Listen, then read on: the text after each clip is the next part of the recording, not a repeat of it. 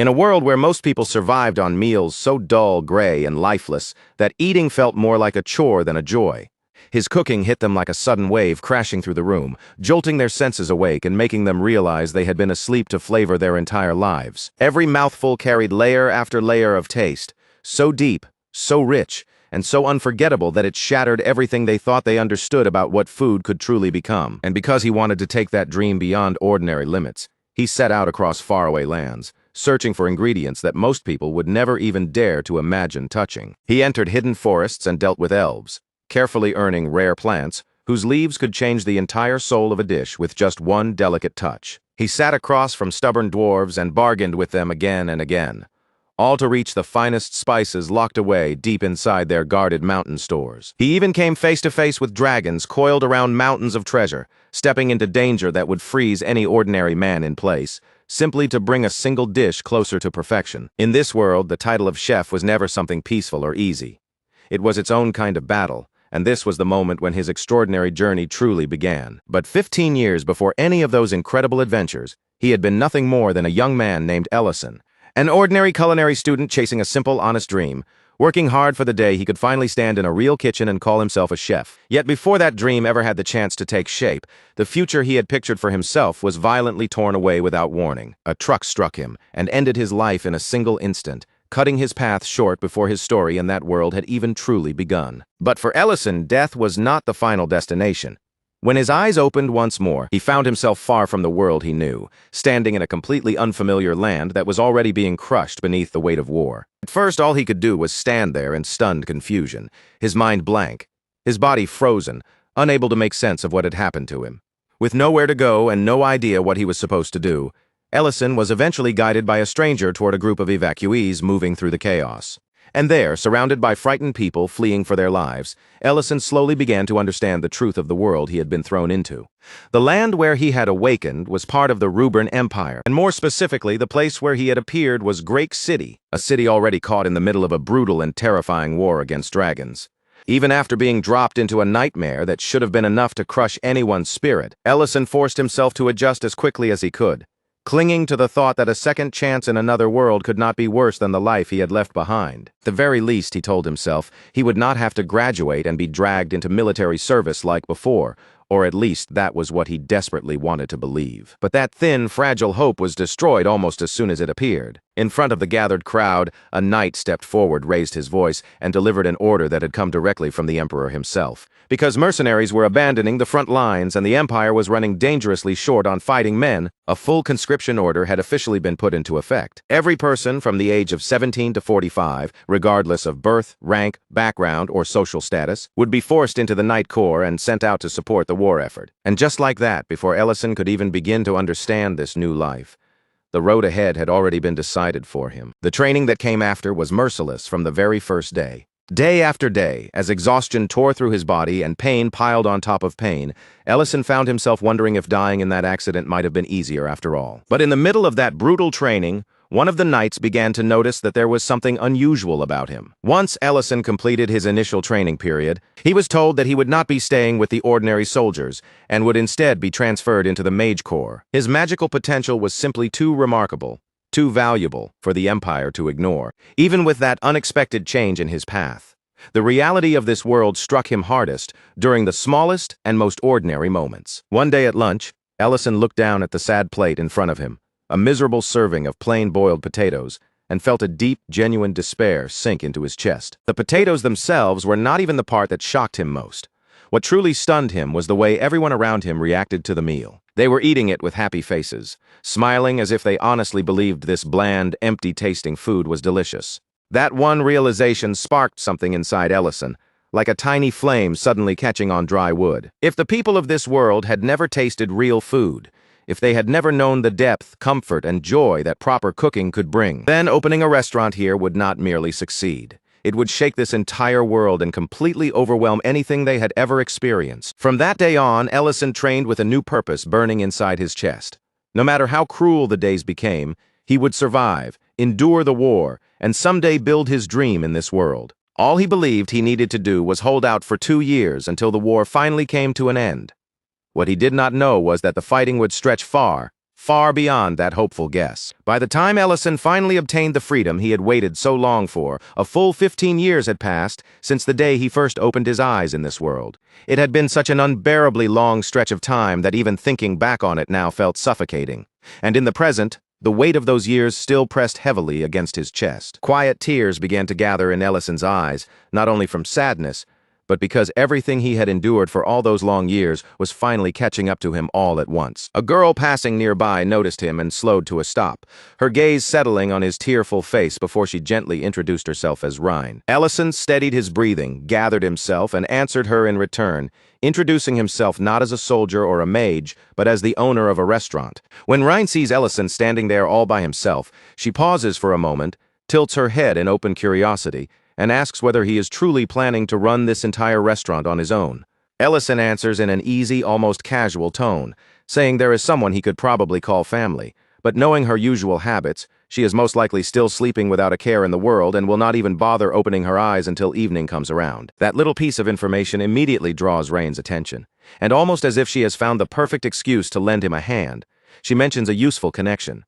Her husband owns a butcher shop near the town entrance, and he can provide the meat Ellison needs. Ellison accepts the offer without hesitation and says he will visit the shop, but before he can get too comfortable with the idea, Rhine gives him a slightly troubled warning, admitting that her husband is not exactly the most pleasant man to deal with. Even so, Ellison does not look shaken in the slightest. After living through war, magic, and 15 brutal years inside the military, a single bad-tempered butcher hardly seems like something worth fearing. But the moment Ellison actually stands face-to-face with the butcher for the first time, even his steady confidence falters just a little. The man's harsh face alone is enough to make the space between them feel tense and heavy. And when Ellison politely explains that he is looking for meat to use in his restaurant, the response he receives is cold, blunt, and completely unfriendly. The butcher immediately scans Ellison from head to toe, judging him with a sharp glare, and assumes he must be just another greedy reseller trying to buy meat cheaply and flip it for profit. Before the conversation has the chance to slide any further into hostility, Rhine appears with almost terrifying timing, swinging a frying pan straight into her husband and cutting him off by force before ordering him to stop arguing and go bring out some Beloran meat. Her husband grumbles loudly, complaining that people like Ellison are exactly why he has so many headaches in the first place, but Rhine refuses to back down even a little, pushing him to do as she says before turning toward Ellison and apologizing for his behavior. Once the sharp tension in the room begins to ease, Rhine quietly explains why her husband reacts so aggressively whenever restaurant owners are involved. In the past, he once chose to trust a restaurant owner, only for that very person to betray him in the end. Since that painful experience, placing trust in anyone from that kind of business has become something he simply cannot do easily. After hearing that, Ellison lets down his guard a little as well, and shares a piece of his own past, revealing that he spent 15 long years serving in the military. That one simple detail shifts the atmosphere between them, softening the mood in a quiet way that neither Ellison nor Rhine seems to have expected. A little later, the butcher finally returns, but instead of presenting Ellison with a fine cut of meat, he tosses him a cheaper piece, almost like he is throwing down a challenge right at his feet. If Ellison can use that cut to make a dish impressive enough to satisfy him, then maybe, just maybe, he will consider supplying better meat in the future.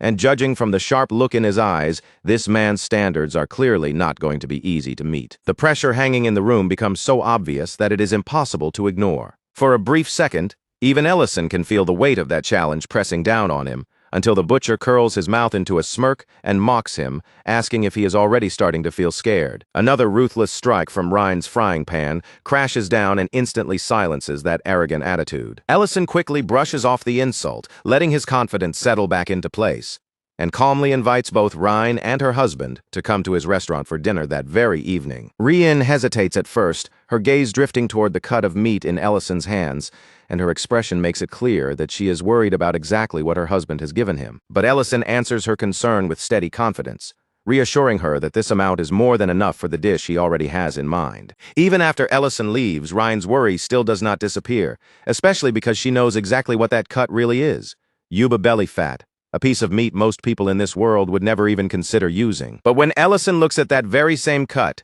he sees something completely different from what everyone else sees. The livestock in this world may have strange, unfamiliar names that still sound unusual to him, but the moment Ellison studies the meat in front of him, he recognizes it right away as pork belly, and not just any pork belly, but a surprisingly beautiful, high-quality piece. The reason the butcher handed it over is simple. In this world, pork is treated as the cheapest kind of meat, and the belly portion is looked down on as the lowest, least valuable part of all. What everyone else sees as a worthless leftover, Ellison sees as the perfect opportunity to show them exactly what real cooking is capable of. Without wasting even a moment, he decides on the ideal dish: grilled pork belly, a simple and straightforward meal that becomes incredibly powerful and almost devastating when prepared properly. As Ellison starts preparing, a controlled fire spell flares beneath his cooking tools, its steady glow gathering heat precisely where he needs it and nowhere else. Meanwhile, in another place, Rhine and her husband are still arguing, with Rhine scolding him for treating Ellison so harshly while he stubbornly insists that the whole thing is nothing more than a test. Little by little, Rhine begins to understand what her husband is truly trying to do. He has not fully rejected Ellison yet, but is carefully watching to decide whether this man is actually worthy of trust. Then, as if the scene is suddenly cut open by time itself, the memory shifts back to the battlefield. Soldiers appear locked in a desperate struggle against monsters far beyond their ability to handle, their lines shaking and their formations breaking apart under the overwhelming pressure. With no way left to keep fighting, the soldiers are forced to retreat in panic, pulling back as quickly as their fear and exhaustion allow. But one man is left behind on the battlefield, unable to move properly because his leg has been injured. Death hangs only a breath away from him as the monster closes in, and just when it seems there is no escape, Ellison suddenly steps forward. With one sharp, decisive motion, Ellison releases a blade spell that slices through the monster with effortless force. In that single instant, the fallen soldier is pulled back from the edge of certain death and saved. And now, that exact same magic returns, but in a place completely separated from the blood and chaos of the battlefield. Back in the present, inside the quiet kitchen of his restaurant, Ellison no longer uses that spell to cut down enemies.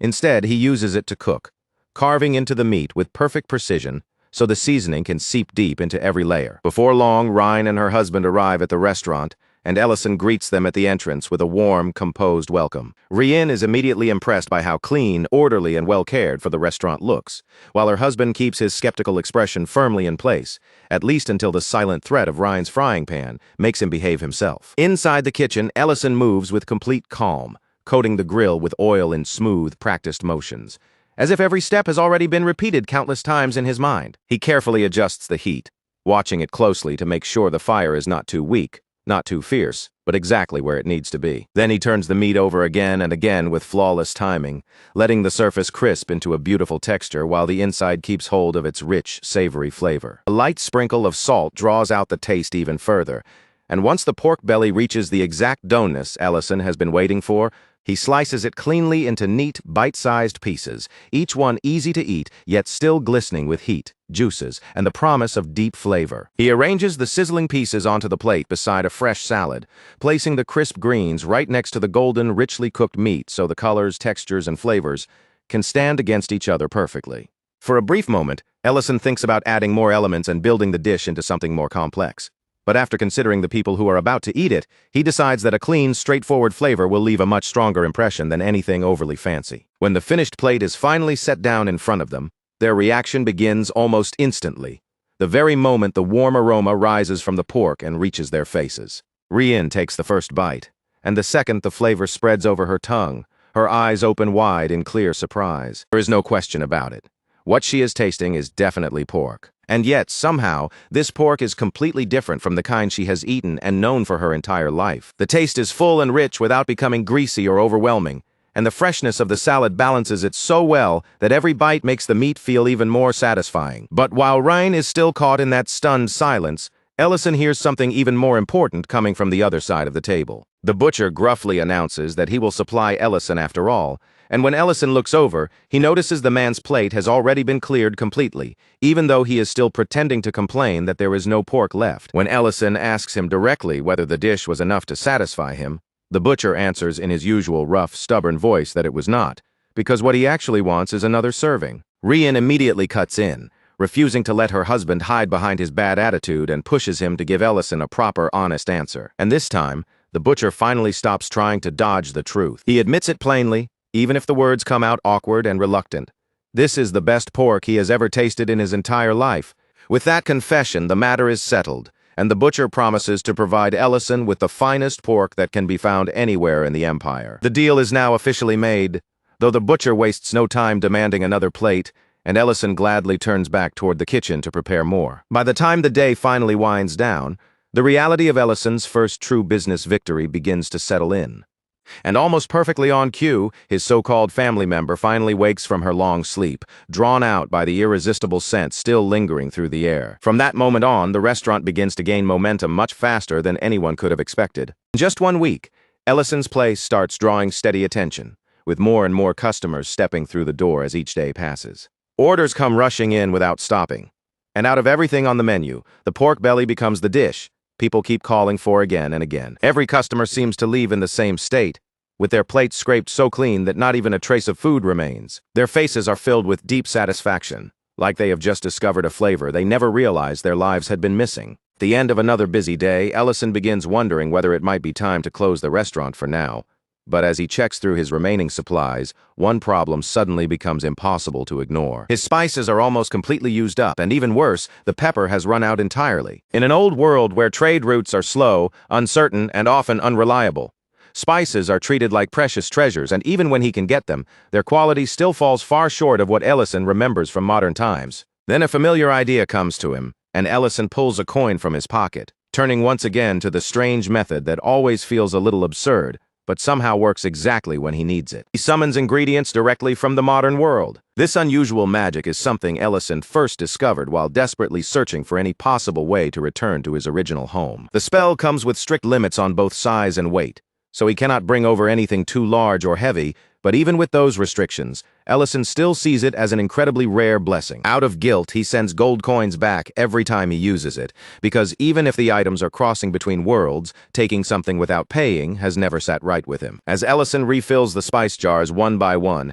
his thoughts drift again to the most frustrating weakness of this magic. He cannot bring over proper fresh ingredients, no meat, no eggs, nothing that spoils quickly, because whenever he tries, the food arrives already ruined and completely unusable. And, as if that limitation were not troublesome enough, casting the spell itself drains far more of his energy than he likes to admit. After finishing the restocking, Ellison decides he has earned himself a drink and heads over to grab the beer he had summoned earlier. The instant he opens the fridge, he finds nothing waiting for him inside, not a single bottle left behind. That empty sight alone tells him everything he needs to know about exactly who is responsible. He marches straight toward the dragon girl and immediately starts scolding her, not even bothering to hold back his irritation. And it is not just because she drank every last bit of his beer. She also left the entire mess sitting there afterward, clearly expecting someone else to clean it all up. Rurin fires back without even the slightest hint of shame in her voice. She boldly declares that it was revenge, all because Ellison failed to leave her anything decent to eat. Then she proudly lifts herself up and reminds him that she is not some ordinary girl, but the great black dragon herself. From Rurin's point of view, someone of her grand status obviously should not be expected to lower herself by cleaning up a mess. Ellison gives her a light bonk on the head and tells her to stop hiding behind excuses, peel the vegetables, and clean everything properly. Rurin lets out a weak little protest, insisting once again that she is in fact a dragon. But as Ellison looks at her, he cannot help thinking back to how she was left all alone after her mother died during the Dragon War, swept into that chaos with no one left beside her. That was the reason that once she took on a human form, Ellison chose to keep her close and look after her himself. Even though Rurin is already 100 years old, by dragon standards, she is still practically a child, young, reckless, stubborn, and nowhere near grown up. So Ellison uses the most effective motivation he has, promising to make Salisbury steak if she finishes the work. And just like that, her entire mood brightens in an instant. Not long after that, Creston arrives at the restaurant and asks for something to drink along with his meal. Ellison checks the fridge that Rurin has already raided completely, and after peering inside for a moment, he somehow manages to find one last bottle he had secretly kept aside. To avoid anyone asking awkward questions about where such an unfamiliar drink came from, he quietly transfers it into a different container before carrying it out to the table. Preston looks down at the clear liquid with a confused expression, turning the container slightly in his hand as he guesses that it might be nothing more than plain water. Ellison calmly explains that the drink is called soju, and with a relaxed smile, tells Creston that it pairs especially well with the meat he is eating. The reaction comes right away. Creston takes a bite, follows it with a drink, and his expression slowly melts into deep satisfaction as he praises Ellison openly, amazed that one simple cup can change the taste of the meat so dramatically. Before much time passes, Creston asks for another round, and Ellison serves him again without making a big deal out of it. But as the drinking keeps going, Ellison begins to sense that something feels off. because Creston's mood is much heavier and darker than usual. One glass after another disappears in front of him,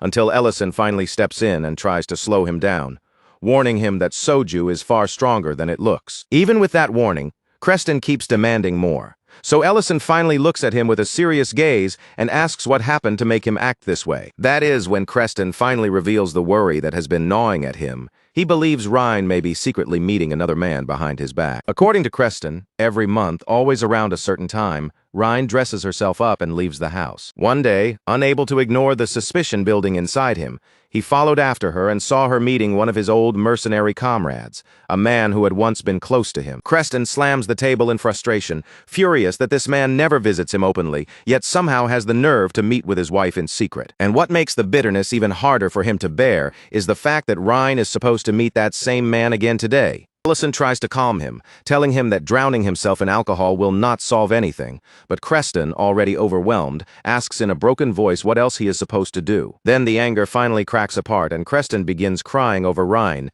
because underneath all the jealousy, hurt, and frustration, he loves her that much. Seeing Creston fall apart like that, Ellison quietly tells him that he wants to help. After all, Ellison simply cannot bring himself to believe that Ryan is the kind of woman who would betray her husband. With that decision made, Ellison walks over to Rurin, already putting together a plan in his head. He asks whether she wants to come with him, and then adds the one condition he knows will immediately grab her attention.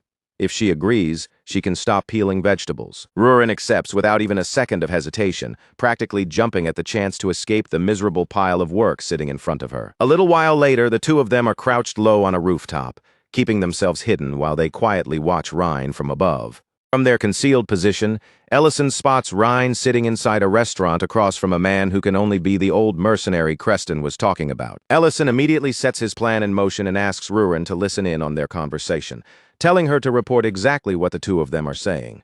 Of course, Rurin has no intention of doing the job for free, so she starts bargaining at once, demanding steak in exchange and freedom from peeling onions as well. Ellison agrees to her terms, and Rurin finally begins listening as Ryan tells the man that Creston has become suspicious, mostly because his old comrade never comes around to visit openly. The man admits that he is worried Creston would become furious if he ever found out what he had helped him with in the past. For Ellison, that single exchange is enough to make it clear that this is not the kind of secret Creston thinks it is. Deciding there is no reason to keep waiting, Ellison moves at once and drops straight down from the rooftop, while Rain is still trying to explain the misunderstanding to the man sitting in front of her. Ellison steps into the conversation with calm timing and asks if he can join them. Then he explains the situation plainly, telling both of them that Creston has completely misunderstood the nature of their relationship. Before long, Ryan and the old mercenary are brought directly in front of Creston, who is now so drunk that he can barely keep himself composed. The moment Creston sees the two of them together, bitterness rises in his face, and he throws out a sarcastic comment about how good they look standing side by side. Ryan and the old mercenary immediately try to explain what is really happening. But before either of them can properly get the words out, Creston loses control and lunges straight at his former comrade. His fist, however, never makes it to its target. Ellison reacts in an instant, raising a protective shield between them and stopping the blow before it can land. Once the situation is finally under control, Ellison pushes them to stop hesitating and clear up the entire misunderstanding properly. At last, the truth comes out. The man had once helped Creston financially so he could open the butcher shop in the first place. That revelation leaves Creston completely stunned, his anger draining away all at once and leaving only speechless confusion behind. Holding a basket packed with meat and vegetables, Ellison walks past them and tells them to settle the mess between themselves, because while they do that, he is going to make dinner. Since Creston is already drunk, Ellison decides to prepare something warm, gentle, and easy on the stomach, a comforting meal built around soup. Ryan has brought him high-quality Baloran meat, so Ellison chooses the perfect dish for the situation, shabu shabu. He starts by preparing the soy sauce dipping sauce, and once the broth reaches a rolling boil, he strains out the solids before pouring the clear, fragrant liquid into the pot as the meal begins coming together. Outside, Rain finally begins telling Creston everything she had been keeping from him. Truth is that his old comrade had given her his life savings so that she and Creston could open the butcher shop, and now that their income has become stable, she has been secretly paying him back little by little each month. Creston had always believed the money came from some lord as a reward for catching a thief,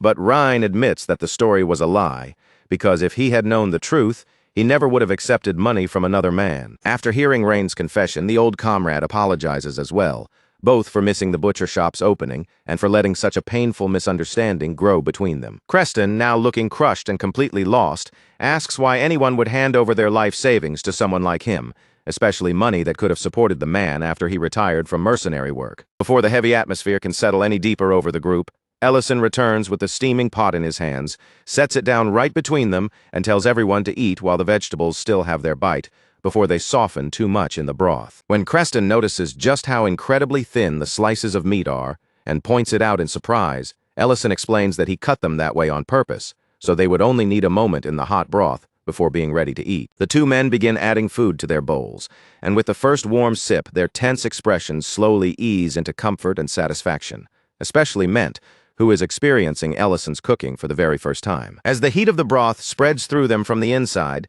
the quiet comfort of the meal pulls both men back into memories of the war.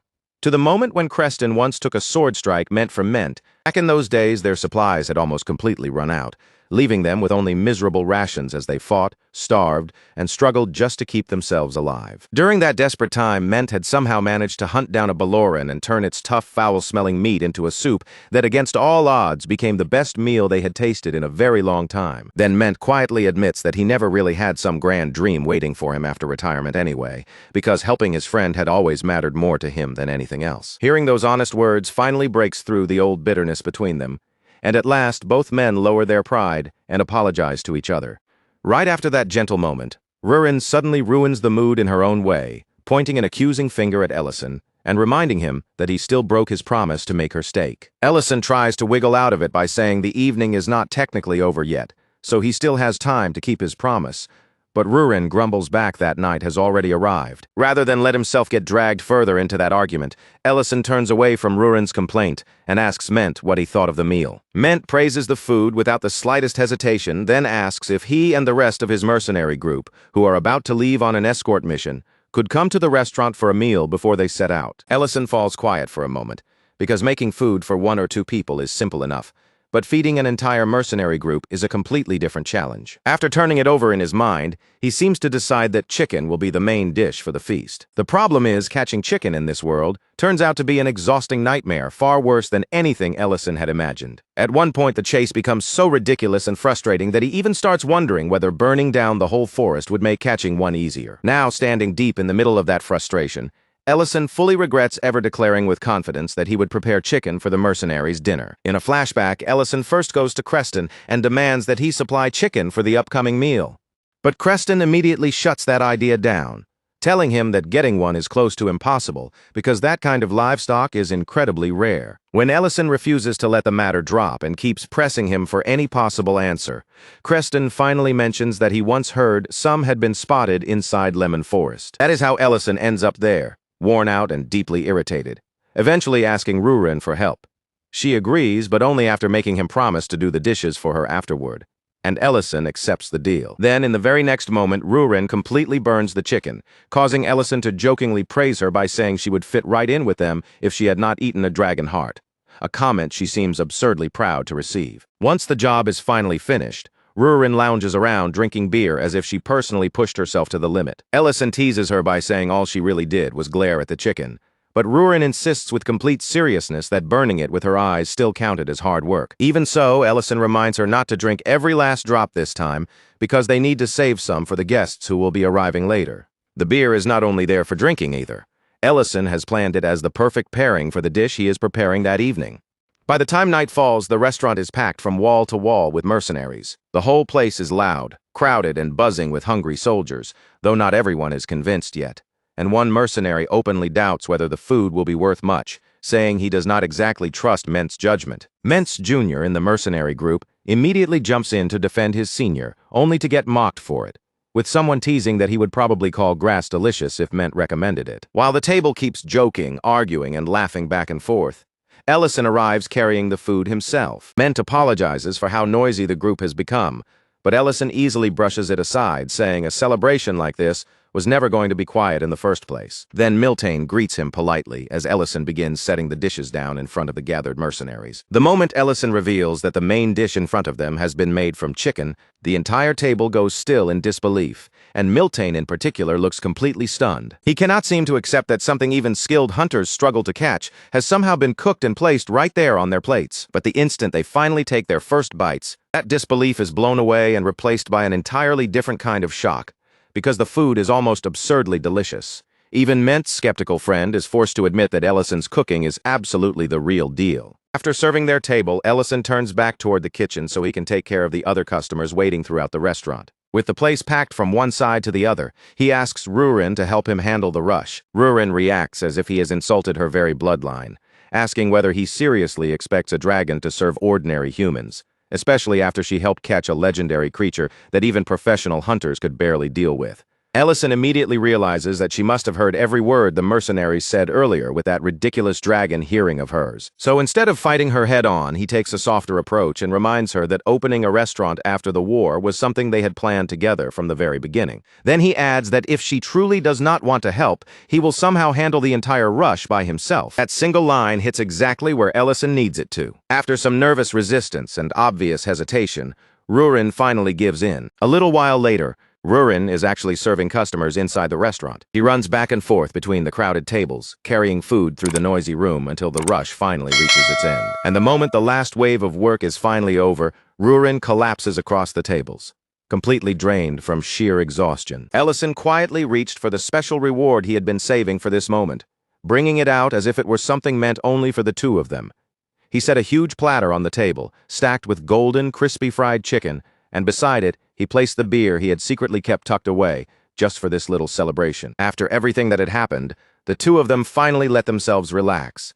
They dug into the food with tired but genuine happiness, eating the hot fried chicken and drinking together like people who had barely survived another storm, and had finally earned one quiet breath of peace side by side. That was when Ellison began to notice something more. Earlier, Rurin had not only helped him deal with the customers, but after the rush was over, she had even moved around the restaurant cleaning things up on her own, quietly taking care of the place without bragging or making a big fuss about it. When Ellison saw all of that, a soft smile tugged at his face. Looking at Rurin, who was sitting there completely drained from working so hard, he gently told her that she really had grown up quite a bit. Rurin was far too exhausted to keep up her usual proud, stubborn attitude. Instead, she slowly leaned her head against Ellison's shoulder, her voice soft as she murmured that she had only helped because this was no longer just his restaurant. To her, it had become their restaurant. Ellison allowed that warm little moment to sit between them for only a brief second. Then, just like always, he shifted back into that familiar teasing tone of his, casually telling her that if she cared about the restaurant that much, then maybe their small dishwashing agreement could simply disappear from now on. After all, if she was already helping out so responsibly, then surely washing the dishes did not need to be treated as a separate deal anymore. The instant she heard that, Rurin came back to life like she had been struck by lightning. She immediately rejected the idea without even a heartbeat of hesitation, making it perfectly clear that helping with the restaurant and washing dishes were completely different matters. But that quiet, peaceful little exchange between them was not allowed to last for very long. The calm atmosphere inside the restaurant shattered all at once when the Black Dragon Elder Medidana appeared. His very presence seemed to press down on the room, instantly changing the air around Ellison and Rurin. As soon as he arrived, Medidana swept his eyes over the surroundings with obvious disgust. He sneered at the human city, complaining about how unpleasant and unbearable it was, as though just being forced to stand there offended every part of him. When Ellison said his name aloud, Medidana's face twisted even more. His eyes narrowed sharply, as if hearing that name spoken so calmly by a human was already an insult he could barely tolerate. He let out a cold scoff, looking down on Ellison as though a mere human had no right to address him directly in the first place, much less say his name with such steady confidence. Ellison did not shrink back from him. He simply held his ground and asked why Medidana had come, but the elder did not offer a direct answer right away. Instead, Medidana turned his gaze around the cramped restaurant, taking in the small human space with a dismissive look. Then he remarked almost casually that Ellison had somehow managed to live in a place like this while keeping a dragon at his side. Rurin reacted the moment those words landed. Almost instinctively, she slipped behind Ellison, hiding herself behind his back, and using his body like a shield so she would not have to stand directly in Medidana's line of sight. Ellison noticed her movement immediately. Without stepping away, he planted himself firmly in place and pointed out that if Mididana had come here because of Rurin, then he had no right to suddenly act as though something was wrong now. After all, when Rurin was first entrusted to Ellison, no one had stepped forward to object to it. Mididana did not try to deny the reason for his visit. Without so much as a pause, he admitted it plainly. Yes, he had come all the way here because of Rurin. From behind Ellison, Rurin immediately raised her voice. Her words were filled with resistance as she insisted that she wanted to stay with Ellison, and then she accused Mididana of abandoning her all this time. Mididana snapped back at her sharply, correcting her accusation at once. According to him, he had not abandoned her at all. He had only arrived late. But before that excuse could settle into the room, Ellison cut in. He reminded Mididana that Rurin had already been promised to him, and dragons were not supposed to take back their word once they had given it. Mididana accepted that the promise had indeed been made, but his voice remained firm and unmoved. He explained that there were rules far older than that agreement, rules that stood above any personal promise. Seeing that Ellison and Rurin did not yet understand what he meant, Mididana stated the matter plainly. Among black dragons, reaching the age of 800 was the point where adulthood began, and for any dragon who reached that age without having a lair of their own, the rule was absolute. They would become a ward and would have no choice but to leave for the sacred land. Rurin had been relying on her mother's lair until now, but that lair had been destroyed in the previous war, leaving her with no true lair of her own. Because of that, when she turned 800 next year, she would be forced to depart for the sacred land. And if she refused to obey that rule, Mididana said it bluntly, the result could become war. Ellison listened to the entire explanation without showing even the slightest hint of panic. To him, the problem did not seem nearly as hopeless as Mididana made it sound. Without flinching at all, he simply said that if a lair was the issue, then they should just build one for Rurin. That single answer fell into the room like a stone. Both dragons went silent, and for a moment Rurin and Mididana could only stare at Ellison in complete disbelief. Mididana's stunned expression quickly hardened into anger. He exploded at Ellison's boldness, furious that a human would speak so lightly about such a serious matter, as though Ellison still did not understand the true weight of a black dragon's power, even after consuming the Lord's heart. As the tension in the restaurant began to sharpen, Rurin quickly moved between them. She stepped in before the atmosphere could grow any more dangerous, trying to stop the situation from turning into a direct confrontation. She turned her eyes toward Ellison and gently reassured him that she was fine. It was her way of calming him down before his quiet confidence could harden into open defiance against Mididana. With that small but important interruption, Rurin managed to keep the moment from boiling over. She held back the dangerous clash that had started forming between Ellison and the Black Dragon Elder. Ellison then explained himself again. Still speaking in that same calm, steady tone, he made it clear that he was not talking about reckless rebellion or chasing some impossible fantasy. He meant exactly what he had said. They would build Rurin a lair. That clarification only left Rurin and Mididana stunned all over again. But Ellison kept speaking as if the plan were completely reasonable, laying out his thinking without the slightest trace of hesitation. They still had a full year before the deadline arrived, and on top of that, they already had enough treasure on hand to at least begin the process of building what Rurin needed. Mididana still looked deeply doubtful, his expression making it obvious that he did not truly believe a human could pull off something so absurd. Even so, in the end, he granted Ellison 1 year and then turned away, leaving the restaurant behind. And with that, Ellison found himself stepping into an outrageous new mission. From that moment forward, he had taken on a task that sounded impossible from the very beginning, building a dragon's lair for Rurin. Of course, the biggest problem was obvious right away. Creating a lair worthy of a dragon would require a ridiculous amount of money, rare materials, and time, far more than any ordinary person could easily gather. Then, almost as if luck had decided to throw him a helping hand, rumors began spreading through the city. People started talking about Ellison's restaurant serving rare palinque meat. Once that rumor spread, customers flooded in non-stop. The restaurant became so packed that Ellison could barely move through the place, let alone find any spare time to focus on Rurin's lair. Even with help from the people around him, the endless rush of customers quickly became suffocating. Ellison realized that if things continued at this pace, he would be crushed by the workload before he made any progress. So he decided he had to deal with the problem at its source. So the next day, Ellison brought Creston along with him into the forest. Together, they headed straight toward the area where the Palanquius were known to roam. Creston was confused right from the beginning and asked Ellison what he was actually planning to do. Ellison answered him plainly, explaining that Creston was about to become the only supplier of palenque meat in the entire empire. If that plan worked, Creston's butcher shop would be overflowing with customers. People from all over would come searching for him, all hoping to get their hands on that rare and valuable meat. Creston immediately looked suspicious and doubtful, his face making it clear that he could not accept such an outrageous plan so easily. He pointed out the obvious problem. Even skilled hunters had a hard time catching palenques, so turning them into a stable business supply was something much easier to say than actually do. But Ellison calmly told him there was no need to worry about that part. The hardest step had already been handled, and since an entire mercenary group had already tasted the meat, Ellison would personally provide the palenques to Creston directly. Still, Ellison made one thing clear from the very start. This was not charity, and once the money began coming in, the profits would be split evenly between the two of them. Creston was obviously irritated by those conditions, and he did not look thrilled about being pulled into Ellison's scheme. But after weighing the opportunity in front of him, he reluctantly agreed to go along with the plan. Then Ellison raised his magic and cast a massive barrier across the forest.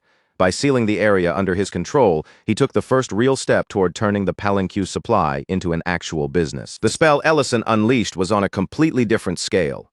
His magic spread outward across the forest in layer after layer, forming a massive and intricate barrier that sealed the palenques inside the area, making sure they could no longer wander away into some other habitat. Creston could do nothing but stand there, staring blankly at the unbelievable sight unfolding in front of him. The sheer size of the magic left him frozen in place. And after a long moment, he finally managed to ask the one question anyone would have asked in his position. Who exactly was Ellison? Ellison did not even blink at the question. With the same calm face he always wore whenever someone started doubting what he was, he gave Creston his usual simple answer, as if nothing strange had happened at all. He was just a restaurant owner. And sure enough, the plan worked just as Ellison had imagined. Maybe even better than expected. It did not take long before the overwhelming crowd that had been flooding his restaurant finally disappeared, leaving the once-packed place suddenly quiet. At first, Ellison felt a deep sense of relief now that the non-stop rush had finally ended. But as he looked around the empty restaurant and saw that not even a single customer remained, that relief slowly mixed with a strange little sting of disappointment. Rurin caught that odd expression on his face almost immediately. Noticing how his mood seemed both relieved and dissatisfied at the same time, she looked at him and asked whether he was actually happy, now that the restaurant had become this empty. Ellison admitted that, for now, it did solve the biggest issue standing in their way. Since the restaurant was no longer packed from morning until night, they finally had the breathing room they needed to focus on building Rurin's dragon lair. The moment Rurin heard him mention the lair, her attention locked onto him. She looked straight at Ellison and immediately asked if completing it meant he planned to live there together with her. Ellison rejected that idea instantly, without even pretending to think it over. He told her his job was only to build the lair, not move into it. The second those words reached Rurin, her mood burst wide open, and she angrily declared that if he was not going to stay there with her, then she did not want the lair at all. What followed was a long and stubborn back and forth, with Rurin refusing to let the matter drop, no matter how Ellison tried to explain it. In the end, he only managed to calm her down by promising that he would build the lair somewhere close to the restaurant instead. After that, they finally settled on a location in the hills beneath the restaurant. It was land that already belonged to Ellison, and more importantly, it was close enough for Rurin to accept without feeling like she was being pushed away. The real difficulty, however, was the structure of the lair itself. If they dug too deeply into the ground without proper support, the inside would need magical reinforcement, otherwise the entire space could collapse in on them. Rurin suddenly fired up again now that the location had been decided, threw herself into the job and began digging right away. Ellison, on the other hand, smoothly made his escape by saying he could not leave the restaurant unattended for too long. That left Rurin standing there in complete frustration, covered in the responsibility of the work while Ellison headed back alone. With no other choice, she was forced to keep digging through the earth by herself. Back at the restaurant, Ellison finally let himself enjoy a small moment of peace. With the noisy crowds gone, the quiet returned to the room, and for the first time in a while, he could actually breathe. But of course, that calm did not last very long. Before long, a young nobleman stepped into the restaurant and asked whether this was the place that had once served the legendary palenque meat everyone had been talking about. By this point, Ellison was already more than tired of hearing that rumor. He told the young man that they no longer served palenque meat there, and if that was what he wanted, he should go check the nearby butcher shop instead. The nobleman did not seem discouraged by that answer at all. Rather than leaving, he simply insisted that he did not care what was on the menu, as long as Ellison gave him something to eat. Since the young man was clearly hungry and had no intention of walking away, Ellison decided to cook for him. He prepared a hamburger, using the best ingredients he had available, including rich, flavorful yuba meat. Ellison worked with steady, practiced hands, carefully layering each part of the burger together. Every ingredient was placed with purpose, making sure the meal came together properly instead of being thrown together carelessly. To draw out the flavor even more, he finished it with a special demi-glace sauce. The thick, savory glaze spread over the meat, adding a rich shine that made the burger look even more tempting. Then, for the final touch, Ellison placed an egg he had collected earlier right on top. With that one addition, the simple hamburger suddenly became something that looked far more luxurious than anyone would expect from a small restaurant. When Ellison finally set the completed burger in front of the nobleman, the young man stopped moving for a moment. His eyes widened as he stared down at the food, clearly stunned by how delicious it looked. But just as the nobleman was about to lean in and take his very first bite, the moment was suddenly interrupted. Someone rushed into the restaurant in a panic, calling out for him. The man who burst in looked horrified the instant he saw the nobleman sitting there in a place like this. Without hesitation, he warned him that eating food from this restaurant might even give him food poisoning. He did not give the young nobleman any real chance to answer. Instead, the newcomer immediately urged him to leave at once, acting as though staying inside the restaurant for even another moment could put him in danger. Ellison was offended right away and defended his restaurant on the spot. He made it clear that the young man was a proper paying customer, and there was absolutely nothing wrong with the food he had served him. That was when the man revealed who the young customer really was. This was not just some ordinary nobleman who had wandered in off the street. According to him, the young man was the Baron himself. And more than that, he was the heir to the barony of Grake. From the man's reaction, it was obvious he believed someone of that status had no business sitting down to eat in a small restaurant like Ellison's. But to Ellison, that title did not change anything. Even after learning who the young man was, he kept arguing in the same calm, stubborn way, refusing to treat the situation like his restaurant had done anything wrong. In the end, the young baron quietly placed a gold coin on the table.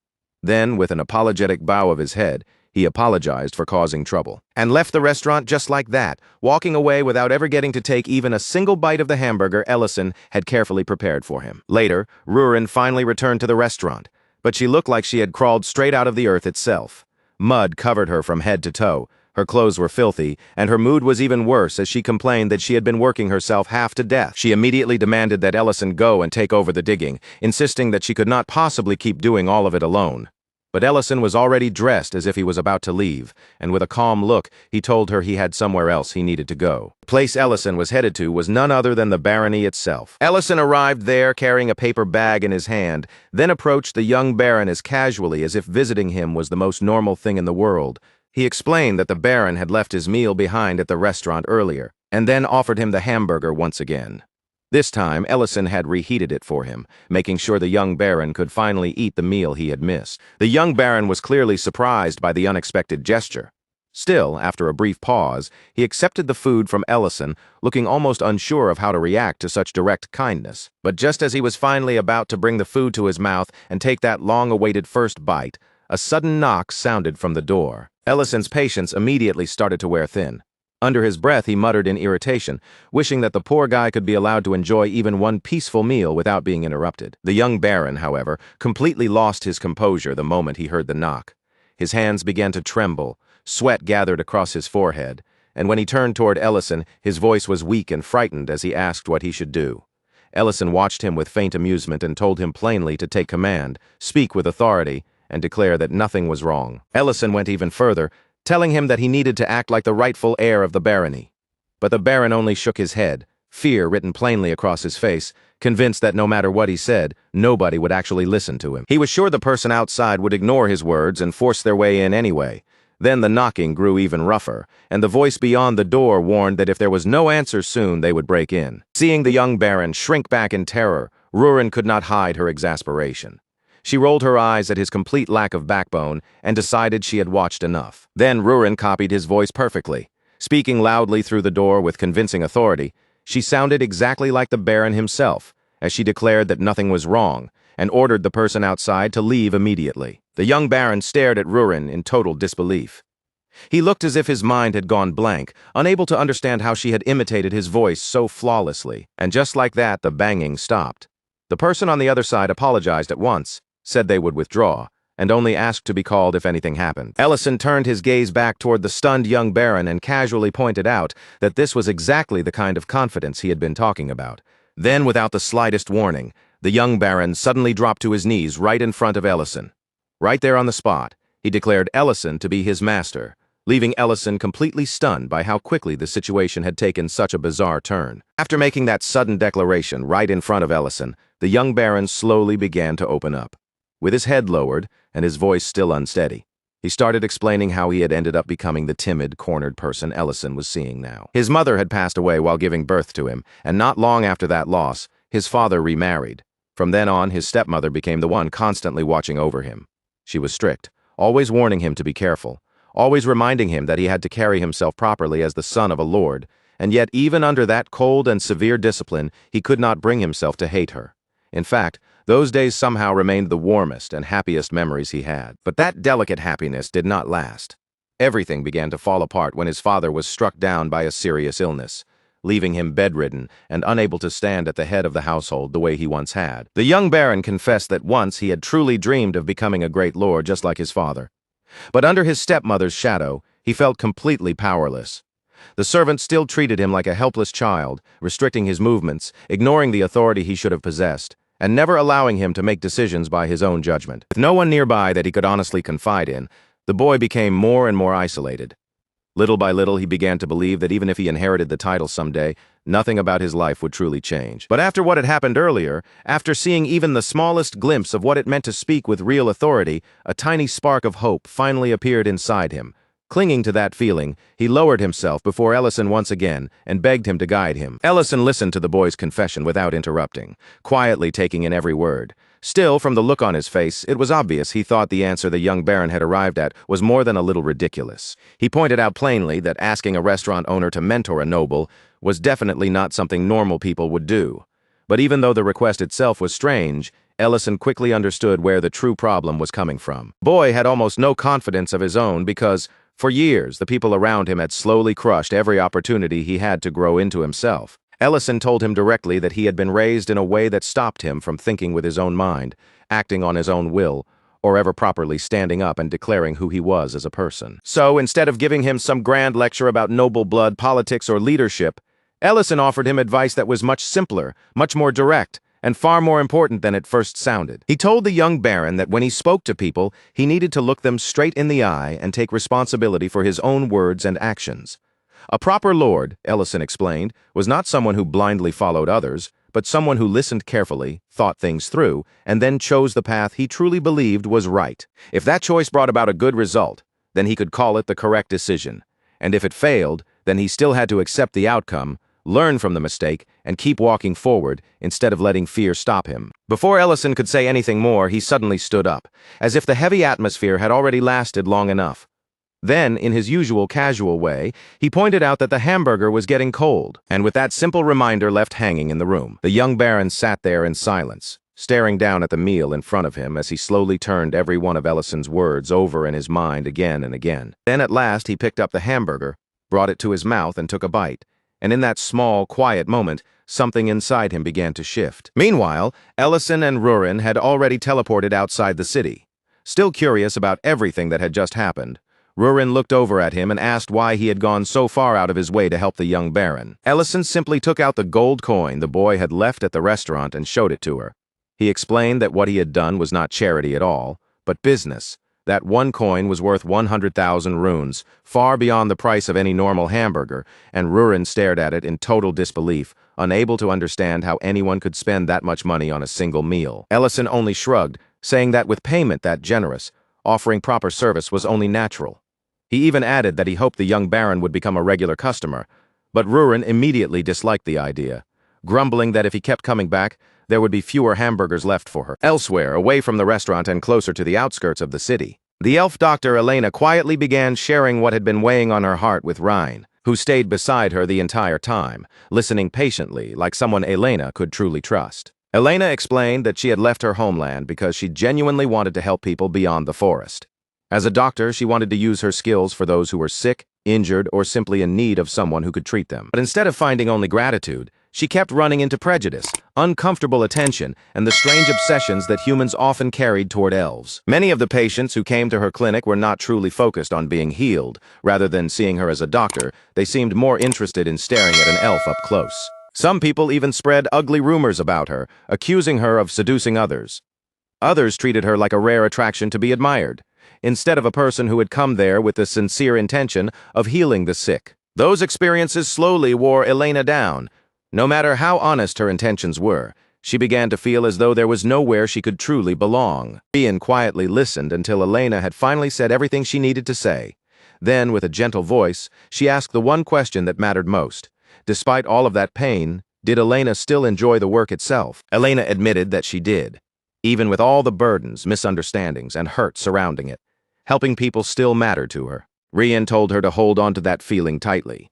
She wanted Elena to remember the part of the work she still loved, instead of allowing the cruelty around her to swallow every good thing along with it. Then Ryan suggested that Elena visit the restaurant on the hillside. According to Rain, that little restaurant might help Elena look at her situation from a different angle, and perhaps even remind her that despite all the unpleasant things she had endured, there were still parts of life worth appreciating. At that same time, Ellison was still tied up with work on Rurin's lair, and Creston had brought his nephew along with him to make an introduction. While they were there, Creston also let Ellison know that Elena had arrived at the restaurant. But when Ellison finally made it back, he stepped straight into a scene of complete chaos. Elena was kneeling on the floor in front of Rurin, and Rurin, wearing a smug little smile that made the situation look even worse, was declaring that if Elena wanted forgiveness, she would have to serve her like a subordinate. For a brief second, Ellison froze where he stood. Then irritation flashed across his face, and his fist tightened as he took in what was happening. The next moment, he snapped at Rurin without hesitation, demanding to know what she thought she was doing to someone who had come all the way to the restaurant as a customer. A few minutes before Ellison returned, Rurin had been sprawled lazily across one of the restaurant tables, relaxing without a care when the door suddenly opened. Elena stepped inside carefully, her eyes moving around the quiet room as she politely asked whether anyone was there. Rurin got up to greet her and mentioned that the owner was not around at the moment, but almost immediately, her focus shifted away from the visit itself and locked onto something else entirely. Elena was an elf. Rurin openly looked her over from head to toe, studying her without trying to hide it, then remarked that elves really were beautiful, and that all the praise people gave them had not been exaggerated. Feeling awkward beneath Rurin's direct stare, Elena answered as politely as she could. She said that Rurin was beautiful too, and added that Rurin looked much younger than she had expected. The instant those words reached Rurin, the air around her changed. She kept a smile on her face, but it was no longer a friendly one, and she asked Elena whether she was trying to say that she looked young. Then Rurin's tone turned cold as she explained that while she might still be considered young among dragons, she was still far older than Elena. With that prideful pressure bearing down on the room, she demanded to know who had given Elena permission to speak to her so casually. In that one instant, the entire mood inside the restaurant sank into something almost unbearable. Rurin's presence pressed down on the room like invisible weight, making the air feel heavy and suffocating, and Elena, standing right in the middle of it, simply could not withstand that terrifying pressure. The force bearing down on Elena overwhelmed her completely. Her body lost its strength, her knees gave way beneath her, and she collapsed helplessly onto the restaurant floor as if the pressure had crushed every bit of resistance out of her. And that chaotic, impossible scene was exactly what Ellison saw the moment he returned to the restaurant. After putting an end to Rurin's behavior and getting the situation under control, Ellison properly opened the door for their guest. He apologized for all the trouble with as much politeness as he could manage and welcomed Elena into the restaurant again, trying to repair the disaster she had just walked into. Rurin, meanwhile, had been made to sit off to the side, now sporting a fresh bump on her head after being thoroughly scolded. She sat there, sulking pitifully, tears gathering in her eyes as she looked miserable and wronged, while Elena could only stare at the scene in front of her, struggling to make sense of what she was seeing. From Elena's point of view, absolutely none of this matched the world she thought she understood. Dragons were supposed to be terrifying forces of nature, overwhelming monsters powerful enough to destroy entire villages without even trying. So seeing one sitting there pouting like a child who had just been scolded completely shattered every belief Elena had about them. Still shaken from the crushing pressure she had felt only moments earlier, Elena cautiously turned her eyes toward Ellison. With uncertainty still written across her face, she asked whether he was truly human. Ellison paused for a brief moment at that question. Then he quickly realized that Ruren had probably already exposed far more than she ever should have. Keeping his voice low, Ellison admitted that yes, he was indeed human. And yes, the girl sitting off to the side with that pitiful, sulking expression was without question a real dragon. After saying that, Ellison asked Elena to keep the matter quiet, explaining that the circumstances around them were complicated. Elena hurriedly assured him that she had no desire whatsoever to provoke a dragon, because she valued her own life far too much to do something that reckless. Ellison tried to ease her fear by telling her that no one here intended to hurt her. Still, even he could tell that the first impression had been a complete catastrophe. Hoping to steer the conversation somewhere more normal, he asked whether she was the elf council member Rhine had recommended. Elena confirmed that she was indeed that person, which only made Ellison feel even more awkward. Now he could clearly imagine how terrible his restaurant must look from her perspective after everything she had just witnessed. If this had been back on Earth, Ellison thought to himself, a restaurant with hospitality this disastrous would have been crushed by bad reviews before the day was even over. Sensing the awkward silence hanging between them, Elena carefully mentioned that she had heard this restaurant was known for its vegetable dishes. The moment food came up, Ellison slipped back into his usual professional mode and asked if there was anything she could not eat. Elena explained that she was not avoiding meat because of some moral belief or personal philosophy. It was simply that her body could not digest meat properly. Ellison took that information seriously. Keeping her condition in mind, he turned and headed straight into the kitchen, already thinking about what kind of dish would suit her best. After looking over the ingredients he had available and considering what would bring out their flavor properly, Ellison decided to prepare pasta. He poured oil into the pan and began heating it, then added onions, garlic, and mushrooms. As he sautéed them together, their warm, fragrant aroma slowly rose through the kitchen. From there, Ellison carefully built up the flavor step by step. He seasoned the mixture with salt, sugar, and spices, making sure the dish would still have richness and depth even without using any meat at all. As the sauce simmered and gradually thickened in the pan, Ellison boiled the spaghetti, watching the timing carefully. He also saved some of the pasta water, making sure he would be able to bring the noodles and sauce together smoothly for the final finish. Once everything was cooked, mixed, and plated neatly, Ellison brought the dish out and served it to Elena. Before she ate, he made sure to tell her clearly that there was absolutely no meat in the pasta. The moment Elena took her very first bite, her expression changed in an instant. The flavor was so different from anything she had ever tasted that she froze right there, stunned by the warmth, richness, and comfort spreading across her tongue. Up until that point, most of the meals Elena had eaten had been little more than plain raw vegetables, so this single plate of pasta completely overturned what she believed a meatless meal could be, showing her a kind of flavor she had never imagined. The pasta was so delicious that Elena quickly lost track of herself. Before she even realized how fast she was eating, the plate was already nearly finished. She enjoyed every bite without holding back, completely absorbed in the taste and unable to pull her attention away from the meal in front of her. Ellison noticed just how deeply she had fallen into the food. With a light, easy comment, he approached her and pointed out that she seemed to be enjoying it quite a lot. Embarrassed by how obvious she had been, Elena quickly covered her face. Her voice grew flustered as she admitted that it was simply too delicious, and she genuinely had not been able to stop herself. Ellison handed her a napkin and told her there was no reason to apologize. As far as he was concerned, he was just glad that she liked the food. Elena then explained that she almost never visited restaurants in the city.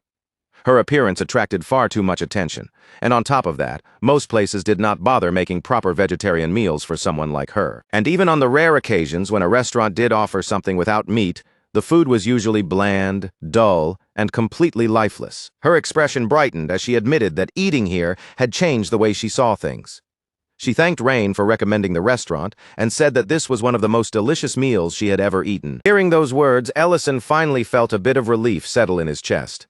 At the very least, in Elena's eyes, the restaurant had somehow managed to recover from that disastrous first impression. But that calm and pleasant atmosphere was shattered almost immediately when Creston suddenly shot up from his seat. His angry voice rang through the restaurant as he demanded to know exactly what Nolan had just said. Nolan repeated himself, his expression tense as he revealed that he had found out he was not actually related to his mother by blood. The air in the room tightened at once.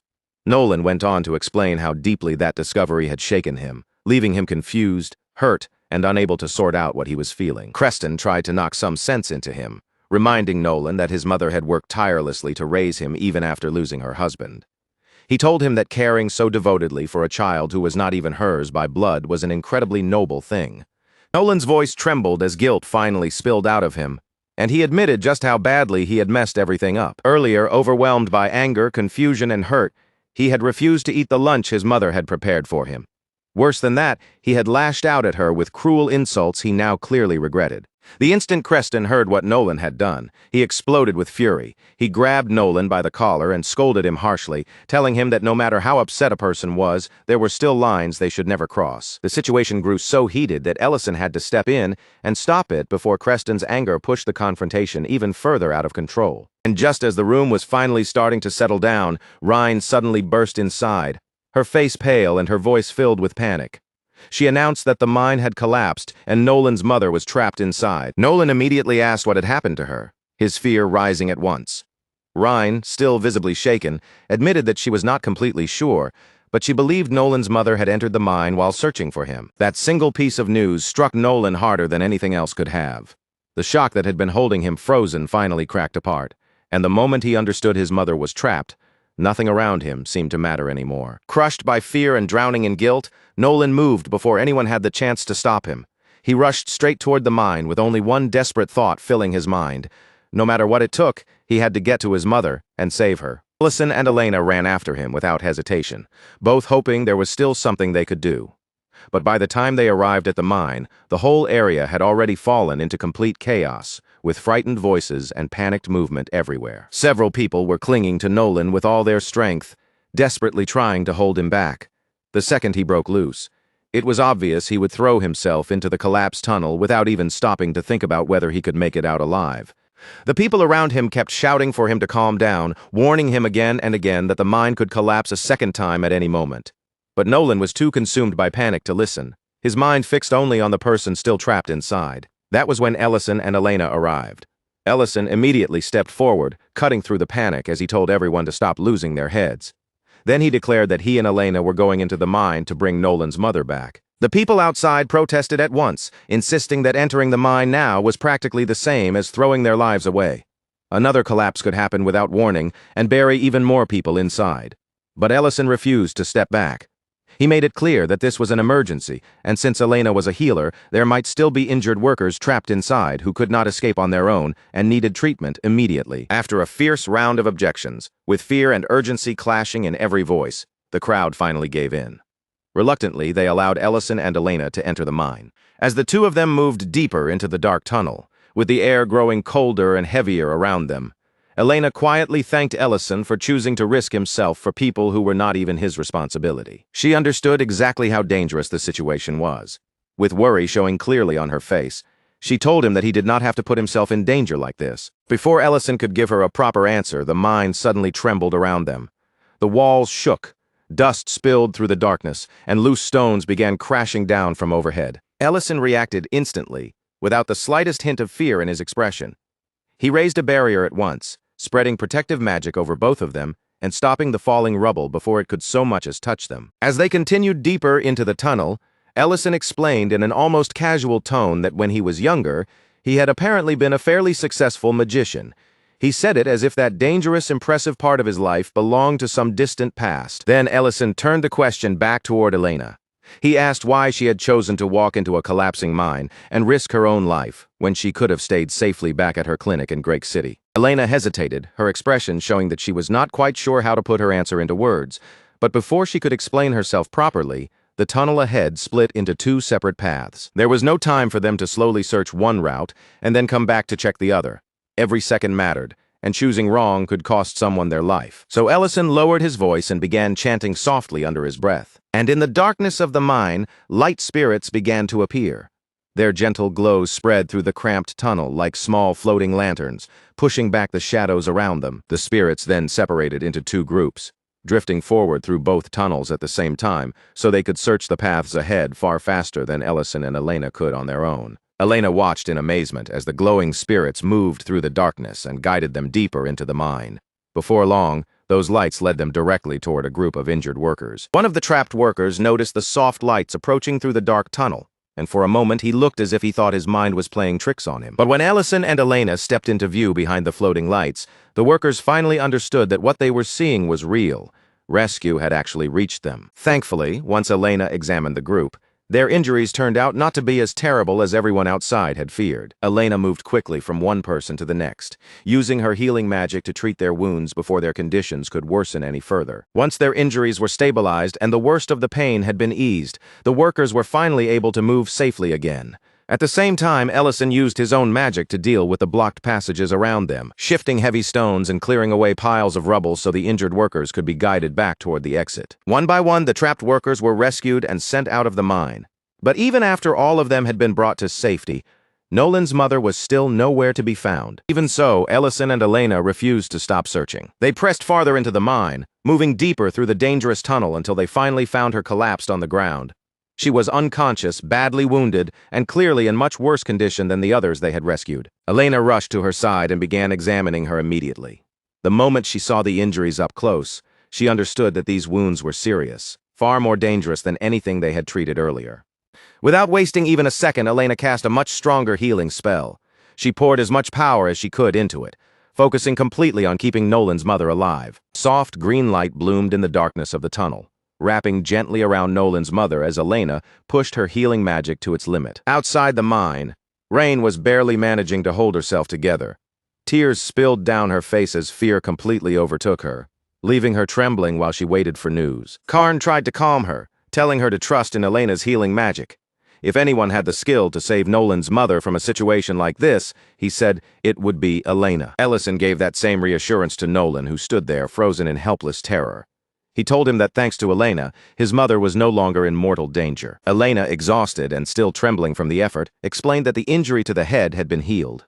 She also told them that the wound near the eye was not as terrible as it had first appeared. She even reassured them that once the bandages were removed, Nolan's mother should be able to see again. As Nolan looked down at his mother lying there, the guilt he had been desperately trying to hold back finally crashed over him all at once. Then his eyes drifted to the basket of breakfast she had lovingly prepared for him that very morning. The same meal he had coldly pushed away earlier when anger, confusion, and hurt had taken control of him. And seeing it there made the regret sink even deeper into his chest, heavier than he could bear. Nolan began blaming himself for everything.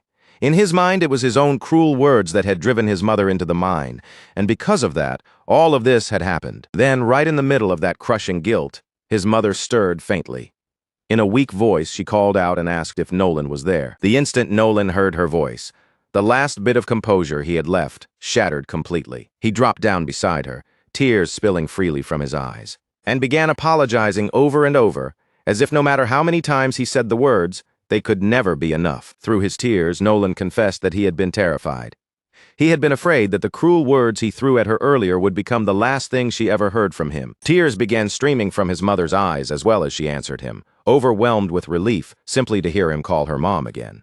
She told him that as long as he was safe, nothing else mattered. As Elena watched that emotional reunion unfold in front of her, she quietly found herself thinking back on everything that had brought her to this moment. In a quiet, vulnerable moment, Elena opens up to Ellison and admits something she has been carrying alone for quite some time.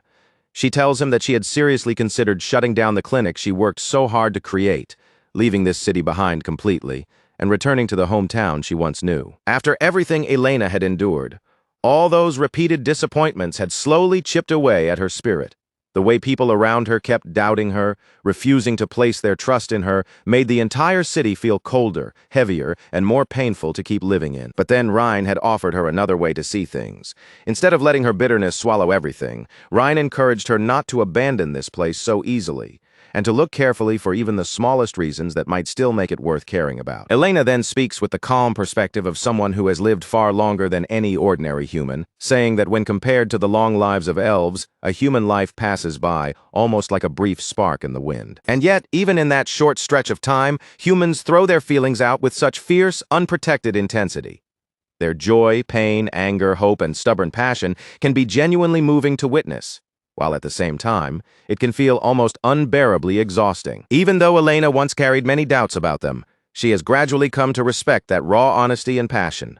She admits that those very human qualities were what moved her in the first place, pushing her to open her clinic and keep staying in this city despite everything. Then Elena's expression softens and a small, weary smile appears on her face as she adds that lately, she has discovered one more reason to like humans: their unbelievable ability to make delicious food. But before she can say much more, the exhaustion she has been forcing down finally catches up with her, and her body begins to lose strength. Ellison reacts before she can hit the ground. Moving in quickly, he catches Elena firmly at the last possible moment, holding her steady and preventing her weakened body from collapsing onto the floor. For a moment, the atmosphere turns a little awkward as Ellison supports her in his arms. Without making a fuss, he begins sending his own magical energy into her body, carefully guiding it through her so he can help restore the strength she has lost. The instant that power begins flowing into her, Elena's body stiffens in clear surprise. The sensation is far too familiar because it feels unmistakably close to a technique that should normally come from elven magic. When Elena questions him about how he knows such a technique, Ellison quickly tries to make the matter sound casual. He brushes it off as though it is nothing special, saying he simply learned it from an old friend named Bayon. But the moment Elena hears that name, she is left completely stunned. Bayon is not some ordinary elf that anyone could casually call a friend. Among the elves, that name belongs to a legendary hero. Elena immediately presses him, asking how Ellison could possibly know someone on that level.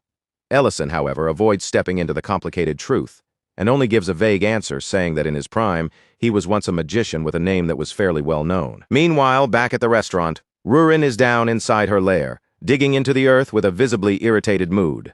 Every movement carries her annoyance, and as she works, she keeps muttering complaints under her breath. She grumbles about how unfair it is for Ellison to leave her behind with all this dirty, troublesome work.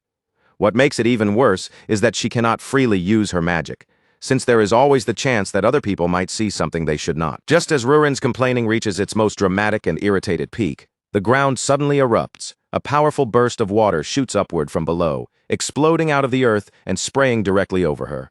In the blink of an eye, Rurin is soaked from head to toe. She stands there completely drenched, water dripping off her body, stunned into silence by the sudden blast that came out of nowhere. Later, when Ellison finally returns, the sight waiting for him is absolute chaos.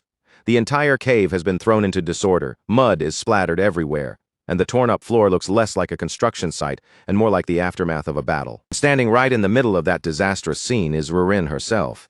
She is covered from head to toe in dirt, yet somehow, despite the destruction surrounding her, she looks strangely pleased with what she has done. When Ellison demands to know what in the world happened, Rurin answers as if the explanation should be completely obvious. She tells him that water suddenly started shooting up from beneath the ground. So, according to Rurin's way of thinking, there was only one reasonable thing to do after that. She decided to dig even deeper, all so she could find out exactly where that water was coming from. Ellison looks over the ruined cave with clear frustration, his anger practically visible as he takes in the mess. Still, he forces himself to hold back, reminding himself that Rurin had not destroyed the place out of malice. After examining the area more carefully, Ellison quickly pieces together what happened. Rurin must have accidentally broken into an underground water vein while digging. He points out that even with magic, tracing water hidden beneath the earth is not easy, and somehow she had managed to dig much deeper than he ever expected. Ellison then reminds her that they had already discussed how important it was to reinforce the cave walls properly.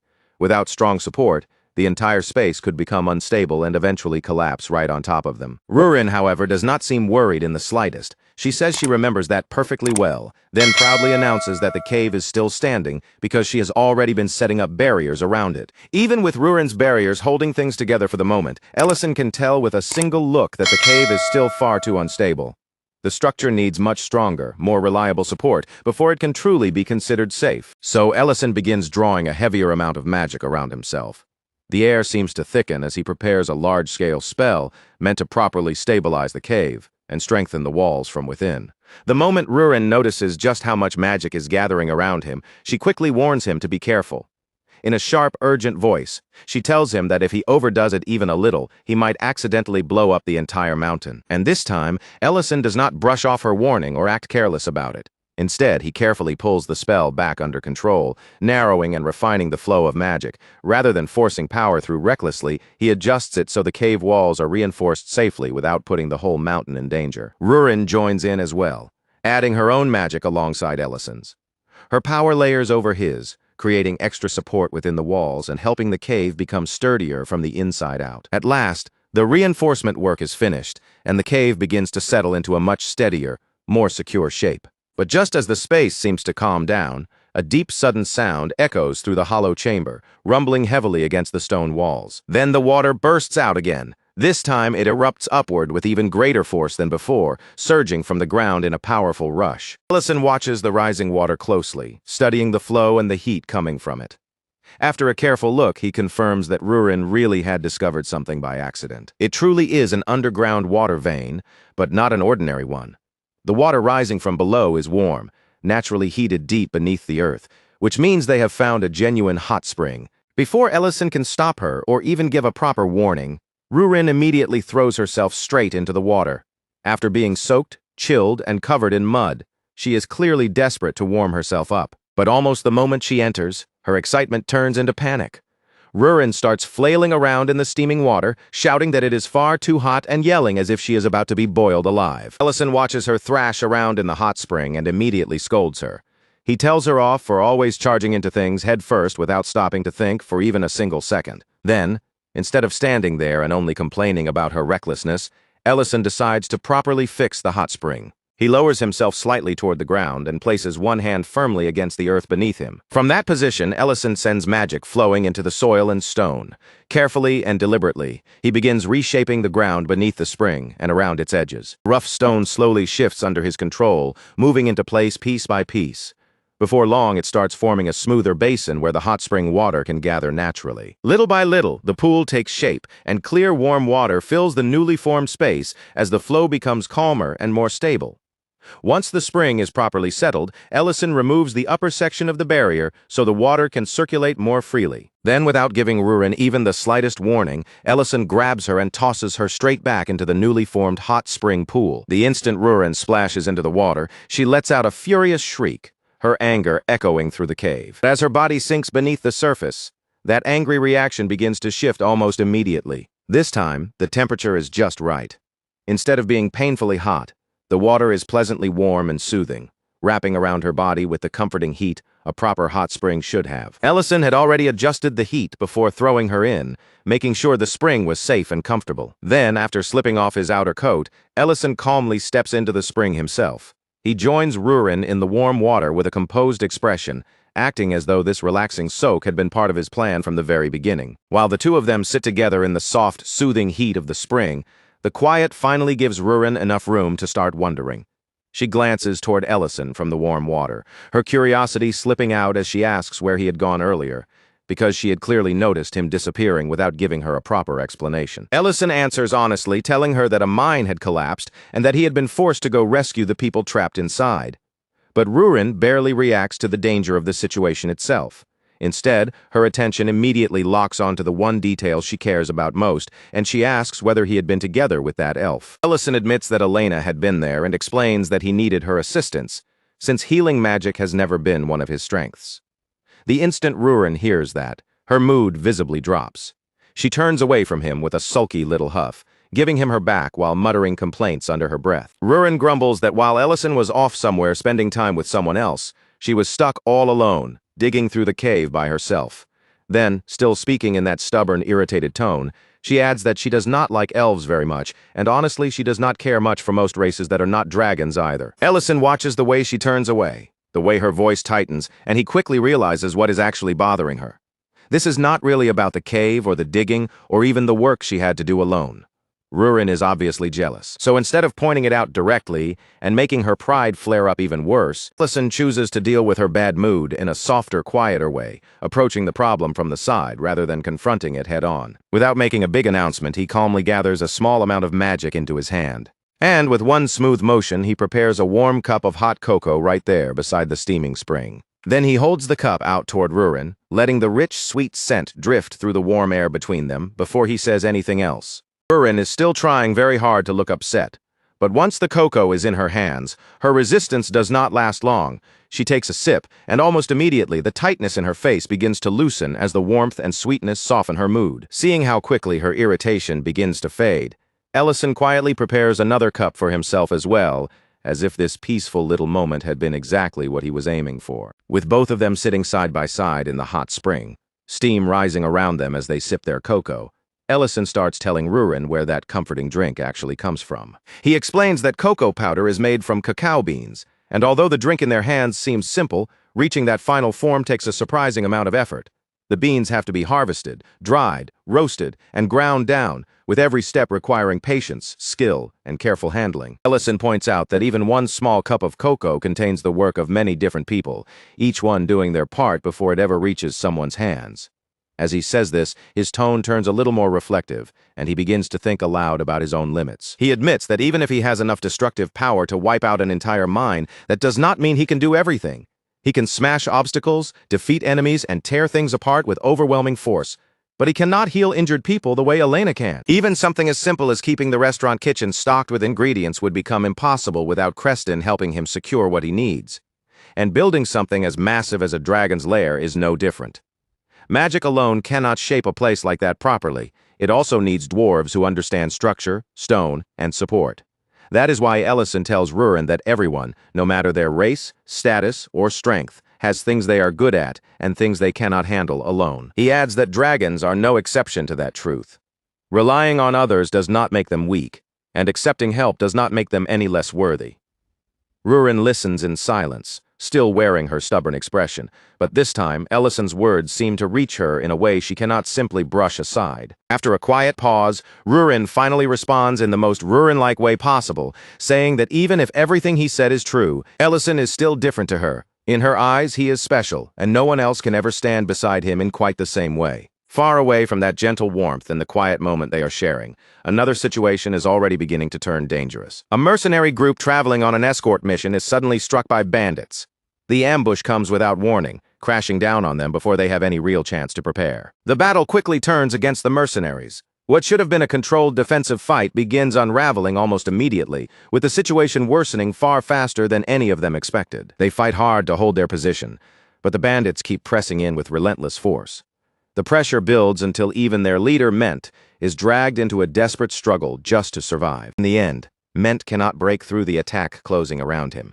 He is overpowered and defeated, unable to turn the battle back in his favor. One of the bandits seizes him and drags him toward the edge of a nearby cliff, and then, without hesitation, sends Ment tumbling over the side, dropping him down into the darkness far below. Back at the restaurant, Ellison decides that they will not open for business that day.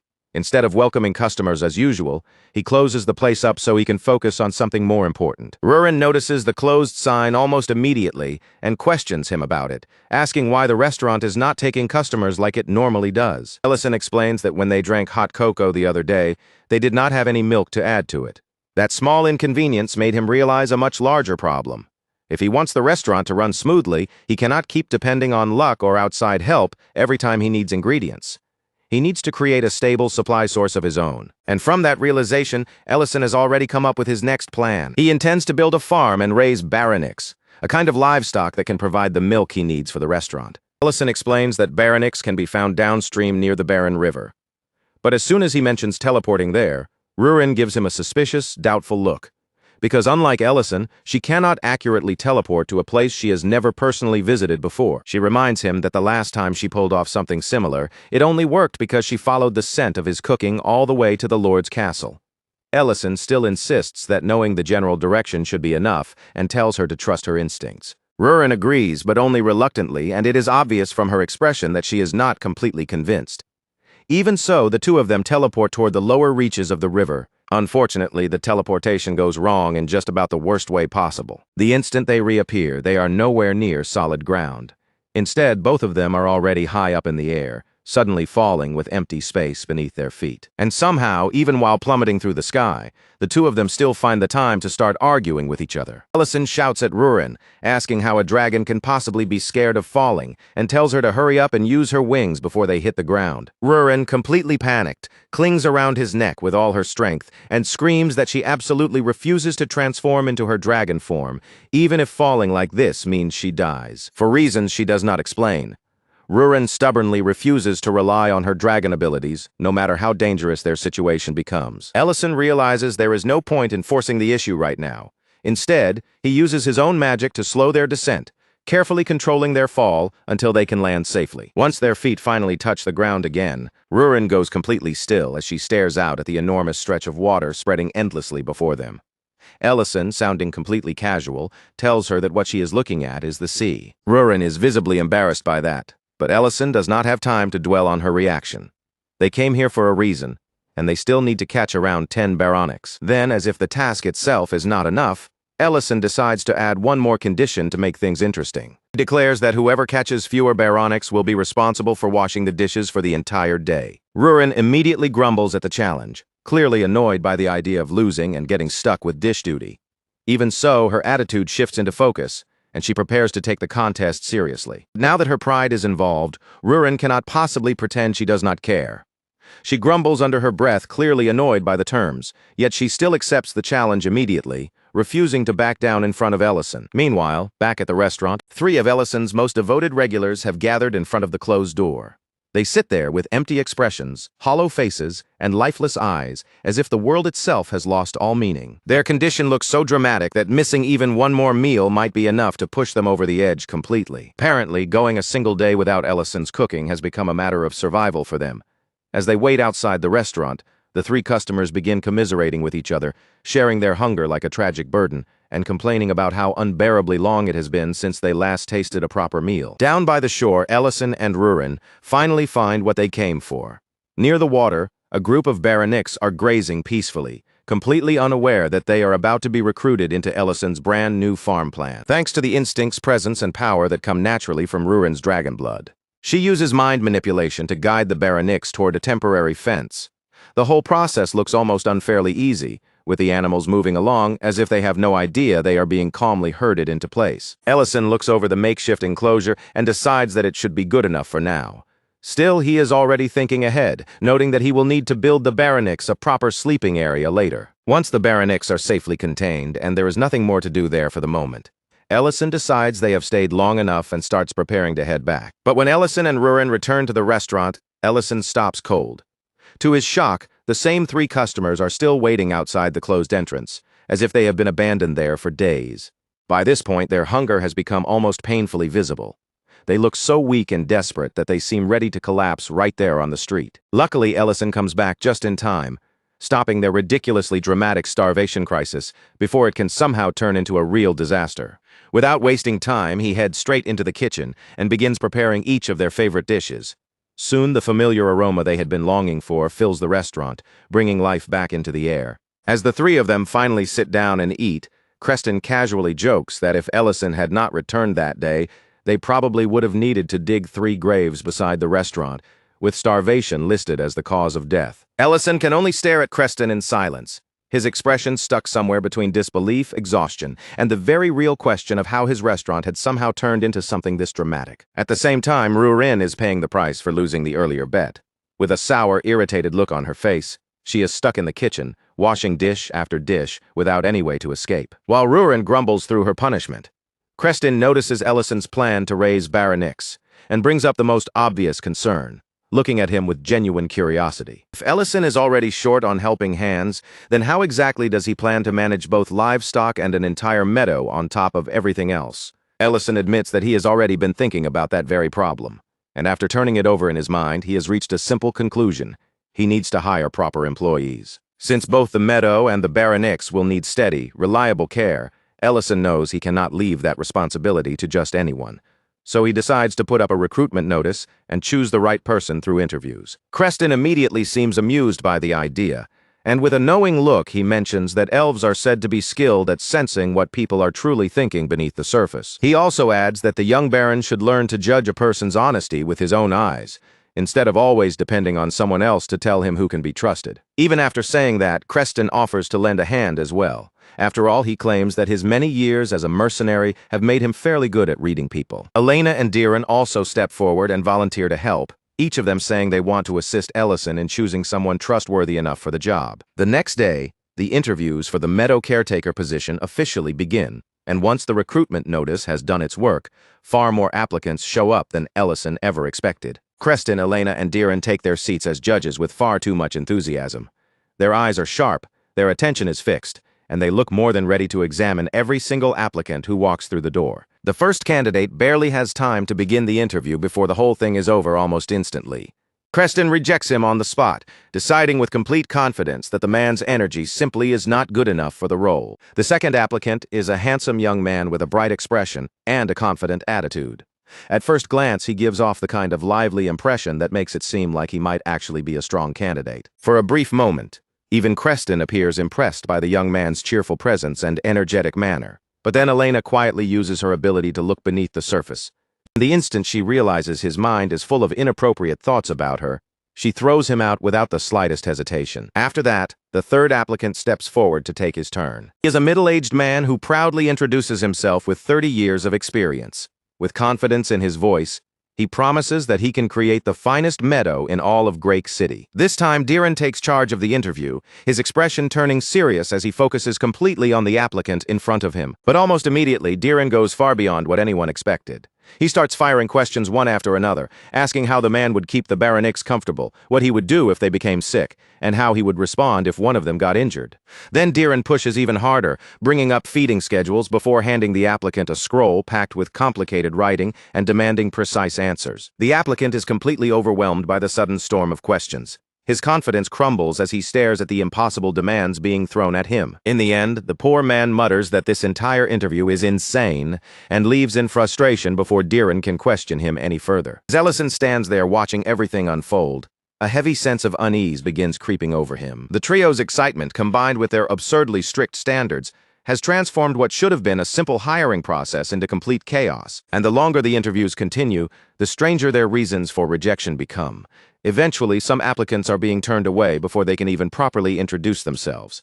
Ellison can only stand there and witness the nightmare play out before his eyes, feeling so overwhelmed by the disaster that he is nearly moved to tears for all the wrong reasons. By the time the day finally reaches its end, not a single applicant is left. Creston, somehow completely unaware that they caused the entire disaster themselves, wonders aloud if maybe the salary listed on the notice was too low, not realizing that they had personally scared off every candidate. With no other option remaining, Ellison steps in and politely thanks the trio for all their help, before announcing that starting with the next round, he will be handling the interviews himself. And at that exact moment, Miltane walks into the restaurant. She explains that she saw the job notice posted outside, then looks to Ellison and asks if she can work there. The moment Creston saw Miltane walk back into the restaurant, his eyes widened in open surprise. He stepped toward her at once, unable to hide his confusion, because she was supposed to still be away on her escort assignment. Without wasting a second, he asked why she had returned so soon, and why she was not together with the rest of the group. Miltane lowered her eyes, her expression turning heavy as she explained what had happened. The escort group had been attacked by bandits during the journey, and in the middle of that chaos, Ment had protected her.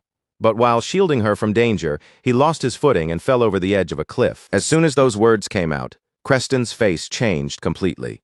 It was as if every bit of warmth and ease drained from his expression in a single instant. His voice sharpened with anger and disbelief as he demanded to know why Ment had hidden something that serious from him. He could not understand why Ment had never said even a single word about an injury like that. Before Creston's anger could rise any further, Miltane quickly told him the most important truth. Ment was still alive, but the fall had damaged one of his legs so badly that he could no longer use it properly, and because of that, he had been forced to leave mercenary work behind for good. Miltane's expression darkened as she recalled what happened afterward. Elena had wanted to help him, and she truly tried, but by the time she was finally able to examine his injury, too much time had already passed for healing magic to restore the movement in his leg. Now all Elena could do was visit him from time to time and keep checking on his condition. After hearing all of that, Rurin tilted her head with a blunt, innocent kind of confusion. She asked why Miltane was the one looking for work when Ment was the one who had actually been injured. Ellison immediately turned toward Rurin and scolded her for being too direct. He told her to show at least a little consideration because Miltane was already carrying something painful, and throwing such a sharp question at her would only make it heavier. Still, even as he said that, Ellison could not deny that the same question had crossed his mind too. For someone like Miltane, who had spent her life as a mercenary, walking away from that world and coming here to search for ordinary work was not the kind of decision she would make without a very serious reason behind it. Miltane's cheeks turned red with embarrassment as she finally admitted the truth. She was not simply trying to find a job for herself. What she really wanted was to find work that Ment could do as well. Something that would give both of them a way to keep moving forward together. As she said those words, the blush on her face grew even deeper. The atmosphere in the room shifted little by little, and one after another, everyone began to realize exactly what Miltane's feelings were truly pointing toward. Creston stared at her in stunned silence, looking as though he could barely process what he had just heard. Then, in a stiff and shaken voice, he finally asked how old she was. When Miltane answered that she was 29, Creston nearly exploded right where he stood. He shouted that Ment was 13 whole years older than her, as if that age gap alone should have been enough to end the discussion immediately. But Miltine did not back down for even a second. She faced Creston's reaction directly and answered with firm conviction, saying that the difference in their ages meant nothing to her. Elena, meanwhile, looked genuinely confused by how shocked everyone seemed to be. From an elf's perspective, 13 years was hardly long enough to cause such a commotion, so she could not understand why humans treated it like such a serious gap. Ellison calmly explained that human lives were much shorter than elven lives, and because of that, age differences carried a very different weight in human relationships. Even after all of that, Miltine's determination did not shake at all. She said that she had already made up her mind. She had left the mercenary guild behind, and she was going to find work here no matter what, even if the only alternative was starving out on the street. Rurin, surprisingly, did not laugh at her or dismiss her feelings. Instead, she seemed oddly drawn to the seriousness in Miltine's voice. After watching her for a moment, Rurin quietly said that age really did not matter after all. And because those words came from Rurin, who looked young on the outside but had actually lived far longer than her appearance suggested, that simple statement carried a strangely convincing weight. Ellison accepted Miltine's resolve, and he could honestly respect how strongly she wanted to stay by Ment's side. But he still pointed out the most important thing they could not ignore. None of them had actually heard what Ment himself thought about this plan yet. Miltine immediately blushed all over again and admitted that she had not told Ment anything yet. Her plan had been to secure the job first, and only afterward explain everything to him. She went on to explain that Ment was the person who had taught her almost everything she knew, from the proper way to grip a sword to how to maintain and care for her weapons. Now, she wanted to prove that she could handle ranch work too, that she could stand on her own feet and support him as they entered this new stage of life. Elena was deeply touched by Miltine's determination and openly admired how strongly she wanted to remain beside Ment. Still, as she listened, she could not help feeling that the words being spoken did not fully capture the depth of what Miltine truly felt. After thinking quietly for a moment, Ellison finally spoke. He told Miltine that once she managed to collect her first bucket of milk from the ranch, he already had the perfect dish in mind for her to share with Ment. With that decision made, Ellison officially welcomed Miltine to the ranch.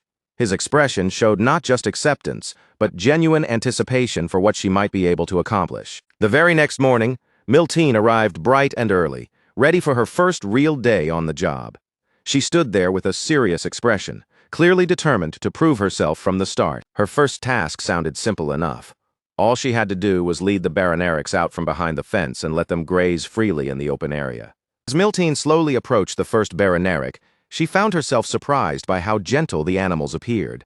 Their eyes were calm, their movements were slow and relaxed, and at first glance, there was nothing about them that seemed threatening. She could not tell whether they were so peaceful because of some kind of magic, special training, or simply because they had been raised carefully.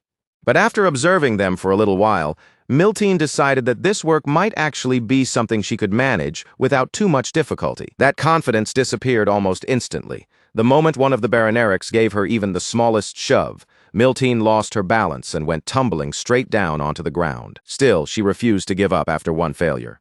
She got back on her feet and tried again, changing her approach, adjusting her stance, and experimenting with different ways to guide the animals. But nothing seemed to go the way she wanted. Again and again, the baronerics pushed her over as if she weighed nothing at all, knocking her down with almost effortless stubbornness. As the day dragged on, Miltine's earlier confidence slowly disappeared. By then, she was no longer moving like someone who believed the job would be easy. She was simply struggling with everything she had just to keep up with the animals. When evening finally arrived, the frustration she had been trying to hold back all day began to show clearly on her tired face. Even as she prepared dry hay for the baronerics, her hands moved heavily, weighed down by the exhaustion of someone who had been worn out from morning until night. Instead of following the direction she tried to guide them in, the baronerics gathered stubbornly around her in a small crowd. They completely ignored the fresh grass she was pointing toward, acting as though her instructions meant absolutely nothing to them. At last, Miltine's strength finally gave out. She sank down right where she was, too drained to force herself back onto her feet again. Sitting there in the middle of the ranch, she muttered to herself about how completely exhausted she felt, her voice carrying both frustration and defeat. But worse than the physical exhaustion was the fear beginning to creep into her heart. She worried that she might be fired before she ever got the chance to work together with Ment. Then, just as she was beginning to sink deeper into that discouragement, one of the baronerics slowly walked over to her and gently pressed its nose against her. Miltine froze in surprise. The touch was soft, careful, and strangely comforting, and for a brief moment, It almost felt as if the creature understood just how discouraged she had become. And before she could fully take in that small gesture of comfort, something even more unexpected happened. The Baroneric calmly allowed her to milk it. It stood still without resisting, as though it had finally accepted her presence. Overcome with happiness, Miltene filled her very first bucket of milk. The moment she succeeded, she hurried straight to Ellison, eager to tell him that she had finally managed to do it. Ellison looked genuinely pleased when he heard the news. With a small smile, he even admitted that he had expected it to take her at least a full week before she managed to collect any milk. Still smiling, he praised her for working hard and told her to go change into clean clothes, because there was another task waiting for them now. Miltene blinked in confusion, still holding onto the excitement of her success, and asked what exactly they were going to make with the fresh milk she had just collected. Ellison revealed the plan with an easy smile. They were going to use that fresh milk to make something special for Ment, a cheesy pizza. From there, Ellison began teaching Miltene the process step by step. He started right from the beginning, first pasteurizing the fresh milk, then adding vinegar so it would curdle and begin transforming into cheese. As Ellison kept working with practiced ease, he explained each part of the process as he went. He showed Miltene how the curds needed to be kneaded gently in warm water, letting the heat pull out the last of the whey bit by bit, until the soft, uneven lump slowly began changing into smooth mozzarella. Miltene watched every movement with wide, curious eyes, clearly trying to understand what she was seeing. After staring at the stretchy white mass for a while, she finally admitted that this strange food did not look like any cheese she had ever known before. Ellison simply smiled at her confusion and told her there was no need to worry. It was definitely still cheese, just a different kind from the hard, strong-smelling blocks that most people were used to seeing in market stalls. Then, in the most casual tone imaginable, as if he were making a simple comment about dinner plans, Ellison added that a special dish like this would be perfect for confessing her feelings to Ment. That one sentence hit Miltene so suddenly that her face flushed bright red almost at once. She hurried to protest, insisting that she had not even thought about confessing yet, but the way her eyes flickered and her voice wavered made it obvious that Ellison's words had already taken root in her heart. Meanwhile, Ellison continued kneading the dough with complete confidence, even bragging that he had apparently been quite popular when he was younger. Miltene, despite herself, grew curious and asked if that meant he had plenty of romantic experience, only for Ellison to admit without the slightest shame that he had never been on even a single date in his entire life. Even after revealing such a complete lack of experience, Ellison's confidence did not crack at all. With a serious expression, he handed Miltene the finished pizza, as though he were entrusting her with priceless wisdom, and firmly declared that honesty always worked. He told her to pour her whole heart into the food she had made. If the feelings behind it were sincere enough, then surely Ment would be able to sense them through the dish. Miltene looked at him with obvious doubt, clearly questioning whether she should trust romantic advice from a man who had never dated anyone. Still, she carefully accepted the pizza, holding it close as she prepared herself for whatever might happen once she faced Ment. Once the food was finished and everything had been arranged, the group set out together to visit Ment and check on the condition of his injured leg. Miltene, however, lingered near the entrance instead of stepping forward confidently. She stood there shyly with the pizza in her hands, holding it as if the dish had somehow grown heavier the closer she got to Ment. After everyone spent some time catching up with Ment, Ellison properly introduced Elena to him. He explained that she was an elf who ran a respected clinic, and that she was especially well known for her skill with healing magic. Ment's gaze shifted toward Elena, and a trace of surprise appeared in his eyes. For a brief moment, he almost seemed intimidated by the impressive reputation Ellison had just placed before him. Then Miltene finally found enough courage to step forward. Her cheeks were still faintly red, and her voice came out a little unsteady as she asked Ment how he was feeling. At that moment, Ment seemed to realize that this visit was not only a normal check-in. The way everyone had gathered together made it clear that there was another reason behind their arrival. Elena calmly moved closer to examine his injured leg and began applying her healing magic. But the wound was too old and the damage had gone too deep, so even her power could not completely restore what had already been lost. Even so, her treatment was far from useless.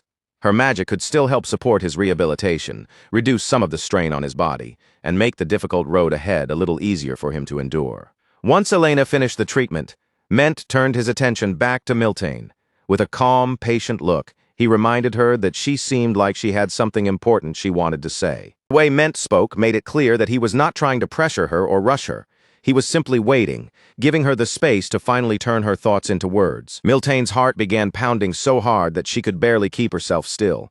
Sweat gathered at her temples, and everyone around her watched quietly, silently hoping she would find the courage to say what she truly felt. At the very last moment, fear caught up with her. Instead of confessing, Miltane suddenly changed the subject and asked if Ment was hungry, suggesting that they eat first while secretly hoping the food would help her gather the courage to speak afterward. Inside her mind, she repeated Ellison's advice over and over, trying desperately to believe it. Honesty would work, as long as the sincerity of her feelings somehow reached him. Then Miltane presented the pizza she had worked so hard to make, carefully holding it out in front of Ment so he could see the toppings arranged clearly into the shape of a heart. With her voice still trembling, Miltane explained that the dish was called pizza. She told him she had made it herself with some help from Ellison, and that it was meant to be something special. Then, unable to hide just how much his reaction mattered to her, she quietly asked if he thought it looked nice. Ment, however, completely missed what she was trying to say. Instead of noticing the heart shape or the nervous emotion behind her words, he simply suggested that they eat and reached for a slice without thinking twice. Once everyone started eating together, Ment took his first bite of the pizza, and his expression changed almost immediately with genuine surprise. He admitted that he had always believed cheese was nothing more than the strong-smelling kind sold in the market. But the cheese on this pizza tasted entirely different, and much better than he had expected. The soft texture, rich flavor, and warmth of the melted cheese won him over right away. Just from the look on his face, it was clear that Ment was truly enjoying every bite. While everyone else happily enjoyed the meal, Miltane ate quietly. Her mind remained caught between the pizza, Ment's reaction, and the important words she still had not managed to say out loud. After the meal was over, Ment looked toward her and praised the food, saying he had never known she could make something so unusual and delicious. Encouraged by his compliment, Miltane tried once again to gather her courage.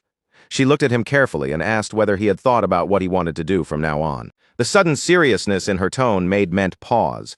His expression softened a little, and he admitted that he had not really thought much about his future yet. That was the moment Miltane finally made her suggestion. She told him that he should come work with her at Ellison's ranch. Ment blinked in surprise and asked what ranch she was talking about. Ellison stepped in to explain, telling him that he had recently taken over a ranch and that they would be honored if Ment came to work there with them. Ment looked genuinely taken aback by the offer, and when he learned that Miltane was already working there, he immediately asked what had happened to her mercenary work. Miltane's face tightened with embarrassment, and for a moment she looked away as though she needed to search for the courage to answer him honestly. Then she forced herself to say it clearly. She had left the guild right after Ment did, because from now on she wanted to stay by his side. The words burst out before she could take them back. Like all the feelings she had been holding inside had finally pushed their way free. No matter how hard Miltane had tried to stay calm, she could not keep those emotions hidden from Ment anymore. Ment answered with a warm smile and agreed to work at the ranch. That simple response filled Miltane with so much happiness that her entire face seemed to brighten at once.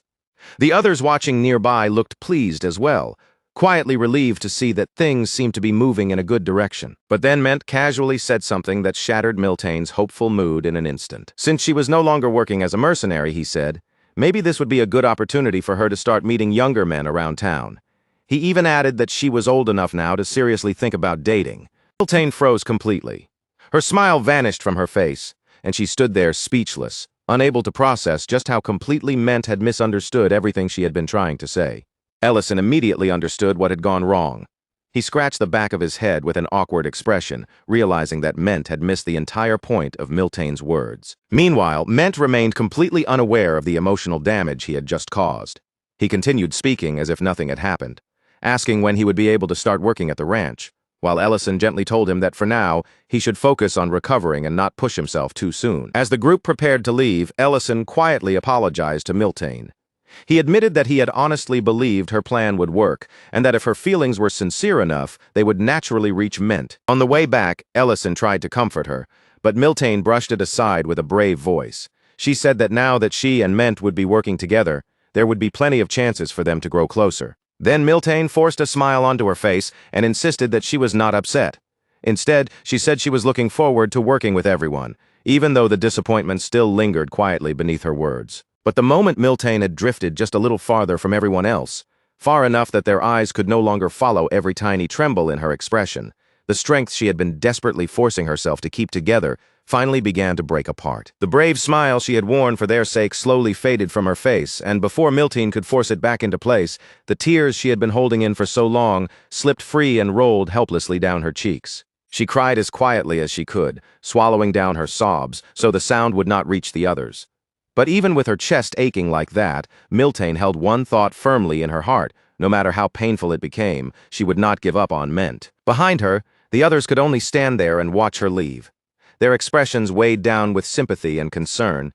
Yet in that heavy silence, not one of them could find the right words to call her back or ease what she was feeling. Meanwhile, Ment remained where he was, sitting alone in a silence that felt almost too still. His eyes were lowered in deep thought, and the expression on his face made it seem as if he had understood Miltane's feelings all along, even if he was still not prepared to truly face them. By the very next day, the atmosphere around the area changed completely when Crown Prince Leon Harris of the Luverne Empire arrived, bringing with him a sudden, unmistakable pressure that only someone tied to imperial power could create. Leon Harris looked around with a smooth and courteous smile resting on his lips, the kind of polished expression that seemed carefully trained into someone born and raised among royalty. But no matter how pleasant that smile appeared on the surface, there was still a faint shadow of displeasure lingering in his eyes and around his mouth, making it obvious that these quiet rural surroundings had failed to impress him at all. As the Crown Prince continued moving through the area, his attendants staying close around him, his gaze wandered casually across the roadside, as though he were only half interested in anything he saw. That was when his eyes landed on two beautiful women standing not too far away. Their presence stood out against the ordinary scene so strongly that Leon's attention was caught almost at once. Without showing even the smallest hesitation, Leon Harris made his way toward them with a charming smile already prepared, and in a smooth, confident tone, he invited the two women to visit the castle that very evening. Not far from there, Porgo Tamuran had been watching the prince's behavior unfold with a troubled look on his face. He then turned toward Madrine, clearly bothered, and asked what exactly was supposed to be happening here. His expression only grew heavier as he began to complain that the Lord of Great City had not even arranged a proper welcome for them, speaking as though the lack of ceremony was a personal insult aimed directly at him. At that same time, away from the prince's casual wandering, Diren Grake was quietly preparing himself to meet the Crown Prince face-to-face and shoulder the pressure of the encounter on his own. His mother's illness had left her unable to attend the meeting, and because of that, Diren had no choice but to stand in for his family and greet these powerful guests by himself. Seeing how stiffly Diren was carrying himself, with tension gathered in his posture and expression, the steward gently stepped closer and offered him a few quiet words of encouragement. He reminded Diren that at this moment he was not simply walking in as himself. He was standing there in his family's place, carrying their name and dignity with him. And beyond his family, the steward added, Diren was also representing all the people of Great City, the very same people who still looked to him with hope, trust, and quiet expectation. When Diren finally entered the room where Crown Prince Leon Harris and Porgo Tamuran were waiting, he drew in a steady breath, gathered himself, and silently called upon his father for the strength and wisdom he would need to survive what came next. The instant Diren reached the table, the mood in the room tightened into something stiff and uncomfortable. Porgo Tamuran wasted no time at all before asking about Raiden Grake's condition, and Diren's face darkened almost the moment the question was spoken. Diren answered in a controlled voice, explaining that his father was still confined to his sickbed and remained too ill to rise. Even though Diren did not add anything more, the painful weight of that truth was already written clearly across his face, impossible for anyone in the room to miss. Prince Leon Harris responded with the kind of polished indifference that sounded proper but carried almost no warmth, calling the situation unfortunate. Then, as if he were merely bringing up a minor detail, he mentioned that Raiden Grake had once served under Duke Saren, and Diren answered with extreme care, saying that there had not been any meaningful contact between them for a long time. Leon Harris continued by adding that he had also heard rumors about Duke Saren's declining health. Diren kept his expression tightly guarded, fully aware that in this room, even one careless word could be twisted into a dangerous political problem. Porgo Tamuran noticed that opening immediately and slid smoothly into the conversation, suggesting that perhaps this was the ideal moment for Diren to reconsider where Great City's loyalty truly ought to belong. If Great City chose to align itself with him, Porgo explained, then the territory would receive powerful protection, and Diren's position as Baron would be secured so firmly that no one would be able to question it. Diren hesitated, his thoughts clearly weighing heavily on him, because he understood exactly how serious that choice was, and how many lives in Great City could be affected by whatever answer left his mouth. So instead of rushing into a promise, he chose each word with care and said that this was not the kind of decision he could make immediately, especially not while sitting at a table under this kind of pressure. But Porgo Tamuran had no intention of letting him escape the conversation that easily. He brought up the civil war taking place in the neighboring kingdom, along with a massive irrigation project currently underway, warning that both issues would inevitably push heavier taxes onto border territories, such as Great City. That information hit Diren with enough force to make him react at once, and he immediately asked whether this was an official order that had come directly from the central royal government. Porgo answered him with a slippery smile that revealed absolutely nothing, his expression remaining smooth and unreadable as he casually brushed the question aside. He claimed that the real issue was simply that managing the territory fell under the Count's responsibility.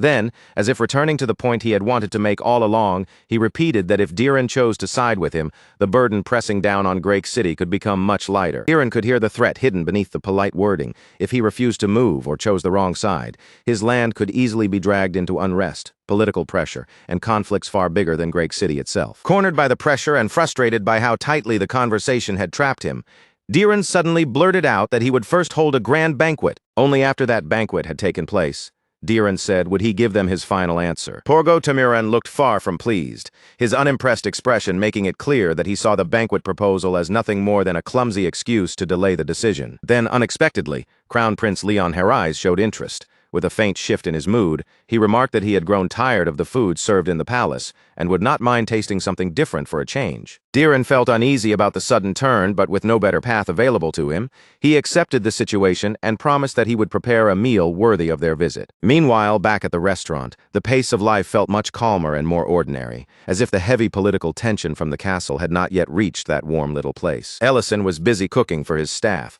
moving comfortably around the kitchen, while the familiar sounds of sizzling food, clattering utensils, and everyday work filled the room. The dish he was making that day was fried rice, nothing overly fancy, but warm, hearty, and satisfying enough to make sure everyone there could eat properly. A rich, savory aroma rose from the pan and spread throughout the restaurant, wrapping the whole place in a sense of warmth and liveliness that made it feel peaceful and alive. Rurin complained that her appetite had somehow felt smaller lately, even though in a way that completely contradicted her own words. She was still eating just as much as she always did. Ellison responded in his usual casual tone, telling her not to worry because there was still plenty left if she wanted another serving, or even a third one after that. But that calm, comfortable atmosphere inside the restaurant did not last for long. Without any warning, a group of knights suddenly stormed into the restaurant, their rough entrance cutting straight through the warmth of the room like a blade slicing into silence. Their leader, Sword, stepped forward ahead of the others and immediately demanded that the owner of the restaurant come out and show himself. Ellison came forward without showing even the slightest sign of panic, his expression steady as he calmly told the knights to lower their weapons. In a level and almost unbothered voice, he pointed out that barging into a place where people were still eating and waving weapons around was unbelievably rude. The knights, however, were not moved by Ellison's relaxed attitude at all.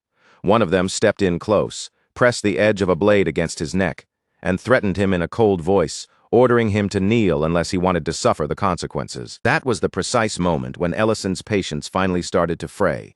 The calm look in his eyes grew noticeably colder, especially with the edge of that blade resting far too close to his neck for anyone's comfort.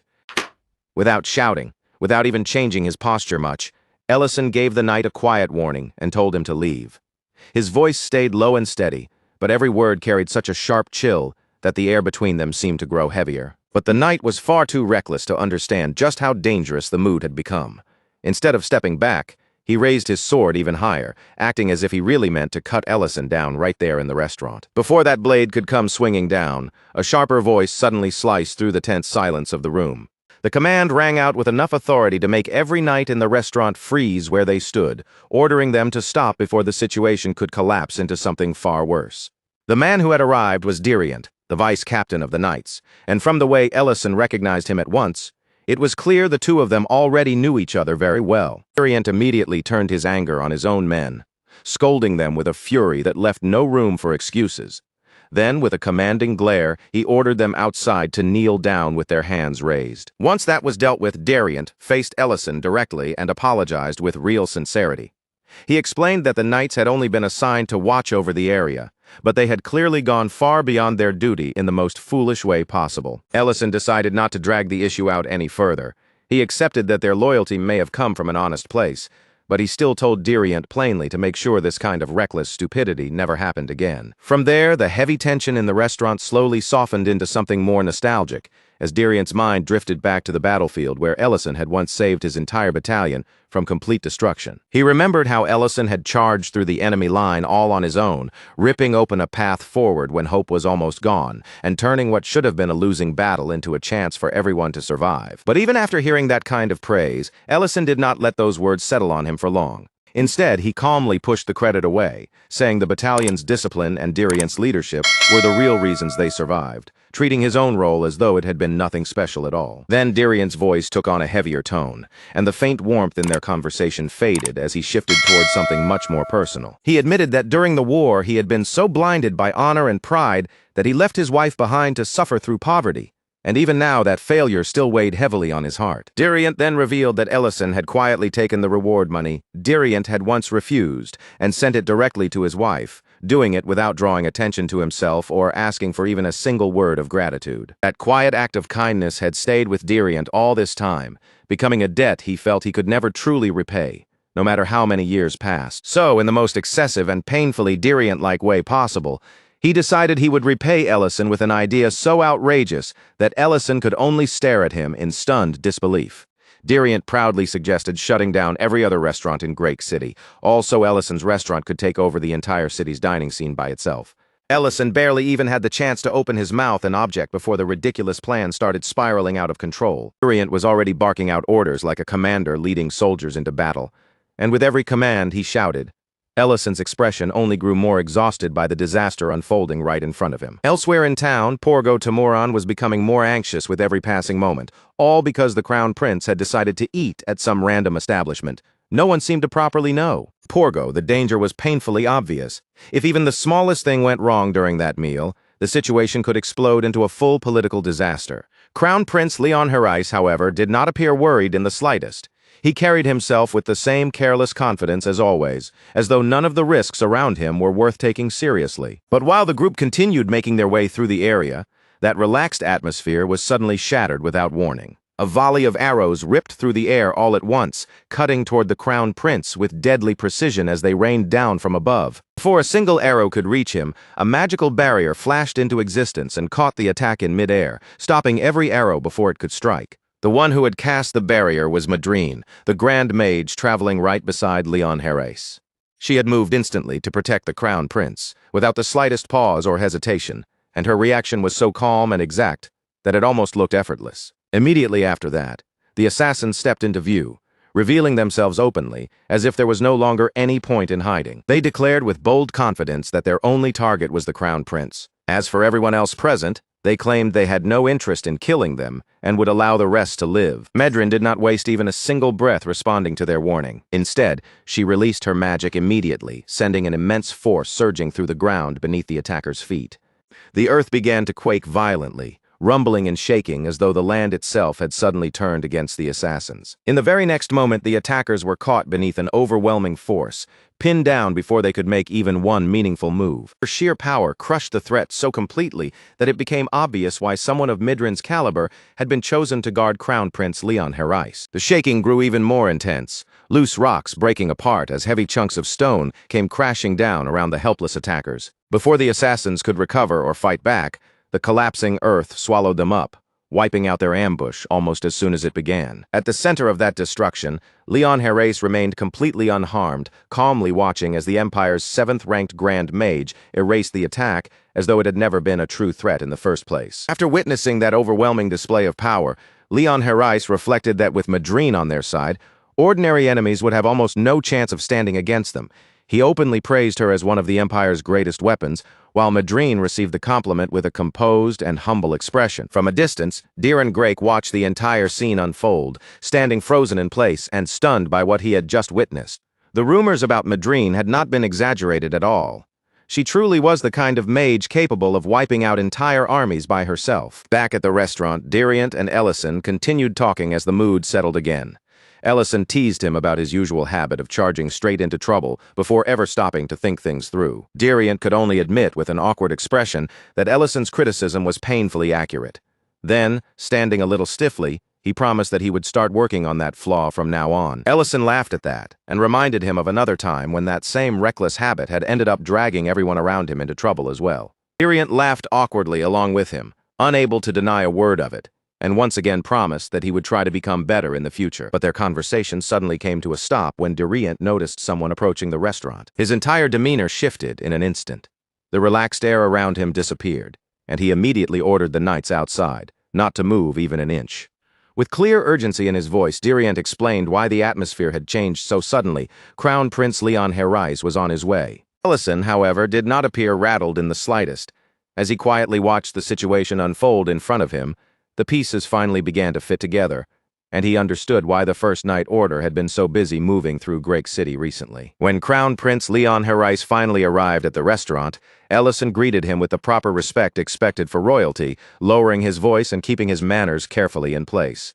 Even so, his gaze remained sharp and cautious, because he could tell right away that this visit was far from ordinary. Among the people accompanying the Crown Prince, though, Ellison's eyes naturally shifted toward Madrine, almost as if her presence had pulled his attention before anyone else could. What drew his gaze was not only Madrine herself, but the old Royal Mage Corps uniform she was wearing, a uniform that carried memories tied closely to Ellison's own past. Leon Herais noticed Ellison's reaction almost immediately, and from that single glance, he seemed to understand the connection. He pointed out that Ellison must have some link to the Royal Mage Corps, but Ellison brushed the comment aside lightly, saying he only still wore the uniform because it was comfortable, even though he had been discharged long ago. That discovery seemed to delight Leon, and with clear enthusiasm, he introduced Madrine as a 7th-rank Grand Mage. The Crown Prince assumed that Ellison, having once served in that world, must have at least heard of someone as famous as Madrine. Then he called her over with obvious pride, almost as if he were showing Ellison one of the Empire's most impressive treasures. But the instant Madrine heard her name, she froze right where she stood, her body stiffening as though the air around her had suddenly turned icy cold. Porgo Tamurin, already irritated by the pause, called Madrine's name again in a sharper tone, and that impatient voice finally snapped her out of the shock that had locked her in place. Madrine slowly climbed down from her horse, carefully removed her helmet, and began walking toward them with measured steps. No matter how hard she tried to control herself, the tension on her face was impossible to hide completely. Leon Herais proudly introduced her to Ellison, completely unaware that the Grand Mage standing beside him was struggling just to keep her nerves from showing through her composed exterior. Madrine forced herself to maintain a calm expression, straightening her posture and standing properly, even as her thoughts raced wildly beneath the surface. She could feel Ellison's presence weighing on her like silent pressure, and she understood all too well that one careless move in front of him could end very badly for her. Then Ellison gave her a calm, almost pleasant smile. But Madrine recognized the meaning behind it instantly, because there was no warmth in that expression at all. It was a quiet warning. So Madrine quickly followed his lead, forcing herself to speak as naturally as possible while nervously claiming that this was their first time meeting. Leon Herais accepted her explanation, though a faint flicker of disappointment still passed across his face. Madrine understood exactly what Ellison was trying to do. By pretending they did not know each other, he was keeping unnecessary trouble from erupting right in front of the Crown Prince. Seizing that chance, Madrine hurriedly shifted the conversation away from anything dangerous and announced that the group would be holding a banquet at the restaurant, formally asking Ellison to prepare a grand meal for them. Once everyone stepped inside the restaurant, the entire atmosphere of the place changed in an instant. Leon Herais slowly looked around the dining room, taking in the surroundings, and remarked that the restaurant was surprisingly clean. Ellison apologized for the lack of grandeur, explaining with polite restraint that he had not been given any real chance to prepare properly for guests of such high rank. Leon casually waved away that concern, saying that in a restaurant, expensive decorations were not what mattered most. The true worth of the place would be judged by the flavor of its food. Then he looked directly at Ellison and challenged him to serve a dish impressive enough to satisfy the Crown Prince himself. And as if that demand alone were not already troublesome enough, Leon suddenly made the entire situation even more absurd. Right there, without any warning, he dragged Dieran Grake into a sudden bet, pulling him into the matter before Dieran could even prepare himself. Leon declared that if Ellison's food failed to impress him, then Dieran Grake would have to march naked through the city as punishment. Dieran was visibly shaken by the insane suggestion, his face stiffening in disbelief. But Leon continued pushing the wager with a carefree attitude, treating the whole thing like nothing more than harmless entertainment. Even so, Ellison accepted the challenge. With his restaurant's reputation now placed directly on the line, there was no longer any room for him to back away. For the first course, Ellison brought out a delicate mushroom soup, prepared with care, and set before the guests with quiet confidence. Leon first took in the rising aroma, letting the fragrance reach him before tasting it. After a spoonful, he admitted that the scent was pleasant and that the flavor had a well-balanced quality. But immediately afterward, he dismissed it as nothing particularly surprising, saying he had already eaten countless luxurious soups during his life in the palace. Porgo Tamuran agreed with Leon's judgment, giving a measured nod as he acknowledged that the soup was good, but ultimately still ordinary. Then Ellison shifted his gaze toward Madrine and calmly asked for her opinion as well. Madrine hesitated for just a brief moment before carefully lifting the lid from her own bowl of soup. Floating there inside the broth, she discovered a hidden message ordering her to give the soup an intensely passionate review. The instant she saw it, her heart nearly jumped out of her chest, because she understood at once that there was no time to think it over. She had to react immediately. Madrine picked up her spoon with forced composure and took one careful mouthful of the soup. Then, without the slightest warning, she slammed her hand against the table and shot up from her seat, throwing herself completely into the performance with outrageous enthusiasm. She declared that the soup was absolutely extraordinary, praising its flavor as though it contained the depth, force, and overwhelming brilliance of ninth-level magic itself. Her sudden dramatic outburst left both Crown Prince Leon Herais and Porgo Tamuran staring at her in stunned silence, unable to immediately process what they had just witnessed. It was absurd, shamelessly over the top, and almost impossible to take seriously, and yet somehow that ridiculous performance worked, shifting the mood around the table and easing some of the pressure pressing down on Ellison. Inside, Madrine was practically collapsing from embarrassment, desperately hoping that this level of dramatic praise would be enough to satisfy Ellison. Still trying to recover from her own performance, she hurriedly urged Leon Herais to taste the soup again. She continued insisting that the soup was truly exceptional, and Leon, half impressed and half amused by Madrine's unexpected intensity, finally agreed to give it another try.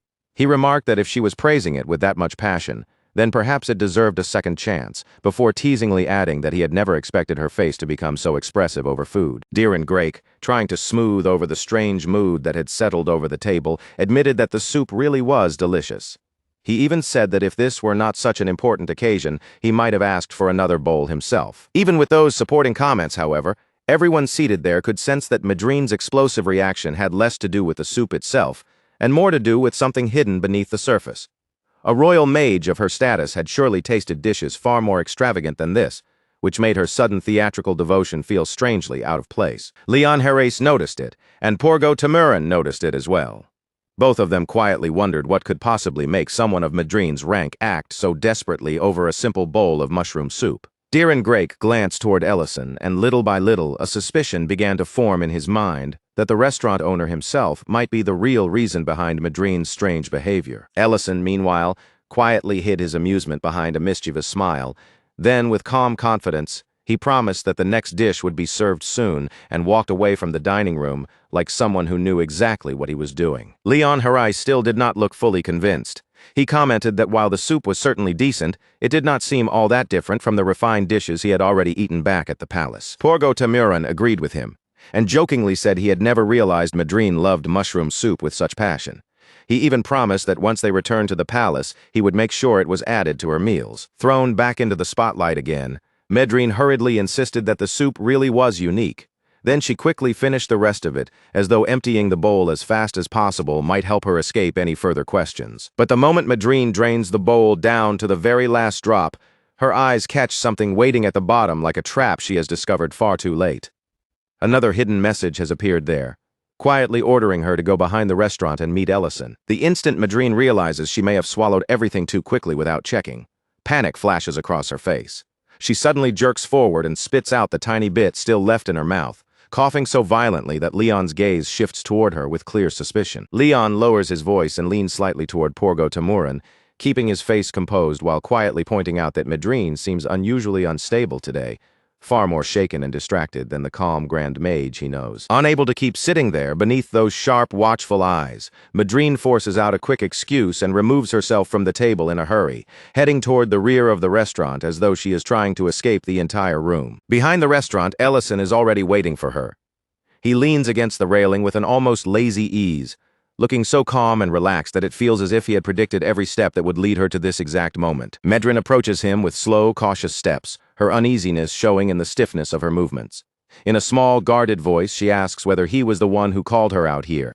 Before Madrine can even steady herself, a rainbow-colored magical barrier suddenly spreads around them, blooming through the air like a smooth, shimmering dome that seals the two of them away from everything outside. The moment Madrine recognizes the spell, her heart sinks. It is a soundproofing barrier, which means that from this point on, no matter what is said between them, not a single word will reach the people inside the restaurant. Ellison turns toward her with a bright, harmless-looking smile, the kind of expression that seems far too pleasant for the situation. In a warm and casual voice, he greets her as though they are old friends meeting unexpectedly and says it has been quite a long time. He even praises the little performance she gave earlier, though the way he says it makes the compliment sound more like he had been watching a ridiculous comedy act. The strange remark lands somewhere between approval and warning, leaving Madrine frozen in place, unsure whether she should laugh, apologize, or bow her head. But before she can decide, Ellison gently reminds her that he once told her very clearly never to cross paths with him again. The smile on Ellison's face slowly fades until only a thin, dangerous curve remains. At the same time, the atmosphere around him changes, and a heavy magical pressure settles between them like an invisible weight pressing down on her shoulders. He tells her he is glad she is still alive, but there is no comfort in his voice, because by appearing before him now, Madrine has already broken their agreement. Madrine's composure falls apart almost immediately, and in a rush of panic, she blurts out that she truly had no idea Ellison was in this city. Ellison does not look even slightly moved by that excuse. His gaze remains fixed on her, calm and piercing, as he immediately asks why she is traveling together with Leon Herrés. Madrine quickly explains that she is only following orders from Porgo Tamuran, who has been expanding his influence across multiple territories. According to her, this visit is meant to strengthen his standing in the royal court and improve his political position. Ellison cuts straight through her explanation before she can hide behind it any longer, making it clear that Porgo Tamuran's ambitions are not what he cares about. What he wants to know is Leon's true objective, and under the weight of Ellison's stare, sweat begins to gather visibly on Madrine's face. Ellison then speaks about Leon's reputation as if he has already stripped the prince down to his rotten core.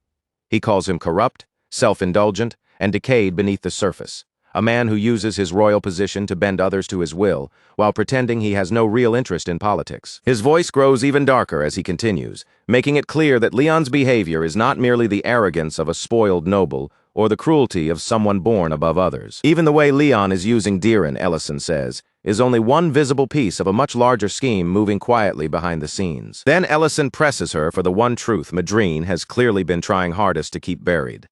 What, in the end, is Crown Prince Leon Herrés truly trying to accomplish? Madrine begins to tremble, the color draining from her face as fear takes hold of her. In a strained voice, she insists that she cannot answer that question. She begs Ellison to believe her, saying that even if someone tortured her, a secret of that level would still be impossible for her to reveal. Ellison's expression turns completely cold, and for a brief moment he seems to study her words carefully, as if weighing whether her fear is genuine or simply another excuse. In the end, Madrine can only confess the simplest truth still left in her heart. She wants to leave this place as soon as possible. A short while later, Madrine returns to the banquet table, but the change in her is impossible for anyone to overlook. Her face is pale, her steps are stiff, and she looks as though whatever happened behind the restaurant has shaken her down to the bone. Leon and Porgo Tamuran both notice her condition immediately. Still, neither of them says anything out loud, allowing the silence around her to become its own kind of question. Desperately trying to pull herself back together, Madrine places one hand over her chest and offers a weak explanation, claiming that she had merely been enjoying the lingering aftertaste of the soup. Leon clearly does not believe a single word of it, but he chooses not to challenge her in front of everyone. Instead, he looks around with a faint smile and remarks that it is rather surprising for a restaurant on the outskirts to serve something of this quality. The glance Leon sends toward Diren says far more than his words. It is obvious that he now suspects the young lord may be hiding something much more valuable than he has admitted. Even with that suspicion hanging in the air, Leon has no intention of stepping away from the wager. He reminds Porgo Tamuran of the conditions they agreed on, and the Duke answers with a smug curve of his lips, repeating that the challenge has not changed. They must serve a dish capable of truly satisfying the prince. Leon's smile sharpens, and with that same elegant cruelty, he twists the conversation even further. He mocks Diren by saying that even if the young lord's bedridden father somehow dragged himself out of his sickbed and personally carried the dish to the table, it still probably would not be enough to satisfy the standards of the crown prince. Diren's fists clench under the weight of the insult, but he forces himself to keep his voice steady and his expression controlled. He answers that he can endure any humiliation aimed at him personally, as long as bearing it helps protect his people and secure a future for them. That quiet determination shifts the atmosphere in the room, earning him a silent, almost instinctive respect from everyone sitting there. Even Leon seems to recognize the strength hidden behind those words, though he quickly buries any trace of respect beneath another mocking laugh. Then, as the late afternoon sunlight spills into the room and paints everything in a warm golden glow, Ellison finally returns with the main course in his hands. He sets the dish down with deliberate calm, then lifts the lid as though unveiling a treasure. But what appears beneath it looks at first glance like nothing more than a dark, smoky mound of dirt. Porgo Tamaran's skepticism shows immediately. He stares at the strange mound in front of him, unable to hide his doubt, and questions what kind of dish this is supposed to be. Ellison answers without even the slightest embarrassment, explaining that it is not dirt at all. It is chicken sealed inside clay, prepared according to an old recipe. Then he takes a small hammer in hand and begins tapping against the hardened clay shell, breaking it open piece by piece with careful, steady strikes. As the clay cracks apart, the hidden dish finally reveals itself, a perfectly roasted chicken resting inside, tender, steaming, and beautifully cooked. Fragrance bursts out all at once, rich, warm, and deeply inviting, filling the air so powerfully that everyone at the table instinctively turns their attention toward it. As Ellison begins slicing into the chicken, he explains the meaning behind the dish. To him, it is like something precious buried beneath a plain and ugly outer shell, a hidden beauty concealed in a place where no one would think to look. But his words are not only about the food. Beneath that calm explanation lies a sharper meaning, as if he is quietly exposing Leon's manipulative nature without ever saying the prince's name directly. For the first time that entire evening, Crown Prince Leon Herres falls silent, unable to answer him right away. Ellison notices the reaction, but his own expression remains perfectly composed. He simply adds one final thought, saying that appearances may fool people for a while, but sooner or later, the truth always finds its way into the light. Those words remain hanging heavily over the table, lingering in the air long after Ellison has finished speaking. From that point forward, the conversation around the table slipped into far more dangerous territory. Ellison held a cracked piece of clay between his fingers, as though it were evidence being presented in a courtroom, and with that same calm, steady voice, he suggested they talk about the current state of the Ruburn Empire. He said the empire had been terribly weakened after so many years of war against the dragons.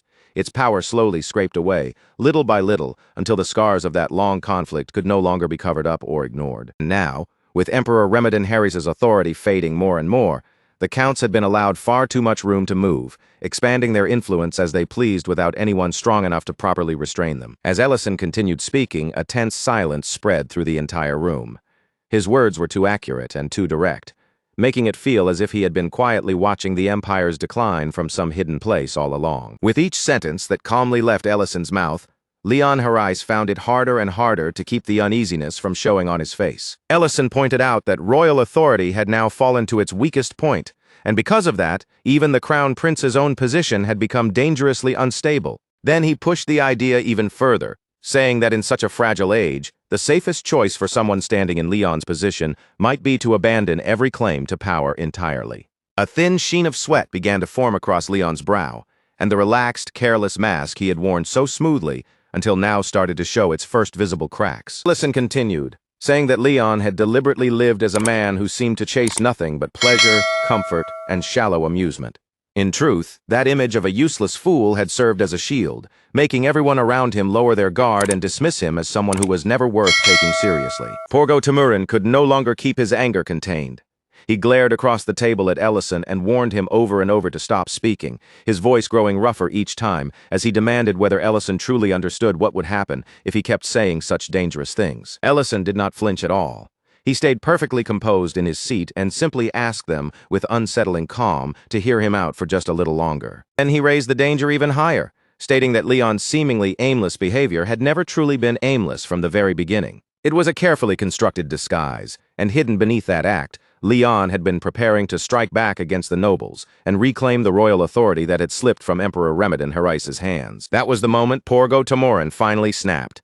His hand slammed down against the table with a sharp crash, and he shouted for Deputy Commander Diriant to come at once. The air in the room tightened the instant Diriant stepped inside. His expression was tense and uncertain, and he clearly understood that he had just walked directly into the middle of something disastrous. Porgo Tamurin fixed a murderous stare on Ellison and warned him in a low, furious voice that he had crossed a line he never should have dared to touch. Ellison, however, did not appear frightened in the least.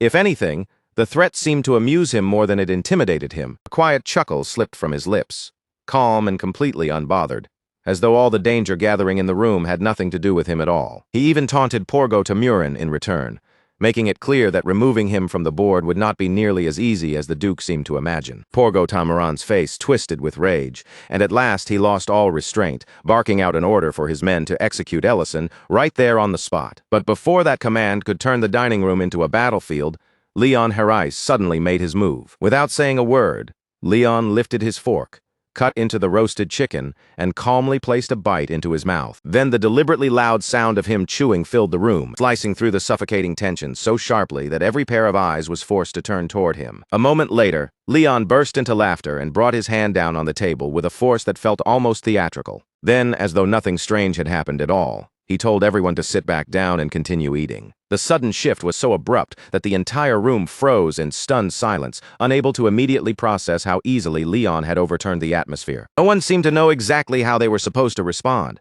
but one by one, they reluctantly followed the prince's lead and began eating again. Even so, as forks moved and plates were touched once more, the tension never truly disappeared. It simply sank beneath the surface, quiet, but still waiting there. Leon, on the other hand, now seemed almost pleased between bites. He casually said that pretending to be a fool had taught him far more than most people would ever understand.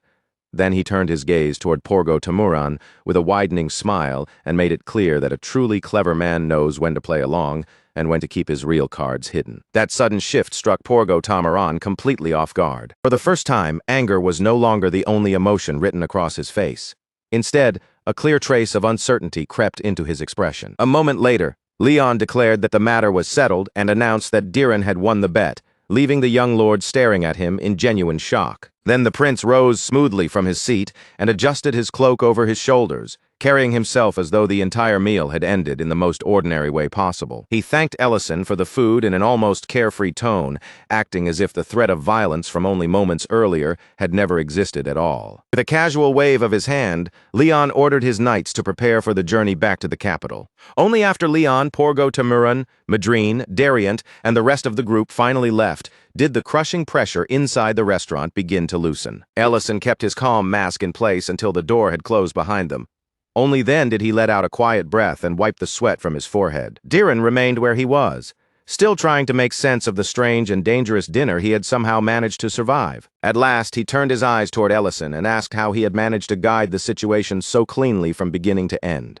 Ellison only answered with a small smile, telling him that not every move on the board needs to be fully understood by everyone watching. Sometimes, he said, the real trick lies in knowing the exact moment when you must act. And just as importantly, it lies in knowing when to step back and let events continue unfolding on their own. The journey back to the capital was wrapped in an unusually heavy silence. Porgo Tamaran and Madrine walked without saying a single word, both keeping their heads lowered as each of them remained trapped inside private thoughts they could not easily speak aloud. Dariant, still unable to fully understand what had happened during that banquet, stared straight ahead with a stiff expression, as though his mind was still struggling to catch up to everything he had witnessed. Eventually, Leon broke the silence and turned toward Madrine, asking her about Ellison.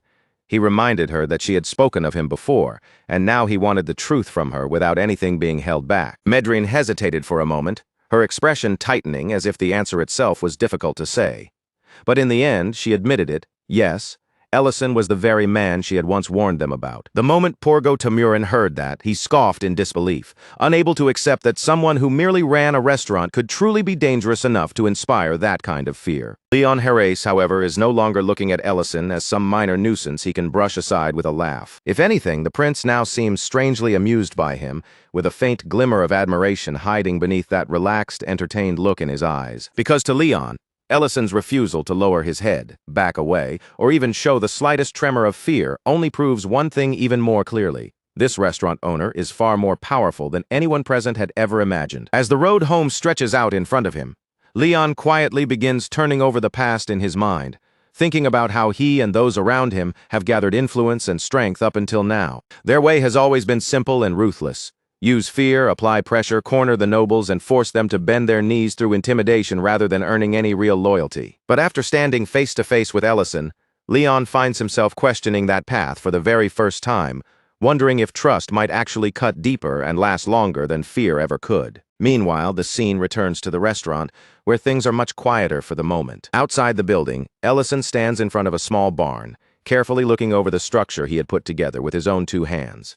At first, there is a calm, satisfied look on his face, almost as if he is allowing himself to admire the shape of it and feel just a little proud of what he managed to build. But that tiny moment of pride does not get to last for long, because one of the animals inside suddenly kicks hard against the barn wall. The moment the impact lands, the whole structure gives out almost instantly, crashing down with a pitiful noise until all that remains is a miserable pile of snapped wood and ruined effort. Ellison just stands there in front of the wreckage, frozen in place, and completely at a loss for words, as if he cannot quite believe his hard work collapsed that quickly. Then, after a short silence, a faintly embarrassed expression starts to creep across his face. He finally admits that trying to build something like this by himself, without any real construction knowledge, was honestly a terrible idea from the very beginning. Letting out a helpless little laugh at his own failure, Ellison decides right then and there that from now on, anything involving proper construction should be left to people who actually know what they are doing. From there, the focus shifts far away to the rugged Miliorek Mountains, where a tall figure appears against the rough, broken terrain.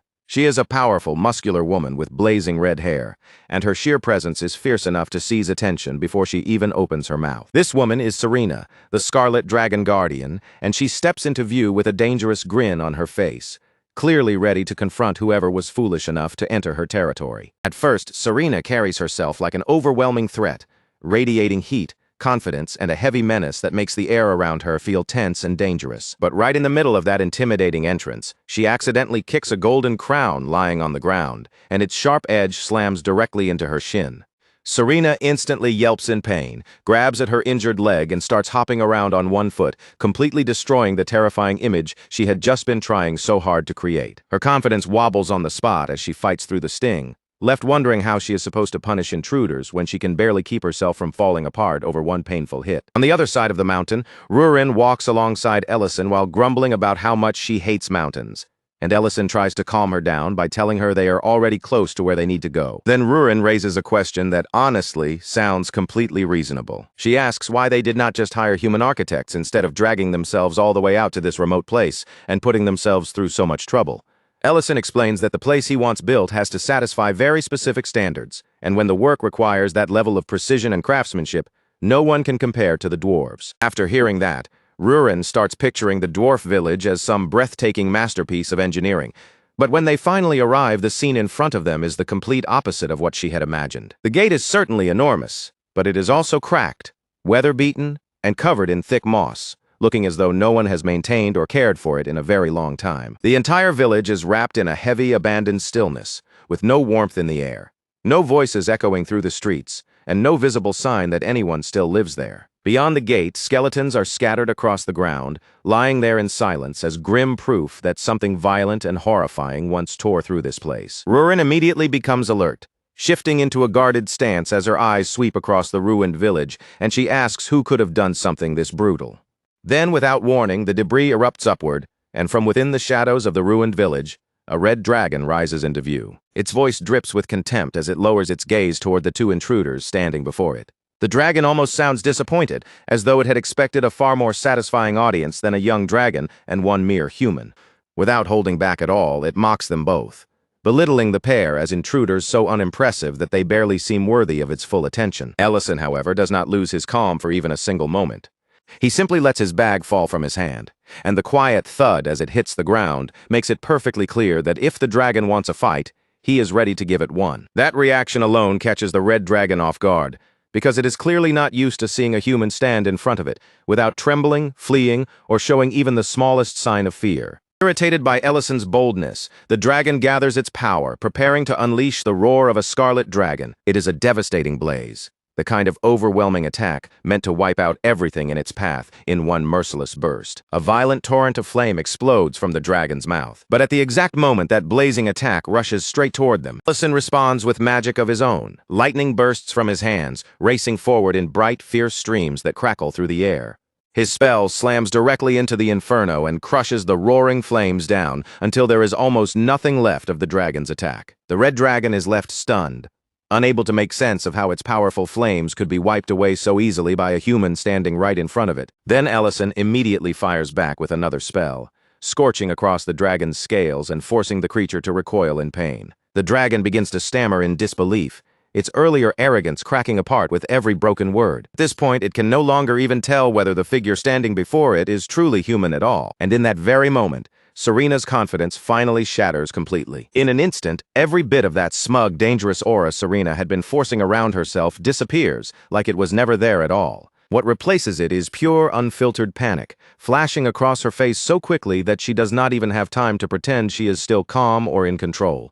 Immediately starts begging for mercy, her voice shaking as all the confidence drains out of it, desperately trying to convince Ellison not to finish her off right there. Serena keeps insisting again and again that the devastation around them has absolutely nothing to do with her, claiming that by the time she reached this place, the dwarf village had already been reduced to ruins. But then, realizing that excuses alone may not be enough to save her, she quickly changes direction and offers them something far more valuable. According to Serena, hidden somewhere beneath the wreckage of the ruined village is a huge underground door, buried deep below the surface where ordinary eyes would never find it. She admits that no matter how many times she tried to get through it, the door would never open for her, which means even she has no idea what might be sealed away on the other side. Sensing that her life still depends on softening Ellison's mood, Serena suddenly changes tactics again, sliding closer to him with a strained, seductive smile plastered across her face. She slips an arm around his neck, as if she can charm him instead of fighting him, leaning in close and acting like she might still be able to talk her way out of this mess. With a sweet, shameless tone, Serena suggests that traveling with her would obviously be much more enjoyable than staying beside Rurin,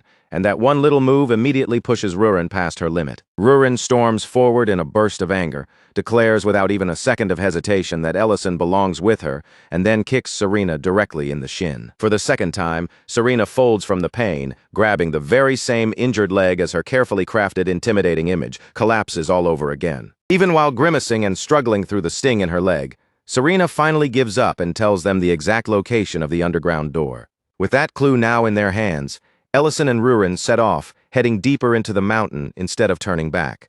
By this point, they are not moving forward just because they came here with a job to do.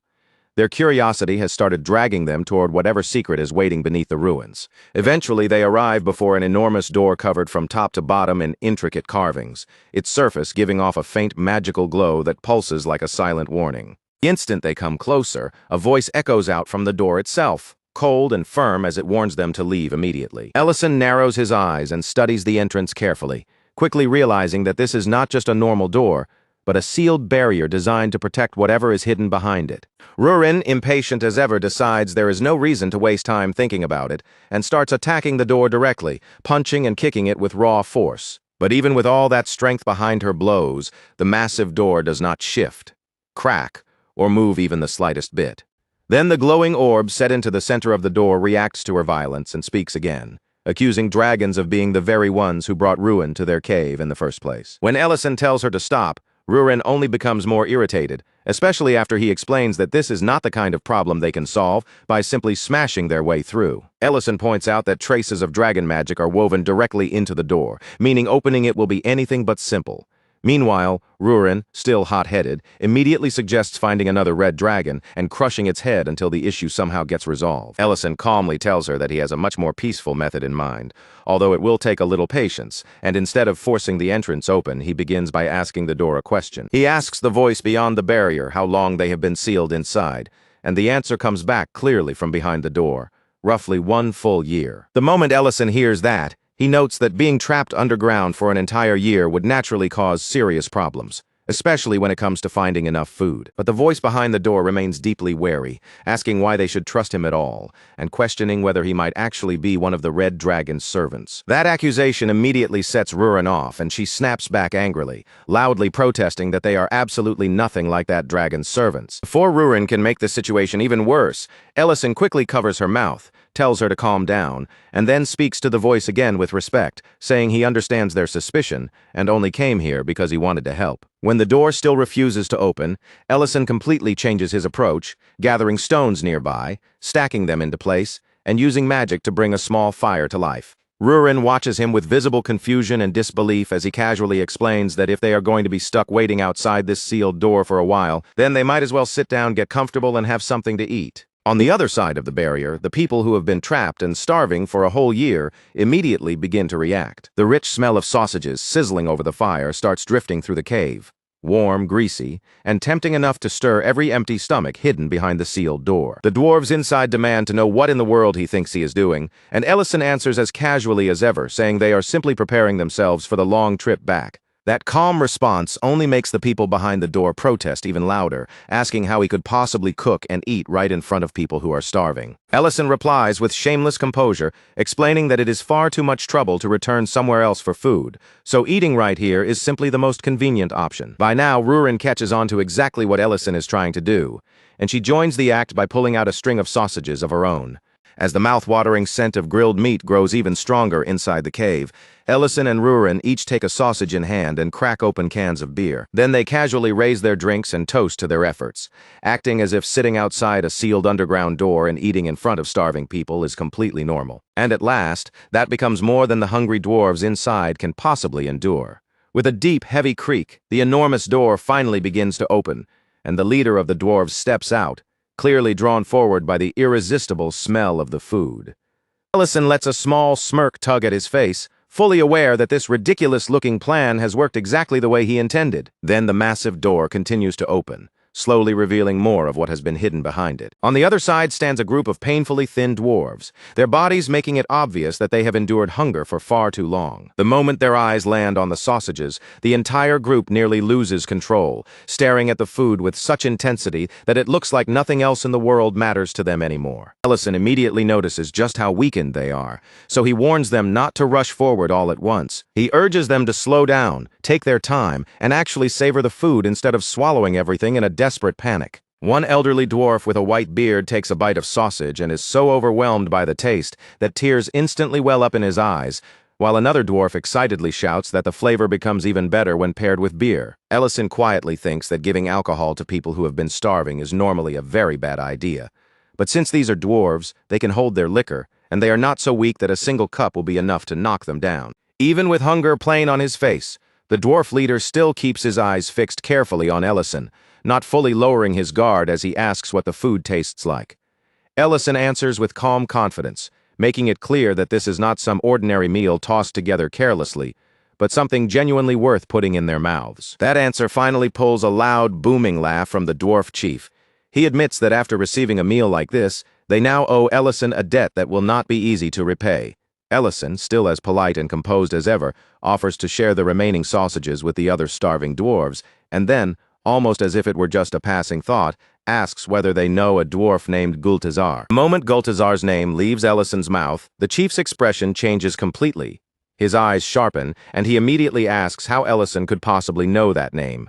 Ellison explains that he has met Gultazar before, and that the very reason he came all this way is because he needs to speak with him. Once the chief understands that Ellison is not merely a random traveler passing through the ruins, but someone connected to a truly important figure among the dwarves, his attitude begins to soften.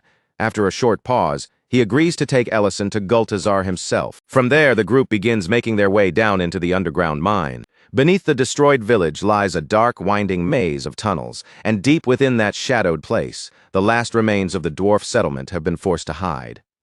There are only around 20 or 30 survivors left down there, barely enough people to still call it a village, and as Ellison moves through the dim underground paths, he cannot stop himself from wondering how a proud clan that once thrived throughout these mountains could have fallen so far, ending up in such a broken and miserable condition. After leading them through the underground settlement, the chief finally stops in front of one particular tent, tucked away inside the mine.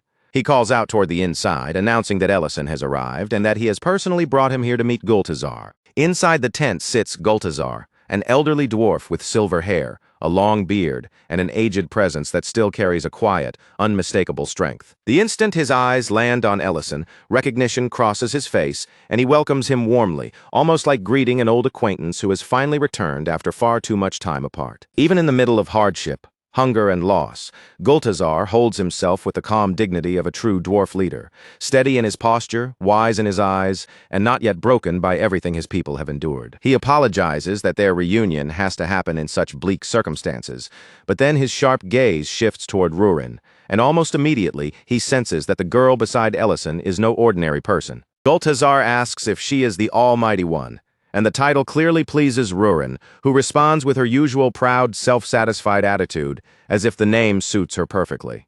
Ellison, however, does not spend much time lingering on greetings or polite conversation. He moves straight to the heart of the matter, asking what exactly happened to the dwarves and how their once thriving mine could have ended up buried beneath fear, ruin, and silence. Gultazar hesitates for a moment, the old pain of the memory showing faintly across his face. But after forcing himself to speak, he gives Ellison the answer. It was the Red Dragons. The dwarves had fought with everything they had, refusing to surrender their home without resistance, but against enemies like dragons. Even their courage and determination were not enough to change the result. In the end, only a small number of them survived, retreating into the depths beneath the mountain to protect the last remaining thing their clan still had. Ellison can tell from Gultazar's words that there is something more behind the story, so he presses further and asks exactly how many dragons took part in the attack. Gultazar then reveals that the village was not attacked by just one dragon, but by an entire group of them moving together. That answer immediately confirms what Ellison had begun to suspect. The traces left behind on the sealed door were not the result of some random attack, but evidence of a coordinated assault, which makes the whole situation far more serious. Because if dragons are gathering and acting together like that, then the real question becomes much more frightening. What kind of larger threat could be driving them to move as one? While Ellison is still silently turning that troubling possibility over in his mind, Gultazar reaches down beneath the table. Hidden from view, his hand finds and presses a concealed switch. With a low rumbling sound, a bookshelf slides aside, revealing a secret passage behind it, and Gultazar leads them deeper into a hidden chamber within the mine.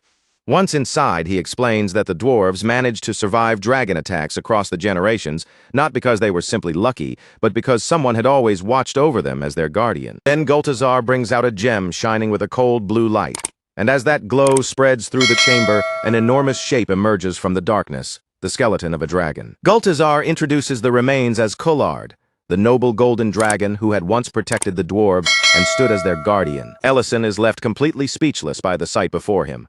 Judging from the sheer size and presence of the bones alone, he can tell Collard must have lived for at least 500 years, and the weight of that long life and sacrifice settles heavily over the room. Gultazar quickly explains that the dwarves never worshipped Collard through offerings, tribute, or anything like that. Collard protected them simply because of his own kindness. He defended the dwarves, guided them, taught them what he could, and helped them endure. But even a dragon as magnificent as him could not escape the passage of time forever. Ellison and Rurin stand there in stunned silence, taking in the sight. Then Gultazar reveals the true reason the red dragons continue to attack them: an ancient marble, a sacred gem formed from condensed magical essence, powerful enough to create a dragon lord. For generations, the dwarves have protected that ancient marble, and Collard himself served as its guardian.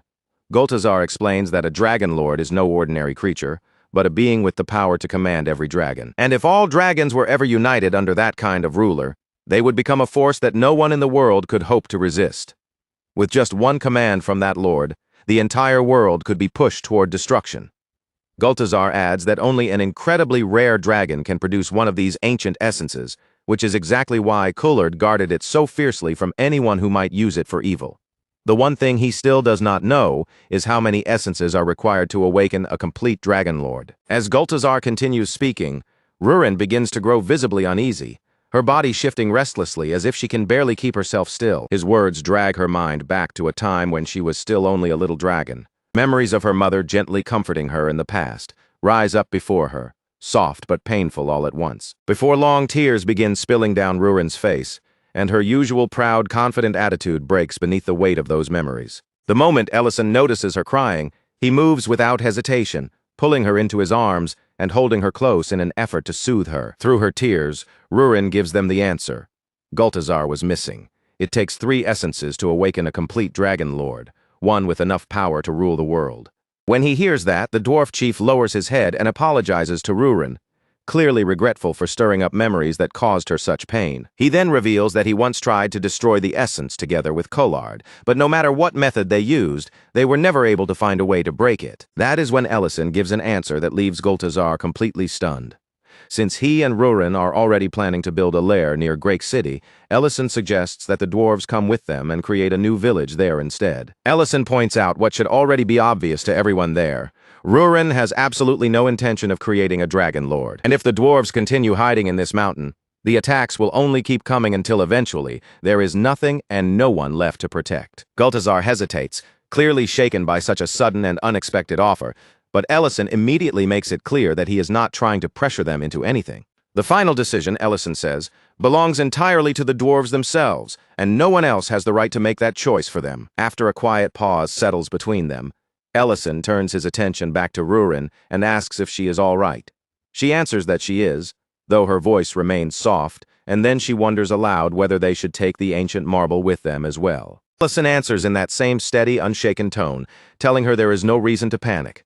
He is already prepared for the worst, and if anyone tries to come after the essence while they are away, the magical trap he left behind will be there waiting for them. Besides, Ellison understands better than anyone that the dwarves cannot just abandon this place the moment someone suggests it. Too many years of their history, too many memories, and too much of their lives are buried inside those dark stone halls.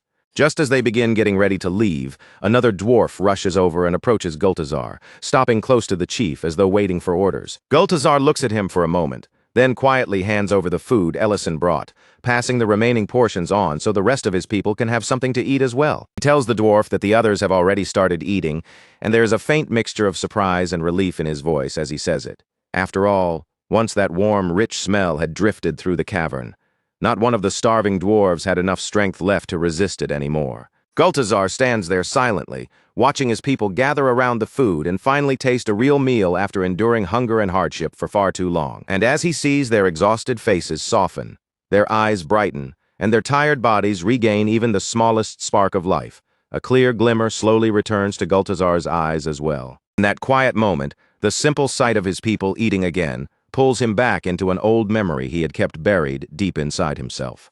Long ago, Kullard had once called Gultazar to his side and asked whether he truly did not find that place suffocating, cramped, and swallowed up by darkness. Gultazar had answered him honestly, saying that perhaps a dragon would feel that way, but for dwarves like them, living deep underground was not nearly as unbearable. Then Kullard spoke again, his voice heavier and more serious than usual, telling Gultazar that one day the dwarves should leave that place behind. He explained that the only reason the dwarves remained bound to that land was because of the essence hidden there. Once Kullard died, other dragons would eventually come searching for it, because all this time it had been Kullard himself using his own power to keep the essence concealed. Gultazar immediately objected, insisting that he could never abandon either Kullard or the essence. But the golden dragon looked at him with such painful seriousness that there was no room left for denial. Kullard told Gultazar to go to take the dwarves with him, and to let the next generation live free instead of leaving them chained to an old burden. He said there was no value in clinging to the wishes of the dead if that loyalty meant stealing happiness away from the people who were still alive. Back in the present, that old memory lands in Gultazar's heart in a completely different way. At last he understands that Kullard had never truly wanted him to guard the essence forever. And as Gultazar watches the dwarves eat, smile, and look alive for the first time in so long, he realizes just how much they have already lost by continuing to hold on all these years. Meanwhile, Ellison and Rurin have already started moving ahead, ready to continue on when the dwarves suddenly call out from behind them and stop them in their tracks. Ellison turns around, and what he sees genuinely surprises him. The dwarves have already gathered their belongings, packed up what little they need, and prepared themselves to leave the mountain. Without hesitation, they agree to lend their strength to Rurin and help build the lair she has been waiting for. Once that decision is made, everyone sets out together toward Great City, and before long, the long-awaited construction work finally begins. As Ellison watches the dwarves moving around the worksite, he cannot help feeling worried, wondering if they are truly healthy enough to start working again so soon after everything they have endured. But Gultazar brushes off Ellison's concern as though it is hardly worth mentioning, firmly assuring him that his people are more than capable of handling the work. Then, with priorities that could only belong to a dwarf, Gultazar immediately asks Ellison whether he can bring them more sausages. Ellison smiles at that and agrees without the slightest hesitation, clearly relieved and happy to see the dwarves showing that kind of appetite again. A little later, Gultazar steps forward and places the ancient essence into Ellison's care, entrusting it to him with a solemn, determined expression. What he gives Ellison is not just a shining gem or some old relic that had been hidden away in the depths of the mine. In that moment, Gultazar is placing the future of the dwarves themselves into Ellison's hands, along with all the danger, history, and responsibility that the essence represents. Rurin immediately tells Ellison that he should simply absorb it, saying it so casually that Ellison can only stare at her like he is trying to figure out whether she is being serious. Instead of doing anything reckless, Ellison decides to keep the essence safely with him for the time being, though Rurin's expression makes it very clear that she is not exactly thrilled with that choice. Rurin reminds him that no matter what happens, they absolutely cannot allow a new Dragon Lord to be born, and Ellison nods, answering that he already has a few ideas for preventing that. The focus then shifts back to Serena, the red-haired dragon, who is still sitting there in tears after being completely overwhelmed by Ellison and Rurin. While she is crying miserably to herself, Serena suddenly senses someone approaching, and her head lifts in alarm. For one brief moment, she thinks the presence might belong to Gerd, and uncertain hope flickers across her face. The figures who appear in front of her are not Gerd at all. Instead, it is Ellison and Rurin, returning to her once again. Ellison greets her with an easy smile, then casually points out how impressive it is that she seems to have such a treasure, especially when she keeps insisting she never accepted tribute from anyone. Then he brings out the essence and lets Serena see it clearly, using that moment to ask her about another matter he still needs to confirm. The instant Serena realizes where this conversation is heading, panic floods her face, and she desperately insists that she has already told them everything she knows. Ellison then asks about this Gerd person, wondering aloud whether he was supposed to be Serena's companion, since it is obvious she had not been attacking the dwarves together with him. Serena hesitates, looking awkward and embarrassed, but after a moment she admits that Ellison's guess is basically right. She explains that she had actually been dating that dragon, and that was exactly why, when Ellison first appeared, she mistook him for Gerd. Serena then quickly adds that she never personally saw any group of dragons causing trouble in the area, because she had only settled there about half a year ago. When Ellison presses her again about the so-called treasure in her territory, Serena tearfully repeats that she truly never accepted tribute from anyone. Then, in the very next moment, Serena releases the spell that had been covering the surrounding area. As the magic fades away, the truth is finally revealed. The treasure everyone believed existed there had never been real at all. From the very beginning, it was nothing more than an illusion. Serena breaks down crying all over again, telling them they can take whatever they want, as if she has completely given up on resisting them anymore. Seeing the truth laid bare like this, Ellison finally realizes that Serena has been blamed for far more than she actually did. After that, the story shifts once again back to Ellison's restaurant, where ordinary daily life in Great City begins to come into view. Back at Ellison's restaurant, the mood shifts once more as two familiar faces step through the door. Elena and Ment, their arrival, bringing a fresh burst of movement into the already lively dining room. The moment Ellison spots Ment leaning on his crutches, his eyes naturally drop toward the injured leg, and he asks how the recovery has been coming along. Ment answers with gratitude written clearly across his face, saying that if his leg has healed this much, then it is entirely thanks to Elena and all the care she has put into helping him. But Elena quickly shakes her head, refusing to accept that praise for herself, and insists that Ment's own determination, patience, and steady effort are what truly pushed his rehabilitation this far. So Ellison turns the compliment back toward Elena anyway, acknowledging just how much progress Ment has made under her care, and the moment he praises her, Rurin's mood beside him visibly turns sour. After that, Ellison shifts the conversation and asks Elena how things have been going at her clinic, speaking casually but with clear interest in whether she has been managing without trouble. Elena answers that the clinic has been operating smoothly so far, with no major problems causing trouble for her. Hearing that, Ellison quietly wonders if Ryan has been working behind the scenes again, probably pulling a few helpful strings without drawing attention to himself. Before Ellison can think too deeply about that possibility, Gultazar suddenly cuts into the conversation and asks whether there happens to be any of that stew left from the one Ellison made before. Elena freezes the moment she realizes an actual dwarf is standing right there in the restaurant, then turns sharply toward Ellison and asks if he seriously let dwarves start digging underneath his own land. That single question instantly sets off a noisy exchange, and before the restaurant has any chance to settle down again, Creston walks in as well. Creston steps inside with a demanding look on his face, immediately asking why the restaurant was closed the day before, clearly expecting Ellison to explain himself. With a dwarf, an elf, and Creston all throwing their voices into the confusion at once, Ellison arrives at the simplest possible solution. Since this place is a restaurant, the best way to calm everyone down is to feed them. So Ellison heads straight into the kitchen, and before long, steaming dishes are carried out and placed across the tables, naturally drawing everyone into their seats. The atmosphere softens almost immediately once the food is served, and Ment looks especially delighted, clearly having missed Ellison's pizza far more than he is willing to admit out loud. As everyone settles into the meal, the table gradually grows quieter, and the earlier tension melts away into the warm, familiar sounds of eating and casual conversation. Ellison glances around the room, checking the plates one by one, and casually asks if anyone would like another serving.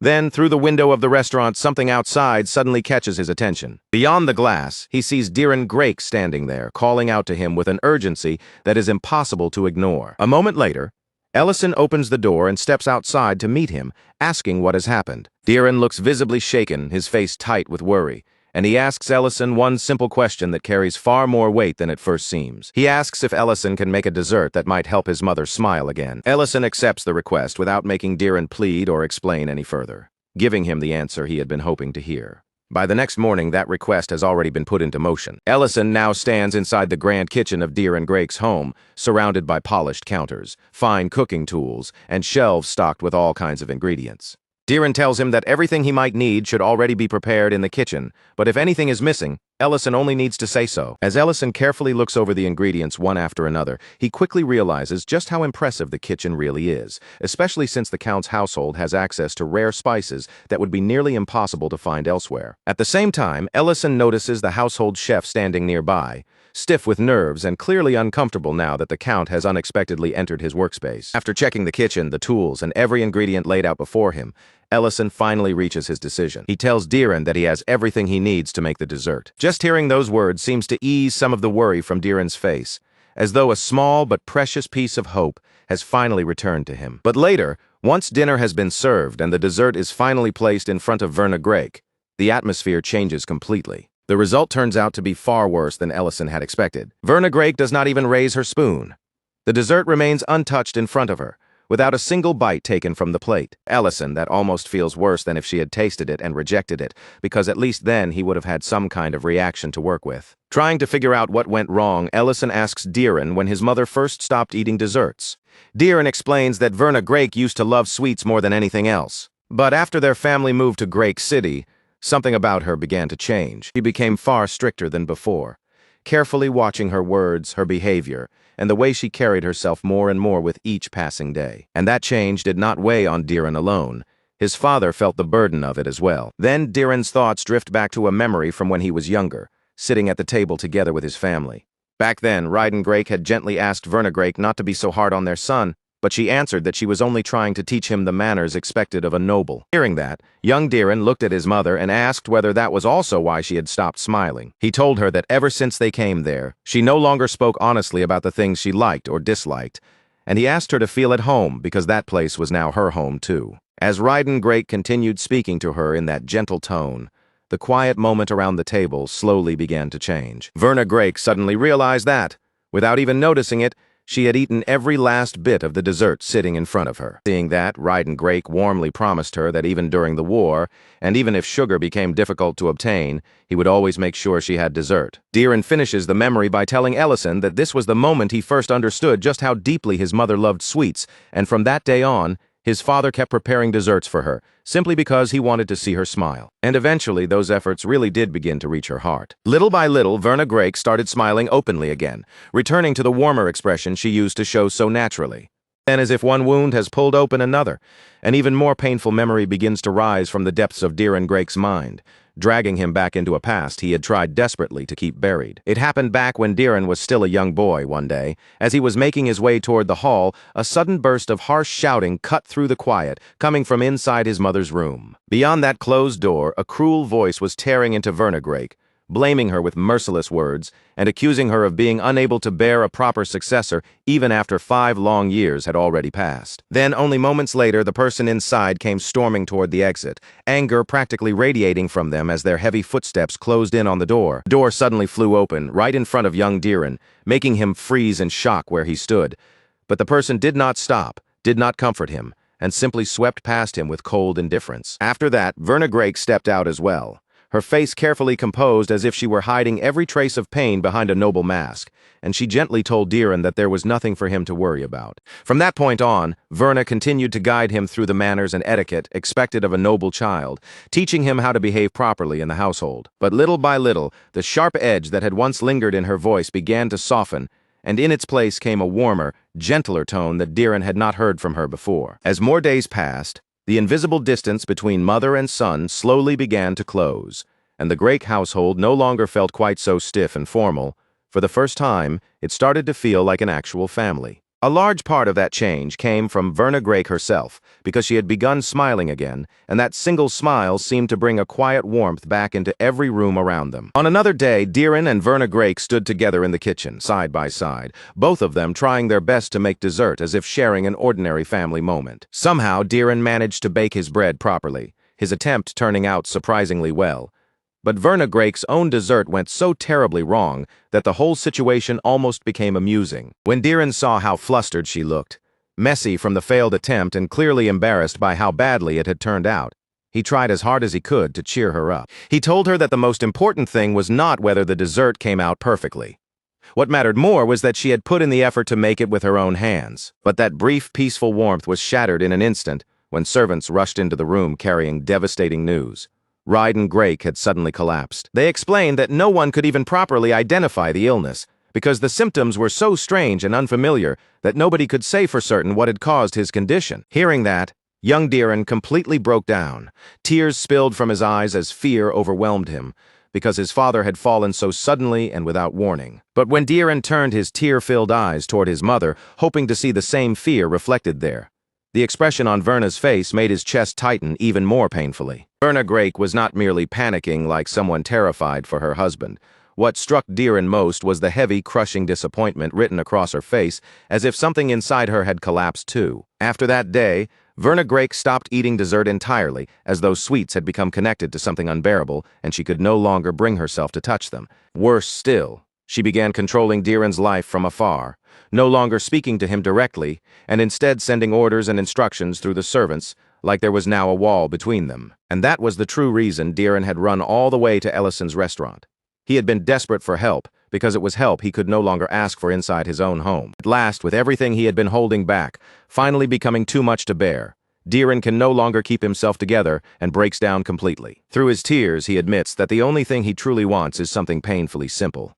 He just wants to laugh with his family again, sit with them, and share a meal together like before, even though that wish now feels impossibly far away. After leaving Deeren Grake's home, Ellison walks back toward the restaurant with a grave expression on his face, silently turning every piece of Deeren's story over and over in his mind. On the surface, Verna Grake's behavior simply does not add up, no matter how Ellison tries to look at it. She keeps Deeren's daily life under suffocating control, watching over him through orders and restrictions, yet at the same time she pushes him away with a cold distance that clearly hurts him. And if the only issue was that Deeren was not her biological son, then Ellison cannot understand why she once opened her heart to him so warmly in the first place. Then Ellison suddenly stops in his tracks, as if the missing piece has snapped into place all at once. The answer is guilt. That hidden guilt has been twisting Verna Grake's every action from the very beginning. With that realization striking him hard, Ellison immediately rushes straight to Ruren, who just happens to be drinking beer and frantically tries to hide it the moment he bursts in. Without offering any explanation, Ellison abruptly asks her what it would mean if one person collapsed and afterward, another person stopped eating dessert forever. Ruren just stares at him as though he has completely lost his mind, then bluntly tells him that from the way he is talking, he sounds more drunk than she does. Meanwhile, back at the Grake residence, the mood inside the estate has turned heavy, still, and suffocatingly quiet. Verna Grake sits beside her bedridden husband, carefully feeding the weakened Ryden Grake with her own hands, moving with the controlled tenderness of someone used to hiding her feelings. She continues to care for him in silence until the door opens and someone steps in to announce that preparations are already underway. That same servant then reports that Count Deedren has arrived, and the name alone seems to bring a new, unwelcome tension into the sick room. Verna Grake immediately leaves to handle the matter herself, and the very moment she disappears from the room, the air inside seems to shift. Taking advantage of that opening, Ellison and Ruren quietly slip inside, moving straight toward the bedridden Ryden Grake so they can take a closer look at his condition. Ellison wonders aloud whether Ryden Grake can still be cured somehow, but Ruren answers that judging something like that is beyond what she can say for certain. When Ellison asks whether she can at least identify what caused the illness, Ruren explains that too much time has already passed, making it impossible for her to know the cause with confidence. Then Ruren turns the question back toward Ellison, looking at him more sharply as she asks why he truly came to this room in the first place. As Ellison begins pulling open drawers and searching through the room, he answers that he came here to uncover Verna Grake's real intentions. In the middle of that search, Ellison suddenly notices something strange.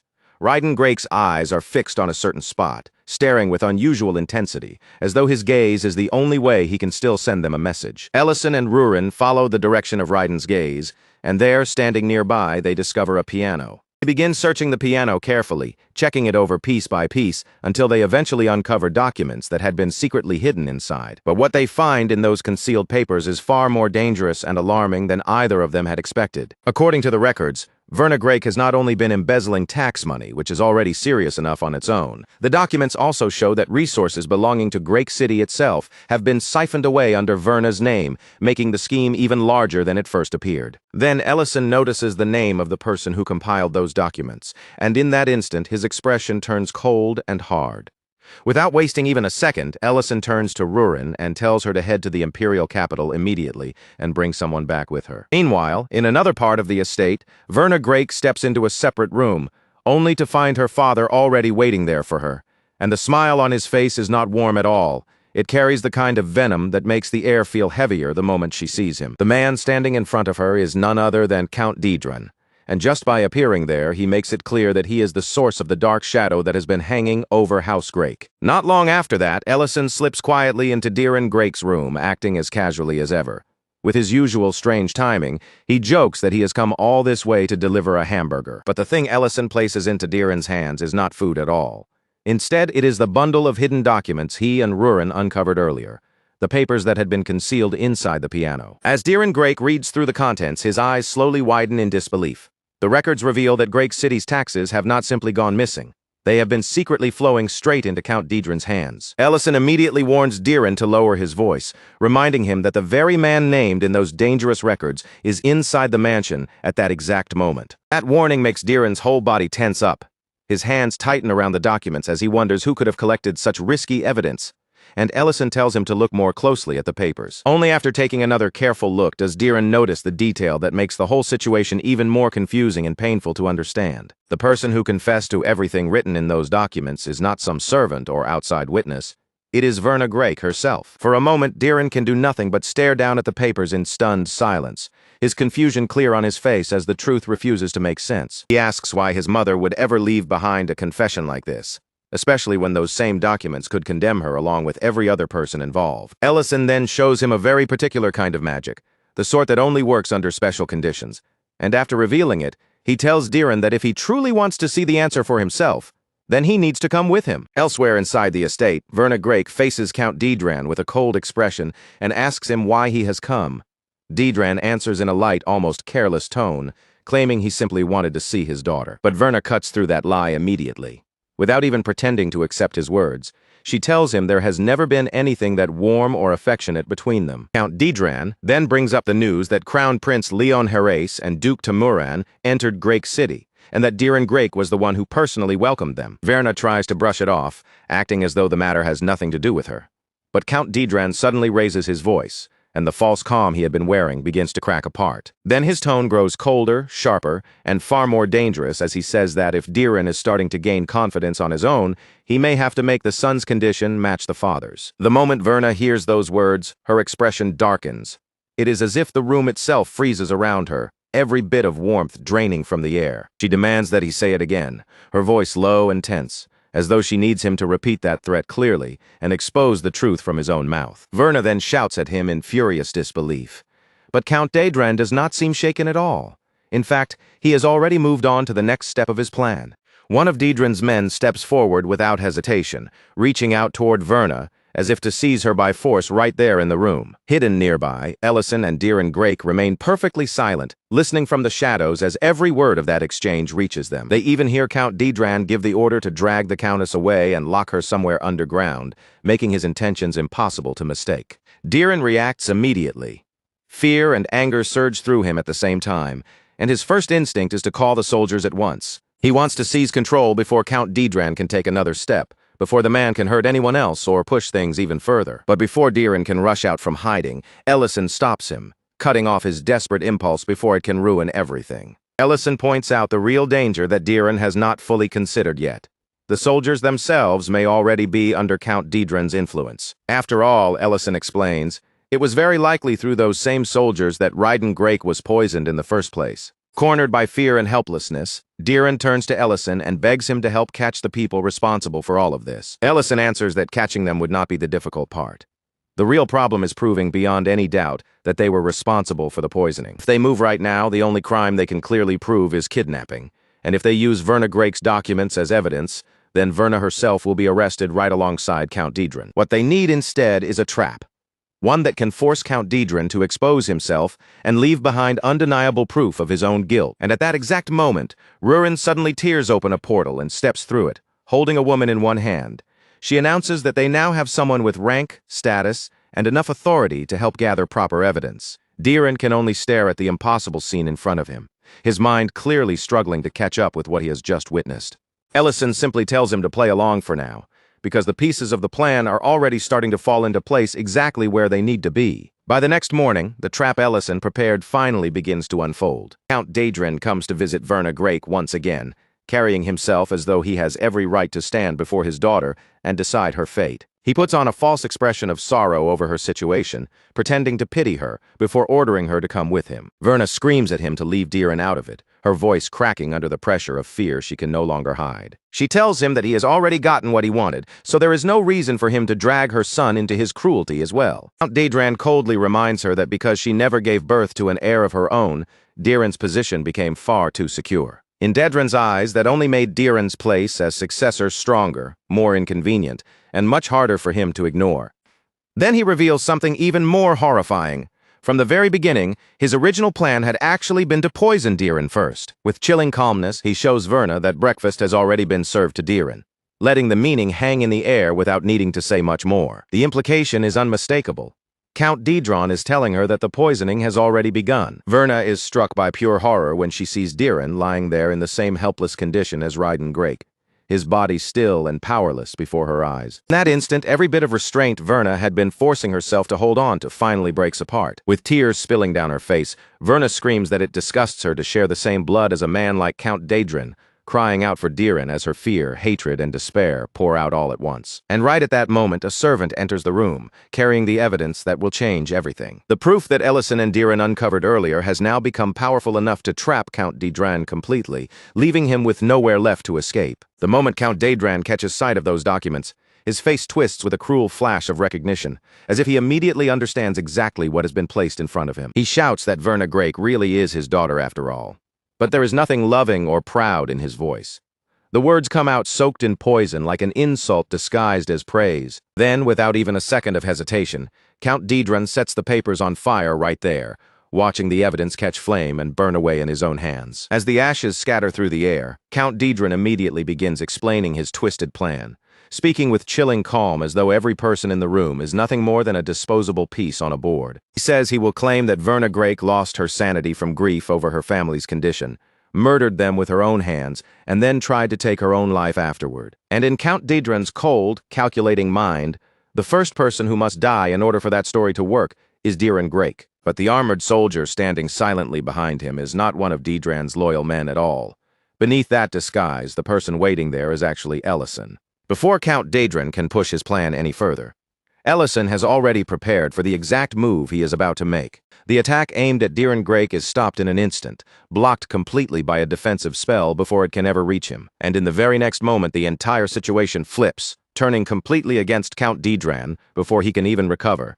Chief Magician Madrine steps forward and openly accuses Count Dedran of attempted murder, her voice cutting through the room with enough force to silence everyone there. Then Dedran Grake drops the act as well, revealing that he is perfectly aware of what is happening, and declaring that everything is already over. Verna Grake is so overwhelmed by the sight of her son alive in front of her, that for a moment she can barely even draw a breath. Seeing Dedran unharmed, she can only keep thanking the heavens again and again, her trembling words spilling out with pure relief. Count Dedran, on the other hand, is shaken to his core as he realizes far too late that the trap has closed around him instead. Medrin orders him to surrender quietly to the Imperial Order, leaving him with no space to pretend that he is still the one controlling the room. But Count Dedran immediately tries to twist the situation back in his favor, grasping for any excuse that might save him. He claims that the dagger in his hand was only there for self-defense, insisting that it merely slipped out while he was walking, and that he never had any intention of killing anyone. Medrin looks at him with a cold, unwavering gaze,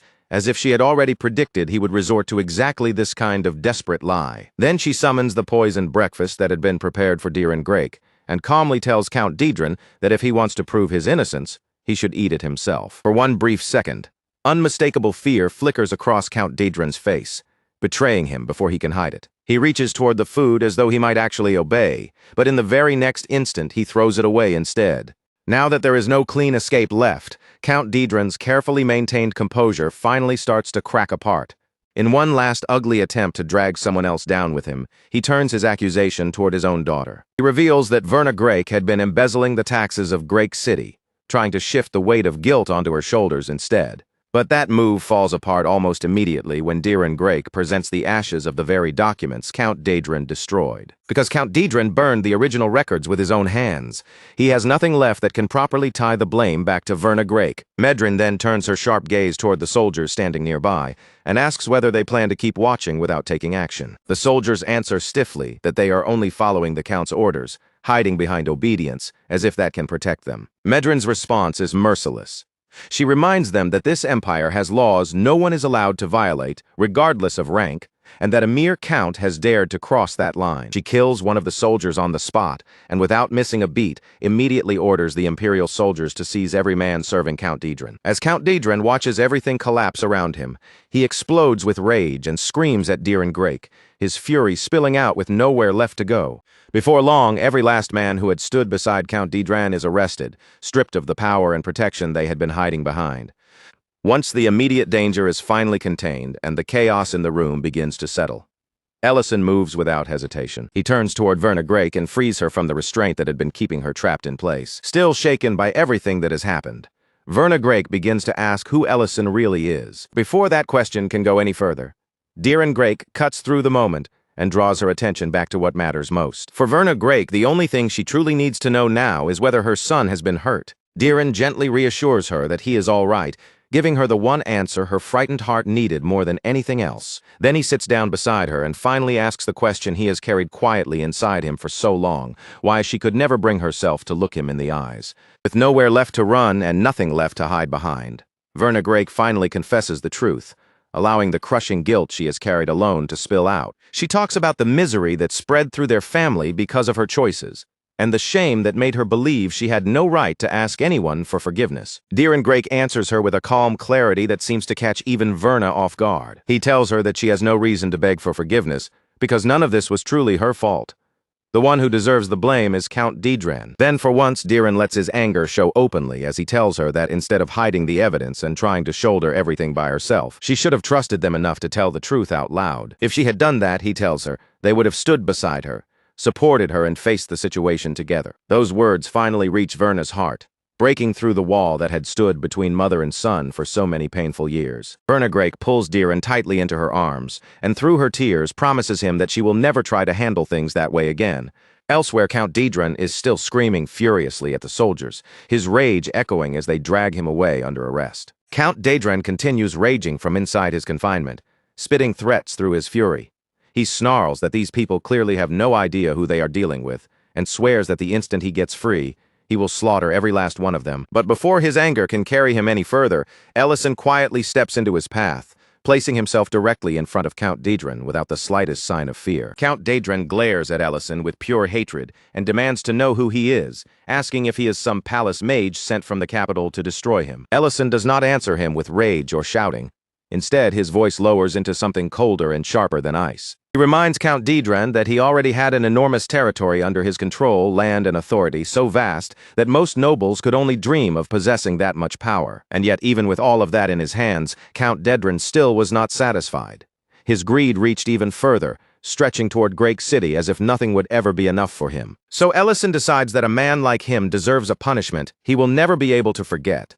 And with overwhelming magic surging around him, he begins tearing down the castle that Count Dedren had built around his pride. Count Dedren is left helpless, forced to stand there and watch with his own eyes as everything he had constructed with his own hands crumbles apart and vanishes before him. At that very same time, outside the estate, a completely different kind of scene is beginning to unfold beneath the open sky. Diren has gathered his friends together, and with their help, he has prepared a beautiful dessert bouquet filled with colorful sweets arranged like a celebration. The moment everyone sees it, they stop in amazement, their eyes fixed on the dazzling display of treats gathered together in one place. But the cheerful atmosphere suddenly shifts when Medrin looks into the distance and raises her hand, pointing toward Count Dedren's territory.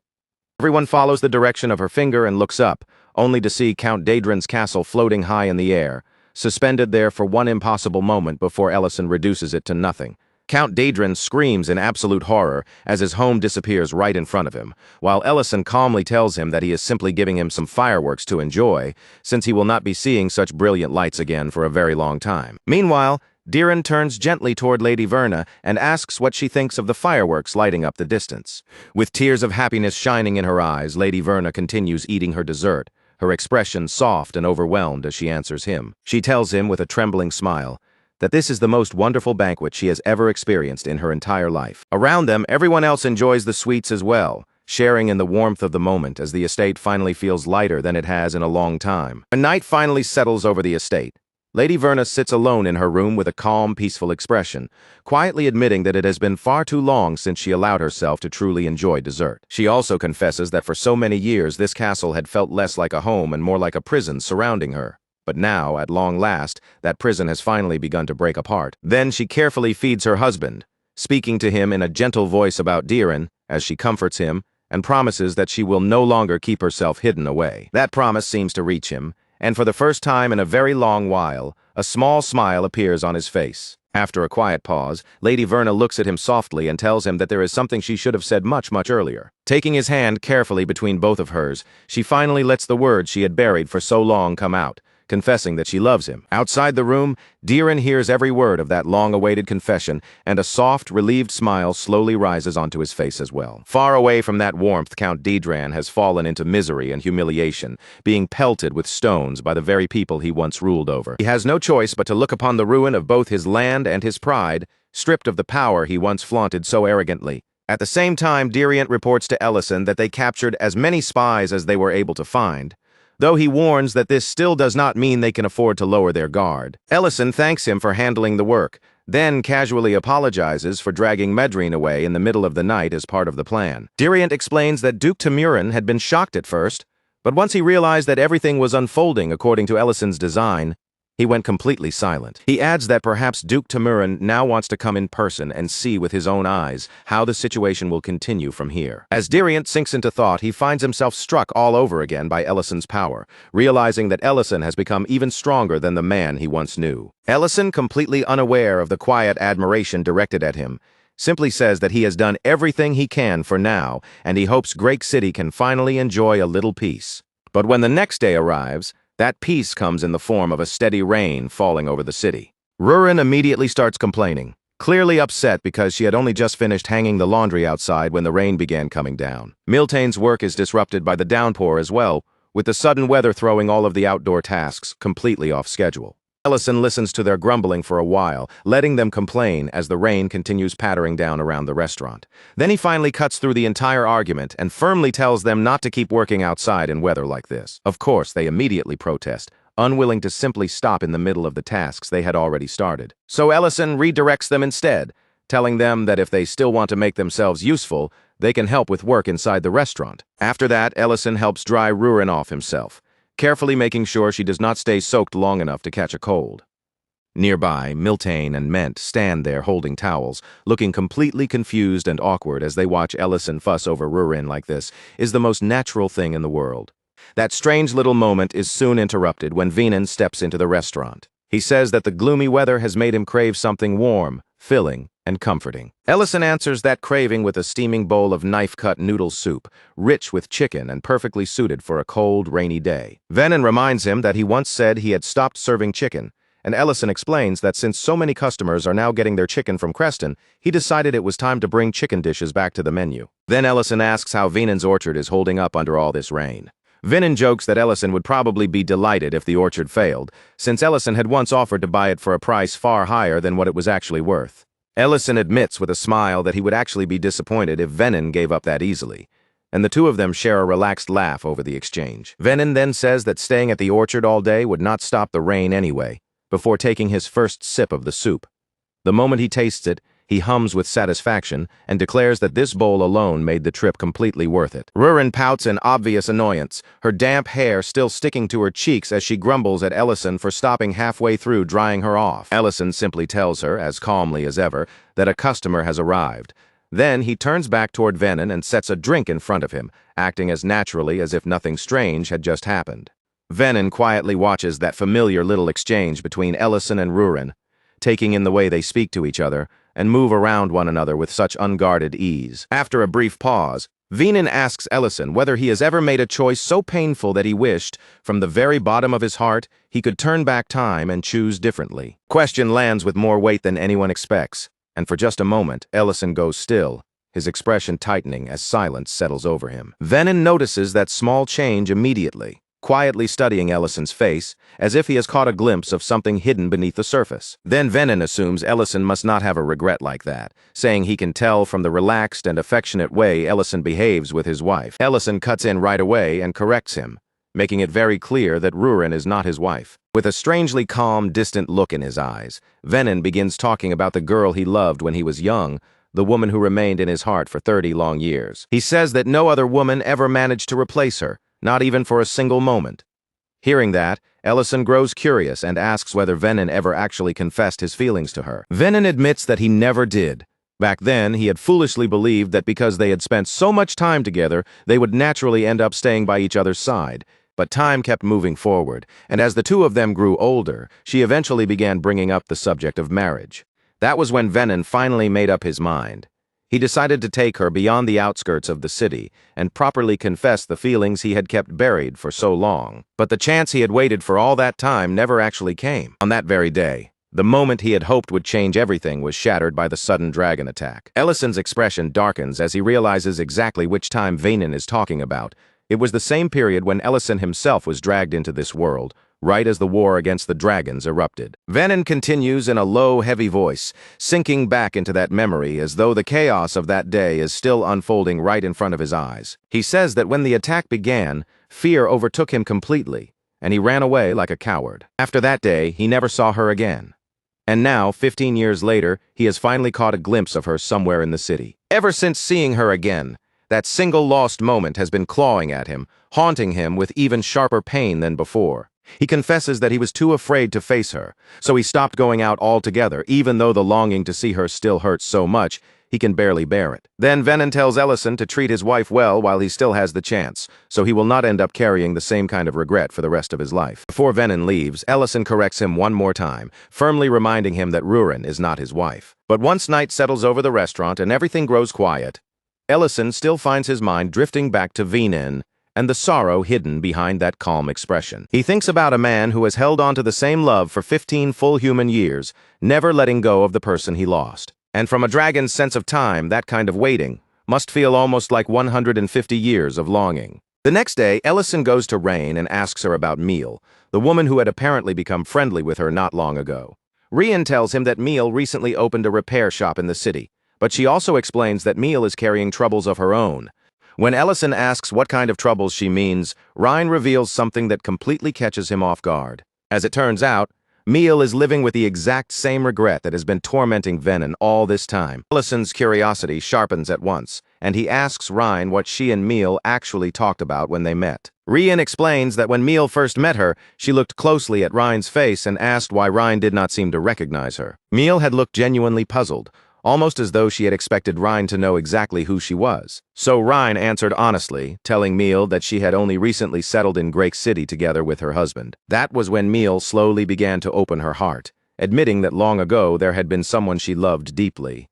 And when the time finally came for her to confess those feelings, she lost her courage too and ran away like a coward. Later, she heard that 15 years ago, the man she loved had gone to meet her while carrying a bouquet of flowers. Back in the present, Ellison's expression turns grim as the truth becomes clear, and he reveals that the man Meal loved was Venom. He tells Ryan everything. Venom confessed to him the night before, and as the pieces fall into place, they both realize just how cruel the misunderstanding had been. Venom and Meal had both gone to the promised meeting place on that same day. Both of them were swept up in the terror of the dragon attack, and both of them ran away in fear, each believing the other had abandoned them. For 15 long years, they had carried the exact same wound in silence. And that realization leaves both Ellison and Ryan weighed down with sadness. Ryan adds that after that day, Meal even rejected every arranged marriage proposal that came her way. Ellison listens quietly, then speaks in a calm, certain voice, saying that he has a plan and asking Ryan to deliver a message to Meal for him. Later, Ellison visits Venin at his orchard and hands him a magnifying lens, explaining that Meal's eyesight has grown weak. He even tells Venin that if the lens puts too much strain on her eyes, he can adjust it for her properly. Venin is completely thrown off by how oddly specific Ellison's words are, staring at him with confusion as if he cannot quite understand what is happening. But before Venin can fully process it, Ellison tells him to go outside Great City, to the exact place where he was supposed to meet her 15 years ago. Because this time, Meal will be there waiting for him. Confused and shaken, Venin asks what Ellison means. Ellison gives him a simple answer. Making one mistake is human, but clinging to that same mistake for 15 years is something else entirely, and deep down, Venin already knows that. That evening, even with his thoughts twisting themselves into knots, Venin still makes his way to the promised meeting place. Every step feels heavy, and his mind keeps throwing fear, doubt, and 100 reasons to turn back in front of him. But beneath all that panic, beneath the urge to run away again, one feeling refuses to disappear.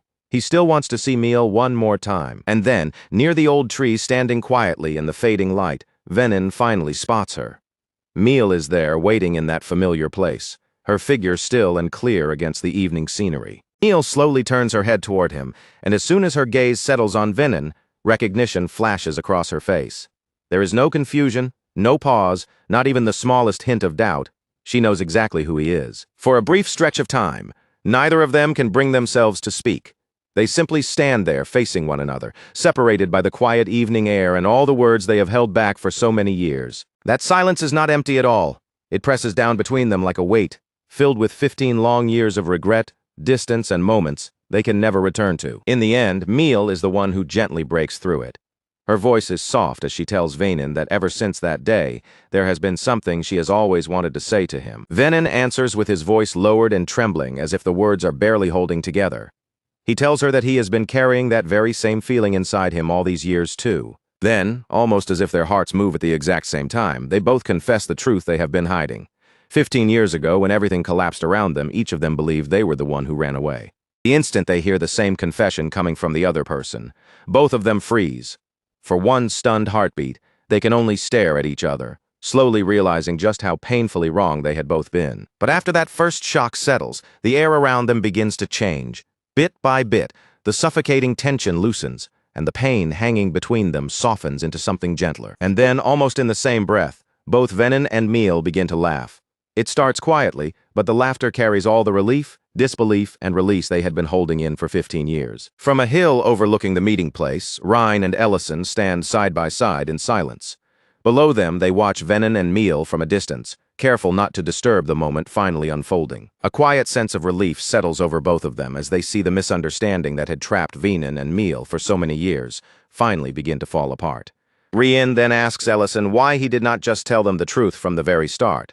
Ellison answers calmly that some tangled knots cannot be pulled loose by outsiders. They have to be untied by the very people caught inside them. Even so, that relief does not erase everything.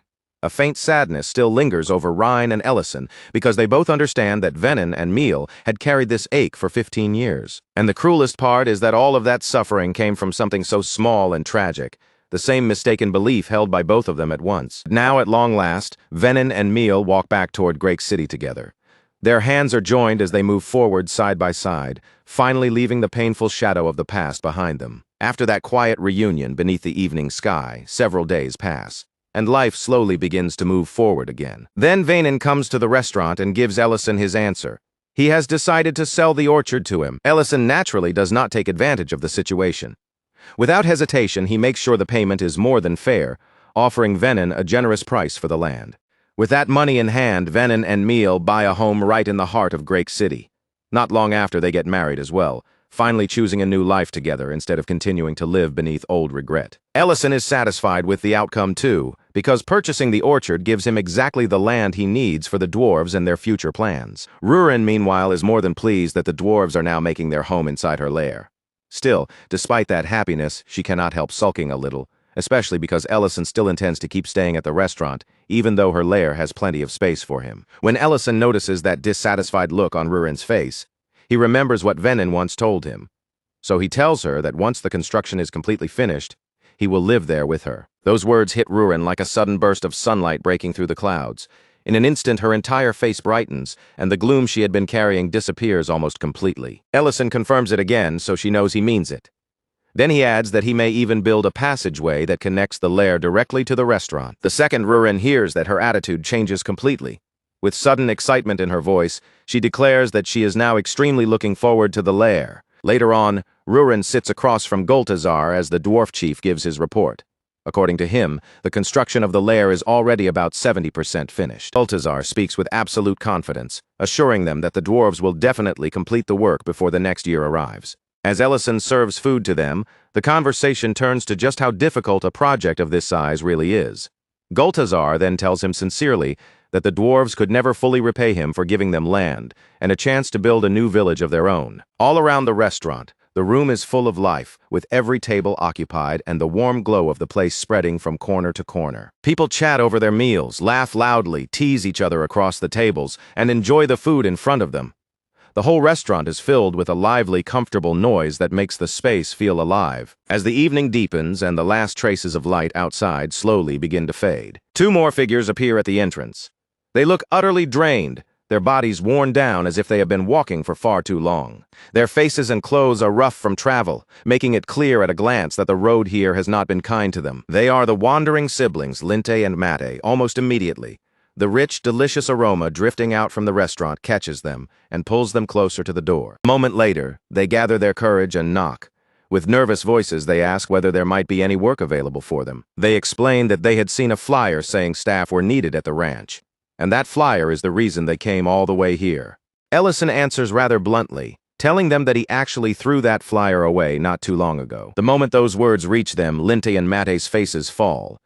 The little bit of hope they had been clinging to seems to vanish all at once, replaced by clear dread and panic. Seeing how frightened they are, Ellison lets his tone soften a little. He tells them that having some extra help probably would not be a problem after all, then invites them to sit down, eat something first, and talk while they fill their stomachs. Because the weather outside is cold, Ellison decides to prepare something warm for the exhausted siblings.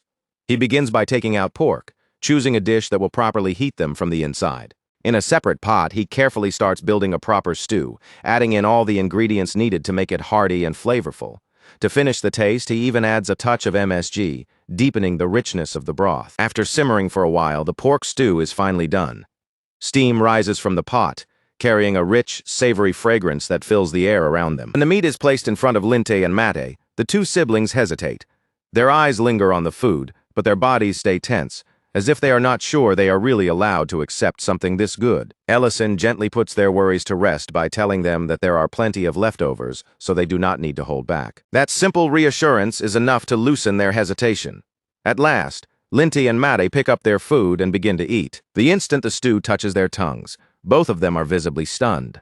The pork is tender, the broth is deep and rich, and the warmth spreads through their tired bodies like comfort they had almost forgotten. For the first time in what feels like a very long while, Linte and Mate look genuinely happy, their faces softening as they eat the warm meal in front of them. With sincere gratitude filling their voices, Linte and Mate thank Ellison from the bottom of their hearts. They tell him that this is the best meal they have ever eaten. Ellison quietly watches Linte and Mate tear into the meal in front of them, eating so desperately that it is almost painful to see.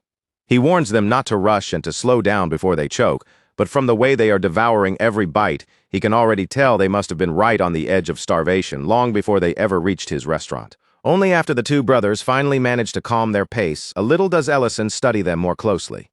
His eyes move over their exhausted faces and worn clothes, and then he asks why they came all the way here looking for work at the ranch in the first place. Mate answers him without trying to dress it up. He says that both he and Linte genuinely love animals, and while they may not have much experience with ranch work yet, they are the kind of people who will keep trying, keep learning, and keep working until they can finally do the job properly. After listening to that answer, Ellison turns his gaze toward Alina with a noticeably more serious expression. Without saying much out loud, he is clearly asking her to judge the two brothers and figure out what kind of people they really are. Alina looks them over carefully, taking in their attitude, their eyes, and the way they carry themselves. Then she says that, at the very least, they do seem like the persistent type, people with enough determination to keep pushing forward. But the moment after that, her expression grows sharper. Alina adds that even though they may be determined, there is no doubt about one thing. They are hiding something from everyone sitting in that room. As soon as those words reach Ellison, the air around him changes. His tone turns firm and cutting, and he tells the brothers to show him their wrists. With no easy way to deny it anymore, Linte and Mate fall silent. Slowly, and with visible hesitation, the two brothers reveal their wrists. The moment their sleeves shift enough for the old marks to appear, the truth becomes impossible to hide. The scars left behind by shackles sit clearly on their skin, and at once, the lively mood inside the restaurant drops into something heavy. Around them, every expression turns serious. Mate quickly raises his voice before anyone can misunderstand too much. He admits that yes, they were imprisoned, but he insists that it happened because of something he did for his brother. Then his shoulders sink, and he lowers his head in a deep apology for having lied to them. Right after that, Matt pushes himself up from his seat. From the look on his face, he has already decided that their chance at getting hired is gone for good. As Matt turns to leave the restaurant, Linte quickly moves to stop him, panic rising in his voice. Linte tells him that the people here do not seem heartless or cruel. If Mate would just stay and explain the truth properly, then maybe, just maybe, they might actually listen. But Mate is already too crushed by disappointment to let himself believe that. He says that no matter what reason he had at the time, the fact remains the same. A crime is still a crime. He refuses to stand there and dress up what he did with excuses, as if words could somehow make the past disappear. Even so, Matt does not hesitate when he admits one more thing. Whatever anyone thinks of him, he does not regret the choice he made. He is just about to walk out for good when Linte's voice suddenly stops him. Linte asks why he would leave like that without even finishing the meal, still sitting in front of him. After the brothers leave, the scene settles back inside the restaurant, where the atmosphere is still carrying the weight of what just happened. Rurin looks over at Ellison, clearly unable to understand his decision, and asks why he simply let the brothers walk away instead of keeping them there. Ellison answers in a calm voice that it is obvious just by looking at them. Those two are carrying some kind of story behind them, but he also knows they are not ready to open up about it yet. If he forced the truth out of them now while their wounds are still fresh, it would only push them further away and make everything worse. After that matter passes, Ellison checks over the restaurant's spice supply and notices that they are starting to run low. Since business has been getting busier lately, he decides there is no helping it and prepares to use summoning magic again. But the instant Ellison activates the spell, the strain hits him far harder than expected. The burden shows clearly on his face, and Rurin reacts immediately, protesting in alarm as worry flashes through her eyes. Ellison admits that he had never truly thought this issue through before. It was only after taking in the Lord's heart that he began to realize something was wrong. Now, instead of gradually settling down, the effects are only growing worse with time. For some unknown reason, Ellison suddenly finds it difficult to gather mana the way he used to. The power that once flowed through him so naturally now feels unstable, almost as if it is slipping just beyond his reach. Then, without warning, the magic completely tears itself out of his control. Before Ellison can steady his breathing, regain his balance, or force the spell back into place, his body finally gives out. He collapses onto the floor, and as his consciousness begins to fade, only one thought remains inside his mind. Even after everything has gone this far, even with his strength slipping away, what he wants most is still to have Rurin by his side. When Ellison opens his eyes again, the first thing he sees is Rurin right next to him. Tears are in her eyes as she cries out, demanding to know if he is truly all right. Trying not to frighten her any more than he already has, Ellison plays it off as lightly as he can. He tells her that he simply used up too much mana, but that answer only makes Rurin even more confused. After all, Ellison is supposed to be a ninth circle archmage, someone so powerful that running out of mana from something like this should not be possible. Ellison gently reassures her once again, softening his voice as he tells her not to worry because he is fine. Even then, Rurin cannot shake her concern.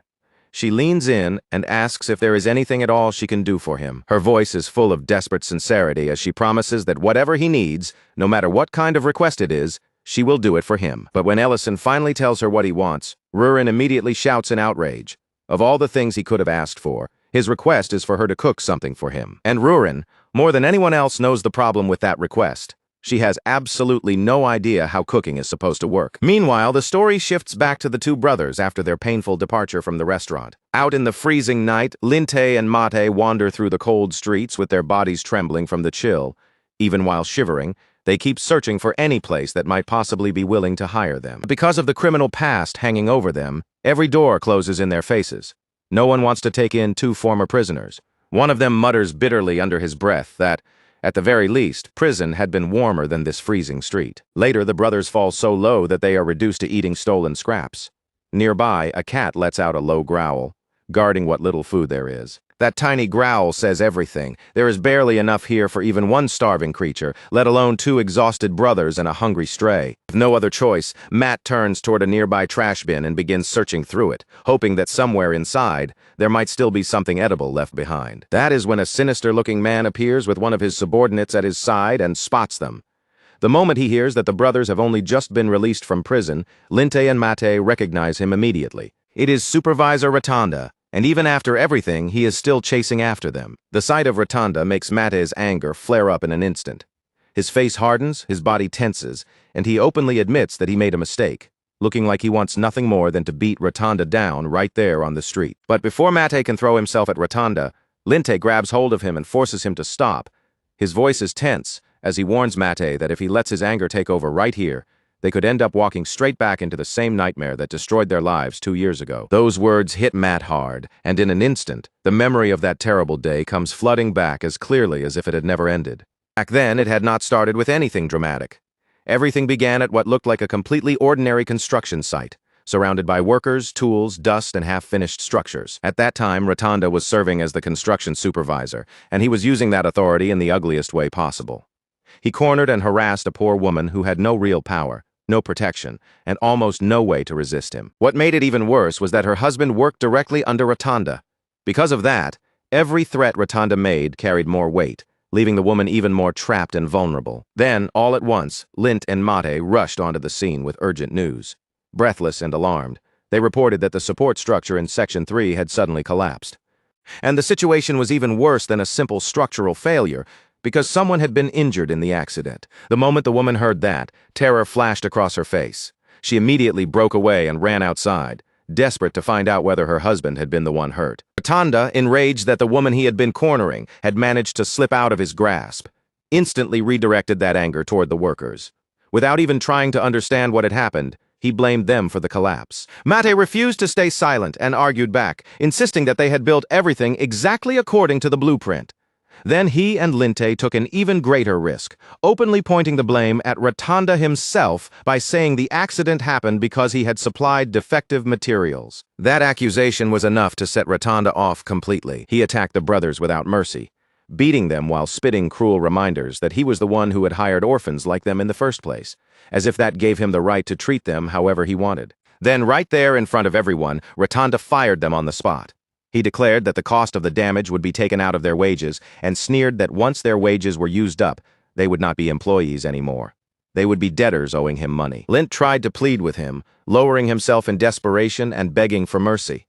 But Rotunda only twisted that helplessness into something vile, suggesting that if Lint needed money so badly, he could always earn it by ending up in some noble's bed. That was the exact moment Mate's restraint shattered completely. Blinded by rage, Matt lunged straight at Rotunda. Even when Rotunda's lackeys rushed in and tried to seize him, drag him away, and force him down, Mate broke through them with pure fury and beat Rotunda so brutally that he nearly killed him then and there. Back in the present, Linty keeps trying to cool Matt's rage before it boils over again.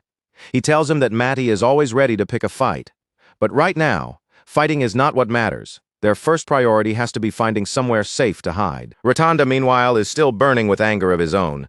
The old humiliation of being beaten down by Mate twists inside him, turning into an ugly, desperate craving for revenge. With that hatred written across his face, he orders his men to drag the brothers out from wherever they are hiding and bring them straight to him. One of his subordinates hesitates and nervously warns him that starting trouble right now could be dangerous, especially since they no longer have Count Daedron's backing to protect them. Rotunda answers that warning with a slap across the man's face. Then he snarls that he does not need anyone's protection in order to do whatever he wants. But in the middle of that furious outburst, Rotunda's eyes suddenly catch sight of Elena walking in the direction of Ellison's restaurant. The moment his gaze lands on her, his expression shifts, and a new, filthy idea begins to flicker across his face. Without wasting a moment, Rotunda immediately orders his men to spread out and check the area, making sure no one else is nearby. Inside the restaurant, Ellison is focused on something entirely different. He sits there examining the ancient marble itself, studying it with a serious look. As he looks deeper into it, Ellison realizes the truth. This object is the reason he has been collapsing, because a portion of the ancient marble has already been absorbed into his own body. He had never intended for that to happen in the first place. But now that his mana has been drained so severely, Ellison understands that he may not have much of a choice left. He may need to absorb even more of it, even though he knows perfectly well that doing so will likely make the side effects even worse. Still, he decides that the process cannot be delayed for too long. Something with this much power will not settle inside his body instantly. So if he is going to do it, he needs to begin soon. For the moment, however, Ellison holds himself back. He decides to wait until Rurin brings him something to eat before taking that next dangerous step. He had honestly believed Rurin might be able to manage at least that much, especially after spending so many years beside him in the kitchen. But the strange sounds coming from inside make him wonder with growing concern whether he might actually starve before any edible food reaches him. Meanwhile, inside the kitchen, Rurin stands frozen on the verge of tears, staring down at the burnt disaster she has somehow created for Ellison. Panic spreads across her face as she looks at it more closely. If Ellison eats something like this in his weakened condition, she fears it might finish him off faster than the problem already hurting him. Rurin truly wants to take care of him properly. She wants to be useful to him, and even though it hurts her pride to admit that she cannot handle this by herself, she finally accepts that she has no other choice. She needs to find Elena and ask for help. But when Rurin tries to follow Elena's scent and realizes she cannot pick it up at all, her thoughts take a dangerously wild turn. For one moment, she nearly decides that if she cannot find Elena, she should just kidnap some random chef and force them to cook for Ellison instead. Then, all at once, Rurin stops herself. A painful realization strikes her so sharply that it cuts through even her panic. She is always depending on someone else. She cannot use healing magic, and she cannot cook either. And now, at the very moment, Ellison truly needs her. Rurin feels like there is nothing she can do for him with her own hands. That is when Ellison's words echo back through her mind, reminding her that in this world, not even a dragon can survive completely alone. This time, the truth behind those words sinks deep into her chest. It feels cold, heavy, and painfully personal in a way she can no longer ignore. At that exact same time, outside the restaurant, Elena is suddenly grabbed by one of Rotanda's men. The man looks at her with open, disgusting desire in his eyes, lingering on the fact that she is an elf. With a smug expression, he even claims that he has visited her clinic many times before. Then his voice turns threatening as he demands to know where Linty and Mate are. He warns Elena that if she refuses to cooperate, he will deal with her too. At first he assumes she might not even know the two brothers who were just released from prison. But Elena answers him calmly, without the slightest trace of fear, and says that she does know them. And then, without wasting even a single second on hesitation, Elena moves. Elena draws her magic together once more, and a pale light begins to gather around her as she faces the man without backing down.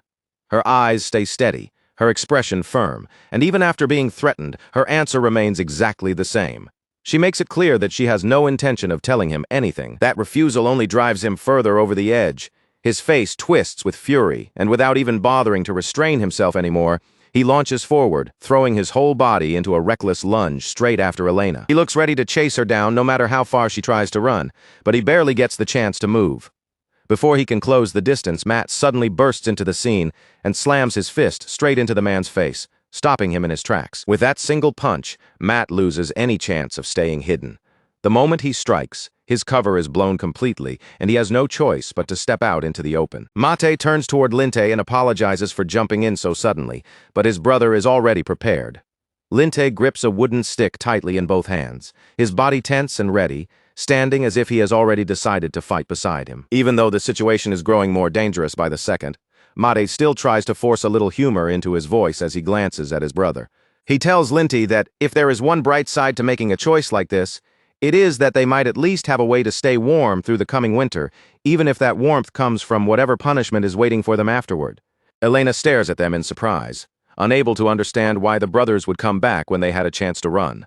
But Linte does not waste time explaining. He urges her to get away, warning her that this man's hatred has always been directed at them, not at her. Mate's anger is burning just as fiercely, because Rotanda did not stop at chasing the brothers. He went after Elena, someone who had nothing to do with their grudge, dragging an innocent person into a fight that should never have touched her at all. Rotanda, however, does not look frightened or shaken in the slightest. His expression stays disturbingly calm as he says it, hardly matters anymore, because when everything is over, every last one of them will be dead anyway. The reason behind Rotanda's confidence soon becomes obvious. He has already brought in Roman, a ruthless gang leader from Great City, hiring him specifically to deal with Linty and Mate. Roman has not been called here for negotiation or warnings. He has been brought in to crush the brothers himself and beat the lesson into them with his own hands. Meanwhile, in another part of the city, Ryan hears someone knocking at his door. When he opens it, Rurin is standing outside, urgent and restless, asking him where Elena's clinic is. Back outside, Matt has already thrown himself into battle against Roman. He pushes his body with everything he has, driving himself forward as if sheer force alone might be enough. But no matter how desperately Matt swings, and no matter how much strength he pours into each attack, the gap between them is painfully clear. Roman is simply on a different level, and bit by bit, Mate is being overwhelmed. Seeing Matt get beaten back again and again, Linty cannot just stand there and watch. He rushes forward, trying to force his way into the fight and help his brother. But Roman shuts him down almost immediately. With almost no effort at all, he catches Linty by the throat, clamps down hard, and leaves him struggling helplessly in his grip. The sight of Linty hanging there, unable to resist, instantly breaks through Mate's rage and turns it into fear. Cornered and desperate, Mate begs Roman to show mercy and let his brother go. Rotanda watches the whole scene with a smug, satisfied look, clearly enjoying Roman's overwhelming strength. He praises him, saying that someone with so many years of battlefield experience was never going to be easy for the brothers to handle. Roman, still completely in control of the situation, looks back toward Rotanda and calmly asks whether he should keep beating them down. Rotanda answers by telling him to keep the younger brother alive, but he also reminds Roman not to lose track of where the elf ran off to. That order makes Matt's anger flare up all over again. Even after being crushed by Roman's strength, he somehow forces his battered body to move and tries to lunge at him one more time. At the same time, Elena is elsewhere treating an injured wrist, carefully channeling healing magic into the wound. But while she focuses on the injury in front of her, Matt's thoughts continue sinking deeper into a dark spiral. Mate understands himself too well. He knows he is not the kind of person who can simply stand by, watch cruelty happen in front of him, and pretend he saw nothing. And yet against Roman's overwhelming power, he is forced to face the bitter truth of how powerless he really is. A painful thought crosses his mind.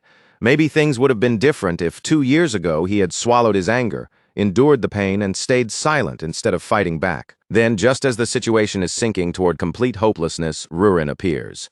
She has followed Elena's scent all the way there, and the moment she arrives, she urgently asks Elena for help. Elena, already exhausted, and clearly in no proper condition to act, tells Rurin that she cannot do anything right now. But the instant Roman senses Rurin's presence, his instincts tell him something is wrong. He realizes at once that she is nothing like an ordinary girl. Without hesitating for even a second, Roman backs away. In that single moment, he abandons both brothers where they are and chooses distance over whatever reward Rotanda promised him. With Roman no longer attacking them, Elena immediately moves to Linty and Mate's side. She kneels beside the injured brothers and begins using healing magic on their wounds. Rotanda is completely thrown by the sudden shift. Panicking, he orders his men to seize Rurin, but instead of rushing forward, they lose their nerve and scatter in fear. With his men refusing to move, Rotanda tries to handle it himself. He grabs Rurin with his own hands, clearly intending to capture her and sell her off for profit. But in the very next instant, Rurin vanishes from his grasp as if she had never been there at all. Before Rotanda can even understand what happened, she tears his arm clean off. For a brief moment, the entire area falls into frozen silence. No one can move. No one can speak, and everyone is left stunned by the brutal speed of what just happened. Rurin does not waste even a second caring about their shock. She goes straight to Elena, desperation clear in her voice as she begs for help, because Ellison's condition is far too serious for her to handle alone. A little later, Elena is beside Ellison, pouring healing magic into him with everything she has left. The strain is written across her face, and every moment of treatment drains more mana from her body. When Ellison is finally able to speak again, he thanks both Elena and Rurin for getting help to him before it was too late. Rurin stays pressed tightly against him the entire time, clinging to him as if letting go for even 1 second might make him disappear from her sight again. By the time Elena finishes healing him, she has nearly exhausted all of her mana. Ellison's condition had been so severe that treating him pushed her almost to her absolute limit. After everything finally settles down, Rurin turns toward Elena. Even though the danger has passed, the jealousy on her face is still plain enough to see. This time, that sharp feeling fades before it can turn into anger. Instead of snapping at Elena, Rurin lowers her guard and actually thanks her. Both Ellison and Elena freeze the moment they hear it. The honest words catch them completely off guard, as if neither of them ever expected Rurin to say something like that so directly. Rurin immediately becomes flustered and pushes back, insisting that she only said it because she was swept up in the moment. She quickly adds that it definitely does not mean she was trying to be genuinely nice. Once the immediate chaos has passed, and the situation settles, Ellison calls Linte and Mate inside. Mate lowers his head and sincerely thanks them for saving both him and Linte, but Ellison calmly turns those words back around, saying that if anything, he is the one who should be thanking them. From Ellison's point of view, the brothers were the ones who stepped in and protected Elena when she was in danger. Linte explains that Elena was only dragged into the situation because Rotunda had been targeting them from the beginning. She had simply been caught in the middle of the trouble the brothers brought with them. Ellison tells them not to carry guilt for Rotunda's cruelty. The evil choices Rotunda made belong to Rotunda alone, not to the people who were hurt because of them. Then Ellison's expression turns more serious as he looks at the brothers and asks why they did not tell him the full truth from the very beginning. Mate answers in a quiet voice, admitting that deep down he had wanted to atone for what he had done. Ellison stays quiet for a moment, looking over the two brothers, as if weighing everything they have just been through. Then, in a calm voice, he asks them a very simple question, whether they even have anywhere to sleep tonight. Lint and Mate do not answer right away, but their faces say enough. Their eyes drop awkwardly, and the silence between them makes the truth painfully obvious. Seeing that Ellison simply lifts a single gold coin between his fingers, enough money to cover a full month at an inn without any struggle. Mate stares at the coin like he cannot understand what he is seeing, then asks why Ellison would give them that much money. Ellison answers as if there is nothing strange about it at all, telling them plainly that it is because they are going to start working at the ranch tomorrow. Mate quickly tries to push back, reminding him that they are still criminals. But Ellison does not let him drown himself in that guilt. He cuts him off and says that, as far as he is concerned, the brothers have already paid for what they did, and now he can clearly see who the real sinner was. The brothers are so moved that their voices almost crack, and they begin calling Ellison their elder brother with trembling gratitude. Ellison immediately stiffens in embarrassment and stops them right there, telling them that if they need to call him anything, he would much rather they call him manager. By the following day, Linte and Mate are already at the ranch, standing there with their sleeves rolled up and their bodies ready for work, as if they are determined not to waste the chance they have been given. As soon as they arrive, they greet Miltane with stiff sincerity, calling her senior with the kind of respect that makes it clear they are trying their best to start off properly. Miltane tries to keep her reaction under control, but being addressed that way clearly pleases her more than she wants to admit. She welcomes them with surprising warmth, while Ment, standing nearby, looks far less relaxed about the whole situation. The first thing Ment notices is not how polite they are or how ready they seem to work. His eyes go straight to the dark bruises around their wrists, the painful marks left behind where shackles had once dug into their skin. Ment speaks bluntly, saying that even if Ellison was the one who gave them the final approval, he still cannot trust them so easily just yet. But in the same rough, honest tone, he adds that he also intends to give Rotunda a proper beating someday. That unexpected remark catches Matt off guard in the best way. The tension on his face eases little by little, and for the first time in that moment, a small smile appears. Meanwhile, Ellison continues turning his attention back to the ancient marble, carefully working with the mysterious object as he tries to understand and control what is happening inside him. As he senses the flow within his body gradually calming, a quiet relief settles over him. The mana that had been unstable for so long is finally beginning to steady again. And beyond that, something even more important is drawing near. The moment he has been waiting for is almost here, with only a few days left before it arrives. But then Ellison's attention drifts away from the ancient marble and toward Rurin. She has been acting oddly for a while now, quietly watching the customers, so he asks her what she is doing. At the same time, Ellison notices just how much the restaurant has changed. It is far busier than before, the tables packed with people he does not even recognize anymore, and the lively noise filling the room makes the whole place feel almost unfamiliar, even with all those new customers sitting right in front of him. However, the biggest mystery to Ellison is still Rurin herself. He cannot figure out what is going on inside her head. In truth, Rurin's eyes are fixed on the women wearing jewelry. She watches the ornaments catch the light, and quietly asks why people bother putting such shiny things on their bodies in the first place. Ellison explains it simply, telling her that people wear jewelry because they find it beautiful. Then he reminds her that dragon lairs are often filled with treasure for much the same reason. Rurin's expression dims a little at that. In a softer voice, she answers that her mother's lair was never like that at all. Noticing the faint sadness hidden beneath her words, Ellison gently asks whether she would want jewelry of her own if someone gave it to her as a gift. Then Rurin watches as Miel receives a necklace from Bana, her eyes following the little exchange closely.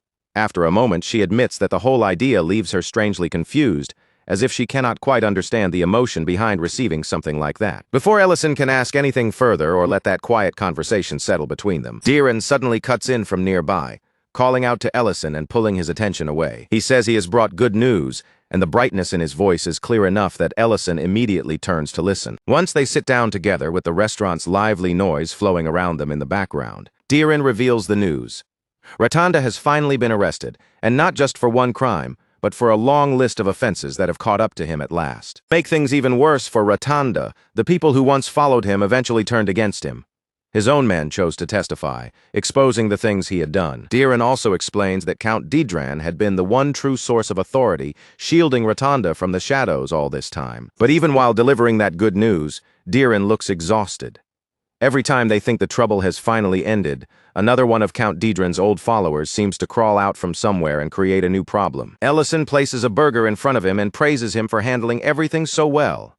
After that, Deeren asks whether Ellison will be free 3 days from now, and for Deeren's sake, Ellison agrees. Then Ellison leans in closer, lowering his voice as he quietly whispers something into Deeren's ear. The reaction is immediate.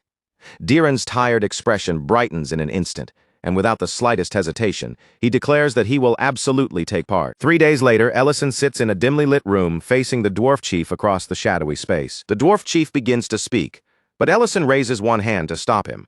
Before discussing anything else, he says he wants to examine the item first. The dwarf chief hands it over, and the moment Ellison inspects it, his judgment comes without hesitation. The item is perfect. As thanks and payment for their work, Ellison gives the dwarves a massive container packed full of sausages and beer. Then he brings up one more thing, asking whether they would be willing to join the event as well. The dwarf chief politely refuses, explaining that they have now entered the final stage of construction. Because of that, even if the dwarves wanted to attend, they simply cannot afford to spare any time away from the work. After that, the focus shifts over to Rain, who can barely contain his excitement at the thought of joining whatever strange event Ellison is preparing at the restaurant. He even goes around inviting the ranch staff, too, making sure they are not left out of the fun. With people moving in and out, and the restaurant growing louder and more crowded by the minute, Ruren finally steps outside, looks over the noisy commotion, and asks what this event is even supposed to be. Ellison begins by thanking everyone for coming. Then, instead of answering Ruren in a private explanation, he announces the name of the restaurant's special event for the day, a quiz called, "What Did You Put in My Mouth?" The rules are simple enough for everyone to follow. Each contestant will be blindfolded, and then they will be fed some mysterious dish or ingredient without knowing what it is beforehand. And the person who manages to guess the mystery food correctly will win the grand prize waiting at the end of the event. Without wasting even a second, Ment lifts his hand and points directly at Miltane, choosing her as the very first contestant. The instant she realizes all eyes have landed on her, Miltane's body goes stiff, and suspicion spreads across her face, as though she is already questioning whether anything Ellison is about to feed her can honestly be called edible. Ellison responds to that uneasy look right away, not sounding bothered in the slightest. With complete confidence, he insists that whatever he prepares will, at the very least, technically be something a human being is capable of eating. But then he casually adds the important catch. Whether anyone would actually describe it as proper food depends entirely on the taste, courage, and open-mindedness of the person unlucky enough to put it in their mouth. Miltane still looks far from reassured, but Ellison goes ahead and gently covers her eyes with a blindfold. Then, after letting the tension build for a beat, he carefully places something warm, soft, and oddly squishy between her lips. The strange texture hits Miltane so suddenly that her whole body seems to lock up on the spot. Rather than keep chewing and try to identify it, she gives up almost immediately, clearly deciding she has no desire to explore whatever mysterious thing is currently in her mouth. When the answer is finally announced, everyone learns that the suspicious mystery item was not dangerous at all. It was simply a marshmallow. Ellison then explains that the fluffy sweet is a treat from somewhere far, far away, the kind of unfamiliar snack that most of the people here would probably never have seen before in their lives. Miltane admits that once she gets past the shock, the taste itself is actually quite nice. Still, she cannot help adding that eating something sweet, while her eyes are covered, makes the whole experience feel strangely ominous, almost like some kind of curse. After that, Creston steps forward with overwhelming confidence, his posture straight and his expression full of pride. He carries himself as if a simple tasting challenge could not possibly be enough to defeat him. But that proud confidence falls apart almost instantly. He completely fails to recognize that the thing he has just eaten is red chili peppers, and before he can even properly recover from the burning shock, he is already knocked out of the game. By this point, Ellison is obviously having the time of his life. A pleased, almost mischievous look settles on his face, like someone who had planned every bit of the confusion and is now enjoying the results exactly as intended. Then, at last, Ellison shifts his attention toward Rurin. He steps closer and carefully places the blindfold over her eyes, bringing her into the center of the little game. Before he gives her anything to taste, however, Ellison makes one rule very clear. He warns her in advance that using magic to cheat is completely forbidden. Once the mystery item is placed in her mouth, Rurin immediately begins working through the taste and texture. Her face tightens into a displeased little frown, and she looks visibly grumpy as she tries to figure out what she has been fed. After taking a short moment to think it through, Rurin gives her answer without any hesitation. With full confidence in her own judgment, she declares that the item is cake. The moment the blindfold comes off, the entire restaurant erupts around her. Cheers burst out from every side, filling the room with sudden noise and celebration. Ellison looks at Rurin with an expression much softer than usual. His voice lowers into something warm and gentle as he tells her, simply and sincerely, "Happy birthday." Rurin turns her head, and only then does she truly take in the scene before her. The whole restaurant has gathered together, everyone there for the same reason, all of them celebrating her. Ellison then admits that, to be honest, he had been almost certain Rurin would notice what they were doing and figure out that everyone was preparing a surprise birthday party for her. But after seeing the way she reacted, he dryly adds that he may have overestimated her a little too much. Rurin slowly looks around the restaurant, taking in all the smiling faces gathered around her. Almost as if she still cannot fully believe it, she asks whether everyone really came together just to celebrate her birthday. Ellison then casually remarks to Elena that Rurin might even be grateful that she came. But the instant those words leave his mouth, Rurin's mood visibly sharpens, her expression bristling in response. She snaps back right away, making it very clear that she has absolutely no intention of thanking him for anything. Not even a little. Ellison does not seem even slightly surprised by her outburst and simply lets it pass. Instead, he produces a small box and tells her that since she guessed the answer correctly, she has earned the reward. When Ellison opens the box, the prize inside is revealed, a beautifully made earring, carefully crafted by the dwarves with delicate workmanship. Rurin does not hesitate for even a moment. Right there on the spot, she uses magic to pierce her ear, puts the earring on immediately, and then turns toward Ellison asking him how it looks. Ellison answers in the most casual way possible, simply saying that it looks fine. But as Rurin remembers the necklace Meal received from her husband, something quiet and important finally begins to click inside her. A real smile slowly spreads across Rurin's face. She admits that the earring truly is beautiful, because now, for the first time, she finally understands what it feels like to receive a gift from someone. After that tender moment passes, the quiz begins once again. This time, Ryan and Mate both fail so badly and so dramatically that their mistakes end up becoming part of the entertainment for everyone watching. When the game finally starts to wind down, the crowd naturally gathers around the birthday cake. The chaotic excitement settles into something warmer, softer, and much more like a true celebration. Once the birthday party finally comes to an end, Rurin speaks quietly. She says this is the first birthday in her entire life where so many people have ever gathered around her. Ellison replies that since this is her final birthday before she comes of age, it should become a memory worth keeping. Something good enough for her to look back on later. A little later, they notice snow beginning to drift down outside the restaurant. Seeing the flakes fall through the night, Ellison suggests that the two of them step outside together for a while. Out on the terrace, Ellison and Rurin sit side by side, each holding a cup of coffee in their hands. In the cold, quiet air, they simply watch the snow float down in front of them. As the white flakes continue to fall and settle around them, both of them reflect on how strange it feels. Somehow, an entire year has already passed since the day they first came to this place. Ellison says that for Rurin, 1 year probably feels like almost nothing at all. But for a human, he explains, a single year is not something small or meaningless. Rurin reminds him that his situation is no longer completely ordinary either. After all, he absorbed part of the Lord's heart, and because of that, he is not exactly the same as a normal human anymore. Ellison answers calmly that he still does not know whether that will truly extend his life. Since he only absorbed part of the heart and not the whole thing, even he cannot be sure what effect it will have. Just then, a shooting star cuts across the dark sky above them. Ellison notices it and quickly tells Rurin to make a wish before the brief streak of light vanishes. In a soft voice, Rurin says she already has a wish, to remain by his side just a little longer. But when Ellison asks what she wished for, she refuses to tell him. Noticing the serious look on her face, Ellison lightly teases her, saying it sounds like the kind of wish he might want too. Rurin avoids giving him a real answer and instead tells him to hurry up and make his own wish. Far away from that peaceful terrace, inside the Black Dragon shrine, Luhad storms in with anger clear on his face. He confronts his uncle Dehegma, who remains seated upon the throne. Luhad complains bitterly that allowing a human to walk free like this is nothing less than a disgrace to the entire Black Dragon clan. Dehegma stays composed, not rising to meet Luhad's anger. Instead, he calmly asks whether this outrage of his is really because Rurin managed to strike the mark. Luhad falters for a brief moment before admitting that it is. Dehegma immediately rebukes him, saying that if he truly cared about the girl, then he should have treated her with kindness instead of bullying her. Luhad quickly tries to defend himself, insisting that the matter is not only about his own personal feelings toward Rurin. He argues that the clan lost many young females during the last battle, and that peace may not last forever.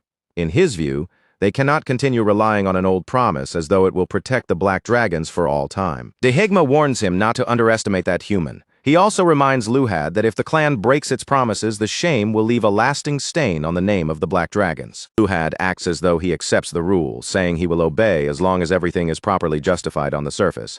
But as he turns to leave with a sharp grin, it is obvious that he already believes he has discovered a way around it. Later, in the bitter cold of the Arctic mountains, Rurin is wrapped in so many thick layers against the freezing air that almost her entire face disappears beneath the heavy winter clothing. Rurin squints out from under the mountain of thick winter clothing wrapped around her, only a small part of her face visible through the layers. Then she turns toward Ellison with a completely baffled expression, clearly unable to understand why they would travel all the way out to a frozen wasteland like this. Ellison, on the other hand, looks nothing like someone suffering from the cold. His eyes are practically sparkling with excitement as he explains that they came here to hunt for rare mushrooms. Rurin just stares at him, even more confused than before, silently wondering what sort of mushroom could possibly be worth dragging them into these icy mountains. Ellison quickly makes it clear that these are not the kind of mushrooms anyone can casually pick up in the forest. They are extremely rare, painfully difficult to locate, and if he manages to get his hands on them, they could be sold for an incredible amount of money. He then thinks back to a story he once heard about a group of nomads who had somehow managed to find these hidden mushrooms by using pigs, letting the animals sniff them out from beneath the ground. And the part that really stuck in Ellison's mind was what happened afterward. Those same nomads sold the mushrooms for such outrageously high prices that just remembering the story is enough to make his face brighten with greed and excitement. When Rurin asks how he plans to find something buried so well, Ellison admits that the mushrooms are not completely impossible to track. According to what he knows, they have a very distinct scent. The real problem is where they grow. These mushrooms stay hidden underground, buried beneath the surface where ordinary eyes cannot spot them, making a normal search almost hopeless from the start. That is exactly why Ellison brought Rurin along and needs to rely on her dragon senses. Rurin lets out a weary sigh, looking like she has once again been dragged into one of his strange schemes. But despite her obvious reluctance, she eventually agrees to help. At that very moment, a sharp howl suddenly slices through the freezing mountain air, breaking the silence around them in an instant. Ellison and Rurin turn toward the direction of the sound, and there, farther ahead through the cold landscape, they spot a group of goblins gathered together. Those goblins are closing in around a massive mutated cat, attacking it dangerously close to the edge of a steep cliff. The goblins keep thrusting their spears at the creature again and again, pressing the assault without mercy. The huge cat trembles under the attacks, letting out painful cries as its strength begins to drain away. From the way the creature staggers, sways, and struggles just to keep itself standing, it is painfully clear that it is already at its limit, and only moments away from collapsing for good. Then, all at once, a red flash cuts across the battlefield. The strike slices into the cat's leg, and the massive creature finally loses its balance, crashing heavily down onto the ground. The goblins immediately prepare to move in, ready to take advantage of the fallen creature and finish it off before it can recover. But before they can land the final blow, Ellison steps straight into their path, placing himself directly between the goblins and the wounded cat. He raises a magical shield in front of his body, blocking the way like a solid wall. Then he declares that he does not care what reason they have for fighting, because this battle ends right here. The goblins barely have time to steady themselves, or decide whether they should turn their weapons on Ellison next, because in the next moment, Rurin fixes them with a cold, crushing glare. The kind of stare that drains whatever courage they had left in their bodies. The effect is immediate. The goblins drop their weapons right where they stand and run for their lives without even daring to look back. leaving the wounded cat behind in stunned quiet. Ellison glances over at Ruren and points out that the goblins definitely did not flee because they were afraid of him. But this time, even with that praise sitting right in front of her, Ruren does not puff herself up. She simply says she has more dignity than that. The giant cat slowly forces itself back onto its feet, still injured but moving again. Then it begins approaching them with a strange look on its face, one that still carries just enough hostility to make the situation feel uncertain. Before Ellison or Ruren can decide how to respond, the cat suddenly drops flat against the ground. Its tail starts wagging back and forth, completely ruining the threatening impression it had been giving off only seconds earlier. Watching the huge creature act so desperate and needy, Ellison cannot help being reminded of Deeren back at the restaurant, begging him with that same intense energy to be accepted as his disciple. Since Ellison has no way of understanding what the cat is trying to communicate, he asks Ruren to translate for him. With clear reluctance in her voice, Ruren explains that the creature is thanking them for saving its life and wants to repay the favor. The giant cat looks up at Ellison with bright, shining eyes, waiting eagerly for his answer like it is ready to do anything. Ellison quietly repeats the idea of repayment to himself, and his mind immediately starts turning. Sometime later, Ellison and Ruren are seated at a round table quietly watching as two cats play together nearby, turning the whole situation into a strangely peaceful scene. Ruren looks at the unusual sight in front of her, then turns her attention back to Ellison and asks what he is actually expecting to gain from this strange encounter. Ellison explains that this is just a precaution. If his guess turns out to be correct, then the cat may be able to help them find the very treasure they came to these mountains looking for in the first place. And sure enough, not long afterward, the cat returns with its head held proudly, carrying a pile of something as if it has successfully completed an important mission. The moment the odor reaches them, Ruren immediately clamps a hand over her nose, her face twisting in disgust. She asks what kind of so-called treasure could possibly smell that awful. Ellison, however, recognizes what the cat brought back at once. That foul-smelling pile is exactly what they were searching for, the rare mushrooms he came all this way to find. Meanwhile, somewhere far away, in a place that looks more like the aftermath of a battlefield than a proper meeting site, Luhad arrives with irritation written clearly across his face and demands to know what is going on. One by one, several black dragons appear before him. Darba, Tal, and Longhaired arrive first, followed soon after by Nekwu and Hoven, gathering together in that ruined-looking place. Luhad wastes no time stating his purpose. No matter what anyone else says, he declares that he intends to bring Ruren back to the sacred land. Nekwu, being exactly the sort of person who enjoys stirring up trouble, immediately turns the situation into a joke.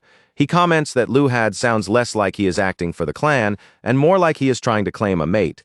After all, Nekwu points out, Ruren is currently living together with a human mage named Ellison, and he makes sure to say that detail clearly enough for everyone to hear. The second Ellison's name is spoken, Luhad's jaw clenches tight. His expression hardens, and the anger he had been trying to contain becomes even more obvious on his face. He insists that Ruren will be taken back no matter what kind of connection she has formed with a human, and no matter what promise may have been made to that human in the past. Luhad then claims that Elder Mididana has already given permission for them to act, as long as they can create a proper reason that justifies their move. Darba, who is clearly the more cautious and level-headed one among them, warns Luhad that attacking humans is forbidden under the treaty. That rule, he reminds them, exists specifically to protect human lives. He explains that there is only one real exception to that restriction, if a human had killed dragons. And in Ellison's case, Darba points out, that condition obviously does not apply. No matter how powerful Ellison might be, he is still human. And because of that simple fact, the treaty should place him outside the reach of the Black Dragons. Even with that said, Darba still looks uneasy. He admits that although Ellison is clearly strong, it is hard for him to imagine that a human could genuinely be capable of harming a dragon. Before the discussion has the chance to continue and grow even more tense, a sudden voice cuts into the conversation from inside an iron cage. The one speaking is Gerd, a red dragon who has been imprisoned for some time. From behind the bars, he offers to help them, saying he knows another red dragon near Great City, who could become useful to their plan. Back with Ellison, his face is practically shining with excitement as he looks at what the cat managed to dig up and bring back for them. The pile lying before him is exactly what he had been hoping to find from the beginning. These are truffles. Ruren, however, is still completely unmoved by their value.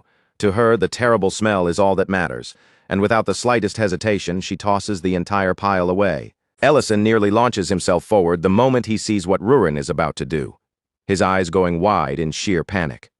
To her, it may just be a smelly pile of mushrooms, but in Ellison's mind, he is already adding up the value, imagining the profit and seeing all the new opportunities these rare finds could open up for them. At this point, Ellison has no doubt left at all. This is not just some fortunate little discovery they happen to stumble into it. It is a massive opportunity, the kind of find that could change everything if handled correctly. Ellison turns to Rurin and asks her to translate the cat's words once again. He wants her to explain that he is genuinely thankful, but that he cannot just accept something this valuable for free, especially when these mushrooms might become an important specialty product for them in the future. Rurin relays the message, though her expression makes it clear she is not exactly happy about being used as an interpreter. Ellison then lays out his idea more plainly, saying that the dragon lair needs a proper guardian, and this giant cat could be the perfect one to take on that duty. Rurin reacts immediately, her displeasure showing all over her face. In her mind, that lair was meant to be a private place for only her and Ellison, not somewhere they would casually bring in some random pet to live with them. The cat, however, looks overjoyed by the offer. Without the slightest hesitation, it lowers its huge body and gives a deep, respectful bow, accepting the role with an unexpectedly serious sense of duty. Elsewhere, Serena sits alone in her empty village, surrounded by silence and irritation. Her thoughts drift back to the day Ellison and Rurin accidentally wandered straight into the treasure hoard she had tried so hard to conceal. No matter how much time passes, Serena still cannot shake off the humiliation of having her illusion exposed right in front of them, leaving her pride completely wounded. She remembers Ellison awkwardly trying to apologize for ruining the illusion, his expression stiff and uncomfortable as he realized what they had uncovered. And beside him, Rurin had shown no mercy at all, bluntly mocking how miserable and pathetic Serena's lair looked once the illusion was gone. That single cruel remark still stings Serena far more deeply than she wants to admit, lingering in her mind like a fresh insult. With boredom weighing on her, irritation simmering under her skin, and absolutely nothing around to distract her from those unpleasant memories, Serena decides that she might as well go bother a few humans for entertainment, if only to find something amusing enough to break the dull silence. But just as that thought crosses her mind, she suddenly senses someone approaching her territory, and her attention snaps toward the presence. For a brief moment, Serena assumes it must be Ellison and Rurin coming back again, as if fate has decided to annoy her twice. But the one who appears before her is not Ellison or Rurin at all. It is Gerd, and the sight of him standing there is so unexpected that Serena is genuinely shocked. That shock lasts only a heartbeat. In the very next instant, Serena's expression twists, and her anger flares up with violent force. Gerd nervously stumbles over his words, trying to confess his feelings. He claims that he has finally realized Serena is the only one who truly loves him, and that he wants to remain by her side for the rest of his life as her partner. But that desperate confession does not reach Serena's heart at all. Not a single word of it softens her expression. If anything, hearing him say it only pours more fuel onto her anger, making her fury burn even hotter than before. In the blink of an eye, Serena transforms into her red dragon form, towering over him with a terrifying glare. Her voice thunders down as she demands to know exactly when he became delusional enough to believe such nonsense. The entire situation begins with a betrayal so rotten that Serena's rage can no longer be contained. She demands to know when Gerd decided to cross that line. Was it when he vanished without saying a word, or when he helped raid a human village and abduct women? By now, the answer almost does not matter anymore. Serena roars at him and calls him exactly what she believes he is: trash. But Gerd only grins in response, looking almost satisfied that she has finally understood the truth. Then, without any warning at all, the ceiling above Serena suddenly gives way and collapses inward. Gerd's grin spreads wider as he announces that the moment they have been waiting for has finally arrived. 3 dragon heads burst through the shattered stone overhead, crashing into the lair with overwhelming force, as if they had come fully prepared to turn the place into a battlefield. The attack begins immediately, without giving Serena even a second to properly gather herself. Inside what should have been her own nest, Serena finds herself trapped with broken stone, roaring enemies, and spreading destruction closing in from every side. 4 enemies press toward her at once, surrounding her so tightly that she has almost no space left to move or escape. Seeing her cornered, Gerd smirks with cruel confidence and tells her that as long as she stays quiet, no one will ever know what happened in this place. Then he casts a spell, and a glowing magic circle snaps into place around Serena's neck, tightening like a collar made of pure magical restraint. Serena screams as the pain tears through her, but her fury is even stronger than the spell. Through sheer raw power, she shatters the restraint apart and curses Gerd for daring to use such cheap, pathetic magic against her. But before Serena can turn that rage into a counterattack, Luhad, who has been hiding behind her, strikes without mercy. A brutal attack erupts, and a sharp flash of violet light tears violently through the air, far away from Serena's ambush in the dwarves' village. Gultazar stands frozen in complete confusion as he stares at the enormous creature Ellison has brought with him. Ellison introduces the massive creature with a calm, casual attitude, as though bringing something like this along is completely normal. Then he immediately shifts into discussing the practical arrangements. He explains that they will need to lower the room temperature because these cats originally come from cold regions and will be much more comfortable in a chilly environment. Rurin, of course, sees right through him and immediately accuses Ellison of bringing the creature along only because of those rare truffles. Ellison does not even try to deny it. Instead, his face lights up as he enthusiastically begins explaining just how special truffles are, insisting that their aroma and flavor are unlike anything people in this world have ever tasted. Before long, Ellison prepares an entire feast so everyone can try dishes made with the precious mushrooms and judge the flavor for themselves. Once the tasting begins, the reactions around the room are anything but unified. Some people look as if they have just experienced something magical, completely captivated by the taste, while others stare at their plates like they have been personally insulted by the flavor. Rurin loudly declares that the taste is absolutely unbearable, making her disgust impossible to miss, and even Ment ends up pulling a face after trying it. For the first time in quite a while, Ellison's confidence begins to shake. He realizes that maybe truffles are not the kind of ingredient people would happily eat every single day. For now, he decides it may be wiser to save them for special occasions, instead of treating them like an ordinary ingredient for everyday meals. Back at Serena's lair, the situation has already descended into complete chaos, with the attack leaving the entire place in ruins. Even though Serena is badly wounded, she manages to gather enough strength at the very last second to cast an instantaneous teleport spell, vanishing from the lair before her attackers can finish her off. Her precise escape catches the attackers completely off guard, and they curse her for slipping away.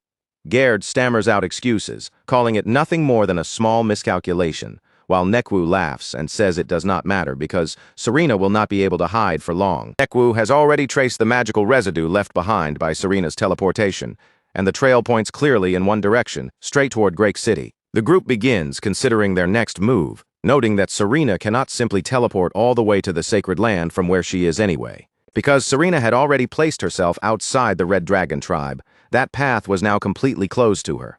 No matter where she turned, there was no place waiting for her among them, and no corner of that tribe where she could still truly belong. Even Gerd, a man who normally looked at others with icy arrogance and barely bothered to hide his contempt, found himself unable to keep his expression perfectly cold. When he understood just how alone Serena had become, a faint trace of pity flickered through his eyes. Nekwu had no interest in standing around feeling sorry for her. His voice cut through the moment sharply, reminding everyone that the hunt came first, and that they had to find Serena before she recovered even the smallest bit of her strength. Gerd immediately turned his back on the others, not wasting even a single breath before hurrying away. Almost as though the faster he left, the easier it would be to keep any responsibility from sticking to him. Meanwhile, Nisa was already thinking several steps ahead, his mind moving past the chase itself and toward what would come after Serena was dealt with. With a cold, calculated tone, he insisted that once Serena was dead, they would pin the entire crime on Ellison and force him to carry the blame for murdering her. But just when they believed they had Serena cornered and their plan under control, she did something so unexpected that none of them could have prepared for it. Serena showed up at Ellison's restaurant. Her body should have been on the verge of giving out, barely holding on to life by a thread. Yet Serena walked through the entrance with an almost absurd calmness, as if nothing terrible had happened to her at all. Without making any dramatic announcement, she simply pulled out a chair, eased herself down into the seat, and ordered a meal like an ordinary customer who had stopped by for a peaceful bite to eat. Ellison could only stand there and stare, his face frozen in stunned disbelief as he tried to make sense of her unbelievable nerve. Rurin, already irritated the instant Serena appeared, wasted no time demanding to know exactly why she had come there. Serena did not respond to the hostility surrounding her. Instead, her gaze lowered quietly to the food in front of her, as if every person, every threat, and every bit of danger around her had faded away, leaving only that single plate. She began to eat with slow, careful movements, savoring each bite as though it carried some deep meaning. Then, in a soft and thoughtful voice that felt strangely out of place in such a tense moment, she started speaking about the flavor. As the meal went on, Serena's words gradually drifted away from the food and into something much heavier. She began talking about loneliness, about love, and about all the ways she had tried and failed to mend the empty space hidden deep inside her. She spoke quietly about the connections she had once formed with humans and dragonkin. And she admitted that at one point in her life, she had honestly believed she understood human men better than almost anyone else. But now, as she looked back on everything from where she sat, Serena seemed to view those efforts with a hollow kind of clarity, as if they had all lost their meaning. For her, they had been nothing more than desperate attempts to cover a void that never stayed closed, a loneliness that kept opening again, no matter how many times she tried to fill it. There was a quiet weight in Serena's voice, a sense of finality that made every word feel painfully heavy, almost as if she had already accepted that this simple meal might be the last one she would ever taste.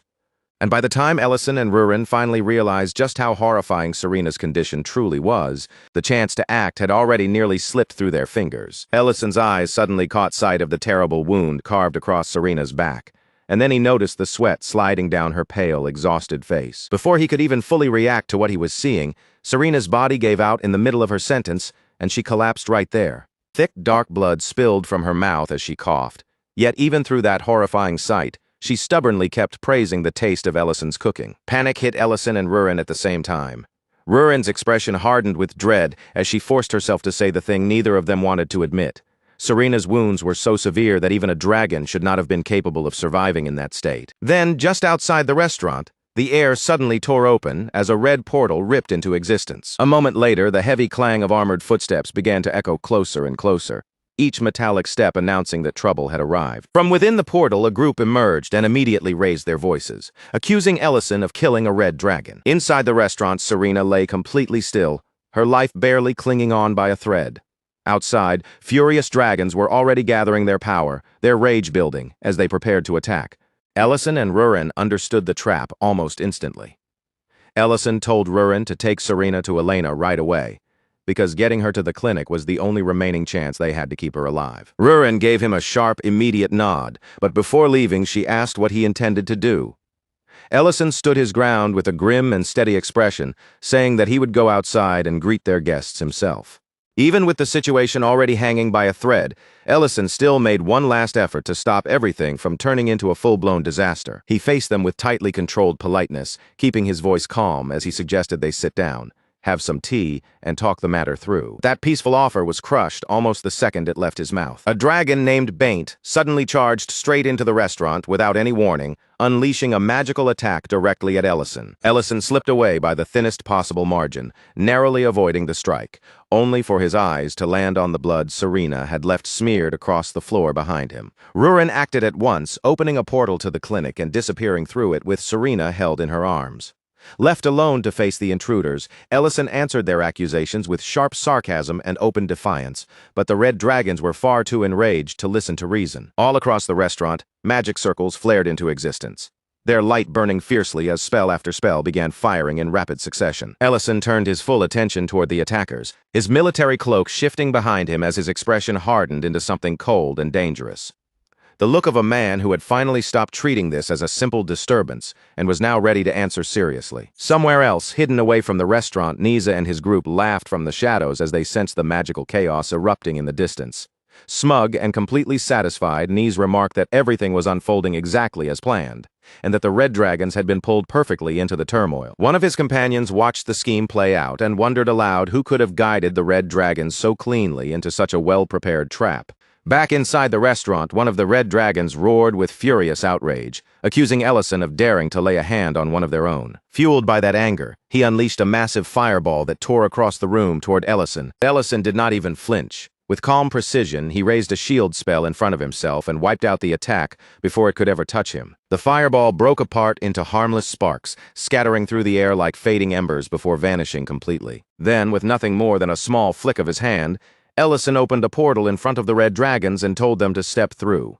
His voice stayed steady as he warned them that if they insisted on continuing the fight inside the city, innocent people would inevitably be dragged into the destruction. Over at Elena's clinic, the stillness of the room was broken in an instant when Rurin burst through the doorway with Serena held tightly in her arms.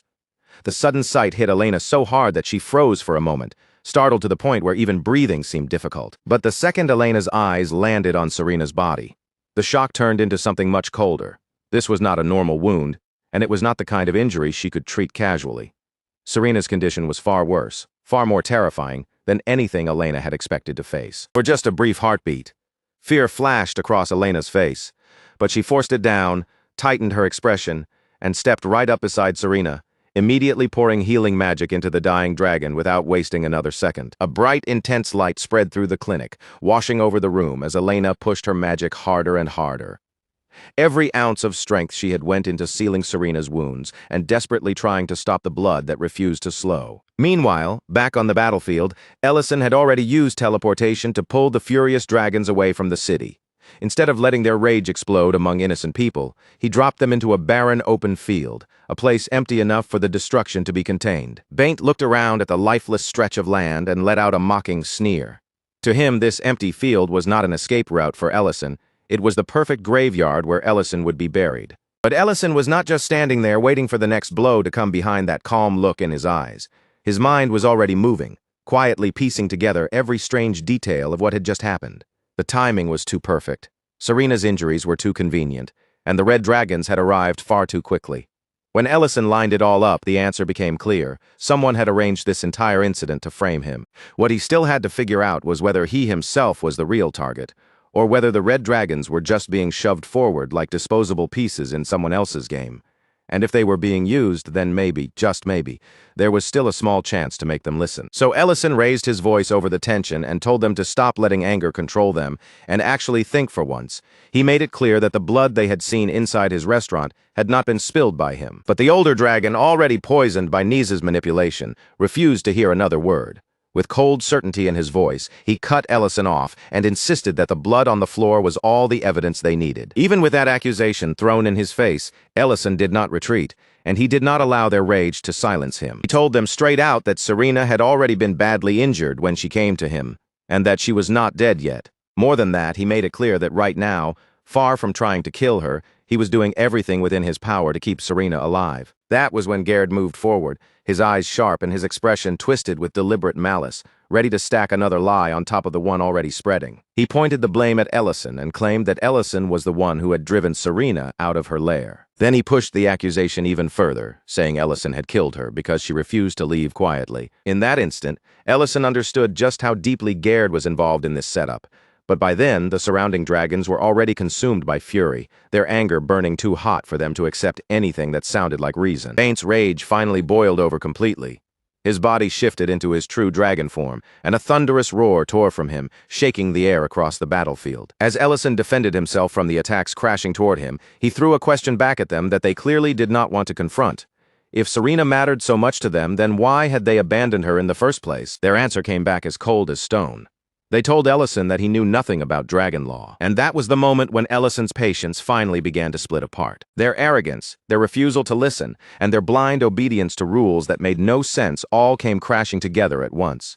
Little by little, it pushed Ellison beyond the edge of restraint. A crushing wave of magical pressure burst out from Ellison, spreading across the field with enough force to make Garrett's legs buckle beneath him. Fear overtook him, and he dropped down where he stood. Then, just when the battlefield seemed chaotic enough already, Nisa and his group finally made their appearance. And true to form, Nisi did not waste even a second before showing off his arrogance, greeting Ellison with mockery the moment he arrived. Baint immediately demanded to know why they had come there.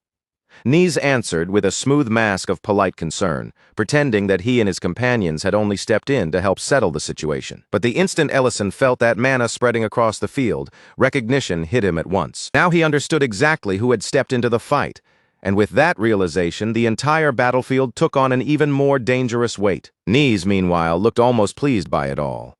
His expression carried the eagerness of someone who had been waiting for the perfect chance to crush Ellison and force him to remember his place. Back inside the healing room, Elena was being driven closer and closer to the edge of what she could endure. No matter how much healing magic she poured into Serena's body, the bleeding refused to stop. Blood continued to drip down and spread across the floor beneath them. Elena's strength was draining away at a frightening speed, and before long, even her voice began to tremble. Quiet apologies slipped from her lips as the pressure of failure started to crush her. She was beginning to believe that even after giving Serena everything she had, it still would not be enough to save her. But Rurin refused to accept that this was where Serena's life would end. Without the slightest hesitation, Rurin forced her own mana into Elena and told her to keep healing. No stopping, no giving up, she had to keep going, no matter what. Elena stared at her in stunned disbelief, because once Rurin's mana began flowing into her, the situation changed. The problem was no longer that she lacked enough power. Outside, however, the fight was only turning more vicious with every passing moment. Black dragons joined the assault as well, adding their own relentless attacks to the barrage, all of them trying to pin Ellison down and wear away his defenses. Ellison continued blocking the attacks that came at him, but even someone as powerful as him could feel the pressure building. The weight of so many enemies pressing in at once was beginning to settle heavily on his shoulders. Golden magic started to rise around him, shining upward as Ellison lifted the very ground beneath his feet. With the earth raised beneath him, he braced himself for the next wave of attacks, preparing to meet the full force that was about to come crashing down. Then Nisa gave the order for his companions to support him. Another coordinated attack began to form, its power gathering so intensely that even Ellison's expression sharpened, tension cutting across his face. But just before that attack could descend, a voice rang out across the battlefield, sharp, commanding, and absolute, ordering every single one of them to stop. Then the sky itself seemed to split open. 4 teleportation gates appeared all at once, and from within them stepped the elders, including Medidana and Dedank, their arrival instantly pressing the entire battlefield into silence. The atmosphere changed the very second they set foot on the field. Even the dragons, who had been ready to tear everything apart moments earlier, suddenly froze in place, their bodies stiffening under the overwhelming authority the elders carried with them. The elders demanded to know what kind of madness had erupted there. Medidana, stroking his chin with that tired old expression, dryly noted that somehow Ellison always seemed to end up standing right in the middle of disasters like this. Then his voice hardened, and he made it clear that he wanted the truth, every last part of it. Ellison looked visibly relieved, though that irritatingly calm expression still lingered on his face. He lowered his hood and greeted the elders with his usual mix of sarcasm and respect. Meanwhile, Nisi was already convinced that the board had finally arranged itself exactly the way he wanted. In his mind, Ellison must have felt safe now that the elders had appeared, assuming their presence would shield him. But Nisi saw a much better opportunity, especially with Ruren standing at the side of a human, a sight he viewed as a humiliating disgrace that the clan could never forgive. This was the kind of escalation Nise had been waiting to create from the very beginning. If the chaos could be pushed just a little further, it would become the sort of disaster no one could simply smooth over or quietly take back. He was certain that once he convinced the elders Ellison had murdered Serena, a red dragon, everything would fall into place. Killing Ellison in front of everyone would no longer look like revenge or cruelty. It would seem perfectly reasonable, even righteous. Inside Nisa's mind, every piece of the plan appeared to be sliding into its proper position, one after another, as though the outcome had already been decided and victory was only waiting to be announced. But what Nise completely failed to realize was that Ellison had already seen through the performance from the very start. Even as Nise sank deeper into his own arrogance and confidence, Ellison was quietly holding on to one hope. He was trusting Ruren and Elena with everything, believing that somehow they would keep Serena alive. At Elena's clinic, Serena's life was still balanced on a razor's edge. Ruren and Elena had no room to pause, no time to catch their breath, as they fought desperately to stabilize Serena's failing body. The bleeding had finally stopped, but that did not mean the danger had passed. All it meant was that, for one more fragile moment, they had managed to hold death back from taking Serena away. Then Ruren began preparing Elena for something far more dangerous than ordinary healing magic. She brought up a similar moment from the past, using it as a warning before telling Elena that what they were about to attempt now was on a completely different level. If they truly wanted to save Serena, then Ruren and Elena would have to match themselves to each other perfectly, with no hesitation and no gap between them. Elena's body would have to serve as a channel for power on the level of a dragon, and if she could not withstand that force, the very magic meant to save Serena might tear Elena apart from the inside. For the first time, Elena faltered. Fear tightened in her chest and made her hesitate, but Ruren pushed her even harder, telling her with merciless honesty that Serena's life, and maybe even Ellison's life too, depended on the choice Elena made right then and there. Elena's body was trembling, and exhaustion had already worn her down badly, but even so she clenched what little resolve she had left and agreed to do it. The synchronization began, and the power that surged into Elena was not just strong, it was monstrous. It slammed through her body with such violent force that she was driven down to the floor, making her feel painfully small beneath the overwhelming scale of true dragon magic. For a brief moment, Elena could barely hold herself together, and she begged Ruren to lower the synchronization. But Ruren refused to let her pull back, telling her that as a healer, This was exactly the moment when she had to break through the limits she thought she had. Elena forced her shaking body back under control, gathered every bit of focus she could, and directed that terrifying power straight into Serena. A blinding light burst through the room and swallowed everything in its glow, as Elena poured in her strength, her concentration, and almost her very soul into the healing. Beside her, Rurin urged Serena to fight as well, telling her to act like the dragon she was, and refused to let herself die in a place like this. Back on the battlefield, Nisa began presenting his lie to the elders with complete confidence, speaking as though he were only stating a truth too obvious to deny. He claimed that Ellison had attacked Serena directly and killed her with his own hands. Baint backed the accusation by pointing to the blood left behind at the restaurant, insisting that their response had been fully justified under the treaty. Gerd stepped forward too, lifting his voice boldly as he declared that he had personally seen Ellison murder Serena. But madamada did not let those words settle so easily, and he refused to treat the accusation as truth just because Gerd said it with confidence. Instead, madamada shifted his gaze toward Ellison and gave him the chance to speak, asking him to explain his side of what had happened. Ellison answered without the slightest tremor in his voice, saying plainly that he had absolutely no reason to kill a dragon. During the war, a treaty had been created, and that agreement made it clear that the different races were not supposed to slaughter one another. Ellison had continued to live by that treaty, and he made it clear that he was not in the habit of harming anyone who respected that same peace. Besides, the accusation itself had been absurd from the very beginning. The idea that he would casually murder a red dragon simply because her lair happened to sit near his home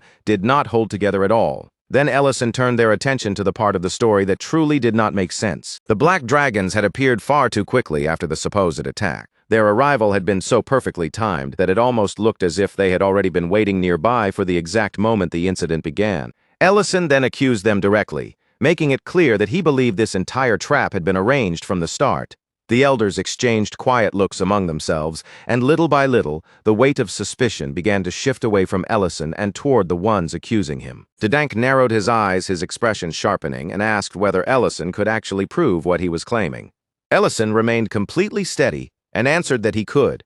Then he opened a portal before them, and when Serena stepped through alive, the entire field went dead silent in shock. In that instant, every trace of color drained from Nisa's face. Ellison made sure Elena received full credit for saving Serena's life, while Rurin explained that the synchronization between the two of them was what had made that miracle possible. Even then, Ellison did not let Elena's own skill get overlooked.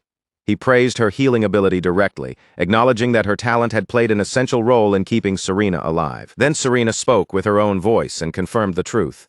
Nizet and his accomplices had attacked her inside her own lair, and Ellison, together with the people standing beside him, had been the ones who saved her life. That revelation tore through the gathered dragons like a shockwave, leaving the entire group shaken by the truth. Baint immediately lowered his head before Ellison and apologized, saying he would accept whatever punishment he deserved.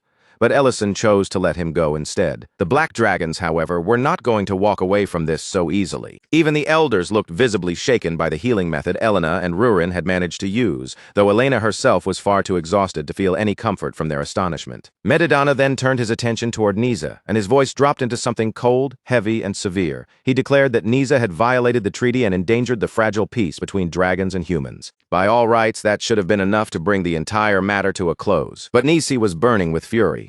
Ellison was not only a terrifyingly powerful mage, but he also had Rurin standing beside him, and that fact alone pushed Nisi to move anyway. At that point, Nis had completely stopped caring about whether he would survive what came next. Consequences no longer mattered to him at all. The only thing still burning inside him was pure revenge. In the very next instant, he transformed into his dragon form and launched himself forward from behind, choosing the one moment when everyone's guard had dropped and no one was prepared for a strike. Blood splashed across the ground as Ellison reacted almost faster than the eye could follow, throwing himself into motion and shoving Rurin out of the attack's path before she could even understand what was happening. So the full force of Nias's ambush slammed into Ellison's body instead. The impact hit with a brutal, bone-crushing weight, and Ellison was knocked down hard, his back torn open by the attack as his body crashed toward the ground. Dark, heavy blood began spreading beneath him, soaking into the earth around his fallen body in a widening pool. For one horrifying moment, Ellison lay there without moving at all. Rurin could only stare down at him, her eyes wide and strangely hollow, as if her mind was desperately refusing to accept the sight in front of her. Then her voice finally shattered. She asked why he had pushed her away, why there was so much blood, and before long all she could do was sob Ellison's name again and again, as if calling to him might somehow drag him back. Baint exploded with rage, roaring out a furious demand to know what kind of shameless coward would attack from behind in such a disgraceful ambush. Nice only laughed at the accusation, his voice twisted with pride, as though he believed he had done something noble instead of something vile. He even called himself a hero. In the depths of his warped arrogance, he declared himself the savior of dragonkind, the one who had protected their future with his own hands. Then he questioned why the dragons should continue honoring any pact at all when someone like Ellison was allowed to exist. To Nisa, Ellison was not just a human. He was a threat so dangerous that letting him remain alive was the true danger to their world. While Nisi continued his rant, Elena had already dropped to her knees beside Ellison. Her hands trembled as healing light gathered around them, and she poured everything she had into him. Yet no matter how much magic she used, it would not seem to take hold. Desperate, Elena begged Rurin to synchronize with her again, just like they had done when Serena had been on the edge of death. Rurin remained frozen where she was, staring down at her own hands now covered in blood, while tears kept streaming down her face without stopping. Nice sneered at their desperation, mocking them as if their panic was nothing more than entertainment, and said that none of their efforts would change the outcome. According to him, Ellison's condition was completely different from Serena's, and this time there would be no miracle waiting to save him. Then Serena, who had been watching from the side, suddenly let out a sharp and bitter laugh that cut cleanly through the panic surrounding them. She called Nisa a coward, her words cold and cutting, and said this was not even the first time he had chosen to act like a backstabber. Then Serena snapped at Rurin, telling her to stop crying and actually look at what was happening. And when Rurin finally forced herself to turn her eyes back to Ellison, she saw it. His wound was no longer spreading. Injury was closing, and it was healing quickly. His life force was not slipping away at all. If anything, it was growing stronger, and Serena's words finally jolted Rurin out of her frozen shock. A faint spark of hope returned to Rurin's tear-filled eyes. Ellison stirred, then slowly raised one hand toward her face and gently wiped away her tears, softly telling her not to cry. In the very next moment, the whole battlefield was swallowed by a vast flood of blue light. That radiance burst out from Ellison's body with blinding intensity, forcing everyone nearby to throw up their arms and shield their eyes. Above him, the ancient marble began to shine brilliantly, releasing wave after wave of power that spread outward across the battlefield in every direction. Madamada watched the scene with a grave, focused expression, recognizing the nature of that energy almost the instant it appeared. When the overwhelming glow finally faded, Ellison was standing on his feet once more, and behind him, luminous wings had unfolded like a sacred light given physical form. He turned his gaze toward Nice without rushing at all, his voice calm as he explained exactly what had happened. The ancient essence had absorbed the power of Nice's attack, taking the full force of the blow in Ellison's place and preventing him from dying. Nice, now completely consumed by rage, let out a furious roar and transformed fully, his massive body swelling larger, his scales flashing as his power gathered for one final strike. This time, he meant to erase Ellison completely, leaving no chance, no body, and nothing behind. But Ellison did not flinch in the slightest. He simply lifted one hand and stopped the incoming attack, as casually as if it weighed nothing at all. Then, with a calm and measured voice, Ellison reminded Nisa of the treaty. It was the agreement that forbade dragons from killing or attacking humans and the other races. After saying that, Ellison let the faintest trace of a smirk touch his face and invited Nisa to explain himself. And then the sky seemed to answer in Nisa's place. Flaming meteors began falling from above, raining down like a storm of fire and turning the entire battlefield into a blazing hellscape. The ground shook violently with every impact, and Nisi could only stare up in disbelief, his voice trembling as he asked how a human could possibly wield power on this level. Then the flames swallowed him completely. When the fire finally burned out and the smoke began to clear, nothing of Nise remained except scattered ash. His followers stood frozen in stunned silence, regret finally pressing down on them, now that the situation had gone far beyond anything they could ever undo. Ellison then turned back toward Rurin, and the hard, merciless edge in his expression quietly faded. He gently took her hand in his own and told her in a softer voice that it was time for them to go home. Still trembling from the fear and relief crashing through her all at once, Rurin threw herself into Ellison's arms and clung to him tightly, crying without trying to hold anything back. Only after that did Madamada step forward, his heavy presence settling over the silent battlefield, and deliver the judgment. The dragons who had joined Nisa's conspiracy were not allowed to walk away with a simple warning. Their sentence was severe: 3,000 years of imprisonment in the sacred forbidden grounds, sealed away from the world as punishment for the crime they had willingly helped commit. Serena, who had been dragged into the very center of their plot and nearly lost her life because of it, was not left without compensation either. Her destroyed lair was repaired and restored to the way it had once been, and treasure was heaped inside until the cavern once again looked grand enough to belong to a red dragon. Later on, Rurin sat with her back turned toward Ellison, her shoulders stiff and her silence heavy enough to make it clear that she was still deeply upset. Ellison approached her with careful steps, his eyes lingering on the tension in her posture, and asked softly what was bothering her. Rurin did not even turn around to face him. In a tight voice, she accused him of being reckless, saying he had taken such a stupid risk that it had nearly ripped her heart apart. Ellison did not try to defend himself right away. He simply stood there quietly, accepting her words and letting every bit of fear and anger she threw at him sink in. Then he stepped closer and gently slipped his arms around her from behind, holding her against him, as though he wanted to soothe the fear still trembling inside her body. In a quiet voice, Ellison apologized to her and promised that if something like that ever happened again, he would think more carefully before throwing himself into danger. It should have remained a soft, private moment, shared only between the two of them. But then Medidana appeared out of nowhere and completely shattered the atmosphere. Both Ellison and Rurin jolted in surprise, caught so completely off guard that neither of them had even a second to respond calmly. Before Rurin could think the situation through, her body reacted on pure instinct, and her fist flew straight into the elder's face. Medidana stumbled backward, clutching his cheek with an expression caught somewhere between pain and total confusion. Rurin, still startled and furious, demanded to know what he thought he was doing there, while Medidana could only hold his aching face and stammer that he was, after all, an elder. Ellison awkwardly scratched the back of his head and quickly stepped in before the situation spiraled any further, explaining that he had been the one to invite Medidana over. Rurin immediately turned that anger on him instead, still visibly shaken as she demanded to know why he would call the elder here, of all people. Medidana, still trying to recover both his dignity and the feeling in his cheek, looked back and forth between them and asked what exactly was going on. That was when Ellison's tone shifted.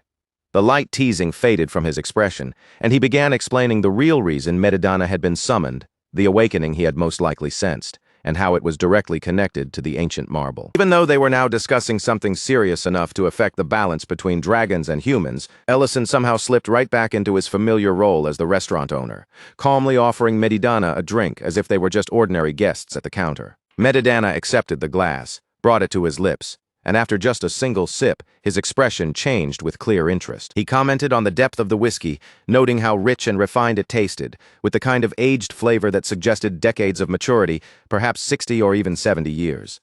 Ellison smiled faintly, looking quietly pleased that Medidana had been able to judge the drink so accurately from only one taste. Rurin watched their exchange for a moment, and before long, curiosity got the better of her.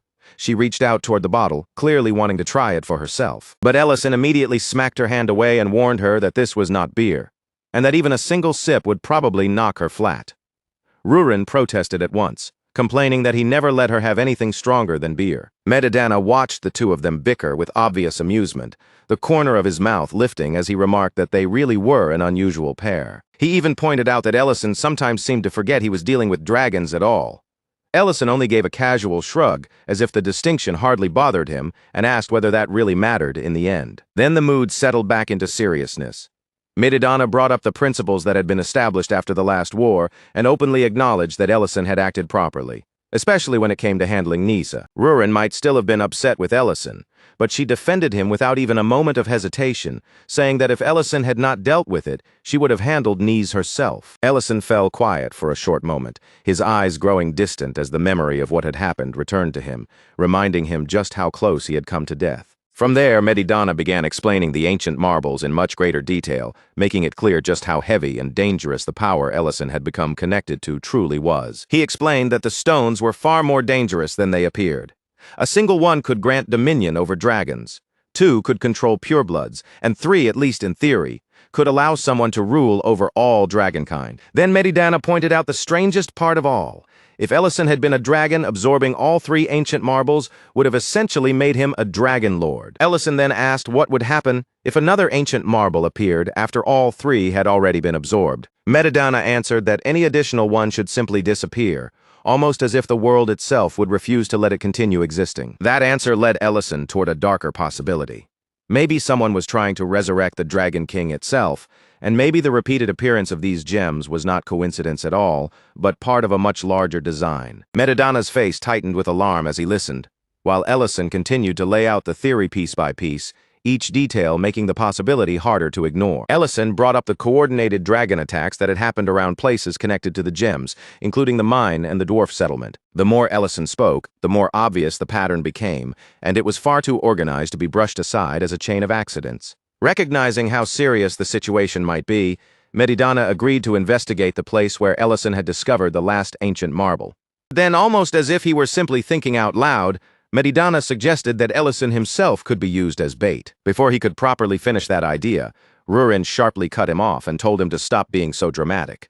Even Medidana looked slightly amused by how boldly she spoke to him, but he let the comment pass and began preparing for the investigation. The next morning, Elena was deep in the forest gathering herbs, carefully rebuilding her medical supplies, while muttering to herself that the amount she had collected should keep her stocked for a while. Then Serena suddenly appeared right behind her without any warning, startling Elena so badly that she nearly dropped the basket she was holding.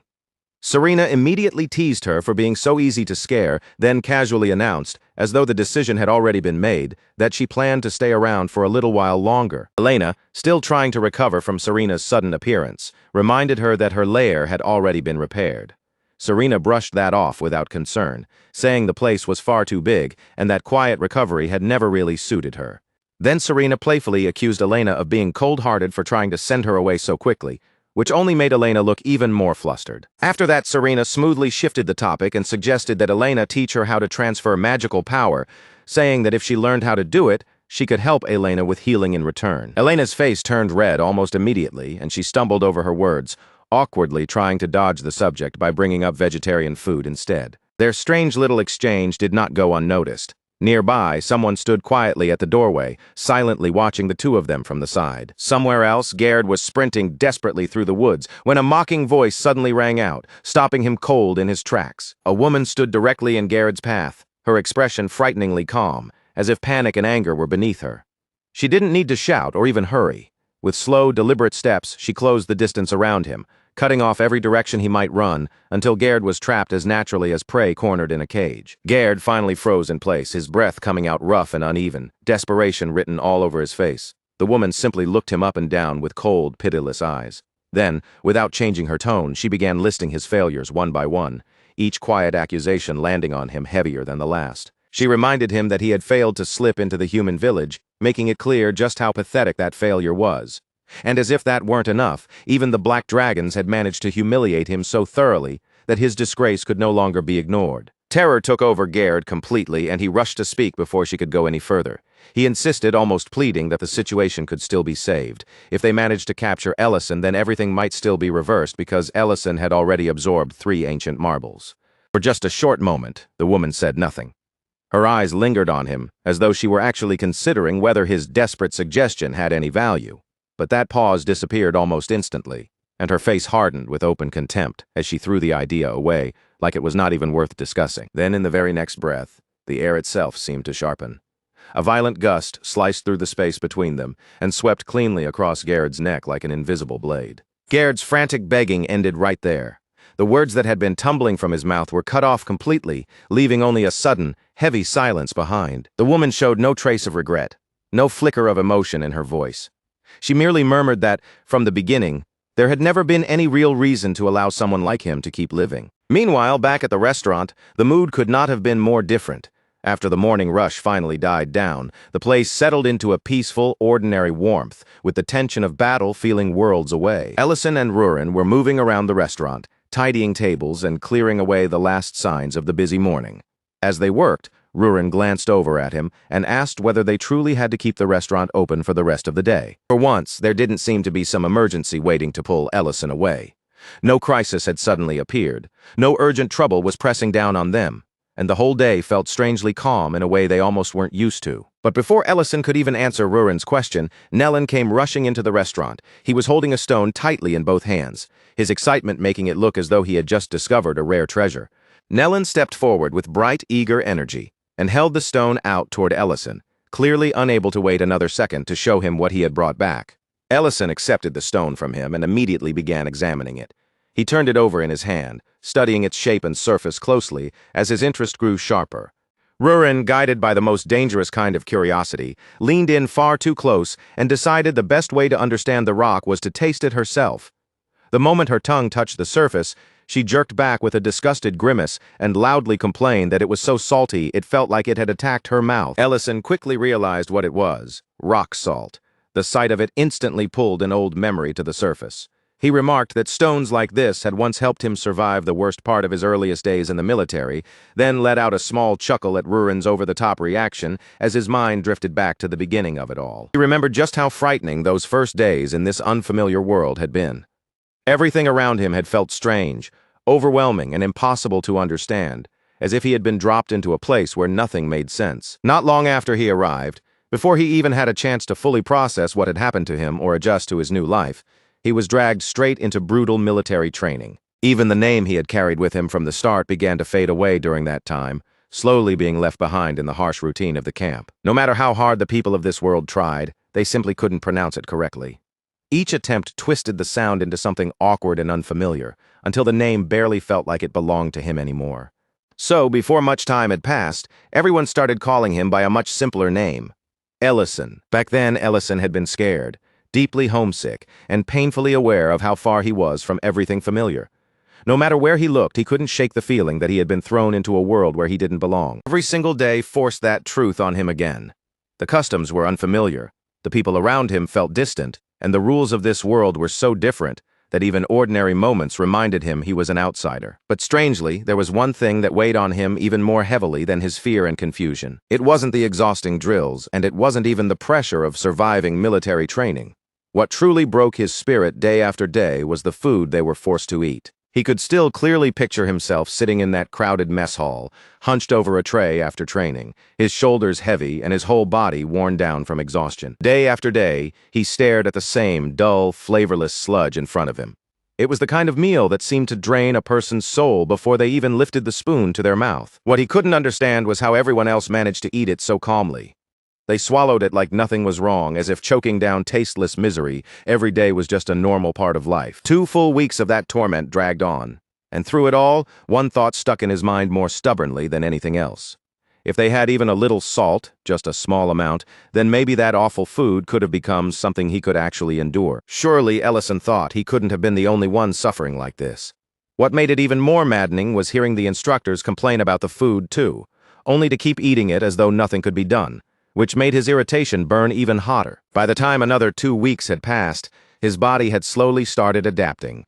The harsh training that once felt impossible no longer crushed him quite as badly as it had in the beginning. But the food never improved.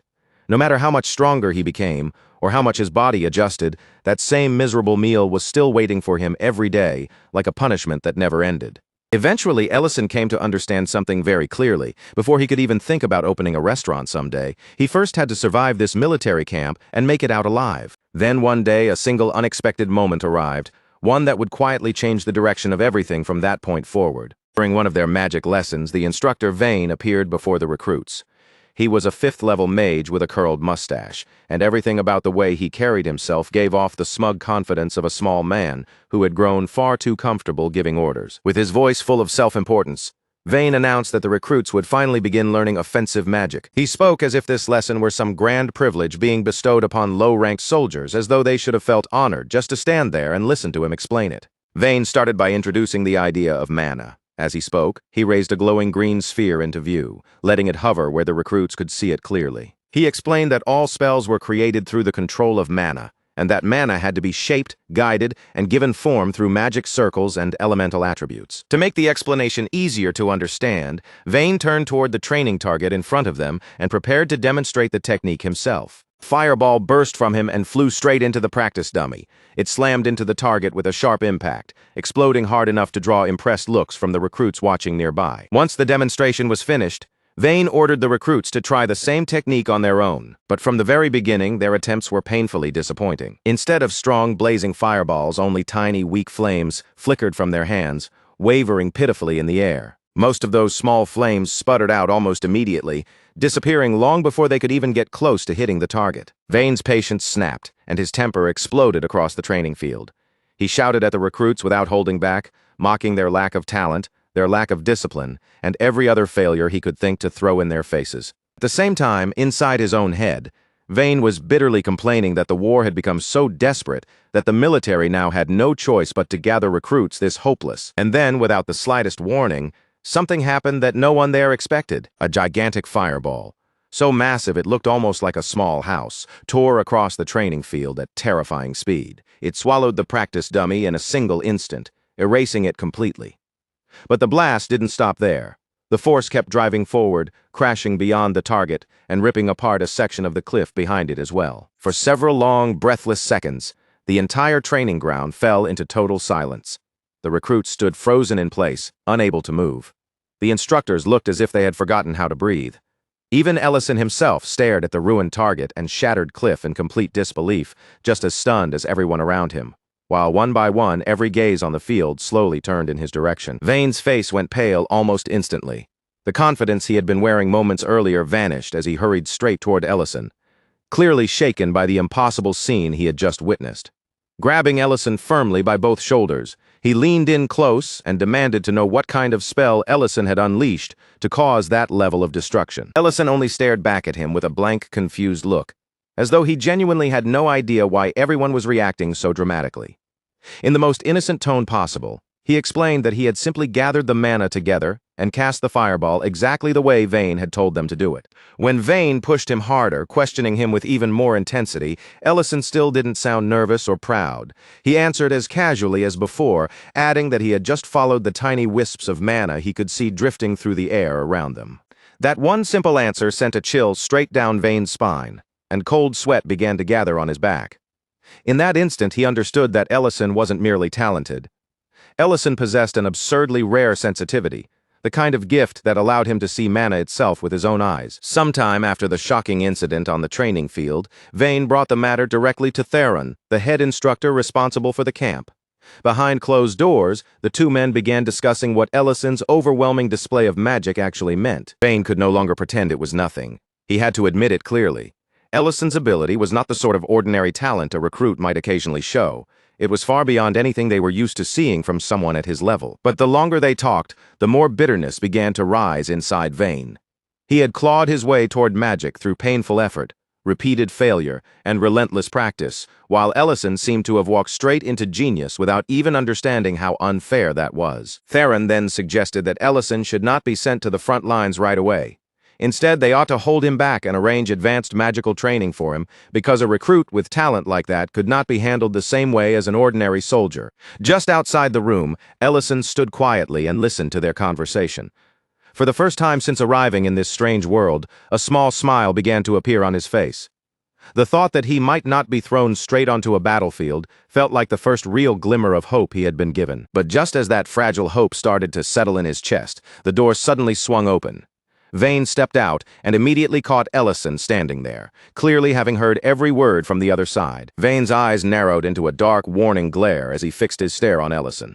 In a cold voice, he told him not to get carried away or become arrogant just because of one lucky display of power. Then, without giving Ellison any chance to explain himself or protest, Vane immediately handed down the punishment that had been waiting for him.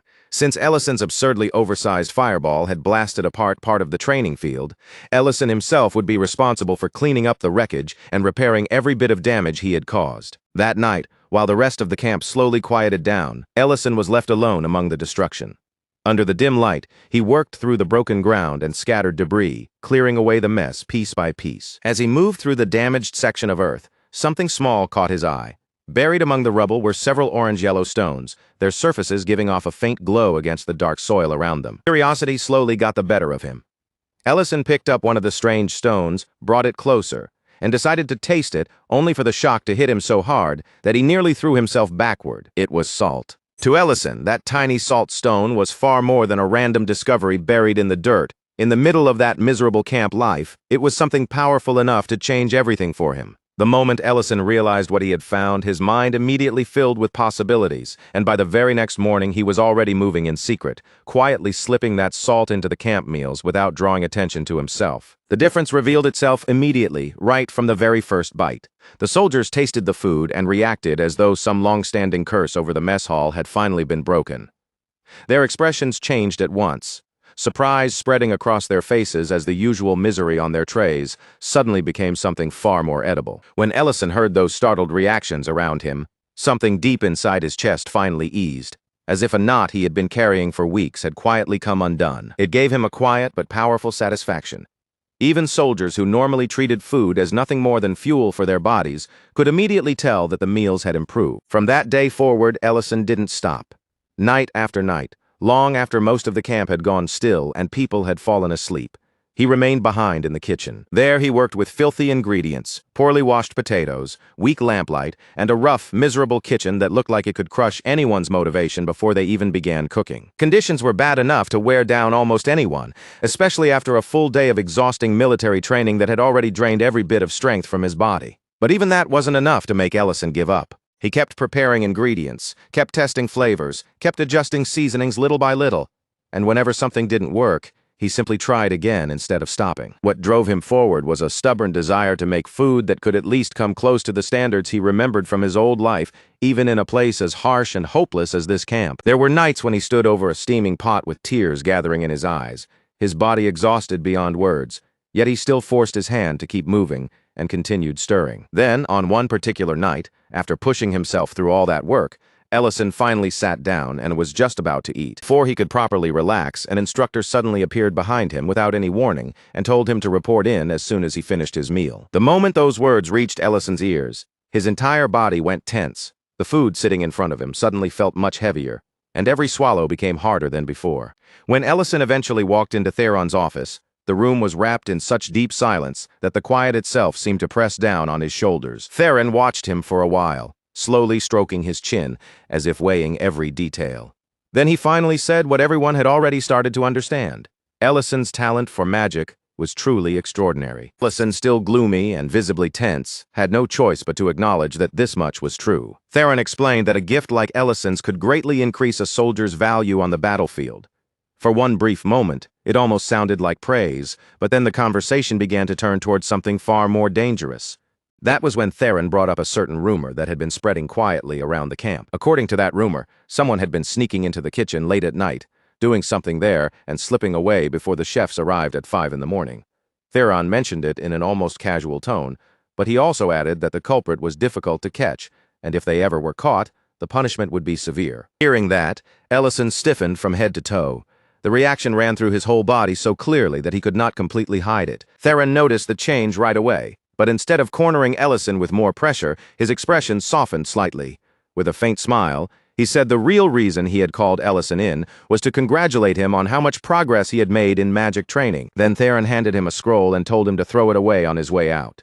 Almost like it was an afterthought, he added that the scroll was part of a personal investigation report, and that Ellison could use it however he wanted if it happened to be useful. As Ellison took the scroll into his hands, Theron leaned forward just a little and returned to the matter of the kitchen. He emphasized once more that if someone left before 5 in the morning, then catching that person would be practically impossible. In that instant, Ellison understood everything. Theron had known exactly what he had been doing from the very beginning. Later that evening, Ellison sat beside a small campfire out in the forest and unrolled the scroll. As soon as he began reading it, laughter burst out of him before he could hold it back. Theron had absolutely known the truth all along, but instead of punishing him, he had quietly handed him something genuinely useful. The scroll was filled with information about edible mushrooms and spices, almost as if the commander was silently approving Ellison's secret midnight cooking without ever needing to say it directly. From then on, Ellison kept putting the knowledge from that scroll to use. Little by little, through quiet effort and countless small changes, the food at the northern training camp began to transform. The bland, soul-draining meals that everyone had once suffered through slowly became warmer, richer, better seasoned, and genuinely satisfying. Before long, word began to spread, and the camp earned a reputation for having the best food in the entire military. Even after Ellison eventually left the camp behind, the recipes and cooking methods he had introduced did not disappear. They stayed there, passed down from one cook to the next, until the camp's reputation for incredible food became a permanent part of its legacy. Back in the present, with that old memory still fresh in his chest, Ellison found himself wanting to bring that flavor back to life. So he decided to recreate the same simple dish that had once helped him endure those brutal days at the military camp. Just seeing that salt stone again had awakened something deeply nostalgic in him. It carried him back to the taste of those rough meals, the pain of those exhausting days, and the strange comfort that such plain food had given him when everything else felt unbearable. Rurin leaned forward over the pot, her eyes fixed on the bubbling food with obvious curiosity. As the steam rose in front of her face, she asked if this was really the kind of thing Ellison had eaten to survive back at Camp 5. Ellison nodded and told her that it was exactly that sort of dish. It wasn't fancy or refined, but back then, it had been a rough and precious meal that everyone in the camp relied on just to make it through one exhausting day after another. Once the food finished cooking, everyone gathered around the table, the pot still warm between them, and they began eating together. Rurin and the others took their first bites carefully, tasting it with honest curiosity. After a moment, they admitted with straightforward expressions that, compared to the food Ellison made now, this old camp dish was not exactly impressive. Yet even with that plainness, the meal did not feel empty or worthless. There was a certain heaviness hidden inside that simple flavor. Every bite seemed to carry memories of struggle, filthy kitchens, aching bodies, and long days that had been anything but gentle. At the same time, there was also a strange warmth in that humble dish. It was the warmth of people suffering through the same hardship together, sharing the same table, and slowly forming bonds because they had endured it side by side. Meanwhile, in a quieter corner of the day, far from Ellison's nostalgic meal, Serena was lying sprawled across a table, openly grumbling about how hungry she was. That was when two children approached her timidly, their small voices hesitant as they asked whether Elena was nearby. The children nervously explained that their brother had been hurt, and since they couldn't find Elena anywhere, they turned their worried faces toward Serena instead, asking if she could help them in Elena's place. At first, Serena brushed them off with very little sympathy. She glanced at the injury and pointed out that a scraped knee was hardly something serious enough to make such a fuss over. The children kept pleading and refused to leave it alone. After enough persistence, Serena finally gave in, though she acted irritated the entire time. With a simple healing spell, she treated the boys' injury while making it seem as if helping them was the most troublesome burden in the world. Later, Elena happened to run into those same children. Their faces lit up when they saw her, and they happily thanked her, telling her how kind Serena had been to them. Elena was clearly confused by what she had just heard, so she went straight to Serena to ask about it. But Serena immediately denied having done anything kind at all, then snapped back by demanding to know why Elena had left her starving for so long. Elena then explained that she had been at the Lord's castle, treating a patient suffering from a strange poison. From what she had seen, the poison did not simply attack the body, it seemed to be damaging the brain itself. So far, every treatment they had tried had failed to work, and the Lord remained unconscious, still trapped deep inside a coma. When Serena heard the details, something seemed to click faintly in her memory. She suddenly remembered that there was a researcher somewhere who might know about symptoms like that. The problem was that her memory stopped there. No matter how hard she tried to think, she couldn't recall the researcher's name, and she had no idea where that person could currently be found. Just then, a messenger bird arrived, carrying a letter that had been sent all the way from Elena's homeland. The moment Elena opened the letter and read the words inside, the color immediately drained from her face. According to the message, the elven forest was now facing destruction at the hands of a dragon. And to stop that disaster from happening, Elena was being expected to offer herself up as the dragon's bride. The news struck Elena so hard that she looked as if all the strength had suddenly been pulled out of her body. She broke down, her voice trembling as she said that marriage was supposed to come from love, trust, and truly knowing the person beside you. It was not supposed to be born from fear, threats, and someone forcing her into it against her will. Serena only scoffed at the whole situation, dismissing the dragon's threat as nothing more than intimidation and empty bluffing. But no matter how confidently Serena said it, Elena could not simply push away the fear tightening in her chest. Even so, Serena stood there with her usual fearless confidence, looking completely unshaken, and told Elena that she would protect her. Meanwhile, back in the elf village, the elder Nerea received word that the letter had successfully reached Elena. One of the elves nearby looked uneasy and asked whether Elena would really come back after learning just how serious the situation had become. Nerea answered that she believed Elena would return, because Elena had always been the kind of person willing to sacrifice herself for the sake of others. But even as she said it, Nerea could not say with certainty whether Elena's return would truly be enough to solve the crisis. Later, when Elena brought the situation to Ellison and Rurin, Serena immediately scolded them for standing around and hesitating. In her eyes, this was not the time to freeze up. They should have been preparing for every possible outcome. As the group kept discussing what they should do, the uncertainty in the room only grew heavier. Serena's irritation rose with it, her patience wearing thinner the longer everyone debated without a clear answer. In the end, however, Serena agreed to go with them to the elven forest. Ellison, trying to lighten the tense mood a little, teased Elena by saying that since things had already gone this far, they might as well go meet this so-called husband candidate. And with that decision finally made, the group began preparing themselves to face the dragon waiting for them. Far away, deep within the forest, a massive dragon let out a terrifying roar. The sound thundered through the trees, shaking the surroundings and spreading fear through everything nearby. Back with Ellison's group, they came to a stop at the edge of the forest, where the path ahead already felt heavy and suffocating. Ellison noted that teleportation would be useless here and wondered how long the trip might take, while Serena casually suggested that they could make things easier by simply flying. Elena explained that the elven forest was protected by a magical system specifically designed to shut down teleportation completely. Because of that barrier, any shortcut relying on teleportation would be useless. Before they could fully think through their next move, a sharp voice suddenly cut through the tense air. An elf named Lilinia appeared with her bow already drawn, the arrow aimed and ready as she warned them not to move unless they wanted to be shot. At the same time, a full squad of armed elves stepped out around them, tense and prepared for battle, while Lilinia demanded to know why they had come there. Realizing how quickly the situation could turn dangerous, Elena hurried forward and identified herself. She explained that the others had come with her, trying to assure Lilinia that they were not enemies. Even after hearing Elena's words, Lilinia did not lower her guard. Her bow remained ready as she said their identities still needed to be confirmed before she could trust them. Then Lilinia shifted her attention to Ellison and questioned him directly, asking what race he belonged to and what purpose had brought him into the elven forest. Ellison grimaced slightly at the bluntness of the interrogation, but he answered honestly. He told her that he was human and that he had come here to help Elena. As Lilinia studied him, she caught a brief and unusual flash in his eyes. It was something strange, something rare, a trait connected to thought treating that should normally have belonged only to elves. When Lilinia turned to question Serena next, Ellison casually cut in before Serena could answer. With the same easy tone he might use while talking to customers at a market, he introduced himself and mentioned that he owned a small but highly rated restaurant in Great City, even inviting them to stop by sometime. That casual interruption immediately irritated Lilinia. She snapped at Ellison for speaking out of turn, and just as she was about to demand Serena's answer again, another elf hurried over and whispered something urgently into her ear. The moment Lilinia heard what the elf whispered into her ear, her expression changed completely.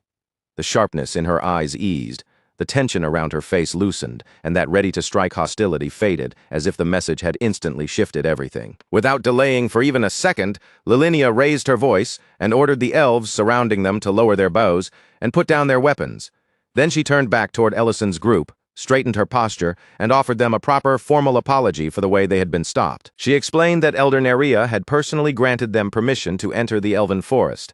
Because of that decision, Ellison and the others were no longer to be treated as suspicious intruders or enemies at the border. With the tense misunderstanding finally cleared up, Ellison and the others were allowed to move on, and the group continued deeper into the elven forest. As they walked beneath the trees, Rurin muttered in irritation, still clearly bothered by what had happened at the entrance. The memory of being surrounded by armed elves had not left her, and she grumbled about how annoying their reception had been. Ellison, on the other hand, stayed calm and tried to ease her mood. He reassured her that the situation had not turned out badly, and that, at least for the moment, things were still moving in the direction they needed them to go. When they finally came before Neria, the elder greeted them with a gentle warmth that was completely different from the hostility at the forest entrance. She immediately apologized for the tense welcome they had received earlier. Neria said their journey must have been long and difficult, then turned her attention toward Elena. With sincere gratitude in her voice, she thanked Elena for coming all the way back to the forest, despite everything. When Neria noticed the worry and strain written plainly across Elena's face, her tone softened even more. She praised Elena's courage, acknowledging how heavy and painful this choice must have felt for her. Elena was already trembling faintly, her hands and voice barely holding steady as the pressure of the situation pressed down on her. In a quiet, uneasy voice, Elena asked if Nerea was talking about the marriage proposal, as though even saying the words out loud made the reality harder to bear. Serena immediately scoffed at the entire idea. Without even trying to hide her contempt, she mocked the thought of any dragon wanting Elena as his bride, and insulted him as if the so-called proposal was nothing but a ridiculous joke. Nerea's face turned pale with horror the instant she heard Serena speak so casually. She quickly warned her not to treat Irimantium lightly, explaining that he was no ordinary dragon, but an almighty being the elves had feared for a very long time. In response, Serena and Rurin stopped hiding what they were. Right there in front of Neria, they openly revealed their true identities as dragons. They made it clear that they had not come to the elven forest as ordinary companions. They had come here specifically to deal with Irimantium themselves. The revelation hit Neria with such force that she was left visibly shaken. Her eyes widened, her composure cracked, and for a moment, She could only stare at Serena and Rurin in stunned disbelief. Only after the room finally settled enough for everyone to speak again, Nerea began to explain the full weight of the crisis now pressing down on the elf tribe. Iramantium, she explained, was a dragon who had received tribute from the elves for generations. He had always been a terrifying existence to them, one they had endured and appeased rather than dared to challenge. But lately his demands had changed. They had grown far more unreasonable, far more extreme, and far harder to satisfy than anything he had asked from them before. This time, Iramantium was demanding a bride. Worse than that, he refused to accept any substitute or offering that failed to match exactly what he wanted. The elves had already tried to satisfy him by presenting several candidates, hoping at least one of them would be accepted. But Iramantium rejected every single one without the slightest mercy. With every other choice exhausted and no safe option left, the elves had finally turned to Elena, hoping she might somehow succeed where all the previous candidates had failed. Elena quietly said that she would probably be rejected just like the others. But the thought of Elena being treated that way made Rurin's anger flare, and she declared that if things went too far, she would personally step in. Then, in the middle of the discussion, Serena suddenly remembered something important about Iramantium. He was infamous for studying the brains of different species. Because of that, Serena realized he might actually know something useful about Lord Gates and the strange condition keeping him trapped in a coma. That realization shifted the entire atmosphere in the room. This was no longer only about driving away a dangerous dragon. Now they had a real reason to capture Iramantium and make him give them answers. Before they could fully organize that plan, an elf rushed in with urgent news. Iramantium was already on his way toward them. Nerea quickly warned everyone about one extremely important problem. Iramantium was unusually cautious, and if he sensed the presence of another dragon nearby, he would immediately flee. Even worse, if he felt seriously threatened, he would abandon his lair altogether. So if they wanted any chance of trapping him, they could not simply confront him directly. They would need a distraction, careful movement, and timing precise enough to catch him before he could escape. As the plan began to take shape, everyone's attention slowly drifted toward Elena. Once again, it was painfully clear that she would have to stand right in the middle of the danger. Elena complained, and honestly, it was hard to blame her. Somehow, she always seemed to be the one shoved into the worst possible role. But after enough pressure from the others and far too little sympathy, she reluctantly agreed to go along with it. Not long after their plan was set in motion, Iramantium finally arrived. He came stomping through the forest in a furious rage, his already grotesque face twisting even further with anger as he forced his way closer. The trees trembled beneath the force of his steps, and his entire presence made it seem as though he was ready to burn everything around him into ashes. But just before the flames could erupt, Nerea stepped forward and presented Elena to him, introducing her as the bride that had been promised. Then Elena appeared before the dragon, transformed into a breathtakingly beautiful figure, perfectly fitted to the role she had been forced to play. The effect was immediate. Iramantium's fury vanished almost instantly. His rage melted into pure delight, and his attention locked completely onto Elena, as if nothing else in the forest mattered anymore. From a safe distance away, Ellison and the others watched the scene closely, keeping themselves hidden while they waited for the exact moment when they could make their move. Elena walked beside the dragon, forcing herself to keep moving even as every step made her nerves tighten more painfully. Inside, she was anxiously wondering why the others still had not acted. She had already been dragged deep into this humiliating plan, and every passing moment made her panic grow stronger. Iramantium, completely enchanted by her, started speaking with an embarrassing eagerness. He asked for her name, became visibly flustered when she answered, and then, with shameless excitement, demanded that she call him master. And as if the situation had not already become humiliating enough, Iramantium presented Elena with a maid outfit and insisted that she put it on for him. Elena was so overwhelmed that she nearly broke into tears, but she forced herself to endure it. She clung desperately to the hope that her friends would act before this unbearable situation went any further. Now dressed in the outfit he had given her, Elena nervously smoothed down the fabric and tried her best to keep up the act. Even though Iramantium had told her not to follow him into that part of the lair, she said she had come anyway because she wanted to help him. The inside of the lair was an absolute disaster, and Elena used that mess as her opening. Playing the role of a proper and beautiful wife as carefully as she could, she chose her words gently, saying the place looked overwhelming, and asking if he could step aside for a little while so she could clean it for him. The instant Elena made that suggestion, Iramantium's mood cracked like a branch snapping under pressure. His expression twisted into rage, and he barked back that he would never leave this place unattended, not even for a single moment. That sudden burst of hostility hit Elena like a blow. Her shoulders jolted, fear rushing through her before she could stop it, and she quickly lowered her head to apologize. feeling as though she had accidentally touched something forbidden. But Arimantium did not accept her apology in the slightest. Instead, he snapped at her not to apologize. Then, with that same overbearing attitude, ordered her to say the words again. His strange, commanding reaction only made the already awkward situation feel even more uncomfortable. The act Elena was desperately trying to maintain suddenly became harder to endure, twisting into something far more unsettling. Meanwhile, from their hiding spot nearby, Rurin, Serena, and Ellison watched the whole exchange play out. All three of them struggled to keep their reactions under control, desperately holding back the laughter and disbelief threatening to spill out. But they failed to hide it completely. Just enough amusement slipped through for Elena to notice, and the moment she realized what they were doing, the fear in her eyes instantly flared into furious anger. Elena snapped at them for staying hidden and laughing at her instead of actually stepping in to help. And with that angry outburst, the entire plan shattered right then and there. Arimantium immediately turned toward the place where the trio was hiding, his presence filled with hostility as he demanded to know who they were and how they dared sneak into his territory without permission. Rurin, Serena, and Ellison tried to pull back, but by then it was already too late. Their dragon power flared into view, glowing with overwhelming force and making it painfully clear that they were far from ordinary intruders. Sensing the danger closing around him, Arimantium instantly tried to teleport away, but before the spell could carry him anywhere, it collapsed and failed completely. And before he could recover from that failure or attempt another escape, Rurin and Serena unleashed brilliant magical chains that shot through the air, wrapped tightly around Arimantium, and slammed his huge body down against the ground. Arimantium roared in pure frustration, thrashing against the restraints, while Elena, now furious for a completely different reason, began scolding her friends for not preparing proper escape-blocking traps in advance. After all, they had already known how cautious Arimantium was, so leaving that part out made the whole plan seem careless. Rurin admitted that overlooking that detail had been a mistake, but she immediately tried to shove the blame onto Ellison. Ellison, looking awkward, confessed that they had honestly thought it would be entertaining to watch Arimantium's reactions a little longer. Serena could only roll her eyes at the two of them. She called both Ellison and Rurin irresponsible, scolding them for letting the plan fall apart over something so absurdly childish. Then, without any warning, the atmosphere around them suddenly shifted. High above the forest, a green sphere wrapped in black energy appeared in the sky. It pulsed ominously, giving off a sinister pressure that felt deeply unnatural. The sphere detonated with a deafening roar.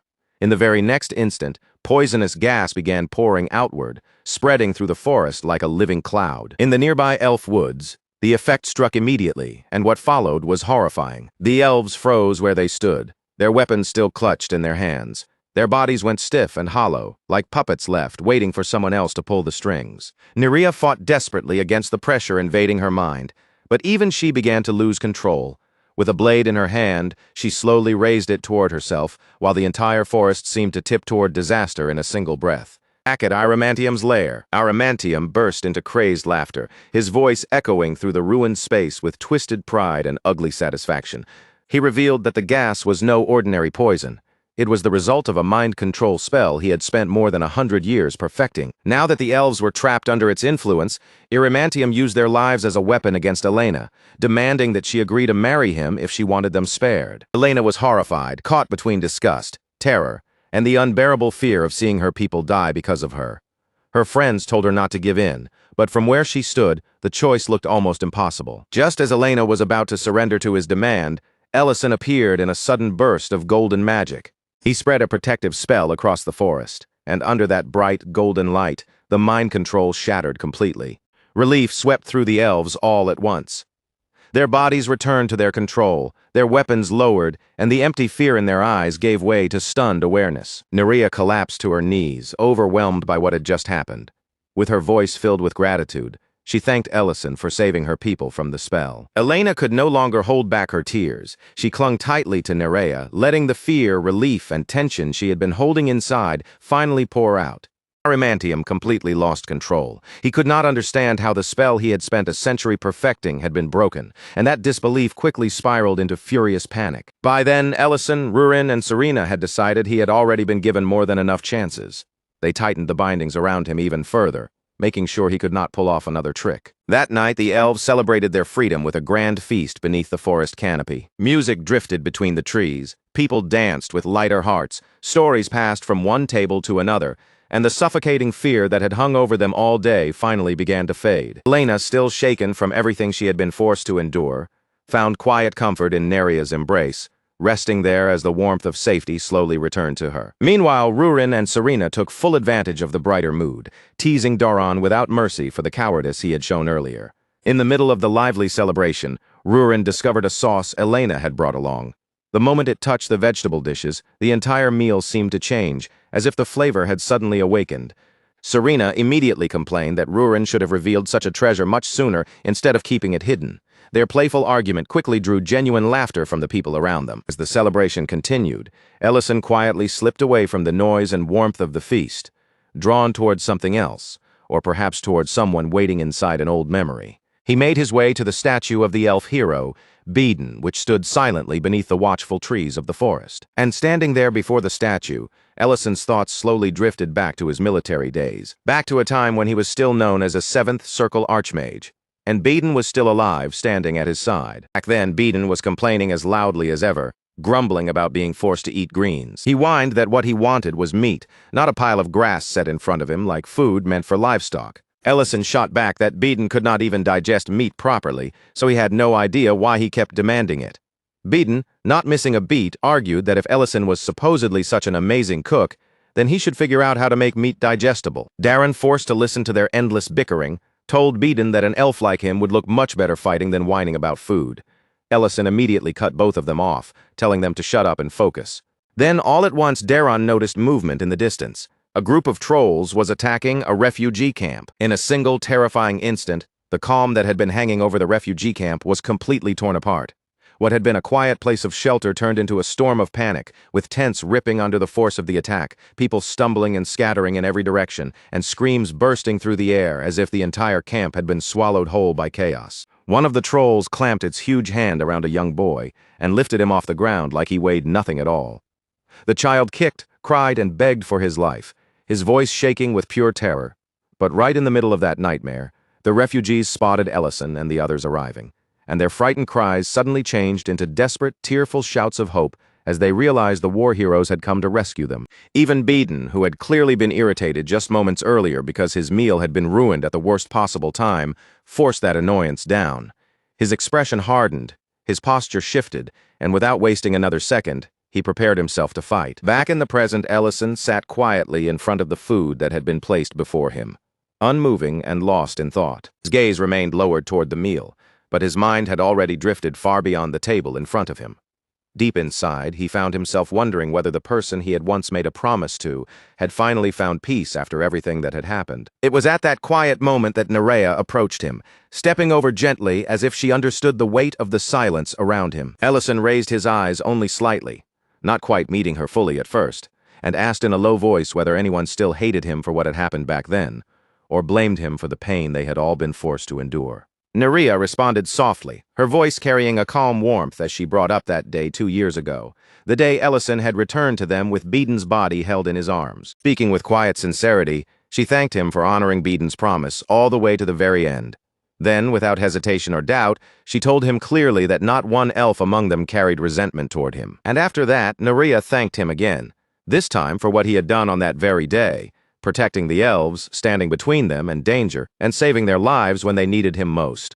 But Ellison did not allow that praise to rest on him for long. Almost as soon as he heard it, he gently pushed those words away from himself. He told her that the person who had truly saved them was Beeden. It was Beeden's strength, Beeden's courage, and the actions he had left behind that had carried everyone forward when it mattered most. For a while, the two of them simply remained there, standing quietly in front of Beeden's statue as the weight of the past settled around them. All around them, the other elves lowered their heads with deep respect. One after another, they offered their gratitude to Ellison and the rest of his companions, thanking them repeatedly for protecting them and allowing them to survive. A short distance away, however, the mood was far less solemn because the captured Eremantium was still grumbling without pause, loudly whining and demanding to know where they were dragging him off to. Serena glanced over at him with obvious amusement in her eyes. Instead of giving him a proper answer, she teased him with a mocking tone, telling him he would find out soon enough once they reached their destination. Meanwhile, Rurin turned her attention toward Ellison and began needling him instead, playfully teasing him about how late he had stayed up the night before, talking with Nerea for such a long time. Ellison looked at her and asked whether she had really overheard all of it. Rurin answered as casually as if the answer should have been obvious, saying of course she had. Then, in that same offhand tone, she added that Ellison had indeed eaten the Lord's heart. Serena and Elena happened to catch that part of the conversation, and the moment those words reached their ears, both of them immediately stepped into the discussion. Without even needing to think it over, Serena and Elena both agreed that Ellison's power was honestly absurd. To them, his strength was the kind of ridiculous force that simply did not fit within the bounds of normal common sense. Once everything had finally been dealt with and the situation was settled, the group eventually set out again and made their way toward Dierengrake's castle. The moment Ellison arrived, Dieren greeted him with bright, open excitement, welcoming him with the kind of eager enthusiasm that was impossible to hide. But Verna Grake reacted very differently. The instant her eyes fell on Ellison, her entire body seemed to freeze in place. She recognized him immediately. The sight of his face brought back the terrifying memories connected to the incident with Count Dedran. Memories she had clearly never forgotten. Then the memory of how Ellison had saved both her and her son came rushing back all at once. Tears gathered in her eyes, her voice trembled, and she thanked him with emotion she could barely hold in. That heartfelt moment, however, was interrupted before it could linger too long. Rurin soon hauled Iramantium into the room, and with no room for argument, ordered him to heal Dieren's father. The dragon hesitated at first, clearly displeased by the situation and not at all eager to be forced into helping. But with everyone's eyes fixed on him and no real path left for refusal, Iramantium was backed into a corner. In the end, he had almost no choice but to obey. After carefully examining the Count's condition, Iramantium discovered something extremely dangerous, a poison buried inside the man's brain. Once he identified it, he began using his magic to draw the poison out. When the treatment finally came to an end, Dieren's father slowly opened his eyes. Weak and barely recovered, he called out for his wife. Verna and Dieren rushed to his side immediately, unable to hold themselves back, and threw themselves into his arms with all the emotion they had been keeping inside. The relief that poured through them was overwhelming. The room filled with the warmth of a family that had almost been torn apart forever, only to be given back the hope they thought they had lost. Ellison watched the reunion without saying a word, quietly taking in the sight before him. And for one brief, aching moment, his thoughts slipped toward the mother he himself had lost. Rurin noticed that Ellison had not asked for any kind of reward after helping them, and she looked at him curiously before questioning him about it. Ellison gave only a simple answer, saying that he did not need anything in return. To him, the scene in front of him was already too precious.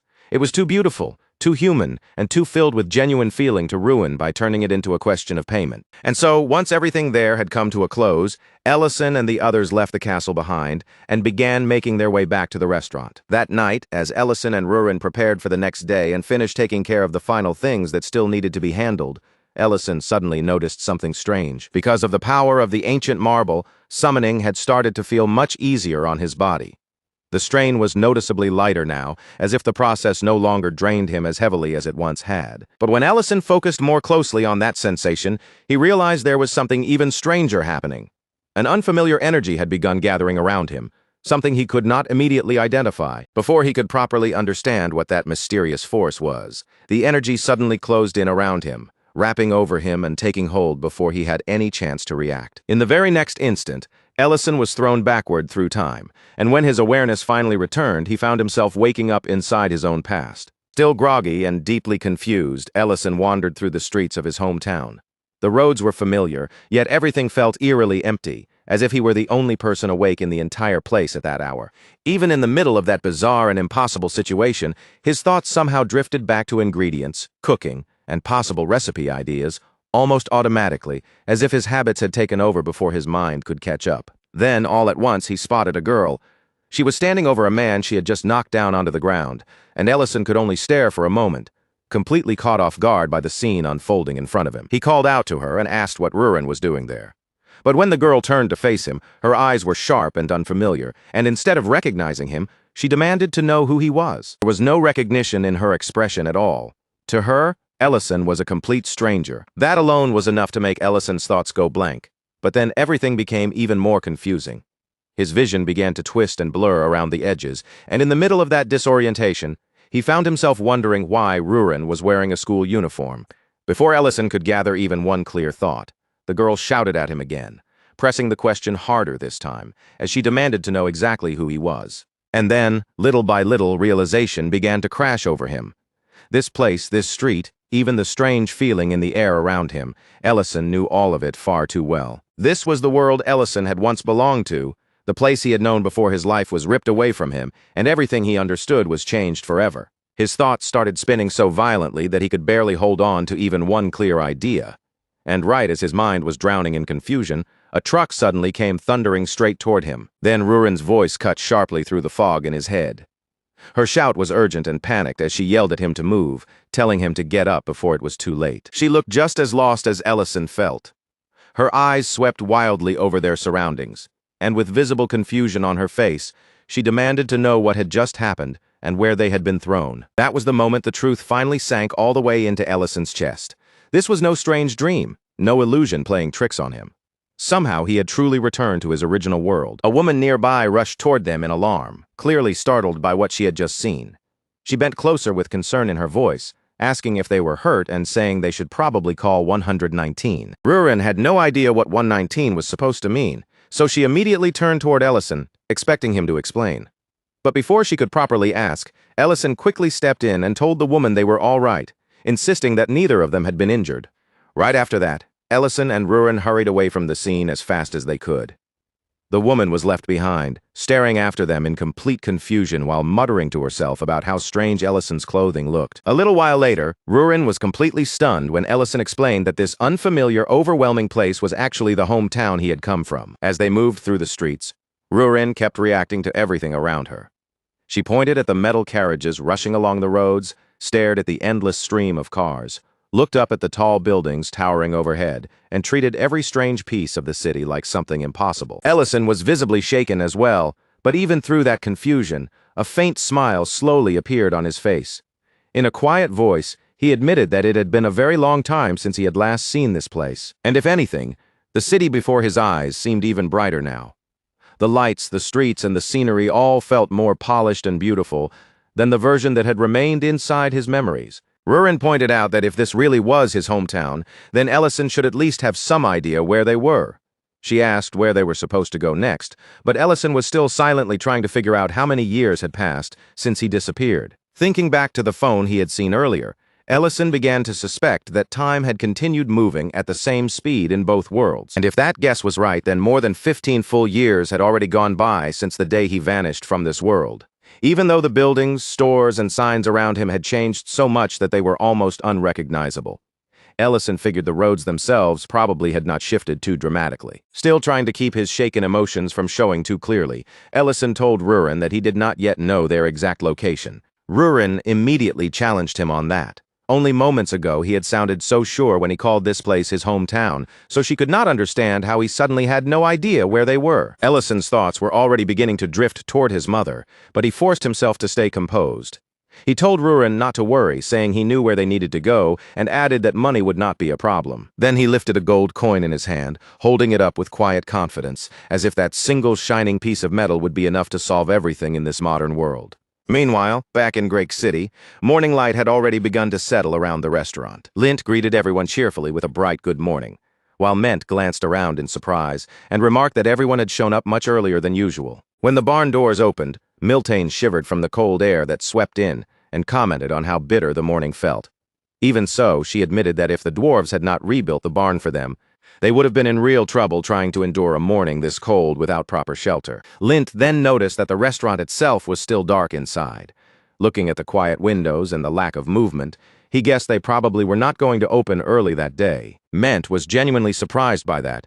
Ellison had never struck him as the kind of person who would oversleep, start late, or leave the restaurant sitting unopened without a reason. At the same time, Rurin took a closer look at Ellison and noticed that the clothes he was wearing now clearly belonged to this world. Ellison explained that if he had kept walking around in his old outfit, he would have drawn far too much attention in a place like this, where everything looked and worked so differently. Even with that practical explanation, he could not fully hide the disappointment crossing his face once the topic of money came up.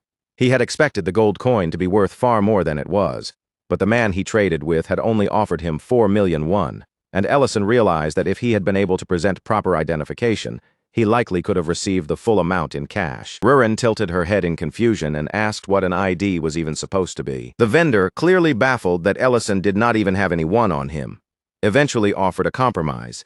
In the end, Ellison accepted only half of the coin's value, on the condition that the man stop asking questions about identification altogether. After that, Rurin asked whether he was hungry. Ellison suggested they find a decent restaurant nearby, and the instant his eyes landed on a Chinese restaurant, his expression suddenly lit up. He told Rurin that jjajangmyeon was the kind of food people always found themselves craving again, no matter how much time had passed. Rurin's curiosity and excitement immediately sparked as she asked what they were going to eat, and Ellison eagerly decided they should start with that. The moment Rurin tasted it, her eyes brightened with delight. She happily said it was delicious, then quickly urged Ellison to eat some too. But as soon as Ellison looked down and saw the prices written on the menu, the excitement on his face nearly cracked apart right there. Everything cost far more than he remembered. In the time he came from, a single bowl of jjajangmyeon had only been around 4,000 won. Rurin instantly teased him without holding back, calling him an ancient dragon, because he sounded so completely disconnected from modern prices. Ellison pushed her teasing aside and insisted that this was not about him being cheap. To him, it was about appreciating the food properly and enjoying the experience the right way. Then he suggested they try jjajambong as well. Rurin warned him not to regret ordering so much, but the moment she tasted the spicy dish, she immediately reacted as if flames were about to burst from her mouth and said it felt like she was breathing fire. Ellison, clearly enjoying every second of this strange little return to his old world, told her to grab something cold to cool herself down. From there, the two of them kept ordering and tasting dish after dish, fully throwing themselves into the ridiculous, unexpected joy of that moment together. Back at the restaurant, however, Serena was absolutely furious. She demanded to know where Ellison and the others had disappeared to, especially since their day off was supposed to have ended the day before. One customer complained that he was going to starve to death if he kept waiting much longer, and Elena, who was also hungry, looked just as irritated by the situation. Noel turned to Ment and asked if he had heard anything about where they had gone, pointing out that Ellison and the others were not the type to vanish without saying a word. Ment could only shake his head and admit that he was just as confused as everyone else. Eventually, two annoyed men gave up and walked away from the restaurant. One grumbled that he had come all that way for nothing, while the other complained that he still did not even know whether the place truly deserved all the praise it had received. Ment immediately realized this was becoming a serious issue. If customers kept turning around and leaving like this, then the restaurant's reputation would be the thing that suffered. Miltane nervously wondered out loud whether something bad might have happened to Ellison and the others, but Ment doubted that was the case. After all, even the Baron himself gave way to them, so it was difficult to imagine any ordinary danger stopping them. Then Linte offered a practical suggestion, saying that until Ellison came back, they should simply run the restaurant themselves. After all, every single dish they had eaten at that restaurant had always been made by Ellison's own hands, so they knew better than anyone what the food was supposed to taste like when it was done properly. The ingredients were already stocked and waiting in the kitchen as well. Ment and Miltane were both completely caught off guard by Linte's sudden suggestion, but after exchanging a surprised look with each other, they eventually nodded and decided they might as well try. Elsewhere, Ellison and Rurin were seated side by side on a train, with the scenery of the city streaming past the window in long, shifting lines. Ellison finally leaned back in his seat and admitted, with a tired little sigh, that he could not possibly force down another bite. Rurin, who had somehow managed to sample almost everything that had caught her attention, said she was full as well, though the pleased look on her face made it obvious she had enjoyed every single mouthful. Ellison smiled softly as he looked at her, clearly relieved that Rurin had taken such a liking to the food from his old world. Then Rurin pointed toward the huge iron carriage moving beyond the window and asked what exactly it was. Ellison explained that it was called a train, and since the place they needed to reach was much too far away, they had to travel like this instead of using teleportation. After all, if they suddenly used teleportation magic in the middle of this world, it would cause a level of chaos no one here could possibly understand. After a short stretch of quiet passed between them, Rurin hesitated slightly. Then, in an awkward but careful voice, she asked if they were heading there because Ellison wanted to meet his mother. Ellison turned to her with visible surprise in his eyes, as though he had not expected her to notice that so quickly or put the pieces together on her own. Rurin told him it had not been hard to figure out. Ever since they arrived in this world, the excitement on Ellison's face had been far too obvious to hide. Then she shifted her gaze back toward the window, watching the unfamiliar scenery race by, and quietly added that she actually liked looking at his hometown. Ellison looked a little embarrassed after hearing that, but he still asked her a serious question. What would she say, he wondered, if he told her he wanted to remain in this place forever and never go back to the other world? Rurin stared at him for a moment without answering. The question had clearly caught her off guard, and for once she seemed unsure what kind of response Ellison was hoping for. Ellison went on, admitting that the thought had been lingering in his mind ever since they came here. The ancient marble did not seem to exist in this world anymore, and the danger of a dragon lord being born was gone here as well. Because of that, he could not help wondering what Rurine would think if they left everything behind and started a completely new life in this place. But he immediately softened his tone and added that she did not have to give him an answer right away.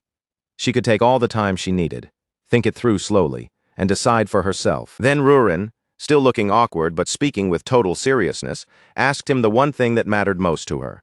If she said no, would he truly give up on living in this world and return with her? Because no matter what happened, she had absolutely no intention of being abandoned here by herself. Her words pulled Ellison's thoughts backward, dragging him into an old memory from the elven forest, back to the time when he had once pushed his body and magic to the limit in order to use summoning magic. Beeden, who had still been half asleep at the time, noticed Ellison moving around and groggily asked what he thought he was doing. Ellison answered with a burst of desperate excitement, saying that he had finally succeeded. Then he reached toward the portal that had opened before him and pleaded for it to take him home. The instant his friends realized what Ellison was attempting, they rushed toward him in alarm and grabbed onto him before he could go any farther. Beeden shouted that Ellison was doing reckless nonsense again and ordered the others to hold him back no matter what. Darren yelled that the portal would close in an instant, asking if Ellison was seriously trying to lose a finger by forcing his hand through it. Ellison fought against their grip, struggling as he demanded that they let him go. And right in the middle of that frantic resistance, he managed to shove a document through the portal, saying through the chaos that he finally understood. Then, before anyone could stop it or change what had happened, the portal snapped shut in an instant. Beeden erupted in anger, scolding Ellison for putting himself in danger like that. He reminded him that even Ellison's own magic could not simply force open an answer to something so impossible. Now Ellison had drained himself so badly that he would not be able to use magic properly for weeks. Completely worn out, he turned toward Darren and asked whether, once the war was finally over, Darren planned to return to the mines. Darren did not respond immediately. Instead, he fell into a heavy silence, as if the question had landed somewhere deeper than Ellison expected. Then Ellison turned to Beeden and asked if he would return to the elven forest, where his fiancée was waiting for him. Beeden answered plainly that he would. That was when Ellison, barely managing to keep his tears from spilling over, asked the question that had been buried inside him all this time. When everything finally came to an end, where was he supposed to go? In all the worlds he had known and crossed through, where did Ellison truly belong? Back in the present, Rurine answered him quietly, telling him that as far as her heart was concerned, she had never once abandoned him. Ellison took in those words without speaking for a moment. Then he said they should go to his house first. Rurine agreed right away, saying she would follow him to his old lair, as if describing his former home that way made perfect sense to her. Meanwhile, back in Great City, word began spreading quickly through the area that the restaurant had opened its doors again. People started glancing toward the building, turning their heads with curiosity, and suggesting that since it seemed open, they might as well go inside and check it out for themselves. Inside the restaurant, Linty was already working hard, cutting meat with focused determination, while Creston checked the amount they had prepared and asked if it would be enough. Lint, completely fired up and determined to make this temporary plan succeed, said the amount was just right.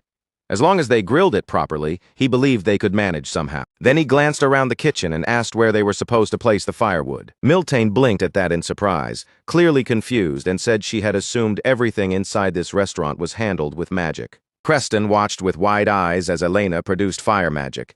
But Linty immediately noticed the problem and pointed out that the flame was far too weak for the kind of cooking they needed to do. Elena, sounding a little defensive, explained that she had only learned enough fire magic to make use of it while camping, not enough to run a proper kitchen. At last, Serena told everyone to get out of the way.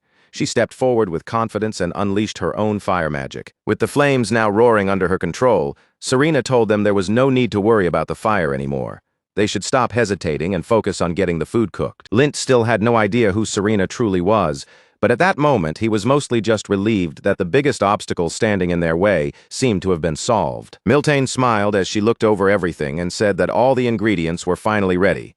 With that, they could begin for real and officially open the restaurant. The very moment the food began reaching the customers, the entire operation started falling apart almost immediately. One miner stared down at the dish that had been placed in front of him, his expression twisting in disbelief.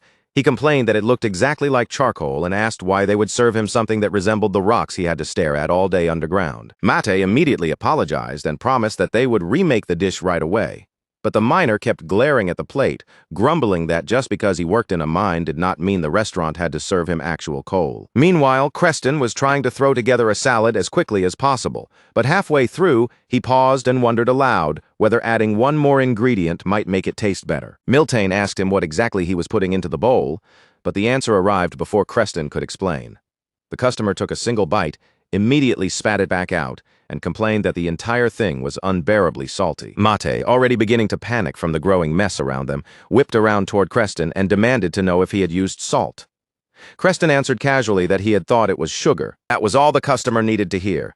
He spat out the rest without hesitation and demanded his money back on the spot. Lint looked as if he was seconds away from completely losing his mind, convinced that the restaurant was going to collapse into bankruptcy before Ellison even had the chance to return. His first thought was to deal with the fire problem, because if the flames stayed at that level, every piece of meat they served would keep turning into a blackened lump. But the moment he looked over at Serena, it became painfully clear that she had absolutely no intention of lowering those flames for anyone. Lint could only stare at the flames roaring in front of him, his face frozen in complete disbelief.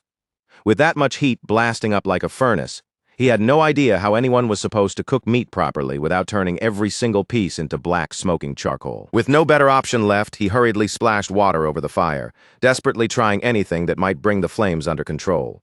Then his gaze landed on a pot sitting nearby, and in that instant a frantic idea crossed his mind. Maybe, just maybe, that could be the one thing that would save them. At that same time, far away in the modern world, Rurin scanned the unfamiliar streets around her, taking in the strange buildings and roads before turning back to Ellison and asking if they had somehow lost their way. Ellison answered without the slightest panic in his voice, calmly telling her that they were not lost. Even though the city had changed so much that it barely matched his memories, and even though countless buildings had appeared or vanished over the years, there were still pieces of this place that his heart remembered clearly. He said that 15 years was nowhere near enough time to erase this town from him. Even if 30 years had passed, even if the streets no longer looked the way they once did, he could never truly lose his way in the place where he had been born. Then, with the faintest smile pulling at his lips, Ellison finally spoke the words he must have imagined saying countless times in his heart. After all those years, after everything he had survived, he was finally home. When Ellison reached the door at last and raised his hand to knock, Rurin noticed how stiff his shoulders had become. She watched the tension in his face for a moment, then pointed out that he looked much more nervous than usual. Ellison froze in front of the door, his thoughts suddenly knotting together all at once. More than anything else, he found himself worrying about how he was supposed to explain Rurin when his mother finally saw her standing beside him. Rurin gave him the most direct answer possible, as if there was no reason to overthink it. He should simply tell his mother the truth and say she was a dragon. Ellison immediately asked if she was actually serious, but then his anxiety shifted again, and he began wondering whether his own mother would even recognize him after 15 long years away. His hairstyle might not have changed all that much, but everything else about him had.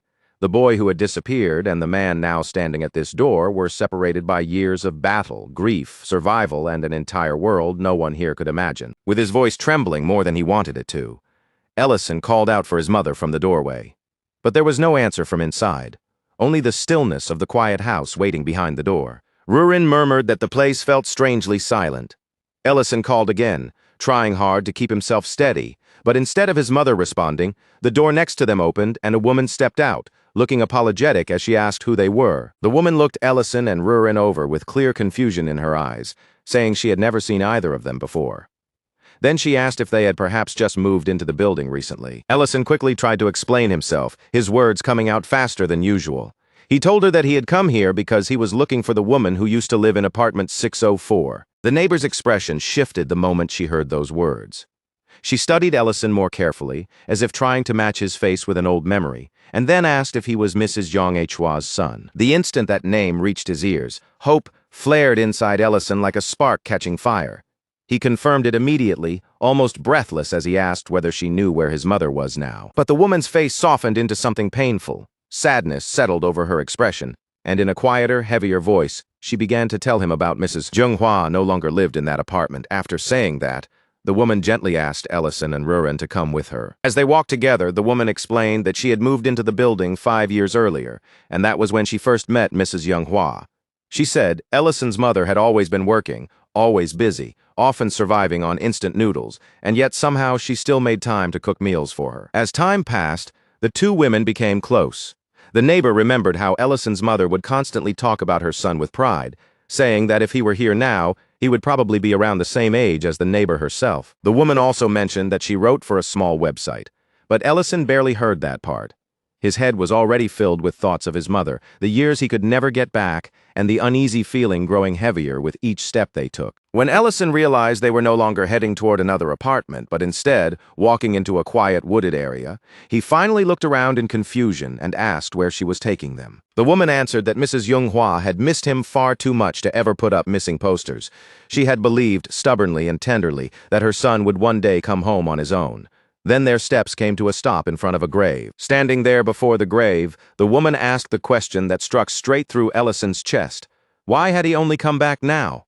Why could he not have returned even 2 years earlier? Ellison could not move at all. His body went completely rigid, and for a moment it felt as though the entire world had stopped moving around him. The woman quietly explained that his mother had spent years fighting stomach cancer, enduring the illness far longer and far more painfully than anyone should have had to. Even after undergoing a gastrectomy, Mrs. Junghua had still found happiness in cooking for other people. Watching someone eat the food she made had always brought her joy, even as her own body slowly failed her. But 3 years earlier, the cancer had returned.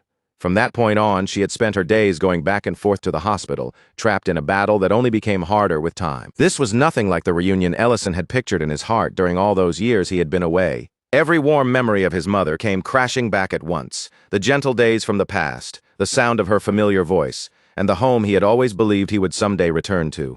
But none of those memories could line up with the grave, standing silently in front of him. This was not the goodbye he had wanted. This was not the ending he had ever imagined he would be forced to face. The neighbor told him that at this point she no longer cared very much about why he had come back so late.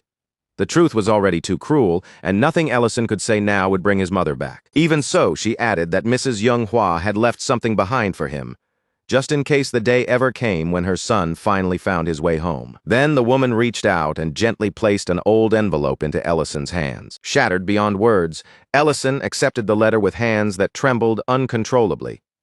But the moment Rurin saw it, she noticed something strange about the paper itself. That paper did not belong to this world at all. It had come from the Rubern Empire. The letter began with Ellison begging his mother not to doubt what she was reading. He asked her to believe every word written there, because no matter how impossible it seemed, everything in the letter was true. He wrote that he had not disappeared because he wanted to. He told her that he was alive in another world, now a place impossibly far away from the life the two of them had once shared. He explained that he had used unstable magic to send this letter across worlds. He reassured her that he was safe, that he had become a mage, and that someday he planned to open a restaurant of his own. He also told her that although he could send letters out, he had no way to receive any replies back. And after waiting for an answer that could never reach him, he eventually stopped expecting one to come. But when Ellison's eyes reached the bottom of the page, his breath caught.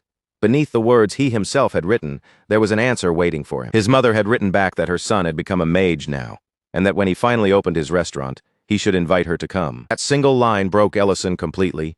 Tears spilled down his face before he could hold them back, and guilt crashed over him all at once. Because after he gained summoning magic later, he could have sent another letter, then another after that, and more after those. Rurin stepped closer and wrapped her arms around him, holding him as tightly as she could, trying to give him whatever comfort her embrace was able to offer. But Ellison could barely force out any words beneath the crushing weight of his regret. All he could say was that there had been more he could have done, more chances he had failed to take. The next day, back in Grake City, the restaurant was packed from wall to wall, filled with the voices of customers and the warm, lively noise of a successful meal rush. All throughout the restaurant, customers praised the food loudly, their faces bright with satisfaction as they ate and enjoyed each dish in front of them. Lint stood there looking proud of himself, clearly pleased that things had turned around, and began explaining what had finally changed. He said he had solved the problem of the meat burning by switching to a special pan, one that could handle the intense heat much better and stop the food from being ruined so easily. Serena quickly puffed herself up and boasted that her fire magic had played a major role as well, while Elena immediately refused to be left out and insisted that she had helped make it work too. Ment finally released a quiet breath of relief, as if the tension that had been gripping her shoulders had at last begun to loosen. For the time being, at least, the crisis inside the restaurant seemed to have calmed down, and everything was somehow moving the way it was supposed to. But even with the customers smiling, the dishes being served, and the atmosphere settling into something close to normal, one major problem still remained. Ellison, the actual owner of the restaurant, had still not shown his face anywhere. Meanwhile, back in the modern world, Rurin stayed close beside Ellison, watching him with worried eyes as she told him he needed to eat something. Her voice carried an unusually clear concern, because anyone could see from one look at him that he was barely holding himself together. But Ellison kept his head lowered, unable to raise his eyes to meet hers, in a voice weighed down by grief and guilt. He apologized to Rurin and admitted that he had lied to her. He told her she did not have to stay by his side anymore. If she wanted to return to the other world, he said he would send her back alone, even if he himself chose to remain behind. Rurin's eyes widened in real shock the moment she heard that. Without a second of hesitation, she reached out and grabbed Ellison by the arm, refusing to let him sink any deeper into that lonely decision. She asked him whether he truly believed there was nothing waiting for him in that other world anymore, as if every bond he had made there had simply disappeared while he was drowning in regret. Then she brought up what he had said on the train, reminding him of the moment he asked whether the two of them could make this world their home together. Rurin told him she had never meant to leave him behind or abandon him. If Ellison truly wanted to stay in this world, then she would remain with him for as long as he needed. But then she asked the question he could not simply look away from. What about everyone still waiting for them back in the Empire? Those words finally slipped through the thick fog of Ellison's grief, reaching the part of him that had been buried under guilt, regret, and the pain of what he had lost. At that very same time, back in Great Castle, Baron Ryden looked around with visible concern and asked why Ellison was not at the restaurant. The soldiers explained that someone else had stepped in and taken charge for the moment, so even with Ellison absent, the restaurant was still being managed somehow. Ryden said that even if the restaurant was being handled, they still owed Ellison a proper show of gratitude. After thinking it over, he decided that he should go to the restaurant personally and pay him a visit. Over at Rurin's lair, the construction work had not come to a stop either. The sounds of building and labor continued as everyone kept moving forward, even while Ellison was nowhere to be seen. Gultazar reassured the others in a steady, confident voice, telling them that Ellison was not the kind of man who would ever abandon the people depending on him. Back in the modern world, Rurin kept speaking to Ellison, reminding him that humans, dwarves, elves, and even dragons were all still waiting for him to come back. She told him that the 15 years he had spent in that other world had never been meaningless, and they had never been wasted. The moment those words left her mouth, they struck Ellison deeper than anything else had. With his mother's letter still weighing heavily on his heart, Ellison quietly asked whether she had really believed him when she read those impossible words from another world. Rurin answered him, without even a trace of doubt in her voice. Of course his mother had believed him, she said, because parents believe in their children. Then she held on to him more firmly, as if she were pulling him back from the edge of his sorrow, and told him that it was time for them to go back. 2 days later, the neighbor who had given Ellison the letter still had not seen him again. As more time passed, she found herself wondering uneasily whether the things she had said to him that day had been too harsh. Then, without any warning, Ellison appeared right in front of her, standing there quietly with a bag of gold held out in his hand. He told her that the gold was his way of thanking her for looking after his mother's grave, and for caring for the place and memories he had not been there to protect himself. When the woman opened the bag and saw what was inside, her eyes widened in complete disbelief. The amount was so overwhelming that for a moment she could only stare at it in stunned silence. But before she could gather her thoughts, ask what he meant, or even properly react to what he had just handed her, Ellison calmly told her that he needed to return to his restaurant now, his voice quiet but already turned toward the place where people were waiting for him. Then, right before the woman's eyes, a summoning portal opened in the air, and Ellison disappeared through it as naturally as if he were stepping beyond the boundaries of the world itself. Left standing there in shock, the woman suddenly remembered a conversation she had once had with Mrs. Junghua in the hospital back when Ellison's mother had quietly said there was a restaurant she wanted to visit someday. At the time, the neighbor had not truly believed those words. She had simply thought of them as a fragile dream spoken by a sick woman who missed her son too deeply. But now, after watching Ellison vanish with her own eyes, she finally understood the truth. Every impossible word had been real. Ellison truly was a mage. Before leaving the modern world behind for good, Ellison visited his mother's grave one last time.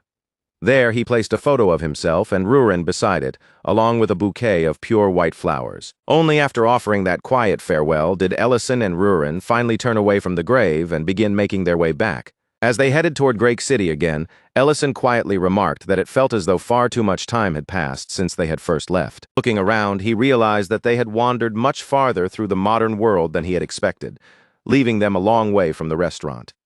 Rurin began preparing a teleportation spell, but Ellison stopped her and told her to wait. Instead of letting Rurin take care of it, Ellison raised his own power and formed a portal far larger than before. The space in front of them opened wide under his control, stretching into a passage big enough to carry them home. Ruren stared at the massive portal in clear surprise, obviously caught off guard by what he had just done. She immediately asked him how he had managed to create something like that. Ellison explained that the spell was built using the principles of dimensional magic. But as they stepped through the portal together, Ruren suddenly asked him to teach her levitation magic. Ellison reminded her that she once said she did not need it because she already had wings, and Ruren quickly snapped back that all the other dragons knew how to use it anyway. Once they crossed back through, Ellison immediately began worrying out loud. He said the restaurant customers must have been anxious, and the ranch workers had probably been terrified after he vanished without giving anyone any explanation. Ruren answered in a dry voice that she seriously doubted the restaurant would still have customers for a while after all the confusion they had caused. Then her eyes landed on something up ahead, and she suddenly stopped walking in place. The restaurant was packed full of people, crowded from one side to the other with customers, and standing proudly outside the building, as impossible to ignore as anything could be, was a statue of Ellison. Ellison's face tightened with pure embarrassment as he asked whether they had somehow returned to the wrong place. Ruren, just as stunned, stared at the crowded scene and asked what in the world was going on. As they moved closer, Linte's loud voice rang out over the excited crowd. He asked everyone if they knew who had saved Count Ryden Grake, then immediately answered his own question with overflowing pride, declaring that it was none other than the owner of this very restaurant, Mr. Ellison. A man in the crowd shouted that he was incredible, while a woman, visibly touched by the story, told her husband that she could hardly believe such an amazing person had been the one making their food, holding up a dish for everyone to see. Linty announced that this was the very meal that had once healed the Count. Then he asked the crowd if anyone wanted to taste it for themselves and experience just how much strength and health it might give them. The customers answered him with a roaring wave of excitement, shouting eagerly that they wanted to try it. And right in the middle of Linty's dramatic sales pitch, Ellison stepped into the restaurant. The instant Linte noticed him, his entire body went stiff with fear. Ellison did not waste even a second before demanding to know what exactly that statue outside was supposed to be. Before Linty could properly defend himself or explain anything, Count Ryden Grake stepped forward with calm dignity and admitted that the statue had been his idea. Count Ryden Grake is the first one to lower his head and apologize. He explains that the moment Ellison and Ruren vanished without warning that night, the entire place was thrown into chaos.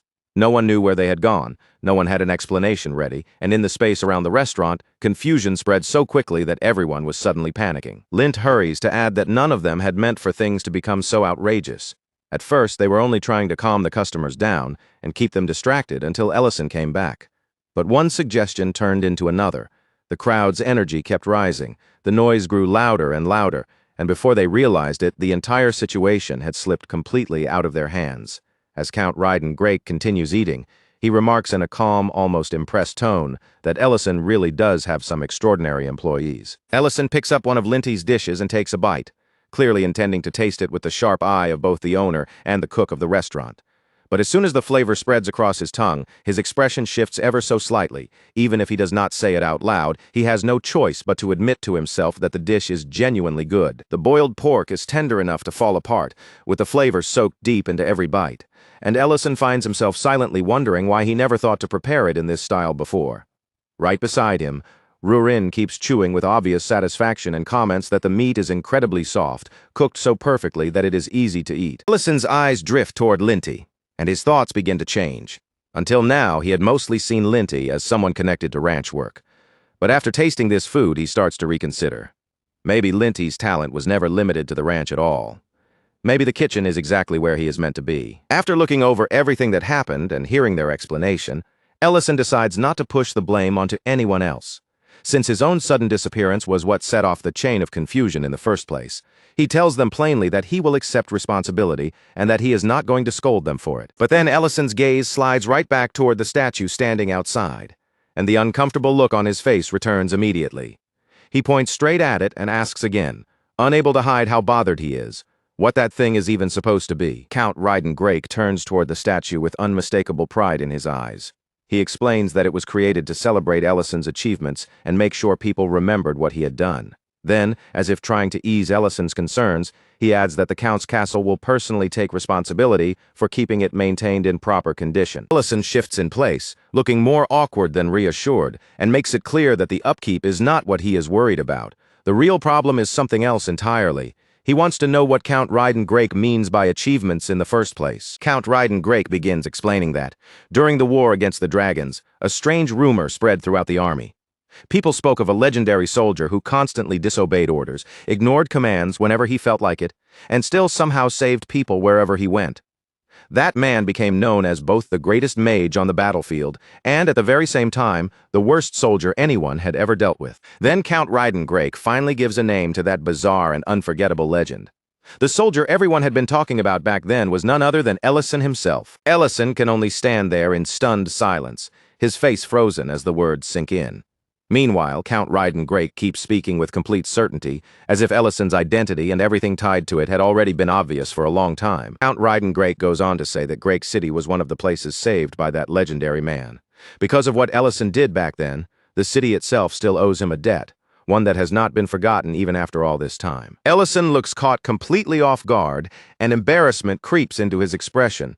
He admits that he never expected Count Ryden-Grake to piece everything together and discover who he really was. Count Ryden-Grake does not hesitate or step back from his words. He firmly insists that Ellison saved the city, saved his family, and even saved him personally.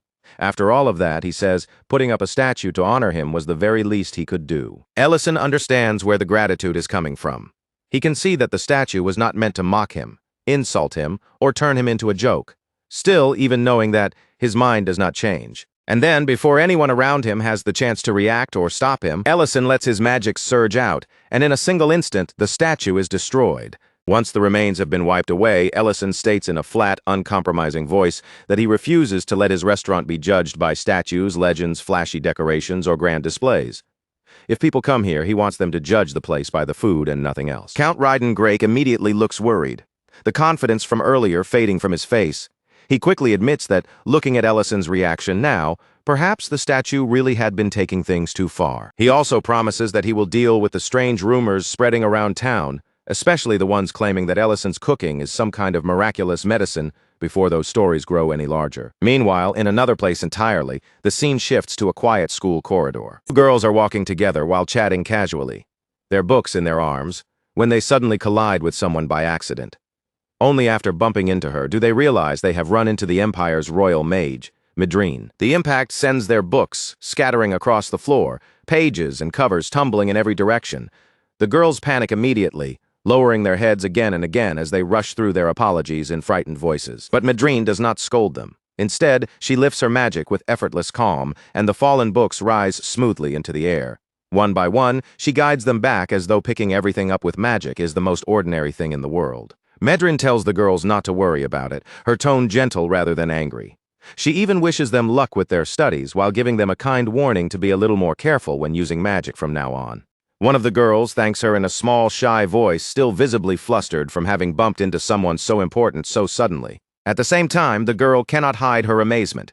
The way Madrine cast that spell so quickly and so smoothly leaves her staring as if she has just seen a level of skill far beyond what ordinary students could even imagine. Then, as Madrine continues on, she overhears the girls whispering between themselves. They are brushing off the rumors that she had once been kidnapped and tied up, treating the story as something too unbelievable to be true. The instant those words reach Madrine's ears, the color seems to drain from her face. That memory clearly strikes her in a painful place, and her whole expression turns miserable, as if the humiliation has come rushing back all at once. After that, Madrine finally makes her way back to her room, but the moment she reaches the doorway, she senses that someone is already inside.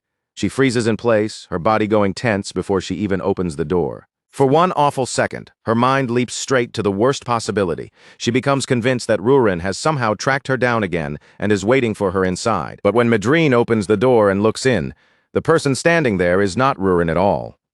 The one waiting in her room is Prince Leon Harris. Madrine is so badly startled that she can barely organize her thoughts. In an instant, she starts pleading with him, begging him not to drag her around again. Still caught in her panic, she even blurts out something about the rumors she just heard. Her frantic words only make Prince Leon Harris stare back at her in complete confusion, clearly having no idea what she is talking about. Leon Harris answers in a calm voice, and tells her directly that he is not the person spreading any rumors about her. Then his expression changes, growing more serious as he moves on to the real reason for his visit.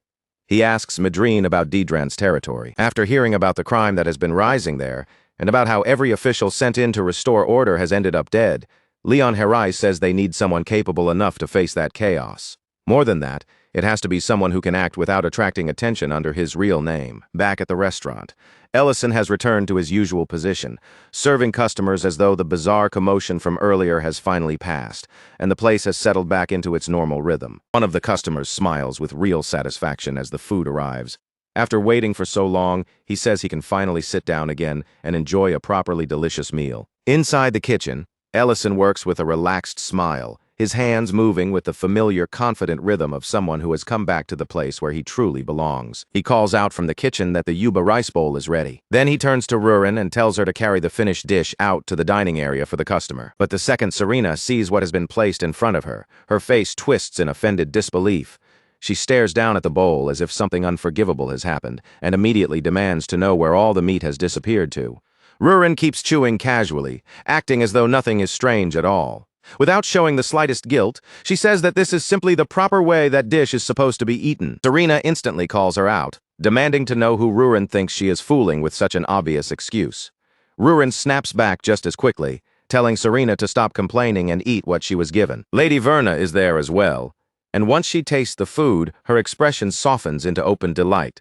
With genuine warmth in her voice, she says that she truly does love this restaurant. Then Verna asks whether Diren has really been coming here alone that often. Ellison answers that by this point, Diren probably deserves to be called one of the restaurant's regulars. Looking a little uncomfortable, Verna admits that she had actually been against the idea of placing a statue at the restaurant. Ellison tells her there is no need to apologize every single time she comes by, because Lord Ryden has already explained the whole situation to him. Verna then eases the conversation in a softer direction, gently asking what dessert the restaurant is serving today. But almost at that exact same moment, the front of the restaurant shifts as two customers no one recognizes step inside, both clearly dressed in disguise, and begin asking about what is on the menu. The woman hidden beneath that disguise is actually Madrine. After letting her eyes move across the available dishes, she turns toward Ellison and, keeping up the act as best she can, asks him to prepare 2 servings of the restaurant's special dish. Ellison gives a quiet sigh, the kind that makes it obvious he has already noticed this visit is not nearly as casual as they want it to look. Even so, he does not expose them right away. He simply says he will handle the order and tells the 2 of them to wait. After some time passes, Ellison comes back carrying both portions himself.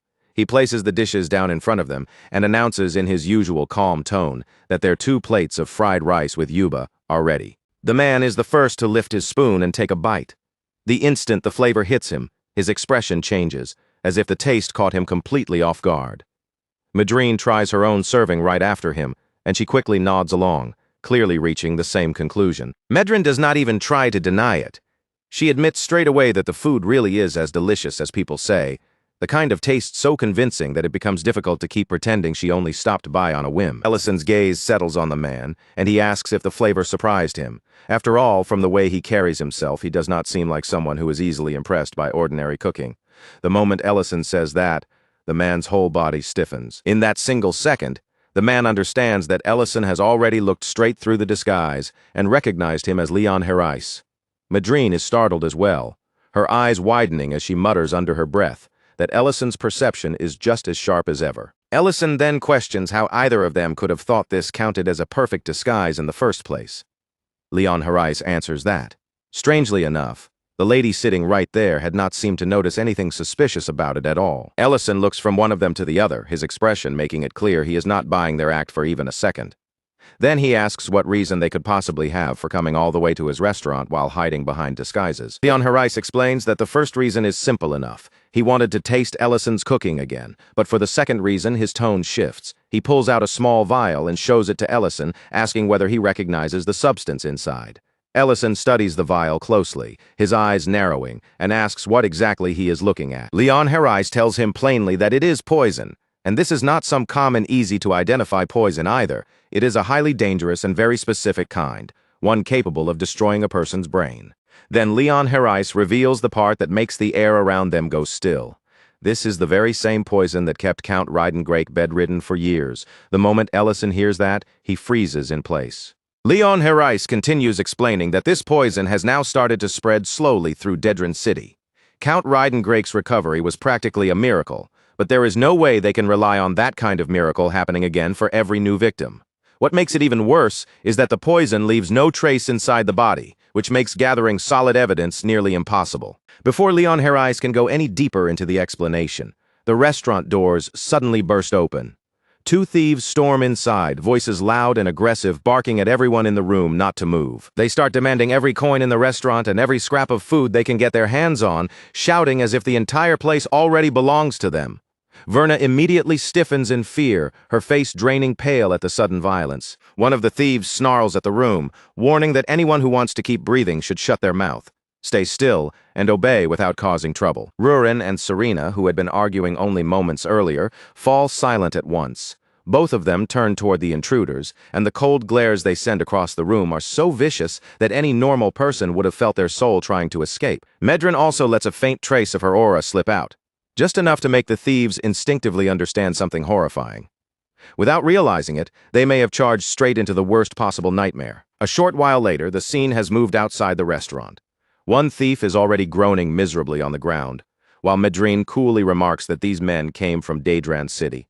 She is sitting on one of them as though he is nothing more than a chair, while her foot grinds the other into the dirt, and she warns them not to even think about trying anything clever. The thieves, now completely stripped of their earlier confidence, start apologizing again and again in desperate voices. They call Medrin Chief Mage as they beg for mercy, and that title alone seems to brighten her mood almost instantly. A wicked little grin spreads across Medrin's face as she confirms that yes, she is indeed the Chief Mage. Then, looking down at them with open satisfaction, she asks if they finally understand exactly who they were stupid enough to pick a fight with. Back inside the restaurant, Ellison is still holding the small vial, his attention fixed on the poison inside. He asks Leon Harris if the real reason he came here was to put Ellison in charge of investigating Daedran City and tracking down whoever is producing it. Leon Harris explains that no matter how fiercely they questioned Count Daedran, he never gave them anything useful. And it was not just that. Every general sent to bring order back to the city ended up dead, which has left the entire territory in its most dangerous condition yet. Outside, Medrin continues tormenting the captured thieves without the slightest hesitation. Meanwhile, Leon Harris adds that he is convinced one organization is behind all of it, spreading through Daedran City like rot, creeping under the streets. Ellison asks why the Crown Prince would hand such a serious matter to someone who is, at least on the surface, nothing more than a restaurant owner. Leon Harris answers by reminding him that not so long ago, Daedran itself was thrown into chaos by someone using magic in a way that could only be called absurd. Then Leon Harris smiles, and that smile says far more than his words need to. He asks Ellison whether he feels even the slightest bit responsible for all the disorder that followed. Ellison looks uncomfortable and asks who exactly told him about that incident. Leon Harris immediately says he cannot reveal the source because that person must remain an absolute secret. Ellison dryly points out that there is only one person who could have told him something like that, the Empire's 7th-rank mage. The instant Ellison says those words, Medrin's face turns pale. Panic flashes across her expression, and she rushes toward Leon Harris in pure horror. Leon Harris, still calm despite everything, says he will leave the matter in Ellison's hands. If Ellison needs anything, he only has to ask. Then he adds that this time, he intends to move forward properly with his own plan, before telling Medrin to come see him later. At night, the scene moves to the outskirts of Daedran City, and from the very first glance, the situation there looks just as ugly as every report had claimed. The entire city feels as if it is slowly falling apart. Robberies are happening all over the place, and fear clings to the dark streets like a foul stench, pressing down on everyone who still has to live there. Ellison quietly comments that the situation is even worse than he had imagined. Rurin looks over and asks why they came all the way to a place like this, and Ellison answers that they are here to catch the people responsible for the poison used on Count Ryden Great. Rurin asks whether that poison is the reason the whole city has fallen into such ruin. Ellison says there may be a connection, but what troubles him even more is the fact that the generals sent here were poisoned as well. He goes quiet for a moment, his expression turning thoughtful as he weighs their next move. Whatever they do, they need to avoid ruining the investigation before it even begins. If he uses too much force and sweeps up everyone at once, the real people pulling the strings might disappear before he can reach them. But at the same time, he cannot exactly walk through the streets and casually ask where the criminal guild making brain-destroying poison is hiding. After thinking it over, Ellison turns toward Rurin and tells her he has an idea. But even as he says it, he warns her that she probably is not going to like this plan very much. Rurin only smiles back at him, completely calm and unbothered. She reminds him that he always worries too much. She tells him that she already said she would do anything for him, so there is no reason for him to hesitate now. All he needs to do is explain what he wants her to do. A little while later, Rurin is sitting behind bars, so that was the plan after all. One of the men watching the cell warns her not to come too close to the bars. His tone makes it sound as if she is the one who should be scared, even though he has no idea what kind of creature he is standing in front of. A nearby prisoner notices Rurin and comments that they actually have a girl locked in with them this time. A massive, muscular inmate grins and asks if it is someone's birthday, while the others begin surrounding her with filthy smiles, asking if she knows what happened to the last girl who was thrown into that cell. The men close in around her, their voices dripping with malice as they say they are going to teach her a lesson. Rurin looks around at the disgusting cell and the men creeping closer, her face twisting with open contempt. She mutters that this filthy place does not even bother separating prisoners by gender. For a moment, she is right on the edge of changing her hand into dragon claws and ripping the entire prison apart from the inside. Just before she acts, she forces herself to stop. Ellison's words come back to her, reminding her that he specifically told her to endure this for the sake of the plan. Not long after that, Ricardo, the chamberlain serving Count Daedrin, arrives at the cell. He comes in with an easy, almost careless attitude, as though this place and everything happening inside it barely interests him. Then he remarks that he heard they brought in a useful new item today. One of the men immediately points toward Rurin and explains that she was arrested after assaulting civilians out on the street. Ricardo's eyes move slowly over Rurin from head to toe, his gaze sharp, cold, and calculating, like he is judging merchandise instead of looking at a person. After a moment, he remarks that the rebellious ones are usually more valuable because people are willing to pay a higher price for something harder to break. Sometime later, inside the castle, Ricardo finds himself standing face-to-face with a man dressed in the refined clothing and dignified appearance of a count. The moment Ricardo sees him, he immediately lowers his head in a practiced bow and offers an apology, saying he is sorry for making such an important guest wait. But the nobleman before him is actually Ellison in disguise.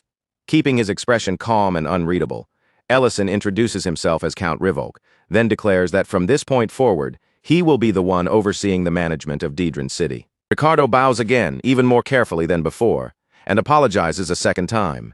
He asks whether Count Rivolk truly came directly from the Imperial Palace, clearly trying to measure the situation. Ellison keeps his performance smooth and controlled, answering only with a polite greeting that fits his borrowed noble identity. Trying to recover his composure, Ricardo explains that he had been dealing with matters related to the prisoners just before this. Then, with a strained politeness, he adds that the Lord's castle has been thrown into ridiculous confusion lately, with everyone unsure of what to do, so he hopes the newly arrived Count will understand the disorder. Count Rivolk replies that he has already heard more than enough about the mess in Daedrin. His gaze then drifts down to the seal stamped on the document, and he comments that it is, without question, the Imperial Palace's seal. Almost casually, he asks Ricardo whether he had been suspecting it might be fake. Ricardo quickly denies any such suspicion, though he carefully admits that the document arrived much sooner than he expected. He then explains that, for reasons no one has been able to properly explain, the last 3 officials sent into this territory all ended up dead, so he naturally assumed no noble would willingly step foot in Daedrin. Clearly, that assumption had just been proven wrong. Ellison immediately catches the warning hidden beneath Ricardo's polite words.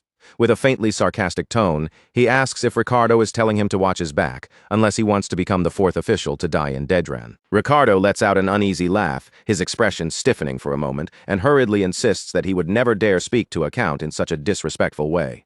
At the word disrespectful, Ellison's lips curl into the faintest smile.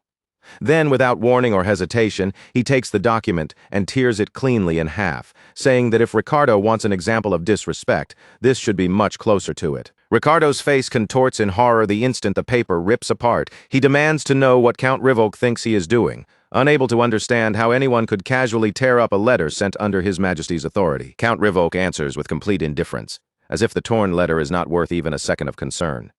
He says the contents were so obvious and predictable that they were not even amusing to read. Even if the letter had come directly from the Crown Prince himself, he says he could recite every line without opening his eyes. Restore public order, protect the citizens, clean out Daedrin's corruption, and perform the same tired list of noble duties that officials are always ordered to carry out. Then Ellison leans back with shameless confidence and casually props both feet onto the table. With that one disrespectful gesture, he makes it perfectly clear that none of those official responsibilities interest him in the slightest. What he wants instead, he says, is to make ruling this city a little more entertaining. After all, Ricardo probably does not want to keep watching imperial officials arrive one after another, only for them to quit, disappear, or die before anything in Daedron truly changes. Ellison then asks whether Ricardo does not think there might be areas where their interests overlap. Especially, he adds, considering the kinds of rumors Count Rivolk had already heard before ever setting foot inside Daedron. Ricardo is left staring at him, completely thrown by the sudden shift in atmosphere. For a moment, he cannot tell whether this new count is dangerously bold, recklessly corrupt, or simply insane enough to cause trouble. At that same time, back in the prison, a guard walks toward Rurin's cell and orders her to come out. When the guards arrive to take her away, Rurin asks the obvious question with irritation in her voice. They only just threw her into this cell, so where exactly do they think they are dragging her now? The man answers coldly that she has no need to know. Rurin does not reply, but inside her anger is already boiling. If Ellison had not specifically told her to endure this, every single person standing in this place would have been dead already. Even as she forces that anger back down, Rurin reminds herself why she agreed to this ridiculous plan in the first place. Ellison had said that the criminals controlling this prison and the city's underworld most likely knew something about where the poison was coming from. As she is being led away, one of the prisoners calls after her, warning that once she sees the place they are taking her, she will start missing this filthy cell. Compared to what waits ahead, he says, even prison will seem like heaven. He goes even further, saying that if he were in her position, he would bite off his own tongue and die before letting himself be taken there. Rurin only watches him in silence, while the guard snaps at the prisoners and orders them to shut their mouths. From a distance, Ricardo watches Rurin being led away, and behind his calm expression, his thoughts begin moving quickly toward his next decision. Count Rivolk feels nothing like the other nobles the Empire has sent into Daedron. Ricardo knows full well that he cannot simply keep killing every imperial dignitary who arrives forever. But this man gives off a different impression from all the previous officials. There is also the fact that Count Rivolk is a count, and that status alone may make the risk worth considering. So Ricardo decides he will test him first, and find out whether this man is truly as bold as he acts, or whether he is only pretending because he is afraid of dying before morning. As Ricardo thinks it over, he reminds himself that an operation involving poison on this scale could never be handled by one person alone. Somewhere beneath the surface, there has to be a deeper connection to the city's underworld. Elsewhere, Ellison is still holding the small vial of poison, while continuing to play the role of a corrupt, rotten noble. But privately, he begins wondering whether his performance has been a little too obvious. Maybe he is acting like someone who knows far more than he should. If he suddenly shows Ricardo the poison now, the man will obviously deny knowing anything and hide behind innocence. For the moment, Ellison decides that the smartest move is to wait and let the enemy reveal their next step first. Then, in the middle of that silence, a knock comes from the door. From outside, a polite voice asks if they may step inside for just a moment. Ellison gives permission, and a maid enters the room carrying tea with both hands. She explains that she prepared it in case he was thirsty, adding that the head servant personally sent her. Ellison thanks her in Count Rivolk's composed manner and tells her to leave it there. The maid lowers her head and apologizes softly. She says the head servant instructed her to remain in the room until she sees him drink it, because doing so would serve as a sign of trust. The instant those words leave her mouth, everything falls into place in Ellison's mind. He can hardly believe how openly they are testing him. They have brought him a cup of tea that may or may not contain poison, and now they are asking him to prove his trust by drinking it in front of the maid with no hesitation. If he refuses and hides behind his authority as a count, Ricardo will simply pull back, cover his tracks, and bury whatever he is really planning even deeper. If the tea is poisoned, then Ellison can stop pretending and use that fact as leverage against them. If it is not poisoned, then he will have no choice but to keep wearing the mask of Count Rivolk a little longer. So Ellison lifts the cup without further delay and drinks the entire thing down in one swallow. Whatever happens after this, he decides he will handle it when the moment arrives. Then he pauses, his expression changing just slightly, and comments that the tea is actually excellent. Not just acceptable, but genuinely high quality. The maid smiles softly as she watches his reaction. She says she knew he would enjoy it, speaking with the quiet confidence of someone who had never doubted the result from the very beginning. Ellison glances down at the empty cup and realizes there was no poison in it after all. In other words, this may have been their way of deciding whether he had passed the trust test. Just as the maid begins to leave, she stops and says there is one more matter. She opens the door and another woman steps into the room, a slave. The maid explains that since Count Rivolk passed the test of trust, the head servant wanted to present him with this gift as proof of his sincerity. For a moment, Ellison is struck completely silent. He had been prepared for poison, traps, threats, or even a hidden attack waiting behind the next move. But this was not something he had expected at all. He never imagined they would offer him a living human being so casually, as though she were nothing more than an expensive luxury item placed before a noble guest. The maid keeps smiling brightly and says she hopes he enjoys the gift. Then Ellison notices that something about the woman is terribly wrong. Her eyes are unfocused, her movements dull and hollow, and her whole body seems to drift forward, without any will of its own, as if she is trapped in a trance. Ellison studies her carefully, watching for any sign of awareness, and then asks whether she can hear his voice. In the very next heartbeat, Rurin moves with terrifying speed, so fast that her figure is almost impossible to follow with the naked eye. Before he can even understand what is happening, she crashes into him with overwhelming force, slamming him down so hard that his body is driven straight onto the ground. At that same moment, far away from there, on the rough outskirts of Dedran, two robbers sit tied up and completely helpless, trembling as they try to explain themselves in front of a man who feels far more frightening than any ordinary guard or soldier. And surrounding that man are even more grim, sinister faces, all of them staring down at the captured pair with cold eyes, as if the two robbers have already been judged and condemned. According to the robbers, all they had done was break into a house they thought was empty. But then, without any warning, a girl suddenly appeared in front of them and began beating them down while asking why their faces were so ugly. One robber insists that her strength was completely absurd, far beyond anything a normal person should have. The other lowers his voice and mutters that, to be honest, she did not feel human at all. The man listening to them responds in a voice as cold and sharp as a blade, asking if they have already forgotten the instructions they were given. They were supposed to keep quiet and stay discreet, especially after the recent trouble involving those officials, and even if a fight could not be avoided, the absolute minimum was to make sure they did not get caught. He asks whether even that simple order was too difficult for them to follow.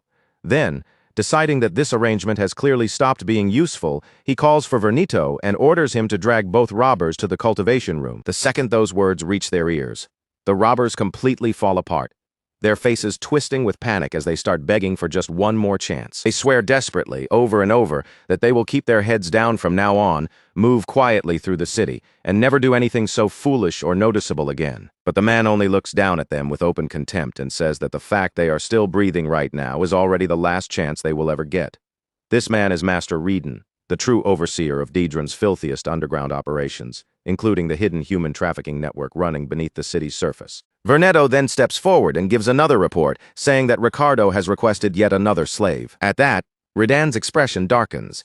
He remarks that Ricardo truly never seems to grow tired of this kind of thing, then adds that if Dedran wants to avoid drawing the Imperial Palace's attention, it should really keep a little more distance from such dangerous business. After all, Redan has no special desire to kill Ricardo as well. Then, as though another detail has just come back to him, he asks whether Ricardo was not supposed to send over a prisoner today, too. Vernetto confirms that the woman in question was arrested for assault. Hearing that, one of the nearby men immediately wonders aloud whether she could be the same person who beat up their people. They explain that the woman is already waiting in the selection room right now. Meanwhile, Rurin stands quietly in a line among other slaves, while a bespectacled man moves through the prisoners with cold, practiced efficiency, sorting them as if he is checking inventory. 3 prisoners are sent to the cultivation room. 2 are marked for nobles, and 5 are selected for the black market auction. As the next prisoner is called forward, Rurin keeps her face calm, but inwardly she reflects that even if she does not understand every strange rule and custom humans live by, one thing is clear to her: slavery is illegal throughout the entire empire. And yet somehow an operation this large is being carried out right under everyone's nose. Rurin still cannot confirm whether these people are directly connected to the poison, but the scale of what she is seeing has already gone far beyond what she and Ellison expected. Which means Ellison needs to hear about this immediately. Using the coordinates of his room, Rurin quietly opens a tiny portal and calls out to him, asking whether he can hear her. Her voice grows urgent as she tells him that the situation is much worse than they first thought. But the instant she peers through the portal, her expression changes completely. On the other side, Ellison is standing in his room with a woman tied up right in front of him. Ellison reacts immediately, blurting out in alarm that this is absolutely not what it looks like. Rurin stares at him in clear confusion, but that confusion is already beginning to harden into anger. She asks him what exactly she is supposed to think after seeing a scene like this. Then the slave woman, still trapped under whatever control has been forced onto her, begins pleading for her master to give her orders. That single sentence makes the situation look even worse, and Ellison grows more frantic as he insists that whatever Rurin is imagining, this is a complete misunderstanding. Rurin's dragon aura begins leaking out around her as her patience finally starts to crack. With a dangerous edge in her voice, She demands that Ellison explain himself right away. Ellison quickly points to the woman's strange condition and says that this is exactly the problem. The woman is clearly not normal, and he absolutely did not summon her into his room on purpose. Still burning with anger, Rurin tells him to investigate the place called the cultivation room immediately. Then she warns him that they will settle this other issue later, and when that time comes, he had better be ready to answer properly. Just then, someone nearby notices Rurin acting suspiciously and asks what she is doing. Rurin answers instantly, without even the slightest pause, saying that she is doing absolutely nothing. Then, as if it is the most normal thing in the world, she adds that her handcuffs simply broke, so she needs a new pair. The man frowns at her, asking how handcuffs could possibly break on their own. Rurin replies flatly that they must have been defective. Elsewhere, Leon Harais is speaking with one of his men, who asks whether they should question someone directly. Leon immediately refuses.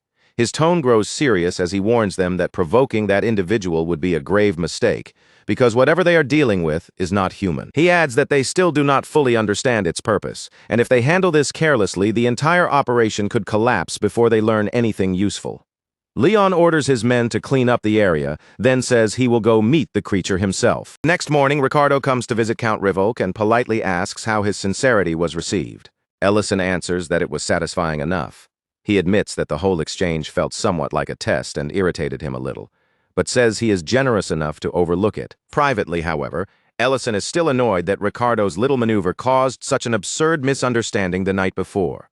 Ricardo apologizes for the matter with a tea, explaining that in a place like this, reaching out to shake hands too quickly can be dangerous. Ellison waves the apology aside and says he has already forgotten about it, even as the slave woman lies unconscious on the bed nearby. Then Ellison tells Ricardo that he intends to keep her with him for a few more days. Ricardo replies smoothly that the decision is entirely Count Rivolk's to make. Ellison then remarks that, while this is not the first time he has seen slaves, there is something clearly different about this woman. Her condition is abnormal in a way that cannot simply be ignored. Ricardo acknowledges it without a trace of shame and explains that this is actually the special feature of their product. These slaves obey perfectly because they have been brainwashed. They do not run away. They do not resist, and if they are given an order, they can be made to do absolutely anything. Hearing that nearly pushes Ellison past the edge. For a brief moment, he seriously considers tearing down the entire slave market right then and there, but he forces himself to hold back, remembering how badly things spiraled the last time Daedron Castle was destroyed too early. So instead of letting his anger explode, Ellison asks Ricardo whether he has ever thought about expanding this market even further. He suggests using elite connections, along with Ellison's supposed noble status, to sell these high-quality slaves directly to powerful aristocrats all across the empire. Ricardo laughs with clear satisfaction, as if the idea pleases him deeply, and says that choosing to partner with Ellison was obviously a brilliant decision. Then, making the question sound almost casual, Ellison asks whether these slaves have any connection to a place called the cultivation room. The question hits Ricardo hard enough to visibly shake him. He immediately asks how Ellison even knows about that place. Ellison remains perfectly composed and explains that he came to Daedron after hearing certain rumors. As a noble, he says, it is only natural to be cautious. Before presenting products to serious clients, he needs to confirm how the distribution process actually works. He then adds that if showing him the place is too troublesome, Ricardo is free to refuse. Of course, if that happens, it would also limit how far their sales route could realistically spread. Ricardo answers almost at once, saying there is no reason to hide it now that they are partners. In fact, he says, the place is much closer than Ellison probably imagines. At that very same time, Leon Harris stands outside a closed door, his hand raised as he knocks. His face is far more tense than usual, and in a low, serious voice, he tells the woman inside that a dangerous problem has surfaced, one that even he cannot resolve alone. From beyond the door, the woman answers with obvious surprise, noting that it is rare for anything to remain unsolved once the imperial palace has already become involved. Leon then explains the source of his concern. Among the slaves, they have detected an abnormal presence. The suspicious energy surrounding Rurin feels far too much like that of a dragon, and even more troubling, it strangely resembles her. Red Dragon Sydney narrows her eyes the moment she hears that, her expression turning sharp and thoughtful. She wonders whether the black dragons have started sniffing around these matters as well, especially since reports of their investigations have increased lately. Then her mind shifts to the newly appointed Overseer too, a young noble who has been calling himself Count Rivolk. Leon confirms that the dragon hiding among the slaves appears to be a small woman with black hair. The instant Sydney hears that description, recognition flashes across her face. She knows exactly who that is. Rurin. Without wasting even a second, she gives an immediate order to empty both the cultivation room and the sorting room. Deep below the mansion, in the hidden cultivation room, Ricardo spreads his arms wide with open pride, presenting the entire underground facility to Ellison as if he is showing off a royal treasure. With a satisfied look, he calls this place the true pride of Daedran. Ricardo explains that all kinds of herbs and mushrooms are cultivated down here in secret. Those ingredients are then blended into drugs and processed into substances used to create slaves who obey their masters without the slightest hesitation, resistance, or will of their own. Ellison quietly looks around the room, letting his eyes take in the glowing magical lights, the rows of cultivated plants, and the sheer scale of the facility. He cannot help wondering how they managed to build something this elaborate beneath what appeared to be an ordinary mansion. But the people working among the plants look absolutely miserable. Their faces are pale, their bodies are thin and worn down, and every tired movement makes it clear that they have been forced to care for poisonous crops day after day until they seem half dead themselves. Ricardo, still behaving as though this is merely a professional business tour, casually suggests that they probably should not stay inside this room for too long. Ellison then asks in a tone that sounds almost casual whether ingredients like the ones grown here could also be used to make a poison that leaves no trace in the body. Ricardo does not give him a straight answer. Instead, he smiles smoothly and asks whether Count Rivolk is interested in their other products as well, adding that he had already intended to show them to him anyway. That is precisely when Leon arrives, having come under Sydney's orders to see the situation for himself. The moment Leon takes in the scene inside the cultivation room, his expression twists with visible anger. He can hardly believe Ricardo was reckless enough to reveal the full scale of this operation to a new overseer who had only just stepped into Daedran. Ricardo stiffens instantly, his earlier confidence evaporating in a heartbeat, and he begins apologizing in a flustered rush. But Leon cuts him off before he can babble any further. Turning his attention toward Ellison, he says that if Count Rivolk truly intends to work with them, then this place will need to be cleaned up thoroughly from top to bottom before they can move forward with anything else. Ellison answers with a calmness so steady that it immediately makes clear the act has reached its end. He says Leon's suspicions were correct from the very beginning, and with that one sentence, the entire atmosphere in the underground room changes at once. Elsewhere, Rurin is still being held in the prison area when she suddenly hears hurried movement and voices coming from outside the room. From the sound of the commotion, something inside the facility is being shut down. Rurin immediately suspects that this must be connected to whatever Ellison has done on his side. Then Sydney appears in front of her, wearing an amused expression as she comments that capturing a dragon slave is quite an impressive prize. Sydney's eyes travel over Rurin from head to toe, and she adds that she never expected to encounter another dragon in a place like this. Rurin glares back at her and demands to know who she is.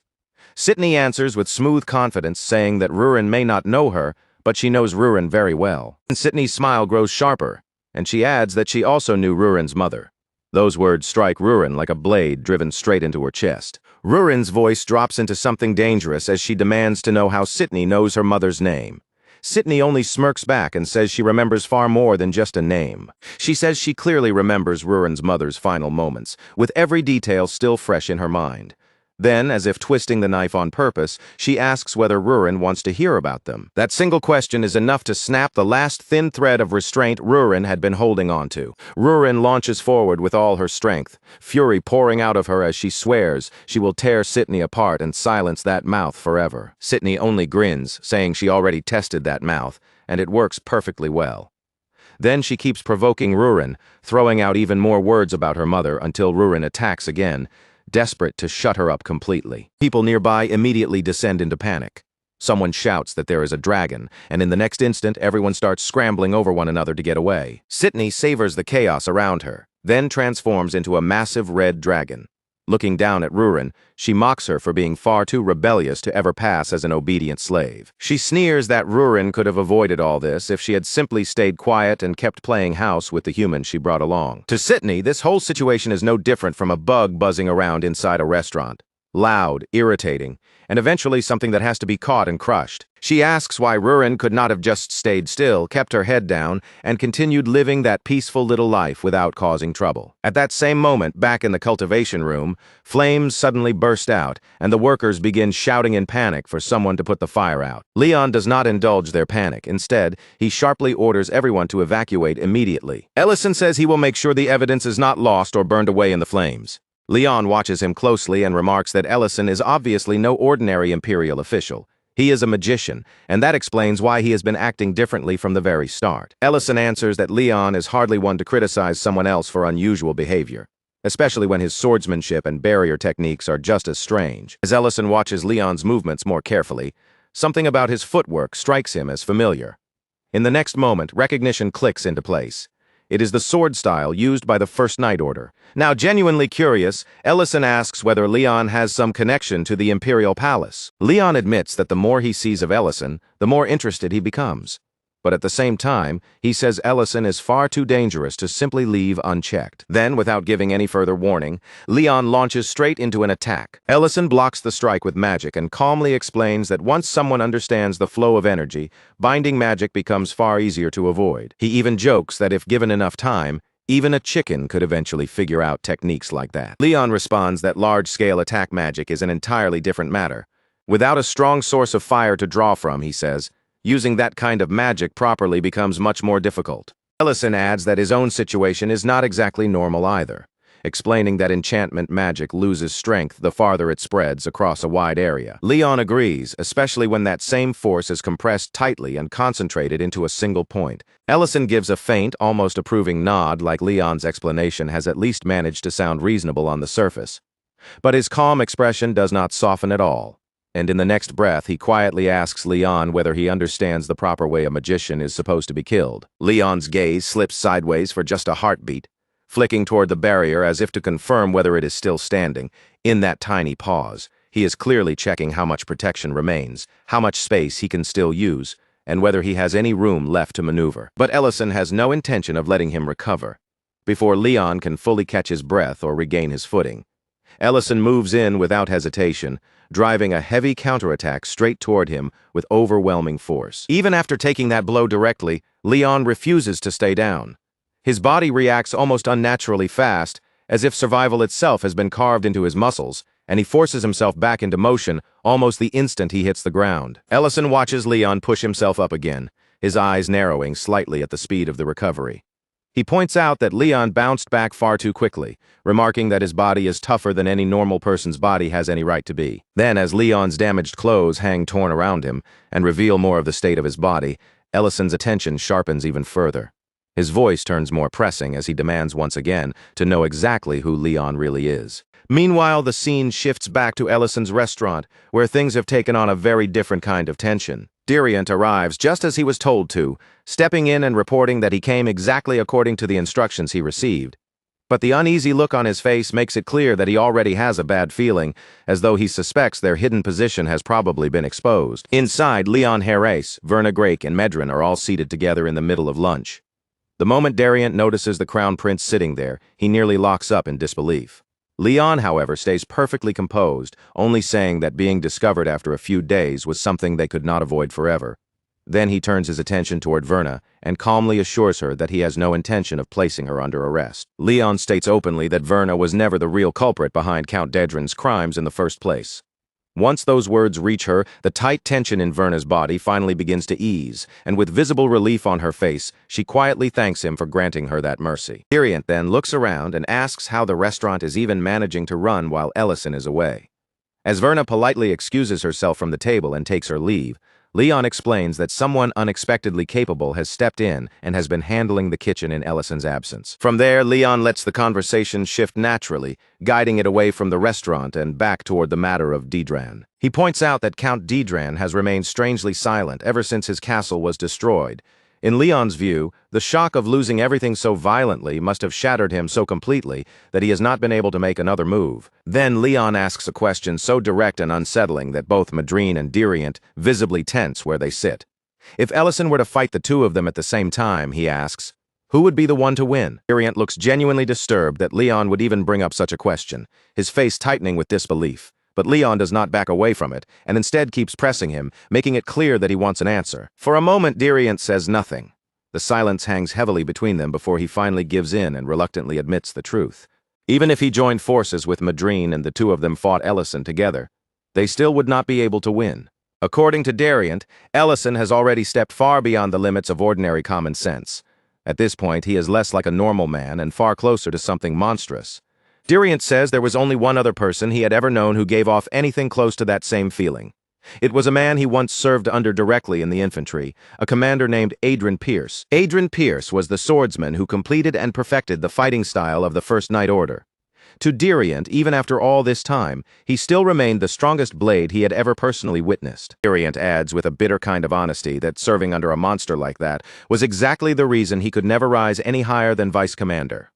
When someone like Adrian stood above him, there was simply no higher place left for him to reach. Leon asks whether anyone on that level is still alive today, but Diriant can only say that he does not know for certain.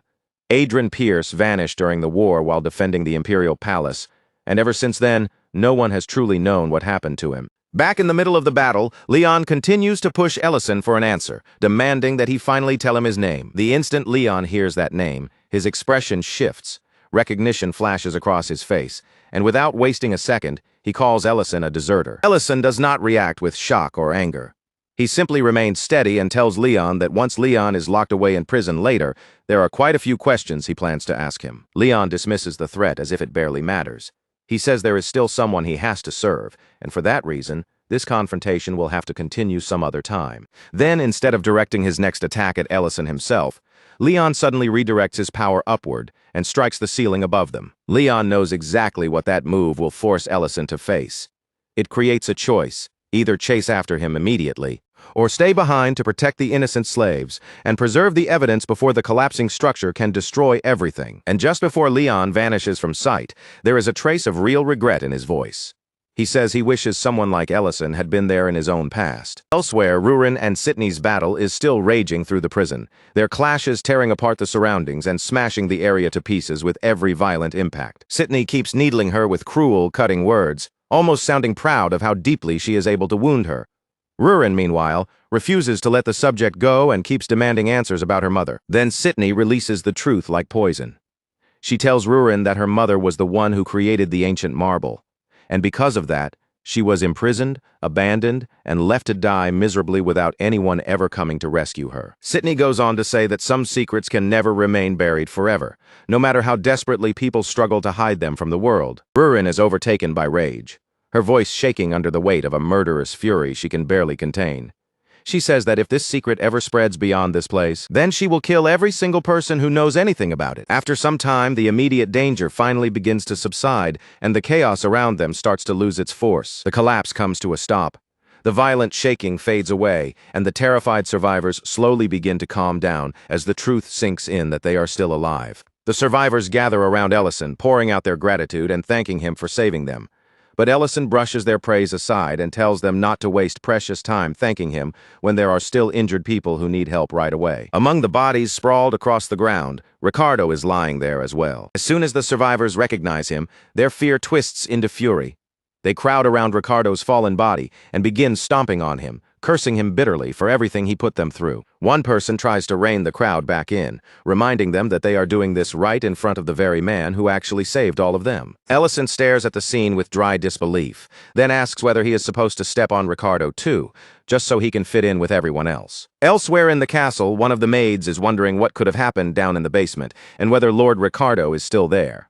Just then, a fully covered man suddenly appears in front of her. The maid jolts at his sudden arrival, clearly startled by the unexpected figure, and quickly asks who he is. The man answers in a calm, even voice, saying that he heard there was a patient here. Still confused and unsure how to respond, the maid immediately apologizes and explains that she was never informed about any visitor. Because of that, she tells him he will have to leave. But before she can even finish getting the words out, her eyelids begin to lower.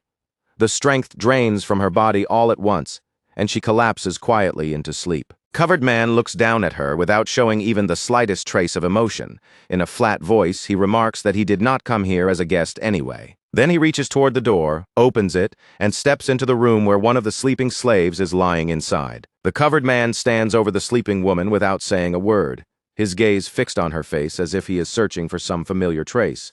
In the silence, he quietly wonders whether she might finally be the person he has been looking for all this time. At that exact same moment, in another part of the facility, the chaos has not fully settled yet. Rurin bursts into the prison area with urgency in her voice, telling the slaves that there are no guards left to stop them anymore. If they want to escape, she says, then this is their chance to run right now. But despite the open path in front of them, Not one of the slaves takes even a single step. Rurin says it again, louder this time, making sure every prisoner can hear her clearly. Even then, the slaves simply remain where they are, staring ahead with hollow eyes and lifeless faces. Seeing no reaction at all, Rurin clicks her tongue in frustration and mutters that freeing them like this is going to take forever. Just as Rurin is standing there trying to figure out what she should do next, a familiar voice reaches her from nearby. Ellison calls out to her, reminding her that this was supposed to be a quiet, covert mission. Then, with his usual dry tone, he points out the enormous mess she has somehow managed to leave behind instead. Rurin immediately snaps back in her own defense, insisting that it was not her fault because another dragon found her first. Ellison's eyes shift toward the injured red dragon nearby, taking in her battered condition, and he asks if that is the dragon Rurin is talking about. Rurin confirms it without the slightest hesitation. She says she had no choice but to silence the woman, because the dragon would not stop talking no matter what she did. Then Rurin adds something much more serious. She tells Ellison that the dragon knew about her mother, knew about the creation of the ancient marble, and even knew about the act of absorbing it. Ellison scratches the side of his head, his expression growing heavier as the meaning of that sinks in.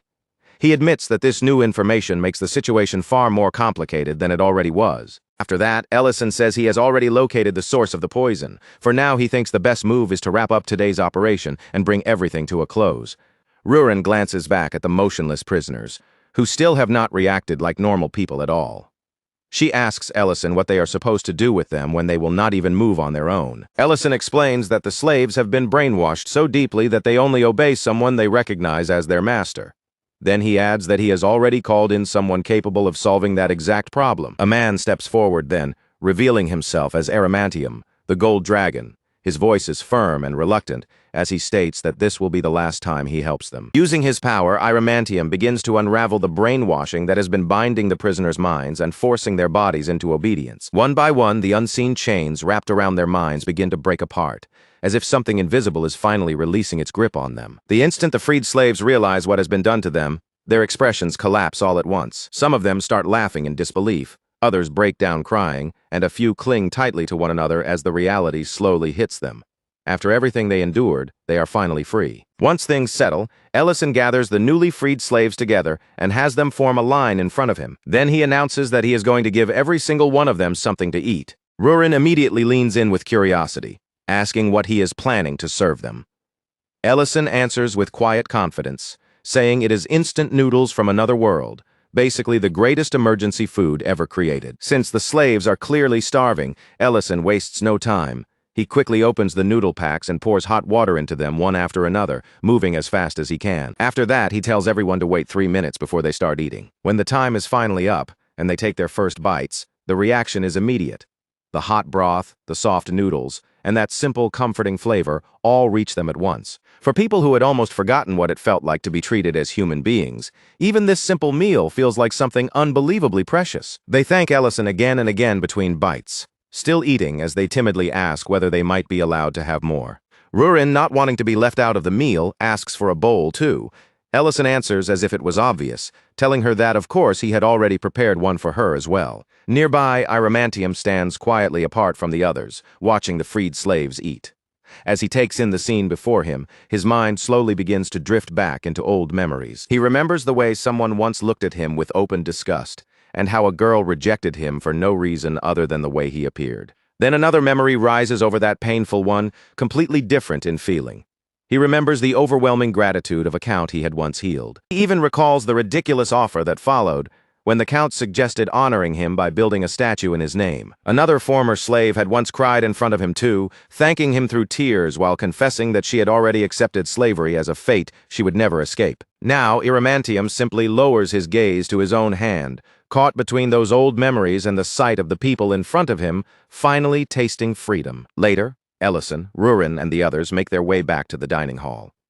Ellison is still quietly amazed by how easily Arimantium removed the brainwashing, and he says so out loud. At the same time, they confirm that the woman who had been sent to Rurin's room has already received treatment. Rurin thinks back to the unpleasant misunderstanding from earlier, and with a softer expression, she admits that she is relieved everything has finally been cleared up. Then, without any warning, Rurin turns toward Ellison and asks if he is ready to face the consequences of what he did. Ellison stiffens slightly and begins awkwardly trying to explain himself, saying that what he did could not really be helped under the circumstances. But Rurin cuts straight through his excuse by suddenly pulling him into a tight, fierce hug. Holding him there, she declares that this is his punishment. Ellison is completely thrown off and starts to protest, clearly not understanding what kind of punishment this is supposed to be. But Rurin does not budge, insisting that this is exactly what he deserves. Then she tells him to stop struggling against it and quietly accept his punishment like he is supposed to. Ellison gives in and apologizes, promising her that something like this will not happen again. Then, trying to lighten the mood, he teases her a little and says that if punishment feels like this, he might actually be able to endure a few more rounds of it. But just as the mood begins to soften, the atmosphere around them suddenly shifts. Ellison casually asks Rurin whether she cleaned up the dragon corpse so that the crown prince would not end up seeing it. Rurin's face immediately turns embarrassed, and she denies having done anything at all. She says she simply assumed Ellison had already handled that part himself. The moment Ellison realizes neither of them took care of it, his expression turns grim. With a dark look, he says, "This is an extremely bad mistake." Elsewhere, the injured Red Dragon Sydney is speaking with Adrian Pierce, the captain of the First Night Order. Sydney admits her own limitations with bitter honesty. Even though she only had half of her mana left, she had still hoped she could at least put up a decent fight. But in the end, she failed. Sydney lowers her eyes, frustration settling heavily across her face, as she wonders whether she was never truly fit for this role from the start.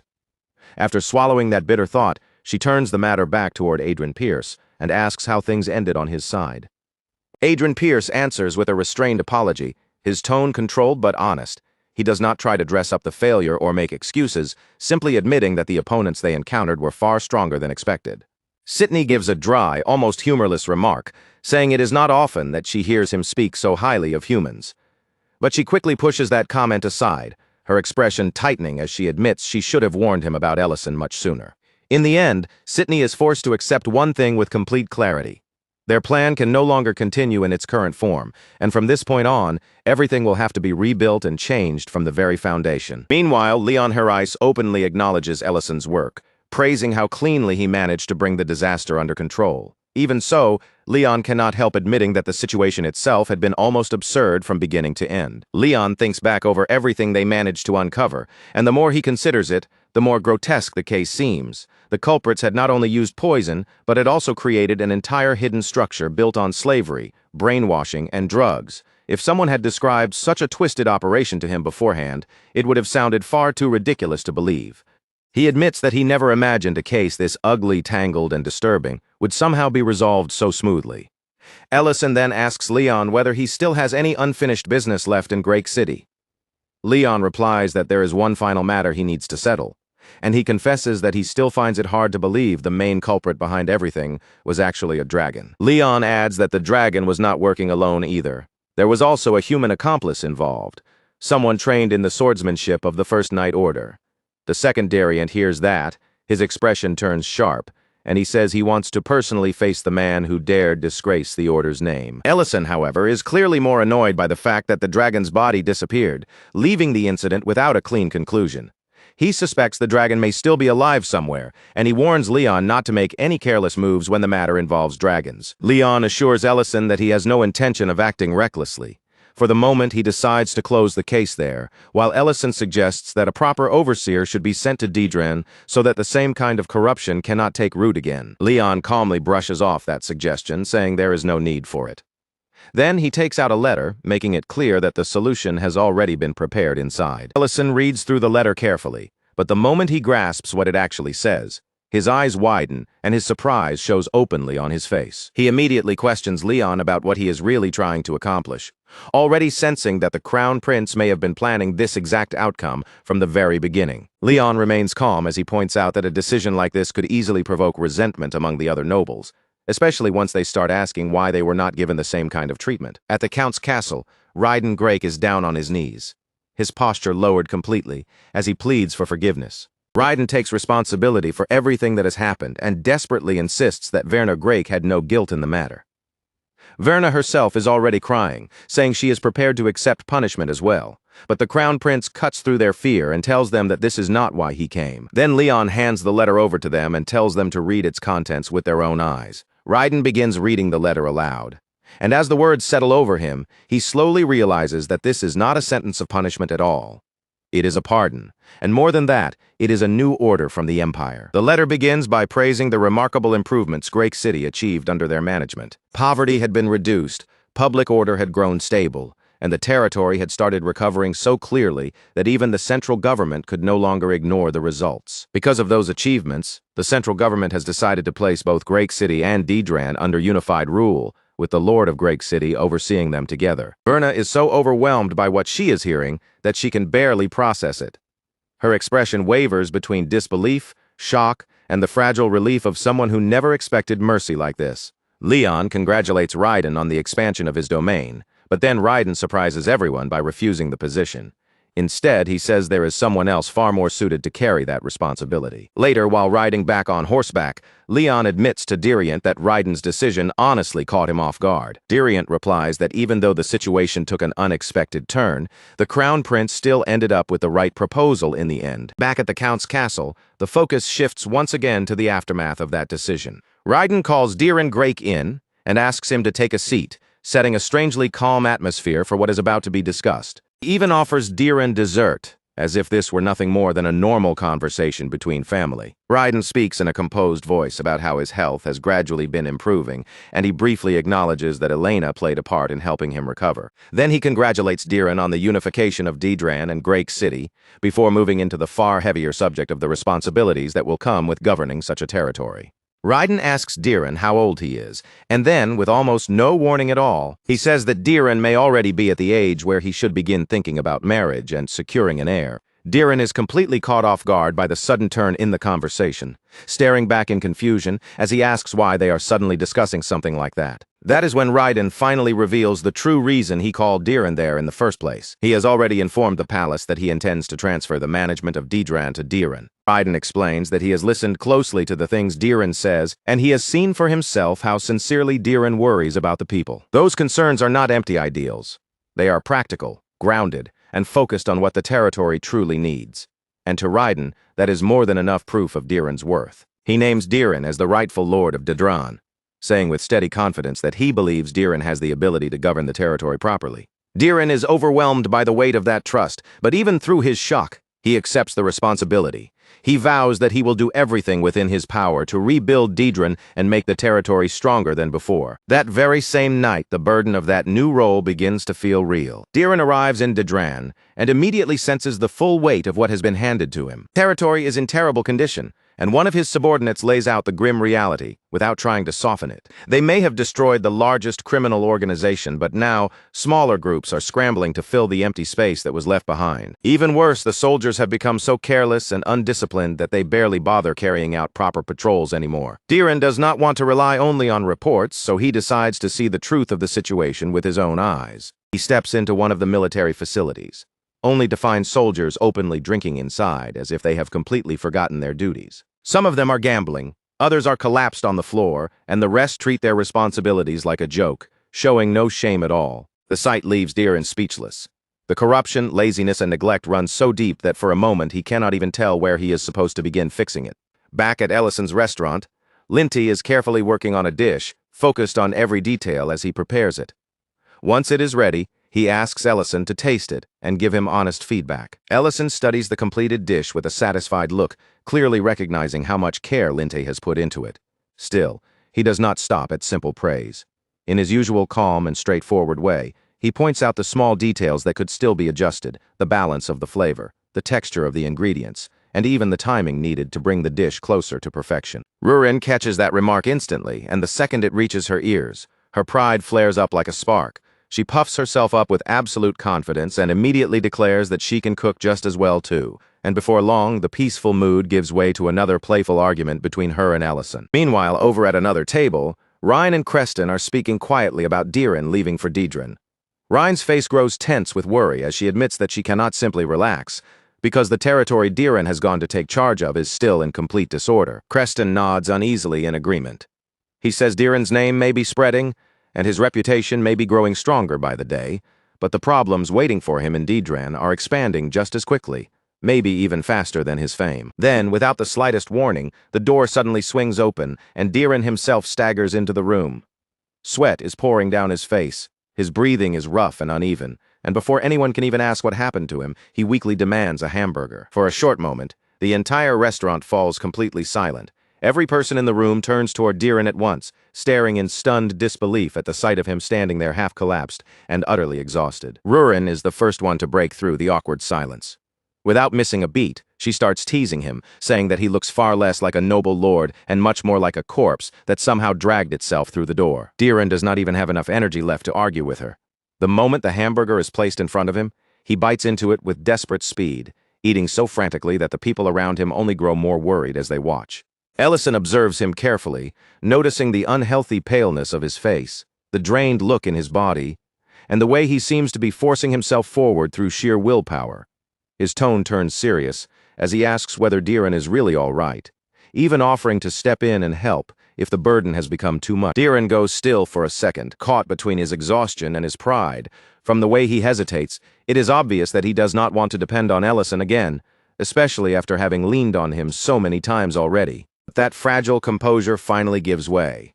Unable to keep pretending, Diren blurts out that he feels like he is going to die, and that this time, he truly does need help. Ellison narrows his eyes slightly, studying Diren with a sharper look.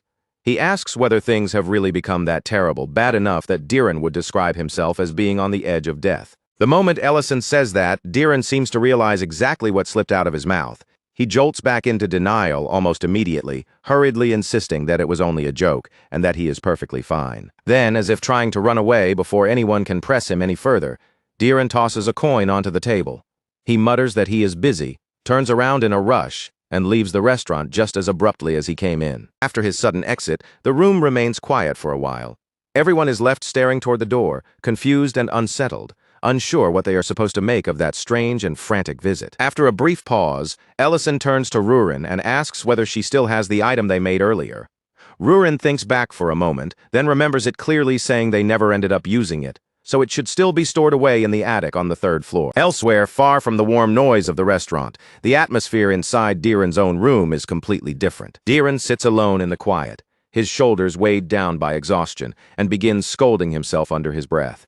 He tells himself that reaching for his master's help again was nothing but habit, and that he cannot keep turning to Ellison every time things become difficult. Forcing himself to breathe and settle down, he tries to gather his scattered thoughts and look at the situation with a clearer mind. Diren understands that a few temporary fixes will never be enough to save Dedran. If he truly wants to rebuild the territory, he has to stop reacting blindly and decide what must be handled first. The first problems that rise to the surface are the corruption among the officials and the total collapse of public security. Those are the wounds cutting into the lives of ordinary people every single day, and the more Diren thinks about it, the more tangled the entire situation becomes in his mind. Corrupt officials accept bribes and nourish the criminal networks. Those criminals make the streets even more dangerous, and the broken state of public security gives the officials even more freedom to rot the territory from within. To make matters worse, the military itself has fallen into such a disgraceful state that there are barely any soldiers left with the strength, discipline, or authority needed to seriously suppress the criminals. For one brief moment, Ellison's name slips back into Diren's mind. But he immediately crushes that thought down and rebukes himself, furious that even now he is still searching for someone else to shoulder the burden for him. Finally, after wrestling with his own weakness and doubt, Diren reaches a decision. He will summon every official responsible for each department of the territory and bring them all before him. From that point on, instead of running from Dedran's chaos, he will start pulling the problems apart one by one until he can finally see where to begin. Somewhere else in Dedran, a group of soldiers is already in a miserable state. They groan and complain among themselves, rubbing their aching legs and clutching their upset stomachs after drinking far too much the night before. Gind, the squad leader of Dedran's guard, snaps at them with open irritation. His voice cuts through their whining as he demands to know whether men like them still have the nerve to call themselves soldiers. He reminds them that during the last inspection, their lord showed them far more mercy than they deserved. The fact that every one of them is still alive with his head attached should already feel like a blessing. One of the soldiers finally talks back, pointing out that Gind used to look the other way at this kind of behavior himself, so acting strict now only makes him seem hypocritical. Then he says what the others have all been feeling, that no matter how hard they work, it feels pointless when the people above them can destroy all of that effort with one rotten decision. Those words hit Gind harder than he is willing to show in front of his men. He turns away and walks off, carrying that weight in silence. Deep down, he blames himself for helping create the kind of hopelessness that has taken root in the hearts of his own soldiers. Hoping to clear his head, Gin decides to find somewhere he can drink, loosen the tight feeling in his chest, and forget the argument for a while. As he walks through the darkness, he notices a nearby camp glowing with warm light. From that direction comes an incredibly rich aroma, so inviting and powerful that it almost seems to pull him toward it against his will. When Gind steps closer to see what is going on, he finds Ellison and Rurin there, operating what looks like a traveling restaurant, a mobile food cart set up to serve people wherever it stops. Gind stares at the setup in surprise and asks whether this is really supposed to be a restaurant. Ellison answers calmly that it is, and adds that they serve both food and drinks. The smoky scent of grilled skewers keeps drifting through the air, wearing down Gind's resistance almost immediately. Drawn in by the smell, he finally orders some snacks along with something to drink. Ellison prepares the order without making a big deal of it, then hands the food and drink over to Gind. In an easy voice, he simply tells him to take his time and enjoy it. The moment Gind takes his first bite, his entire body goes still, as if the flavor has caught him completely off guard. The meat is tender and soft, filled with a deep savory richness, while the sweetness of the vegetables blends perfectly with the juices from the skewer. Then Gind takes a drink, and with each swallow, the heavy tension that has been sitting on him all day begins to loosen little by little, melting away from his chest. Clearly pleased, Gind admits that the food and drink match each other perfectly.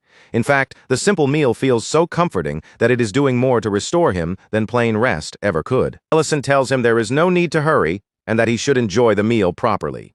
Then, in a calm and casual tone, he adds that if something is weighing on Gind's mind, he is willing to listen. The next morning, Diren sits down for a meeting with Vendink, the man in charge of Didran's taxes and finances. As Diren examines the records, he quickly finds something ugly buried in the numbers. 4 months earlier, 20 million had supposedly been spent on road repairs, but the roads themselves were never repaired at all. When Diren questions him about the missing money, Vendink does not even bother pretending to be ashamed or nervous. Instead, he confidently opens a box packed with jewels and coins, presenting it as if he has come fully prepared with a very proper explanation for where that money went. For one tense moment, Diren stares at the box and seriously considers having Vendink arrested right there on the spot. But before Diren can give in to that first burst of anger, the kind of advice Ellison would likely give him flashes through his mind.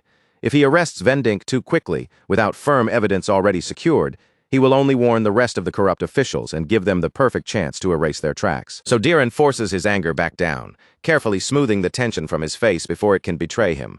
Rather than exposing Vendink right there, he chooses a more dangerous path and pretends to be pleased by the bribe laid out in front of him. With a smile that is controlled down to the smallest detail, Diren tells Vendink that he appreciates this kind of thoughtful consideration. Then, acting as though he has accepted the man's loyalty, he adds that he will be counting on him from this point forward. Meanwhile, back at the mobile restaurant, the night continues quietly beneath the warm glow spilling from the traveling food cart. Gind begins opening up about the past, saying that there was a time when he patrolled the streets even on his days off.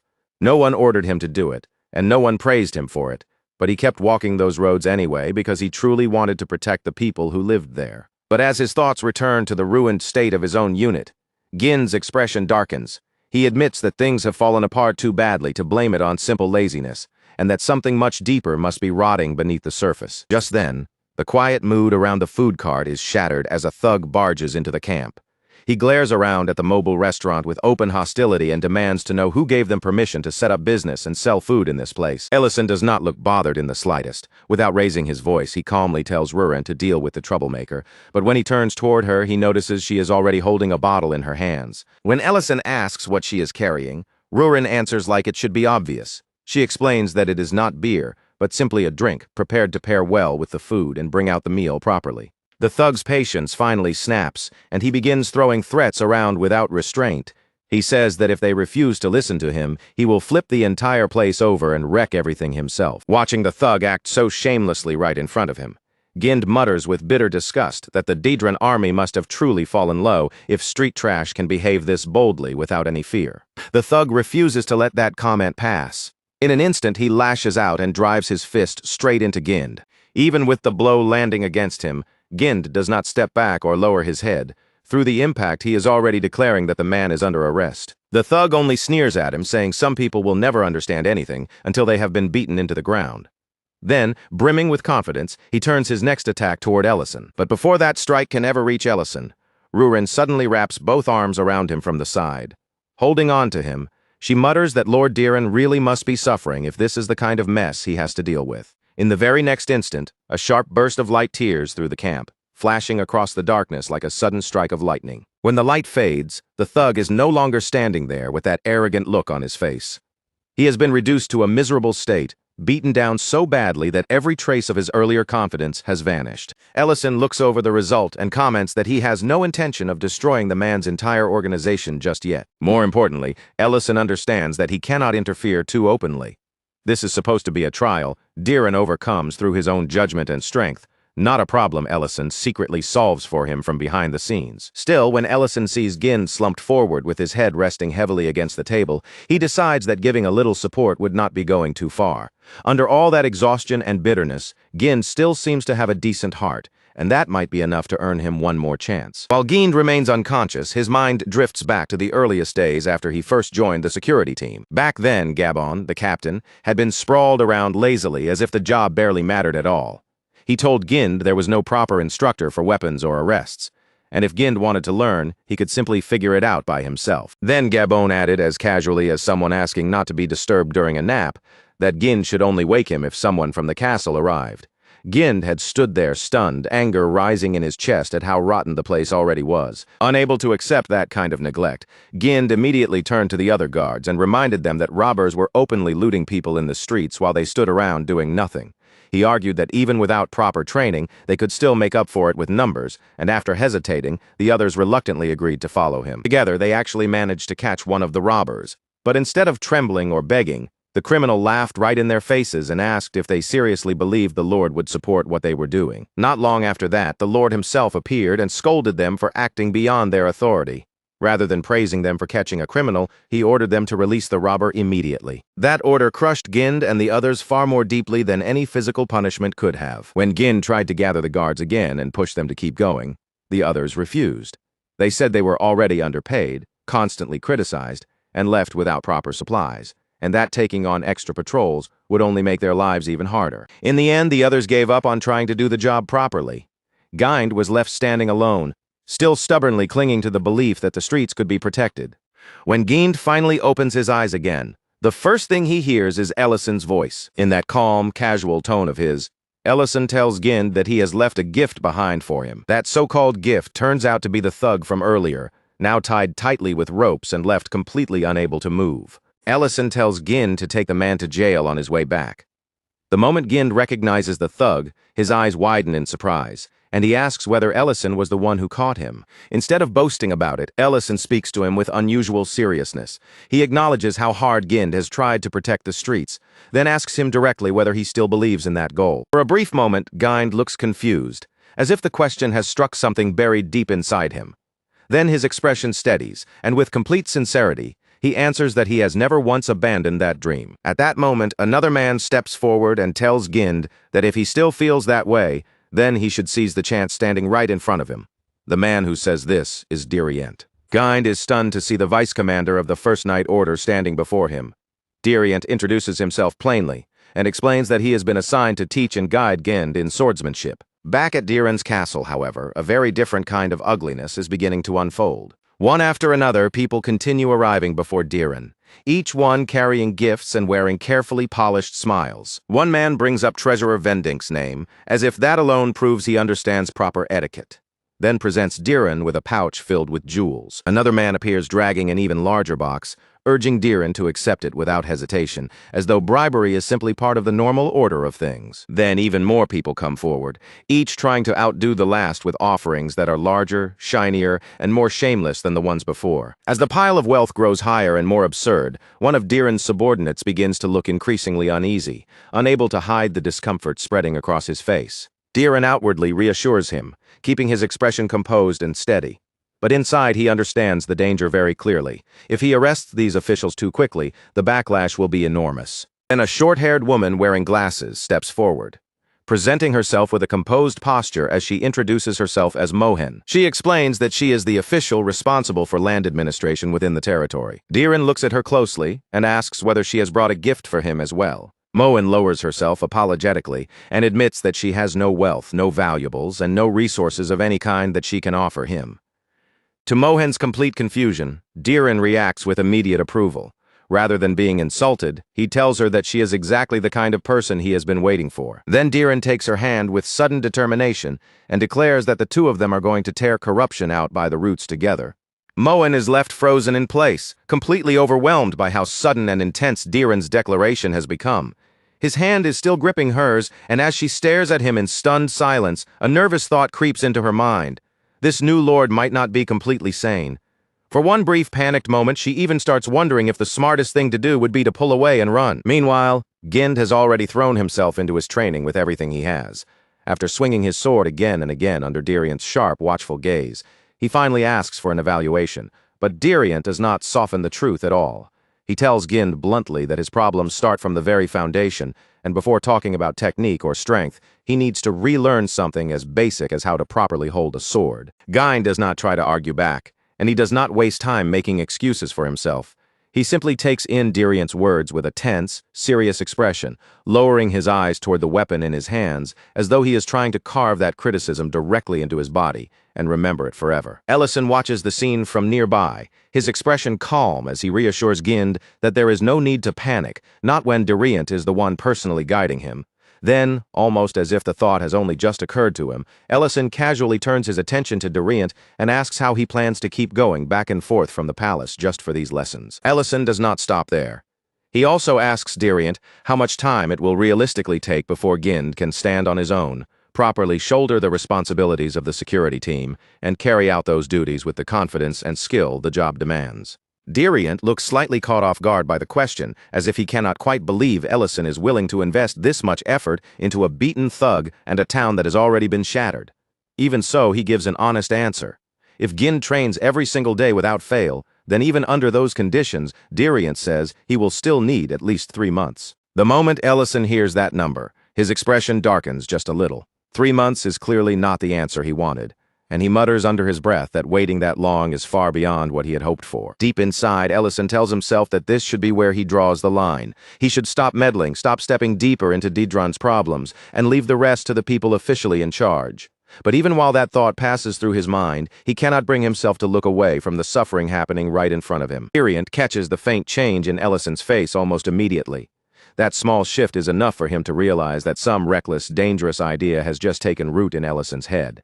Still, Dirient decides not to ask about it, partly because he has absolutely no desire to be dragged any further into whatever trouble Ellison is about to create. That night, darkness settles over Daedrin, and the streets slowly fall into an uneasy silence beneath the shadowed sky. A woman carrying groceries walks through the unfamiliar roads, glancing around as the streets begin to look less and less recognizable.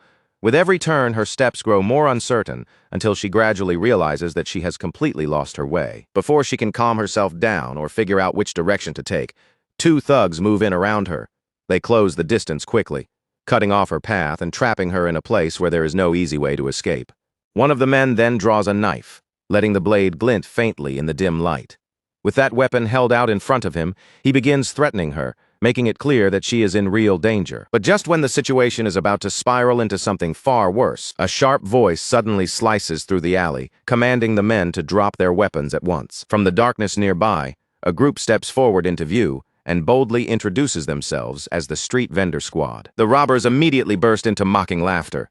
To them, the name sounds so ridiculous that they do not feel threatened in the slightest, and their faces make it obvious that they believe there is nothing to fear. But their smug confidence disappears the instant one of the vigilantes lifts a glowing beam of magic, the light suddenly cutting through the darkness around them. In the next flash, the magic fires straight out and strikes the thief's weapon. The blade is blown apart in his hand, shattering the threat before he even has a chance to react. The rescued woman can only stare in stunned disbelief, her eyes fixed on the strange group that just saved her. As she tries to make sense of what happened, a suspicion begins to form in her mind. Maybe Count Rivok himself is somehow connected to these mysterious people. Ellison recognizes her too.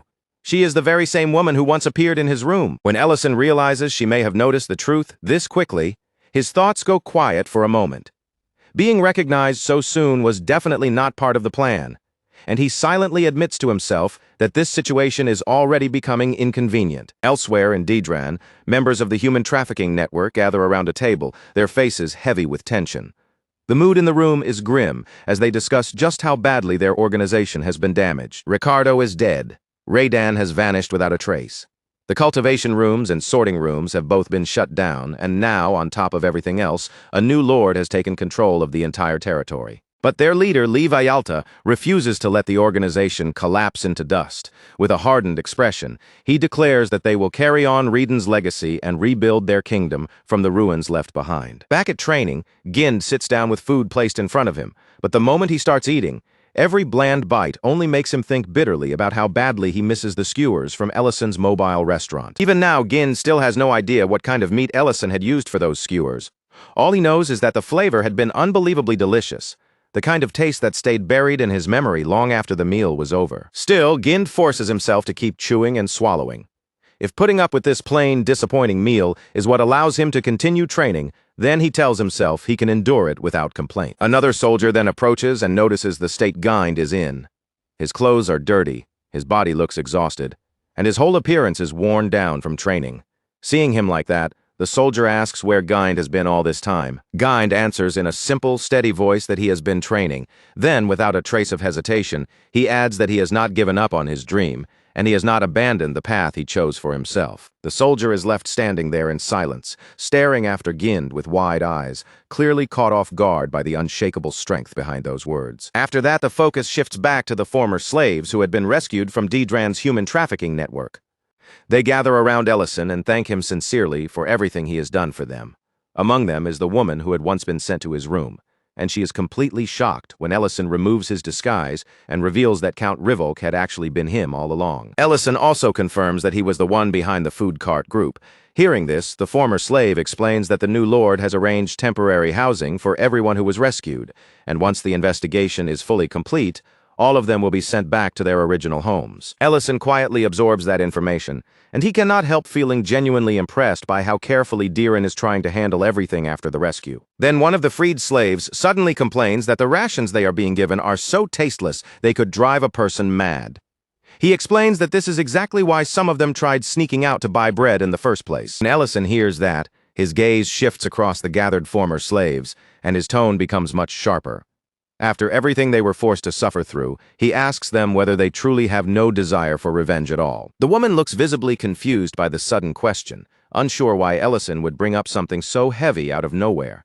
But Ellison does not let the subject fade. He pushes the question further, asking whether it really does not burn inside them to simply avoid the people who destroyed their lives and keep moving forward as if nothing ever happened. Then Ellison gathers the ones still carrying that same bitterness in their hearts and speaks to them directly. If that anger is still alive inside them, then they should follow him, because he knows someone who can teach them how to fight the right way. Not long after that, Deren is once again putting Gind through weapon practice, drilling him through the basics with the same strict intensity as before. Deren tells Gind to stop swinging like he is trying to beat the air into submission. The swordsmanship of the First Knight Order, he explains, is not about flailing your arms with brute force. It is built on precision, control, and clean movement, and if a sword is handled poorly, then it is no better than an expensive club. To make his point impossible to ignore, Deren moves with crisp, controlled precision, in a single instant, before Gind can properly react. His weapon is struck and knocked completely out of his hand. It happens so fast that Gind does not even understand what Deren has done until the sword is already gone from his grip and the emptiness in his hand tells him he has lost. But instead of shrinking back or letting the failure discourage him, Gind immediately asks for more training. His eyes show no resentment, only a fierce hunger to absorb every correction Deren is willing to give him. Deren, however, warns him that continuing with private lessons like this is no longer realistic. By that point, other people have already started arriving one after another. Each of them steps forward, making it clear that they also want to join the training. They want to learn. They want to become stronger, and more than anything, they want the power to stand against the same kind of people who once crushed them and stole their freedom. At first, Gind can only stare in complete shock, stunned by the sight of so many people asking to train and fight alongside him. But the crowd keeps pressing forward, their desperation written clearly across their faces and carried in their voices. One after another, they practically beg for the chance to be taught, clinging to the hope that this training might finally give them the strength they need. Deren can only scratch the back of his head, his face showing just how overwhelmed he is by the crowd forming in front of him.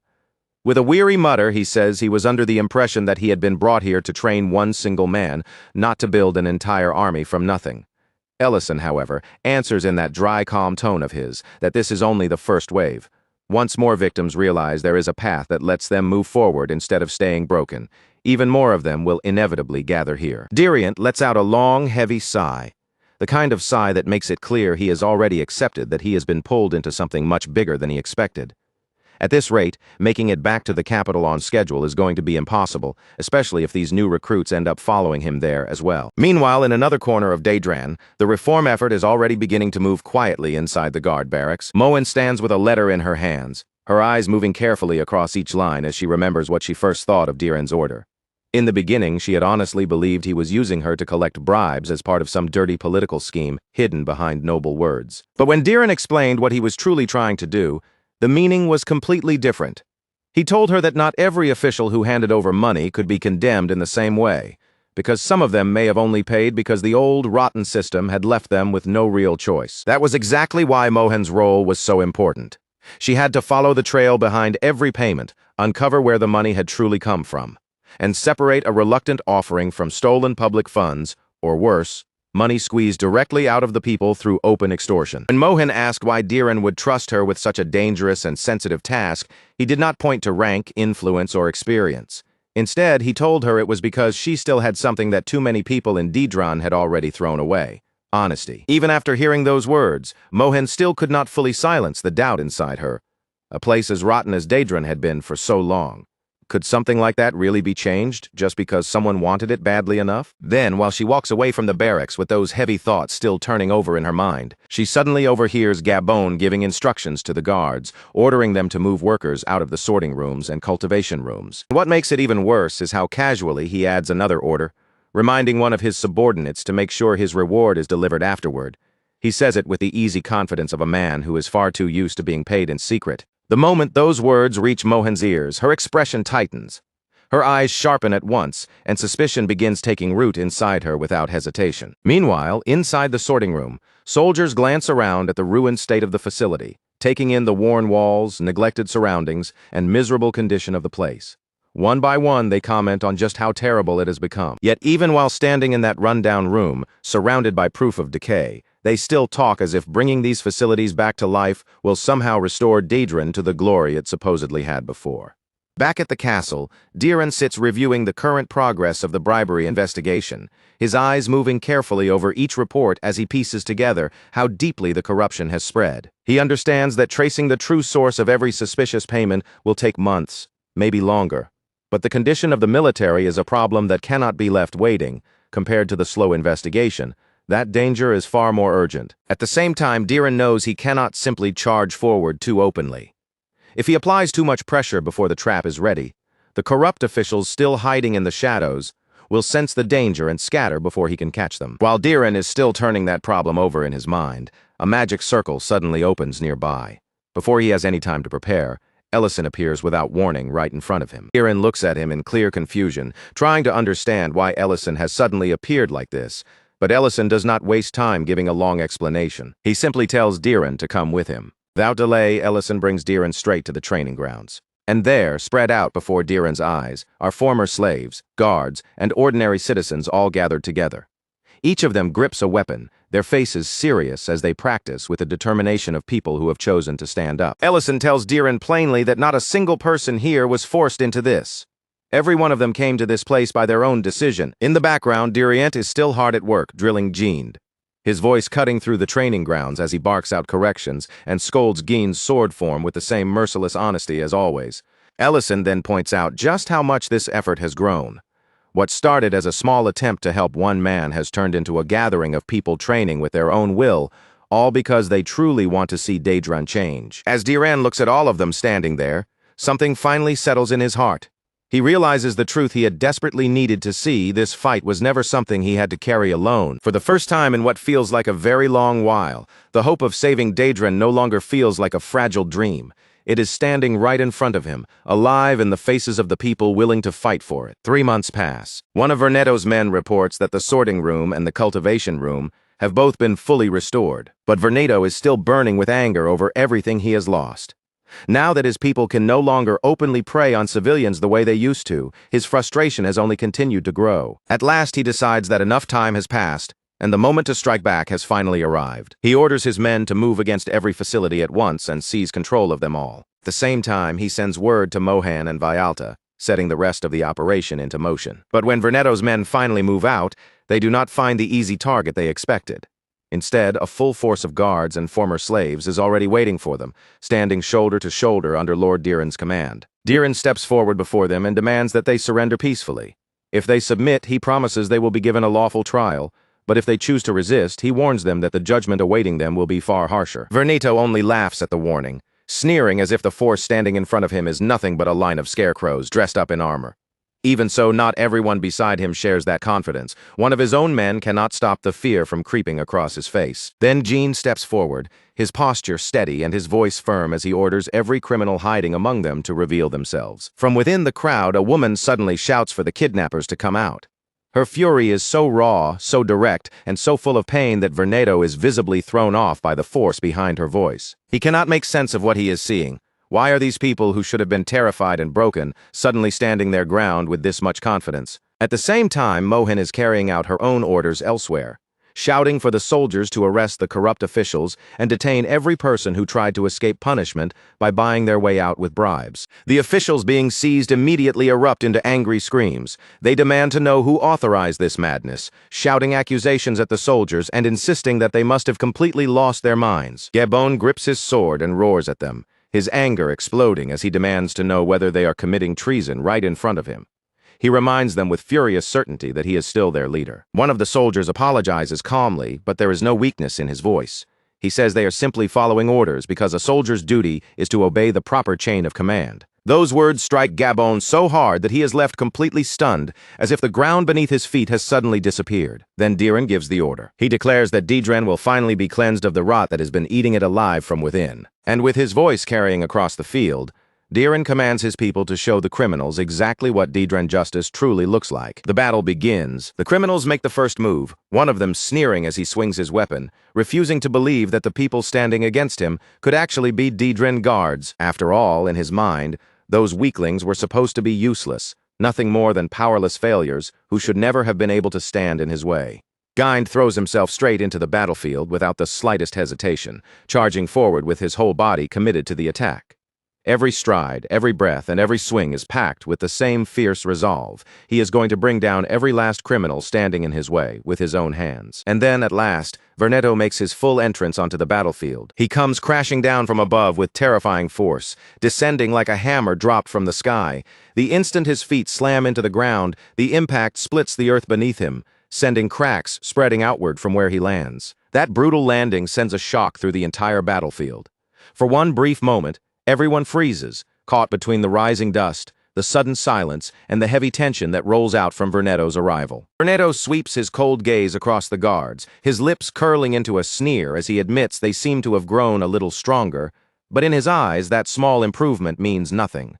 To him, they are still pathetic fools with no real training and no true understanding of combat. Then Vernetto orders his men to move forward and crush them.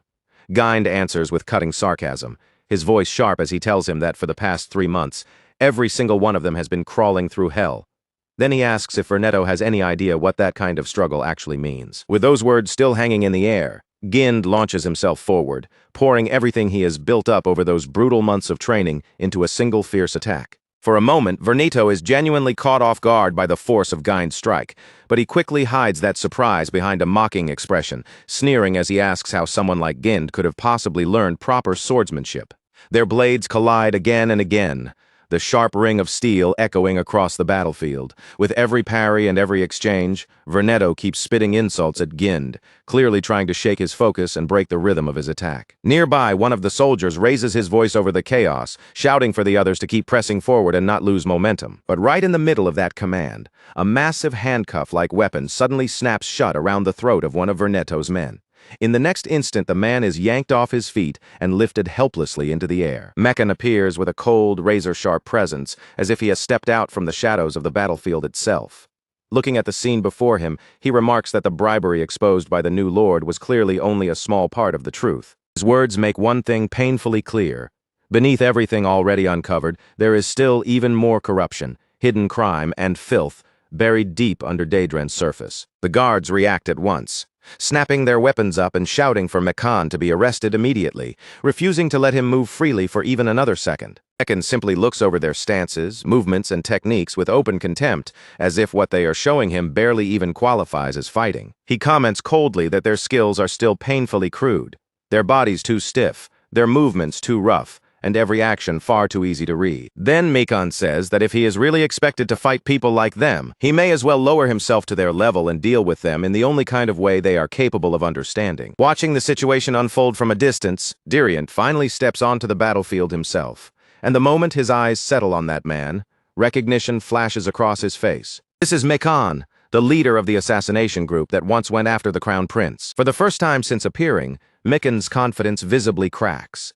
His expression shifts with unmistakable alarm, as if he has just realized the situation has become far more dangerous than expected. Dronzer attacks without giving him a chance to recover, moving with the clean, merciless precision of the First Night Order's swordsmanship. Blood spills almost immediately, and in that single exchange, the difference between their levels is made brutally clear. Dronzer fixes his cold gaze on Mekan and remarks that matching his current skill was never something Mekan could truly manage in the first place.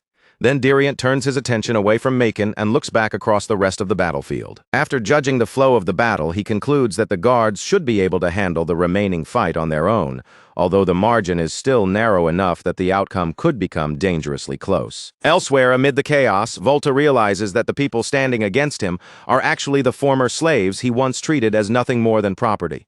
The sight of them resisting him, fighting back with their own hands, irritates him more than anything else. He growls that they have no right to look down on him, his anger twisting across his face. Then he raises his weapon with all the strength he has, preparing to crush them before they can defy him any further. Before Volta can bring that weapon down, a woman rushes in and captures him. With firm, unshaken resolve, she declares him a criminal and places him under arrest right there on the battlefield. After some time passes, reports begin coming in from different parts of the battlefield. Their side is secure, and every criminal in that section has been successfully captured. Even with those victories spreading around them, Gind is still locked in a fierce, exhausting battle against Vernetto. As the fight stretches on, Vernetto starts noticing something strange. Magic circles keep appearing at the perfect moments, cutting in between his attacks and weakening their force before they can fully strike Gind down. At last, frustration overtakes him. Instead of continuing to force his way through the fight, Vernetto turns away and chooses to retreat. As he flees, he shouts back that no matter how many attempts it takes, he will rebuild their kingdom again, no matter what stands in his way. But while Vernetto is running, he suddenly finds himself face to face with Rurin. She is sitting casually on top of one of the captured criminals, looking so relaxed that it seems like the entire battlefield barely interests her at all. Rurin looks at Vernetto and asks if he is a criminal too, then tells him to go back where he came from. The moment Vernetto realizes what she really is, a dragon, the color drains completely from his face. Without even the slightest hesitation, Rurin threatens to burn the whole place down, as casually as if she were talking about clearing trash from the road. But when Vernetto blurts out that she is a dragon, Rurin actually flinches in surprise, startled that he managed to identify her out loud. Right then, Ellison and the others arrive, cutting off every remaining path of escape and finally capturing Vernetto properly. Soon after the battle settles, Durant reports to Ellison that there were injuries during the process of subduing Mekan. Fortunately, despite the wounds and the intensity of that clash, no one is in danger of losing their life. Then Durant asks the question that has clearly been sitting in the back of his mind for quite some time. Why did Ellison interfere at all when he had already agreed to leave this matter in Count Diran's hands? Ellison answers in a calm, matter-of-fact voice that once the attacks began reaching the soldiers directly, and once former slave women were being placed in danger as well, standing aside was no longer an option he could choose. Back at the castle, the aftermath of Dedrin's purge begins to settle heavily through the halls. Diran Grake's father looked at him with genuine warmth in his eyes and praised him without holding back, telling him that he had done well. After all, Diran had not only brought down the criminal network poisoning Daedrin from the shadows, but had also dragged the corrupt officials hiding behind that network into the light. But Diran Grake only stood there with a drink in one hand, unable to accept those words so easily. With a small, bitter wave of his hand, he brushed the praise aside and muttered that he was never suited to be a lord in the first place. In fact, from the way he saw it, he might as well be officially recognized as complete trash. His father stared at him in clear confusion, completely unable to understand where that sudden burst of self-loathing had come from. After a moment, he could only ask what in the world Diren was talking about. Meanwhile, in another place, Ellison was standing near the campfire, carefully cooking barbecue as the rich smell of grilled meat drifted through the camp. While the flames flickered beside him, Loren looked over and asked whether he had truly come all this way just to protect the soldiers. Ellison did not try to dodge the question or dress it up with excuses. He simply confirmed that, yes, that was exactly why he had come. Still, he added that the young count was probably not very happy with how things had ended up. Loren tilted her head, honestly unable to understand why that would be a problem. From where she stood, everyone had survived, everyone had been saved, and to her, that should have been the only result that truly mattered. Ellison's expression softened a little as he thought about it. Then he quietly said that he could understand very well why Diren Grake would feel so bitter about the situation, and he only hoped the young lord would not be too hard on himself because of it. That same concern seemed to echo back in Diren Grake's study, where his father continued speaking about Diren's success. But even as he praised the outcome, his eyes could already see what was weighing on his son, that too much of the victory had depended on Ellison's help. Diren Grake did not try to deny it. With a heavy look on his face and guilt sitting clearly in his eyes, he admitted that his father was right. At first, Diren Grake had wanted to prove something through his own strength. As a lord, he had wanted to believe he could change his territory with his own judgment, his own resolve, and his own ability to act. Once he saw with his own eyes what his people had truly been forced to endure, he realized how shallow his confidence had been.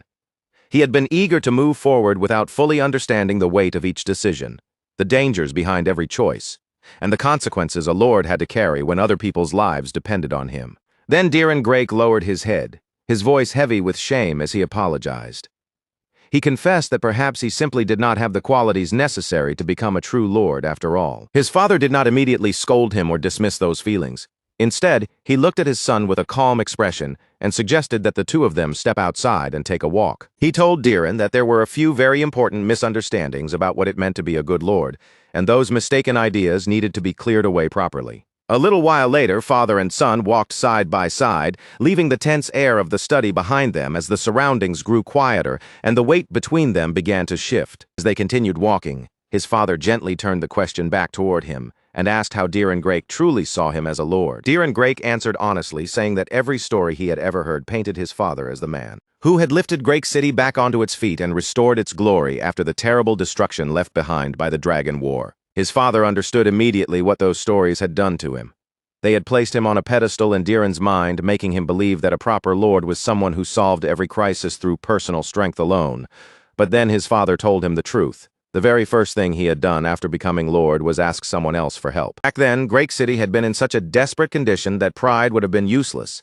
If he had stubbornly tried to carry everything alone, his people would have starved long before his dignity could save a single life. So instead of pretending to be strong, he went to a neighboring lord, lowered his head, and asked for shelter and enough supplies to keep the people of Grake City alive. That, he told his son, was what a lord had to value most. Not wounded pride, not appearances, and not the desire to look capable in front of others, but the final result for the people who had entrusted their lives to him. After saying that, his father gently nudged Diren Grake in Ellison's direction, almost as if he were guiding him back toward the place he truly needed to stand. Because on a day that was meant for celebration, there was no reason for Diren to keep wandering around with such a gloomy expression on his face. At first, Diren Grake was completely caught off guard by the sudden push, unable to understand why his father had urged him forward so abruptly. But then he lifted his eyes and finally saw them, his soldiers, his people, and Ellison as well, all gathered together in the same place. They were celebrating side by side, laughing, sharing the moment, and welcoming him in without even the slightest hesitation. The sight reached Diren before any words could. Slowly, as the weight in his chest began to ease, a genuine smile finally appeared on his face. From a short distance away, his father watched him in silence, and a calm, steady pride rose quietly inside his chest. Because he understood very well that many of the people laughing there now might not have survived. If Diren Grake had refused to put aside his pride and ask Ellison for help when it truly mattered. And because of that simple but important truth, his father was certain now that Diren Grake was already on his way to becoming a fine lord. By the time the next morning arrived, almost everyone in the camp had been completely defeated by the celebration itself, left sprawled out and exhausted after drinking, laughing, and making noise deep into the night. Ellison looked over the messy aftermath with a dry expression, taking in the scattered signs of the previous night's chaos, and remarked that even he had not expected the celebration to get that wildly out of hand. Then he turned toward Loren and asked if she wanted to come along with him, assuming she was not too sleepy to move.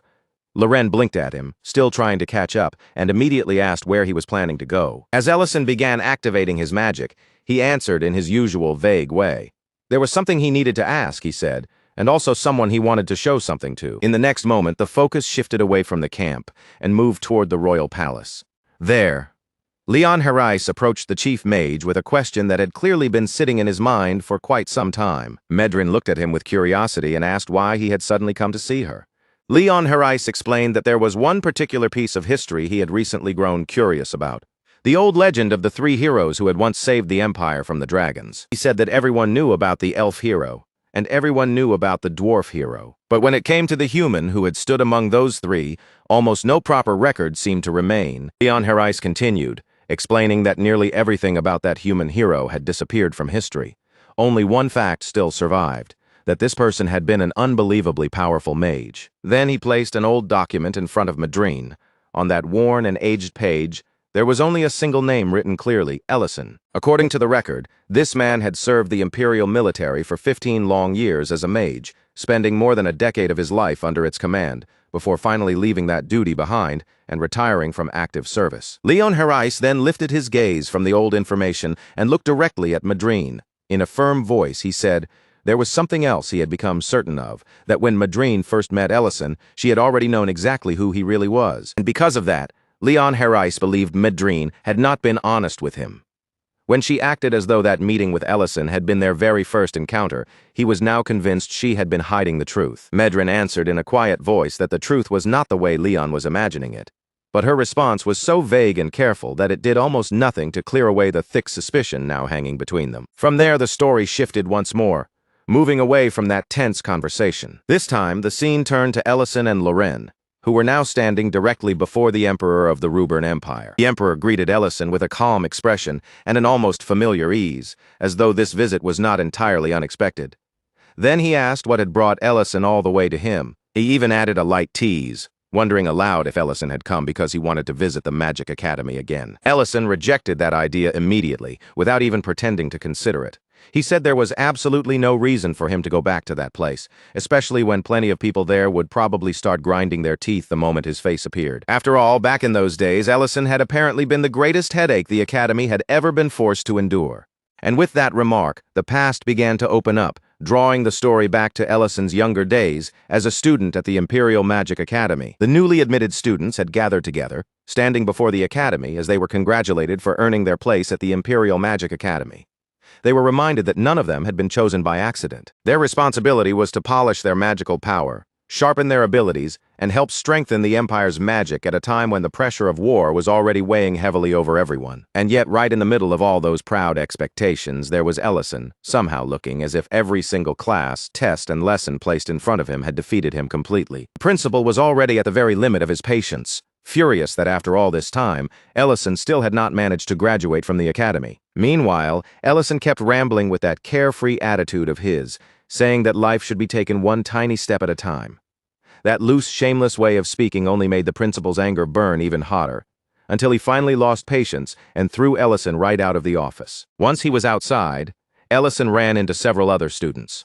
They greeted him with playful smiles, teasing him as the academy's unbelievably distant senior, the kind of senior who had been around far too long. Ellison simply laughed along with them, not looking bothered in the slightest.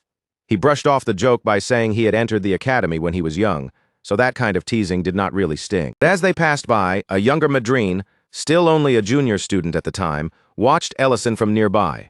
Her eyes were filled with open contempt, as if just looking at him was enough to irritate her. Later, out on the training grounds, the principal stood in front of the students and demonstrated an advanced freezing spell. Cold magic spread out from him with impressive control, showing both precision and power. After he finished explaining the principles behind the technique, the principal ordered the class to begin practicing the spell for themselves. Ellison, however, answered with complete casualness, as if he were talking about the weather, and said that he could not do it. The principal was already visibly irritated, but he forced the difficulty all the way down and told Ellison to at least perform a basic spell instead. But Ellison only looked helpless and replied that, unfortunately, he could not manage that either. The principal snapped that even the junior students could already handle basic magic by that point. Ellison, however, answered shamelessly that the juniors these days were simply unusually talented, unlike the students from his own era. That ridiculous excuse nearly pushed the principal beyond the edge of sanity, leaving him visibly trembling with frustration. But beneath that lazy, hopeless act, Ellison was not simply being useless for no reason. Quietly, he was following a very specific plan of his own. If he could keep making everyone believe he was a student who just could not improve no matter how much time passed, then maybe he could remain safely hidden inside the academy walls for as long as possible, quietly waiting out the war instead of being dragged onto a real battlefield where his life would actually be on the line. At the same time, Madrine stood as the complete opposite of the useless image Ellison was performing. She was gifted, brilliant, and openly admired by both the instructors and the other students around her. One instructor even pointed out that Ellison would benefit from learning something from her example, especially since Ellison himself had once displayed extraordinary magical talent when he first entered the academy. Madrine overheard those words, but rather than feeling pleased by the praise, her gaze toward Ellison became even sharper. The more she heard about him, the deeper her scorn seemed to grow. Back in the present, Leon Harris listened to all of this with obvious disbelief, looking baffled by the idea that Ellison had once insisted he could barely use magic properly at all. Madrine explained that Ellison's claim had not been entirely false. In a technical sense, he could truly perform only one spell. Leon Harris immediately asked the obvious question. If that was really the case, why had the academy kept someone like him during wartime? In an era like that, the academy had no room to be generous. Students who failed to keep up were usually pushed toward the front lines instead. Madrine answered that Ellison had been allowed to stay for one simple reason. The one spell he could use was absurdly, almost unbelievably powerful. Back in the past, the entire academy seemed to buzz constantly with admiration for Madrine and her dazzling talent. Everywhere she went, people praised her brilliance. Before long, she became so absorbed in her own gifts that she started to believe she was the academy's future itself, a genius no one else could possibly stand beside. But that bright little fantasy was crushed, without warning, the moment she saw Ellison cast a fireball. The students around her explained that while Ellison could barely manage anything else, his ability to create fireballs was terrifyingly beyond the level of ordinary talent. That was exactly why the professors refused to let him leave the academy without learning anything beyond that single overwhelming spell. They could not simply throw away someone with power that extreme. When Madrine witnessed the sheer destruction Ellison caused with nothing more than a fireball, the sight hit her hard enough to leave her genuinely shaken. Until that moment, she had been completely convinced that she would stand as the undisputed future of the academy. But now, right in front of her, someone she had dismissed as utterly inadequate was casually surpassing her in the one area where raw power mattered most. Right then and there, Madrine made up her mind. She would never allow herself to lose to someone like him. From that day forward, she threw herself even harder into training her fireball magic too, pushing her own magic with renewed frustration and determination. For a mage of Madrine's level, her version of the spell was already impressively refined, controlled, and more than worthy of praise. But when her fireball was compared to Ellison's, it still looked painfully small. That humiliating difference only made Madrine's frustration burn even hotter, driving the rivalry deeper into her heart. From that day forward, Madrine found herself paying much closer attention to Ellison. Even when she tried to act casual, her gaze kept drifting back toward him, quietly following his movements whenever she thought no one around her was watching. Then one day she happened to notice Ellison walking out of the canteen with several of his friends. Judging by their expressions and the way they moved together, it was obvious none of them could bring themselves to endure another meal from the academy kitchen. As Madrine stood there watching Ellison leave, a few girls nearby immediately picked up on where her eyes had gone. They leaned in with teasing smiles, asking her why she always seemed to be staring in Ellison's direction. Madrine quickly snapped back at them, clearly annoyed, and trying to cut off their teasing before it could go any further. But instead of making her dismiss Ellison, the next thing those girls said only pulled her curiosity toward him even deeper. They told her that Ellison was in almost every way the complete opposite of her. And more than that, he had once openly declared that he had absolutely no desire to become a mage at all. The second Madrine heard those words, her face shifted with surprise and suspicion. She immediately turned toward them and demanded that they explain exactly what they meant by that. The scene then moved over to Ellison himself, who was seated comfortably among his friends. Unlike the gloomy students stuck with cafeteria food, they were smiling brightly as they enjoyed the meal Ellison had personally cooked for them. One of his friends took a bite, then froze in genuine surprise. He could hardly believe that meat, which had looked so tough before cooking, could become this soft, juicy, and tender once it reached the plate.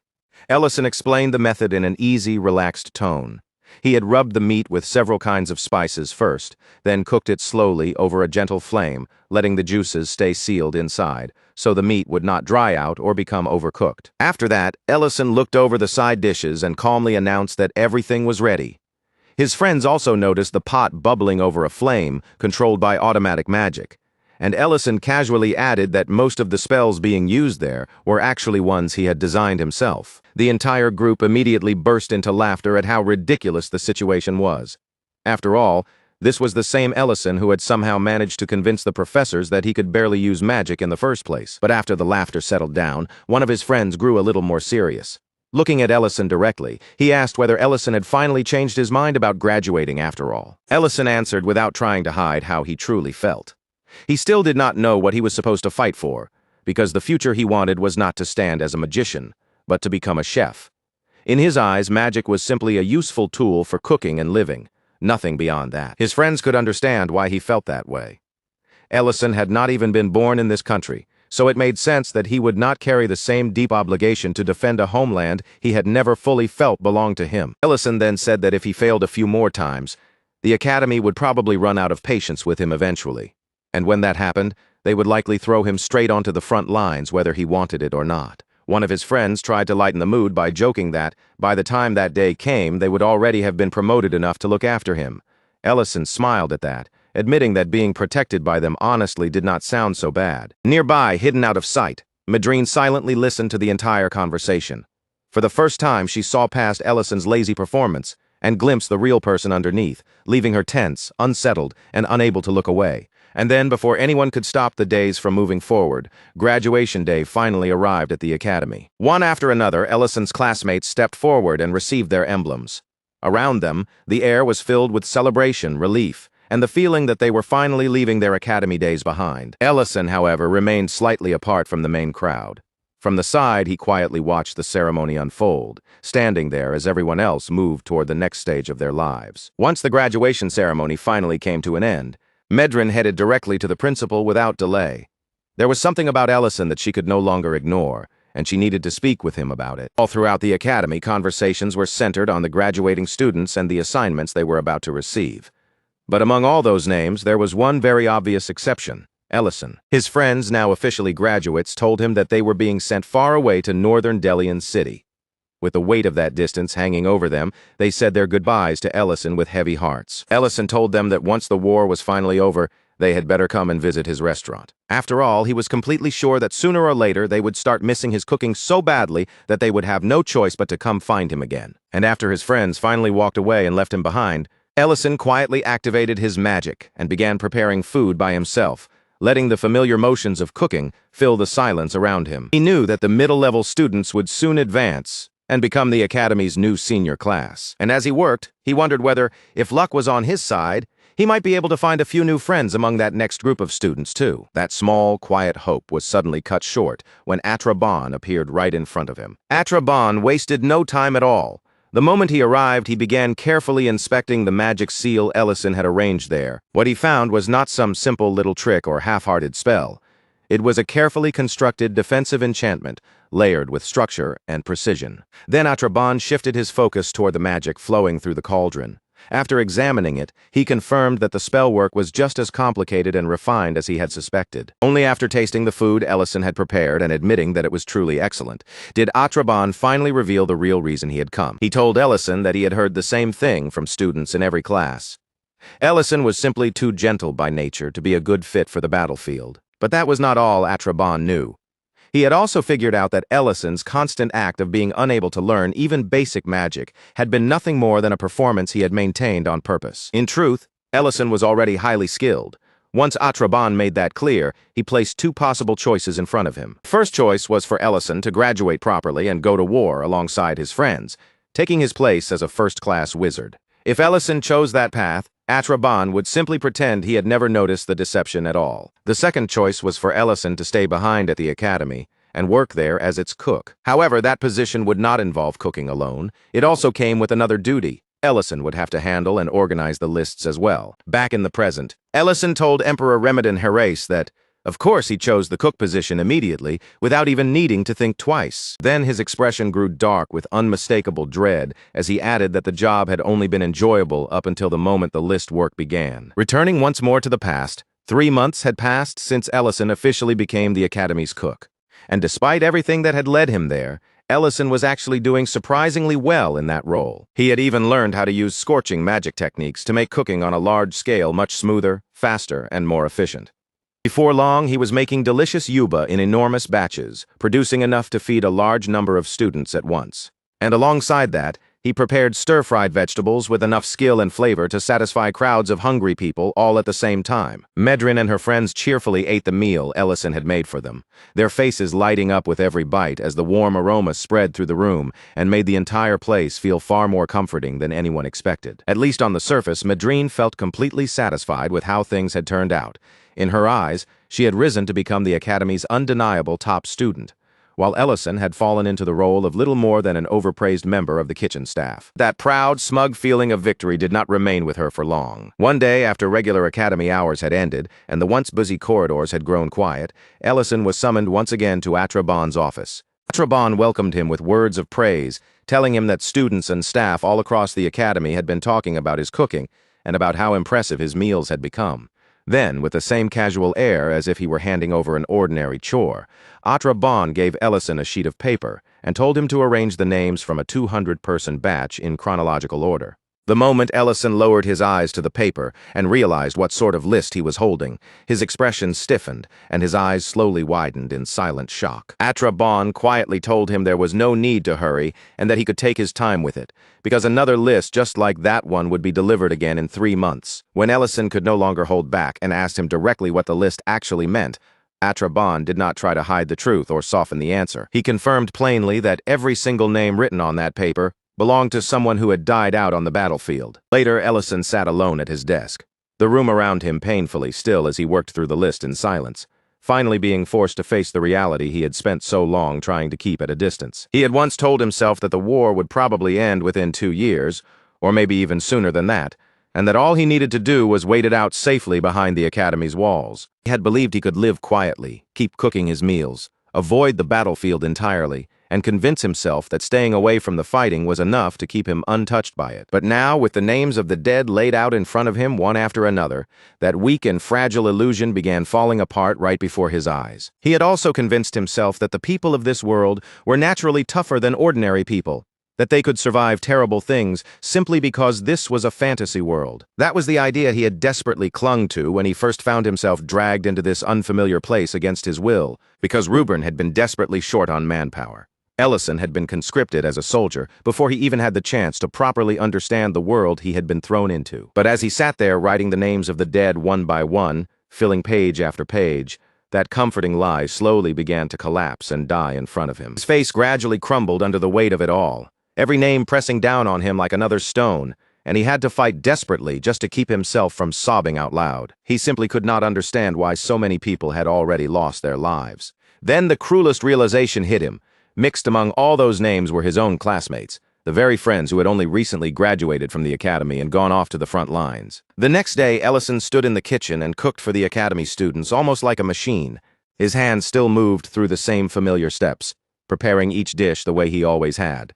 But his mind seemed far away, as if he could no longer fully feel the motions he was making. A few of the older girls thanked him warmly for the food, smiling as they told him they were going to miss his cooking once they were deployed. The instant those words reached Ellison, Atraban's warning rang through his mind again. Another list would arrive in 3 months, and Ellison nearly fell apart on the spot. That night, unable to keep carrying that crushing feeling by himself, Ellison made his way to Atraban's office. Atraban appeared to understand exactly why Ellison had come.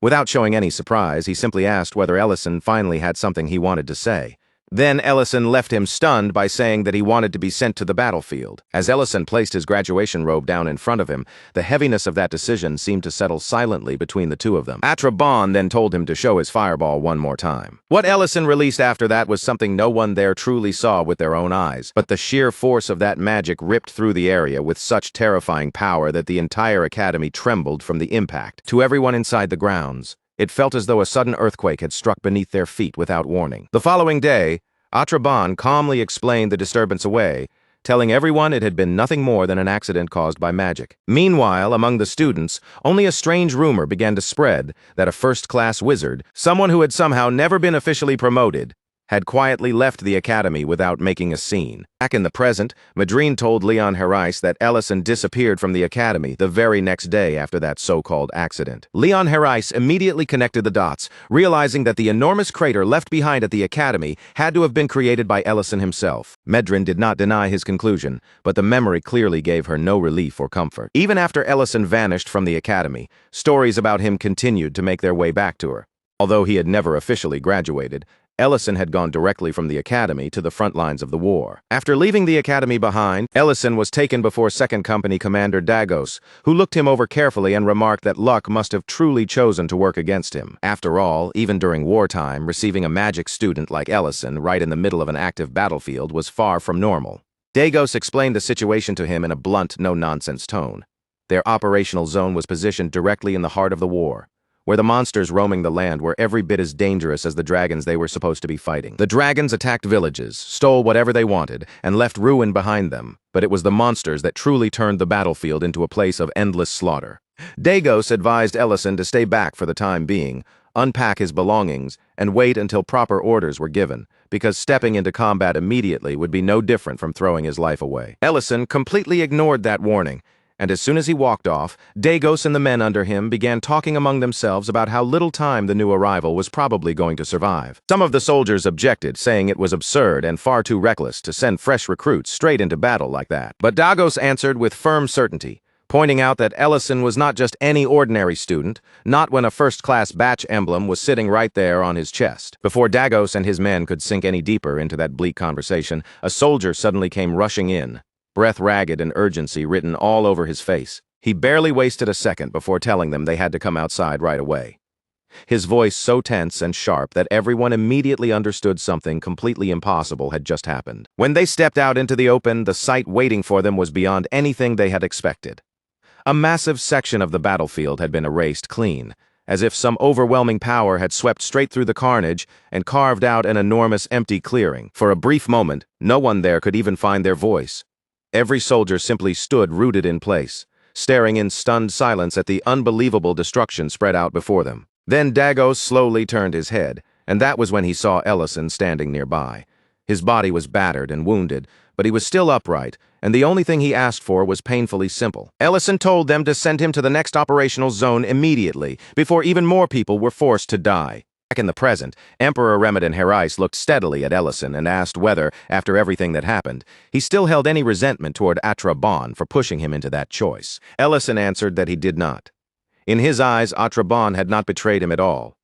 He had only placed that list directly in front of him and forced him to stop turning away from the truth. Later on, Ellison learned that Atra Bon himself had also been sent to the battlefield, where he continued fighting dragons until he eventually lost his life there. So in the end, Ellison said the only ones he truly hated were himself, and the enemies who had made those lists of dead students necessary to begin with. Ellison then said that Emperor Ramadan Herais already knew what happened after that point, and the Emperor quietly confirmed that he did.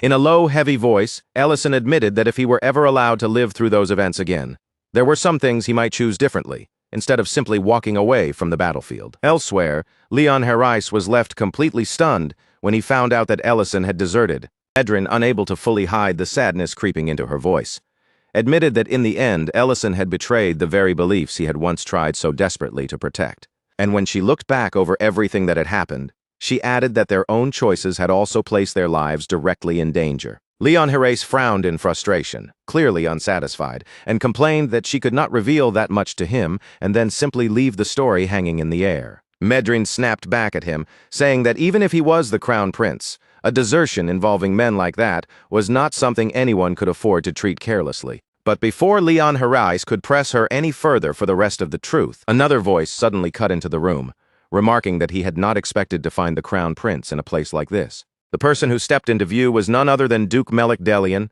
the third Duke of the Empire. Leon Herais immediately flicked his eyes toward Madrine, all while carefully concealing the thoughts moving behind his expression. He understood very clearly that he still did not possess enough power to openly reveal what he was truly after. So instead, Leon slipped smoothly back into the role everyone expected from him.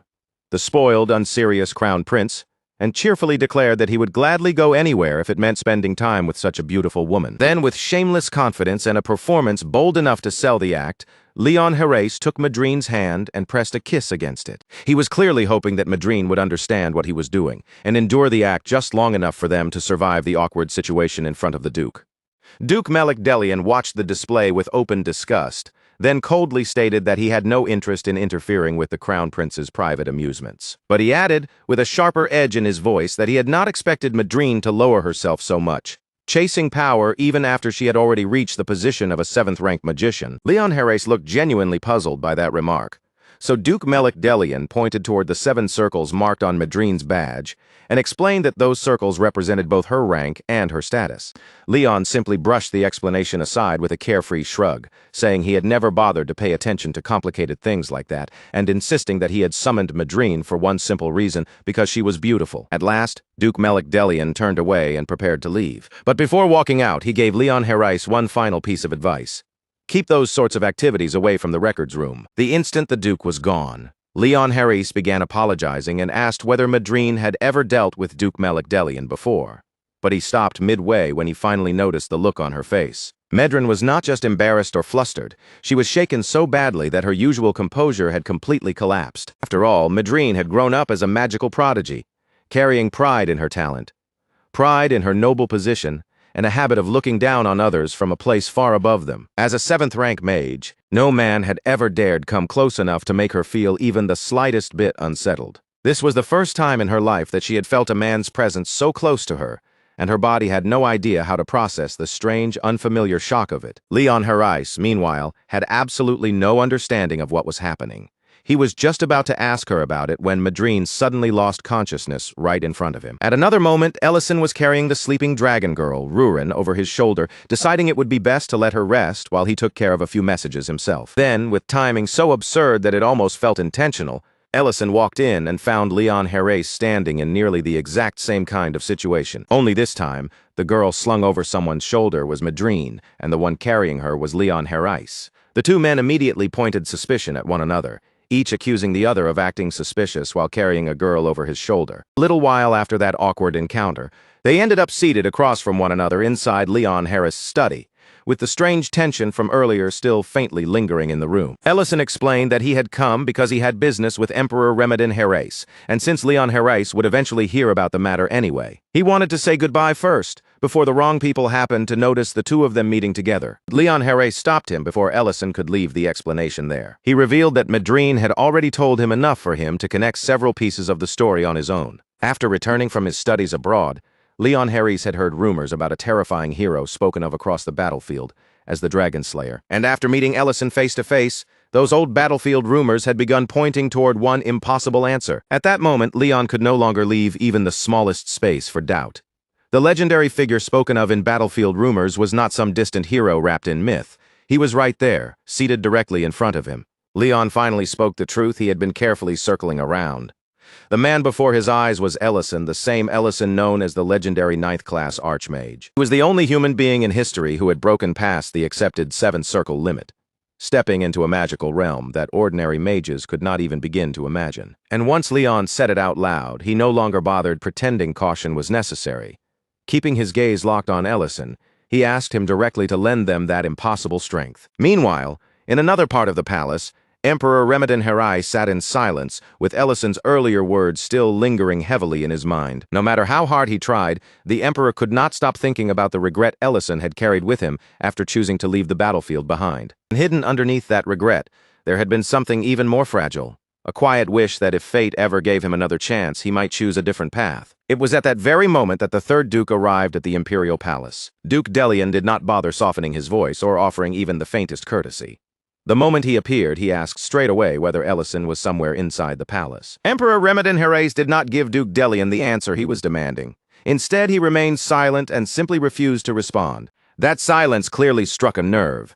Anger flickered across Duke Delian's face, but rather than letting it spill out through words, he stepped forward with a heavy, intimidating pressure. Under that oppressive presence, the Emperor suddenly seemed smaller than before, as if the Duke's power and influence were pressing him down even inside his own palace. The Emperor's knight moved at once to stop him, But before he could interfere, Duke Delian's own knight reached out and caught his wrist in a firm, unyielding grip. Then Duke Delian turned his cold gaze back toward the Emperor, his expression filled with open contempt, without the slightest trace of mercy. He reminded the Emperor that the glory he had once held was already nothing more than a relic of the past. Before that confrontation could slide any further into open humiliation, Porgo stepped in between them and warned Duke Delian to remember exactly where he was standing.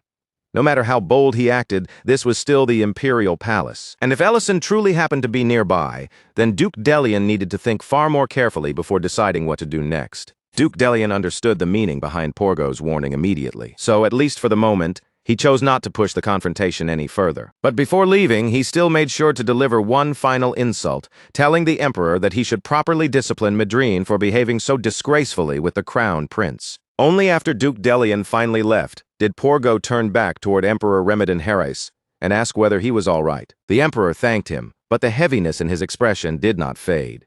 He admitted that as a ruler, he felt nothing but shame, and he wondered just how deeply his own son must be ashamed of him as well. From there, the focus shifted once again back to Leon's study. Leon reminded Ellison that the true decline of the imperial family had begun after the First Night Order was divided and scattered. When the war against the dragons broke out, the Emperor had tried to protect the people by sending members of the Order to different regions, placing them wherever the front lines most desperately needed support. But that decision came with a devastating cost. The palace itself was left dangerously exposed, protected by only the commander and a small number of remaining forces. Bitterness tightened Leon's face as he looked directly at Ellison and asked whether he understood what that situation had truly meant. Ellison answered immediately, without needing to think it over. It meant the Empire had lost the strength it needed to keep the nobles under control. Leon agreed, then went on to explain that whenever the palace called upon those nobles for assistance, they either rejected the summons outright or sent soldiers so useless that their presence only dragged the situation into even greater chaos. Rather than helping the Rubrun Empire survive the war, those nobles made the battlefield even more disordered, turning an already desperate situation into something far worse. At last, Leon stopped hiding behind the polished composure expected of royalty. The anger he had been suppressing, the helplessness he had swallowed down, and the desperation weighing on his chest all broke through at once as he begged Ellison to help him. Leon did not stop at words alone. He lowered himself onto one knee before Ellison, bowing his head as he pleaded for the strength only Ellison could provide. The sight of the Crown Prince kneeling before him left Ellison completely stunned. Ellison immediately told Leon to stand up, saying that someone in the prince's position should not be kneeling before anyone, especially not before a man who was officially nothing more than a restaurant owner. Leon slowly rose back to his feet, and the embarrassment on his face was obvious now that the heat of his desperation had finally caught up with him. For a short moment, Leon admitted that perhaps he had misunderstood Ellison after all, but then his eyes dropped toward the insignia Ellison carried. It was the unmistakable mark engraved with 9 circles, and in that instant, Leon could no longer deny the truth standing right in front of him, no matter how impossible it seemed. Ellison calmly told him that he had never abandoned his duty, but even as he said those words, he made one point absolutely clear. He was not going to run around crushing powerful figures just because Leon asked him to, and he had no intention of getting involved in the palace's internal struggle for authority. However, if a genuine threat ever rose against the Rubrun Empire itself, then Ellison would act, and when he moved, he would wipe that threat away completely. After Ellison left the room, Leon sank back into his chair, finally beginning to grasp what it truly meant for someone to be called the Ninth Circle Archmage. His thoughts drifted back to the days after he first returned from abroad during the war, when 2 boys had mocked him for lowering his head despite being the Crown Prince. They had sneered at the idea that an entire nation had to rely on only 3 heroes in order to survive. Even then, Leon had snapped back at them without holding anything in, because those boys had never understood the kind of weight those heroes were carrying on their shoulders, all for the sake of the Empire. Back in the present, Leon could only let out a small, powerless smile. Even if everyone else in the world believed Ellison had disappeared for good, Leon decided to hold on to the hope that someday that man would appear again. Somewhere else, Rurin slowly stirred from her sleep, her eyes opening little by little as she finally began to wake up. And the very first thing waiting in front of her was Madrine, standing there with fear written across her face, so tense that her entire body looked as if it might lock up on the spot. Madrine immediately panicked and rushed to defend herself, desperately insisting that she had not done anything wrong and trying to explain the situation before it got any worse. But Rurin was already burning with anger, and once her temper flared that fiercely, a few frantic excuses were nowhere near enough to cool her down. That was when Ellison finally arrived. He took one look at the scene in front of him and dryly remarked that if he had come even a second later, the whole place probably would have turned into a complete disaster. The instant Ruren spotted him, she launched herself straight toward him and clung to him tightly, loudly complaining that he had abandoned her and left her all alone. Ellison simply told her that it was time to go home, since the matter that had brought him to the palace had already been taken care of. Medrin, still visibly shaken from everything that had just happened, asked him what he had even come to the palace to do in the first place. Ellison answered in his usual casual tone that she would understand soon enough once Diriant arrived. Medrin then hurriedly warned him that Duke Melik Delian was currently inside the palace. But Ellison did not seem concerned in the slightest. He told her there was no reason to panic, because he was planning to leave immediately anyway. Even so, before opening his magic and disappearing, Ellison turned back toward Madrine and asked one last question, whether she was the one who had told Crown Prince Leon who he really was. And on top of that, he asked whether she had also failed to keep quiet about what had happened at Deidren Castle. Under the weight of his questioning, Madrine looked like she might collapse right where she stood. Still, she insisted that she had not revealed everything, and that she had only spoken because Crown Prince Leon had personally ordered her to. Elsewhere in the palace, Leon quietly apologized to Madrine in his heart. Later, when Porgos saw Madrine stepping out of Leon's chamber looking completely drained, he misunderstood the situation in the worst possible way and began wondering whether Duke Melik Delian's ugly suspicions had been correct after all. By the time the next day arrived, Ellison had already returned to the restaurant. As soon as he gathered everyone together, he asked them all to give Linty and Mate a proper round of applause for keeping the kitchen running while he was away. He also praised Ment and Miltane, giving them credit for all the hard work they had put in. Ruren immediately asked what praise she was getting, but Ellison smoothly ignored the question as if he had not heard her at all. Then Lint casually revealed that he had known from the beginning that Ellison was secretly watching over them the entire time, even while pretending to be gone. That unexpected comment actually caught Ellison off guard. Even so, Ellison decided not to linger on that awkward detail. Instead, he announced that everyone would be rewarded with a camping trip. The atmosphere in the room changed at once, excitement quickly spreading among them. Mate asked if they were going by themselves, but Ellison said no and proudly introduced himself as Greek City's self-proclaimed social butterfly. He declared that he would gather people so smoothly and naturally that no one would even be able to tell whether they were heading out for a simple picnic or organizing an entire festival. The first person Ellison invited was Creston, but Creston turned him down because his work had piled up far too much. Still, even though Creston could not go with them, he at least helped Ellison out by recommending a few good places where they could set up camp. Meanwhile, over at Elena's clinic, Serena stood nearby, quietly watching as Elena carefully treated one of her patients. The sight irritated Serena all over again, because she had already told Elena there was no need to keep working like this when Serena could bury her in more gold coins than she could ever spend. Elena, calm and steady as always, simply replied that no matter how many gold coins someone had, money could not heal sick or injured people. Right at that moment, Ellison walked into the clinic, and Elena's face brightened so openly the instant she saw him that Serena noticed the change immediately. Serena narrowed her eyes, feeling that after living for so long, she had seen enough expressions to recognize when a look like that meant something more. Ellison invited Elena to come along on the camping trip, pointing out that she already visited his restaurant for meals anyway, so she might as well join them properly this time. Elena agreed without even the slightest hesitation. Serena continued studying Elena's face in silence, trying to decide whether that expression was simple admiration or something much closer to love. Then Serena suddenly cut into the conversation and announced that, as a great dragon, she would be joining the trip as well. Ellison visibly stiffened when she invited herself along, and that reaction only made Serena more irritated, because she had assumed from the very beginning that the invitation obviously included her too. Before long, the group arrived at the campsite, a beautiful location near a waterfall where the sound of rushing water filled the air around them. Elena asked how Ellison had managed to find such a lovely place, and he gave one of his usual vague answers, claiming that as a social butterfly, he had simply heard about it on the wind. Mate quickly pointed out that for someone with all that so-called social power, Ellison had only managed to bring 2 extra people, and the comment left Ellison looking faintly wounded. After everyone finished putting their belongings down, Ruren looked around the campsite and asked whether they were finally going to start setting everything up. But instead of talking about tents or campfires, Ellison announced that they were about to play a game called Rubaruma Monopoly. Ruren asked whether that strange name came from Ellison's homeland, and Ellison answered that it did. Then he began handing out the cards and money, placing the pieces in front of everyone, one at a time,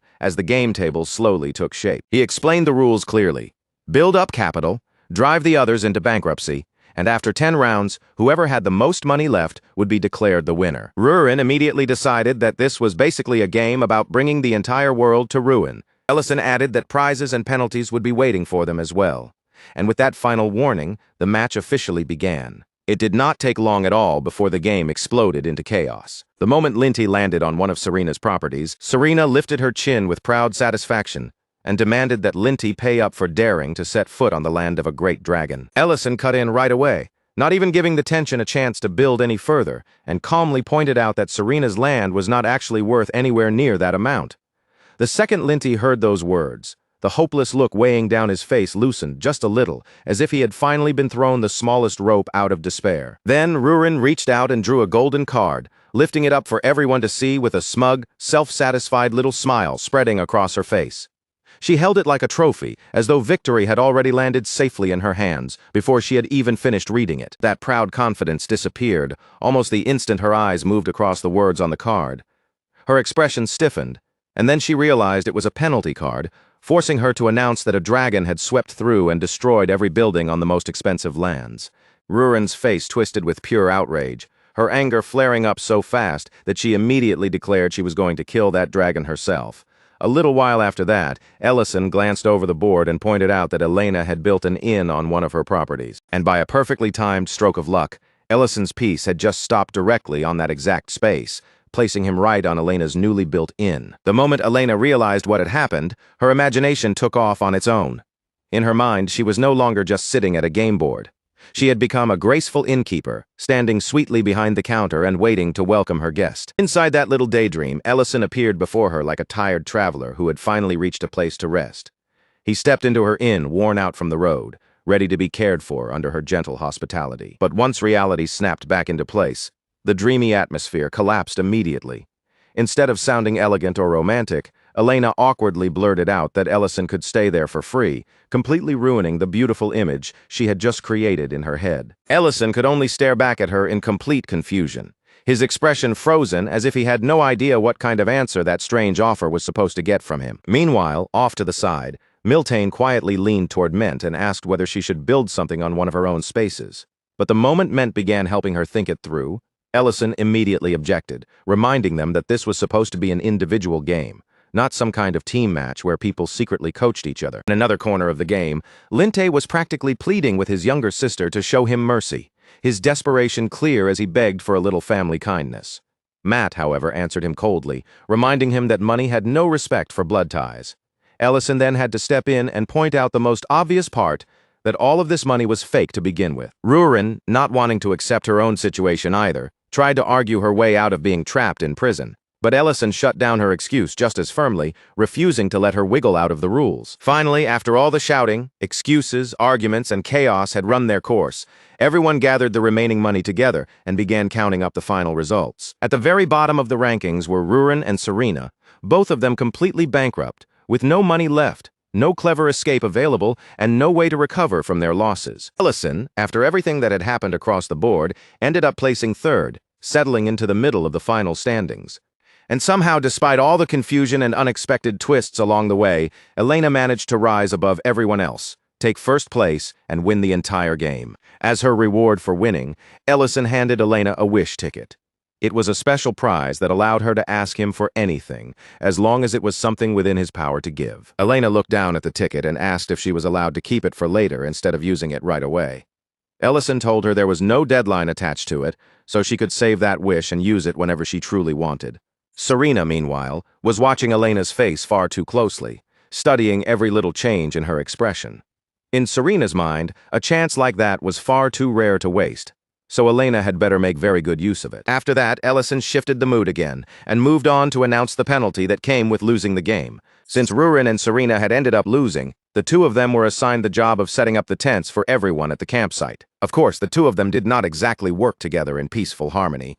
Instead, the entire setup turned into one long stretch of bickering, clashing, and snapping at each other while the tents were being put up. Later that night, once the campsite had finally grown quiet, and everyone else had crawled into their tents to settle down, Elena was still awake in the darkness, lying there with her eyes open while her thoughts refused to calm down. She gently lifted the wish ticket Ellison had given her, brought it close to her lips, and kissed it softly, treating it like something precious, Then, from the corner of her eye, she noticed Miltane quietly getting up and slipping away from the campsite without drawing attention to herself. That small movement immediately tugged at Elena's curiosity, but there was also a faint touch of concern mixed in, as if she could not simply ignore Miltane wandering off alone at night. So Elena carefully followed after her, keeping her footsteps soft and quiet as she trailed behind Miltane through the night without being noticed. Before long, Elena found Miltane in someone's arms, clinging to him as she confessed that she could no longer bear being separated from him. And the person holding her was none other than Ment. Elena froze where she stood, shocked by the sight of the two of them together. Meanwhile, Miltane and Ment quietly spoke about keeping their relationship hidden for just a little longer. Miltane tried to calm Ment down, gently reassuring him that everyone else was asleep, so there was no need for him to worry about anyone discovering them. Naturally, that reassurance fell apart almost immediately. Rurin and Serena suddenly appeared beside Elena, casually admitting that they had also heard strange noises and had come over to see what was going on. Rurin then made a dry comment, pointing out that they kept calling their relationship a secret, even though nearly everyone could already tell that Miltane and Ment had feelings for each other. Not long after their secret was exposed, the newly revealed couple ended up standing in front of Ellison. He faced them calmly and said he had already heard that the two of them were together. But instead of scolding them or making the situation uncomfortable, Ellison simply congratulated them. He told both Miltane and Ment that there was no reason for either of them to feel guilty about their relationship. Off to the side, Linty and Mate were quietly talking between themselves, both realizing how foolish they had been for somehow failing to notice what had been happening between Miltane and Ment all this time. Ellison then announced that since their relationship was no longer a secret, everyone would hear the full story properly over a good meal. And for that special occasion, he decided he would make curry. He started by slowly sautéing onions, taking his time until they softened, deepened into a rich brown color, and filled the campsite with a warm, savory fragrance. In another pot, he cooked the vegetables and meat together with butter, letting everything sizzle gently as the ingredients softened and began soaking up the flavor. After that, he poured in water and let the ingredients simmer down, allowing the separate parts to come together into one thick, hearty dish. Finally, Ellison added the spices, building the flavor layer by layer until the smell of curry spread through the entire campsite and made the air feel even warmer. The finished meal looked so inviting that just seeing it was enough to brighten everyone's faces, lifting the mood around the camp almost instantly. Ellison had even gone out of his way to prepare a separate vegetarian curry specifically for Elena. That quiet little act of care made Elena blush, her expression softening as she realized that Ellison had remembered her needs without making a big deal out of it. As everyone sat together and ate, Ellison finally asked the question that had clearly been sitting in everyone's mind, between Miltane and Ment, who had confessed first. Miltane answered without hesitation, not trying to hide or dodge the question at all. She openly admitted that she had been the one who confessed first. Ment then admitted that at first he had seriously considered rejecting her because of the age difference between them. But when the moment actually came, he found that he simply could not bring himself to turn her away. He had kept questioning himself, wondering whether it was truly right to push someone away, only because he was afraid of what their future might become. In the end, the answer he reached was simple. The feeling between them was mutual, and that mattered more than his fear. Ellison then casually asked if the two of them were already planning to hold their wedding in Great Plaza. The question hit Ment so suddenly that he immediately protested, insisting that it was much too early to be talking about anything like that. But Ment's flustered reaction only made everyone even more excited. The group burst into louder cheering and teasing, turning their attention fully toward the embarrassed couple with even more playful energy. The teasing only got louder from there, with everyone happily pushing Miltane and Ment toward the kiss they had failed to properly share the night before. After all, every time the mood had finally seemed right, another interruption had come crashing in and ruined the moment. In the end, there was nowhere left for the couple to hide from all that pressure. Miltane finally gave in, leaned toward Ment, and gently closed the distance between them with a kiss. The instant their lips touched, the whole group erupted with joy, cheering as if they had all been waiting for that one moment to finally happen. Well, everyone except Rurin. She watched the kiss from the side with a face that had gone noticeably sour, her displeasure written clearly across her expression. After the meal was over, Linte and Mate were still deeply moved by the taste of the curry. The warmth and flavor reminded them of the stew they had once eaten back at Ellison's restaurant, bringing that earlier memory rushing back. And with that, the night finally softened into the kind of warm, peaceful happiness that only comes after a long stretch of chaos, embarrassment, laughter, and a meal good enough to settle everyone's hearts. The newly revealed couple quietly slipped away together for a short walk, leaving the others behind at camp. Meanwhile, Rurin, still wearing that same unhappy look, asked Ellison to play Monopoly with her again, making him assume she was simply still bitter about losing the previous round. Off to the side, Serena spoke up with clear satisfaction, praising the curry as she savored the lingering taste.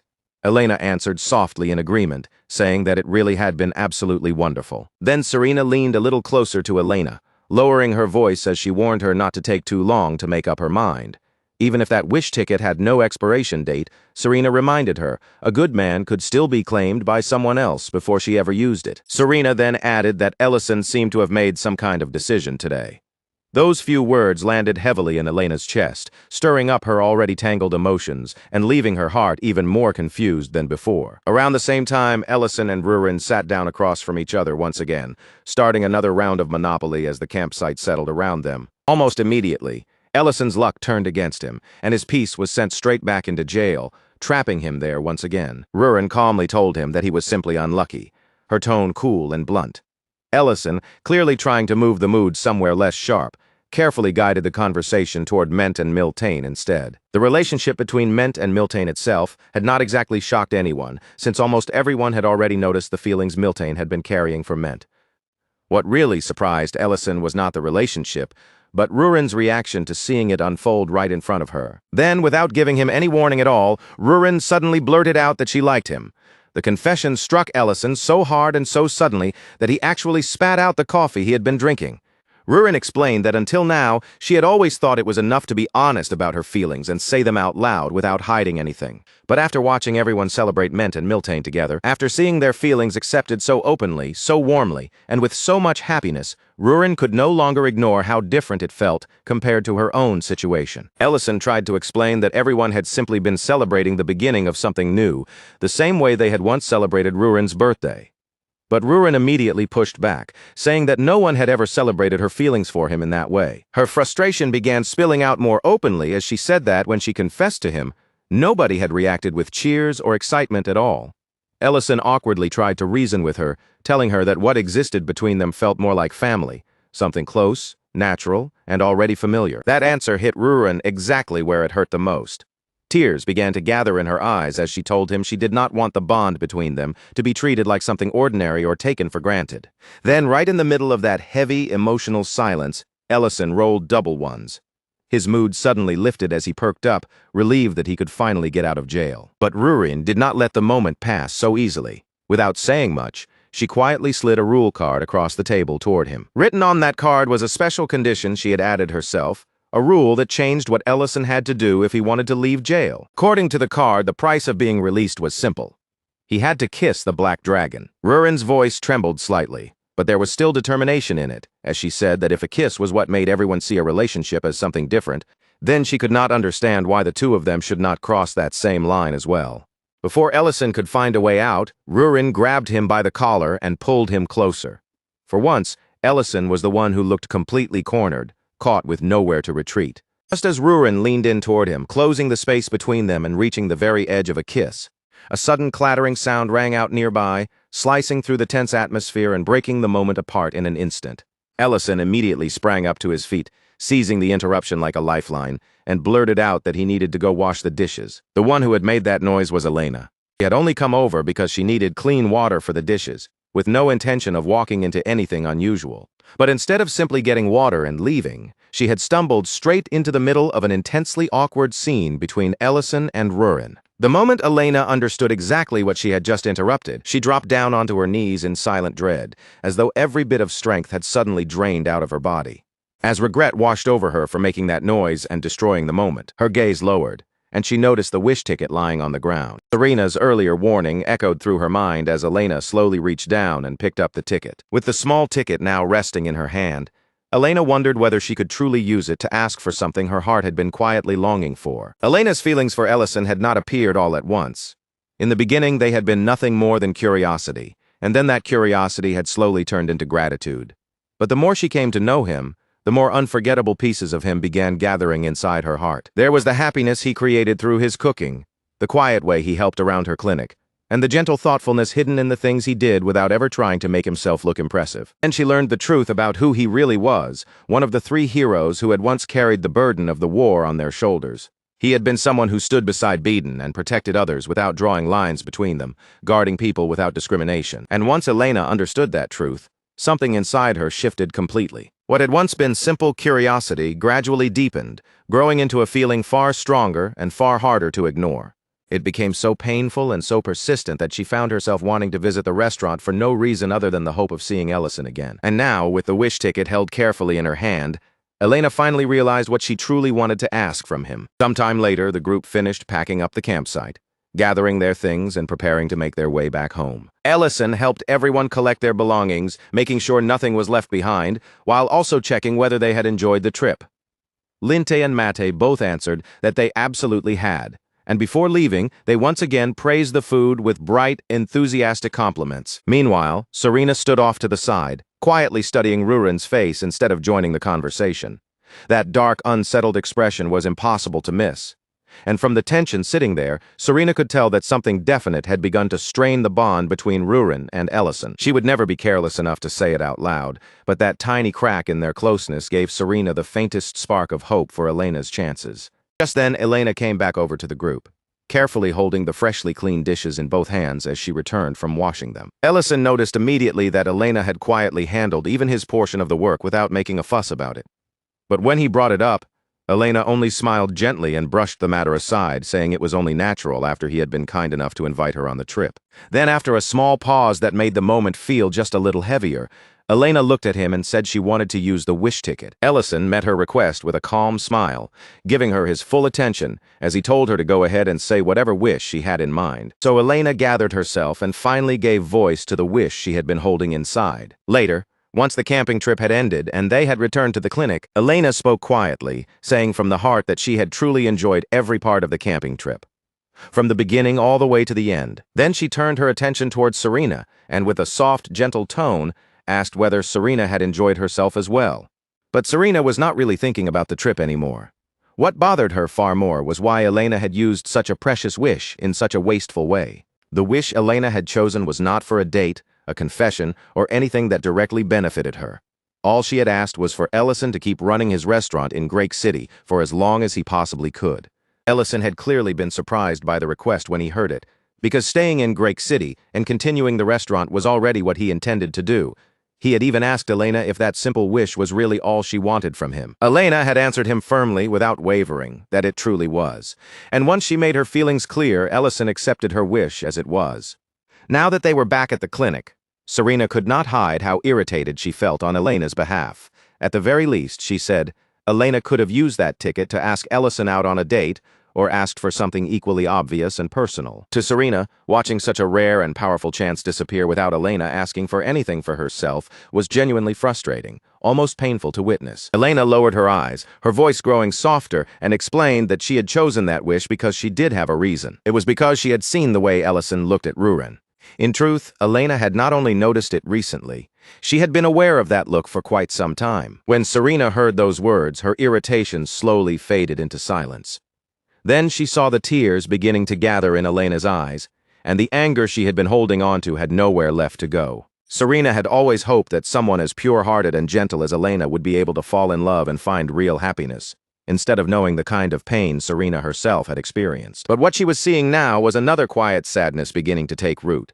Elena said that, for her, it would be enough if she could simply visit the restaurant now and then and see Ellison from time to time. Serena tried to comfort her as best she could, but deep inside all she could feel was a bitter disappointment at how unfair and cruel love could be. Back at the restaurant, Ruren was in a terrible mood, brooding heavily over the way Ellison had been treating her since that night. Ever since the moment she had tried to kiss him, Ellison had been avoiding her so obviously that there was no way for Ruren not to notice. He had even stopped letting her curl up against him at night the way she usually did, keeping distance from her in a way that only made her frustration worse. Then Matt suddenly mentioned in a casual tone that Ruren seemed to have gotten taller recently, and the unexpected remark immediately startled Ruren. As Ruren thought about it, the realization struck her all at once. Her coming-of-age ceremony had to be drawing close. She turned toward Matt and asked if her height really made that much of a difference. Mate answered that it was not only her height. Lately, Ruren seemed more grown-up and mature in general. At that same time, Ellison was working in the kitchen, but his mind was clearly somewhere else. He was so distracted that he sliced his hand and did not even realize right away that he had hurt himself. When Linte noticed and showed concern, Ellison quickly tried to dismiss it as nothing serious, simply asking where they kept the bandages. But Linte looked directly at the blood on Ellison's hand and told him plainly that the injury did not look fine at all. Ellison barely seemed to take in Linte's words. His attention had drifted far away, trapped in the memory of that almost kiss with Rurin. And as that unfinished moment replayed again and again in his mind, Ellison finally faced the truth and admitted to himself what he truly felt for her. Far from the restaurant, deep within the Black Dragon holy ground, the elders Medidana and Dihegma were speaking together about the preparations for Rurin's coming-of-age ceremony. Dihegma explained the traditional arrangements he had already put in place, speaking with the calm confidence of someone who had carefully prepared every custom and formal step. And when the topic naturally turned in that direction, he even brought out a list of possible Black Dragon suitors for Rurin. As Medidana looked over the names on the list, he remarked that Nisa's name would probably have been included among them as well, if Nisa were still alive. Dihegma agreed without any hesitation, accepting that point as though it were obvious. Then Medidana chose his words carefully and asked whether Dihegma still held resentment toward Ellison for killing Nisa. Dihegma answered plainly that he did not. Medidana started to bring up Rurin's feelings for Ellison, but Dihegma cut him off before he could continue. He revealed that he already knew about his nephew's conspiracy, and the admission left Medidana visibly shocked. Dihegma explained that he had never openly supported that conspiracy, but he had not stepped in to stop it either, because, ugly as it sounded, Nis had not been entirely wrong about one thing. The Black Dragon clan was truly facing extinction, and under circumstances like that, letting a rare female dragon go to a human was not a small issue. Medidana, unwilling to let Dihegma keep speaking around the matter, demanded that he stop circling the issue and say what he truly meant. So Dihegma finally put it into plain words. He said this was about protecting the Black Dragon bloodline, and at the same time it was also about Medidana himself. Then Dihegma pressed on the deepest wound between them, reminding Medidana that he had once imprisoned his own daughter and punished her for creating the ancient marble, all because she had violated the clan's taboo. Dihegma said he knew Medidana regretted that decision now, and because of that regret, he believed even more strongly that Rurin needed to mate with another Black Dragon. That evening, the butcher couple came by Ellison's restaurant and asked him how his vacation had gone. Ellison answered honestly, saying that the trip had been a lot of fun. Ryan apologized for not being able to come along with them, but Ellison lightly waved off the apology and told him there would always be another chance next time. Then she leaned a little closer to him, her face bright with curiosity and her eyes almost glittering from excitement. Dropping her voice like she was about to ask about some hidden treasure, she asked Ellison if he had prepared anything special for Rurin's upcoming birthday. Ellison answered without making a big show of it, calmly telling her that yes, he had prepared something, and not just anything, but something he had been quietly working on for a very long time. The moment she realized the present was actually a house, her excitement nearly burst out of her all at once. She came dangerously close to squealing right there on the spot, only barely managing to clamp down on the joyful sound rising in her chest. Around that same time, Gultazar was standing proudly inside the almost completed lair, his chest puffed out as he slowly looked over every corner of the place. His gaze moved across the walls, the passages, and the finished details with deep satisfaction, like a master craftsman admiring the final shape of the greatest work he had ever created. He even made his way over to Rurin's chamber, stopped in front of it, and gave it a firm little pat with his hand. The way he spoke to it almost made it seem like the chamber itself had been one of his fellow craftsmen, standing beside him through all the sweat, effort, and endless construction. After taking in the sight of the lair, Gultazar turned toward the dwarves who had been working under his command and sincerely apologized to them. He knew he had pushed them hard, almost too hard, because his stubborn perfectionism had made him keep adjusting, refining, and reworking, even the tiniest finishing touches. The job had dragged on much longer than anyone expected, but the dwarves only laughed it off, showing no resentment at all. Instead, they told him that this exact level of perfection was what made the lair feel so meaningful and worth all the effort. To the dwarves, there was really no better way to put it. This lair was Gultazar's masterpiece, a creation with enough pride and craftsmanship behind it to be remembered for years to come. And now that the work was finally close to finished, the only thing they wanted was to see everyone's reaction when they stepped inside and witnessed it for the first time. Meanwhile, Rurin was still fast asleep, but her mind had been dragged into a dream that felt far too vivid to be harmless. In that dream, she stood before the elders of her clan, looking small and tense beneath their cold, judging stares, while they repeated her mother's crimes again and again, as if they were pressing every accusation directly onto Rurin's shoulders. They declared that the war had started because her mother had created the ancient marble. Rurin's body began to tremble as she desperately tried to defend herself, forcing out the words that this was not something she could answer for. But Medidana did not soften or even seem to listen. His face remained unmoved, his gaze fixed, and from the look in his eyes, his judgment had already been decided long before she spoke. Without giving Rurin even the smallest chance to continue pleading her case, Medidana pronounced her punishment in a hard, merciless voice. His verdict was final. She would be exiled from the sanctuary. Rurin suddenly shot awake in pure terror, her body jerking upright as if the sentence had chased her straight out of the dream. Even after opening her eyes, the panic from the nightmare still clung to her, leaving her breath unsteady and her body tense. Only after that first wave of fear passed did she notice something else. The place beside her was empty, and when she looked around, Ellison was nowhere to be found. Still shaken from the nightmare and unable to calm herself, Rurin hurried outside to look for him. Before long, her search led her to Ellison, who was standing together with Goltazar. As soon as Rurin appeared, both Ellison and Goltazar noticed her almost at the same moment. The two of them turned toward her together, their attention immediately shifting in her direction. Rurin stared back and forth between the two of them, confusion plain on her face. Not understanding why they were standing there together or what was happening, she asked them exactly what was going on. Ellison cleared his throat, suddenly looking just a little awkward under her gaze. He told her there was something he had wanted to say, something he had originally planned to keep hidden until her birthday. But now that she was standing there in front of him, he felt that maybe this moment was right after all. Instead of trying to explain everything with a long speech, Ellison decided it would be better for Rurin to see it with her own eyes. So he gently guided her forward, leading her first toward the entrance of the lair. The moment Rurin reached the entrance and stepped across the threshold into the lair, her gaze naturally lifted upward and she stopped in place. Above her stretched an enormous ceiling so high and open that the sheer size of the space left her frozen in surprise. Near the entrance stood Rurin's chamber, positioned solidly at the front of the lair like a protective watchpost guarding the whole place. Goltazar introduced it with obvious pride, calling it the guard compound as satisfaction filled his voice. From there, they began showing Rurin through the rest of the lair. They led her through the wine cellar, then into the pantry that connected neatly to the dining hall, before moving on to the bedroom and finally the carefully prepared vault. Every room had its own clear purpose, and each space felt like another piece of a long-kept promise finally taking real shape before her eyes. Once that part of the tour was finished, Goltazar guided them even deeper inside the lair. His steps seemed to grow more confident the farther they went, as though they were approaching the section he had been most eager to reveal. And there, right at the heart of the lair, Goltazar proudly showed them an enormous bathing area. It was wide, grand, and impressive enough to feel like one of the true centerpieces of the entire home. As soon as Rurin saw it, her whole face changed. Her eyes widened, her expression brightened, and excitement spread across her features as she immediately asked whether the bath was connected to the underground aquifer.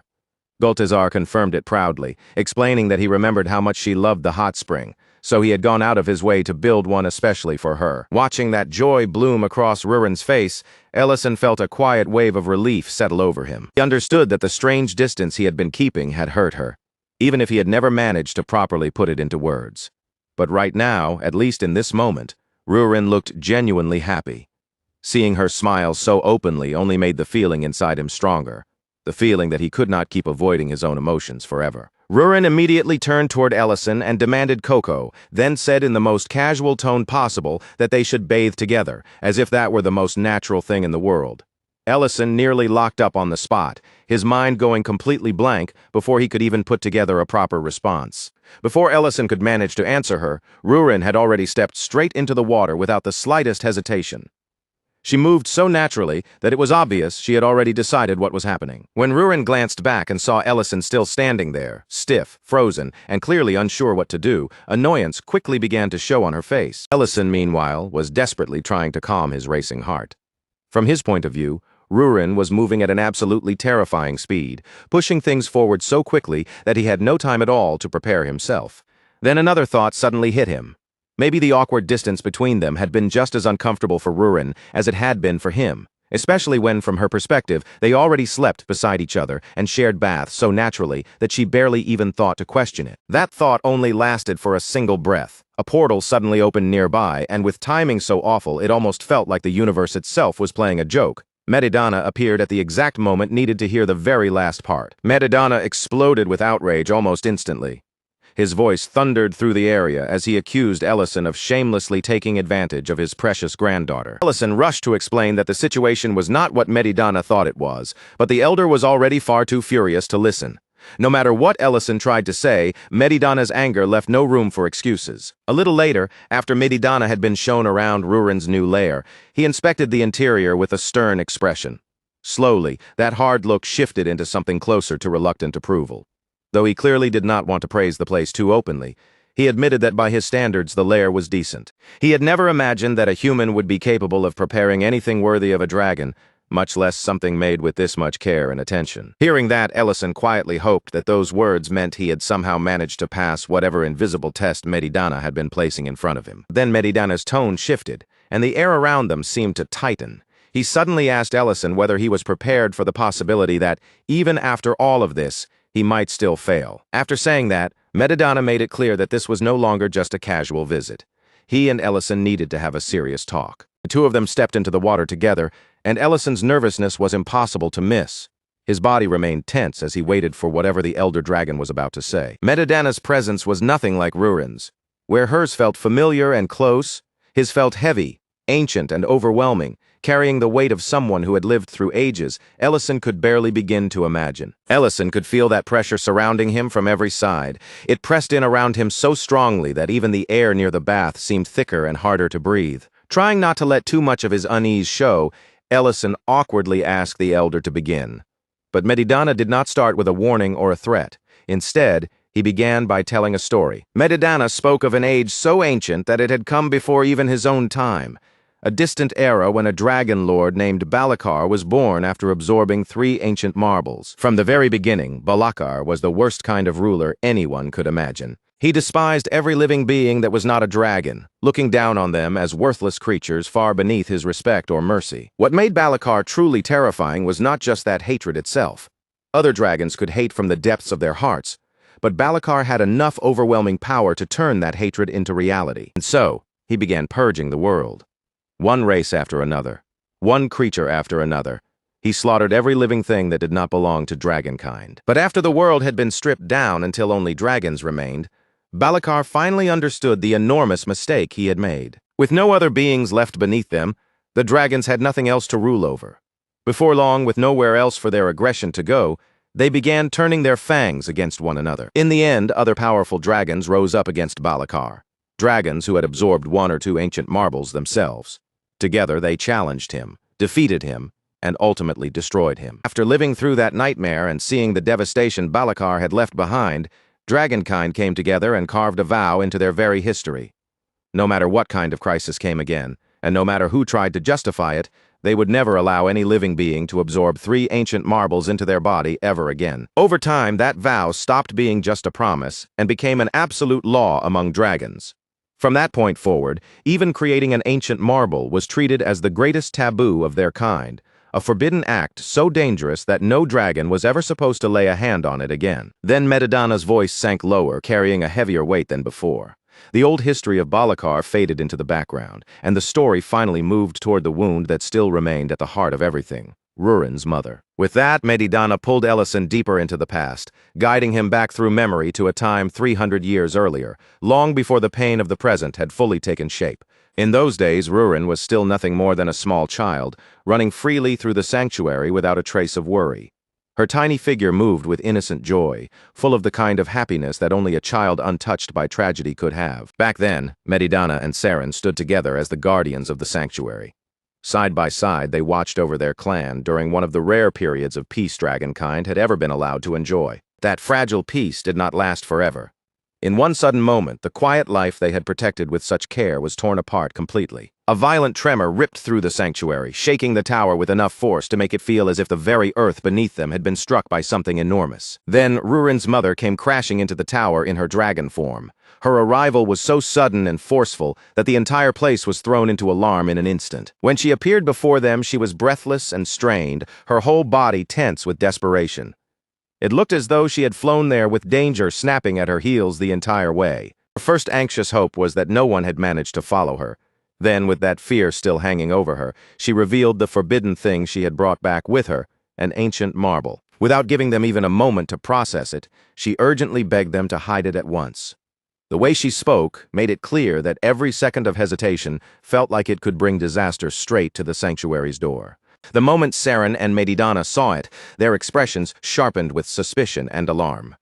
Saren immediately demanded to know where she had gotten something so strictly forbidden, but Rurin's mother responded in a way that almost made the situation feel even more maddening.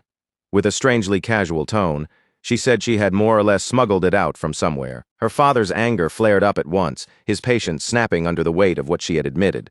Before his fury could completely boil over, Rurin's mother hurried to calm him, trying to keep the situation from exploding any further. When they pressed her for more answers, she explained that the situation was not fully complete yet. But soon, she warned them, a new Dragon Lord was going to be born. She told them that she had once seen certain people attempting to gather all 3 ancient marbles in one place. Even though she did not completely understand every detail of what they were planning, her instincts screamed that something terrible was about to happen. So she acted first and stole one of the marbles herself. In fact, she even admitted something even more reckless. For a brief moment, she had considered stealing all 3 ancient marbles on her own, and she said it with so much bold confidence that it almost sounded like bragging in her mind. Even if she had taken all 3, no one would have been able to catch her anyway. Saren, however, did not allow that confidence to stand unchallenged. Her voice turned serious as she reminded her that an ancient marble was not the kind of thing anyone could keep hidden forever. The power radiating from it would eventually expose its location, and once that happened, the laws and traditions of dragonkind would inevitably close in around her. Surprisingly, Rurin's mother did not argue against that warning. She already knew exactly what stealing the ancient marble meant, and before she ever returned to the sanctuary, she had already accepted the price she might have to pay. Even so, there was one condition she wanted them to honor, one final request she needed them to accept. Around that same time, little Rurin was filled with hurt and anger, because her grandfather refused to let her see her mother. To her young heart, that rejection felt cruel and impossible to understand. Then, from the place where she was secretly hiding nearby, Rurin caught sight of her mother standing there, surrounded by other dragons. Medidana stood directly in front of his own daughter, his expression stern and unyielding, and demanded that she confess to what she had done. In a hard voice, he asked whether she admitted to creating the ancient marble. Rurin's mother did not try to run from the accusation or dress up her answer with excuses. She answered simply and said yes. Medidana then handed down her sentence. She would be imprisoned in a secluded place, far away from everyone else, and Rurin's mother accepted that fate without raising even a single word of protest. Still hidden nearby, Rurin watched the entire scene unfold in front of her. She stood frozen in terror as the adults around her calmly decided what would happen to her mother. Medidana ordered that his own daughter be locked away, and once the prison was ready, he declared that he would personally take her there himself. Back in the present, Ellison could barely keep himself still as he listened to the story. The more Medidana revealed, the harder it became for him to accept, until he finally protested that none of this sounded like a crime deserving such a harsh punishment. Medidana looked at him carefully and asked whether Ellison truly did not know the full truth. Ellison answered honestly, saying that all he knew was that Rurin's mother had created the ancient marble. Only then did Medidana explain that the imprisonment had not been meant purely as punishment. It was also meant to protect both her and the marble. The place where she had been sent was built to safeguard the ancient marble itself, sealed behind layer upon layer of extremely advanced magic, so that no outsider could ever force their way inside. Ellison immediately pointed out the part that could not be softened or hidden behind any explanation. No matter what purpose that place served, it was still a prison. Medidana did not deny it. His voice dropped, heavy with old regret, and he quietly admitted that he regretted what had happened. Then he began speaking about how that one decision slowly seeped into Rurin's childhood, poisoning the years that should have been peaceful for her. Some dragons whispered about her when they thought she could not hear. Others looked at her with pity, while some simply branded her as the daughter of a criminal, as if that single label was enough to define everything she was. One day, when Medidana went to visit Rurin in her room, he found her sitting there all alone, crying by herself, begging again and again for her mother to come back to her, wanting to comfort the heartbroken child in whatever way he could. Medidana told Rurin that someday she might be able to bring her mother back with her own hands. After that, he told her about a certain place where she could go and gather herbs for him. Rurin went to that place just as her grandfather told her to. But from the moment she arrived, something about it felt wrong. It was quiet, unfamiliar, and strange enough to make uneasiness creep into her small heart. At first, she wondered if her grandfather was being so cruel that he was playing with her feelings on purpose. Hurt and angry, she decided that if he wanted herbs that badly, then she would gather poisonous ones instead. But then, in the middle of that lonely place, Rurin sensed something nearby. And in that instant, everything clicked. She finally understood the real reason Medidana had sent her there. Following that strange feeling, Rurin made her way toward a cave hidden behind a waterfall, slipping into the secret place concealed beyond the rushing water. And deep inside that hidden cave, after all the fear, anger, and confusion she had carried there, Rurin finally found her mother. The instant Rurin saw her mother in that hidden place, everything she had been holding back finally collapsed. Her face crumpled, tears poured down uncontrollably, and all the loneliness, fear, and aching longing she had carried by herself came bursting out at once. But her mother did not rush forward to embrace her, no matter how much it must have hurt. Instead, she forced herself to remain firm, keeping her emotions locked behind a steady voice as she told Rurin to go back, as though pushing her away was the only way to protect her. Rurin, stubborn all the way down to her bones, refused to obey. Even with tears still streaming down her face, she planted herself there and would not move, unable to accept leaving right after finally finding the mother she had missed so painfully. The truth was that this secret place was not somewhere anyone could stumble across easily. It was a hidden lair, wrapped behind powerful visual magic and concealed so carefully that ordinary eyes would never be able to discover it. From that day on, Rurin began sneaking back to the hidden lair in secret. Again and again, she slipped away from the sanctuary and returned to that concealed place, all for the simple chance to see her mother one more time. Her mother tried to stop her every single time, warning her that she should not keep coming there. But Rurin always pushed back with that childish confidence of hers, insisting that her grandfather would never find out. Her mother gently corrected her instead of scolding her. She told Rurin that she had not found this place by coincidence at all. Medidana himself had quietly guided her toward it from the very beginning. And somewhere deep in her heart, Rurin already knew that was true. The path had not simply opened for her by luck, and the secret lair had not revealed itself by chance. In the present, Medidana admits that Rurin had always been such a rebellious child that no one paid much attention whenever she disappeared for a while. Her wandering off was treated almost like part of who she was. Because of that, Rurin never received the same proper magic education that the other dragons were given. She also never truly had the chance to leave, explore, and learn about the wider world beyond the narrow life surrounding her. Instead, the years when she should have been growing up among her clan were spent quietly beside her mother, hidden away from everyone else, and living in that secret space no one openly acknowledged. Medidana worried that if things continued like that, Rurin might eventually become separated from her own clan in a deeper way, isolated by the unusual path her life had taken. Even knowing that, he still could not bring himself to stop her, because for the first time in what felt like a very long while, Rurin looked truly happy.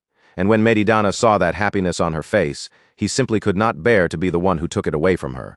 During one of those secret visits to the hidden lair, Rurin looked straight at her mother and declared with bold, fearless certainty that once she finally became an adult, she would stop sneaking around like a child hiding from everyone. Instead, she said she would simply live with her mother forever, no matter what anyone else thought or said about it. Around that time, Rurin began to notice something strange about the route to the lair. Each time she came back, the passage leading there seemed just a little shorter than it had been before. Then, during one of her later visits, Rurin found her mother staring silently at the ancient marble. Her mother's face had turned dark and troubled, and the uneasy look in her eyes made the entire space feel heavy. Seeing that expression, Rurin immediately grew alarmed. She stepped closer, her body tightening with worry as she tried to understand what had changed and why her mother looked so disturbed. Her mother had come to a terrible realization. The cult behind everything had not abandoned its goal after all. They were still trying to create a dragon lord, and the danger everyone had only managed to delay was beginning to move again. At the same time, the red dragons had started gathering under their lord Sardalan, their forces drawing together beneath his command. Sardalan declared that he would restore the world. And with that single ominous declaration, the age of war that so many had feared finally began. Medidana explains that even before the flames of war fully erupted, he and Saren had already been watching the danger grow from afar, sensing that something terrible was closing in. They knew that someone had already absorbed 2 ancient marbles, and yet despite something so dangerous already happening, war had not broken out at that time. To Medidana and Saren, that could only point to one answer. The enemy was still waiting, holding back until they could obtain the 3rd ancient marble before making their true move. Then a messenger bird arrived from the red dragons. The moment Medidana read the letter it carried, the color drained from his face as though the words had struck him directly. The red dragons were threatening to expose the truth about the Dragon Lord, taking that forbidden knowledge and turning it into a weapon against everyone else. Sometime after that warning arrived, Medidana met face-to-face with Didank, the elder of the Red Dragons. Years earlier, Medidana had warned Didank that the Red Dragons were involved in the creation of a Dragon Lord. But back then, Didank had brushed the accusation aside, treating it as nothing more than baseless suspicion. Now, however, Didank finally admitted the truth. Medidana had not been wrong after all. Every Red Dragon had received the same order: annihilate the Rubern Empire completely. There was no room left for misunderstanding, hesitation, or negotiation. The moment Medidana heard those words, a cold chill ran through him. It was as if the full weight of the disaster about to unfold had settled deep into his bones. Didank told him that if he had the strength to stop them, then he should do it. And after leaving those words behind, he did not stay any longer. He spread his wings and flew away. And with that, the war truly began.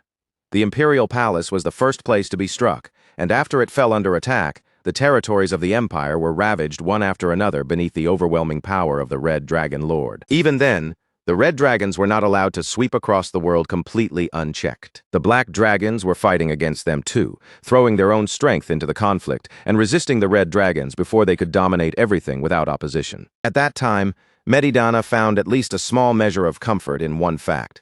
His daughter and granddaughter were still hidden away, and for the moment they remained safe. With the war swallowing both sides and dragging everyone into battle, neither the Red Dragons nor the Black Dragons had the freedom to go chasing after them. During that period, Rurin went to her mother and told her that the Lord had risen. She also explained that Medidana had instructed her to stay hidden inside the lair for a while. But Rurin's mother had no intention of letting her daughter remain powerless and defenseless, while the world outside was collapsing into war. Once she activated her magic, she began teaching Rurin personally. She told her daughter that she needed strength, the kind of power that would allow her to survive, and if the situation demanded it, to fight. Across the next 13 years of war, Rurin learned the basic combat skills and magic techniques that dragonkind depended on. Little by little, her mother drilled those foundations into her. At this point in the story, Medidana pauses and asks Ellison if he understands what that really means. By the time Rurin's training was finally complete, she had learned a large portion of the essential foundation that every dragon was expected to have. The ability to fly was something that could still be learned later. Her mother wanted to keep teaching her for as long as she possibly could. But deep down, she already knew that the time left to her was almost gone. So she drew Rurin into her arms and held her close, as if trying to pour every last bit of love into that embrace. Then she apologized, and with painful resolve, she pierced Rurin's stomach and placed the ancient marble inside her. Sometime after that, when everything had already changed, Rurin's mother gently woke her daughter up. Rurin slowly opened her eyes in a daze, her mind still foggy and disoriented as she tried to piece together what had just happened. For a moment, she could only blink in confusion, caught between the memory of pain and the strange quiet of waking up. But when she looked down at herself, there was no wound on her stomach at all. Her body was perfectly fine. Her clothes were not even torn, and for one brief, bewildering moment, Rurin could only stare at herself and wonder if everything she remembered had just been some strange, impossible dream. Then her mother gently asked if she could feel mana overflowing from inside her body. Still half lost in confusion, Rurin answered that she could. The power moving within her felt completely different now. Deeper, heavier, far stronger than before, almost too immense for her young self to fully understand. That was when her mother explained why such overwhelming power was suddenly surging through her. Rurin had absorbed an ancient marble. With the little time she had remaining, her mother entrusted Rurin with one final task. She told her to go to her grandfather, stay within the holy ground, and use her strength to help in the war. Rurin immediately pushed back, confused and alarmed, reminding her that absorbing an ancient marble was supposed to be strictly forbidden, but her mother softened the truth into words a child could accept.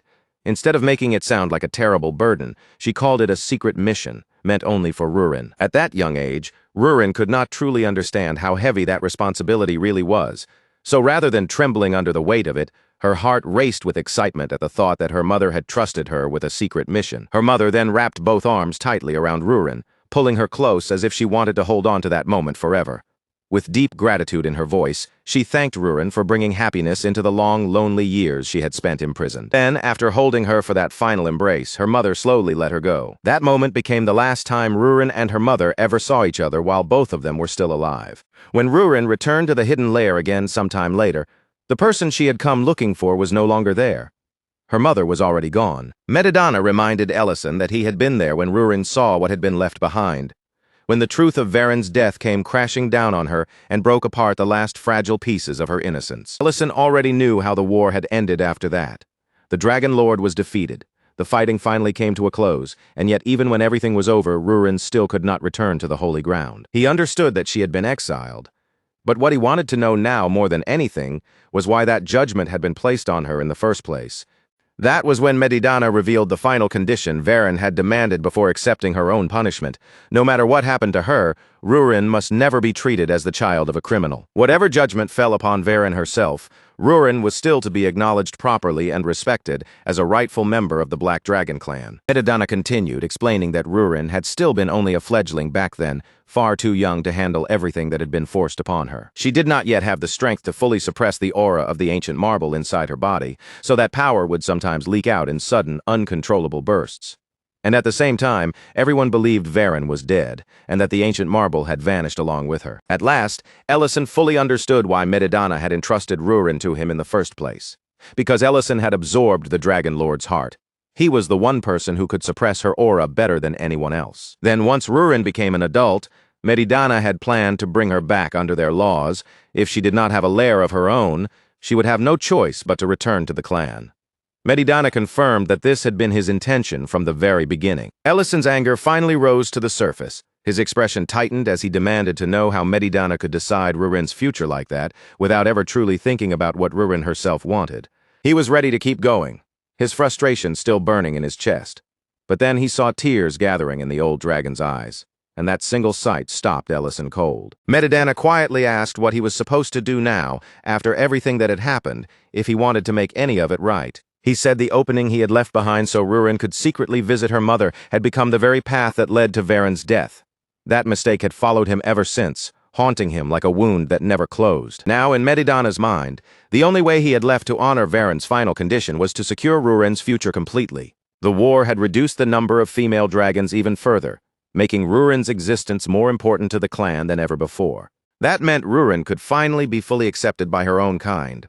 So Medidana asked Ellison to give up the lair, not for Medidana's benefit and not out of pride, but for the sake of Rurin's future. Outside the gate, Rurin stood completely still, silently listening to every word being spoken inside. Ellison's face darkened as he stared at the old dragon. Then he asked the question that cut straight to the heart of it. Was Medidana telling him to give up on Rurin entirely? Medidana answered with the harshest truth he could offer. No matter how powerful Ellison became as a human, as long as Rurin remained a dragon and he remained what he was, he could never truly walk beside her forever. Those words struck Ellison like a blow directly to the chest, because in that moment he remembered the quiet conversations he and Rurin had shared before. He remembered the times she had told him that a single year meant almost nothing to her, because dragons lived for an incredibly long time. He also remembered how she had once said that maybe things might be different for him too, since he had absorbed a dragon's heart. Back then, Ellison had answered her calmly, admitting that he could not be sure. After all, no one in history had ever done what he had done. Now, back in the present, Ellison's fist slowly tightened. The uncertainty he had tried not to face suddenly felt heavier than ever, pressing down on him from every side. Then Medidana called out toward the door, addressing Rurin directly and telling her in a plain voice that he already knew she was there. After that, he announced his decision without any hesitation. He would take Rurin back for her coming-of-age ceremony, and once that ceremony was finished, she would choose a mate. The words hit Rurin so hard that for a moment, she could not even respond. Medidana reminded her that he had heard her mother's final wish with his own ears. That left Rurin completely speechless, her voice trapped in her throat as the weight of those words closed around her. Then she turned toward Ellison, her eyes trembling with a desperate plea.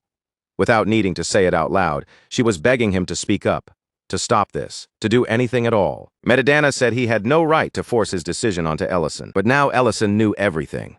The difference between them as species, the gap in their lifespans, the laws of the clan, and the burden Rurin carried inside her body. If, after hearing all of that, Ellison still could not accept Medidana's decision, then he was free to stop him. Medidana said that whatever answer Ellison chose, he would accept it. But when Ellison finally spoke, his voice came out low, heavy, and dark. He apologized to Rurin, then told her that he could not allow himself to be selfish. Rurin started crying immediately. Unable to understand why he would say something like that or what his words truly meant, she pleaded with him through her tears, but Ellison could not bring himself to answer her cries. And so in the end, Rurin was taken back to the holy ground. Her grandfather prepared a room for her, and told her she had to remain there until the ceremony. He even said that he had reorganized her old place for her, and if she needed anything at all, she only had to tell him. Then he warned her not to involve herself in any fighting because she still could not properly hide the aura of the ancient marbles sealed within her. Rurin answered in a quiet, subdued voice that she would not. Then, without looking for comfort from him, she told him to leave her alone. After Medidana left, Dehegma appeared at the doorway. Looking at the situation with clear surprise, he remarked that he had not expected Medidana to bring her back so easily. Dehegma brought up the conversation he and Medidana had shared earlier, calmly reminding him of the words they had left unfinished. The moment he said it, that unresolved discussion seemed to settle back into the room, heavy enough that neither of them could pretend it was no longer there. Medidana looked worn down, the exhaustion and strain plain across his face as he told Dehegma to keep the ceremony moving forward according to plan for the time being. He still had not made his final decision. Dehegma answered without hesitation, saying that everything was already proceeding smoothly and exactly as arranged. Back at the restaurant, Creston was eating with his usual huge appetite, happily digging into his meal as if nothing in the world could disturb him. But while he was completely absorbed in the food in front of him, his wife suddenly scolded him from the side. And almost immediately after that warning, Creston's face twisted in horror. He nearly spat the entire mouthful right back out, because the taste was so terrible that even someone as hungry and carefree as him could not force himself to pretend it was fine. Serena's plate was no better either. One taste was enough to make it painfully clear that something had gone seriously wrong in the kitchen. Elena, still trying to be polite despite everything, forced herself to chew and weakly said that it was technically edible. But Serena immediately stopped her, refusing to let her suffer through it just to spare someone's feelings, and told her there was no need to torture herself like that. After that, both of them demanded to see Ellison right away. This was not some ordinary kitchen mistake, and they both knew it. Ellison would never normally let food this bad leave his hands. When they finally found Ellison, the sight of him stopped them in their tracks. He looked completely devastated, as if something inside him had been scooped out and left hollow. And that alone was enough to make everyone immediately worry. Lint explained that Ellison had been acting strangely since morning. He had somehow replaced every seasoning with sugar, and then, in the middle of cooking, he would abandon dishes halfway through as if his thoughts had suddenly disappeared, and he had forgotten what he was even doing. The moment Serena noticed that Rurin was nowhere to be seen, her expression sharpened with realization. She instantly understood that the real problem was not the food at all. The next morning, Vanen, the former orchard owner, arrived at the restaurant with a pottery craftsman he had brought along as repayment for the meals Ellison had once given him. Vanen confidently ordered 2 bowls of noodle soup, but the instant he saw Ellison's face, all that confidence faded because he could tell at once that something was badly wrong. Ellison apologized quietly and told them he could not make what they had asked for today. Instead, he offered to have Linte prepare something else for them, his voice carrying none of its usual steadiness. Venen's companion quickly waved it off, saying that was perfectly fine and that they could eat anything. But Venen himself did not look satisfied, and he clearly had no intention of letting the matter pass that easily. He studied Ellison closely, looking past the surface excuse, and asked what had really happened. To him, this was obviously not just a matter of being tired or too distracted to cook. Ellison went silent for a while, as if searching for the right words. Then he suddenly remembered the time he had told Venen to hold tightly onto Meal no matter what happened. He remembered how Venen's love had once been surrounded by obstacles from every side, and how the difference in their backgrounds had made their future seem almost impossible to reach. So, instead of openly talking about his own situation, Ellison began speaking as though he were telling Venen about another couple entirely. He described a couple where the girl was expected to marry someone else, and where the two of them came from such different worlds that everyone around them insisted they could never truly belong together. In that story, every voice around them kept saying they were incompatible, as if the distance between them mattered more than their feelings, their bond, or anything they had built together. Then, with his voice lowered and uncertainty weighing down every word, Ellison asked what someone was supposed to do when trapped in a situation like that. Venen answered in the only way someone like him could. He said a person should live as though tomorrow might never come, because at the very end, the one thing no one should leave behind is regret.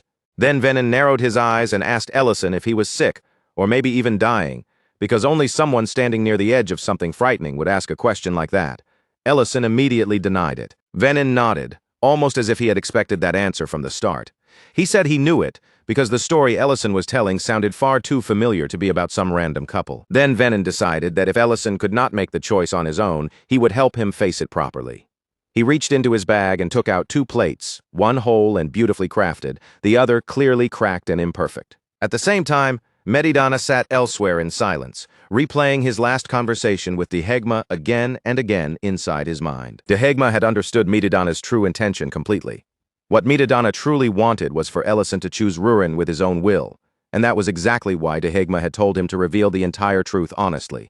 If Ellison learned everything and still chose to keep Rurin by his side, then they would remove the mate selection from the ceremony altogether. If Ellison chose to step back, then Rurin would be given a dragon suitor instead. Back then, Medidana had been so confident in Ellison that he was willing to bet the young man would choose Rurin without even hesitating. Now, however, Medidana sat there with tears gathering in his eyes, crushed by what he saw as Ellison's foolish, painful, and heartbreaking decision. In his mind, Medidana kept picturing the ending he had hoped for, the one where Ellison stood firm, fought for Rurin, and reached out to seize the happiness that everyone had quietly wished for. Instead, Varen's words came back to him, and as despair settled more deeply into his heart, Medidana realized that her wish for Rurin was coming true in the cruelest possible way. Then, at last, the day of the ceremony arrived.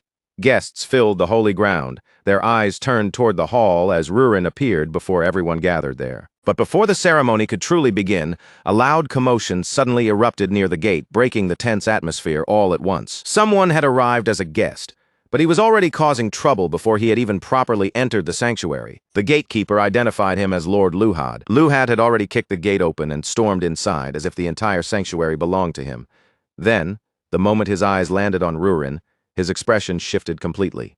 He said he had been worried she might turn out ugly, and then, with smug confidence, introduced himself as Lord Luhad, the dragon destined to become her mate. Elsewhere, Medidana was looking over the list of possible suitors, but when he saw that Dehegma had marked Luhad as the best match, his face stiffened with visible shock. Dehegma explained the situation plainly, without dressing it up.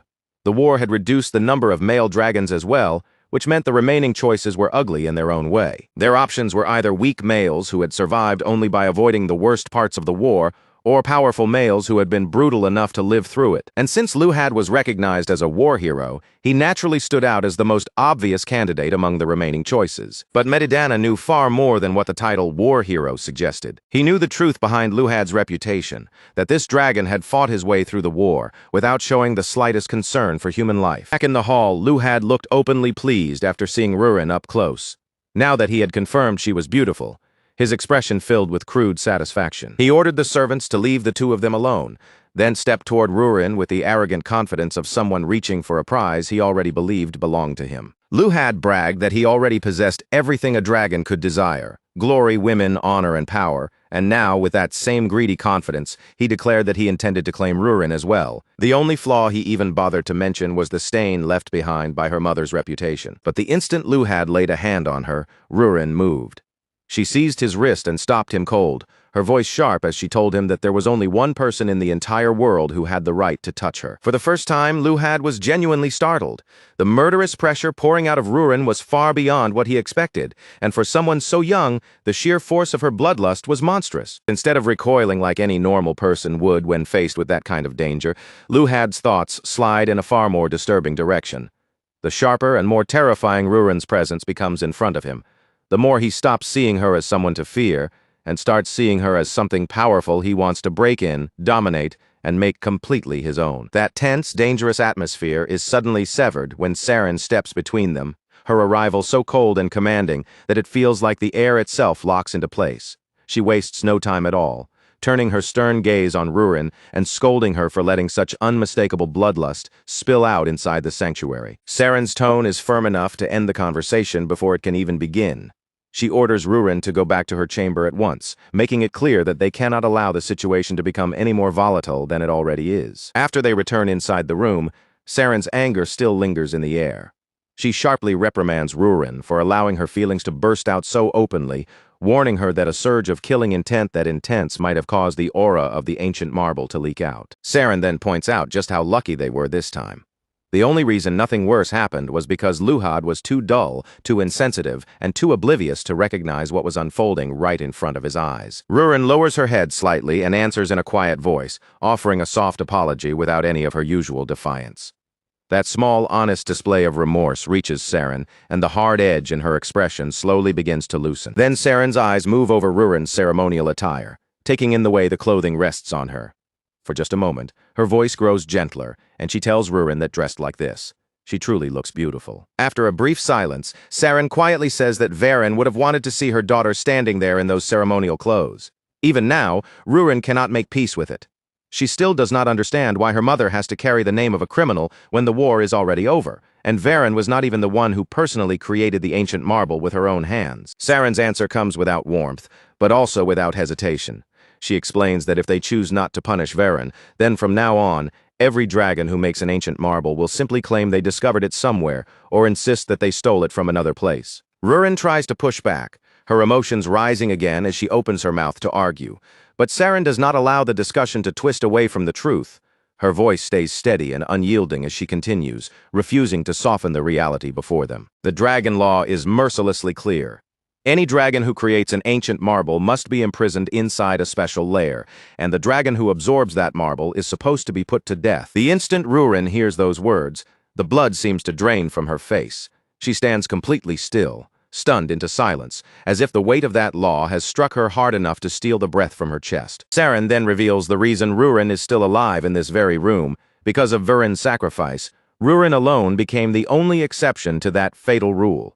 In Saren's eyes, Varen must have understood that condition before anyone else, and she must have chosen her actions knowing exactly what that future would mean. Once, Saren tells Rurin to gather herself and see the coming-of-age ceremony through to the end. She leaves the room behind, and when the door closes, Rurin is left standing alone with the crushing weight of everything she has just learned. Somewhere else, Hone finally gives a proper introduction of himself, explaining that he is an artisan who makes and repairs vessels. The 2 plates he brought with him are not just random pieces from his craft, but part of the wedding gift he once prepared for his daughter, Tana. When Tina came of age, 2 different men stepped forward seeking her hand. Each one stood before her future in a completely different way, offering 2 paths that could not have been more unlike each other. The first was Gedroa, the eldest son of a great workshop in Meli. He had wealth, status, and highborn blood behind him, making him appear, at least on the surface, like the kind of ideal match any parent would be expected to welcome. The second was Piner, Tina's childhood friend, someone who had always remained close to her heart. But unlike Gedroa, he had nothing impressive to present to the world. He was poor, orphaned when he was young, without noble standing, a powerful family, or money to support him. Hone admits that choosing between those 2 men left him deeply conflicted. Then, one ordinary day, a vessel slipped from his hands, fell, and shattered right there in front of him. Almost without thinking too deeply about it, Hone decided to ask both young men to repair the broken vessel. At the time, it seemed like nothing more than a small test of their skill and the care in their hands. Back then, Hone treated the request as something casual, almost accidental. But when he looks back on it now, that simple task ended up giving him the answer he had been struggling to find. Then he shows Ellison what each young man left behind. Gedroa's repair is stunning at first sight. The vessel appears smooth, polished, and almost flawless, with every shattered line hidden so carefully that it looks beautiful enough to make anyone believe it had never been broken at all. Piner's repaired vessel, on the other hand, gives a completely different impression. Even after being put back together, a large crack still runs across the surface, plain and visible, impossible for anyone to miss. Hone asks Ellison which vessel seems better, and just as he expected, Ellison naturally chooses Gedroa's. But that is when Hone reveals what the eye cannot see. Gedroa repaired it using a toxic adhesive, meaning that no matter how perfect it looks on the outside, it can never safely be used to hold food. Piner's vessel still shows its scar openly, with the crack left where everyone can see it. Yet despite that visible damage, it is sturdy, safe to use, and honest about the fact that it was once broken and survived. Hone says that this cracked vessel became the real symbol of Tina's marriage, after he allowed her to marry Piner and watched with his own eyes how happy the 2 of them were together. All the worries he had been carrying slowly faded away. Love, Hone tells him, cannot be judged by appearance alone. Then he leaves Ellison with one final question. Does he still believe that a cracked vessel has no value? Those words land heavily inside Ellison, striking directly at the truth he has been trying so hard not to face. Ellison begins to think about himself and Rurin. They are not simply 2 people with different personalities or different backgrounds. One is human and one is a dragon, divided by species, by the difference in their lifespans, and by a future that seems certain to leave Rurin alone someday. He remembers what Varen wanted for Rurin, that her daughter would eventually return to the dragons, back to the world where she truly belonged. Then memories begin surfacing one after another in Ellison's mind. The meals they ate together, the silly arguments that seemed pointless at the time, the quiet nights they shared, and all those ordinary little moments that somehow became precious without him realizing it. Even as those memories fill his chest with warmth, Ellison also knows the truth he has been trying to avoid. One day, Rurin will have to return to where she came from. That is why he tried to release her from his side. That is why he kept convincing himself that walking away from her, no matter how painful it felt, was the kindest choice he could make. But then Rurin's words come back to him.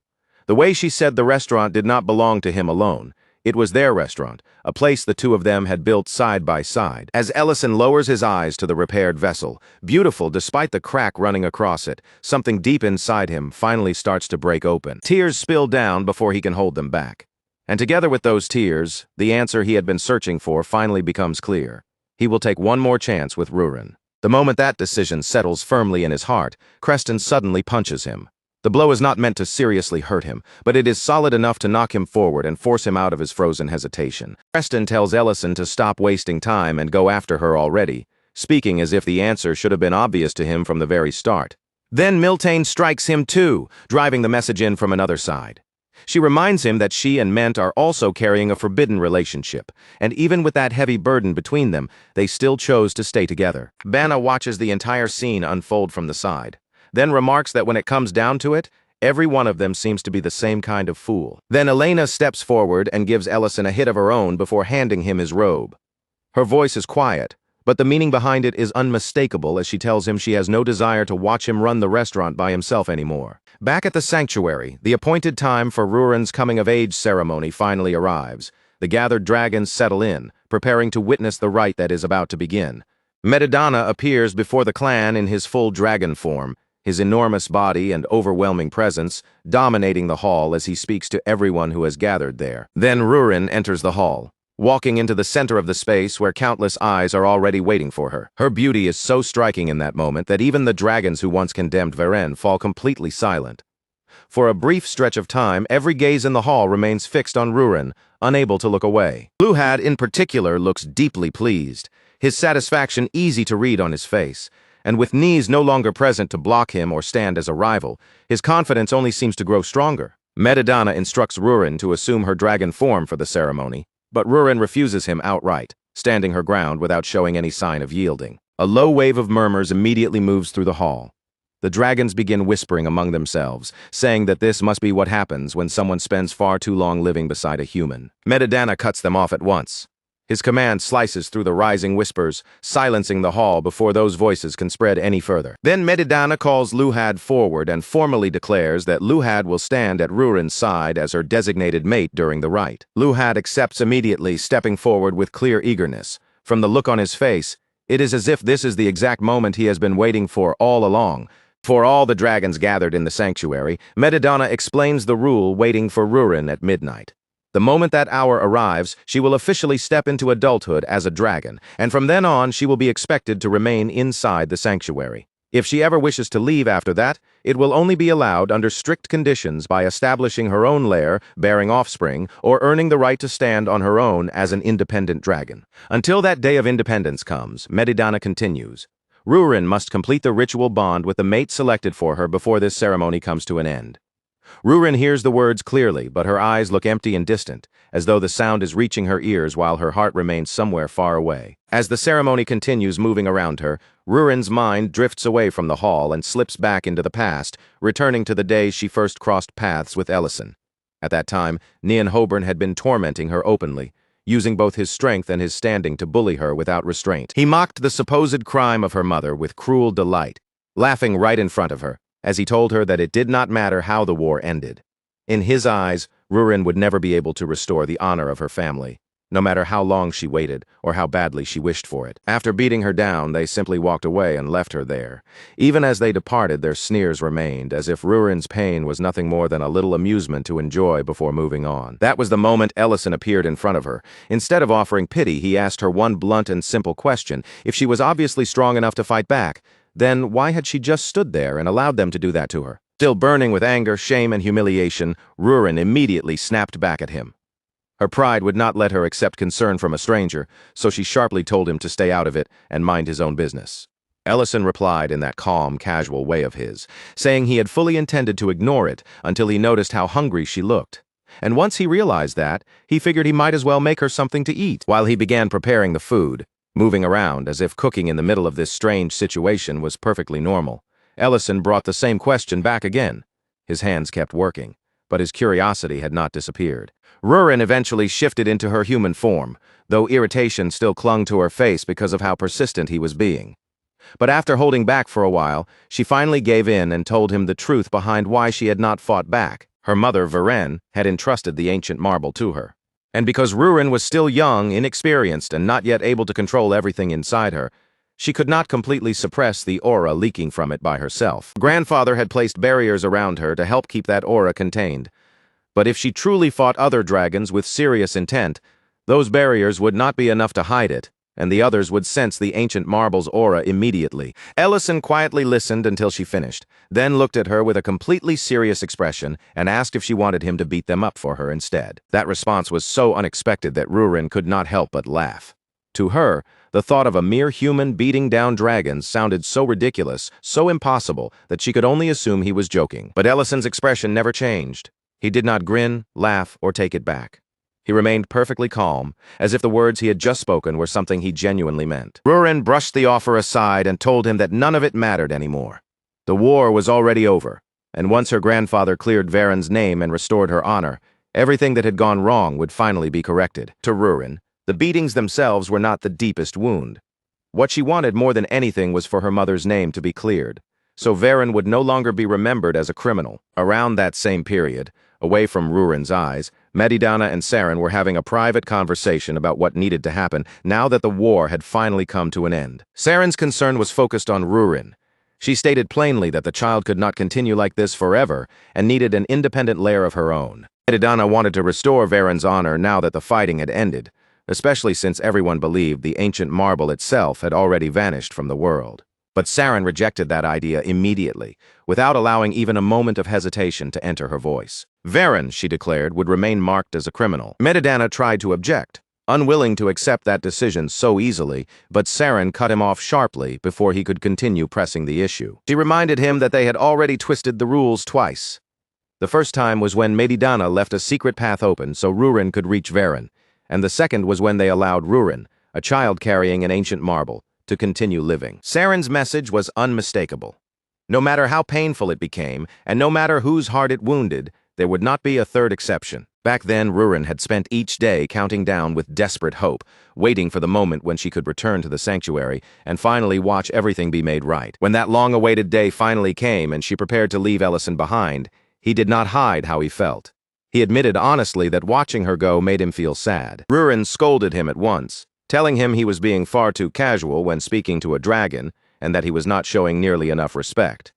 Ellison answered by putting on the most exaggerated, obviously mocking display of respect he could manage. Then, half teasing and half serious, Rurin told him that since his cooking was at least decent, he could come to the sanctuary and work there as a servant if he wanted. Ellison turned her down, saying he had his own plans to follow, and with that simple, almost ordinary exchange, the two of them parted ways. But when Rurin finally returned to the sanctuary, the welcome waiting for her was not warmth, acceptance, or the justice she had imagined. It was a sharp slap across the face. The woman who struck her blamed Varen for starting the war, speaking with grief and rage, because that war had taken her son's life. Rurin stood there in shock, her mind struggling to understand how anyone could still curse her mother after everything that had already happened and everything Varen had already endured. Even then, Rurin turned her gaze toward her grandfather. In that moment, she clung to one final piece of hope, believing Medidana might still set things right. But then Medidana delivered the judgment. Rurin was to be exiled from the sanctuary. In that instant, the truth came crashing down on her all at once.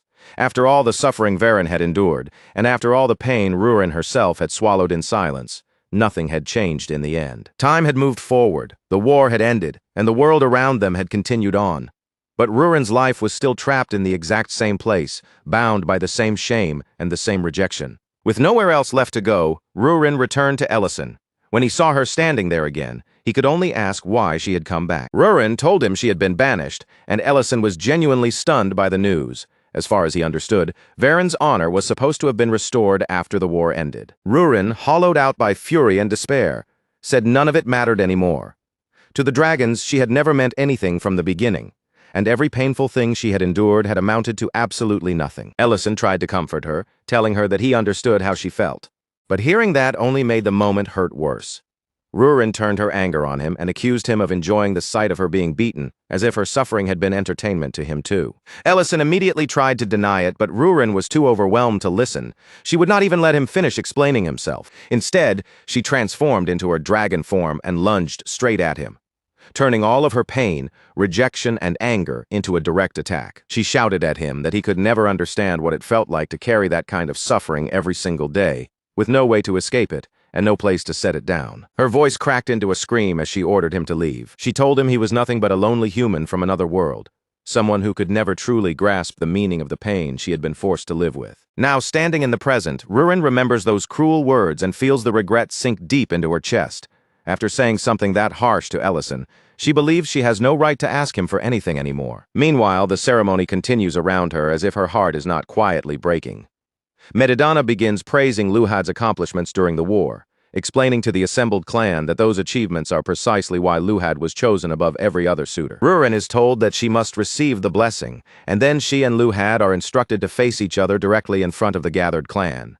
But when the final command is spoken, a cold chill runs through her entire body, because the ceremony is not meant to end with words alone. The ritual bond is supposed to be sealed with a kiss. And yet, even as Rurin stands there beneath the weight of all those watching eyes, her heart is no longer inside that grand hall.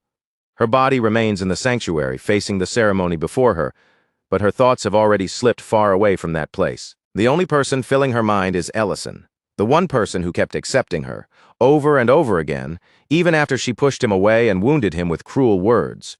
Tears begin to gather and blur her vision, and deep in her chest, she makes one last desperate wish that he would come for her.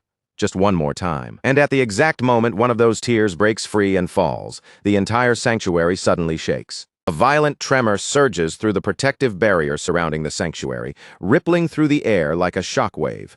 Every dragon gathered inside feels the disturbance at once, their attention snapping toward the source of the impossible impact. Someone gasps in alarm, the realization striking them immediately. The sanctuary itself is under attack. Another dragon quickly points out that no warning has come from the guards stationed outside, which only makes the situation feel even more terrifying. None of them can understand how anyone could possess enough power to break into a barrier of this level without being intercepted first. Then, before the dragons can even fully make sense of what is happening, the barrier gives way and shatters. And beyond the broken remains of that barrier stands Ellison, appearing as though he has torn open the heavens themselves just to force his way into this sacred place. He looks into the stunned hall, facing all the dragons staring back at him, and calmly apologizes for arriving late. Then his gaze moves past everyone else and locks straight onto Rurin. With no hesitation left in his voice, he tells her clearly that he is done holding himself back. Dihegma is the first to fully understand the weight of Ellison's arrival. He recognizes the human standing before them immediately, one of the three great heroes of the war, the only Ninth Circle magician, and the legendary Dragon Slayer. For one brief and unguarded moment, Medidana almost looks genuinely pleased to see him. The feeling slips out so openly that he even urges Ellison to take Rurin away from there. But then Medidana remembers the place he is standing in and the role he must uphold before the entire clan. His expression hardens once more, and he demands that Ellison state clearly why he has come. Luhad, arrogant even in the middle of such a shocking intrusion, is the first to step forward. He declares that Ellison is nothing but an intruder who has dared to violate sacred ground. He says he has wanted to challenge Ellison for a long time, and now the perfect excuse has finally appeared in front of him. By forcing his way into the sanctuary and interrupting the ritual itself, Ellison has committed an act that every dragon present would recognize as blasphemy. To Luhad, Ellison's presence alone is enough to stain the sanctity of the ceremony. But Ellison only answers in a low, dry tone, saying he already apologized, and no one ever warned him that merely standing in front of a dragon was enough to be sentenced to death. Luhad takes that calm reply as open mockery. His anger flares hotter at once, twisting his expression with rage. Furious, Luhad shifts his form and prepares to crush the insolent human in front of the entire hall. In his mind, all the legends about Ellison must be exaggerated, because there is simply no way a human who killed a few dragons could actually stand on equal ground with him. But in the very next instant, Ellison's magic crashes into Luhad and slams him straight down into the ground. The hall falls completely silent. Every dragon freezes in place, stunned by how suddenly and effortlessly the confrontation ended. Ellison looks down at Luhad with cold eyes and declares that he is no longer qualified to stand there as Rurin's suitor. Luhad can barely understand what just happened. He was brought down by something that seemed like nothing more than simple reinforcement magic, and the humiliation of it strikes him almost as brutally as the spell itself. Ellison is ready to keep moving forward, but Medidana cuts in and warns him that the sheer force of his power is beginning to shake the sanctuary apart. Even with that warning, Ellison takes another step forward. His posture alone makes his position unmistakable to every dragon watching. He was the one who brought the war to an end. He was the one who restored peace between every race. He carries the Lord's heart, and on top of that, he has absorbed the ancient marble as well. Ellison tells Medidana directly that if this comes down to strength, then he has more than enough power to uphold the dragon pact by himself. The dragons around him feel the weight of that declaration sink into them, like pressure against their bones.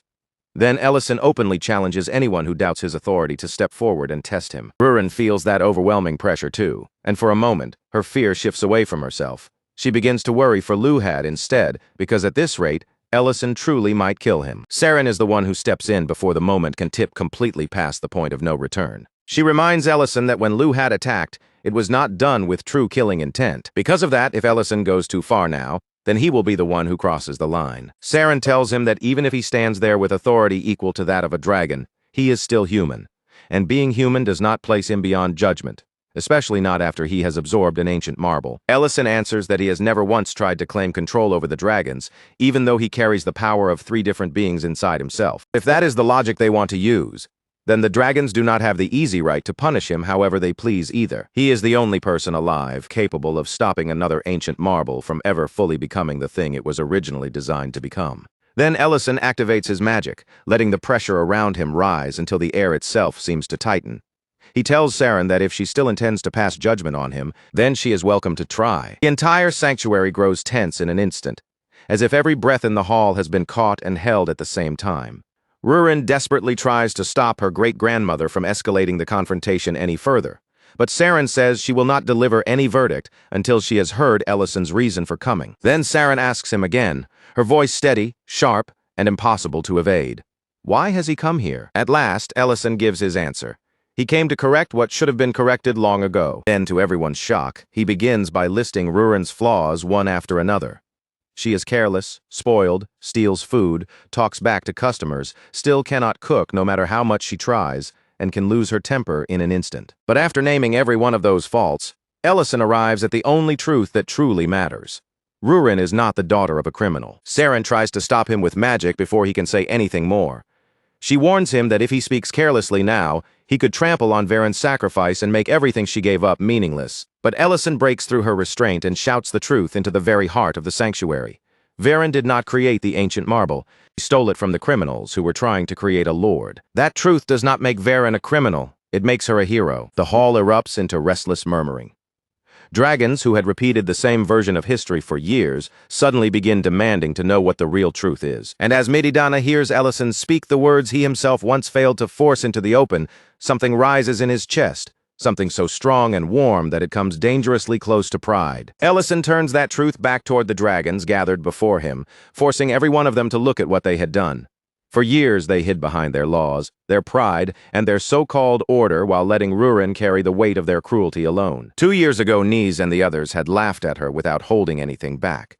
They called her nothing more than a criminal's daughter, sneering at her pain and mocking the very idea that Varen's honor could ever be restored. And even among the dragons who understood that Nisa had feelings for Rurin, some still called him warped and twisted.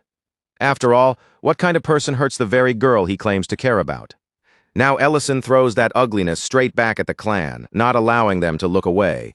When Rurin had no value to them, they were perfectly content to abandon her and let her suffer on her own. But the moment she became useful, suddenly they were ready to welcome her back with open arms, pretending the past could simply disappear.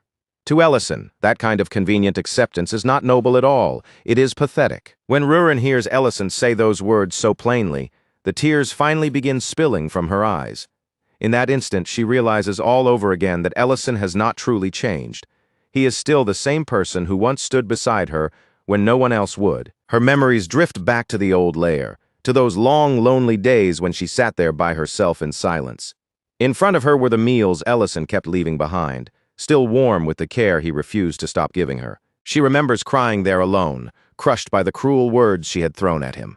And through that pain, she had finally admitted to herself that she had been wrong when she claimed she was alone. And just as that loneliness felt heavy enough to swallow her whole, she heard his voice again. Ellison had kept the rift open all along because somewhere deep inside, he had suspected that something like this might happen and that Rurin might need a path back. And there he was again, standing before her with a plate of food in his hands.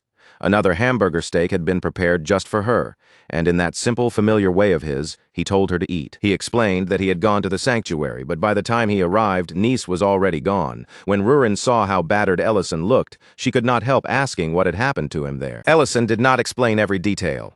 Instead, he told her only the part that mattered most. She had not been thrown away, because he had already taken her in. Back at the sanctuary, he had declared it in front of everyone without hesitation. Rurin would be coming with him. Standing before her back then, Ellison said he planned to open a restaurant, and if he was going to do that, he would need her help. Besides, if she came along with him, she could keep eating the food he made. Now, back in the present, Ellison says it again in a stronger way. He took Rurin in once before, and this time, he has absolutely no intention of letting her slip away from him again. This time, he does not stop there. He admits that he will no longer hide his feelings behind the excuse that he needs help running the restaurant. The reason he wants Rurin beside him is much simpler than that. He wants her there because he wants her there. Nothing dressed up, nothing hidden, and nothing more complicated than the truth. Before Ellison can continue, Rurin stops him in the only way that feels honest to her in that moment. She steps closer, closes the distance between them, and kisses him. Then, with her heart finally laid bare, she tells him he is far too late to start asking now. From the very beginning, she has always been his dragon. Madamada watches the two of them for a moment, then slowly lifts his gaze toward the sky above the sanctuary. In a quiet voice, he says that midnight has already passed. And with that, Rurin has now fully crossed the threshold and become an adult dragon. Madamada had already declared that if Rurin reached that moment without a mate, one would be chosen for her. But as he looks at Ellison standing at Rurin's side, Madamada says the answer is already clear to everyone there. Rurin has found someone worthy enough to be her mate. Then, Madamada finally does what should have been done long before this day. Before the entire clan, he restores Varen's honor and formally recognizes Rurin as an adult dragon, and deep inside his heart, he thanks Ellison for forcing him to act where his own courage had once failed. And so Rurin's ceremony does not end with chains closing around her future. Instead, it ends with blessings being placed upon both her and Ellison. For a moment, the memory drifts back to the past, to one of Rurin and Ellison's earliest conversations after she first heard about the restaurant. Ellison had explained that it was a place where people came to pay for food, and Rurin immediately brightened at the idea of endless meals, only for Ellison to remind her that the customers had to be fed first. Then Ellison noticed that Rurin had begun calling him, "my dear." Rurin answered as if it were the most obvious thing in the world, saying it was natural because he was her dear. He warned her that she could not just transform inside the restaurant whenever she felt like it, and she promised she would not. Even back then, Rurin had already started thinking about all those old stories she knew. Stories of dragons who chose to live beside humans, and sometimes even fell in love with them. Back in the present, Rurin asks for something to eat, even though it is already midnight. And of course, the thing she wants most is hamburger steak. Later that night, the two of them share those midnight snacks together, sitting quietly as they eat before finally returning to bed. And for the first time, even though they have slept beside each other countless times before, the atmosphere between them feels completely different from every night that came before. Ellison, suddenly nervous in a way he cannot quite cover up, awkwardly compliments Rurin's dress, as if he is searching for something safe to say. Rurin, just as flustered as he is, brings up how hesitant he became back at the bathhouse. It sounds like teasing, but even that teasing seems to be her way of hiding her own embarrassment. Still, both of them understand the truth without needing to say it directly. Something has shifted between them, and even Rurin's heartbeat feels strangely loud in the quiet room. Then, in a tone that is far too casual to be safe, Rurin says that her dress feels uncomfortable and asks whether Ellison can help her take it off. Ellison has barely started helping her when, without warning, a portal suddenly bursts open in the room, and through that portal comes the strictest, most perfectly timed interruption imaginable. Saren herself. Saren calmly announces that there are still matters she needs to discuss with Ellison. Poor Madamada tries to stop her from barging in any further, but Saren immediately reminds him that she never asked him to come along in the first place. Rurin's face turns bright red with embarrassment, and on pure instinct, she punches her grandfather before she can even think twice. Saren, completely unfazed by the chaos around her, says that this visit was entirely her own decision. Later, despite the absolute disaster that has just landed inside his room, Ellison still commits himself to being a proper host. He gathers himself and serves them whiskey. Ellison notes that Saren almost never leaves the sanctuary, then asks what exactly brought her all the way here. Saren answers that she will decide what to think only after hearing his response. Her assumption is straightforward.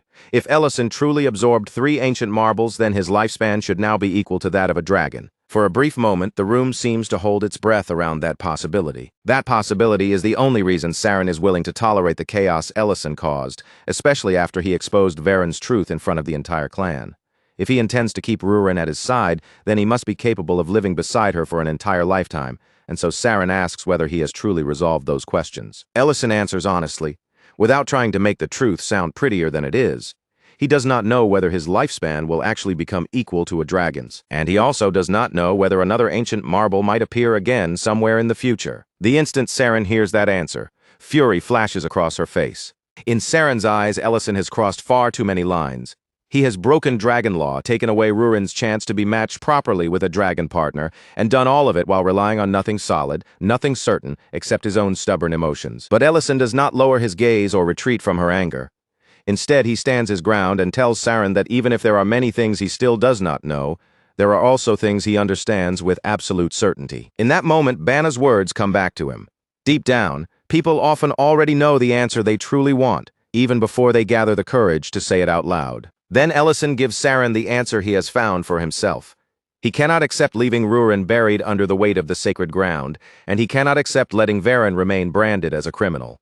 To him, those two things are undeniably wrong, and that truth alone is enough for him to act. Saren strikes back immediately, her voice sharp with anger. She tells him he clearly does not understand Varen's sacrifice at all. She explains that under normal circumstances, the owner of an ancient marble cannot absorb it into themselves. That is exactly why such marbles are kept with prisoners, separated from the one who created them. But Varen's case was different. Varen could have taken the ancient marble into herself, and yet she chose not to, all for the sake of the clan. Saren asks Ellison if he truly understands what that decision required. The devotion, the restraint, the endless patience, does he really grasp what kind of resolve Varen had to carry in order to make that choice? Ellison answers with the one question Saren least wants to face. After all that devotion and sacrifice, what did it actually leave behind in the end? Even after Varen gave everything she could, the Dragon Lord still rose. Varen still died without being able to save herself, and in the end, Rurin was forced to absorb the ancient marble with her own body just to stop the Lord from being completed. Saren reminds Ellison that if he truly experienced the war as deeply as he claims, then he should understand that what dragons call punishment was also, in its own harsh way, a form of mercy. Ellison tells her that he does understand, and because he understands, he cannot accept punishing someone for a fate they never chose and for power they never had the ability to control. Those words strike something buried deep inside Saren, pulling her memories far back into the days of her own youth. Long ago, there was a boy named Sardalan, a red dragon who approached her with an irritating little joke, teasing her simply because both of their names began with Sa. Sardalan never seemed to care that Saren was a black dragon while he was a red one. To him, that difference in lineage was never important enough to make him stay away from her. Back in the present, Saren quietly says that it has been a very long time since she last heard someone speak words like Ellison's. Then she reaches up and removes her tiara. The moment Ellison sees it clearly, his eyes sharpen because he immediately notices something familiar about its shape. The tiara looks far too much like the Dragon Lord's necklace for the resemblance to be dismissed as coincidence. Saren reveals the truth with calm, painful simplicity. That tiara was a gift from him. Everyone in the room falls into stunned silence, and with that single revelation hanging in the air, Saren's past begins to unfold before them. Sardalan had been troublesome from the very start. He kept showing up in front of Saren, kept following after her, and kept inserting himself into her days so persistently that eventually she had no choice but to acknowledge his presence. He promised her that he would come back the next day, and just as confidently as he said it, he returned. One day, Sardalan brought Saren to a cliff he thought was beautiful, a wide and open place where the sky stretched endlessly above them. There, standing together beneath that open sky, the two of them awkwardly complimented each other's hair. Their words were clumsy and innocent, carrying the shy warmth of young love. In the present, Saren admits the truth plainly. She loved him, but that love never reached the future they wanted. Before her own coming-of-age ceremony, Saren chose to end things between them.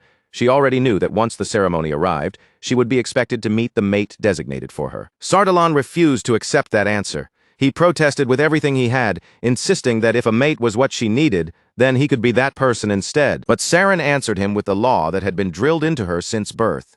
Dragons of different lineages were forbidden from mixing their blood. The reason behind that rule was fear. If an incomplete dragon lord were ever born, the dragon's natural resistance to command could be weakened. Back then, Saren told Sardalan she could not allow that to happen. It was not because she felt nothing for him, but because she believed duty had to stand above her own desires. So she pushed Sardalan away, and the rejection broke him. Even then, he would not accept her reasoning as anything more than an excuse built from rules and fear. He reminded her that neither of them had chosen the lineage they were born into, and loving her was not something he had been able to choose or control either. Before leaving, Sardalan broke his necklace into 2 pieces and placed one half in Saren's hands. It was as if he had torn away a piece of his own heart and forced her to hold it. He told her to stop hiding behind bloodline and rules.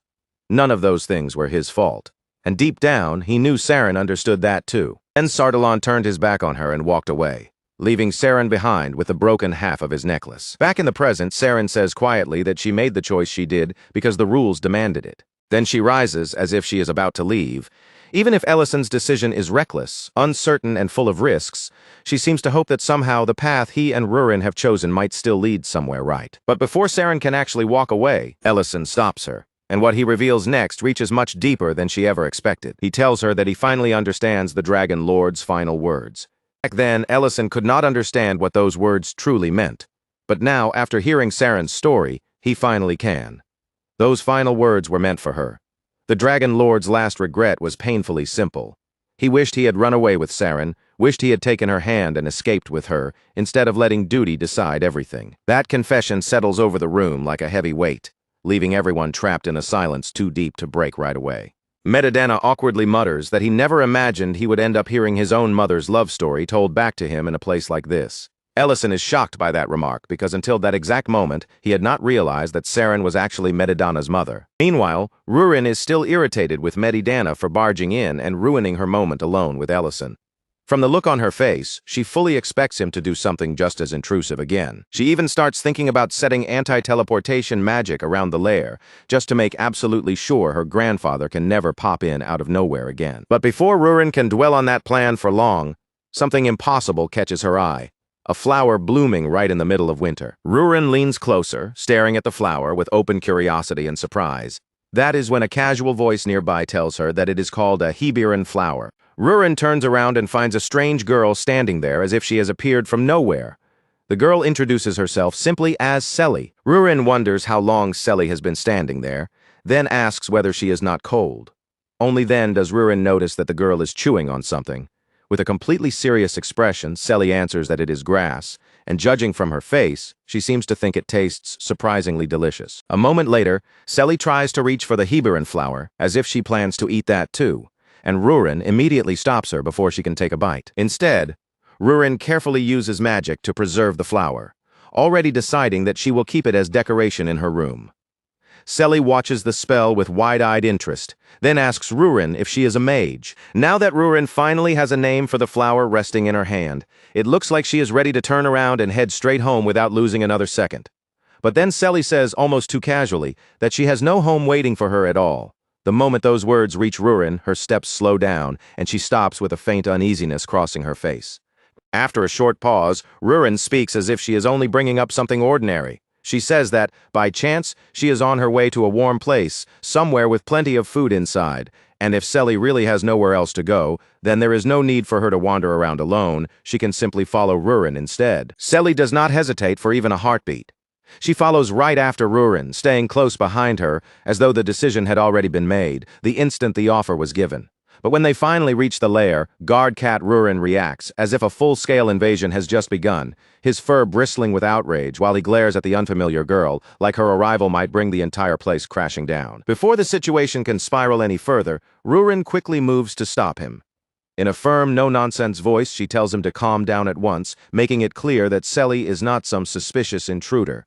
She is Rurin's guest, and as far as Rurin is concerned, that explanation should be more than enough. Once Rurin finally steps inside the lair, the tension in her shoulders visibly loosens. The place feels much calmer than before, and to her obvious satisfaction, all those troublesome relatives who had been crowding around and making everything noisy are finally gone. Ellison's attention shifts to Rurin almost the moment she appears. Before she even has a chance to fully settle in, his eyes catch on the flower she is carrying, and his gaze stays there for a moment, clearly noticing the unfamiliar bloom in her hand. Rurin lifts the flower with a proud little air, as if it has already become something precious to her, and tells Ellison its name. Then, without sounding the least bit uncertain, she announces that she has decided to grow it on the second floor of the restaurant, speaking as though the plan has already been approved and settled. Only then does Ellison finally notice Sally standing nearby. But before he can properly ask who the girl is or why she is there, Sally steps forward with complete confidence and introduces herself in the most unexpected way possible, boldly claiming that she is Rurin's little sister. Rurin reacts immediately, her expression tightening as she snaps back in protest. She makes it absolutely clear that Sally is not her little sister, not even close. Rurin insists that she is her mother's one and only child, and the only reason she brought Sally along is because the girl had nowhere else to go. Ellison does not scold her or question her decision. Instead, he gives Rurin a gentle smile and reassures her that he is not judging her for bringing Sally back. If anything, he seems genuinely happy, because seeing Rurin look after someone else in her own clumsy way clearly warms his heart. The instant Rurin hears that, her mood shifts like a switch has been flipped. Her eyes brighten, her posture lifts, and she starts quietly fishing for praise, obviously expecting Ellison to properly recognize just how generous and impressive her good deed has been. But then Ellison suddenly grows awkward, his expression stiffening as he reminds her that there is a child standing right there, listening to everything they say.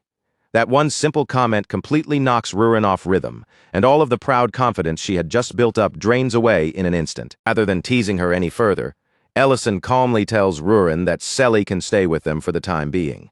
Then, in the same natural tone, as if the decision has already been made, he places the responsibility of watching over Sally directly on Rurin's shoulders, leaving Rurin looking noticeably less than thrilled. By the time the next morning arrives, Crest looks genuinely glad to see Rurin back in the place where she belongs.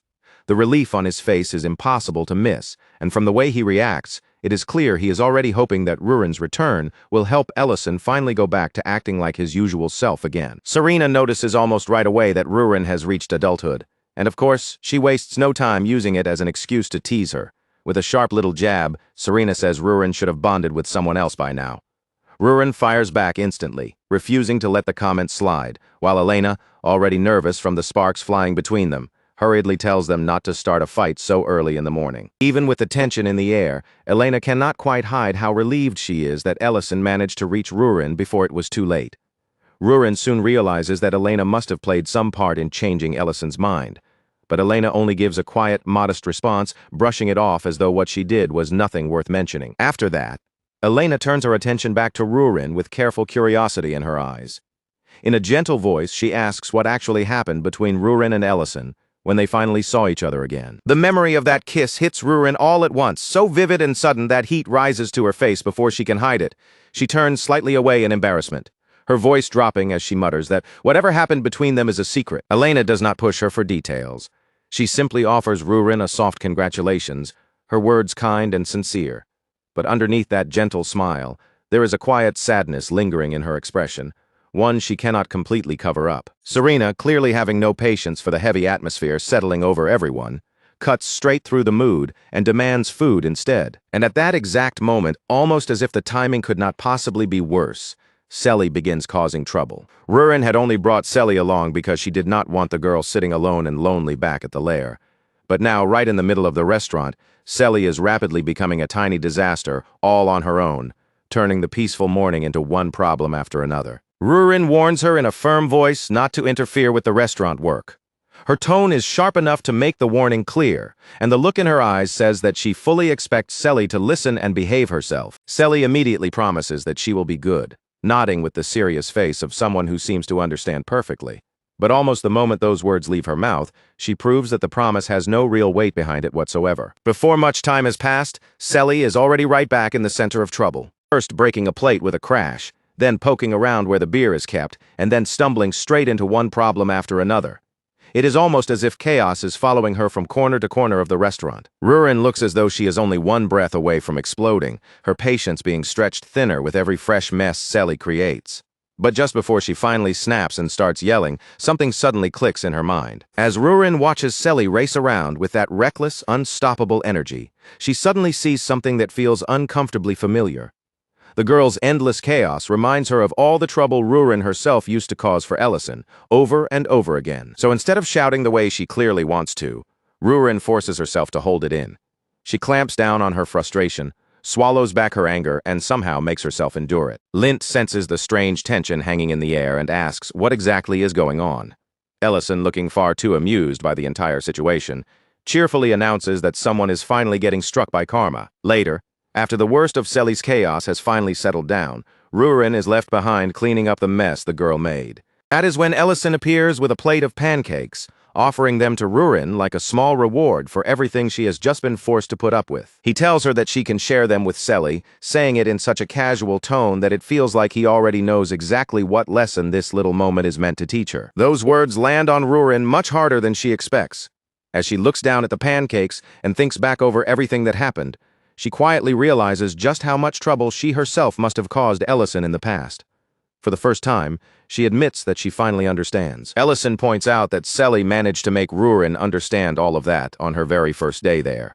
And when he says it that way, it really is strangely impressive, even if the lesson arrived through broken plates, spilled patience, and pure chaos. After some time passes, Rurin and Selly sit together with the pancakes placed between them.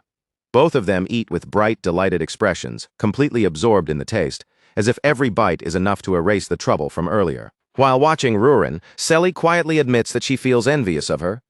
It is not only because Rurin gets to eat such wonderful food, though that is part of it. From Selly's point of view, Rurin also seems to be liked by everyone around her. Rurin freezes for a moment, caught completely off guard by that remark. The idea that Selly would see her as someone popular or well-liked seems to surprise her so much that she does not quite know how to respond at first. Selly explains her reasoning in the simplest, most straightforward way possible.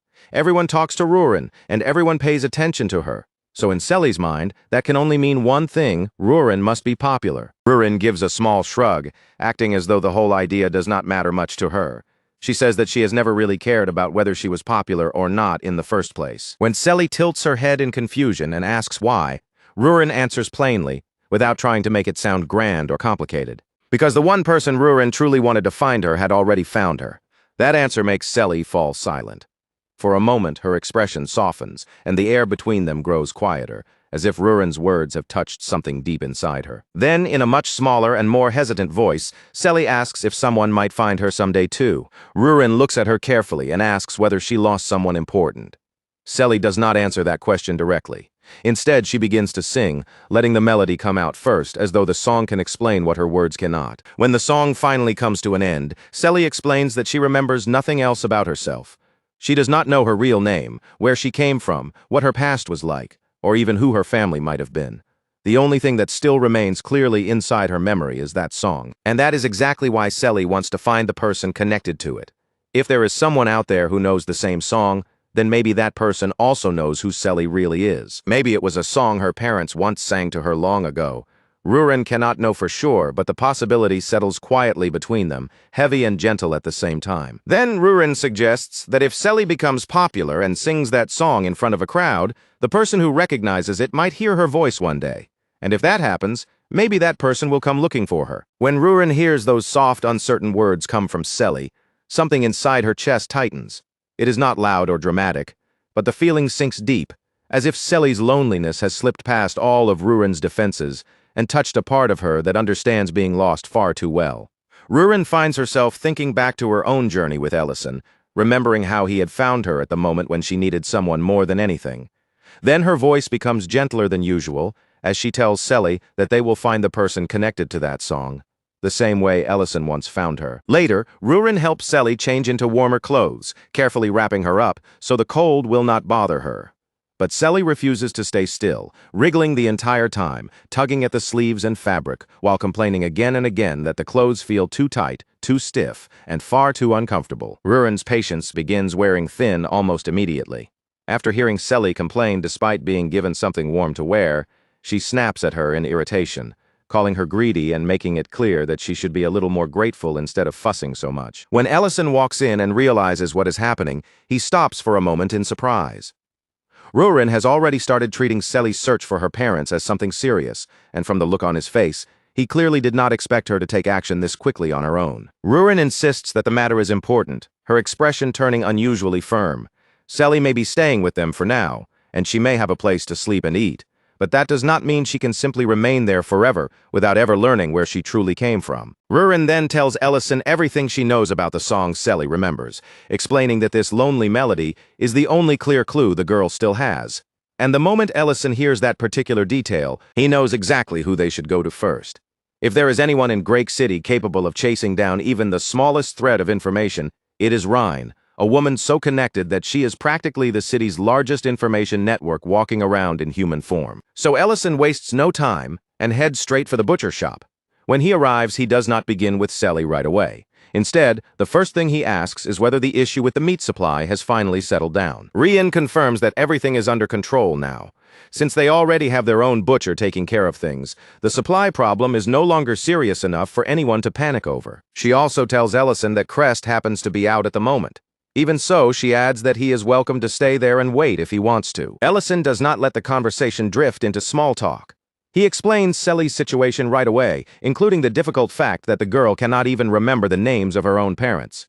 When Rhine says she wants to meet Selly herself, Ellison brings the girl in, with Rurin coming along beside her. Looking at Selly, Ellison tries to guess her age from her appearance and says she is probably somewhere around 13 or 14. Rurin immediately chooses 14 for her, settling on it with total confidence, as if the matter no longer needs any discussion. Rian carefully studies every detail written on the paper, taking in the song, the missing memories, and the few small clues they have managed to gather. After looking it all over, she promises that if she finds even the faintest lead, she will let them know right away. Ellison then gently tells Selly that she should thank Rain properly for helping them. Selly follows his instruction at once, offering her gratitude without hesitation, and showing that she understands how important this help might be. From there, the search truly begins. They ask around wherever they can, speaking with people across the city and following every possible hint, but hardly anyone has ever heard of a girl named Selly. At one point, someone brings up an old man named Oman who once lost his daughter, and for a moment it sounds like it might be something worth checking. But the details do not match Selly at all, so that lead falls apart like all the others, and the search has to keep moving forward. Meanwhile, the restaurant continues on with its usual lively rhythm. Meals are made, customers come and go, and familiar faces keep filling the space day after day. But no matter how much time passes, not one truly useful clue about Selly appears. Ellison slowly begins to worry, even if he tries not to show it too openly or say it too strongly. After all, if even Rhine cannot recognize Selly's name or connect that song to anyone in the area, then there is a real possibility that Selly's family may not be from Great City at all. So, hoping to soften the heavy mood hanging around them, even just a little, Ellison makes pancakes again. Then he tells Selly to go and bring Rurin with her so they can all eat together. A little while later, the three of them gather around the pancakes. Selly looks delighted as she eats, and with complete honesty, she says pancakes are her second favorite thing in the entire world, right after Rurin. Then Selly notices something strange. The restaurant is unusually quiet, with no customers filling the tables and no usual bustle in the room. Rurin explains that the restaurant is closed for the day, and Ellison casually asks Selly if she would like to go outside and play somewhere. Rurin understands what Ellison is trying to do almost immediately, even before he explains anything further. He is trying to cheer Selly up before the silence surrounding her missing parents becomes too heavy for such a young girl to keep carrying alone, so Rurin goes along with it without arguing. She turns to Selly and tells her that they can take her wherever she wants to go, letting the girl choose the place for herself. Selly thinks seriously for a moment, her face tightening with the kind of concentration only a child can show over something simple. Then she says she saw some eggs earlier, and now she wants to see the animals that laid them. Rurin immediately suggests something much grander instead. She offers to show Selly enormous creatures, bringing up Baron Eric and other impressive beasts, as if the bigger and more powerful they are, the more exciting the trip should be. But Selly rejects that idea right away. She does not want huge, intimidating animals towering over her. What she wants to see are the small ones, the cute animals that look gentle and easy to like. Ellison pauses and thinks about what kind of animal would fit that request. After a moment, he finally lands on the Sarabine birds they often deal with. He agrees to take Selly to see the birds, but he warns her ahead of time that seeing them is all she should expect. Touching them is a completely different matter. With that warning made clear, they set off together into Lemon Forest. The moment Selly spots one of the birds, her eyes light up with excitement. She immediately thinks it is adorable, and just as anyone would expect, the first thing she wants to do is stretch out her hand and try to touch it. Rurin, sensing a perfect chance to tease Ellison, gives Selly a sly little push and encourages her to go ahead and try it. She even points out that Ellison himself could not manage to touch one, making the whole thing sound less like a warning and more like a challenge that Selly should absolutely attempt. Ellison explains that even powerful, high-level magicians struggle to catch cerebin birds. Their senses are unbelievably sharp, reacting not only to ordinary sound, but also to the faint movement of the air and even the flow of mana, allowing them to slip away from almost anything before it can reach them. But before Ellison can even fully finish explaining how difficult it is, Selly simply reaches out and catches one. She does it so casually, so naturally, that it looks like the easiest thing in the world. Ellison's spirit seems to collapse right then and there, as if the sight has struck him harder than any actual attack could have. With painful clarity, Ellison realizes that he is now the only person standing there who still cannot manage to touch one of those birds. Meanwhile, Lord Ryden and his wife have also heard about Selly and the situation surrounding her. When his wife mentions that Rurin and Ellison are searching for the girl's parents, Lord Ryden's expression changes instantly. His face turns serious in a way that catches her off guard. For a brief moment, his wife worries that she may have said something wrong, or that her words somehow disappointed him. But what happens next is the complete opposite of what she fears. Lord Ryden decides that he wants to help with everything he has, all for Ellison's sake if necessary. He is ready to mobilize the entire administration of Drake City and put the full force of the territory into the search. He even offers to pay a reward from his own vault to anyone who can bring them real and reliable information about Selly's family. His wife is deeply moved by how determined he is, happy to see him taking the matter so seriously and with such sincerity. Then Lord Ryden gives the order for the guards to investigate every person entering the territory. At that same time, Selly is enjoying what feels to her like the happiest day she has ever lived, spending it together with Ellison and Rurin. She teases Ellison for looking so grumpy after failing to catch the bird, clearly amused by his defeated mood. Rurin immediately joins in as well, calling him slow with absolutely no mercy. Once Selly realizes that catching the bird is not something everyone can do, her happiness grows even brighter, because in her eyes, this means there may truly be something special about her. Something that belongs only to her and might help her become popular someday. Selly starts shouting with pure, overflowing excitement that this is the happiest day ever. She has warm pancakes, she has a scarf, she got to see Palenque, and now she is already dreaming about doing even more things tomorrow. Then Selly grabs one of Ellison's hands and one of Rurin's hands, holding them both tightly in each of hers.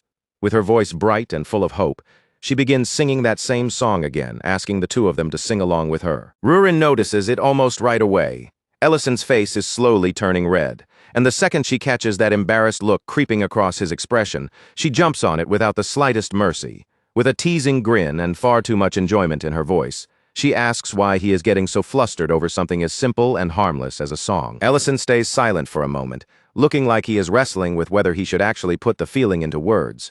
Then, after that awkward pause, he finally admits the truth. With Selly singing between them like this, it feels a little too much like a family scene, with Ellison and Rurin standing there like the parents, and Selly fitting right between them like their child. That answer hits Rurin in a way she clearly was not prepared for. She stares at Ellison for a second longer than usual, caught completely off guard. But instead of snapping back, denying it, or trying to cover up her reaction with anger, she quietly lets that image settle inside her heart and accepts it. Selly, completely unaware of the strange and awkward warmth passing between the two of them, just keeps singing happily.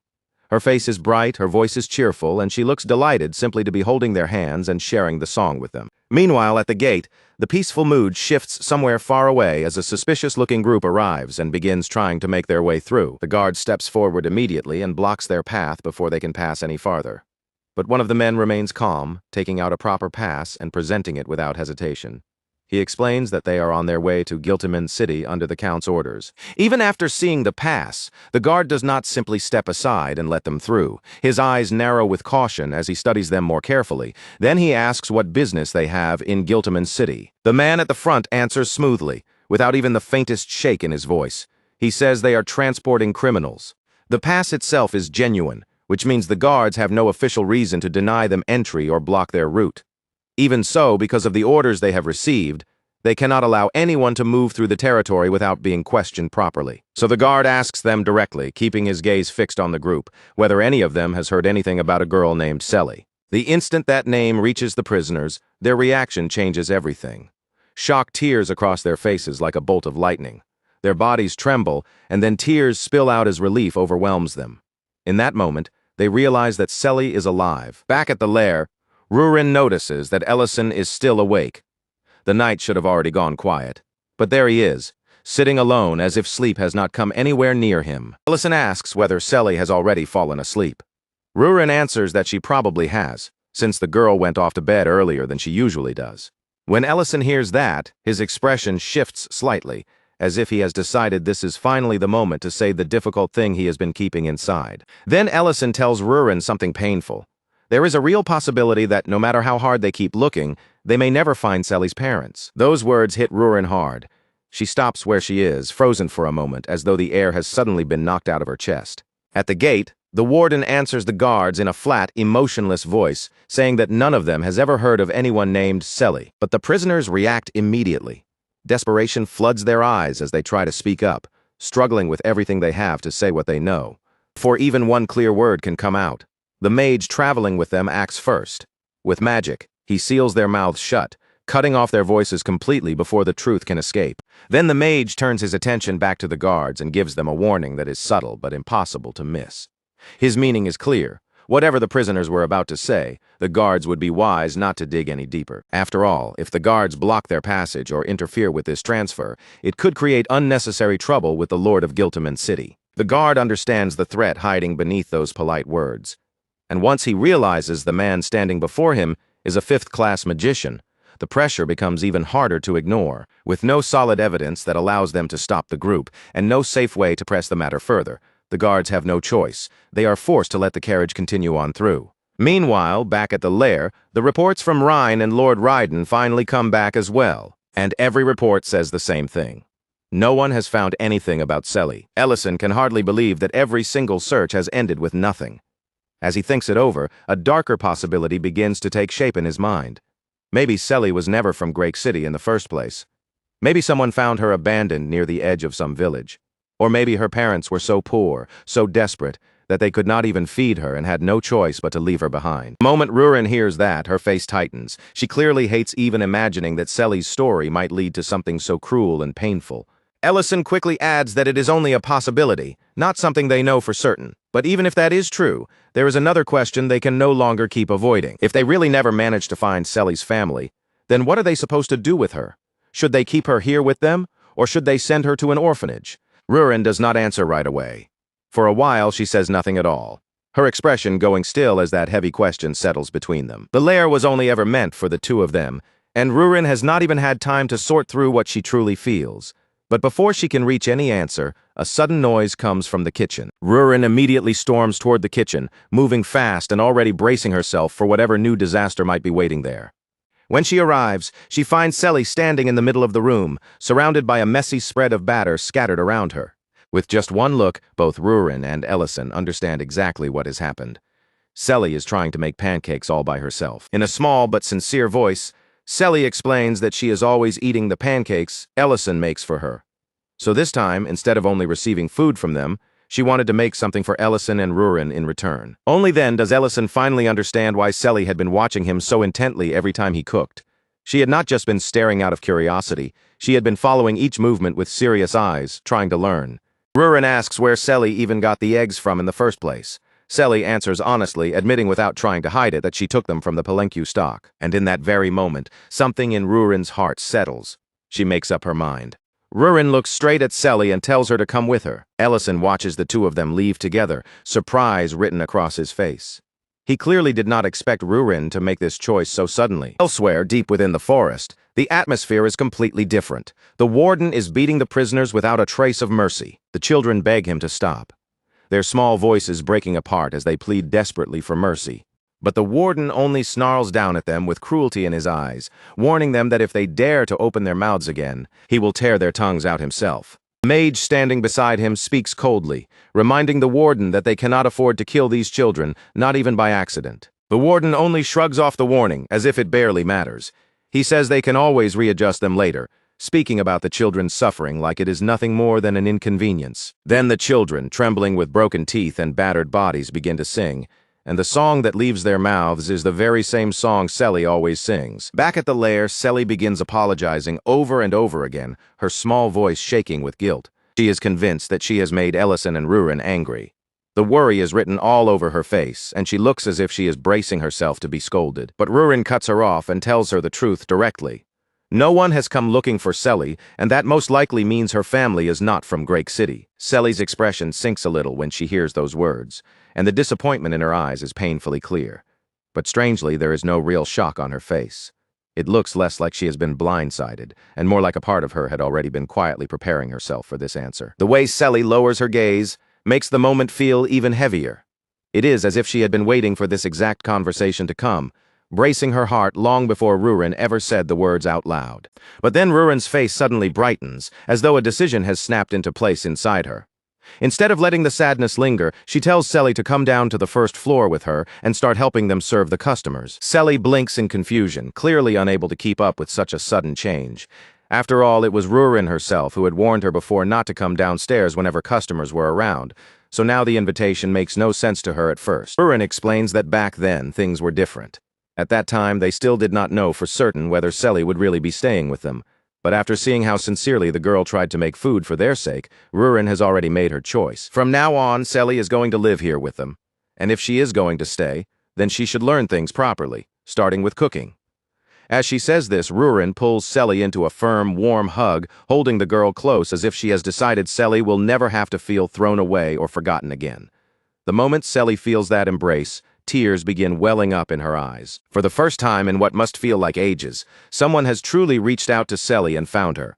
Not as a burden, not as a stranger passing through, but as someone precious enough to be held on to. Ellison stands nearby and watches the two of them together. As he sees Selly finally being welcomed into their little home, a quiet relief settles over him, softening his expression. Rurin then tells Selly that tomorrow she will take her around and introduce her to the people working at the ranch. Selly, still teary but already eager, says she wants to learn cooking from Rurin. But Rurin immediately corrects her without hesitation, making it clear that cooking lessons will be Ellison's job instead. But then all at once, Selly stops moving. Rurin notices the change in her right away and asks what is wrong. Selly keeps staring toward the nearby road, her voice quieter now, and says she recognizes it. That path is not completely unfamiliar to Selly. Somewhere deep in the fog of her lost memories, she has seen that road before. A faint memory begins rising inside her mind, blurry but strong enough to shake her. She remembers that she was supposed to meet someone there, somewhere along that very road. Rurin asks if Selly had made a promise to meet someone on that path. But instead of answering the question, Selly's face suddenly loses its color.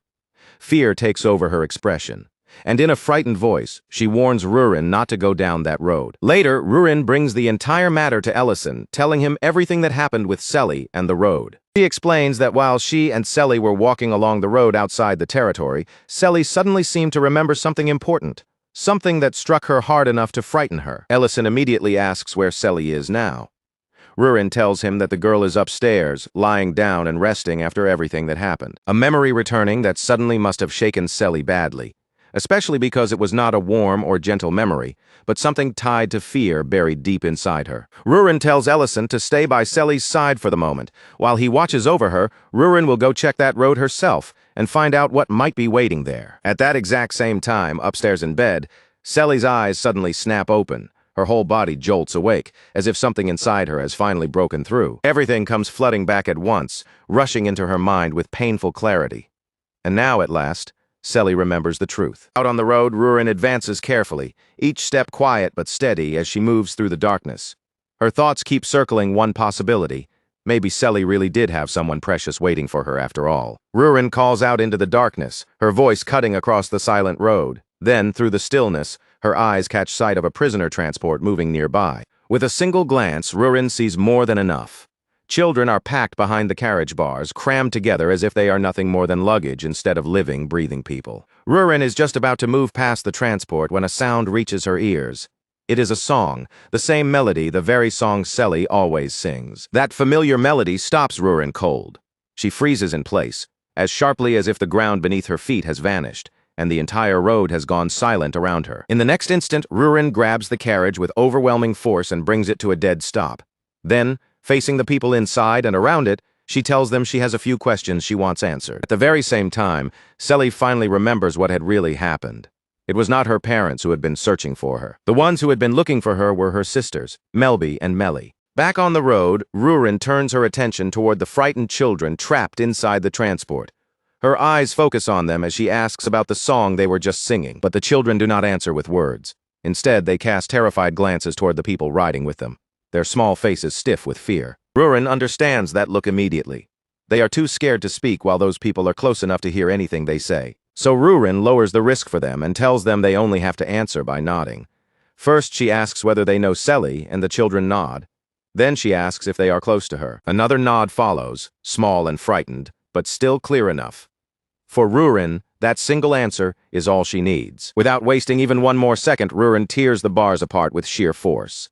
Then she declares that she is taking the children with her. The wardens are left completely stunned, frozen in disbelief, as the situation is ripped out of their control faster than they can even react. Then the mage Melikarsh steps forward, her glare sharp and threatening as she tries to seize control of the situation again. She demands to know whether Rurin has any idea whose carriage she has just dared to stop. Rurin answers with absolutely no interest in their authority or status.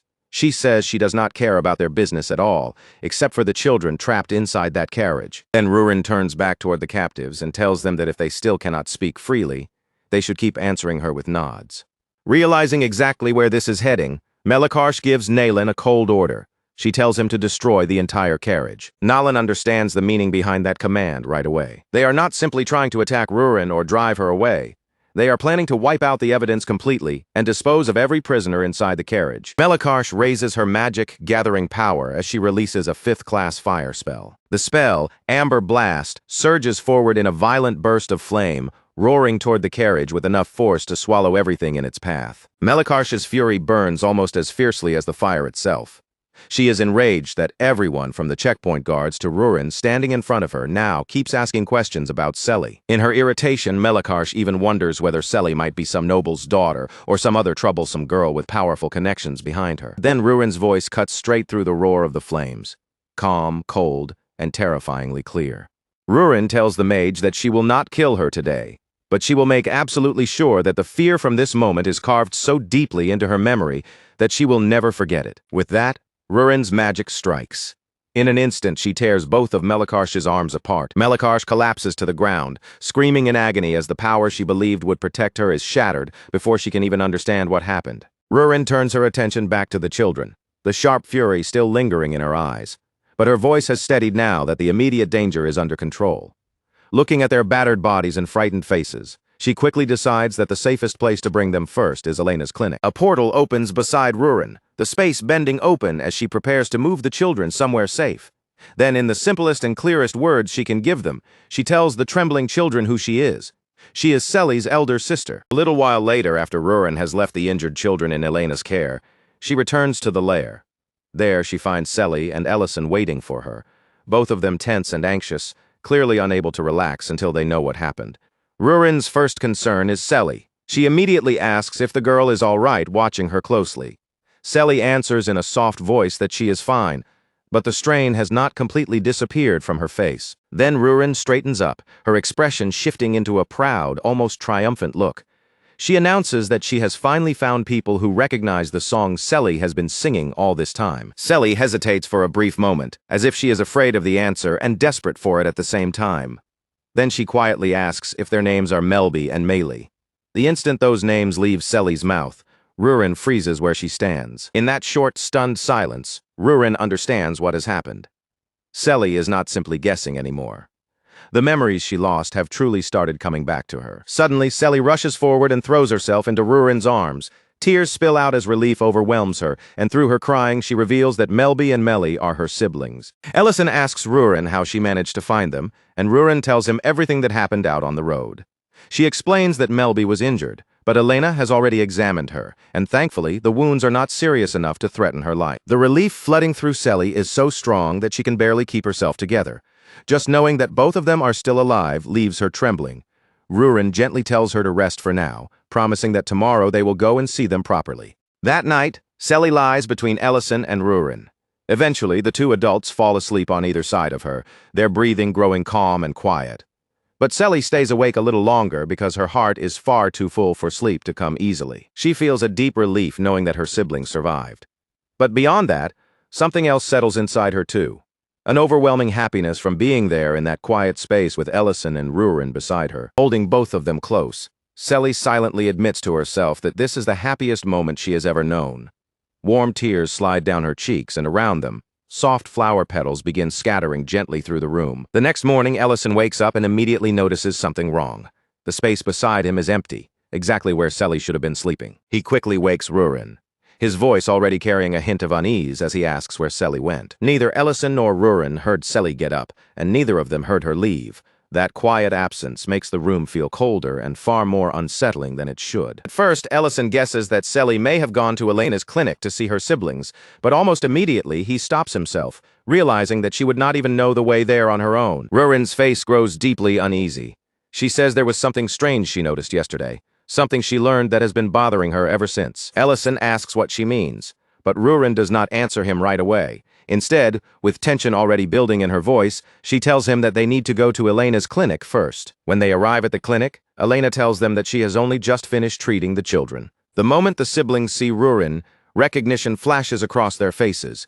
With trembling, grateful voices, they call her their savior.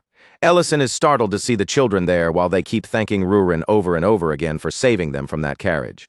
Then the children ask the one question that makes the air tighten around everyone. They ask where Selly is. Rather than answering in front of them, Rurin takes Ellison outside. Ellison asks where she is heading now, but Rurin avoids giving him a clear answer and moves straight toward Rhine. When they reach Rhine, Rurin asks if Selly is there. Rhine says she is not. Then she adds something even more unsettling. She has never personally met Selly at all. The moment those words reach Rurin, all the color drains from her face. Only a few days earlier, when they had gone to ask Rain for help searching for Selly's family, Selly was supposed to have come along with them, but Rain insists that never happened. According to her, the only people who came that day were Rurin and Ellison. That realization hits Rurin with pure horror, as if the ground beneath her feet has suddenly vanished and left her standing over nothing. Back at the clinic, Selly's siblings reveal something just as disturbing. Selly had called both of them her sisters, even though only Melly is actually related to her by blood. Their memories are so blurred and damaged that they can no longer clearly remember everyone's exact ages. But then one of them says something that changes the entire situation. Selly is supposed to be the same age as them. Ellison is completely thrown by that statement. The first thing he does is ask the siblings how old they are. Melly answers that she is 17, while Melby is 18. But Selly, just from the way she looks, should only be around 13 or 14 years old. Those numbers strike Ellison like a warning bell ringing in his mind. No matter how he tries to line up the facts, none of it fits together properly. Elena notices the look on Ellison's face and asks what is wrong. His expression makes it seem as though he has just noticed something impossible. What weighs on Ellison is the missing gap between the facts. 5 entire years that simply do not fit anywhere in the truth they have been given. From there, Ellison begins checking every detail he can with Elena and Serena, trying to confirm exactly what each of them actually saw and remembered. Both of them give him the same answer, and that answer only makes the situation even worse. Neither Elena nor Serena had ever truly seen Selly. Whenever Rurin had stormed upstairs before to scold the girl, Serena had simply assumed Rurin was going off by herself to sulk alone. As Ellison thinks back carefully, he realizes Rhine had never spoken directly to Selly either. The only ones who had truly seen Selly, talked with her, and treated her as someone real were Ellison and Rurin. Then, one after another, his memories begin falling into place in the worst possible way. He remembers Cat Rurin hissing at Selly the very first time the girl came to the lair. He remembers Rurin showing him the Heberin flower before he ever noticed Selly standing there. He remembers that Rurin had even said she wanted to grow that flower on the second floor of the restaurant. In that instant, all the scattered pieces suddenly connect inside Ellison's mind. Without wasting a single word, Ellison opens a portal immediately. Elena follows him right away, sensing from his urgency that whatever he has just realized cannot wait even a moment longer. As they move, Ellison says the key has to be the flower. Selly only appeared to him after Rurin showed him that Heberin flower, and that timing now feels impossible to ignore. When they reach the second floor, they find Rurin already standing there. In her hands, she is carefully holding a flower that has completely withered. Rurin says she watered it properly, so there should be no reason for it to have died so quickly. And then, all at once, the hidden truth begins rising to the surface. Everything Selly had used always seemed to return to its original state. Broken plates looked untouched again. pillow slipped back into place, and every small trace she left behind disappeared far too neatly, as if she had never been there at all. By then, the others have all followed Ellison into the room, gathering close behind him one after another. No one says much at first, because the moment their eyes land on that withered flower, the air turns heavy and the silence around it becomes impossible to brush aside. Rurin reaches the same dreadful answer almost at the very same time. Her expression slowly stiffens, her eyes narrowing as the realization settles over her. Selly might never have been standing there in the normal living sense at all. Then Elena's gaze locks onto the flower. For a moment, she simply stares, frozen in stunned silence, until recognition suddenly cuts across her face, like she has finally remembered exactly what it is. Ellison asks what kind of flower they are looking at. But before Elena can give a calm explanation, Serena suddenly snaps at Rurin. Her voice sharpens as she scolds her for bringing something so incredibly rare back home without even understanding what she had picked up. Elena finally speaks in a low, grave voice and explains that the flower is called La Platia. It is not just some unusual blossom, but a legendary flower whispered about as the undying flower of the underworld. According to the old legends, La Platia is said to carry what a departed soul leaves behind. It can hold an unfinished wish, final words that were never spoken, and even the desperate yearning of someone who still longs to be born again. And once that message reaches someone among the living, the flower's purpose is fulfilled, and it slowly begins to wither. As Elena's words sink into the room, the blood seems to drain from both Ellison and Rurin's faces. The moment Selly's siblings hear that explanation, panic takes hold of them. Their voices tremble as they urgently demand to know what all of this means for Selly herself. Rurin turns toward them with a tight, serious expression and asks them to tell her everything they can remember. She wants to know where they first met Selly, what happened at that time, and even the smallest detail that still remains in their memories. Melby begins to explain, her voice heavy as she says that when they first met Selly, all of them were slaves.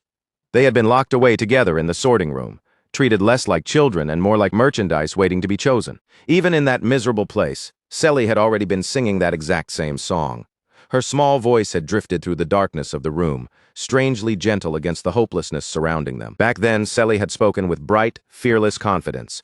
She said that once she finally made it outside, she would sing that song beneath the wide-open sky, where her voice could rise freely. Melly had wanted to play music beside her, and the three of them had even joked and laughed about Melby dancing along with the song. But no matter how warmly they imagined it, Melby herself just could not believe that such a future was truly possible. To Melby, freedom felt like something far beyond their reach. Unless someone bought them, they would never leave, and even if they were bought, it would only mean being carried from one cage into another. But Selly would not let them sink completely into that despair. She told them that no one would want to buy children like them anyway, so instead of waiting helplessly, they should use that time to grow strong enough to smash through their own bars one day. It sounded absurd, the kind of hope only a child could say out loud without hesitation. And yet somehow those reckless words reached them more deeply than any realistic comfort ever could. Then everything fell apart when the two siblings were selected by an old pervert who had far too much money, too much status, and too much influence behind him. No one else in the room dared to bid against him. Even worse, no one seemed willing to challenge him or stand in the way of the power he carried. The siblings were terrified. They could barely move, their bodies frozen stiff as the horror of what was about to happen to them pressed down on them. And that was exactly when Selly stepped forward. She raised her voice boldly enough to pull the old man's attention away from the two of them.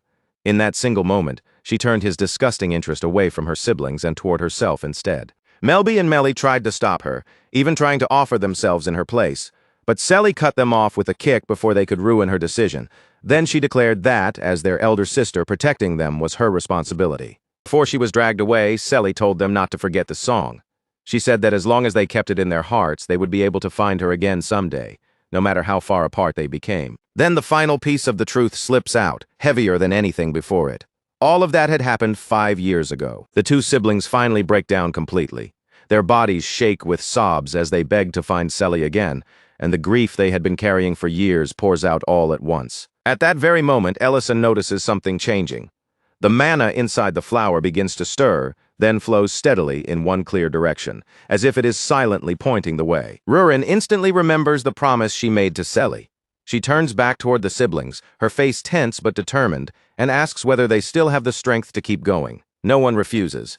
Without hesitation, everyone agrees to continue, ready to follow that faint current of mana wherever it leads them. They step out into the open and begin chasing after the flow of mana, watching it stretch ahead of them like a quiet guide pulling them forward. As they move, Rurin cannot stop the same question from circling through her mind.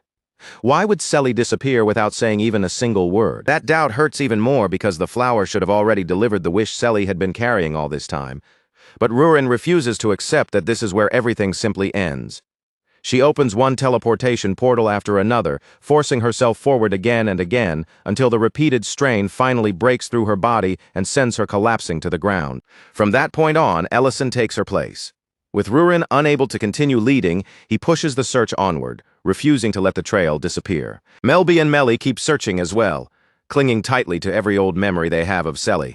They remember her casually eating grass, somehow turning even a cruel and miserable world into something strange, absurd, and almost funny. At last, the trail brings them to a lonely tower standing at the very end of the monotrail. It rises there in isolation, silent and distant, as if it has been waiting alone for years. They open a portal nearby and hurry straight toward the door. Each of them braces themselves with the same painful mix of hope and fear, wondering whether Selly might truly be waiting inside. But instead of being greeted by her smiling face, they hear her song drifting softly from within. And when they step inside, what waits for them is not relief, but pure horror. Inside the tower is Selly's body, or rather what 5 long years have left behind. A skeleton remains there, still held in place by the chains that never released her. Selly had been dead for 5 years. The instant that truth becomes undeniable, her siblings collapse over her bones, sobbing uncontrollably as the grief they had chased for so long finally tears open. Just then, Nolan and the mage arrive at the tower as well, apparently searching for a first aid kit to treat the mage's injuries. Nolan begins to report what happened. He is about to say that all the slaves have escaped, but the words stop when he sees the expressions on Ellison and Rurin's faces. In that instant, Nolan understands that this is no longer just about an escape. Something far more terrible has been uncovered in that room. The siblings are not only drowning in sorrow anymore. Their grief has twisted into something sharper, hardening into raw, burning fury. Rurin stares at Selly's remains, her voice cold with regret and anger. She says she gave that mage a chance to keep living, but now she realizes just how horribly she misjudged her. When the mage tries to activate magic again, Ellison moves first. Before the spell can even take proper form, he crushes it completely. Rurin follows immediately with an attack of her own, making it clear that any chance at mercy ended 5 years ago. Then Rurin steps closer to Selly's remains, her eyes dropping to the chain that is still fastened cruelly around her throat. With her own hands, Rurin breaks that chain apart. In a quiet voice, she says that Selly will never again have to feel that horrible tightness around her neck. At the same time, Ellison sees the flower's mana drifting gently into Selly's remains, as if the final fragment of her lingering wish is at last returning to the place where it belongs. Then, right in front of everyone gathered there, a faint presence begins to take shape. Before any of them can even understand what they are seeing, Selly's soul gently appears before their eyes, leaving the entire room frozen in stunned silence. She is wearing a soft, peaceful smile, the kind of expression that makes it clear she has no fear left in her at all. More than anything, she looks truly happy that her siblings kept their promise and finally managed to find her. Melby and Melly can no longer hold themselves back. They rush straight toward Selly and throw their arms around her, clinging to her so desperately and tightly that the embrace almost looks painful. But Selly does not complain at all.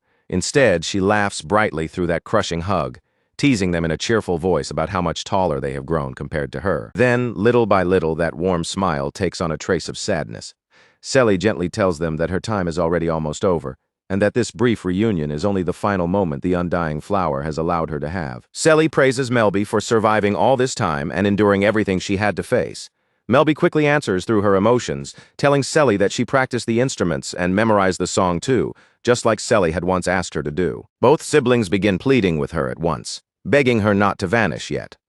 Their voices shake as they ask for just a little more time, because after everything Selly sacrificed, they finally want the chance to repay her. But Selly only gives them that same gentle smile. She tells them that this is simply what an elder sister is supposed to do, stand ahead of the younger ones, take the danger first, and protect them. Melby immediately argues back, her words breaking apart through her tears. She protests that they were the same age from the very beginning, and that Selly was never actually older than either of them. After that, Selly slowly shifts her gaze away from her siblings and turns her eyes toward Ellison and Rurin.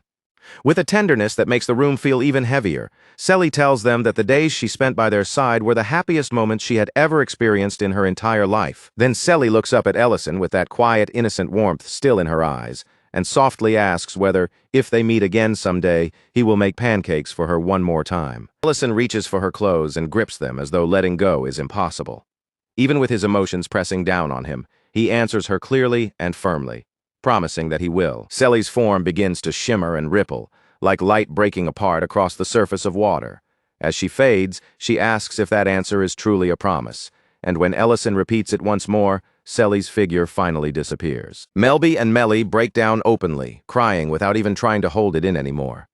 Rurin, meanwhile, stands completely still because she now understands exactly what Selly gave up just to spend those few precious days together with them. Sometime later, Ellison goes to find Rhine.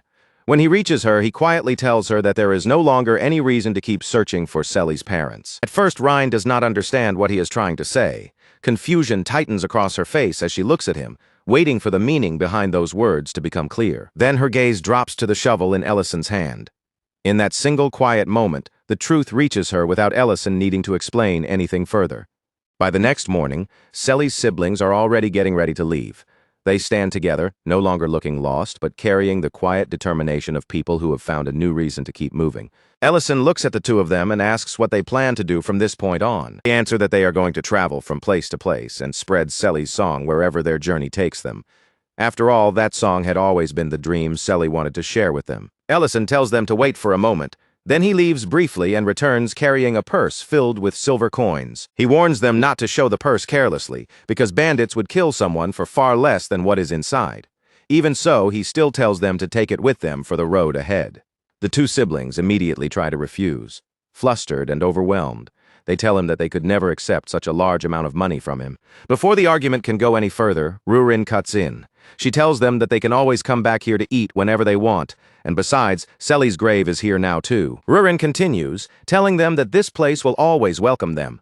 Ellison will, everyone else will, and she will too. With tears gathering in their eyes, the siblings thank them over and over before finally setting off on their journey. And with that farewell, the long search for Selly's parents quietly reaches its end. That night, Ellison has a dream. In that dream, Selly is meeting someone in a place that feels strangely soft, gentle, and warm, as if there is no pain waiting for her there. A woman places a plate of pancakes in front of Selly, and the moment Selly sees them, her entire face lights up with pure delight. The woman smiles at her and says that her pancakes must surely taste better than the ones Ellison makes. But after Selly takes a bite, she answers happily that they taste exactly the same as the pancakes she ate before. The woman then asks if Selly had those pancakes at the restaurant run by that mage. Selly immediately says yes, and with the same bright honesty she adds that there was also a girl there together with him. The woman is revealed to be Ellison's mother. With a gentle expression, she asks Selly to tell her more about that restaurant and the people there. Ellison wakes up all at once, drenched in sweat. His body is tense, his breathing uneven, as though he has just returned from somewhere impossibly far away. Beside him, Rurin looks at him quietly and says that she saw the exact same dream. She then adds that the woman in the dream carried Ellison's scent, making the vision feel even less like an ordinary dream. Ellison quietly says that Selly will never have to go hungry again. And in that moment, both he and Rurin understand that what they witnessed was not merely a dream after all. That same evening, one of the slaves who escaped from the transport ends up on a street corner, reduced to begging with nothing but a miserable disguise and a lowered head. A restaurant owner soon steps outside in irritation. His face twists with anger when he notices a beggar sitting right in front of his business. Without showing even the slightest bit of sympathy, the owner throws water over him, trying to drive him away from the entrance as quickly as possible. The man mutters under his breath that leftover scraps are worthless anyway. Then he grumbles that he misses the bowls of rice from Great City, the kind of meals so good that nobody ever left even a single bite behind. But this beggar is not actually some helpless man from the street. It is Diriant, hiding himself in disguise. Diriant glances toward the cook, and for a brief second wonders if this restaurant might be one of Ellison's rivals. But he quickly pushes that thought aside, because tonight he has a mission to carry out. This time, Diriant is playing the role of bait. He knows the sort of people he is trying to lure out, and people like that always target prey who appears weak, alone, and easy to overpower. So, just as planned, he slowly drifts away from the busier street and makes his way into a quieter alley where fewer eyes can follow him. And exactly as expected, several men emerge from the shadows. Before Diriant can make any obvious move, they close in and bind him. One of the men sounds disappointed the moment he realizes their target is male, as if the capture has already become less valuable to him. Another man simply shrugs off the complaint. He says they still have a quota to fill, so worrying about whether the target is male or female is a luxury they cannot afford. Diriant slips into the role perfectly, making his body shrink back as if fear has completely taken over him.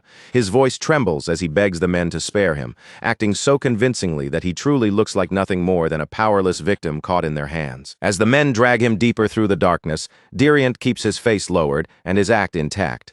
But inside his mind, his thoughts begin drifting back to Dedran. He remembers the day that city was finally broken open. The moment the corrupt officers were brought down, the trafficking dens were crushed, and the freed slaves cried out in relief, like people stepping under the open sky for the first time in their lives. Even in that moment of victory, Diriant had warned them not to celebrate too early. If Ellison had not appeared and acted at exactly the right time, the number of bodies left behind would have been far worse. Their weakness had not been something harmless or easy to overlook, because they had not yet gained the strength to defend themselves. They had lost comrades they could never call back again. And yet Diriant had still praised them from the heart. They had absorbed the basics of self-defense quickly, and when the moment truly mattered, that knowledge had made a real difference. With their fists clenched tight and their voices still trembling from everything they had survived, they swore that from that day forward they would become stronger. Then, just before Diriant departed, several of the freed slaves stopped him. They bowed their heads and thanked him for teaching them how to fight back with their own hands. Even after Ellison had rescued them from slavery, the fear had not simply disappeared. The terror of being captured again and sold all over once more still clung to them like a shadow that refused to leave. But now, thanks to what Diriant had taught them, they believed they could resist if that nightmare ever came for them again. Diriant had tried to reassure them, saying the world around them was already beginning to change, because Ellison had destroyed the breeding and classification facilities that kept the entire system alive. Then one girl among the freed slaves spoke up and revealed something far worse. The nightmare had never been limited to one city. After Ellison destroyed those facilities, her memories came back, and with them came the truth. There were other sorting rooms, other breeding sites, and more cages hidden across different territories. That confession struck Diriant hard. The revelation chilled him in a way that even the most brutal battlefield report never could. That is exactly why he is here now, disguised as a slave and allowing himself to be captured on purpose. His goal is to be dragged directly into another facility and uncover it from the inside. Among the captives, Diriant blends in well enough. He keeps himself quiet and low profile, feeling a small sense of relief that, aside from soldiers, almost no one here should be able to recognize his face. Even so, for one brief moment, he wonders if he should have asked Madrine to cover his face with illusion magic before throwing himself into a plan. This reckless. The sorting officer notices Diriant's sturdy build almost immediately. After one look at his frame, the officer decides that a strong man like him should bring in a good price once he is put up for auction. Diriant is thrown into a holding area and ordered to stay there until dawn. But instead of panicking, he calmly begins studying everything around him, the bars, the layout, the spacing between exits, measuring each distance with his eyes, as he prepares the route he will use when it is time to escape and report what he has found. Then his attention shifts to the other slaves nearby. Among them, he notices a girl being punished cruelly right in front of everyone. That sight alone is enough to change everything. Diriant has never been the kind of man who can sit quietly in place and watch someone suffer without doing a thing. With one sharp motion, he snaps his restraints apart. Then he rises to his feet, his body already set to move. A guard notices him right away and rushes in, trying to stop him before he can cause any more trouble. Diriant drops the man without even a trace of hesitation. By that point, panic is already spreading through the facility. The guards believe a full slave uprising has begun, so they start calling troops in from every direction, while Diriant prepares to remind them that the Empire still has laws, even if men like them forgot that truth long ago. Back at the restaurant, the mood could not be more different. Ellison is in the kitchen, teaching Linte how to make braised short ribs. Linte immediately praises the rich aroma rising from the dish, but his eyes keep drifting curiously toward the unfamiliar metal pot Ellison is using. Ellison explains that it is called a pressure cooker, a tool designed to cook ingredients evenly under powerful heat. Of course, Ellison could recreate the same effect with magic if he wanted to, but this pot is meant for Linte, so he can prepare the dish by himself even when Ellison is not there to lend a hand. Lint catches the meaning hiding beneath Ellison's calm explanation. He looks at him closely and asks if Ellison is planning to go somewhere. Ellison pauses for a brief moment before answering. In the end, he only says that he needs a change of pace. Inside the dining room, the food is such a hit that Ya has completely given up on manners and is happily tearing into the meat with his bare hands. His wife quickly scolds him for behaving like that in public. But almost as soon as she says it, she has to admit the truth as well. Trying to eat food like this with a knife is honestly just a miserable experience. Rurin appears with a warm towel and casually tells her to just use her hands. If that is easier, then wipe herself clean afterward. Mate watches the little exchange and realizes this is the first time in a while that she has seen Rurin smile so naturally. Serena notices it too, remarking on how quickly Rurin seems to have bounced back from the entire sea incident, and that comment surprises everyone around them. Meanwhile, back at the facility, the scene around Dariant has already turned grim, with bodies beginning to pile up around him. He has cut down several guards by now, and one of them curses him with his final breath. The dying man demands to know what kind of monster Dariant is, before finally collapsing. Dariant glances down at the sword in his hand. It is not even his own blade, and the edge is already chipped from use, but for the moment, it is enough. He knows the job is far from finished, but just as he steps toward a nearby woman to free her from captivity, someone moves directly into his path. The man standing before him sounds more irritated than frightened.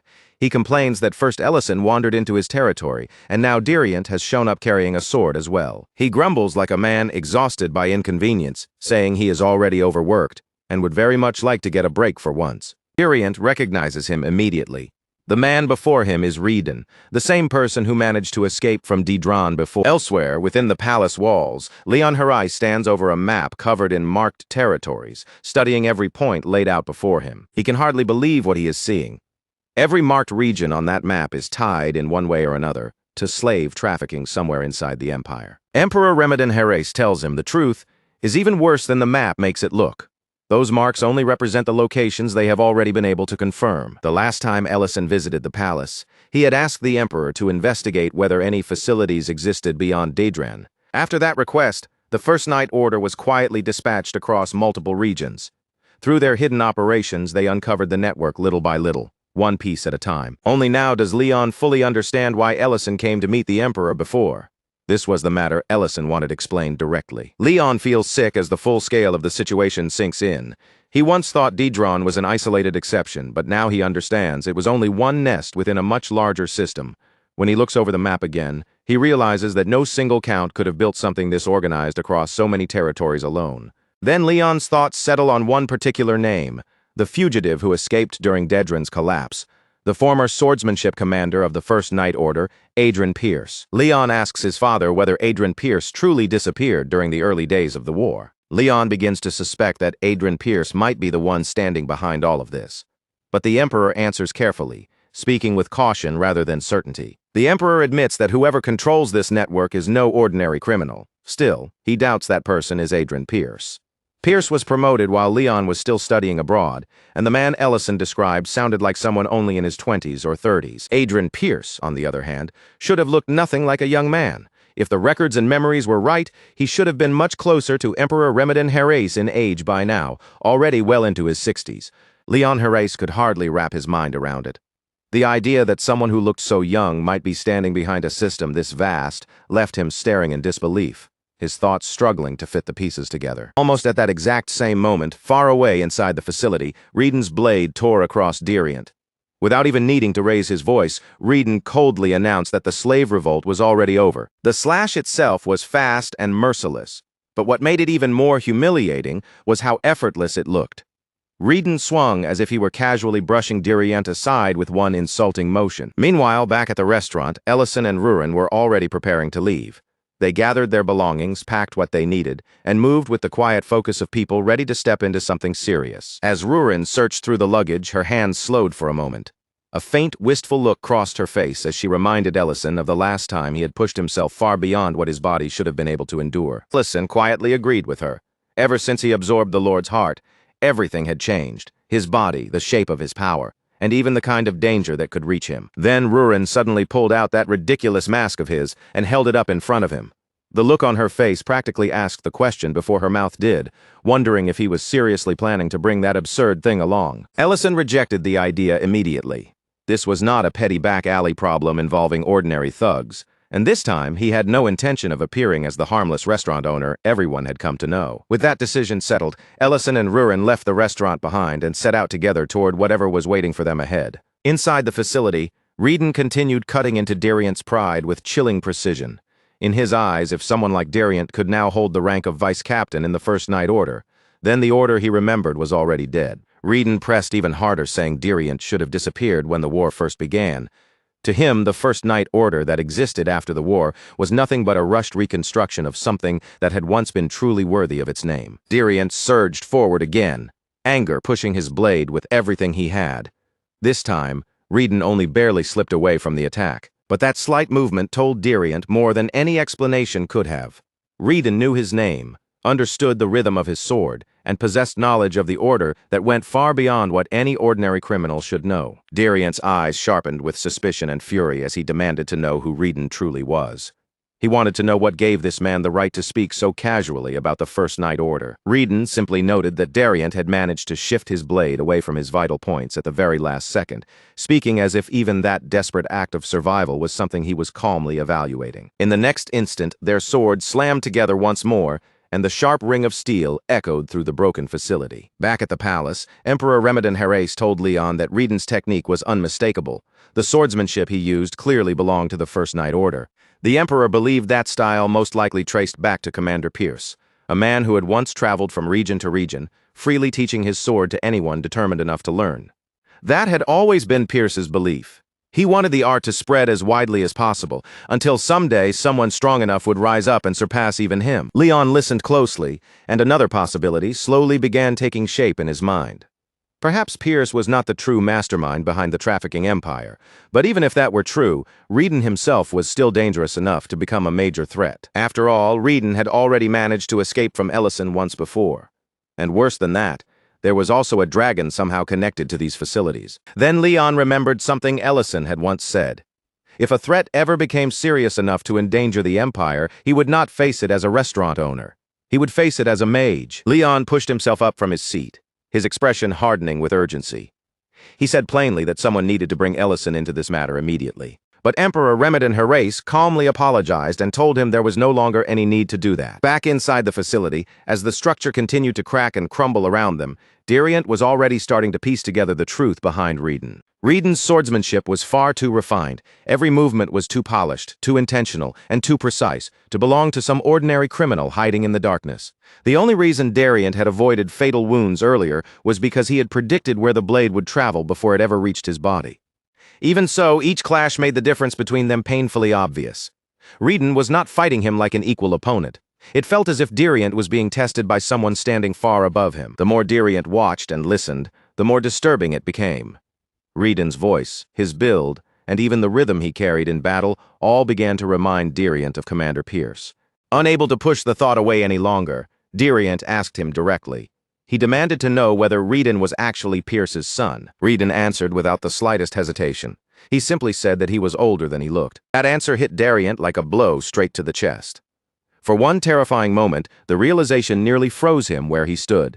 This man might not be Pierce's son at all. He might actually be Pierce himself. The facility groaned around them, cracks spreading as the walls began to give way. But Diriant refused to stop, keeping his sword raised even as the entire place seemed ready to collapse. Then Reedon suddenly appeared right in front of him in a blur, close enough to correct him like an instructor in the middle of training.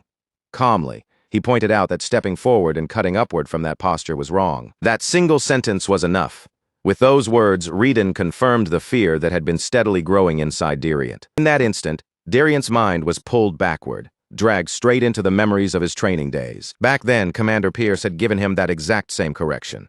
He had told Diriant to set his weight properly, let his wrist follow the angle of the blade, and never twist the motion halfway through. Pierce had taught him that when a sword was used correctly, it should not chip under pressure, and it should never fail to cut cleanly through its target. Diriant had once pointed out, half in disbelief and half in complaint, just how much land Pierce had flattened during those brutal training sessions. He had also complained that the factions inside the palace hated the way Pierce traveled across the empire, teaching his swordsmanship freely to people outside the capital. Pierce had admitted that they hated it because stronger regions meant the palace would lose some of its control, but that was never enough to make him stop. An unused sword would only rust, Pierce had said, and he had no intention of letting the art he carried vanish with him when his own life eventually came to an end. What Pierce wanted was for that craft to keep growing forever, passed from one hand to another, challenged by new talent, surpassed by the next generation, and then reborn even stronger than before. And if someday someone truly surpassed him, then that person would become his teacher instead. Pierce had said he would gladly lower his head and learn from them in return. That was the future Commander Pierce had once dreamed of for his sword. But back in the present, that memory only made Diriant's anger burn hotter. He could not stand seeing Reedon there with his teacher's face, moving with his teacher's technique, and even speaking in that same painfully familiar voice. Diriant shouted that he had trained too hard, bled too much, and climbed too far to become vice captain, all so he could properly inherit that swordsmanship and honor Commander Pierce's will. And now, in Diriant's eyes, Reedon was trampling that legacy by acting as though it belonged to him alone.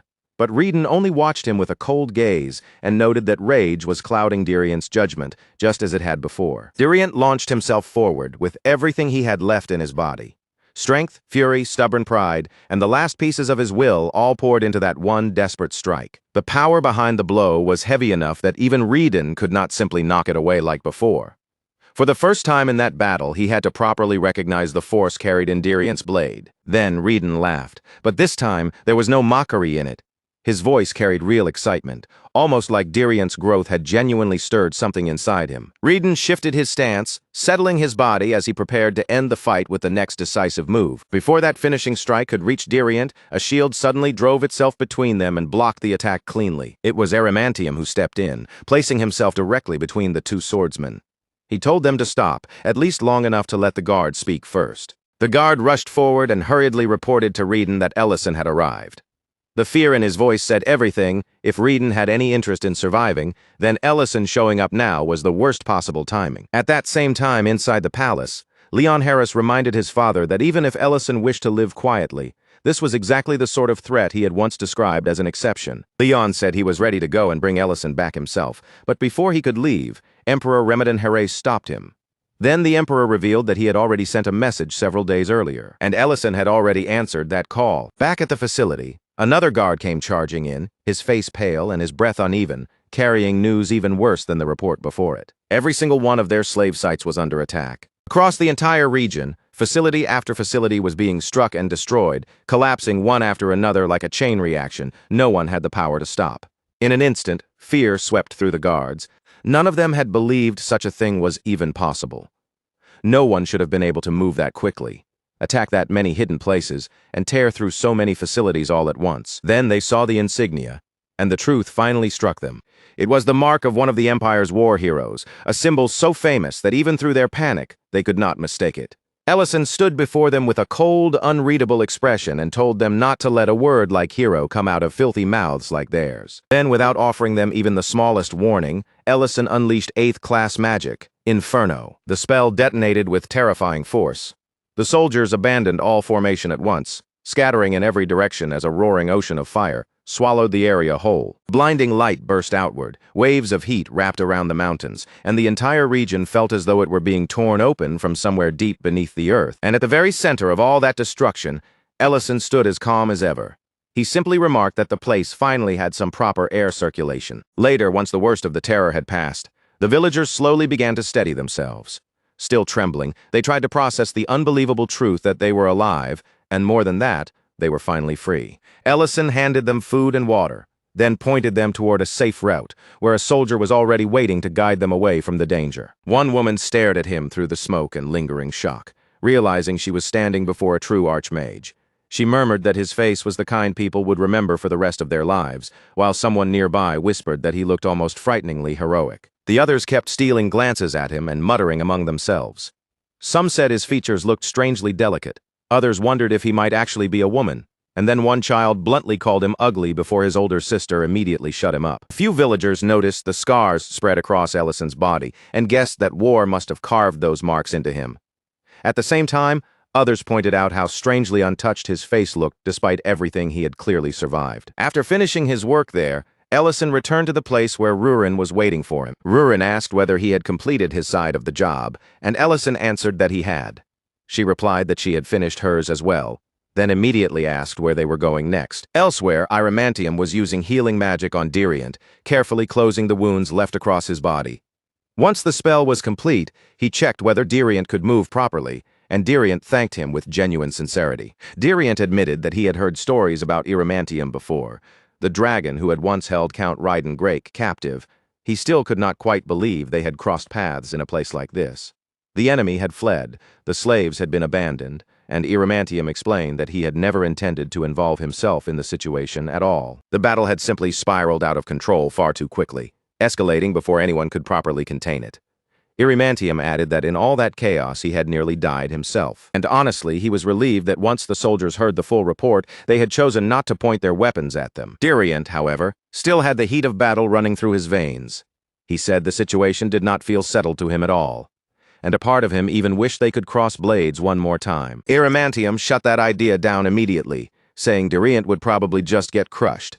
Diriant bristled at once and demanded to know what kind of dragon said something like that about fighting humans. The word human hit Irimantium hard enough for the reaction to show on his face, but he covered it almost instantly and brushed it aside as nothing more than a slip of the tongue. Diriant tried to move past the awkward moment and said they should have escaped together with the people who had been left behind. Irimantium then revealed, as casually as if it were no big deal, that while Diriant had been occupied with fighting, he had already rescued every single one of them.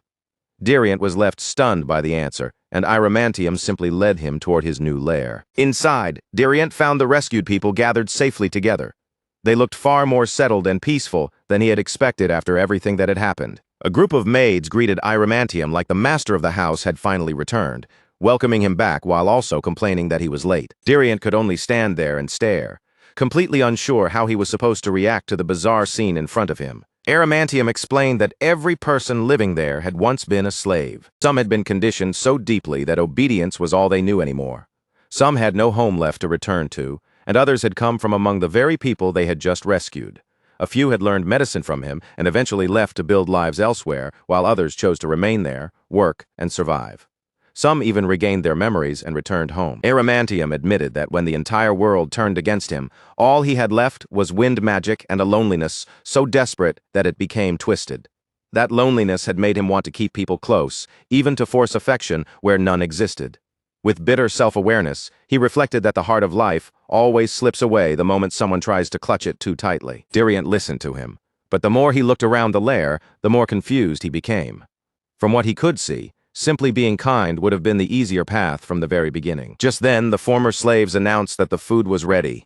They even offered to prepare a bath for Irimantium before the meal. Watching everything from a short distance away, Diriant still could not shake the uneasy feeling in his chest. Beneath this strange and peaceful household, Irimantium seemed to still carry that same warped hunger to be needed. Then, without warning, the door slammed open. A girl stormed inside and hurled a pouch onto the floor. The instant Irimantium saw her, he froze as if death itself had walked into the room. She began scolding everyone for leaving the herb room uncleaned, snapping that the entire place looked like a disaster, and before anyone could even answer, Irimantium dropped straight to the floor at her feet, grabbed the pouch, and started apologizing in a panic. He hurriedly explained that he had fully intended to clean everything before he left. She didn't show even the faintest trace of sympathy for his excuse. Instead, her lips curled into a cold sneer, and she drove her heel down into his back, like she was crushing something disgusting underfoot. As she spat out that he was filthy, the pressure forced a sharp cry from Irimantium before he had any chance to raise his head or defend himself. Only after making him suffer did her attention finally slide toward the girls standing nearby. Her face tightened with suspicion, and her eyes swept over them as if judging the entire scene at once. Then, in a hardened voice, she questioned whether he had gone out and collected yet another new batch of slaves. The instant Diriant caught sight of her face, every part of him locked up. The shock struck so violently that he didn't even move, as if his entire body had frozen in place before his mind could catch up. It was Lady Madrine, and as soon as her gaze turned back and landed on him, recognition flickered through her eyes as well. She knew Diriant just as clearly as he knew her. For the briefest moment, their eyes met. It lasted barely a heartbeat, but that was more than enough. Madrine's fierce expression cracked, and panic flashed across her face before she could fully bury it again. Meanwhile, somewhere far removed from that tense scene, Ellison and Rurin were taking a short break together. They sat on a blanket spread out beneath them, with Ellison quietly preparing food at her side, while the atmosphere around them settled into a rare moment of calm. Ellison glanced over and told Rurin the food would be ready soon. In an easy, casual tone, he added that meat always tasted best after someone had completely worn themselves out from exhaustion. But Rurin didn't respond with her usual energy. Instead, her voice dropped low, and she quietly apologized, saying that she wasn't hungry. Ellison noticed the shift right away. The moment those words left her mouth, he could sense that something inside Rurin had changed, and that her heart was nowhere near as calm as her voice tried to sound. Not long ago, Rurin would never have been the kind of person to ache this deeply for strangers. She certainly wouldn't have forced herself to suffer over people she barely knew, or pretended their pain belonged to her. But now, instead of staying seated and resting, Rurin pushed herself up to her feet. She refused to pause any longer and insisted that they had to head for the next facility immediately. Ellison didn't need her to explain what was happening. Just from her expression, her voice, and the way she was forcing herself forward, he understood everything. Selly's death was still lodged deep inside Rurin's heart like a wound that refused to close. The guilt continued to press down on her, making her blame herself again and again. She couldn't bear the thought that another child might be suffering somewhere else while she sat there trying to catch her breath. Tears began to gather in Rurin's eyes, trembling there as she stubbornly insisted that they didn't have even a moment to waste. Before she could pull away and rush off, Ellison reached out and caught her hand. Holding her there gently but firmly, he began to tell her about a part of his own past. He explained that 3 years after the war had started, right after he graduated from magic school, he was sent straight into the front lines without any time to ease into the battlefield. From that point on, Ellison was thrown from one battlefield to the next. He kept racing ahead of everyone else, reaching danger before the others could, and cutting down monsters before they had the chance to claim more lives. Before long, rumors began spreading through the soldiers around him. They whispered that Ellison was practically a monster himself, a man who protected people only by slaughtering everything that appeared in his path. Eventually, after all those battles and all those rumors, Ellison was placed with the 8th Infantry Regiment's 2nd Company. The commander there reviewed Ellison's accomplishments carefully. He acknowledged the results, praised what he had done, then handed him food and water before giving him a clear order: rest until morning. Ellison's first reaction wasn't relief. He immediately asked where the next mission zone was, already preparing himself to move out again. The commander, however, shut him down without hesitation. The commander told him plainly that yes, Ellison's actions had reduced the number of casualties. But anyone could see the toll it was taking on his body and mind, and no person could continue pushing forward like that forever. So the order did not change. It remained simple, firm, and impossible to argue with. Before doing anything else, Ellison had to rest. Ellison tried to follow that command. He washed the grime of battle from his body, sat down with a bowl of soup in front of him, and attempted to do what he had been told. But even while the water ran over his skin, and even as he stared down at the food he was supposed to eat, one thought kept boring deeper into his mind. Somewhere out there, people were dying while he sat still and did nothing. And the longer that thought repeated inside his head, the heavier it became, until simply staying there felt unbearable. At last, Ellison rose to his feet with a bitter laugh under his breath. In that moment, he thought that running a cafeteria must seem easy when the people bleeding and dying were always somewhere far away. Then, cutting through the air, the horn suddenly sounded. It wasn't a routine signal. It was an emergency mobilization, a full assembly order calling everyone into action. A dragon had appeared at the forward outpost. For Ellison, that single report changed the weight of everything in an instant. For the first time, he saw a real chance to face the very beings responsible for starting the war. And maybe, just maybe, if he could stand against one of them, he could push the war one step closer to its end. Ellison had encountered a dragon once before, but back then he had been unprepared, inexperienced, and nothing like the person he had become now. This time, instead of shrinking back or hesitating, he charged straight toward it. By the time he arrived, the dragon was already overwhelming the soldiers in its path. Its power crushed them down, while flames spread wildly across the battlefield and swallowed everything around them. Explosions erupted one after another, ripping through the ground and sending tremors beneath everyone's feet as the entire battlefield shook from the force. Then Ellison came crashing down in front of the dragon, landing with such force that the earth beneath him split and cracked under the impact. The dragon slowly turned its gaze toward him, and in that moment, Ellison truly stood before one of them for the first time, not as someone running from disaster, but as someone choosing with his own will to challenge it head-on. When Dagos found out that Ellison had left on his own, his anger erupted all at once. His subordinates quickly explained that the tent had already been empty, and someone had seen Ellison heading out alone. But no one had stopped him, because the truth was painfully obvious. There wasn't a single person there strong enough to hold him back. That realization weighed heavily on Dagos. If Ellison had gone out there, then a direct clash with a dragon had already begun. The thought struck him with fear, but mixed into that fear was an unmistakable feeling of pride. Out on the battlefield, the dragon looked down at Ellison and laughed, treating him like just another reckless human who had rushed forward without understanding that he was running straight toward death. Ellison paid no attention to the insult. Instead, he focused completely, drawing up every last fragment of mana within him and pouring it into the most powerful spell he could release. He intended to finish everything in one decisive strike. Before the dragon could destroy anyone else, Ellison was determined to end the battle with that single blow. Blast that erupted from him shook the entire battlefield. Its overwhelming force swallowed the surrounding noise of war, drowning out the chaos beneath a single devastating impact. Back in the present, Ellison told Ruren that he had always felt different from other people. Mana came naturally to him in ways it never should have. Magical formulas unfolded inside his mind almost on their own, and his spells kept growing stronger as if guided by instinct. After leaving the academy, he finally stopped pretending that he was just ordinary, and once he abandoned that pretense, he truly believed he had reached a level where even killing a dragon might be possible. Even the dragon acknowledged it. Ellison had broken through its barrier and actually wounded it, something far beyond what ordinary magic should have been capable of achieving. That was the moment Ellison finally understood why dragons were called living disasters. Standing before one, he realized they didn't feel like normal enemies at all. They felt more like death itself, given a body and a voice. Then, without warning, the dragon unleashed its breath straight toward him. For one foolish instant, Ellison believed he might be able to block it.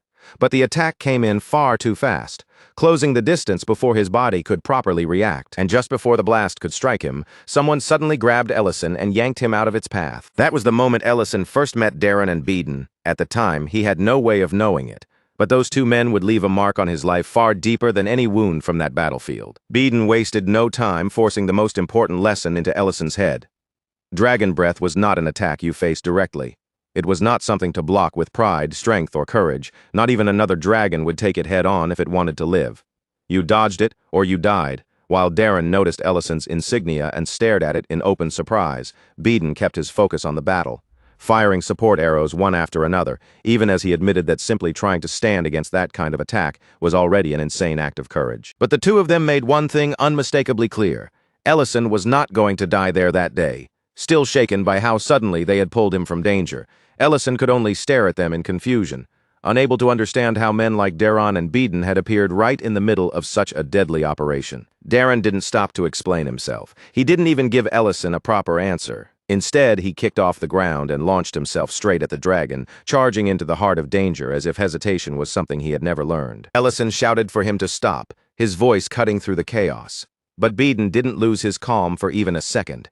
He drew his bow, released a manifold arrow, and struck the dragon cleanly before Ellison could even finish warning them. Darren seized that opening instantly.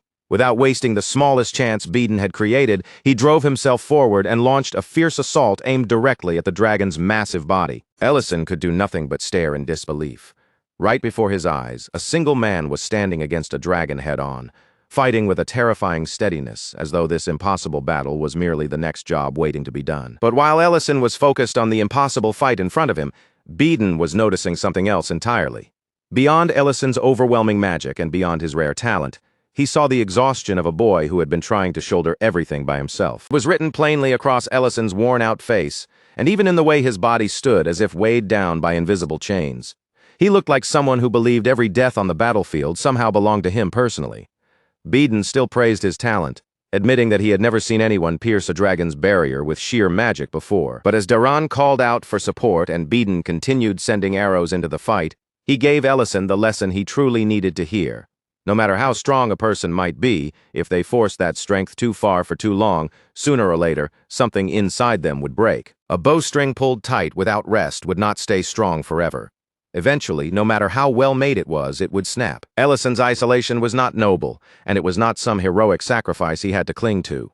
The weight of the war was never meant to be carried by his shoulders alone. And just as Ellison was trying to take in those words, the battlefield around them shifted again, throwing everything into a new kind of chaos. From high above, several black dragons suddenly descended and slammed into the red dragon, attacking it with overwhelming force and pinning it down. The moment Beeden saw the chance, he shouted for Darren to finish it while the black dragons kept their enemy trapped. Ellison could barely process what he was seeing. Dragons were attacking another dragon right in front of him, turning the battlefield into a scene so unreal that it no longer felt like a war fought by humans. Darren noticed the stunned look on Ellison's face and laughed as if the whole thing were obvious. He pointed out that enemies were not the only ones arriving now. Reinforcements had come as well. At last, Dagos reached the battlefield with his soldiers following close behind him, and before anything else, Before orders or strategy or even the dragon itself, the first thing he checked was whether Ellison was still alive. Beeden told Ellison once again that he was not alone. Then Diron finally introduced himself properly, and Beeden followed after him. Both men spoke with an easy confidence, like they already knew this meeting would not end with that one battlefield. Even long after the battle was over, after the roar of flames, the screams, and the terror had all faded into memory, Beeden's words stayed with Ellison. Later, when the chaos finally settled and the battlefield grew quiet, Ellison returned to his quarters. There, alone in the stillness, he quietly ate a bowl of leftover soup from the mess hall. The simple, bland taste carried him back to his academy days, and for the first time since he had been sent to the front lines, Ellison decided to change something. It was not a dramatic vow to save the world, and it was not some grand heroic declaration. It was only one small human decision. He told the captain that from that point on, he would take care of the cooking himself, and the captain accepted the offer without the slightest objection. As Ellison cracked eggs into a pan and listened to them hit the heat, a quiet realization slowly came over him. That moment gave Ellison the first real smile he had worn since the war had begun. Back in the present, Ellison spoke to Rurin gently, telling her that those small moments of warmth and comfort were not things they had to feel ashamed of accepting. Rurin confessed almost shyly that simply sitting beside him, holding his hand, sharing a meal together, and imagining a peaceful life at his side brought her a kind of comfort she had never experienced before. But those feelings also unsettled her. They left her confused and restless, caught between the need to keep moving forward and the fear of allowing herself to accept happiness. Ellison blushed at how honestly she said it, but he did not turn away from her feelings. Instead, he told her that she did not have to run from those emotions, and that she should allow herself to accept them. As he said that, Ellison remembered what Darren and Beeden had once taught him. No matter how hard he tried to relax, he would probably never become the kind of person who could simply let everything go, and that was all right. What mattered was learning to accept that part of himself instead of denying it. Then he finished preparing the dish, carefully placed the egg on top, and turned toward Rurin with a quiet, expectant look, asking what she thought of it. Rurin took a bite, and this time her expression brightened from the heart. She said it was soft, warm, and somehow comforting in a way that felt strange to her, almost impossible to fully explain. Elsewhere, a red dragon was lounging inside a bar, smoking with an air of complete indifference as though nothing happening around her was important enough to disturb her mood. When a man carelessly stumbled into her space, she reacted without a hint of hesitation. In a single harsh motion, she slammed him down onto the floor as if dealing with him required no thought at all. Reeden asked whether going that far had really been necessary. The red dragon answered plainly that idiots like him were perfect practice targets, the sort of people who never noticed danger until it was already bearing down on them. Reeden barely reacted to the commotion. With his usual flat calm, he simply watched the scene unfold, unmoved by the chaos spreading through the bar. Before the situation could grow any messier, another figure stepped forward and offered an apology for the disturbance. The newcomer was Duke Melek Delian, the third Duke of the Luverne Empire, arriving with his knights standing at his side. Duke Melek Delian made no attempt to hide his disgust toward the kind of people causing trouble in his territory. Then, without lingering on the matter, he moved straight into business. He already knew that Ellison and Rurin had destroyed every facility, but before he could continue, the red dragon cut him off. She insisted that proper introductions come first, reminding him that the plan they were following was the only reason he had been summoned there at all. Then the world slipped quietly into Rurin's dream. There, Ellison stood before her and gently told her that she did not have to keep running away from happiness. Those simple words loosened something deep inside her, something she had been holding back for so long that she had not even realized how tightly she had been gripping it. Drawn forward by that feeling, Rurin stepped closer to him. With each small movement, the distance between them shrank until the closeness itself became almost overwhelming. The feeling was so vivid, so intense, and so dangerously real that Rurin suddenly woke up. Her breathing was uneven, her skin flushed, and her heart was pounding fiercely inside her chest. For a while, Rurin only sat there in silence, trying to make sense of what the dream had stirred up inside her. Meanwhile, at Elena's clinic, the ordinary flow of daily life continued on as if nothing unusual had happened. Patients came and went, and Elena treated them one after another with her usual care. One man finished his treatment, but instead of leaving like he should have, he pushed a pair of tickets toward her and awkwardly suggested that they spend the holiday together. Elena hesitated, her discomfort showing clearly in her expression and posture. But the man kept pressing the offer anyway, acting as though he had not noticed her unease at all. Before he could push any further, Serena stepped in. With one sharp flick to his forehead, she cut off the entire situation in a single clean motion. She made her message perfectly clear. His treatment was already finished, and he needed to leave before he embarrassed himself even more. The man tried to argue back, but once Serena gave him a cold warning, his resistance crumbled. In the end, he backed down and walked out in tears. Elena thanked Serena for stepping in and handling him, but even after the man was gone, the heavy look on her face did not disappear. She admitted that she had overheard what had happened with Selly, Ellison, and Ruren. The grief surrounding them felt so heavy that Elena could not even find the right words to offer comfort. Serena gave a small nod, but this time her expression was much quieter than before. She admitted that ever since the Hebrew and flower incident, everything around them had felt strangely unstable, as if the truth had disturbed something that could not be put back. In a low voice, she said that sometimes living without knowing the full truth might have been much easier. Elena lowered her eyes, her thoughts drifting toward the pain of Selly's existence. A child born between a dragon and a human woman must have carried a suffering neither side could fully understand. Serena quietly admitted that she had never even heard of such a thing happening before. And somehow, that only made Elena's chest ache even more because to them, Selly had never been some bizarre miracle or strange exception. She had simply been a child. Feeling the heavy silence begin to settle between them, Serena deliberately shifted the atmosphere. She leaned closer to Elena, a mischievous smile spreading across her face, and teasingly asked what Elena would do if she were the one who ended up carrying Ellison's child instead. Elena reacted instantly, her face turning red as she rejected the idea with everything she had. But Serena only pressed the teasing further, casually mentioning that elves and humans could have mixed children after enough generations had passed. Then, with a sly look, she hinted that maybe Elena regretted pushing Ellison closer to Ruren after all. Elena denied it right away, almost too quickly. But the nervous tremble in her voice and the way she flustered under Serena's stare made it painfully clear that the words had touched a place she did not want exposed. Then Serena's expression shifted as she began speaking about her own past. She mentioned her maturity ritual and the person she had once bonded with, Gerd. The moment that name and memory surfaced, the playful light in her face dimmed into something darker. Elena softly apologized, sensing the old wound behind Serena's words, but Serena brushed it off with a faint, almost dismissive tone, saying that back then, she had taken everything far more seriously than she should have. Now, looking back on it all, Serena could see the truth more clearly. The man she had once given her feelings to had never been worthy of carrying them in the first place. But Serena refused to let that sadness remain in the room for long. In the very next moment, she flipped the mood again, leaning in close to Elena with a deliberately teasing smile. Her voice and expression turned almost seductive, clearly meant to fluster Elena even more, and Serena seemed to enjoy every second of watching her reaction. But just before Serena could push the teasing any further and make Elena even more helplessly embarrassed, a portal suddenly tore open out of nowhere. Ruren stepped through it without warning, and before anyone could react, she brought her fist down squarely onto Serena's head, ending the entire situation in a single, brutal instant. Elena panicked at Ruren's sudden entrance, clearly startled by how abruptly she had appeared. Serena somehow recovered much faster than anyone would have expected, while Ruren wasted no time at all and immediately demanded their help. The moment Serena's reputation as a seductress came up, Ruren latched onto that information without the slightest hesitation. With complete seriousness in her eyes, she asked Serena for advice. Serena burst out laughing at first, assuming Ruren had to be saying something absurd on purpose.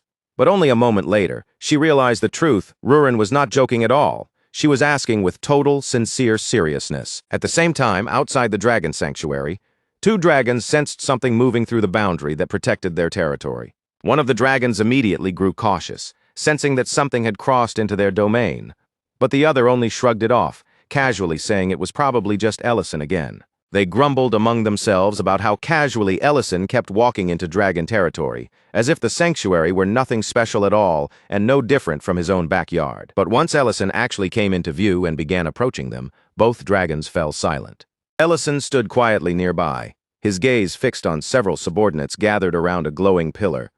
They were working carefully around its surface, carving something into the monument with slow, deliberate movements. As soon as they noticed Ellison standing there, they greeted him with formal respect. Ellison immediately waved off the ceremony, reminding them that he was human and had no need for that kind of treatment. Before long, madamada appeared in person and came to receive him, guiding Ellison further inside himself. As they walked together, Ellison glanced back toward the enormous monument behind them. His eyes lingered on the glowing pillar for a moment, before he asked what it had been built for. Madamada explained that the monument existed to honor those who had died during the war, and now, among all those names, Varen's name was being carved into it as well. When Ellison heard that, a quiet sense of relief passed through him. It felt as though one piece of an old sorrow had finally been placed where it belonged. Madamada then thanked him with genuine sincerity. He admitted that if he had tried to repair everything by himself, that burden would have crushed what little he still had left. Ellison understood that kind of weight far too well. Medidana was not only a father carrying grief, but also a leader responsible for protecting others, forced to stand firm even while his own heart was heavy. After that, their conversation gradually turned toward the Hibiran flower. The moment Medidana mentioned the seeds, Ellison's expression darkened. Without softening the truth, he told him that Selly was dead. Medidana understood then that Ellison had not seen Selly as some strange phenomenon or unnatural existence. To Ellison, she had been a living being. Medidana admitted that, in the end, neither of them had truly understood what she was. He explained that the Hibiran flower attaches itself to a soul standing near death. From there it drifts through the world, continuing its search until it finds a heart strong enough to hold it in place. Ellison listened quietly, his expression calm. He said that he no longer carried regret over what had happened, and that he believed he had finally made peace with it. Then Ellison revealed something Medidana had never expected to hear. He intended to use the seed himself. Medidana reacted with open shock, unable to hide how much the statement startled him, but Ellison confirmed it without a trace of hesitation. The heart inside Ellison was already there. And what he wanted now, more than anything, was to hear the voice of Lord Sardalon. Back at Elena's clinic, Rurin finally admitted the reason she had come. She wanted to become even closer to Ellison. Serena laughed at first, thinking it was just another awkward and innocent confession. But when she noticed the seriousness on Rurin's face, her amusement began to fade. Serena reminded Rurin that, by most people's standards, she and Ellison had already crossed far beyond what anyone would call ordinary boundaries. Elena tried her very best to stay out of the conversation, keeping herself to the side as if she wanted nothing to do with it. But despite her efforts, she could not help listening. When Serena pressed Rurin for more specific details, Rurin finally confessed that up until now, the only thing she and Ellison had truly shared was a single kiss. Serena stared at her in complete disbelief, as if she could not believe that was all beside them. Elena's face turned bright red, and she stayed utterly silent. Serena then began explaining very bluntly what intimacy between two people could look like. Her words overwhelmed Rurin so completely that Rurin could barely follow along. But when Serena realized she had gone too far, her voice softened. That was when Rurin admitted what she truly wanted. It was not something complicated this time. She wanted Ellison to be the one who kissed her first. Serena accepted that answer and shifted into suggesting a gentler approach. Meanwhile, Elena looked so unbearably embarrassed that she seemed like she might collapse right there on the spot. The next day, Ellison returned to the lair and immediately noticed Guardcat sitting there and studying diligently, just like always. Seeing that familiar sight, Ellison casually commented on how hard Guardcat was working. After that, he checked on Rurin and learned that she was still asleep. Only then did Ellison realize that Rurin had barely gotten any proper sleep lately. Worried about her condition, he stepped closer to where she was resting and reached for the blanket, intending to pull it back and wake her. But the moment he did, he froze completely. Rurin was lying there beneath the blanket without any clothes on. Embarrassment slammed into Ellison all at once. His thoughts crashed to a complete stop, and he stood there utterly flustered, unable to process what he had just seen. Ellison turns his face away in an instant, so fast that it looks less like a decision and more like pure reflex. Without allowing himself even a single moment to hesitate or accidentally look again, he quickly pulls the blanket back over Rurin's body and tells her, in a firm but flustered voice, that she needs to cover herself properly. Rurin, on the other hand, does not seem bothered by the situation in the slightest. In the most casual tone possible, she explains that clothing feels strange against her skin and makes her uncomfortable, so she usually sleeps without wearing anything.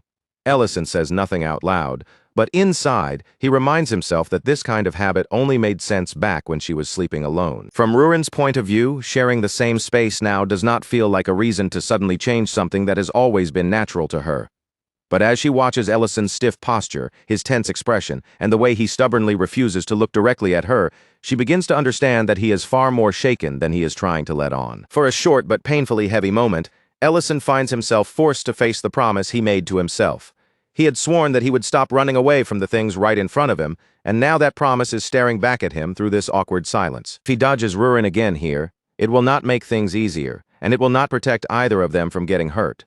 All it will do is turn the space between them into something even more strained, confusing, and painful. So Ellison makes himself take a breath, forcing his voice to settle before he speaks.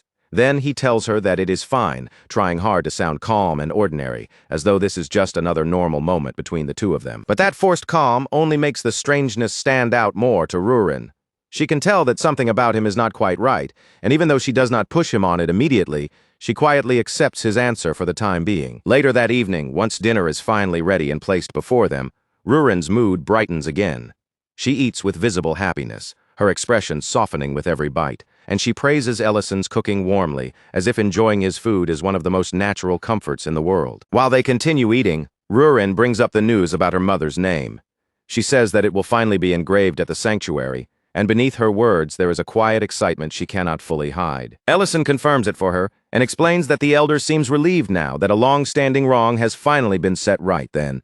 Almost as if it were just a passing thought, he adds that there is something else he wants to tell her later, and that one small comment immediately sparks Rurin's curiosity. Rurin quickly offers to take care of the cleanup herself, sounding unusually eager as she urges Ellison to go and rest. With her pushing him along, Ellison heads off to wash while Rurin stays behind with the dishes. While handling the plates, Rurin very deliberately lets food spill onto herself, creating a perfect excuse to take a bath.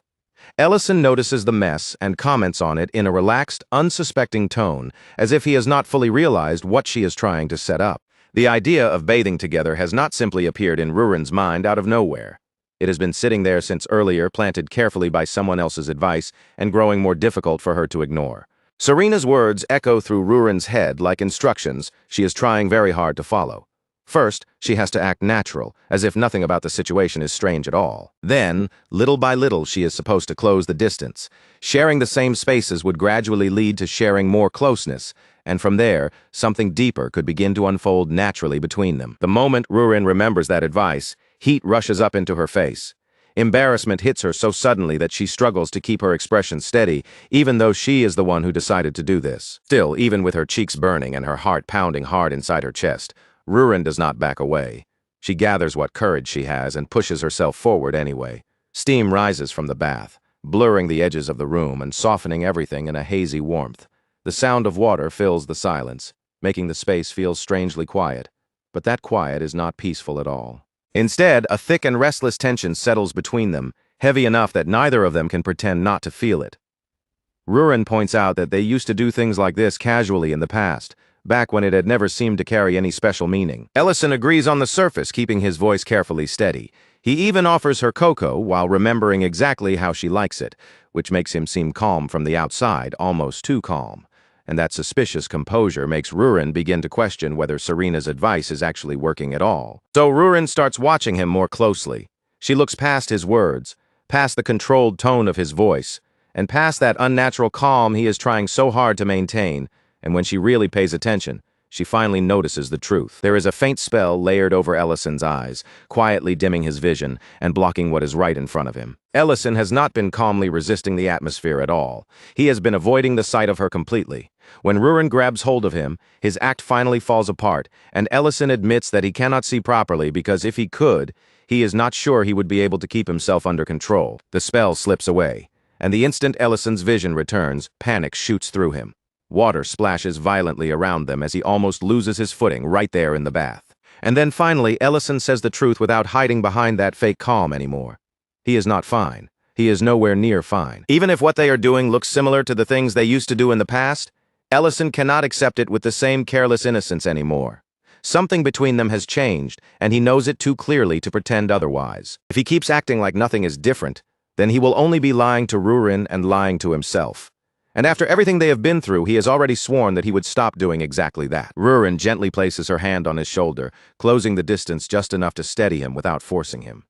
Then, with that quiet touch, she tells him the one thing he still needs to hear. Yes, the actions may look the same as before, but the feelings behind them are not the same anymore. This time, every movement carries a different meaning. Every step Rurin takes now is something she chooses for herself.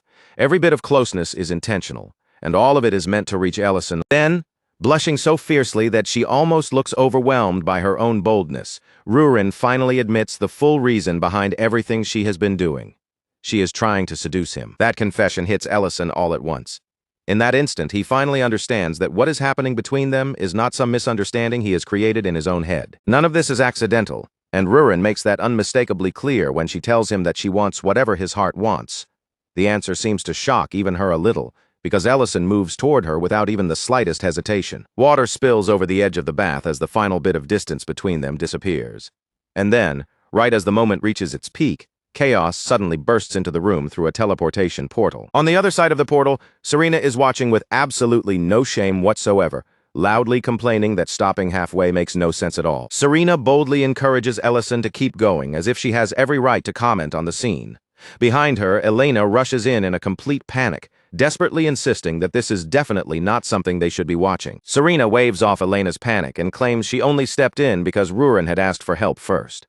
Elena immediately accuses her of enjoying the view far too much, and Serena's response does very little to prove her wrong. And while Ellison and Ruren continue kissing despite the sudden interruption, Serena remarks that for two people as painfully dense as them, even reaching this point counts as real progress. Far away from that warmth, embarrassment, and awkward sweetness, the air of the story shifts completely, sinking into a place much colder, darker, and more unsettling. A group of subordinates reports to the Duke that, out of the hundreds who managed to escape from the chain of slave facilities, only 37 are still physically usable enough to be gathered under his command. Nearby, flames crackle and throw a harsh, flickering light across the area. Beside the fire sits a disturbing instrument, silent for now, but clearly prepared and waiting for the moment it will be used. The Duke walks toward one of the chained administrators with an unsettling calm. As he approaches, he tells the man there is no need to be afraid, speaking in a smooth voice that only makes the entire situation feel more terrifying. He explains that pain itself is not actually his specialty. That kind of work, he says, belongs to other people who are better suited for it. In the Duke's eyes, every person in the world is assigned a role.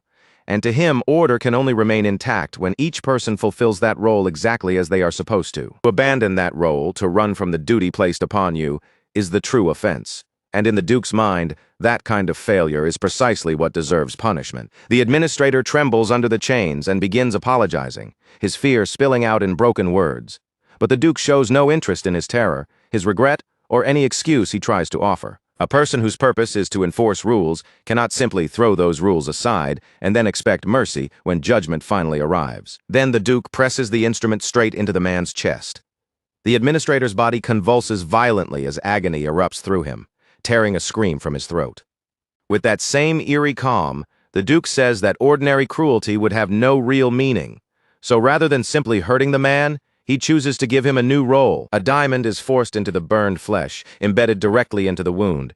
As the man suffers, his agony itself becomes part of the Duke's twisted sense of order. The ritual begins at once, without pause, without hesitation, and without even the smallest sign of mercy. Its grim purpose settles over the entire area like a suffocating shadow, pressing down on everyone nearby, as though there is no longer any way to escape what is about to happen. From every direction, low chanting starts to rise, deep and steady, blending with the heavy pulse of gathering magic. Dark smoke coils upward from the ground in twisting streams, making it look as if the earth itself has begun to breathe out something foul and unnatural. Under that crushing pressure, the man's body begins to twist violently. His bones and flesh warp together in a grotesque transformation, bending beyond anything human, until what remains before them is no longer a person at all, but a beast overflowing with mana and shaped by pure force. Duke Melik Delian simply watches the entire transformation unfold. There is no disgust in his eyes, no hesitation, and no horror, only a calm, quiet satisfaction, as if he is observing a process that has gone exactly the way it should. Then he steps closer to the newly formed creature, lifts a potion and pours it down its throat. With that final act, even the last faint traces of the man who used to exist inside that body are wiped away. Now, inside that hollowed-out shell, only a single truth remains. Its loyalty belongs to the rule, and standing before it, Duke Melik Delian becomes the living embodiment of that rule. The beast lowers itself before him, bending its twisted body in complete submission. It kneels like a soldier receiving orders, its will already stripped away and replaced by obedience. Armor is brought in immediately, and without giving the creature even a moment of rest, training begins right away. Just like that, the Holy Blood Knights gain another soldier to place among their ranks. On the road back, Madrine finally opens up to Diriant. With the journey stretching ahead of them, she begins telling him everything she has been keeping locked away until now. She explains that she originally began learning medicine under Iramantium because she had been ordered to search for a cure. The poison had already devastated the mines and brought the miners under control, so finding a way to undo its effects had become her assigned mission. That mission eventually led her toward the matter involving Adrian Pierce. Rumors had started spreading about a mysterious doctor who was secretly treating slaves whose minds had been controlled, and those rumors were impossible for her to ignore. Following those whispers brought her directly to Arimantium. It was not because she suspected him of being involved in something criminal, but because she wanted to learn his healing magic. On top of that, she also owed him a favor she could not simply pretend did not exist. Unfortunately for Madrine's pride, that favor forced her into the humiliating role of acting as his maid. Worse still, it came with an outfit she had absolutely never chosen for herself and clearly never wanted to wear. For someone like Madrine, admitting all of this out loud is almost unbearable. The shame and frustration pile up too high, and her confession spills out through tears she can no longer hold back. Diriant listens carefully to every word, but when he answers, he does so with blunt honesty. Information this important cannot simply be erased from an official report just because it is embarrassing. Medrin insists that at least some of those details have to remain hidden, especially from Crown Prince Leon.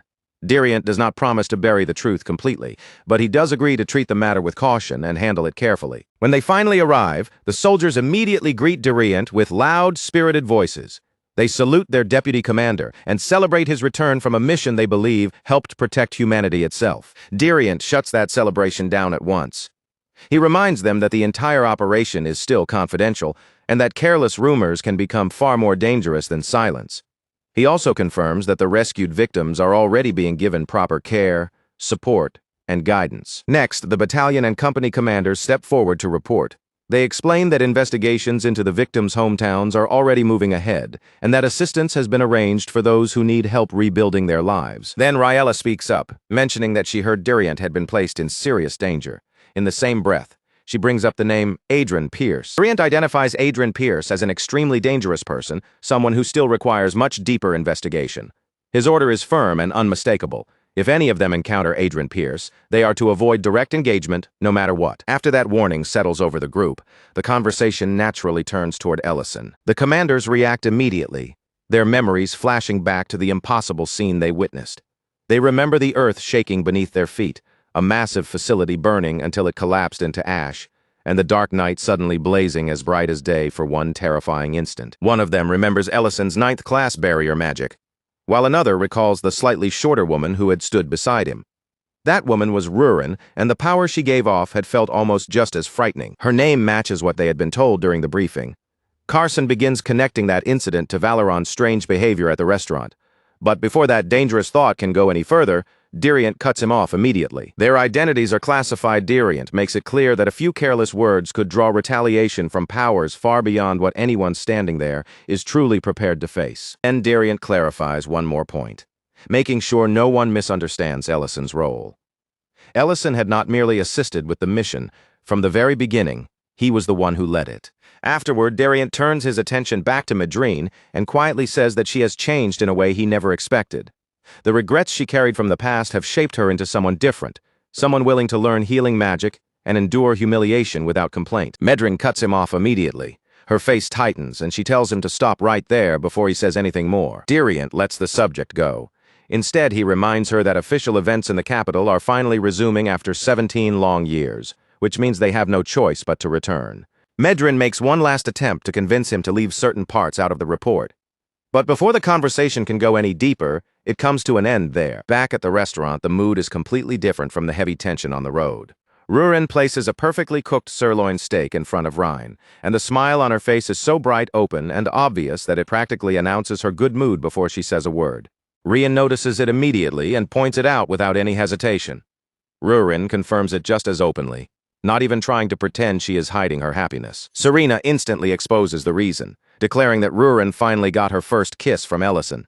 Rhine admits she had seen that coming for a long time, then adds that Ellison has always moved at the speed of a dying snail. Rurin agrees without putting up any resistance at all. Meanwhile, Noel, who happens to overhear the exchange from nearby, reacts with complete disbelief. Serena takes the opportunity to tease Elena again, insisting that everything would have moved much faster if Rurin had followed her advice earlier. Elena firmly says that today is not the time for that kind of conversation, and for once, Serena lets the matter pass. Lint overhears the entire conversation, and his face turns bright red in an instant. Flustered beyond words, he practically runs away while carrying pasta toward another table. Meanwhile, Linte and Mate keep finding excuses to hover around Ellison. They pretend to fix chairs, check plates, and handle little tasks nearby. but it is obvious they are really teasing him. Ellison can only accept, with quiet resignation, that being mocked has become part of his everyday life. Then Ellison moves the conversation away from the teasing and towards something far more serious, the item he had asked Linte to investigate. Lint confirms that Ellison is talking about the Hebiran flower. He explains that he contacted herbalists all across the country, but no matter where they searched or whom they asked, not a single person found even the faintest trace of it. Because of that, Ellison understands that ordinary methods will not be enough this time. If the Hebiran flower cannot be found through normal channels, then he will have to look somewhere far less accessible. He remembers what the elder once told him, that even the seeds had vanished from the world long ago. Only a few had once been preserved inside a royal treasure vault, but even those had eventually disappeared from ordinary circulation. That information is enough for Ellison to reach a clear conclusion. No one out in the wider world currently has a Hebiran seed. Ellison calmly accepts that not every rare ingredient can be obtained through normal means. Then one final piece of information rises in his mind. There may still be a single seed remaining inside the royal palace treasury in the capital. That realization changes the weight of the situation all at once. They have already taken risks, completed dangerous missions, and done more than most nobles would ever dare to attempt. This time, asking for a treasure as a reward might actually be within reach. So Ellison decides that it is finally time to return to the capital. And when he arrives at the palace, Leon Herreys greets him with clear excitement. Leon Herreys praises everything Ellison has accomplished, clearly eager as he asks what has brought him back after so long. He also speaks about the upcoming concert, the first one in 17 years, and how the entire capital is already buzzing with anticipation. Ellison brushes off Leon Herreys' praise as though it has nothing to do with him. Then, in his usual plain manner, he reminds Leon Herreys that he is just an ordinary man. Before Leon Herreys can let that excitement carry him any further, Emperor Ramadan Herreys steps into the moment and shuts it down at once, ordering him to hold himself back before his emotions spill completely out of control. Then the Emperor turns his attention toward Ellison, and the atmosphere around him becomes far more dignified and official. Speaking directly to him, he offers his thanks, acknowledging that Ellison wiped out those vile facilities hidden across the empire, while somehow avoiding needless destruction and keeping innocent people from being dragged into the disaster. Emperor Ramadan Herreys also notes that Leon is already struggling to stay calm, simply because Ellison is standing there before him. But then his expression settles into something more serious as he brings up the matter of reward, admitting that ordinary riches like gold, silver, or any other worldly treasure would be meaningless to someone like Ellison. So there is no point in pretending such things could properly repay him. With that chance placed clearly in front of him, Ellison does not waste even a second pretending to be modest. He answers in a calm, direct voice and says exactly what he wants. The Hebiran flower. The moment Ellison says those words, the mood in the room shifts so sharply it feels as if the very air has been pulled tight around them. Ellison continues without backing down, explaining that he already knows a seed is being stored within the palace treasury. As his reward for completing the mission, he wants that very seed handed over to him. Leon reacts almost the instant he hears the request, clearly trying to steer Ellison away from that particular reward and push him toward asking for something, anything else. But before Leon can speak too much, Emperor Ramadan Herreys cuts him off and stops him in his tracks. The Emperor already understands the weight behind that seed and exactly what it means. And there, within the quiet walls of the palace, a heavy tension begins to gather, little by little, settling over the room with every passing breath. Outside the palace, though, the capital is filled with an entirely different kind of energy. News races through the streets like a spark catching dry grass, and vendors start calling out loudly, waving around a special extra edition for anyone nearby to hear. People quickly crowd around the vendors, their voices piling over one another in excitement, as they talk about the Capitol concert finally returning after 17 long years. Everyone understands that once the first performance begins, the entire city is going to burst into a full celebration. All around the nearby streets, restaurants, shops, and small stalls are already expected to be packed with visitors. Each place is preparing for the flood of people and the festival-like excitement that is about to sweep through the capital from one end to the other. At that exact same time, far deeper inside the palace, a very different scene is unfolding as a formal announcement is delivered before a grand hall filled with gathered nobles. Chamberlain Horbellin stands before the assembled nobles and addresses them with solemn authority. He declares that the empire is now approaching the second anniversary of the war's official end, and with order finally restored to the land, the royal palace has decided to revive the Capitol concert, an event that had remained silent for 17 long years. He stresses that this revival was not chosen casually or as a simple entertainment. To give the returning concert proper meaning, He announces that a treasure will be awarded to the performer who can offer the most moving melody, one powerful enough to soothe old wounds and bring comfort to hearts still burdened by loss. Then Chamberlain Horbellens reveals the treasure that will be placed before them all. La Platilla, the seed of the Heberan flower. A quiet ripple of shock passes through the hall as the nobles take in that name. They recognize it at once, along with the countless legends and rumors surrounding the mysterious power said to rest within it. Horbellens makes it clear that this concert is not simply an evening of elegant music or a pleasant diversion for the nobility. It is meant to stand as a public declaration that the empire is finally prepared to move beyond the scars the war left behind. Hearing those words, the nobles raise their glasses beneath the glowing palace lights, their voices joining together in a refined and formal toast of agreement. Inside the palace, Ellison immediately understands the bitter irony of what has just happened. The very same seed he came there to request has now been presented before the entire empire as the grand prize of the capital concert. Leon visibly loses his composure. Memories rise in him of hearing that melody when he was still only a child, of learning through that concert what healing could feel like. After 17 years of silence, its return means far more to him than a political gesture or a royal ceremony. The idea of that reward being taken away from the concert stirs real frustration inside Leon. Swept up by that feeling, he pleads for the Heberan flower to remain as the prize just this once, not for himself, but for the meaning of the concert. Before anyone else has a chance to respond, the Emperor's hand moves first. He strikes Leon sharply, then rebukes him for speaking as though the reward is somehow more important than the achievements that made this entire moment possible. Leon tries to argue back, bringing up the expectations of the people who are waiting for the concert. But Emperor Ramadan Haris cuts him off without hesitation, demanding obedience and refusing to allow even one more excuse. As the argument begins edging dangerously close to disaster, Ellison steps in and tries to calm the room before things get worse. He explains that if the Heberan flower is simply handed over to him now, then all the efforts spent reviving the concert will end with no prize to show for it. But the Emperor answers with equal firmness, saying the event's success or failure comes second, if Ellison truly desires that reward, and that any noble who sincerely cares about the concert should still perform without needing treasure dangled before them. Leon finally seems to realize just how narrow his thinking has become, and he admits it. Yet his emotions surge up again before he can fully stop himself, and he blurts out that if there is going to be no prize, then perhaps the concert itself should simply be cancelled. In that moment, it becomes painfully obvious all over again that Leon is still too easily swept away by his own feelings. Then, cutting through the emotional chaos with his usual calm, Ellison simply asks where he can submit an application to participate. Leon stares at him in stunned realization, only now understanding that Ellison intends to enter the concert and win the prize himself. Emperor Ramadan Haris approves immediately, regarding the choice as honorable even after everything Ellison has already accomplished. Ellison, however, brushes past the praise as if it barely matters and simply asks how the application process works. The regana is not some ordinary musical instrument anyone might casually pick up. In the Luverne Empire, it is treated as a symbol of elegance, refinement, and noble status, a keyboard instrument carrying the kind of prestige an organ might hold in another world.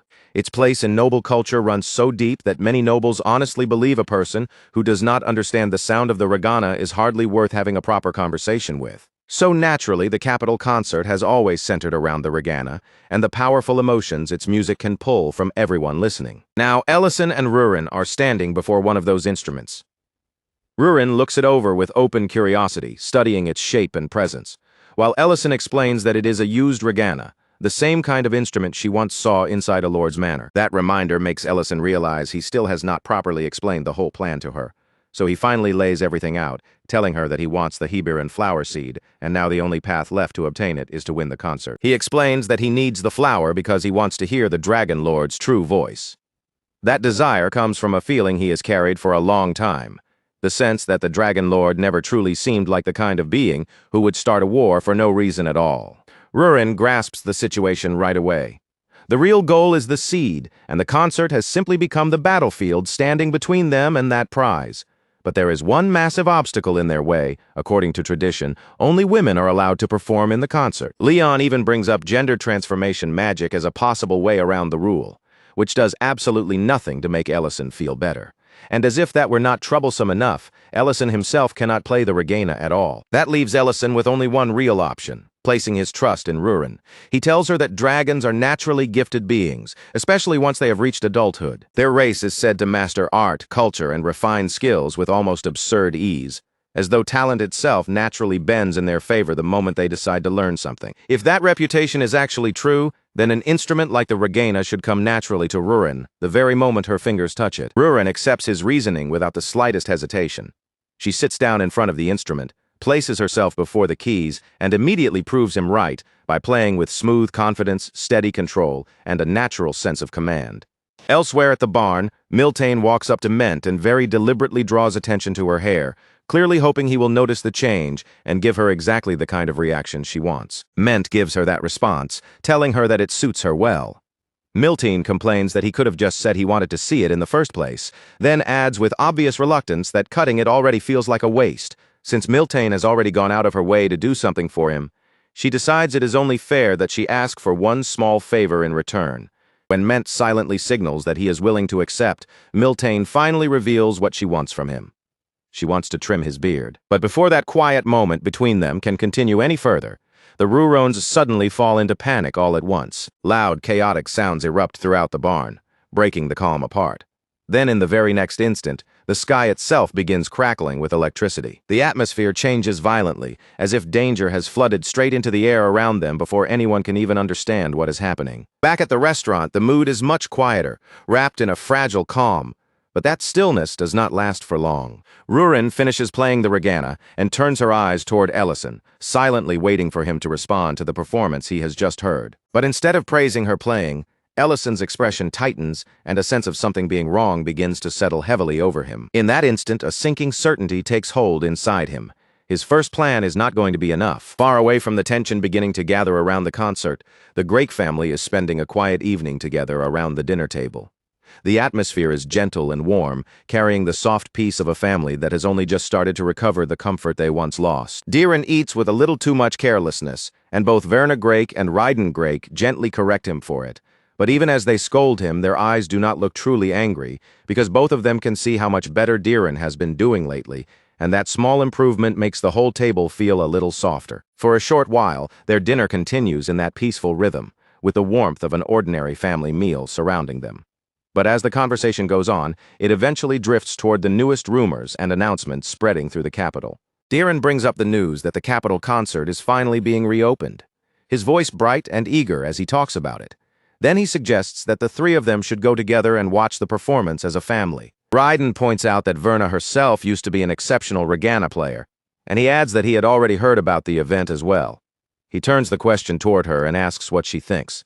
But the second the subject settles on Verna, her body goes rigid, as if those words have pressed directly against a wound she has kept hidden. Verna excuses herself almost right away, saying there is something she needs to take care of after dinner.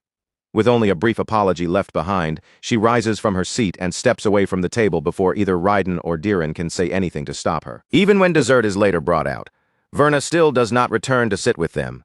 Instead, she takes her own portion from the tray and quietly leaves with it, keeping herself away from the conversation and from the subject she clearly cannot face. Diren quickly tries to explain that he only meant they should attend the concert as spectators, not that Verna needed to go up and perform. But Ryden's mind has already moved somewhere else entirely, returning to the regana locked away in that sealed room. The instrument Verna never allowed even the servants to touch, always insisting she would care for it herself. The more Ryden thinks about that room and that untouched instrument, the heavier the realization becomes. Verna has not played the regana even once since the day he collapsed. That one truth tells Ryden more clearly than any spoken confession ever could. Verna is still carrying the burden of everything by herself, silently refusing to share even a small part of that weight with the family standing right beside her. Then, keeping his voice low so the conversation does not reach beyond the table, Ryden quietly begins to discuss a plan with his son. Meanwhile, Verna shuts herself away inside her room, closing the door behind her as if trying to block out the rest of the world. But once she is alone, the memories she has never truly escaped begin rising around her again. Among all the things her father forced upon her in his obsession with turning her into something perfect, the regana had been the one thing Verna had genuinely loved. It was the single part of his training that had once felt like her own. She can still remember the warmth of her first performance, the sound of her family's applause filling the room, and the bright happiness that bloomed inside her chest the moment her fingers touched the keys. Even now, after everything that happened and everything that was taken from her, Verna cannot completely deny one painful truth. Some part of her is still grateful that he taught her music, but that small, fragile gratitude is stained by another memory, one much darker, much colder, and far more difficult for her to bury. She remembers his words with terrible clarity, the way he told her that no one would suspect her, even if someone collapsed. The memory pulls guilt back into her chest with crushing force, like the past itself has reached forward and grabbed hold of her heart. Even now, though she is surrounded by people who care about her and is living a life far gentler than the one she had before, Verna still cannot bring herself to play the regana again. The thought of proudly placing her hands on the instrument he trained her to master makes her feel sick, as if touching those keys would mean accepting everything connected to that painful past. Inside her mind, Verna imagines Diren and Raiden looking at her with disgust. Their warm, loving gazes twist into rejection, the instant they understand the guilt she has been carrying. Every time Verna looks at the regana, it no longer feels like a beautiful instrument waiting to be played. To her, it feels like her own sins are sitting there in silence, staring straight back at her. In her shaken mind, the instrument almost seems to take on a dark and accusing shape, looming over her like a shadow that blames her for abandoning it and leaving it untouched for so long. At last, the pressure becomes more than Verna can bear. Her strength drains away beneath the weight of those memories, and she collapses down onto the floor. Rurin, who happens to be there because of the regana, sees Verna fall right before her eyes. Without pausing to think, she rushes toward her immediately, moving on pure instinct. At the same time, in another place entirely, the applications submitted for the concert are being checked one after another. Quite a few names have already been added to the list, but one unfamiliar applicant stands out among them. The name is Count Michelle Frown, and no one present seems to recognize it at all. The added information claims that she is a noble woman from distant Greek city, but instead of making the identity seem clearer, that detail only makes the whole application feel even more suspicious. And with that, the truth becomes almost painfully obvious. This absurd disguise is apparently the best plan Ellison was able to come up with. Just then, another figure steps into the scene and sweeps aside all of that concern as if it means nothing. She declares with absolute confidence that once everyone hears her performance, they will have no choice but to kneel before her. This woman is Loriana Delian, the niece of Duke Melik Delian. The Duke responds to her confidence with cold composure, reminding her that bold words are meaningless if they are not backed by proper preparation. Back at the estate, Verna slowly opens her eyes and wakes up, still disoriented. As her vision clears, she finds both Rurin and Ellison sitting nearby. Still confused about what happened, Verna notices the swelling on her head and tries to gather the scattered pieces of her memory from before she lost consciousness. They explain that, as strange as it may sound, the real reason they came was to borrow her regana. Rurin is planning to enter the concert, but they still cannot tell whether the biggest problem will be Rurin's own skill or the condition and quality of the instrument itself. So they ask Verna if she can help them judge it. Rurin casually plays a few notes on the regana, but the moment the sound reaches the room, Verna's body visibly tightens. Before that uncomfortable silence can fully settle around them, the door suddenly bursts open, and Raiden rushes inside carrying urgent news. The Delian family has already begun making its move. With the backing of nobles allied to them, they have forced a new restriction onto the concert.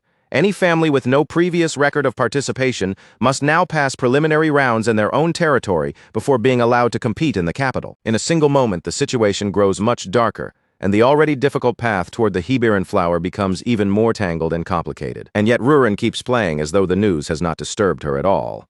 Her fingers remain steady on the regana, and she calmly points out that the instrument should still be good enough to get through the preliminaries. Ellison feels as if the ground has suddenly dropped away beneath his feet. The Heberan flower had already been hard enough to reach, but now it feels even farther from his grasp than before. While Ellison desperately searches for some way around this new problem, Duke Melik Delian is somewhere else, calmly checking in with the Red Dragon about the scheme they had prepared long before this moment. The Duke expects that their preparations should already be moving forward, and the Red Dragon confirms it without even the slightest trace of hesitation. Everything has already been arranged. The ignition point will be the first imperial concert held in 17 years inside the Luverne Empire. For them, that grand celebration is not a joyful festival at all. It is the perfect stage for slaughter, where nobles connected to the imperial faction and civilians crowded into the capital can all be targeted at the same time. By striking both groups in a single blow, they can create the greatest possible chaos. Their reasoning is mercilessly simple. The last war failed to destroy the empire only because the people united behind three so-called heroes and found hope when they should have had nothing left. Without that unity, the Luverne Empire and the Black Dragons would have already been reduced to dust. This time, they intend to make certain that hope never has the chance to rise again. The Red Dragon explains that the First Night Order will be responsible for security during the concert. And if a massacre unfolds while the First Night Order is supposed to be protecting the event, the public's trust in both the Knights and the Imperial family will be shattered beyond repair. Once that collapse begins, the transfer of power Duke Melik promised will become far easier to bring about. The Duke agrees completely, his face cold and unreadable, as he declares that Emperor Ramadan Haris has already proven himself a failed ruler. Then Duke Melik turns his attention back to the list of concert applicants, scanning over the names with careful interest. Almost immediately, one name catches his eye: Lady Rurina Revolk, a woman directly connected to Count Revolk. He refuses to dismiss them as harmless. Anyone tied to that name is far too dangerous to ignore, and to Duke Melik that connection alone is enough to treat them as a serious threat. In Duke Melik mind, a bothersome fly should never be dealt with only after it has already slipped into the room. The truly clever choice is to close the window first, sealing off the path before that nuisance ever gets a chance to enter. Somewhere else during an inspection connected to the preliminary round, one of the judges, Revos Ponto, unexpectedly crosses paths with Ellison. Ellison greets him with a smooth and practiced composure, introducing himself as Count Revolk without missing a beat. Revos Ponto recognizes the name immediately and, in a casual tone, comments that the restaurant where they are meeting still seems strangely popular. When the conversation shifts toward the actual performer who entered the competition, Ellison keeps his face perfectly controlled and confirms that Lady Rurina Revolk is his wife. Even though he says it calmly, just forcing those words out makes Ellison tense beneath the surface. Revos Ponto then asks why Lady Rurina is not there with him, and Ellison explains that there was an issue with her regana, so she had no choice but to borrow another instrument. To Ellison's surprise, Revos Ponto responds with genuine warmth rather than suspicion. He admits that he has always loved regana performances and says he has truly been looking forward to hearing Lady Rurina play. Ellison answers him with polite restraint, keeping his expression calm and courteous on the outside. But inside, he is doing everything he can to keep himself from cracking under the pressure that is steadily piling higher around him. Once Ellison returns inside, all of that bottled-up pressure comes spilling out straight toward Leon Haris. The preliminary round was announced with almost no warning.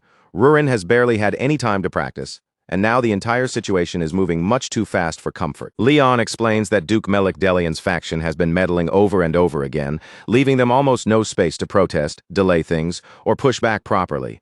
Meanwhile, Ellison checks the regana that had been prepared for Rurin, and the moment he hears its sound, he immediately senses that something is wrong. Leon confirms that this problem is exactly why Rurin went to borrow a different instrument in the first place.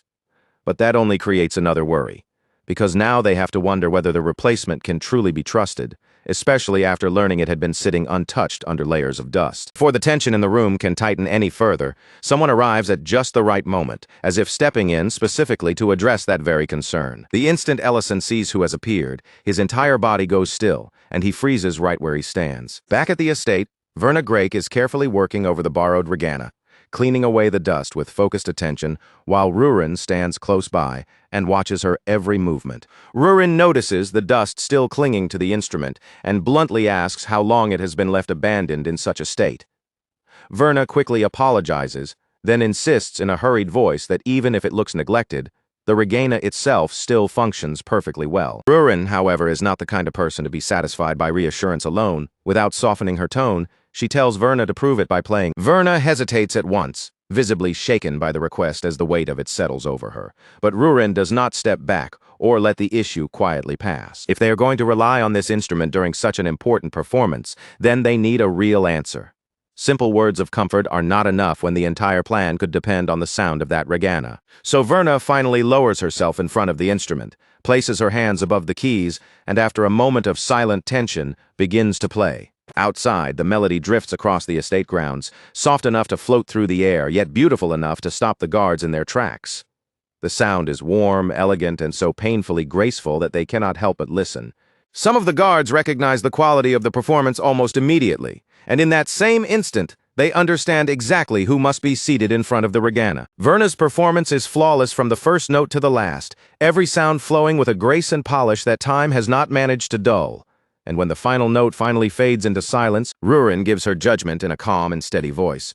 There is nothing wrong with the regana itself. Then Rurin adds that a melody that beautiful deserved much better than being left buried beneath dust and neglect for so many years. At the palace, the hall for the preliminary judgment is already being prepared.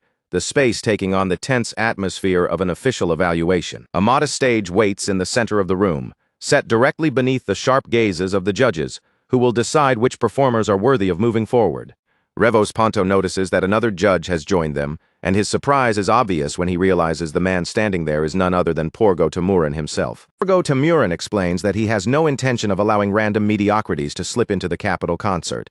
Since he loves the regana and understands it better than anyone, he decided that this was a matter he needed to oversee personally. Revos Ponto bristles almost immediately, caught between feeling insulted and suddenly wanting to prove that his own judgment is not beneath Porgo Tamuran's. Nearby, Ellison leans slightly toward Leon Herais and whispers in surprise, clearly not having expected Porgo Tamuran to appear at the preliminary hall. Leon answers quietly, admitting that even he had not known about this development beforehand. Behind the stage, Verna is trembling with nerves, her hands tight and uneasy as fear creeps through her, and she worries that everything may still go wrong.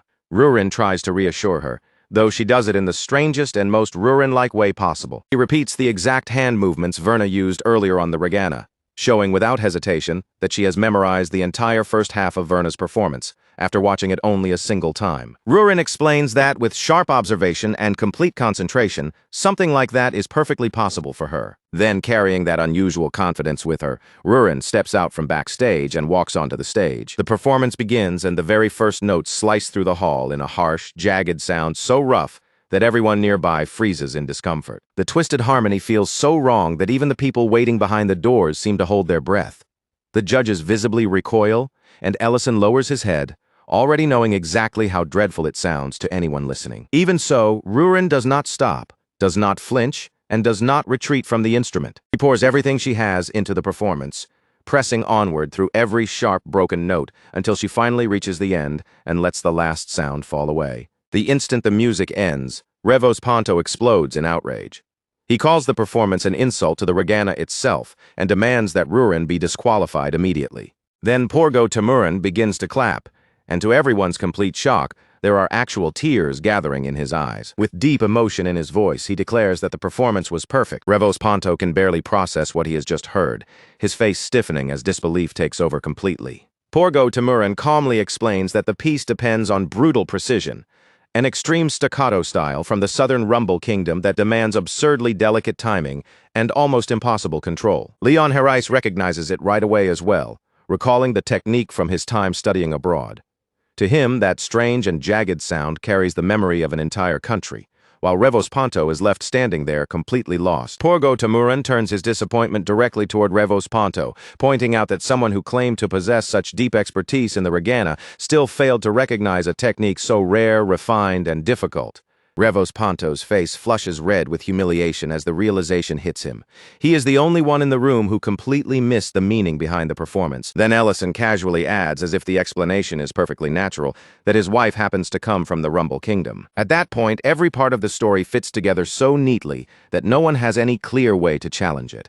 Porgo Tamuran nods with unmistakable approval and praises Rurin's mastery, while Revos Ponto stands cornered in his own embarrassment, desperate to recover even a shred of dignity after his earlier outrage. Revos Ponto hurriedly slammed down his stamp of approval, as though he had supported the decision from the very beginning, forcing the result through, while desperately pretending that everything had gone exactly according to his own judgment.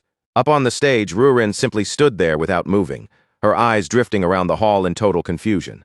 She clearly had no idea why that performance had somehow been accepted, and yet, against every bit of common sense, she had passed the preliminary round. Far away from the stage and the stunned judges, word of the result traveled quickly, carried straight to Duke Melik Delian and the red-haired woman waiting at his side. The red-haired woman barely reacted at all.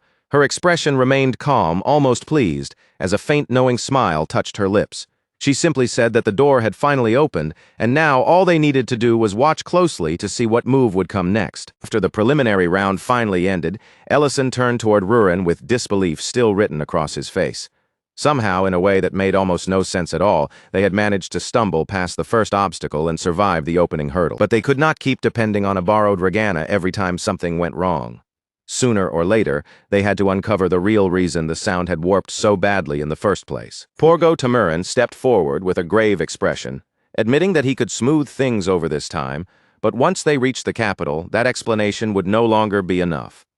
Leon Herrés added that he had risked the credibility he built during his years studying abroad just to support that excuse. Ellison nodded in agreement, understanding that they could not simply blame careless venue maintenance, especially when instruments used for such performances were supposed to be thoroughly checked before anyone ever stepped onto the stage. As Verna Grake listened, her expression tightened with concern. Rurin immediately fired back, insisting that she had inspected the instrument herself, and if something really had gone wrong, then it absolutely was not because anyone had been careless with it. Verna Grake took the regana back into her hands and examined it again, her eyes narrowing as she studied every small detail.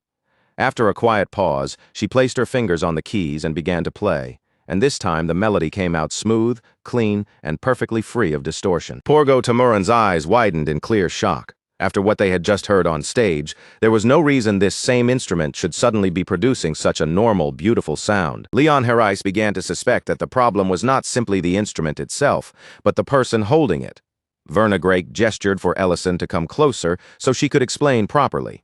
Meanwhile, in the background, Rurin grabbed Leon by the hair and reminded him that being the crown prince did not protect him from annoying her. As Verna Grake continued playing, the clear melody suddenly broke apart. In the next moment, the regana released that same sharp, twisted, scraping sound that Rurin had produced earlier on the stage. That single warped note was all Verna Grake needed to hear. Her suspicion had been confirmed. She opened part of the regana and revealed what was truly happening inside. The internal mana flow formula controlling the air channels was being thrown out of balance, even though the instrument itself showed no visible crack, break, or damage anywhere. The regana had never been physically broken at all. Its body remained perfectly intact. But once the mana moving through its inner structure became unstable, the sound twisted into that ugly, ear-scraping tone. Only then did Ellison finally understand why something had felt faintly wrong earlier when his fingers touched the strings. Verna Grake explained that both Ellison and Rurin released mana so dense that merely standing near the regana was enough to disturb the delicate formula inside it.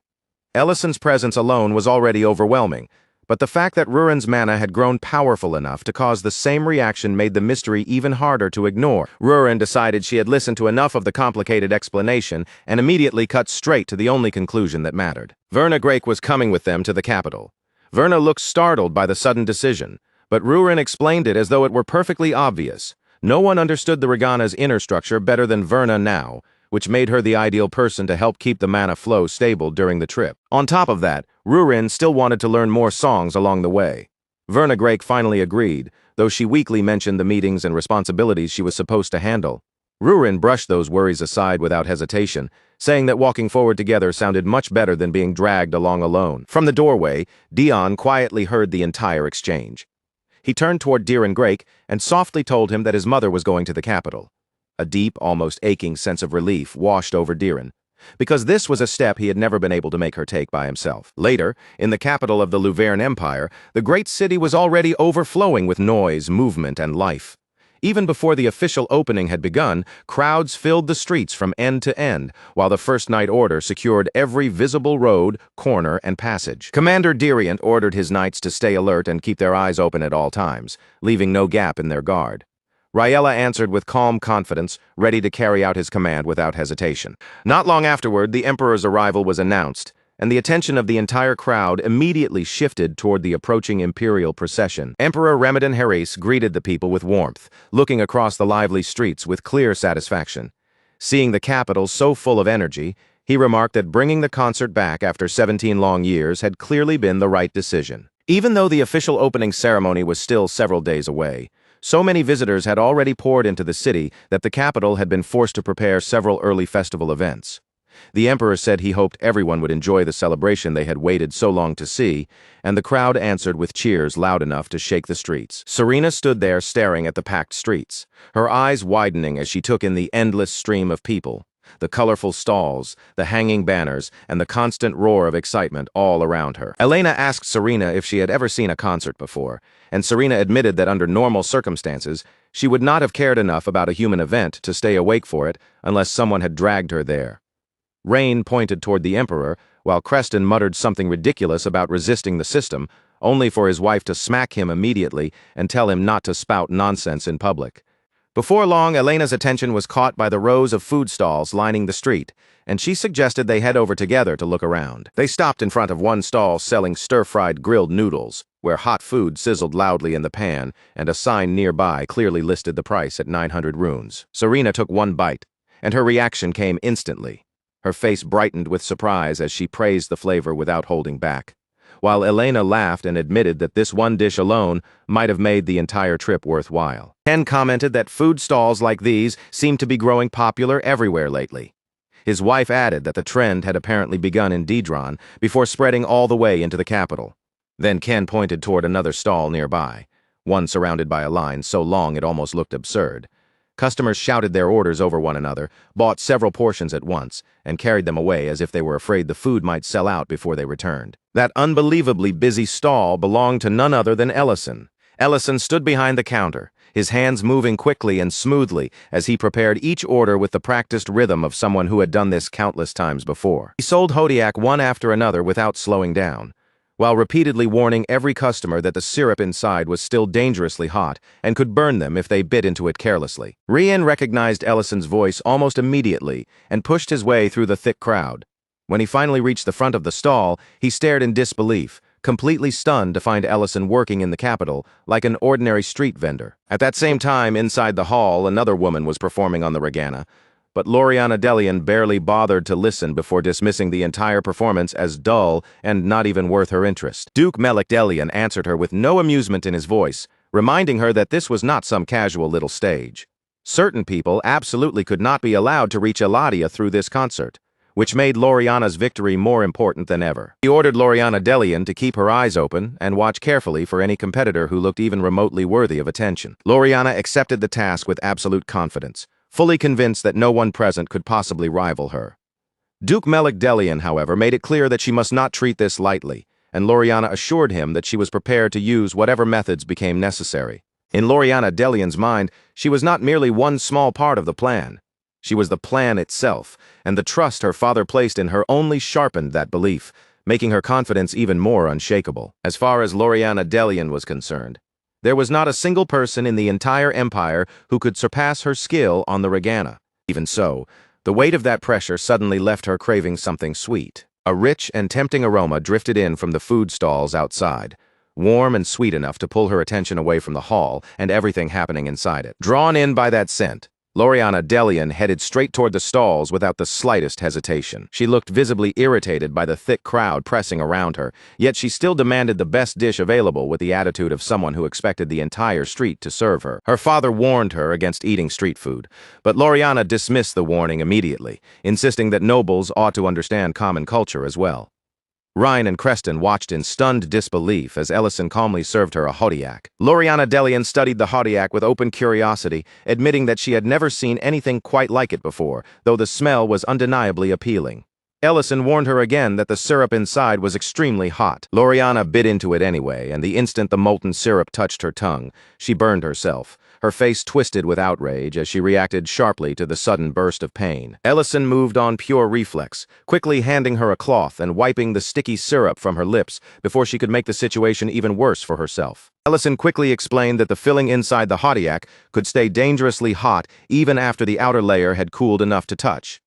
But Loriana Delian only stared at him, her face flushing red almost instantly, before snapping at him for touching her so casually and accusing him of having absolutely terrible manners. Ellison blinked in surprise, completely thrown off by how sharply she reacted. He tried to explain that he had only moved because he wanted to help her, but somehow that harmless defense only made the strange tension between them feel even more awkward. While Ellison hurried away to get her some cold water, Loriana's thoughts spun in a completely different direction. In her imagination, that brief accidental touch had already transformed into something far more dramatic, romantic, and meaningful than anything that had actually happened. When Ellison returned and politely called her ma'am, Loriana immediately snapped back, both flustered and offended by the word. She declared that she was not married, then quickly demanded to know his name instead. Still unsettled by how strangely the conversation had turned, Ellison answered with his fake identity and introduced himself as Count Ursio Revoke. The moment Loriana heard that name, she fell into complete panic. She frantically insisted that none of this meant anything, claimed she only intended to return the handkerchief, and then fled before anyone could even answer her. Her father was left standing there in confusion, while Ryan and Creston stared at Ellison as though they had just watched a disaster being born right in front of them. Ellison weakly tried to defend himself, saying it had only been a cloth and nothing more. Rhine immediately began teasing him for seducing noble ladies now, warning him that Rurin was definitely going to be furious once she heard about it. Ellison, already regretting the entire encounter, bitterly named the whole mess the Revoke scandal. Elsewhere, Rurin continued practicing on the regana, trying again and again to force the sound into a proper shape. She had already figured out that controlling the mana flow around her own body helped keep the instrument stable, but even with that progress, something about the tone still felt faintly wrong. Not long after, Werner Grake returned and explained that anyone participating in the concert had to complete pre-registration in the ballroom during the pre-festival events. Rurin admitted without hesitation that she did not know the capital well enough to find the ballroom by herself. Seeing her uncertainty, Werner Grake offered to guide her there personally. Back at the food stall, Ellison told Serena and Elena that Rurin had officially entered the concert. Both of them reacted with open shock. Then, with an absurd level of seriousness for a man selling Haudiac on the street, he asked them to address him properly as Count Ursio Revoke and Lady Lena Revoke. Creston grumbled under his breath about suddenly being ordered around by nobles, clearly displeased by the whole act. Rhine, however, finally understood why Ellison had been using such a ridiculous fake noble identity in the first place. Serena ignored the entire discussion about noble names as if it had nothing to do with her at all, and instead simply asked for more Haudiac. Rien narrowed her eyes at Ellison and started questioning him about the noble girl from earlier, clearly convinced that something ridiculous had happened between them. Ellison immediately denied that he had tried to seduce anyone. Elena, sounding a little more cautious than the others, looked between them and asked what exactly Ellison meant when he said competition. Before Ellison could answer, Rhine spoke up and revealed that the girl was Loriana Delian.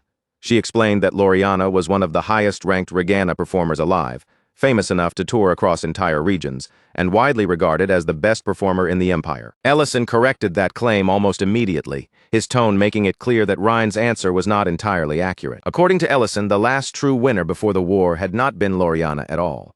It had been someone else entirely, Lady Werner Grake. Inside the palace, Loriana Delian spotted Rurin standing beside Werner Grake, and the sight alone was enough to make irritation flash across her face. Memories surged through Loriana's mind all at once.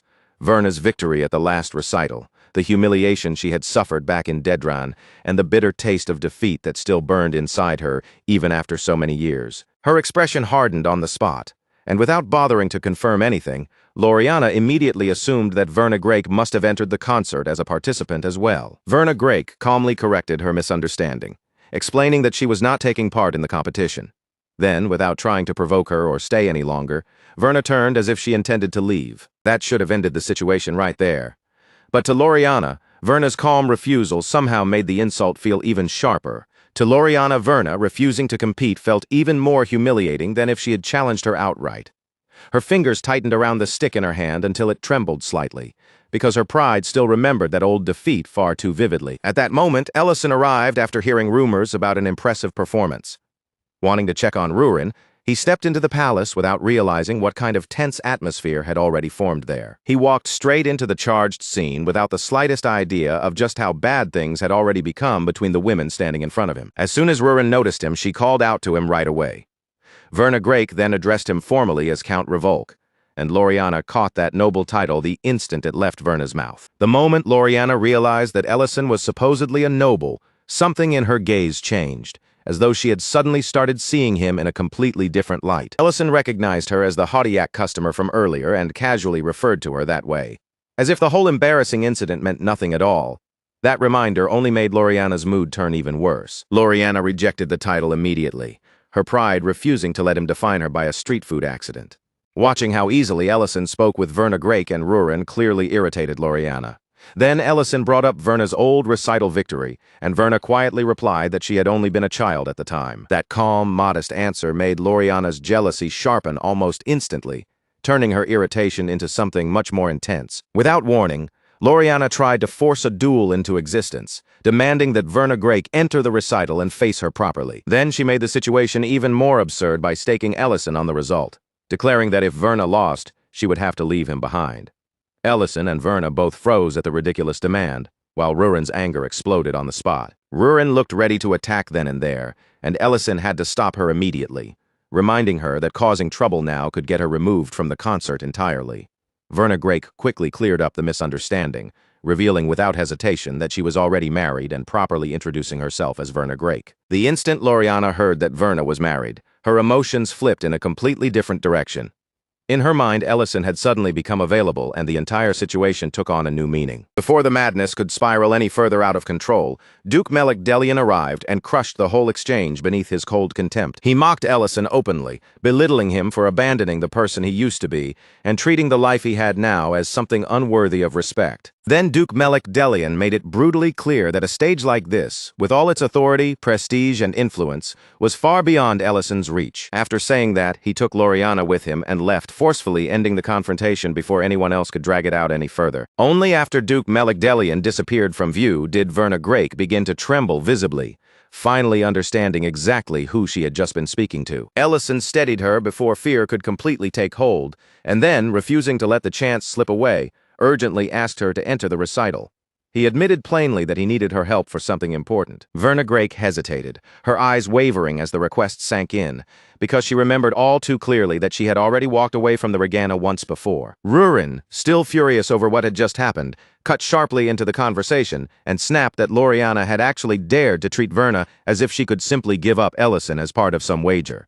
Ellison tried to calm Rurin down and explained that the misunderstanding had started because he had wiped syrup from Loriana's lips.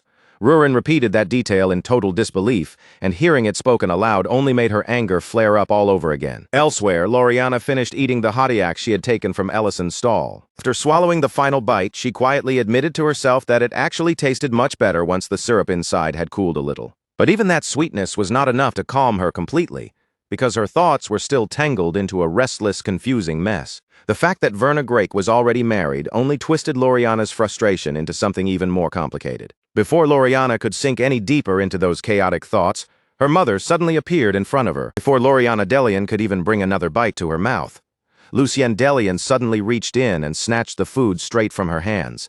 Without a moment of hesitation, she flung it away like it was something filthy, then turned that sharp anger on Loriana, scolding her harshly for making their family look disgraceful in front of everyone. Lucienne fixed Loriana with a cold, commanding stare that left no room for refusal, ordering her to go back to her Regana practice immediately.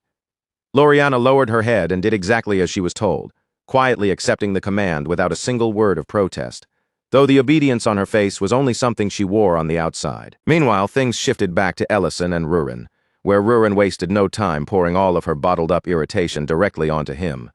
She jabbed at him for suddenly becoming so strangely popular, then pushed the blame even further, accusing him of being the very reason Verna Drake had ended up dragged into the competition. At that point, Ellison finally stopped trying to argue his way out of it.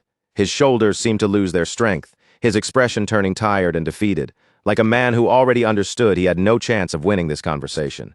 In the end, he promised her that he would never again get mixed up in that kind of situation. Only after Rurin's anger had cooled down enough for her words to come out properly did she finally reveal what had truly been sitting underneath all that frustration.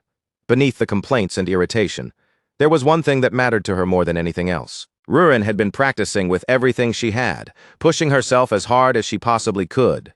And even if she still couldn't defeat the others with flawless technique alone, she had discovered a different path, another way to make the Regana respond to her will. This time there was a solid force behind her voice, steady enough to be felt and sharp enough to cut through the air. It was not ordinary confidence either. It carried something fierce, almost dangerous, yet somehow thrilling enough to make anyone listening wonder what she was about to do. Rurin then made her promise clear. Once she stepped onto that stage, she would not simply play a piece and leave quietly. She would give the people in that hall a performance so unforgettable that none of them would ever be able to erase it from their minds. Over at the registration area, the scene was already filled with movement. Participants came and went, officials hurried from one place to another, and the entire space carried the restless energy of people preparing for something important. Verna Drake approached the registration area quietly, keeping her posture calm and composed as she stepped forward. In a restrained voice, she asked how she was supposed to sign up for the recital. One of the attendants calmly explained the registration procedure to her, walking her through what she needed to do. Then the attendant added that performers with sufficient experience were allowed to bypass the preliminary round altogether and move ahead without having to prove themselves there first. As Verna Drake took in those words, a faint tension began to gather across her face. Her hands tightened ever so slightly, as though something from the past had stirred awake inside her and was pressing down on her again. At that exact moment, a woman passing by bumped hard into Verna's shoulder. She tossed out a careless apology that barely sounded sincere, almost like she only said it because she had to. But then she stopped, turned, and properly looked at Verna's face. In that single instant, the feeling between the two women shifted completely.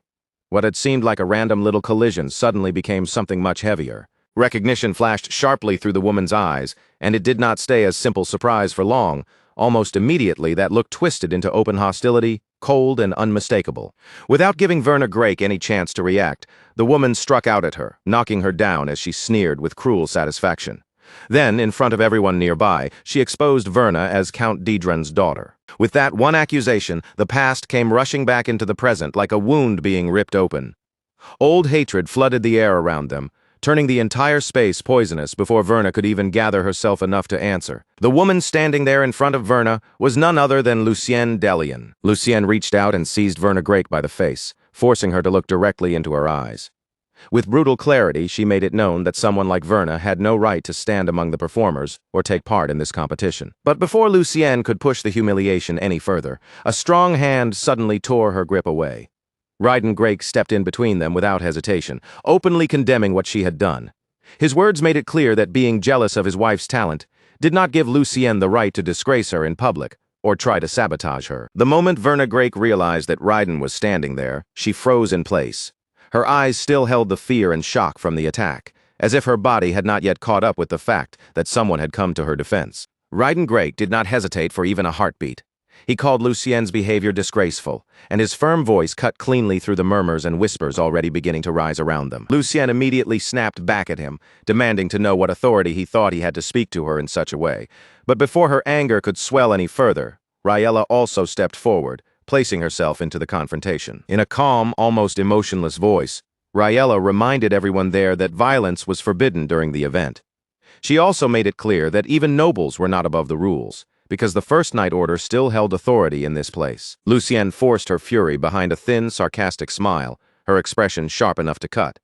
Then she remarked that the Grake family had apparently become important enough to have knights protecting them now. Yahello showed no reaction to the insult at all.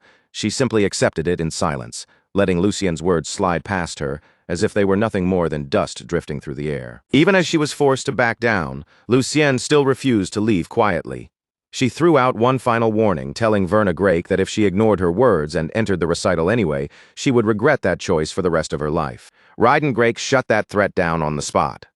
Without giving Lucienne any room to continue, he revealed that Verna's registration had already been completed, then added that he had only stopped by because he happened to be passing through. Before Ryden left, he aimed one last pointed remark at Lucienne. He said he sincerely hoped Loriana Delian would not have to endure another bitter ending like the one she had suffered before. Lucienne was left standing there with a dark expression, clearly shaken by how the confrontation had turned against her. Around her, the nobles quickly began doing what nobles always seem to do best, spreading rumors before the tension in the air had even settled. It did not take long for whispers to spread throughout the entire venue. Verna Grake had truly entered the recital. That single fact was enough to pull old memories back into everyone's minds, especially the fact that she had won the previous recital before disappearing into a long silence. Naturally, Loriana Delian's name was dragged into the talk as well, along with the rumor that she had stopped playing for a long time after losing to Verna. And just like that, the atmosphere around the recital changed completely, because everyone could feel it now. This was no longer going to be an ordinary competition. As evening slowly settled over the capital, the sound of regatta music began drifting from every direction. From one corner of the city to another, melodies rose into the air, each participant practicing harder than before, as the pressure around the recital grew heavier and heavier. Then, after the tension had been stretched to its limit and everyone had waited as long as they could, the long-anticipated day of the recital finally arrived. Sultan de Horn, the head of the Imperial Magic School, stood before the crowd and opened the event by declaring that this concert did not belong only to the nobles seated inside the hall. He explained that every performance would be projected into the main plaza, and that viewing windows had been prepared all throughout the capital, allowing the entire city to watch the recital together. At his food stall, Ellison realized that the finals were finally about to begin.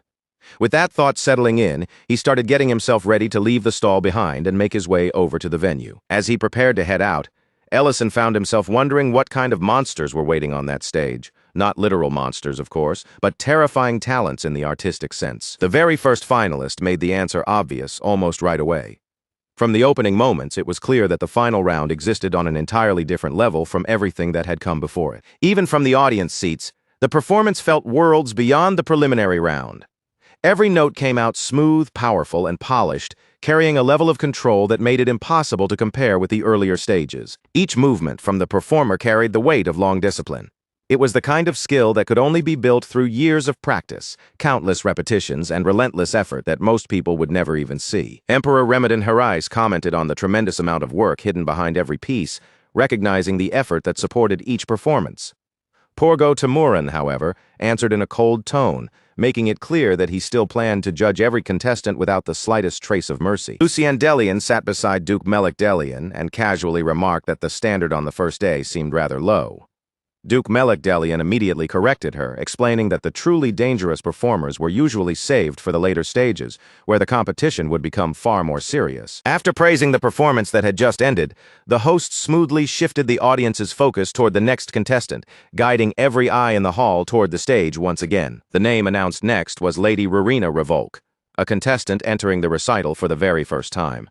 The moment that name echoed through the hall, a wave of surprise rippled through the audience. All at once, the attention in the room sharpened. Conversations quieted, gazes lifted, and the entire hall seemed to focus on what would happen next. Rurin stepped out onto the stage in a green dress that she was obviously not comfortable wearing. Yet the moment she appeared beneath the lights, every pair of eyes in the hall fastened onto her. Rien recognized her almost immediately, quietly piecing it together. While Serena corrected the name in her mind, she was Lady Rurina now. Elena could not help noticing how striking Rurin looked in that dress. But Creston was far too worried to admire anything, because he still remembered the last time he had heard her play, when the regana sounded less like music and more like something on the verge of dying. Rien brushed that concern aside, assuming that Rurin must have practiced desperately since then. In his mind, there was no way she would have come this far or stepped onto that stage unless she had truly improved. In the end, they all reached the same conclusion. For now, all they could do was trust Rurin, keep their eyes on the stage, and wait to see exactly what kind of performance she was about to show them. At the judges' table, however, Revos Ponto's mood had shifted completely from before. Something about the situation had clearly changed in his mind. He was convinced that after all this time, he had finally uncovered the truth. Ever since that strange preliminary round had thrown the judges into turmoil and left the entire hall buzzing with confusion, Revos Ponto had not been able to push the incident out of his mind. The more he thought about it, the more it gnawed at him, refusing to settle like an unanswered insult. Determined to uncover the truth, he had traveled across the country in search of answers, chasing every possible lead, no matter how unlikely it seemed. He had even gone all the way to the southern Lombal kingdom, personally seeking out anyone who understood regana techniques and studying whatever they could tell him. But after all those long journeys, all those questions, and all the effort he had poured into the search, Revos had found absolutely nothing. Not a single reliable clue, not the faintest trace, not even one legitimate record of a real technique known as staccato. So in Revos Ponto's mind, the conclusion had already become undeniable. That earlier performance was no miracle, no breakthrough, and certainly no hidden technique. To him, it was a lie, a cheap trick dressed up as innovation, and with that certainty burning inside him, he braced himself to expose Rurin before the entire audience. A dense silence settled over the hall, pressing down on everyone as the stage waited. Deeran Grake stared forward with tension written all over his face, clearly wondering whether this was about to fall apart into a disaster. But before he could say anything more, Leon Harries quietly hushed him and kept his eyes on the stage. Ellison, meanwhile, did not take his eyes off Rurin for even a second. His gaze stayed locked on her figure, and in the quiet of his own mind, he kept telling himself over and over that she could handle this. Up on the stage, Rurin slowly raised her hands toward the regana, feeling every stare in the room on her. And even before the first note sounded, she understood one thing with absolute clarity. If she played normally in a place like this, it would never be enough to win. Because Rurin already knew that the regana's airflow became unstable whenever it reacted around her mana, she made a decision that no ordinary performer would have even dared to consider. Instead of fearing that flaw, she looked straight at it. Rather than trying to hide the problem or force the instrument into a clean, obedient sound, Rurin chose to use that instability as the core of her performance. If the regana would not behave like everyone else's, then she would turn that wildness into her weapon. At that very moment, a memory flashed vividly through her mind. She saw herself standing beside Ellison in another world, somewhere far removed from this glittering hall, these watching nobles, and the suffocating expectations around her. In that memory, their journey had paused for a little while, and the two of them had simply stood there together, letting the raw, explosive energy of a rock concert wash over them. That memory gave Rurin the answer she needed. If the people of this world had never heard a sound like that before, then she would be the one to make them hear it for the first time. Her fingers began to move across the regana, and the instrument answered immediately. What came out was not delicate or gentle, it was heavy, fierce, and so commanding that no one in the hall could possibly ignore it. The rhythm that exploded from the instrument was nothing like the elegant court music the nobles were used to hearing. It roared as if a guitar had been dragged through pure mana itself, rough, forceful, and driving hard enough to shake the air with every note. That sound slammed through the hall like a wave of raw power. For one breathless moment, every person inside froze in place, whether they were standing, sitting, whispering, or judging from the front. Ellison knew that sound the instant it reached him. It was music from his old world, reborn in this one through Rurin's hands, and reshaped by the strange voice of the regana. Rien could not even begin to process what she was hearing, her thoughts stalling under the shock of it. Emperor Ramadan Harais, on the other hand, felt the music strike him directly in the chest, as though the sound had gone beyond his ears and hit something far deeper inside him. For one suspended moment, the entire crowd seemed lost. No one knew how to respond to the strange, overwhelming sound pouring from the stage, because it was nothing like anything they had expected from a regana. And then, almost as if the whole hall woke from the same stunned dream at once, the cheers finally began to rise. The rhythm seized everyone before they could even understand it. Whether they knew what kind of music they were hearing or not, every pounding beat seemed to grab their hearts and pull them along with it. Lucienne Delian went completely rigid, her face locked in disbelief as the hall erupted around her. Beside her, Duke Melik Delian pressed a hand to his temple, looking as though the entire situation had become a headache he could no longer ignore. Then Ravos Ponto suddenly broke down in tears. The truth, heavy and humiliating, had finally come crashing down on him all at once. The technique he had been so certain was impossible had turned out to be real. Worse than that, Ravos realized that his own understanding of the regana had been painfully narrow and shallow. In that moment, his pride collapsed, and he resolved to throw it aside and begin learning everything again from the very beginning. At last, Rurin brought the explosive performance to its close. Then she turned toward the roaring audience and acknowledged them from the stage, standing there beneath the attention she had earned. Even the host had trouble regaining his composure after what had just unfolded. For a moment, his words seemed to catch in his throat, but eventually he managed to say that it had been an overwhelmingly powerful performance before forcing the event forward and introducing the next contestant. Behind the curtain, Loriana Delian felt the strength slipping out of her legs. The echoes of Rurin's music still seemed to tremble through the hall, and even from backstage, that lingering force was enough to shake her. For the first time, Loriana genuinely wondered how anyone was supposed to walk onto the stage after a performance like that. The thought alone made the path ahead feel almost impossible. All through the palace hallways, excited whispers began spreading from noble to noble. Their voices overlapped as they tried to understand what they had just heard, and none of them could believe that the regana was capable of producing such a fierce, unfamiliar sound. When Rurin came down from the stage with Ellison, several nobles hurried toward them almost immediately. They surrounded her with praise, tossed questions at her from every side, and tried desperately to understand the shocking performance they had just witnessed. Rurin stiffened slightly under the sudden pressure, clearly unsure how to deal with so many people crowding around her at once. Seeing her hesitate, Ellison gave her a small nudge and quietly reminded her that she needed to introduce herself properly. She almost slipped up in the middle of speaking, but caught herself at the last possible moment. Correcting her words, she introduced herself as Lady Lena Revolk. The moment that name was given, even more voices rushed in. Names, titles, compliments, and questions came flying at her from every direction, stacking on top of each other so quickly that there was hardly any room left to breathe. Rurin was clearly overwhelmed by all the attention, her expression giving her away even as she tried to keep up. Ellison noticed it right away. He stepped in smoothly before the nobles could crowd her any further, explaining that she was exhausted after such an intense performance and promising that they would answer questions another time. Then he guided her away, pulling her out before the crowd could swallow her completely. As Ellison led her along, Rurin blushed and quietly confirmed that she was supposed to keep acting as his wife. Ellison told her to continue with that role for now, keeping his voice low as they moved away from the noise. Once they had finally escaped the commotion and found somewhere quieter, Ellison turned to Rurin with a much softer expression.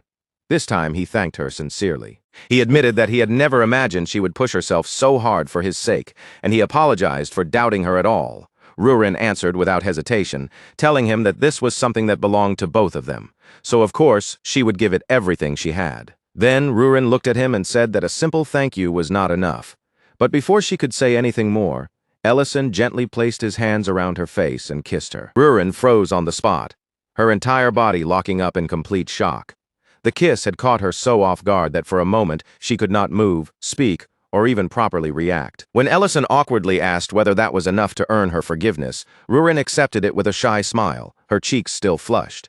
But then, while still blushing, she suddenly complained that the dress was terribly uncomfortable and asked him to help undo it, nearly making Ellison collapse on the spot. By the time the second day came to an end, Rurin's performance had already taken over almost every conversation in the capital. No matter where people gathered inside grand halls, along busy streets, around food stalls, or within noble circles, her name kept rising again and again. The people who had heard her openly called the performance unforgettable, speaking about it with an excitement that made one thing obvious: the shock had not worn off at all. Ryden Grake agreed with that sentiment, saying that her music had reached somewhere far deeper than skill alone could ever touch. To Ryden, it hardly felt like ordinary regana music in the traditional sense anymore. The performance had pushed past the usual boundaries of the instrument and broken through the shape people expected it to have. Even the hosts began speaking of her as one of the brightest rising stars of the entire concert, a performer whose name could no longer be ignored by anyone paying attention. Before long, the news spread that Lady Lena Revolk had stunned the capital by revealing a brand new style now being called the staccato method. While Loriana Delian was performing on stage, she overheard those words, and the realization sank into her like poison. That technique was now being connected directly to Rurin in her identity as Lady Lena Revolk, Ellison's supposed wife. Later, when Lucienne Delian heard the same flood of praise being repeated, her reaction was immediate and furious. She forced herself to brush aside all the excitement surrounding the performance, convincing herself that people had simply been dazzled by something crude, loud, and inelegant. In Lucienne's mind, that kind of noisy sound belonged in a market alley, not in a proper concert hall. Lucienne Delian immediately pressured Duke Melik Delian to move before the situation slipped any further out of their hands. Her voice was sharp with urgency as she demanded that he give her people for the task, making it painfully clear that she had no intention of simply watching while more and more rivals rose up around them. Duke Melik Delian cut her off at once, his tone turning cold enough to stop the conversation in its tracks. He reminded her that their original plan had already changed, and if she acted carelessly now, she would only stir up unnecessary trouble and create problems they did not need. But Lucienne refused to back down so easily. She pushed back with fierce determination, insisting that she was not trying to cause some obvious public disaster. Her demand was much simpler than that. When Rurin stood on that stage, Lucienne wanted to make absolutely certain she failed. That night outside the venue, the lively noise from earlier had faded into a much quieter atmosphere. The streets lay under the darkness, with festival lights flickering here and there, casting uneasy glimmers across the empty path. Verna Grake was making her way out when Yahello walked beside her as an escort. Yahello stayed close, matching her pace carefully, keeping herself near enough to watch the road and guard Verna's path. Verna apologized in a soft voice, guilt weighing heavily on every word. She explained that she had only meant to practice for a little while longer, but now she regretted it, because her extra practice had forced Yahello to remain out with her so late into the night. Yahello answered with steady reassurance, telling Verna that since the concert was being held under the imperial family's protection, ensuring everyone's safety was simply part of their duty. Then, in a warmer tone than expected, she admitted that she was truly looking forward to Verna's performance, because she genuinely loved Regina music. Then, without even the faintest warning, armed figures began stepping out from the darkness. One after another, they emerged from the shadows and closed in around Verna and Yahello, surrounding them on every side. Verna understood in an instant that they had walked straight into a trap.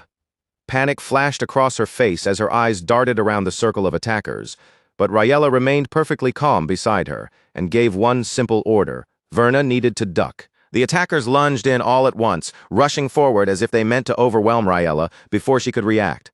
But before any of them could properly reach her, Yahello was already moving. With a single clean sweep of her sword, Yahello cut straight through their advance.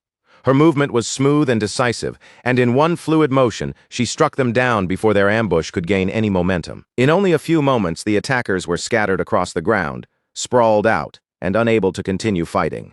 Their trap had been shattered almost as soon as it began. Yahello immediately understood that this was not the work of ordinary street criminals. This ambush was too deliberate, too targeted, and far too suspicious to be dismissed as a simple robbery. That was exactly why she had deliberately held herself back from killing them.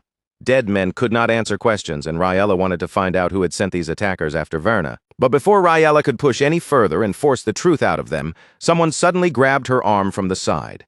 In the next instant, she was slammed violently into the rocks, the impact cutting off her chance to respond. Another attacker moved in before she could fully recover, pinning her down and preventing her from getting back to her feet.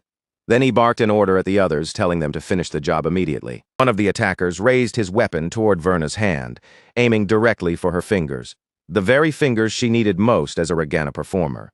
The threat was clear. He meant to crush them completely. Verna pleaded with him to stop, her voice trembling and breaking under the terror of the moment. Those hands were her one chance to start again with the Regana, and she begged him not to take that future away from her. And then, at that critical second, a sharp voice sliced through the darkness. Someone ordered the attackers to stop before the weapon could come down. Meanwhile, the concert itself continued pressing toward its final stretch. Across the capital, the anticipation only grew stronger as everyone waited for the last remaining performances. The host stood before the audience and thanked everyone, both inside the grand hall and watching from across the capital, for staying with the event all the way until the very end. Only 2 performers were left now. Once those final turns were completed, the recital would finally come to its conclusion. Preparing to introduce the next contestant, the host reminded the audience that this performer had once won a past concert. Then he announced the returning artist by name, Lady Verna Grake. But when Verna's name rang out through the hall, the stage entrance remained empty. No footsteps followed, and no performer appeared beneath the lights. Duke Delian watched that empty entrance in silence, his gaze still and unreadable. Quietly, he assumed the sabotage had worked exactly as intended. Lucienne Delian felt satisfaction curl through her chest as she remembered the report she had received from the Holy Blood Knights. According to them, the job had already been completed that very morning. In Lucienne's mind, Verna was not simply late or absent. She was finished, perhaps sitting somewhere in misery, unable to ever use her hands again, forced to stare helplessly at the life that had just been stolen from her. Ellison turned toward Rurin, trying to see if she knew anything about why Verna had not appeared. But Rurin answered that she had been with him the whole time, leaving no room for that possibility. The moment he heard that, a heavy and terrible feeling sank into Ellison's chest. As the stage remained silent and empty, that unease tightened around him even more, before the silence in the hall could become unbearable. Loriana Delian stepped forward. She offered to perform first instead, claiming that changing the order should not create any real problem. The host, clearly nervous under the unexpected situation, accepted the change and announced Loriana as the next performer. He introduced her as the top contender, a celebrated artist whose fame had already spread across the continent. Some people in the audience began muttering that the sudden switch felt unfair. Even so, despite the uneasy mood spreading through the hall, the event did not stop, and Loriana's performance began. Loriana cast a brief glance toward Ellison, and in that fleeting look, something inside her settled into place. Her resolve hardened completely. In Loriana's mind, trust had no real meaning. Words were just as useless. The only thing capable of proving her worth was the sound of her Regana. To Loriana, the instrument before her was not merely something she played for applause or recognition.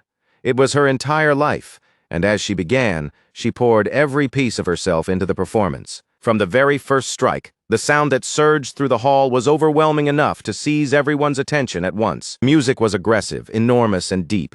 Its low notes rolled outward like an army marching across the hall, advancing with the force to crush anything that dared stand in its path. Even Ellison, who did not understand the Regana on a deeply technical level, could still feel the weight of Loriana's music pressing directly into his chest. That alone showed just how overwhelming her performance truly was, because even without expert knowledge, its force was impossible to miss. Loriana did not loosen her grip on the performance for even a single second. Sweat ran down her face as she pushed the piece harder and harder, driving it relentlessly toward its absolute limit. Then the final note struck and faded. For one brief breath, the entire hall fell completely silent, stunned by what had just passed through it. A heartbeat later, applause erupted across the venue. The sound exploded so violently that it felt as though the whole hall itself was trembling beneath the force of it. The host praised Loriana's performance as grand, overwhelming, and deeply moving.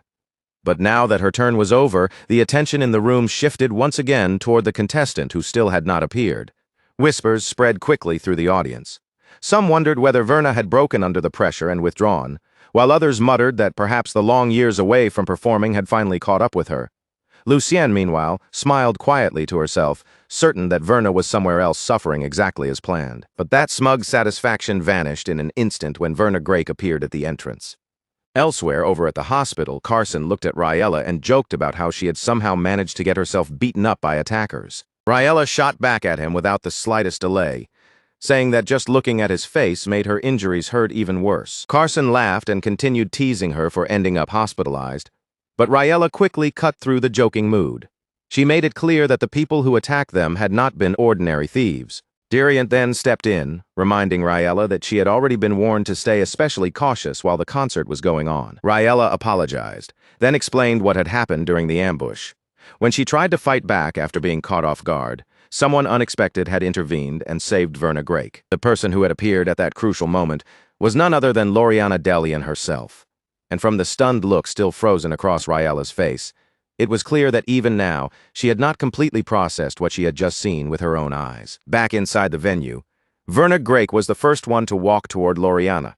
She stopped directly in front of her, lowered her voice so the words would not scatter into the noise around them, and thanked her sincerely for stepping in when it truly mattered. Loriana's answer came without even a hint of gentleness. She simply made it clear that if she was going to win, she wanted that victory to be earned in the proper way, not handed to her through some petty trick. She had not come all this way just to claim a hollow win in a meaningless little game. After that, Verna quietly settled herself in front of the regana and began to play. As her fingers moved across the instrument with a calm, steady grace, something deep inside her finally seemed to fall into place. The first time in what felt like an eternity, a single clear truth rose up inside Verna's heart. No matter how many people had doubted her, looked down on her, or turned their backs on her, she herself had never fully abandoned the path. That realization became the ground that held her steady, and from there her true performance began. For one brief instant, the dark shadow of her father seemed to wrap itself around the regana, like the old fear of failure trying to crawl back into her hands. But Verna refused to look toward it, refused to be pulled down by it, and continued playing. The first notes bloomed into the hall with a soft, gentle warmth. They were not forced, not aggressive, and yet that very quietness gave the music a strength that could not be ignored. The sound did not rush forward to overwhelm the audience, nor did it demand that they listen. Instead, it reached out slowly and delicately, slipping into their hearts with such natural warmth that the entire hall seemed to settle into the melody and breathe along with it. Rian, Serena, and Elena all listened without saying a word. As Verna's melody filled the space around them, their expressions gradually softened and small, peaceful smiles appeared on their faces. Ellison and Rurin sat side by side, their hands clasped together as the music drifted over them. Neither of them needed to speak. They simply let the gentle sound wash across them like a quiet wave. Darian was visibly shaken by the music, his face full of emotion he could not hide. Turning to his father, he admitted that this was the very sound he had been waiting so long to hear again. Even Loriana listened with complete focus, unable to pull her gaze or her heart away from the performance. And in that moment, a bitter realization struck deep inside her. This was the exact sound she had been chasing all along. Outside the venue, word of the results had already begun spilling into the streets. A newspaper seller shouted loudly through the crowd, announcing that the concert rankings had finally been released. Someone quickly bought a copy of the paper and remarked casually that the concert had truly been worth watching, even if the identity of the winner might not shock anyone too much. Another person agreed right away, already hoping that the event would return again the following year. When the final results became clear, there was no room left for debate. Lady Verna had taken first place. Loriana finished in second, while Rurin came in third, and the moment that ranking fully sank in, Loriana's mother struck her across the face without the slightest hesitation. Her husband immediately tried to step in and calm the situation before it grew worse. But Lucienne Delian exploded with fury. Her expression and voice made it painfully obvious that she had no patience at all for incompetence. And more than failure itself, Lucienne despised those who mistook their shallow little talent for true greatness. Blinded by rage, Lucienne snatched up Loriana's trophy and hurled it down with violent force, smashing it apart against the ground.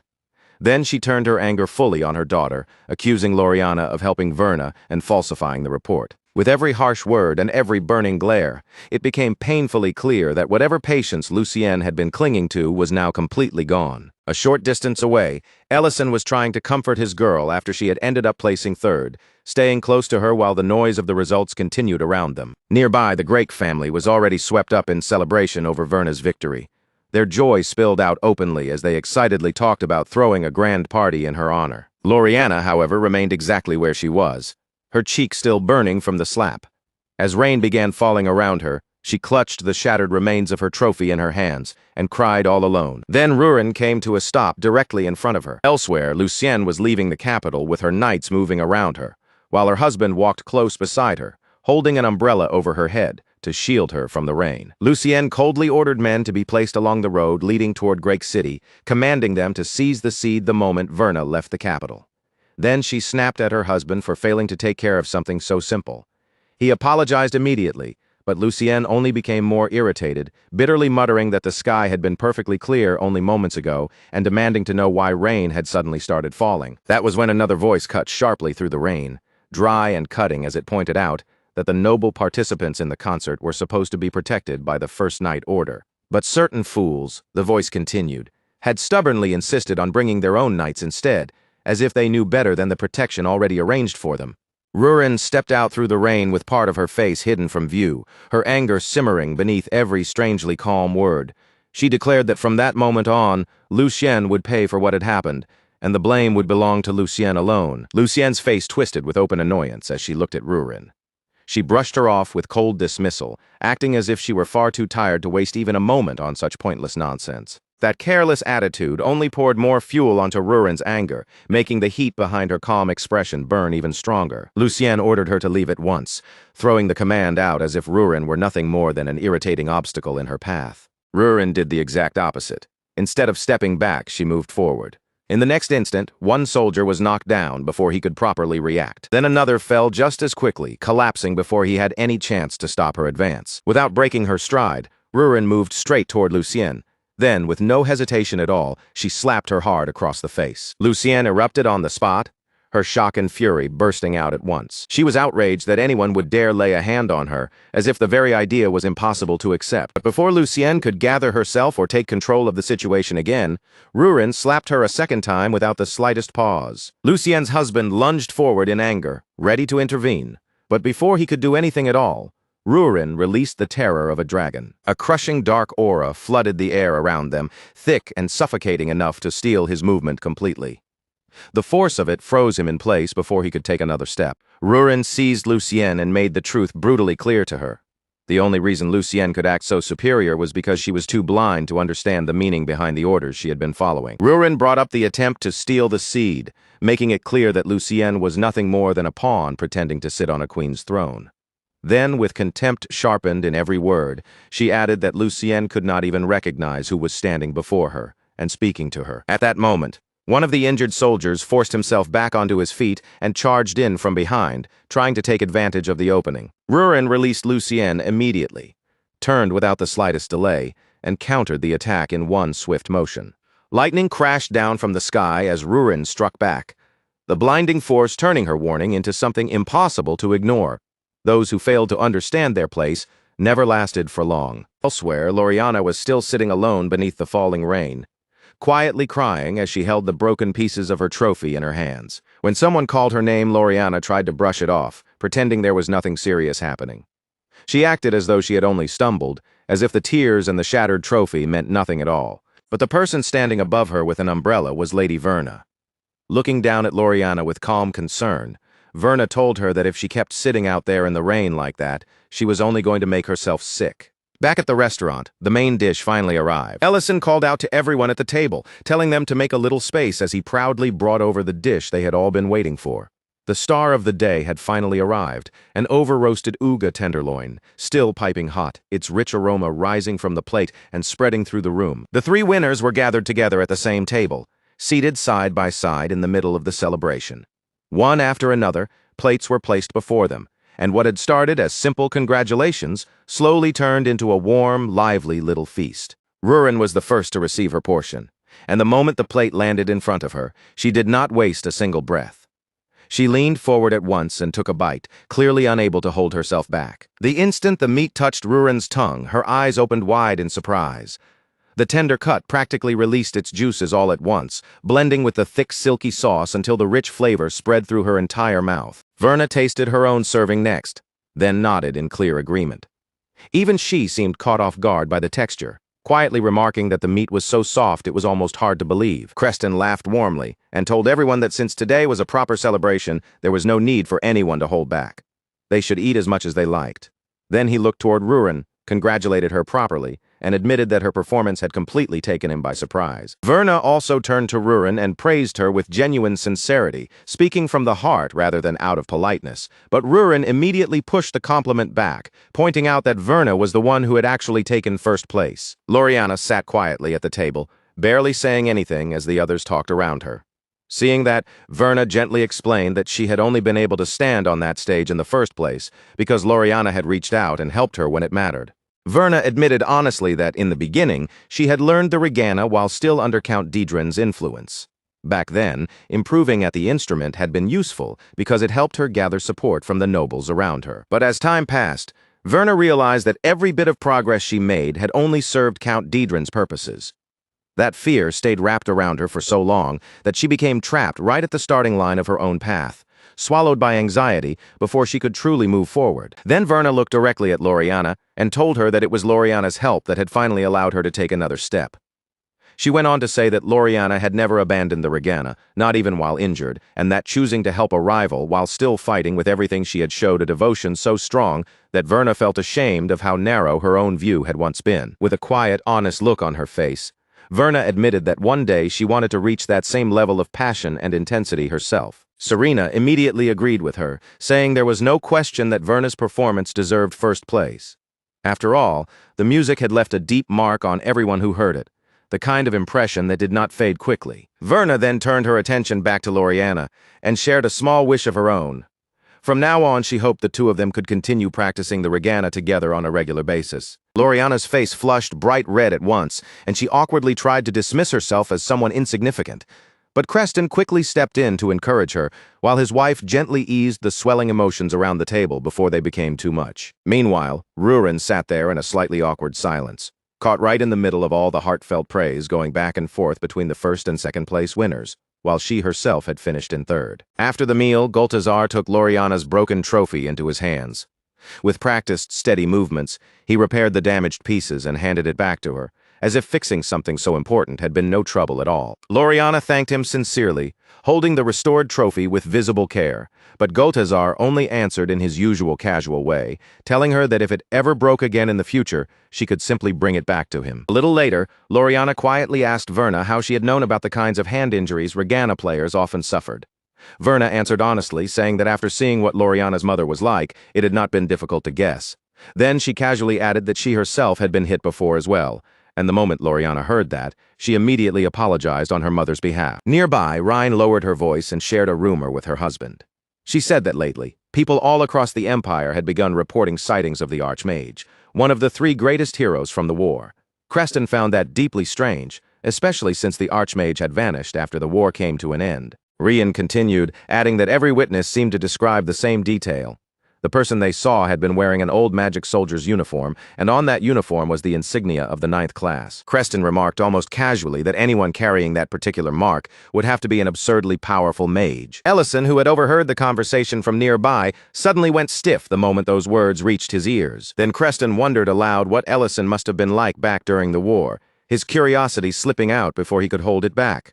Ellison reacted immediately, insisting that he had been nothing impressive at all. According to him, he was only a low-ranking temporary soldier with no meaningful title, and most of his time had been spent doing kitchen duty. Creston waved it off with a light joke, saying that if Ellison had managed to survive a war, then dealing with a busy crowd like this probably felt easy by comparison. Ellison did not answer out loud, but inwardly, the thought passed through his mind that the only real difference between the two was the scale. The difficulty itself did not feel all that different. His mind slowly drifted back into the past, returning to a time when one of their operation zones had been converted into a temporary base. Soldiers from several different units had gathered there, and the tension hanging in the air was sharp enough to scrape against the skin. It felt as though one careless movement, one wrong word, could ignite a fight at any moment. The orders were firm and unmistakable. Strict neutrality had to be maintained inside that temporary base, and every unit stationed there was expected to obey without raising complaints. Sometime after that, Ellison volunteered to take charge of preparing meals for the visiting units, stepping into the kitchen work himself. As Ellison worked over the cooking station, another worker asked whether certain parts of the vegetables should just be thrown away. Ellison immediately stopped him, saying they could still be used. Then he moved back to the heat, cooking over roaring flames while sweat ran down his face, and the fire leapt higher in front of him. Once the food was finally finished, Ellison raised his voice over the noise of the camp and called everyone in to eat. The soldiers began arriving with their reports, speaking as they gathered near the meal. They said that the areas around the Hoban Plains had mostly been secured. Diriant accepted the report, but his expression remained serious. He reminded them that secured did not mean safe, and that no one there had any excuse to relax or let their guard down. When the soldiers began tasting the food, genuine praise spread through the group. Some of them even admitted that meals like this were the only thing making those exhausting, grinding days feel even remotely bearable. Not every voice in the room carried gratitude. Diriant overheard a few soldiers from another unit sneering at them from the side. They mocked the group for hiding behind others, dumping everything onto a single mage, and wasting time fussing over recipes instead of acting like proper soldiers. Even though those same men grudgingly admitted that the food tasted good, the insult behind their words still landed hard. Anger flashed across Diriant's face in an instant. Before anyone could stop him, he grabbed one of the men by the collar, looking ready to turn the entire dining area into a battlefield right then and there. Before the situation could spiral any further, Ellison stepped in from behind and shut it down with one cold, firm word. He reminded them that this place had been set aside for eating, not for soldiers from different units to start brawling with each other. With Ellison drawing that clear line, Diriant had no choice but to release the man from his grip. Even so, before letting the matter end, he warned them sharply that if another unit was feeding them properly in the middle of a war, the least they could do was show some gratitude instead of complaining. But Diriant's warning only made the outsiders dig their heels in even harder. One of the soldiers slammed his plate down onto the table, loudly declaring that he had no intention of eating what he called trash. Then he stormed out, and the rest of his group followed after him. After all the work he had poured into making that meal, Ellison could not hide how disheartened he felt. He asked where those soldiers were from, and Diriant identified their uniforms as belonging to men from Pendravel City. Another soldier then added that Pendravel had been devastated by a dragon raid the previous year, and that detail stayed lodged in Ellison's mind long after the room had emptied. Back at their own camp, the Pendravel soldiers returned to their usual bland rations. The difference became painfully obvious the moment they sat down and started eating. Tunburn could not stop himself from regretting the meal they had walked away from, but Hess reacted harshly to that regret. He accused Tunburn of throwing away his pride over a plate of food. The frustration between them rose quickly, growing sharper with every word. At last, Tunburn snapped back, saying that he simply could not accept the way things were, because from Tunburn's point of view, it felt like his side had been the one thrown straight into hell. They were the ones crawling across brutal ground, bleeding, starving, and barely holding themselves together, while those other soldiers looked as if they had been protected the whole time, fed properly, kept behind sturdier walls, and spared from the worst of it. Their argument only grew louder from there, their voices rising with every bitter word until the commotion could no longer be brushed aside. At last, the tent flap was thrown open, and their officer came storming in, his face dark with anger and his whole body radiating fury. The officer immediately tore into them, not softening a single word. He was furious that they had ignored clear orders to stay out of trouble, especially when so many different units were crowded together in the same place. Then he drove the point in even harder, reminding them that Drake City's unit had never been obligated to feed them in the first place. They had only done it because they chose to show goodwill. Hess tried to raise his voice and defend himself, but before he could properly explain, the officer shut him down on the spot. He made it painfully clear that the two of them were fortunate this was not being handled as formal punishment. Instead, Hess and Tunburn were ordered to spend an entire week on kitchen duty, and then came the part that truly made their faces fall. This was not going to be some easy chore where they carried a few crates or washed a handful of bowls. They were being assigned to help prepare meals for the whole unit, and the weight of that punishment sank in even deeper when they were led straight to Ellison. Ellison received them with a calm, almost gentle politeness, showing no anger toward them at all. He introduced himself properly, keeping his tone steady, and then explained that from that moment forward, the kitchen would also be their responsibility. And with that, there was no slow start, no time to complain, and no chance to come up with excuses. Their punishment began right away, as if the kitchen had already been waiting for their hands. At first, Tunburn noticed the heat rolling from the kitchen fires, the warm air clinging to his skin, and the smell of food drifting around him. For one foolish second, he even let himself imagine that maybe this work would be easier than facing danger out on the battlefield. But that tiny little illusion was destroyed almost the moment it formed, even while his hands kept moving. The bitterness inside Tunburn would not leave him alone. The same thought kept circling in his mind, that other soldiers had been enjoying comfort and safety, while men like him were tossed into suffering, left to bleed for everyone else. Then the real burden of kitchen duty came crashing down on them. Huge sacks of vegetables were brought over and dumped in front of them one after another, piling up into what looked like an endless mountain. And to make it worse, they were told that even this much might still not be enough to feed a single squad. The broth had to be watched constantly and skimmed over and over, with no room for carelessness, because one small mistake could ruin supplies they could not afford to waste. And on top of that, every pot, ladle, knife, and utensil had to be scrubbed until it gleamed, because in this kitchen, cleanliness was not a preference. It was a rule no one was allowed to ignore. Eventually, Hess could not hold back anymore and asked how much longer this work was supposed to go on.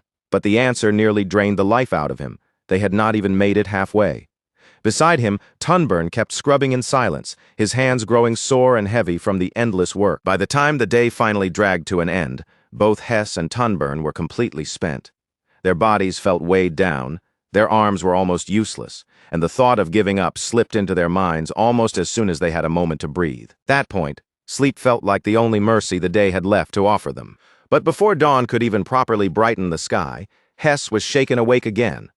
When his eyes opened, Ellison was already there, calmly telling him that breakfast preparations needed to begin immediately. The most painful part came when Hess realized what time it was. It was only 5 in the morning, and that merciless routine continued day after day, pulling them through the same exhausting cycle again and again. Cooking, cleaning, preparing ingredients, serving meals, and then starting all over as if the work never truly ended. Then one morning, Ellison told them they would be changing the routine. Since the available rations were too limited to make the meals truly varied, they would head into the mountains themselves and gather extra ingredients from the wild.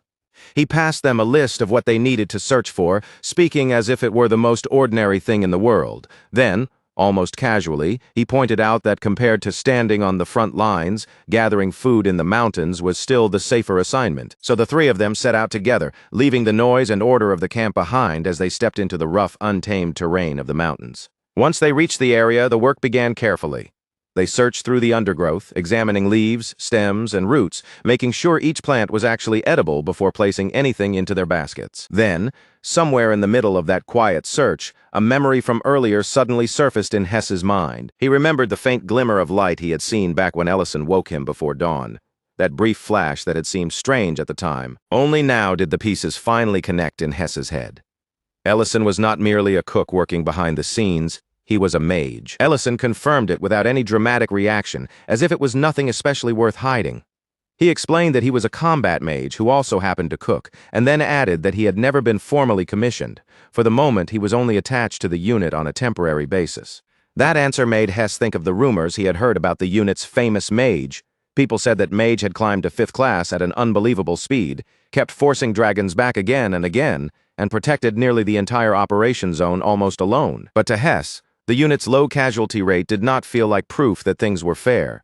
The way he saw it, that only meant the pain and danger had been shifted somewhere else onto soldiers in other places. His exhaustion, frustration, and resentment all tangled together inside him, sharpening that thought until it began to sound almost reasonable in his own mind. Ellison stopped that way of thinking before it could go any further.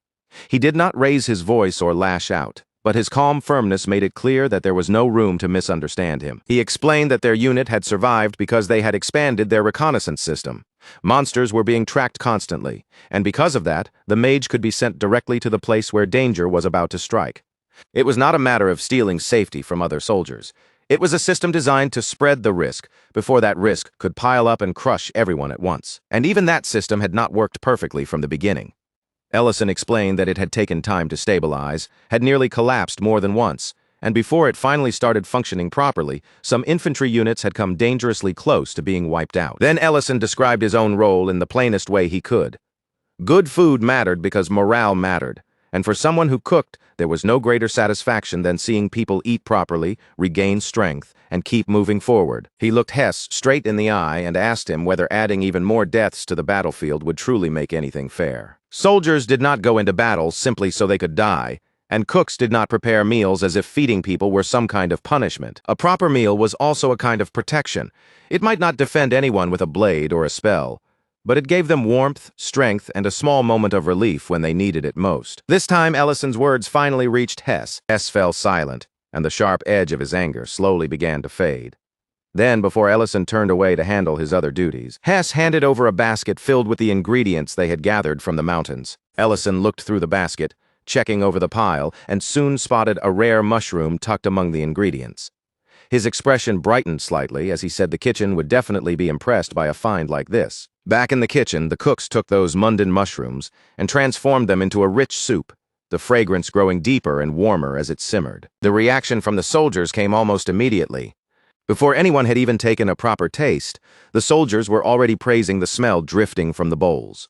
And once they finally lifted their spoons and tasted the soup, their admiration grew even louder, with some comparing the flavor to food served to nobles and openly praising the unit that had made it. For the first time since their punishment began, Hess and Tunburn felt genuine pride rise in their chests over something their own hands had helped create. But that warm feeling did not last very long, because soon after, one soldier deliberately dumped his soup out in front of everyone and mocked it with open contempt. Almost immediately, another soldier joined in, as if the two of them had been waiting for the perfect chance to sneer. Whispers began spreading through the room right away, moving from table to table like a sudden chill. Those men, people murmured, were the Count's personal guards. Then one of them went even further. He spat straight into the bowl and arrogantly declared that he had just saved everyone there from eating it. That last filthy insult was the thing that finally snapped whatever patience Hess still had left. His body moved before his mind could catch up, and in the very next instant, his fist flew straight toward the man's face. But the moment after Hess struck him, he was hit back hard enough to send him crashing flat onto the ground. The guards standing over him immediately broke into loud, ugly laughter.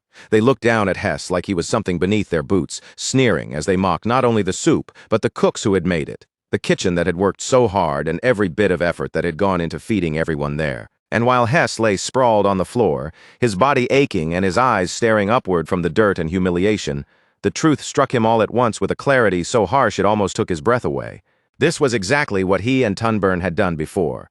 They had looked down on a meal that had been prepared for them, thrown their resentment at people who were only trying to help, and treated that goodwill as if it meant nothing. The shame from that realization cut into Hess far deeper than the blow that had knocked him down.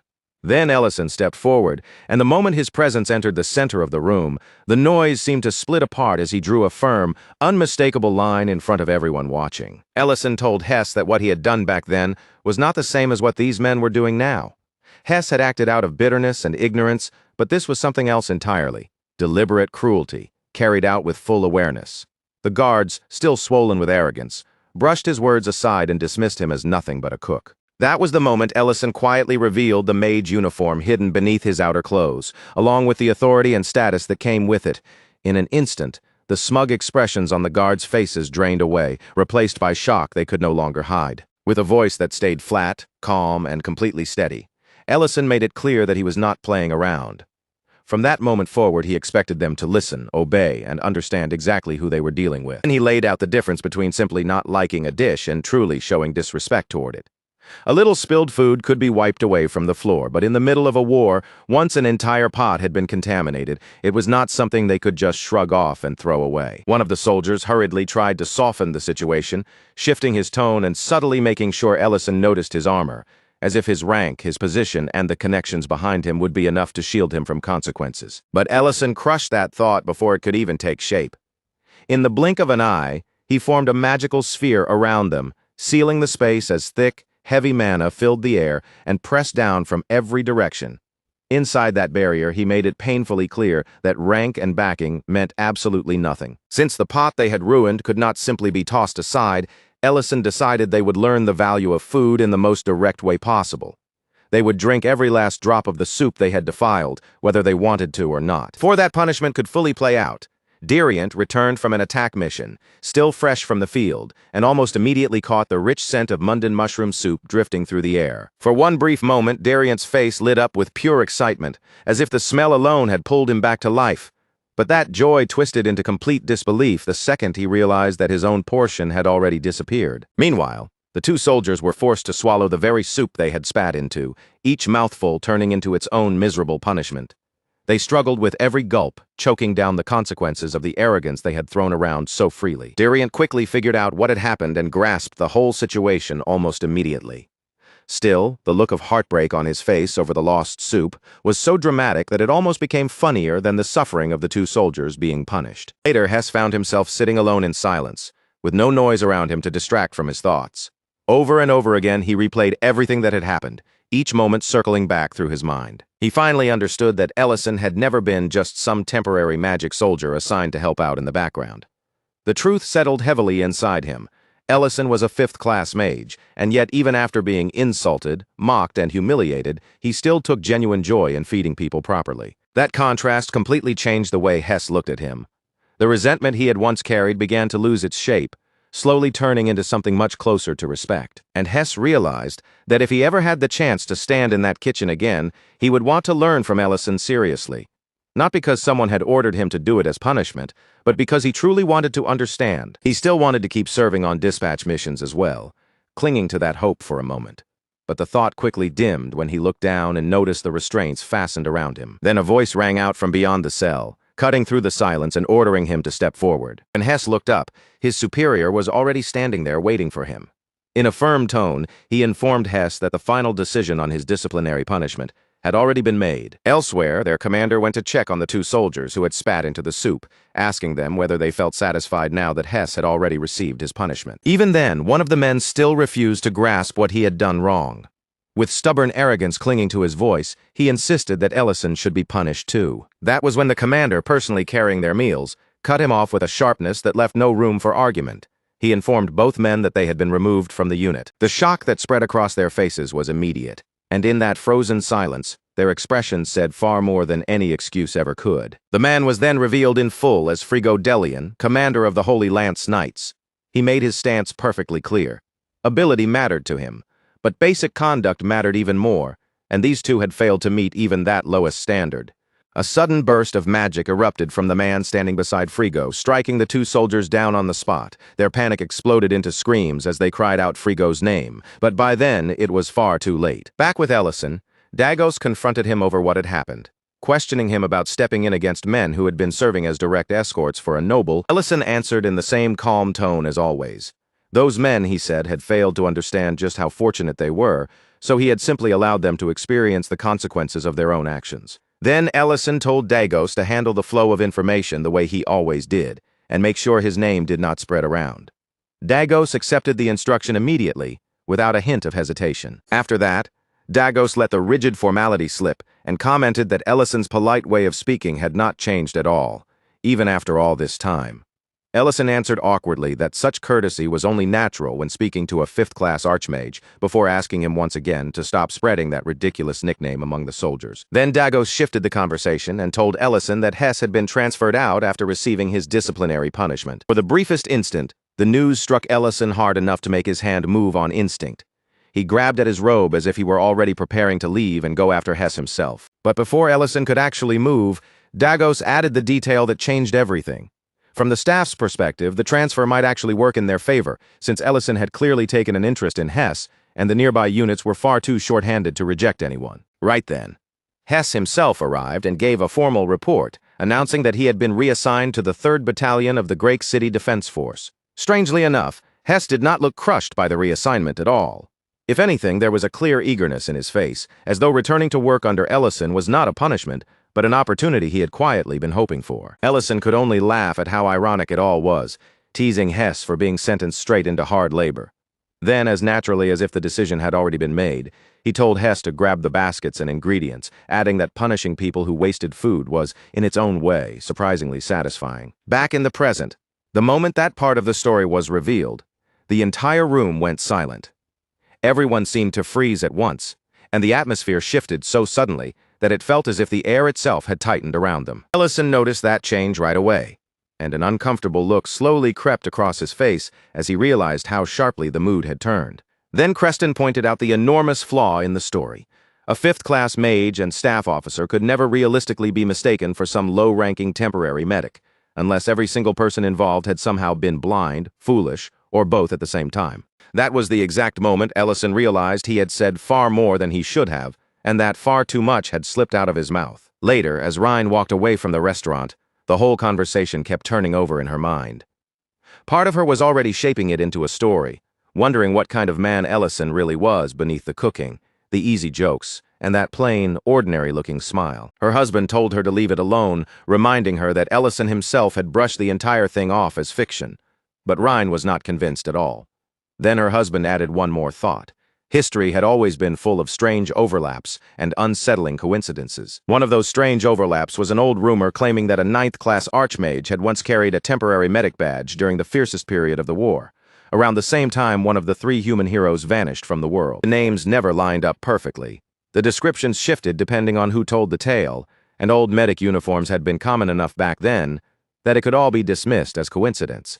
Even so, the similarities were far too suspicious for either of them to ignore completely. In the end, both of them arrived at the same quiet conclusion. Whatever the truth might be, saying nothing was the smartest and safest choice. Back in his room, Ellison quietly scolded himself for being careless. He knew he had allowed old memories to rise too close to the surface, when they should have remained buried deep in the past where no one could reach them. Rurin admitted that she had misunderstood the situation. She had assumed Ellison was speaking with some deeper intention behind his words, as if every detail had been part of a careful plan. Ellison quietly thanked Rurin for not digging too deeply when he let that careless detail slip.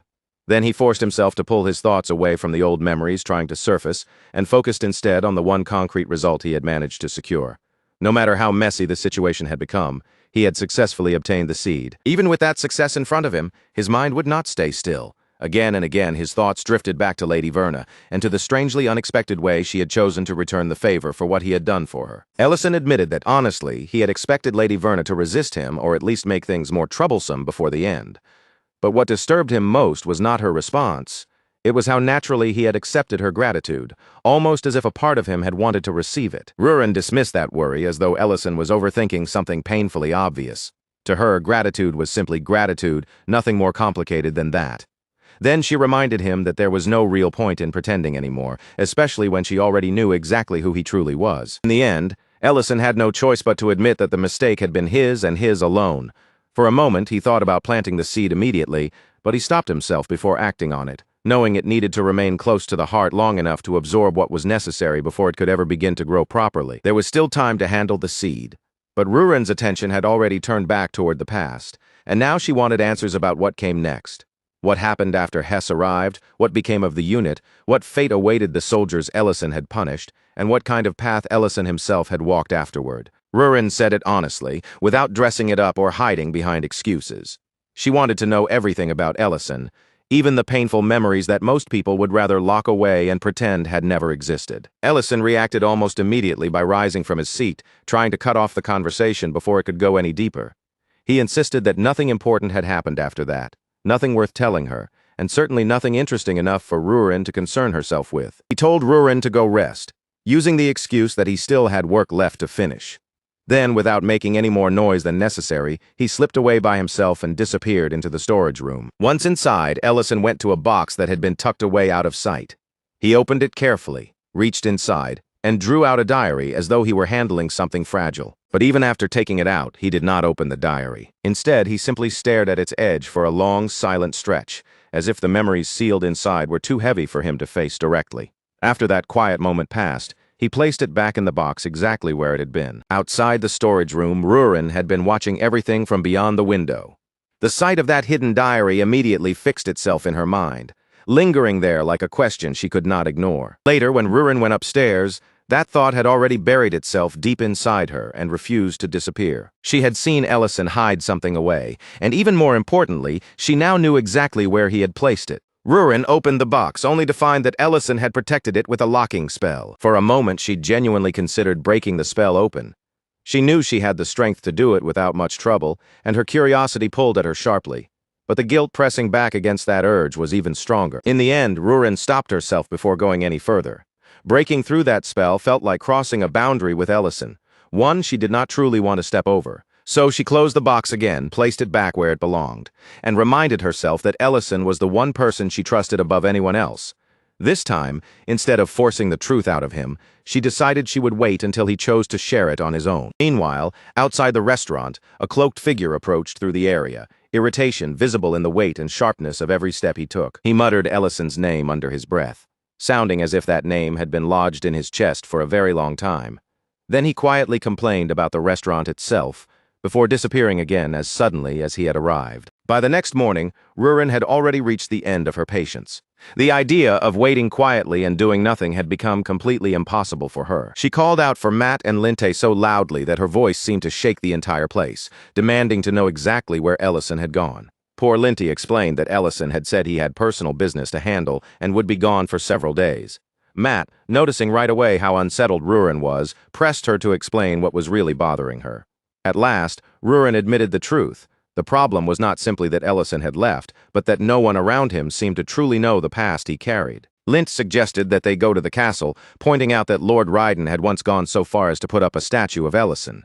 If anyone knew more than he had ever said out loud, it would likely be him. That brought back the tale of a legendary soldier known as the Dragon, a man who disobeyed orders, threw himself straight into danger to rescue others, and somehow became remembered as both an extraordinary hero and the worst soldier anyone could possibly imagine. That soldier's name had been Ellison, although by now, almost no one seemed to remember that fact anymore. Lint admitted that back when he first heard the story, he had not fully understood what it meant. But now, after hearing more fragments of Ellison's hidden past, the connection felt far too precise to wave away as simple coincidence. Rurin ended the workday right then and there, without asking anyone for permission. When Matt asked what they were supposed to do with the boiled pork that had already been prepared, Rurin simply told him to put it away and eat it later. Outside, Creston noticed the sign announcing that the restaurant was closed. Seeing it there, he could not help wondering what kind of trouble had broken out this time. The following day, Rurin went straight to the castle without the slightest hesitation. Ryden greeted her with mild surprise, telling her that if she had only sent word beforehand, he would have come to the restaurant himself. Even so, from the look on his face, he seemed to understand almost immediately what she had come to ask him. Rurin was not asking Ryden to reveal every last detail. What she wanted was the part that mattered most to her, the truth behind Ellison's life as a soldier. And she placed the heaviest truth directly before him. Ellison was a 9th-class archmage, one of the 3 human heroes from the war. Ryden paused, but it was not the pause of someone shocked by impossible news, and the calm way he accepted it only made Rurin feel more unsettled. When Rurin demanded to know why he was not more surprised, Ryden answered plainly. Anyone who had watched Ellison's power closely enough for long enough would eventually be led to the same conclusion. Someone paying proper attention, connecting a 9th-class mage to one of the great human heroes of the war, was not actually that difficult. The truly strange question was why almost no one else had recognized Ellison at all. And when Ryden began to explain the answer, it turned out to be much worse than Rurin had expected. Ryden explained that facial alteration magic had played a small part, but that was not the real reason. The darker truth was that nearly every official record connected to Ellison had been erased. To most people, it was as though a soldier named Ellison had never existed in the first place. At first, Rurin assumed the erased records might have something to do with the restaurant becoming too famous, but Ryden corrected that idea immediately. Ellison, he explained, had once been branded as a deserter. There had even been a time when simply speaking his name out loud could bring punishment. That was the kind of soldier the records had made him out to be, and the moment Rurin heard it, anger ignited inside her like a flame catching dry wood. She slammed her hand down onto the table hard enough to make everything on it rattle. Furious, she declared that even if Ellison really had deserted, that alone could never justify erasing him from history as if he had been nothing. Right then and there, Rurin swore that she would kill anyone who dared insult Ellison in such a way. Ryden reminded her that desertion during wartime was never treated as a small crime, but even he admitted that desertion alone was not enough to explain the extreme measures taken against Ellison. When Rurin demanded the true reason, her killing intent became so heavy that the entire room seemed to tighten around her. Only then did Ryden finally admit that he had heard a rumor, and nothing more. He insisted that he personally believed the rumor was false, and he refused to repeat it aloud. To Ryden, spreading unverified poison would only stain Ellison's honor and risk damaging the trust Rurin still had in him. As Rurin walks farther and farther away from the castle, the fury inside her refuses to cool down. Instead, each step seems to feed it, making the heat in her chest flare even hotter until her throat feels tight and swallowing becomes strangely difficult. Everything she heard keeps crashing back into her mind in waves. First comes the Emperor's regretful expression, that heavy, wounded look on his face, along with the weight in his voice, as if even after all this time, he still cannot fully forgive what happened. Then Ellison's words follow after that, soft and painful in her memory.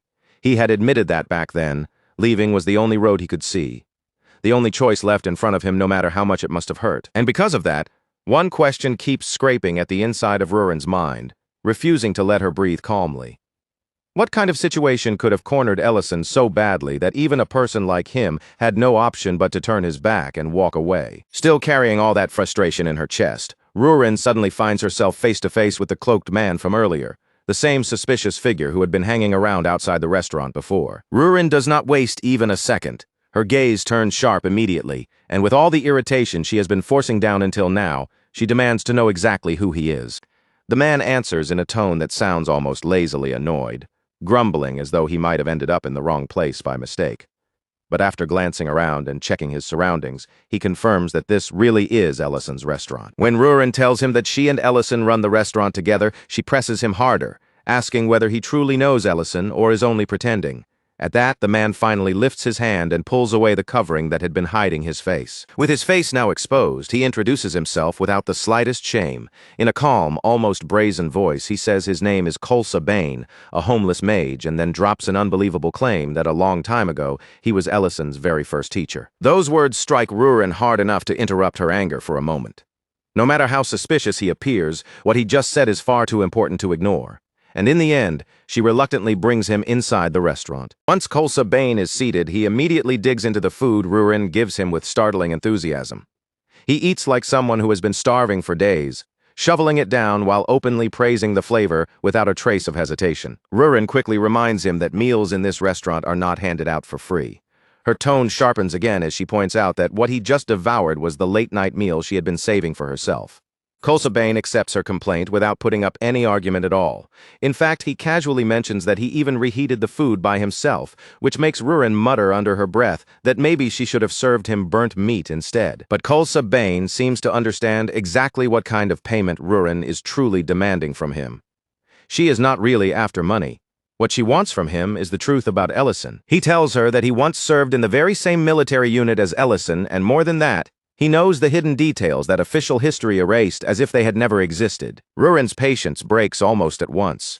She cuts him off sharply, ordering him to stop dancing around the subject and quit wasting her time, telling him to say something that actually matters. So Kolsa Bane finally begins to explain. But the instant the first real pieces of the story leave his mouth, Rurin's anger explodes again. Only this time it burns even more violently than before. She lunges across the distance, seizes him by the collar, and fixes him with a furious glare as she accuses him of insulting her with absurd lies. Kolsa Bane, however, does not shrink back. He insists that he is not joking and that every word he said was meant seriously. Rurin throws him out without showing him the slightest mercy. Even as Kolsa Bane goes tumbling away, he shouts back at her, claiming that the miserable condition he is in now is entirely Ellison's fault. Rurin tries to dismiss everything he said as completely worthless nonsense. But once the door closes and the restaurant falls quiet again, Reden's earlier warning about a certain rumor starts echoing in her head. No matter how many times she tells herself that it is all garbage, the uneasiness will not go away. The harder she tries to crush that feeling, the more stubbornly it clings to her. Kolsa Bane's accusation begins sinking into her thoughts more deeply than she wants to admit. According to him, Ellison had slaughtered every member of his own unit, and after that he vanished without leaving a single trace behind. And because of that supposed crime, history had erased Ellison's name altogether, leaving nothing of his honor behind except the ugly brand of a deserter. Again and again, Rurin rejects the idea in her mind, repeating her denial as if saying it enough times will force that horrible possibility to disappear. She keeps insisting to herself that it has to be false, that Ellison could never have done anything so monstrous. But the night keeps stretching on, sleep never comes for her. And in the end, the doubt growing inside her proves stronger than her denial. At last, Rurin goes back to the box. She remembers how Ellison once cut his own story short so suddenly, and she tells herself that opening it is not a betrayal. She only needs to confirm what really happened. This time, Rurin does not linger in hesitation for long. She breaks through the spell that had sealed it away and finally opens the diary. The very first pages hit her all at once.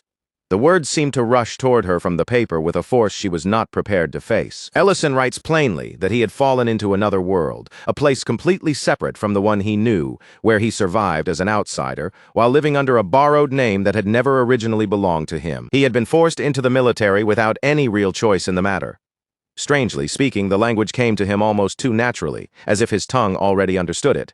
But writing was a different struggle entirely, so he pushed himself to keep a journal, simply to adapt. From the very beginning, that world felt absurd to him. Monsters wandered through it. Dragons truly existed. Elves and dwarves were not legends, and magic was not treated as some impossible miracle, but as something woven directly into everyday life. Even the level of metallurgy shocked him. Refined glass, rare metals, and other materials that should have been extremely difficult to obtain were already common enough that people used them without much surprise. But when it came to food, the situation was completely different. The meals were miserable, spices were nearly non-existent, the cooking methods were painfully limited, and years of war had worn the food culture down until barely anything remained.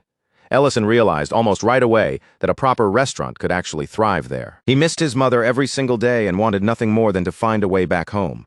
Yet the harsh rhythm of military training kept grinding him down, and all the while people kept praising his gift for magic, turning the very talent that should have helped him survive into something that felt more like a curse. The food in the mess hall disgusted him so badly that he eventually began fixing it with his own hands. Later, after entering the Magic Academy, he was abruptly given the grim responsibility of recording the names of soldiers who had died. As Rurin reaches that part, her body gives a small flinch.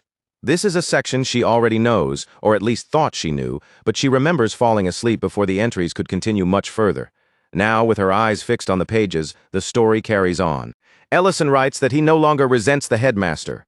If he had been allowed to remain somewhere safe behind the lines, he believes he would have spent the rest of his life trapped in regret. He writes about meeting Beeden and the others, about sharing heavy burdens with them, and about discovering a strange, stubborn kind of happiness in watching exhausted soldiers smile over decent food, waiting for the next dish, as if that small comfort truly mattered.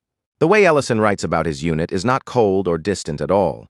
His words carry warmth, almost tenderness, and they are filled with affection for the people who fought beside him. Little by little, Rurin's grip on the diary begins to loosen. The hard tension in her face softens slightly, as though the words on the page are slowly easing the fear inside her.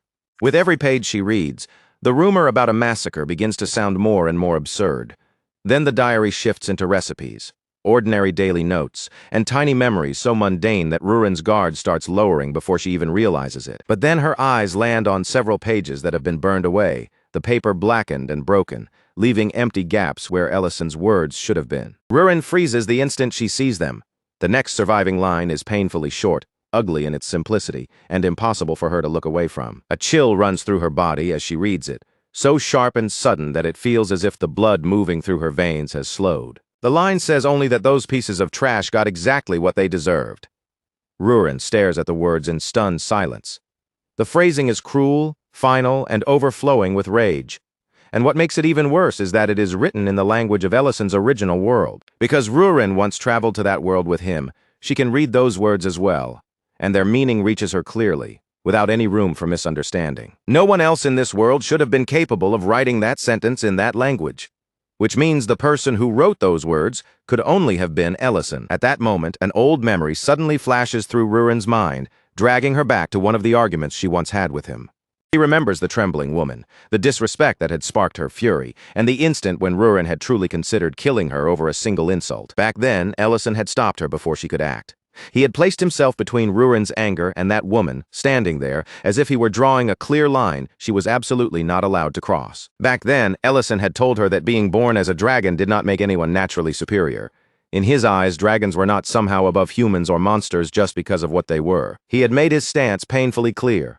Pride, arrogance, or the sting of a wounded insult could never be treated as a proper reason to end another person's life. To Ellison, killing could only be justified in one situation: when someone's life was directly being threatened, and there was truly no other way to protect it from danger. But now, in the present, that memory slammed hard against the sentence written in the diary, and Rurin's thoughts faltered as if the ground beneath her had shifted. She trusted Ellison more than anyone in the world. She could understand exactly what those words meant, and she knew the writing itself was real, yet even with all of that, she still could not grasp the complete truth of what had happened. Even though she did not know the whole story yet, Rurin could feel it. The path hidden behind these pages was slowly bending towards something dark, painful, and rotten at its core. And right then, as the room sat heavy with silence, Ellison stepped inside and saw her there, seated with the diary lying open in front of her. His gaze dropped to the exposed pages, and in that single moment he understood exactly what she had uncovered. At first, there was no anger in his voice. Only a quiet, tired weight settled over him as he asked why her curiosity had carried her that far. Then his expression darkened with a faint heaviness, and he admitted that somewhere deep down, he had never really believed she would open the diary and read those words with her own eyes. He described it as a dull story, Nothing grand or heroic, just a tale filled with running away, clinging to survival, and regretting everything that had been left behind. Then he looked at Rurin and asked whether she still wanted to hear the rest. Rurin kept her eyes on him without turning away. Her answer came simply and firmly: she wanted to know. And so it was as if the diary's pages opened wider before them, drawing both Rurin and Ellison back into the next buried chapter of his past. Only a few months had passed since the events already recorded in those earlier entries. By then, Ellison had managed to return to the familiar rhythm of his usual life.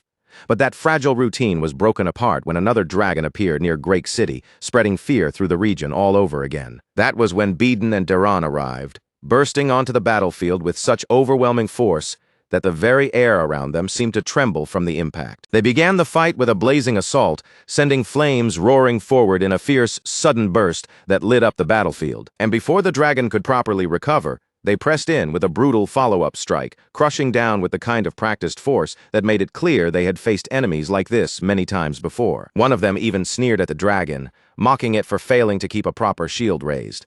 With complete confidence in his voice, he said this fight would be easy for them to deal with. The dragon pulled itself back, its body tensing as it prepared to unleash a breath of fire. But before it could release the attack, glowing magic circles suddenly bloomed around its body. Two soldiers recognized the magic immediately. Their tension eased almost at once, and their posture relaxed because that formation belonged to Ellison. With a familiar tone in their voices, they admitted that it had been a long time. Ellison replied in his usual dry, unimpressed way, saying that he kept running into the same faces wherever he went. So he had no idea why they were acting like this meeting was some kind of surprise. Then Ellison's magic spread across the battlefield, splitting into several shining circles that surrounded the area before unleashing attacks from every possible direction. The dragon was forced backward under that relentless barrage, snarling in rage as it retreated. Even as it pulled away, it spat out a warning, promising that it would return. Beeden and Deran only laughed at the threat, brushing it aside as if it were nothing. Instead, they openly praised the magic display, saying it was exactly what they would expect from a high-class mage. Beeden looked Ellison up and down with a grin, remarking that he was still doing ridiculously well for himself. He added that he had heard Ellison had already risen all the way to 5th class. Ellison dodged the compliment by turning the attention back toward Beeden, bringing up Beeden's own reputation and the heroic stories he had heard from the war. Darren cut in immediately, saying Beeden already bragged about those stories all the time anyway. When they asked what Ellison was doing all the way out there, he answered without hesitation. To him, Great City was still his hometown. Hearing that, Beeden warned him not to keep wearing himself down for their sake. Ellison answered quietly but stubbornly, saying he was only doing as much as he could manage. After thanking them for stepping in to help, Ellison said he needed to return to his own unit. Beeden and Darren had a mission area waiting for them as well, so their paths had to separate there. Nearby, Adrian Pierce had witnessed the entire exchange from beginning to end. He stood there speechless, staring after them as he began to wonder just who Ellison really was. During that period of his life, Ellison's days were split between battlefield missions and cooking, constantly moving between deadly danger and the small, ordinary routines that helped keep him grounded. When Ellison returned to his tent, Hess immediately lowered himself into a deep, respectful bow. But Ellison stopped him right away, telling him not to turn something like that into a formal ritual. Then, as though nothing out of the ordinary had just happened, Ellison casually told Hess to hurry with the food preparations, because first thing in the morning they would need to go out and gather ingredients. In the diary, Ellison admitted that this routine was harsh enough to wear anyone down. Even so, it gave him something solid to hold on to. In its own strange way, it gave his days purpose, and Hess was even starting to learn how to cook properly under his guidance. But that brief calm did not last. When Ellison glanced outside the tent, he saw Diriant approaching quickly, with urgency written clearly across his face. The commander was already prepared to move, and the order had come down for everyone to head to the rendezvous point without delay. Since no offensive mission had been scheduled, Ellison immediately demanded an explanation, wanting to know what had suddenly changed. Diriant explained that a noble guard unit had been attacked by trolls at their operations site. Higher command had issued a rescue order, and their unit was being sent in to respond. Ellison demanded to know why no one had informed him sooner. Diriant answered that he himself had only just returned, and that the captain had tried not to burden Ellison again because he believed Ellison was already exhausted. But now, there was no longer any room to keep him out of it. Diriant also warned him directly, saying that lately he had been pushing himself far beyond his limits. Ellison gave the same stubborn answer he always did, insisting that this was his duty and that he had no intention of stopping. By the time they reached the site, the battlefield had already turned into a nightmare. Monsters swarmed everywhere, bodies lay scattered across the ground, Chaos had swallowed the battle lines, and the attackers kept charging forward without slowing down. Soldiers shouted desperately for everyone to hold formation, their voices nearly drowned out by the chaos. Somewhere in the madness, someone screamed that a dragon was involved. Paladins barked sharp orders for the elite troops to advance, their voices cutting through the battlefield as they demanded to know where Beedon was. But before anyone could pull the situation back under control, a beast slammed straight into one of the soldiers and killed him on the spot. Then Ellison dropped from above like a star crashing down from the sky, using a high-speed technique that changed the entire flow of the battlefield in a single breath. He tore through the monsters one after another, eliminating them with terrifying precision as he moved through the chaos without wasting a single motion, and with a voice so cold that even the soldiers he had come to rescue felt a chill run through them. Ellison declared that he would not leave even one threat alive. Then his magic erupted, and a terrifying wave of fire surged outward, sweeping across the battlefield and devouring everything in its path with blazing force. The soldiers could only stand there and stare, frozen where they were, as if they were looking at a monster wearing the shape of a human being. One of them tried to thank him, barely managing to ask which unit he belonged to as he stared at the figure who had just saved them. But before that question could even be finished, Ellison had already disappeared from the battlefield, leaving behind only the fading echo of his voice. Later, after the battle had finally ended and Ellison made his way back toward his tent, someone was already waiting outside in the darkness, standing quietly in the shadows as they watched him return. That person's eyes stayed locked on Ellison, observing every step he took, and in silence they judged that the man in front of them was far more impressive in person than any written report could ever properly describe. Inside the tent, Ellison sat down across from Dronzer. The space between them felt heavy, still carrying the strain of what had happened earlier, as if the tension had followed them all the way back from the battlefield. For a short while, neither of them said anything. Then Ellison finally spoke first, lowering his voice as he apologized for losing control of his emotions earlier. Dronzer dismissed that apology immediately, refusing to let Ellison carry the blame. He shook it off as though Ellison had no reason to apologize at all, and instead tried to place the responsibility on himself. But before their conversation could move any further, someone was suddenly thrown forward with violent force, crashing face first onto the table right between them. Ellison flinched back in shock, his eyes widening at the sudden impact. Staring at the person sprawled across the table, he immediately demanded to know who had just been dumped in front of him. The answer completely caught him off guard. The man was Vane, a fifth-class mage, and he was already trembling in panic, stammering apologies again and again as if begging for mercy. Ellison stared at the shaking man for a moment, genuinely unable to place him. Then, with confusion still on his face, he had to ask who Vane even was. Vane, still visibly shaken, looked almost hurt by the question. In a wounded voice, he said that Ellison was being far too cruel, because he was the very person who had once taught him magic during training. Only after hearing that did realization finally reach Ellison. The trembling man lying in front of him was not a stranger at all, but his old magic instructor. Before that awkward recognition could fully settle in, Frigo Delian stepped into the tent. He admitted that his entrance had been a little rough, but wasted no time before introducing himself properly. Ellison recognized him right away as the commander from the unit that had helped them before. He asked why someone of Frigo's position had come to see him so late at night, but Frigo had clearly not appeared for casual conversation. Frigo announced that he had just been appointed chief mage of the Holy Lance Order. Then, without easing into it at all, he ordered Ellison to pack his belongings and transfer into his unit immediately. After that, Frigo pointed directly at Vane and began tearing into him without a hint of mercy, calling him trash and condemning him for hiding away and backing down the moment the battle became dangerous. What disgusted Frigo most was Vane's arrogance. He could not stand the way Vane walked around proudly wearing the title of a fifth-class mage, only to become useless the instant real combat demanded courage. Then Frigo turned that same overpowering presence toward Ellison. But the moment his attention shifted, his tone changed completely. He began praising Ellison with fierce admiration, speaking about his courage, his selflessness, and the way he had moved forward alone to protect everyone else, while others stood frozen in fear. Frigo openly admired the way Ellison had placed himself at the very front of danger without hesitation. To him, someone with that much strength and resolve deserved to be treated according to the power he possessed. Frigo wanted that strength for himself, for his own unit, and for the Holy Lance Order as a whole. Ellison could only sit there, completely blindsided by the sudden and forceful demand. Ellison reminded him that he already held a secure position as an Imperial mage. Then he asked how a transfer like this could possibly be pushed through overnight, as if it were nothing. Frigo's answer came with absolute confidence, the kind of confidence that made it clear he was not used to being refused. His father was Duke Melik Delian, one of the Empire's 3 great dukes.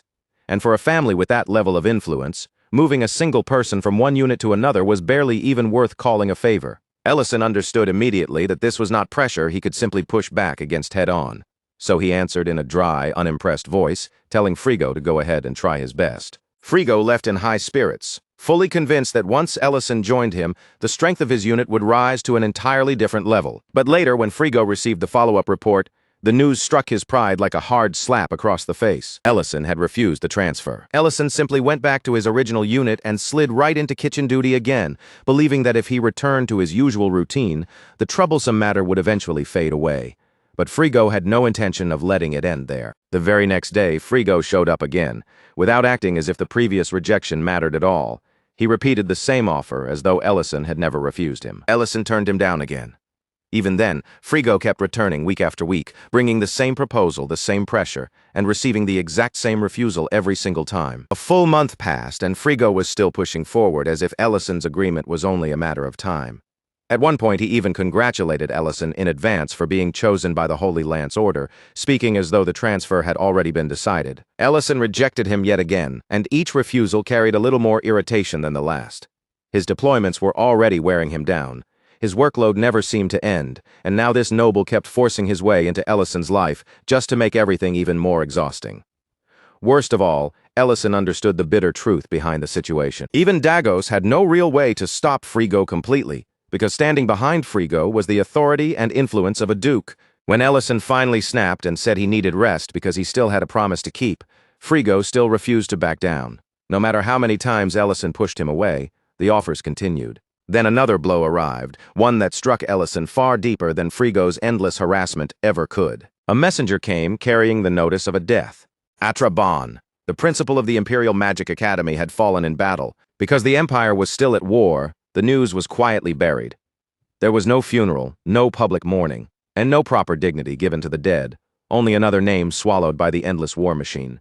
Ellison remembered how Atraban had once asked him what he wanted to do after the war was finally over, and the simple reality that the man was now gone hit him harder than he had expected. Around that same time, Lord Dagos discovered that their unit was being assigned missions far outside the area they were originally responsible for. He demanded to know why orders like that were suddenly being sent down from above, but the soldier could only answer that the commands had come directly from higher headquarters. Ellison made his decision right there. He would take every single mission. Dagos warned him that the burden was far too much, but Ellison cut him off, making it clear that this was not a request or a discussion. He was accepting all of them. By then, Ellison's thoughts had already drifted back to the Imperial Magic Academy, and to the endless list of names connected to the dead.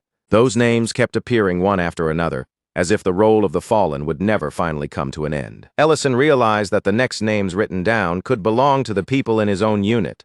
And once that thought took hold of him, he refused to sit still and wait for it to happen. In the end, Dariant confronted Frigo directly, standing in his way and telling him to stop coming around. Dariant pointed out that Ellison was a graduate of the Imperial Magic Academy, which meant he belonged to an independent system separate from ordinary military command. Even Commander Dagos could not simply order an Imperial mage around however he pleased.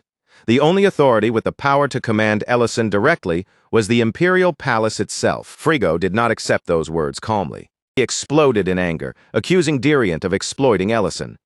He claimed their unit only managed to function because Ellison kept covering for everyone, then spat out that Dariant was arrogant and worthless. But the argument never reached its conclusion before either side could finish. Soldiers suddenly burst in, shouting in alarm that Ellison had collapsed and needed help immediately. Ellison was rushed straight to the infirmary, his body hanging limp and completely unresponsive as the others carried him in. Before long, he was lying unconscious on the cold ground, while everyone around him moved in frantic panic, desperate to understand what had happened. But while his body remained there in silence, unable to move or answer anyone, Ellison's mind drifted somewhere else entirely. In the depths of a dream, the figure of Atraban appeared before him. Inside that dream, Ellison found himself standing before the old headmaster. His voice tightened as he demanded to know why Atraban had ever gone to the front lines himself. Yet even as Ellison asked that question, his own excuses began spilling out one after another. He said he had done everything he could to shorten the list of the dead. He said he had still failed, that no matter how hard he tried, it was never enough.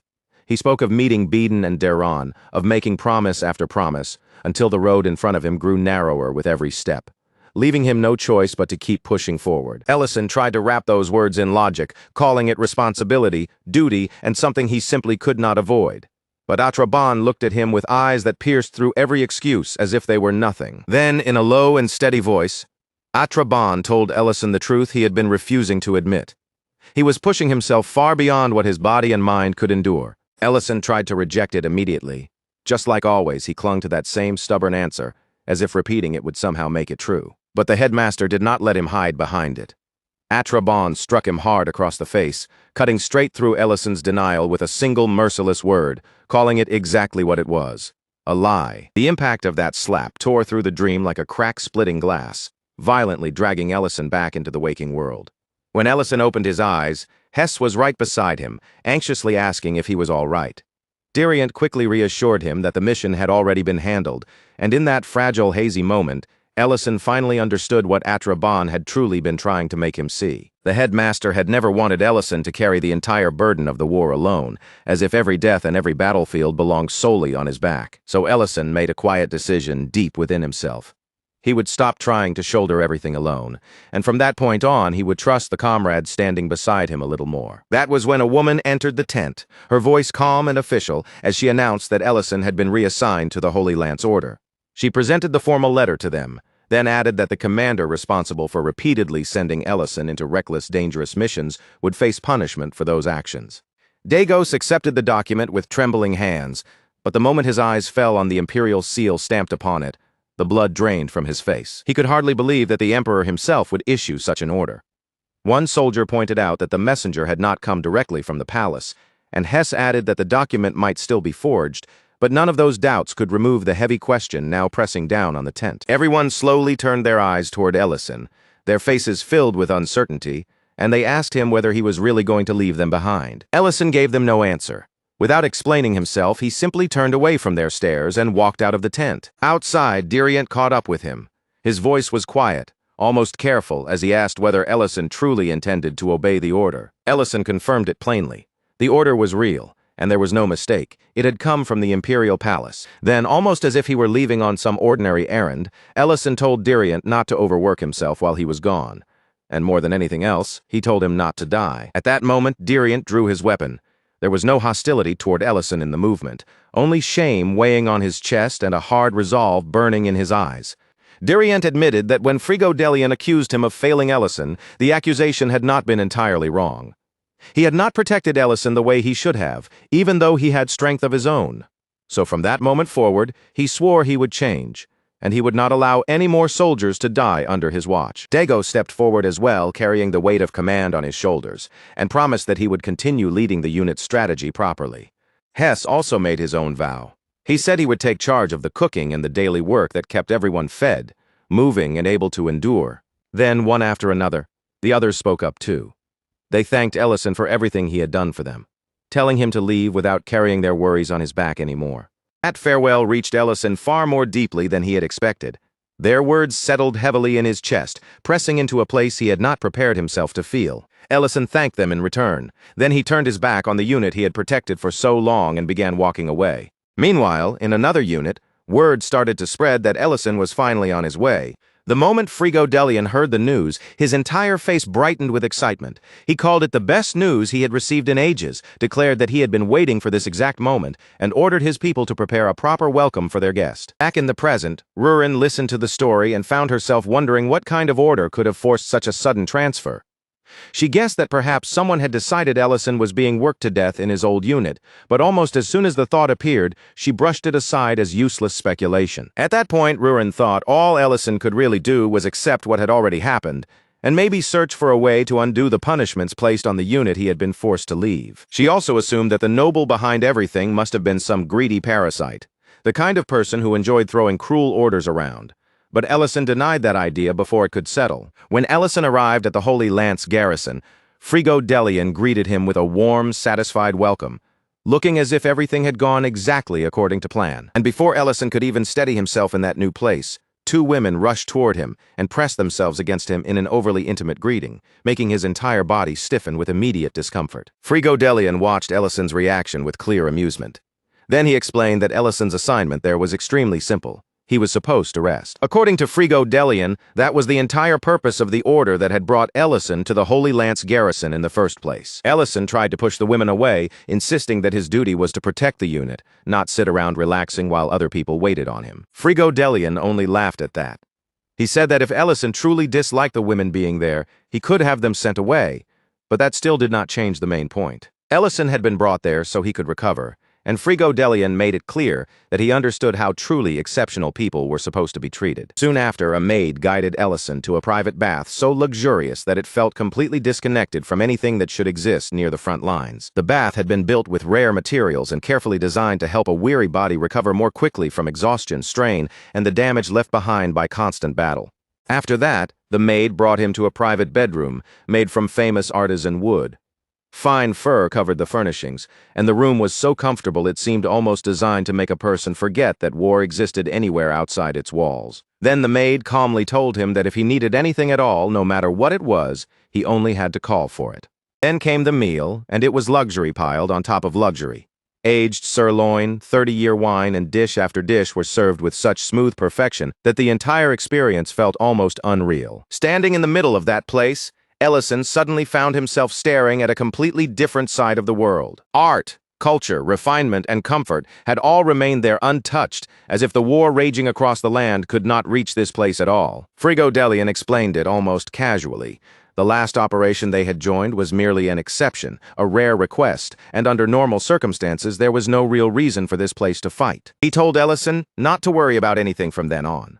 All Ellison had to do, according to Frigo, was relax and enjoy his life there. Ellison could only stand there in confusion, unable to understand what someone like him was supposed to do in a place so far removed from the battlefield he had known. The garrison was positioned on the outskirts of Dronzer City, but anyone seeing it from the outside would have struggled to believe it was a military base at all. There was no suffocating smell of mud, no blood-soaked tension, and none of that harsh battlefield atmosphere Ellison knew so well. Instead, the entire place looked calm, polished, and wrapped in a graceful kind of wealth that almost felt unreal. Every piece of equipment there was top quality, and the people moved with an easy, relaxed confidence. Daily life in the garrison seemed less focused on war and more built around theaters, parties, alcohol, and an endless stream of entertainment. Ellison had to force himself to hold on to the memories of where he had come from, the broken beds he had slept on, the bugs crawling through the cracks, the mud stuck to his boots, the cramped kitchens, and those freezing mornings that seemed to bite straight into his bones. He desperately tried not to let all that softness and comfort wash away the lessons that pain had carved into him. And somehow, while he struggled to keep himself from being swallowed by that strange new life, 2 full years passed. Then one day, a soldier came rushing toward him in a hurry, nearly breathless as he reported that Frigo Delian wanted Ellison to come to the central hall immediately. When Ellison arrived, he found a massive cake waiting in the hall, its surface crowded with candles. Frigo greeted him with a wide grin and cheerfully wished him a happy second anniversary of joining the unit. For once, Ellison was truly caught off guard. His usual calm expression slipped for a brief moment as he stared at the unexpected celebration in front of him. He had not even realized that anyone in the unit considered that date important enough to remember, let alone celebrate. Frigo explained with open cheer that the whole unit wanted to celebrate the day Ellison had become one of them, and then invited him to drink together with everyone. The celebration soon began. Cups were lifted, drinks were passed from hand to hand, and in the middle of that warm noise, Frigo admitted that he wished Ellison had come to their unit much sooner. Then his voice turned a little more direct. Looking at Ellison, Frigo asked why, even after all this time, he still refused to fully open his heart to the people around him. Ellison answered with a rare kind of honesty, quietly saying that this place did not truly need someone like him. From Ellison's point of view, the unit already functioned perfectly well without him. His presence was not necessary here, not the way it had been before, but Frigo immediately rejected that way of thinking. Frigo told him that he had watched too many gifted people break down after being used, drained, and ground into dust, and he could not stand the thought of seeing that happen again. To Frigo, talented people deserved recognition and reward, not punishment simply because they were capable. He said that was exactly why the Holy Lance Order had been created, to gather those with ability and give them the treatment they deserve. He admitted that some of them became arrogant. Yes, but even that did not mean capable people should be forced to suffer more just because they were strong enough to endure it. That night became the first time Ellison truly lowered his guard around Frigo, even if only a little. And in a quiet, sincere voice, Ellison admitted that he was grateful. Frigo laughed as if he had been expecting that exact answer all along, then handed Ellison his present, and without missing a beat, he asked whether he could finally bring the women back in. Ellison rejected the idea instantly, without even needing to think about it. His blunt refusal only made everyone burst into even louder laughter, and one nearby soldier commented on how unbelievably persistent Frigo still was. Frigo looked thoroughly pleased as he said that 2 years had already passed, and by now Ellison truly belonged to their unit. Then, almost softly, Frigo wondered aloud whether this feeling was what people called joy. But then, in a tone far too casual for what came next, Frigo mentioned 2 names, Mardell and Ugin. And the moment those names reached Ellison's ears, something inside him went completely still. Those names struck Ellison like a physical blow, because they belonged to old friends from his days at the academy. The color drained from Ellison's face. For a brief moment, he could not even hide the shock that took over him. Back in the present, Leon Herais was digging through old records, slowly discovering that Ellison had eventually retired after serving 15 years as an imperial mage. Then Emperor Remadan Herais appeared and pointed out that it was already late. He added that the nobles would be furious if they knew how much time the crown prince was spending chasing ghosts from the past. When the emperor noticed the records in Leon's hands, Leon admitted that almost every old document had already been destroyed. Only the disaster reports had survived, and the remaining pages showed a pattern that was hard to ignore. Diriant had said that most of the remaining records were tied to the Great City unit. Then Leon's eyes caught one detail that stood out with unsettling sharpness. After Ellison had been reassigned to Frigo's unit, 1 mage was recorded as missing. Leon understood immediately who that missing mage had to be. The name hidden behind that entry was Ellison himself. And in that moment, Leon realized that something much deeper than a simple transfer had been buried inside this history. Leon could not let the matter go. Madrine's earlier words kept echoing through his mind that Ellison had not merely been defeated, had not simply disappeared, but had been abandoned. So Leon turned toward his father and demanded the truth from him directly. This time, Emperor Remadan Herais did not hide behind royal dignity, ceremony, or the weight of his title. He admitted it plainly: he had failed. After the First Night Order collapsed and Atraban died, the empire lost its balance, and the emperor admitted that he had lost his own balance as well. The burden of the throne, the pressure closing in from every direction, and the threats from the dukes had crushed what little resolve he still had.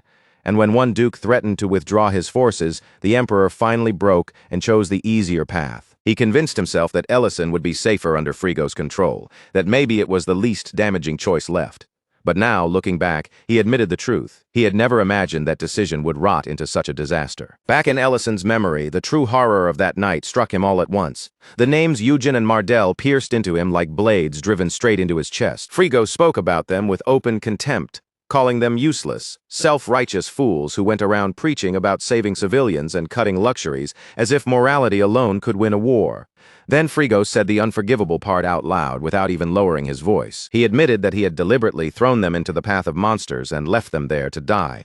One soldier awkwardly warned that the story might sound bad if it was repeated somewhere else, but Frigo only laughed. And what made it even more horrifying was that the others laughed along with him. Ellison stood there frozen, unable to understand how the deaths of 2 people could be passed around like some drunken joke in a tavern. That laughter cut into him like an open wound, raw and impossible to ignore. Inside his mind, he could still see the records he had once written down with his own hands. Eugen dead at 20, his body covered in bruises. Mardell dead at 19, his neck torn open. And Frigo dismissed both of those lives as if they had never mattered at all. Then, as if every cruel thing from the past could be swept away with one lazy motion, he brushed it all aside like dust clinging to his sleeve. In his eyes, none of it mattered anymore because Ellison was here now, standing right in front of them. And as if that alone were not insulting enough, he had even gone so far as to place the Archmage badge directly into Ellison's hands.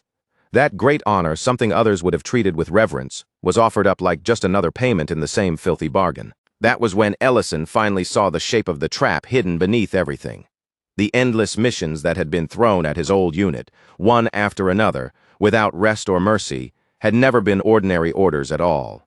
Every single one had been arranged by Frigo, carefully stacked together for one purpose: to drag Ellison all the way to this place.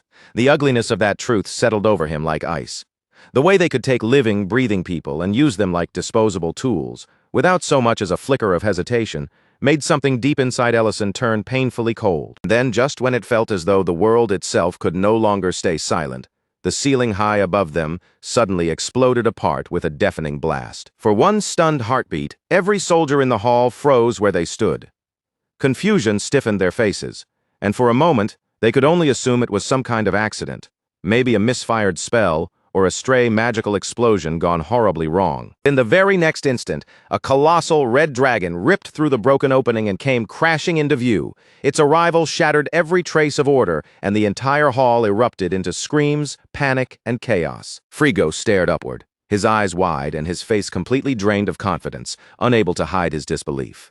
He muttered that he had never once seen a dragon from such a close distance, then immediately demanded to know how such a creature had even reached this place. But right after that, without even a shred of shame, his gaze snapped straight toward Ellison. Those eyes were already filled with expectation. Naturally, Ellison would protect them. Naturally, Ellison would step in and solve it. To Frigo, that was not even a request. It was simply how the world was supposed to work. The red dragon lowered its enormous body, muscles shifting beneath its scales, and then it lunged straight toward them with terrifying force. Almost before Ellison could even think, his body moved on instinct. He raised a powerful spell in front of them just as the dragon's attack came crashing down, blocking the blow at the last possible moment. The soldiers burst into proud, relieved cheers the moment they saw Ellison stop it. Frigo joined in loudly, praising him without restraint and boasting that Ellison's power was even greater than the chief mage who served under his own father. In their fear, they convinced themselves that as long as Ellison could keep the dragon pinned down for just a little longer, reinforcements would arrive and everything would somehow turn out fine. But that fragile hope lasted only a moment, because the beast smashed straight through the barrier as easily as if it were tearing through paper. Frigo spun back toward Ellison, his face twisting with a mixture of confusion, fear, and anger. He demanded more from him, demanded another miracle, demanded the impossible as if Ellison owed it to them simply because they expected it. Ellison said nothing in return. There were no words left inside him, only a silence heavy with exhaustion, because at last he was finished being treated like a weapon meant to be gripped in someone else's hand. Then the dragon opened its jaws and released a torrent of flames. In a single instant, the entire place was swallowed by heat and light, transforming the hall into a blazing hell. Frigo screamed Ellison's name as the fire rolled through the hall and devoured everything around them. But this time, Ellison did not move. He did not raise his hand. He did not take even one step forward. The dragon struck again, and the flames spread even farther, racing across the space like a living disaster. Around Ellison, soldiers began collapsing, one after another, their screams disappearing into the roar of the fire. And in the center of that burning nightmare, Ellison simply stood still, clutching his diary with such force that it looked as though his fingers might crush the cover in his grip. Surrounded by smoke, screams, and waves of fire, only one small and painfully pitiful truth remained in Ellison's heart. He had never truly wanted worship. He had never needed glory, medals, noble praise, or empty words dressed up as honor. What he had wanted was almost embarrassingly simple, a single thank you for the meals he cooked, for the effort he gave for someone, anyone, to actually see him. And that tiny wish finally shattered in his hands. Ellison tore the pages out of his diary, threw them into the flames, and watched in silence as the last fragile scraps of that hope curled black at the edges and burned away. The soldiers turned their fear and rage on him then, cursing his name and shouting that he was a traitor, even as the dragon continued reducing everything around them to ash. But Ellison no longer had the strength to care, or even the desire to hear one more word from any of them. Their voices could no longer reach the part of him that had already gone numb. So, without looking back, he turned away from the burning battlefield and walked out of it. Days later, Baden and Darren came searching through the ruins, desperately looking for any trace of survivors, but all they found was destruction spread in every direction, ash, rubble, and a silence, so heavy it felt as if the battlefield itself had died. For 3 full days and 3 long nights, they kept searching despite their injuries and exhaustion, refusing to stop even when everything around them seemed to insist that no one could possibly still be alive. And if there truly were no survivors left to find, then they would at least track down the dragon responsible for all of it and kill it with their own hands. Then, in the middle of that ruined wasteland, they found Ellison. He was alive, but he looked utterly broken. Baden was the first to confront him, stepping forward and demanding to know where he had been for the last 2 years, and why he had suddenly appeared again now, after everyone had believed he was dead. Darren could only stare at him in disbelief, struggling to understand what he was seeing.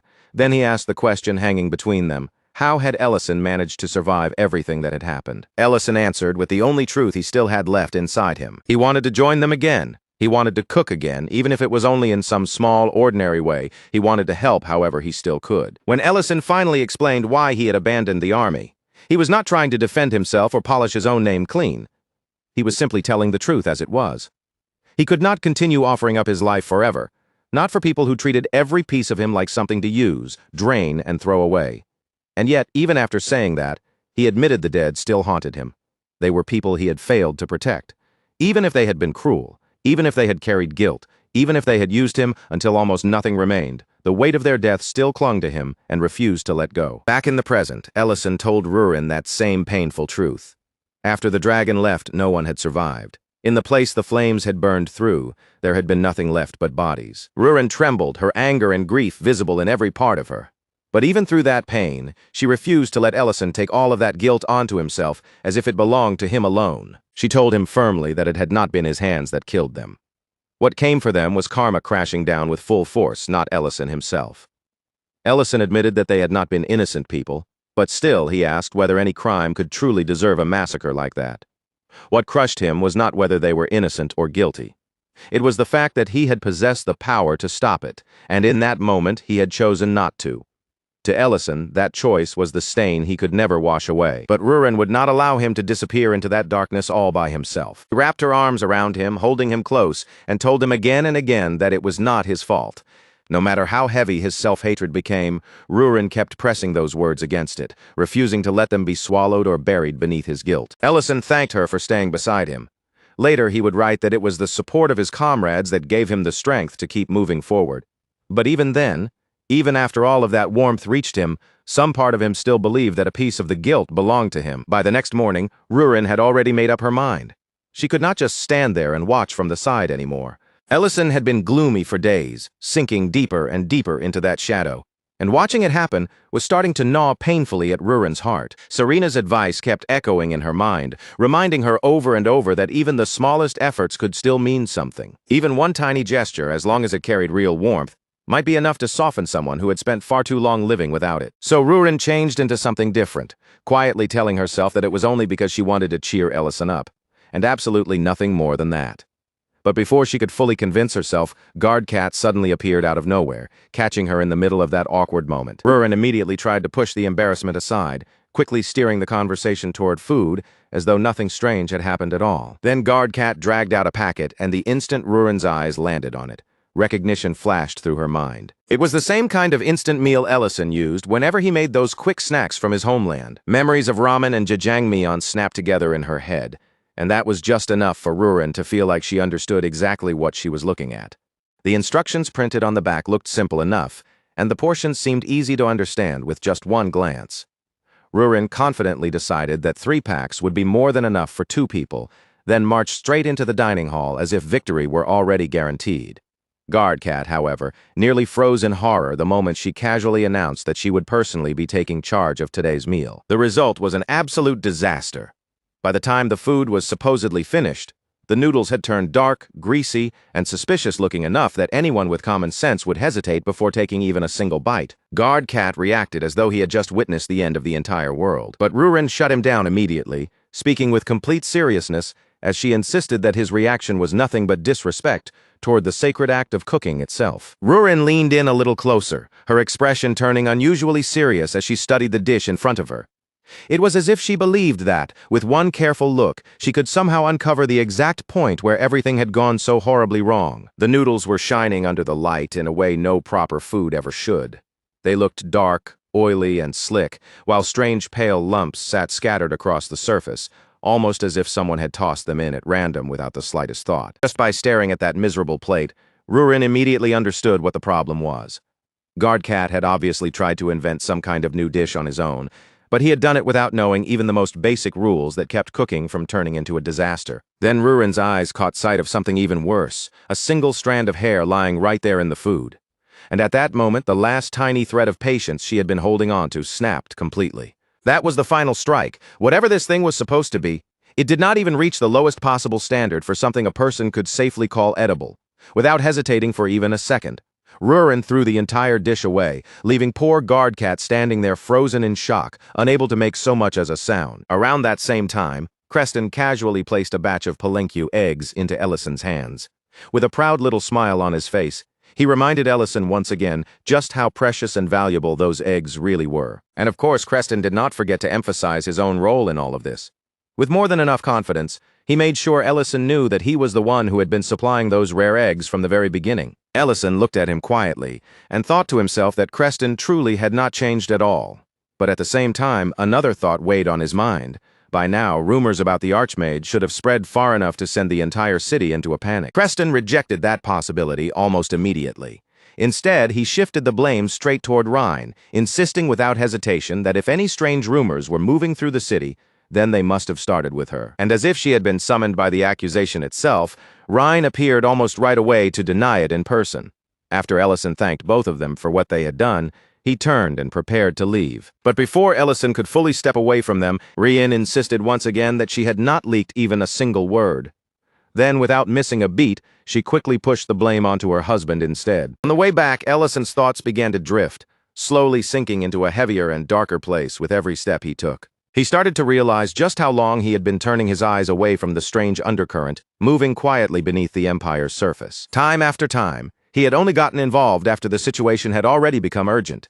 He had waited until the danger was right in front of him before finally choosing to act. And deep down, Ellison understood the reason far too well. His ordinary days had become precious to him.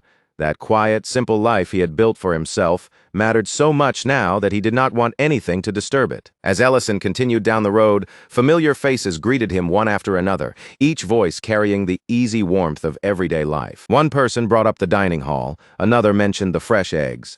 Someone else smiled and cheerfully promised they would come by to eat again next time.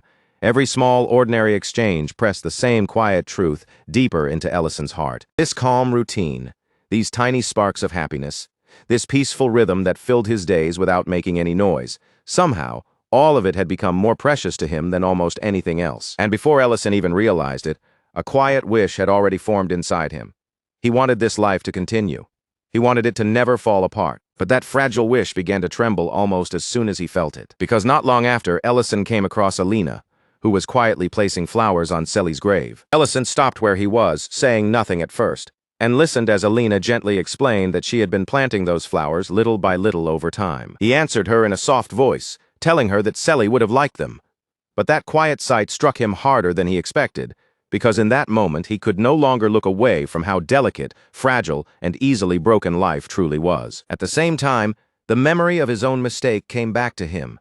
The fact that he had revealed far too much about his past, and with that memory, the old fear began rising inside him again. If his real identity were ever fully exposed, then everything he had so carefully built in this city could collapse in a single instant. And yet, even with that fear pressing heavily against his chest, gratitude still managed to remain in one quiet corner of his heart. Because after everything that had happened, people around him had still chosen, in their own quiet way, to protect his secret. Not even one rumor had slipped out into the city. After making pancakes, Ellison gently placed them on Selly's grave as an offering.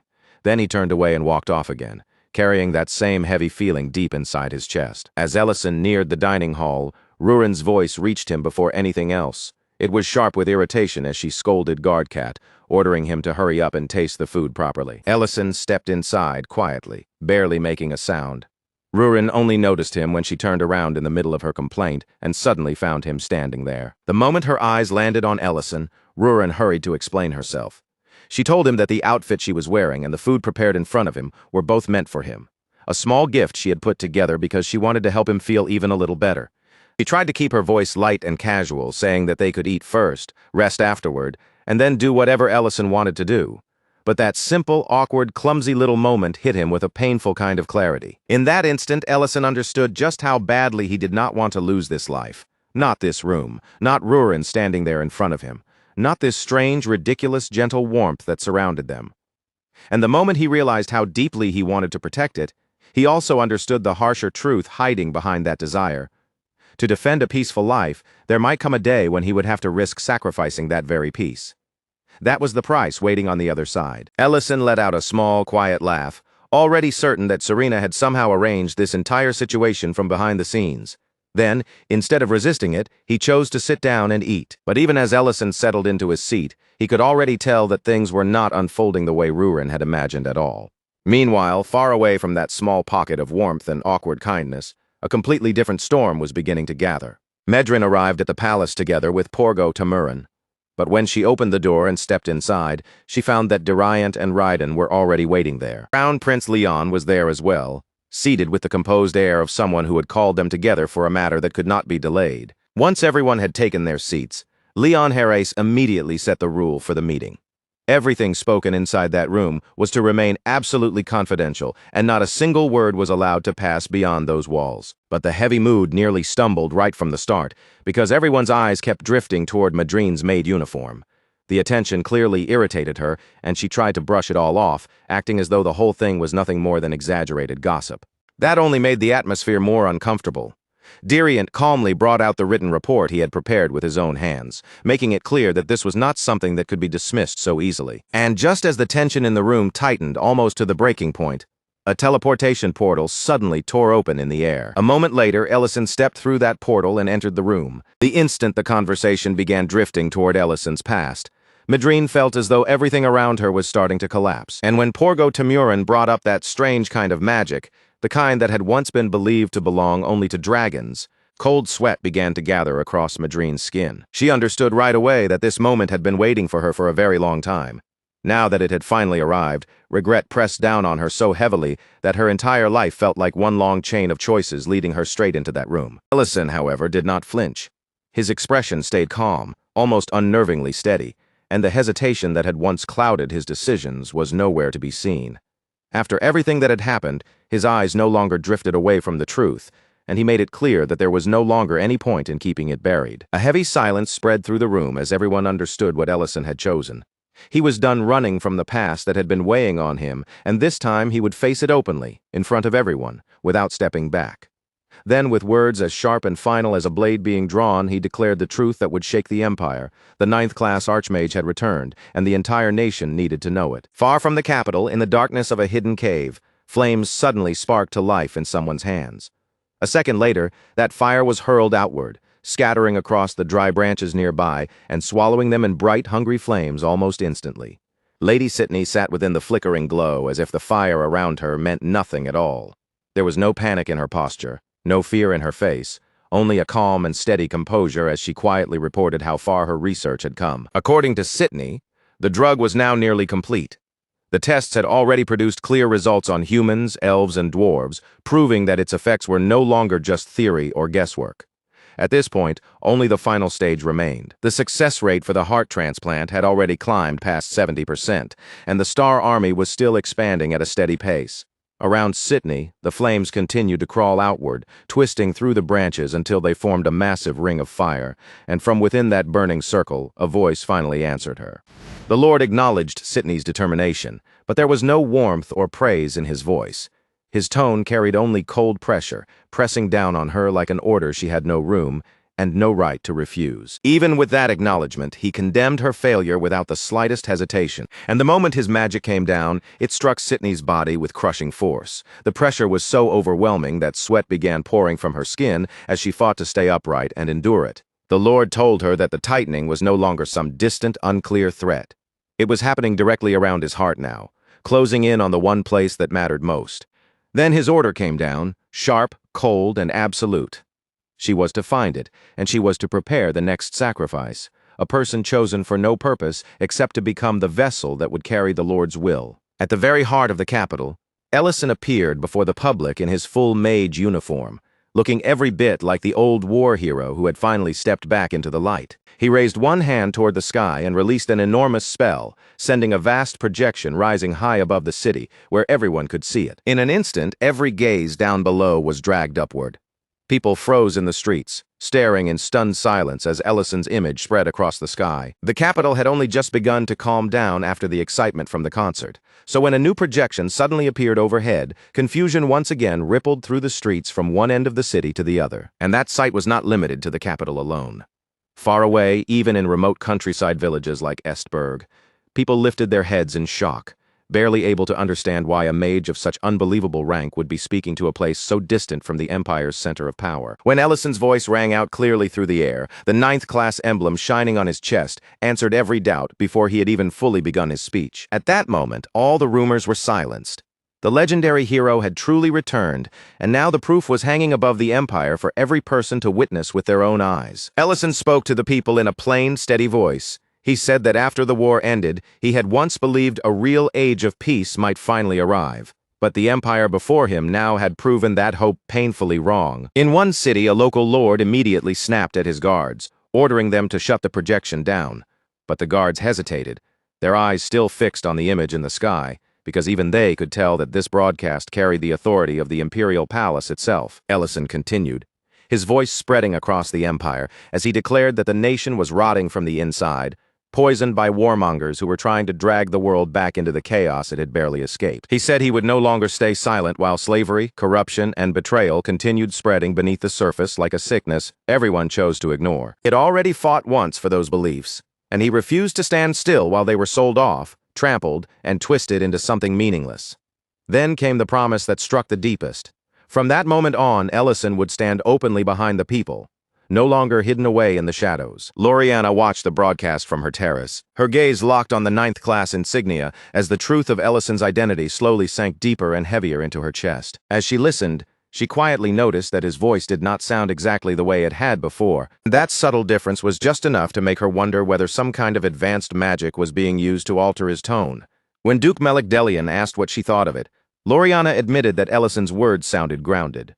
More than that, they sounded unexpectedly reasonable. Duke Melikdelian dismissed that idea immediately, brushing the entire speech aside as nothing but hollow hypocrisy, because in his eyes, a man who had failed to fulfill his own duty had no right to stand above others and lecture them about responsibility. Loriana answered him quietly, but her words turned the Duke's own reasoning back toward him, saying that those who possessed the power to lead still had an obligation to act, even if they themselves were not flawless. Her answer made Duke Melikdelian narrow his eyes, and he remarked that her visit to Great City seemed to have changed something inside her. Loriana denied it, though a faint uneasiness lingered beneath her voice. She insisted that those thoughts had always been within her, long before she ever set foot there. Duke Melikdelian only said that he wished his own son had become that kind of person. Then he ended the conversation with cold precision, mentioning her mother's hidden condition and urging Loriana to go see her. Back at the palace, Madrine reported to Ellison that the mages were already spreading the announcement. At this rate, news of his return would reach every corner of the empire within a single day. Ellison accepted the report with a small nod, but he did not dwell on it for long. His attention moved immediately toward something far more dangerous. The spy. Leon Harais had already suspected that someone on their side had been secretly feeding them information from the shadows. He pointed out that Dariant had been the one who summoned Ellison to the palace in the first place. And more importantly, when Ellison appeared, Dariant had been the only person in the room who remained completely calm. Ellison then explained that his suspicion had not begun there. In truth, the first signs had appeared much earlier than that. Too many slave facilities across the empire had been attacked almost at the same time, which meant someone had collected and delivered information at a speed that should have been impossible through ordinary methods. Then the concert happened, and the hidden purpose behind it became much easier to see. It had not been merely a performance. It had also been a way to draw both Ellison and Rurin into the capital. Leon Harais admitted that Ellison was right.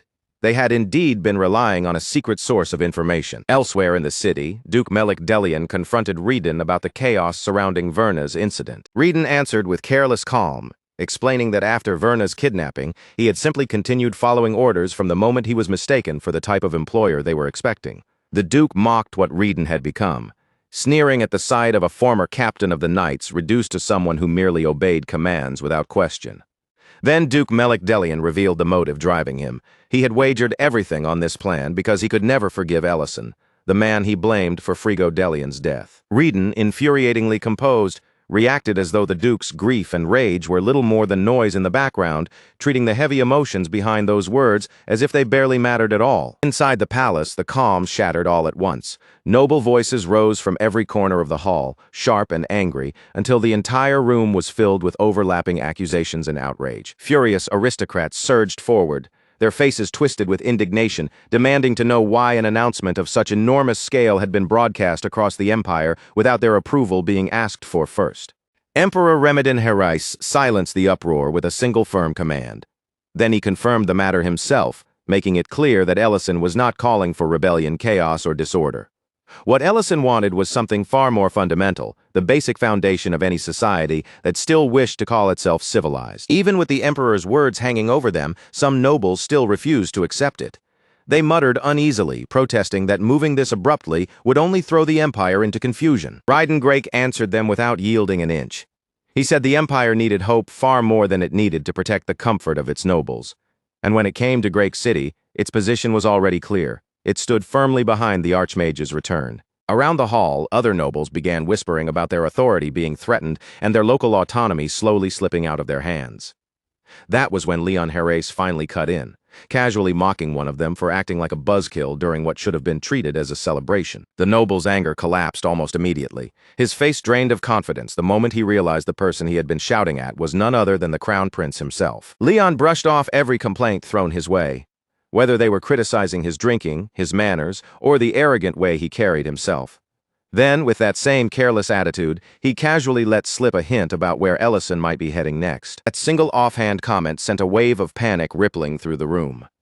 The nobles immediately leaned in and pressed him harder, demanding that he tell them exactly where the Archmage was going. Leon smiled as if he were toying with them for his own amusement. He tossed out the name Purim like it was nothing more than a passing joke, then waved the entire subject away just as easily and walked out. By then, Leon had completely slipped back into the role everyone expected from him.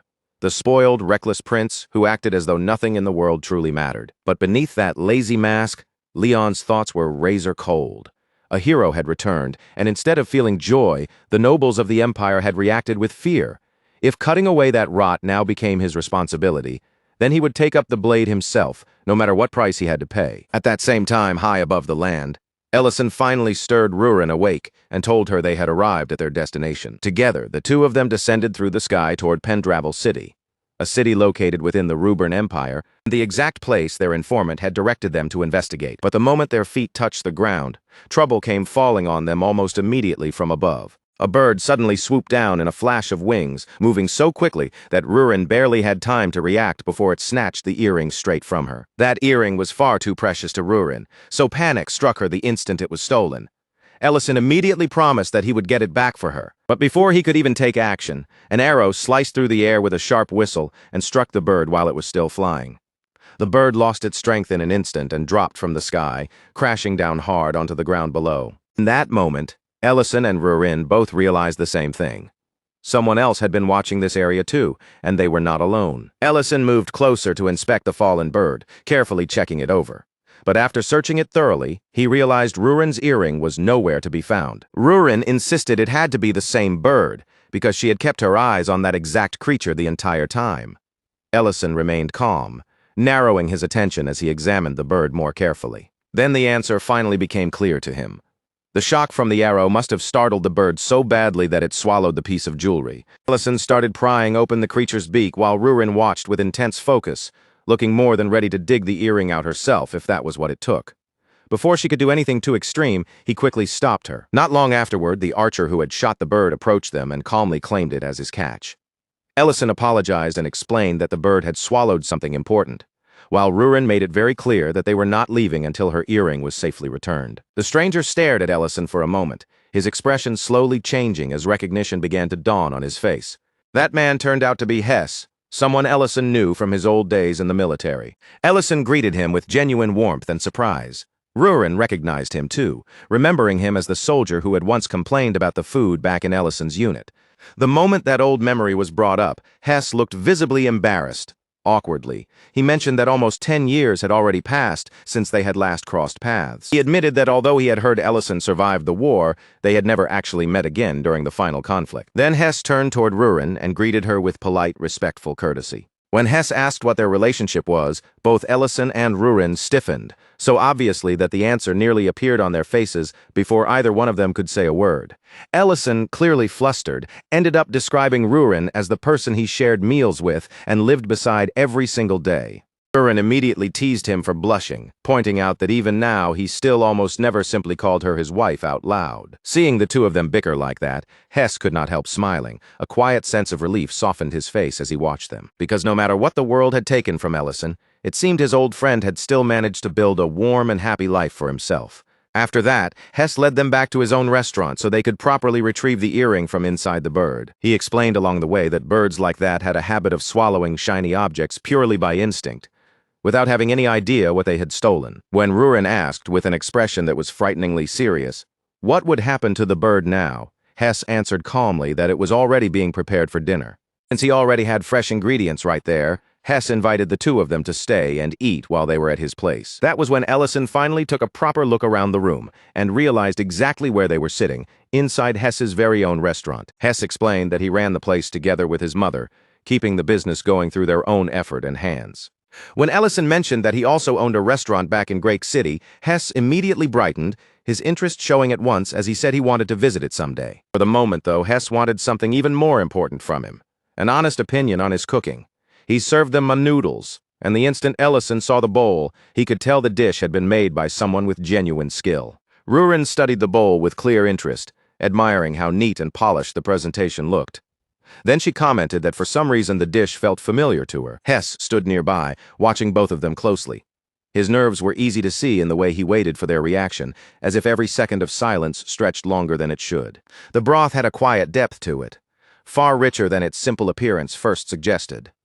The meat was tender enough to fall apart with ease, and the noodles absorbed the soup beautifully with every bite. Hess kept waiting for Ellison to say something, any kind of reaction at all. But Ellison simply continued eating in silence, spoonful after spoonful, until not even a single drop remained in the bowl. And when Ellison finally finished the entire bowl, he gave Hess the kind of praise every cook secretly hopes for an empty dish, cleaned completely, proving more clearly than words that the meal had truly satisfied him. That one simple, completely emptied bowl seemed to light Hess's confidence all over again. After spending day after day cooking his own dishes, he had slowly started doubting his own tongue, wondering if his judgment as a chef had gone dull and whether the skill he once trusted in himself was still really there. Ellison calmly pointed out that the broth had been made from bird bones. The instant Hess heard that precise answer, relief spread across his face. Just knowing that Ellison had recognized the effort behind the flavor so clearly made him brighten, and Hess began explaining the little details of the recipe with the pride of someone who had truly poured care into every step. Later, once the meal was finished, and the empty dishes had started piling up, Ellison naturally took his place beside Hess at the sink, even though he was supposed to be the guest. As someone who ran a restaurant himself, he simply could not look at a busy kitchen left messy and walk away as if it had nothing to do with him. Amid the quiet sound of running water, clinking bowls, and dishes being washed, Hess finally spoke up about the question he had been holding inside. He asked whether Ellison was truly the person connected to the recent declaration announcing that the Archmage had returned. Ellison did not avoid his gaze, and he did not try to hide behind a vague answer. He simply accepted the question as it was and confirmed it without denying anything. Hess then added that someone with Ellison's position and reputation would never come all the way out to a place this remote unless there was a serious reason behind it. So, watching him closely, Hess asked if Ellison had already noticed anything strange about the town. The answer became clear almost the moment the question was spoken. There were barely any customers. Even during the hours when a restaurant should have been filled with voices, footsteps, and the sound of orders coming in, Hess's shop remained strangely empty. Too many seats sat open, and the room felt far too quiet for a place that should have been busy. Ellison had already sensed something was off the moment he first looked around the restaurant. Only a few years earlier, Hess's place had been successful enough to be known as a thriving favorite among the locals. The nearby residents knew the restaurant well.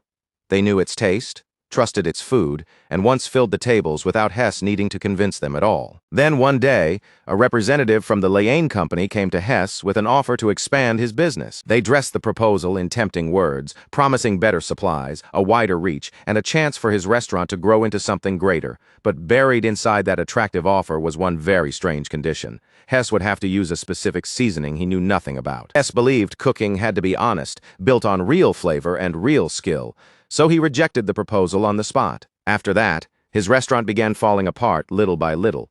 Business dropped so badly that even his mother eventually had to stop helping at the shop, simply because there was no longer enough work to keep two people there. Ellison immediately guessed what must have happened next. Some other restaurant nearby had probably accepted that exact same offer. Hess confirmed it and pointed toward a nearby place called Mercenary Restaurant. That shop had taken the deal, and now it was enjoying a level of success that felt far too unnatural to ignore. For Ellison, that was more than enough. Mercenary Restaurant had just become a clear lead worth following. When Ellison asked whether Hess had ever tried eating there himself, Hess admitted that he had gone once, but from the moment he tasted the food, something about the place had felt deeply wrong. It was not the kind of wrongness he could easily explain with simple words. Still, that uneasy feeling had been strong enough that he never wanted to return for a second visit. The next evening, the three of them made their way toward Mercenary Restaurant. Rurin, who had been dozing on Ellison's back, slowly opened her eyes and sleepily asked where they were going. Hess told her they were heading into the busier part of town, while Ellison lightly teased her, saying she had been sleeping so deeply that she probably would not even notice if someone tried to kidnap her. Then Rurin's half-awake gaze drifted over to Ellison's clothes. She pointed out that he had dressed like a mage again. Hess quickly reassured him that ever since the recent announcement about the Archmage's return, mage-style robes had become popular among ordinary people, so even if Ellison walked around wearing that kind of outfit, he would not draw nearly as much attention as they might have expected. Once the three of them stepped inside Mercenary restaurant, the sight of the dining room made them all pause.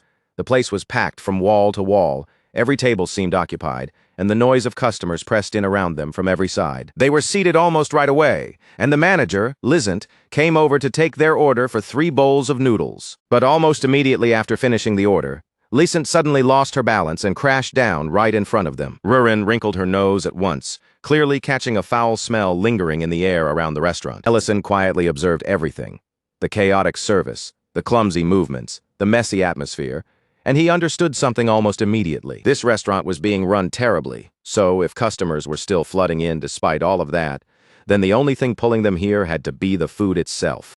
Then the bowls of noodles finally arrived at their table, and the sight of them only made the situation feel even stranger. The dish looked cheap, careless, and unpleasantly thrown together, almost insulting to anyone who treated food with even the smallest amount of respect. Rurin was offended immediately. She demanded to see the manager, completely unable to accept that something this sloppy had been placed in front of them as food. Ellison, however, followed his usual rule of never judging a dish by appearance alone.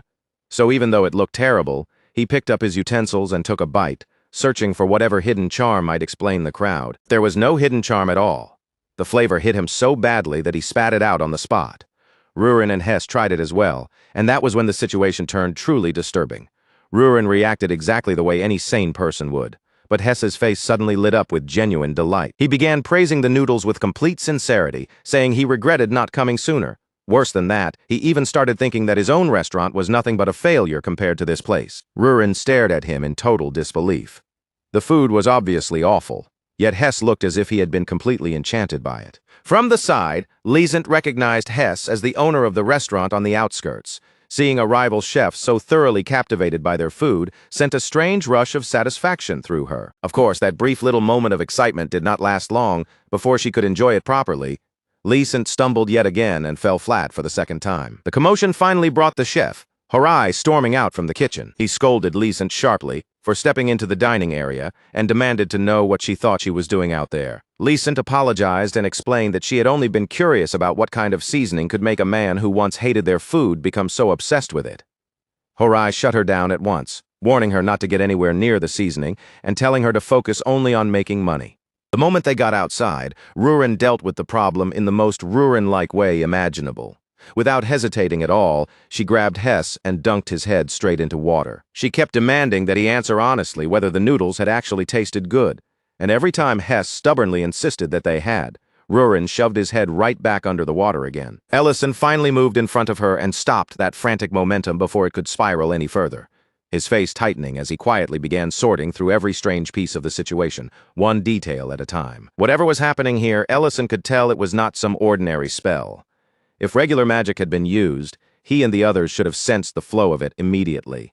So his thoughts naturally shifted towards something much more disturbing, something similar to the mind control they had seen before at the ranch. Rurin quickly noticed the flaw in that theory. If that kind of control was forced too deeply into an ordinary human's mind, the pressure would usually be too much to endure, and in many cases the victim would suffer severe damage to the brain. At that exact moment, Madrine appeared on the scene, looking oddly energized, almost as if she had been waiting for this.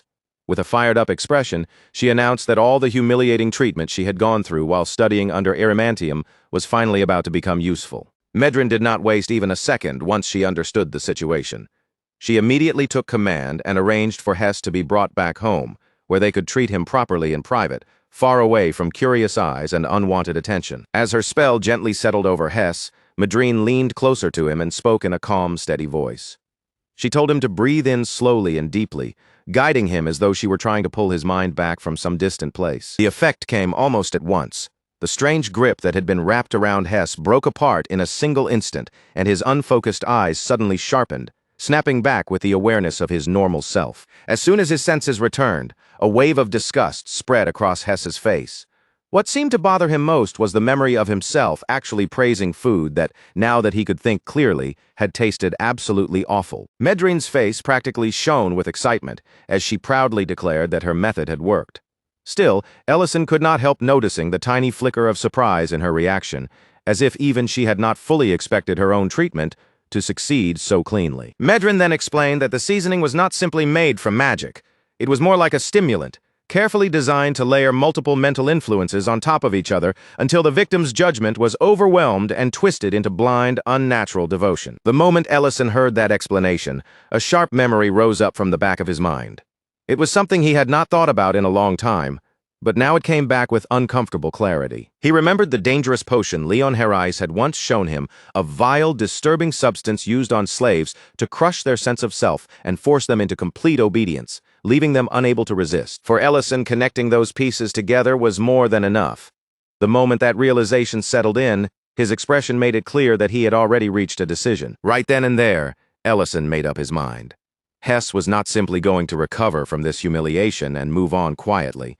Ellison was going to help him hit back properly and make sure the other side paid for what they had done. Not far from there, at a nearby construction site, a group of workers were already preparing to head out for lunch. From the way they were moving and talking, every single one of them seemed to have the same destination in mind: Mercenary. They knew that place was filthy. They knew the meat had a suspicious smell, and even they could tell that their craving did not make any real sense. But despite all that, their bodies kept dragging them toward those noodles, as if resisting was no longer an option. Before the workers could actually leave, however, a completely different aroma drifted through the air and caught them first. It carried the smoky edge of charcoal, mixed with something rich, savory, and so tempting that it immediately stole their attention. Drawn in by that mouth-watering scent, the workers followed it until they found themselves standing in front of Ellison's new stall.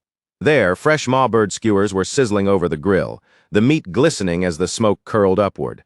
That aroma alone had enough power to loosen the strange fixation that had been pulling them toward Mereri's noodles.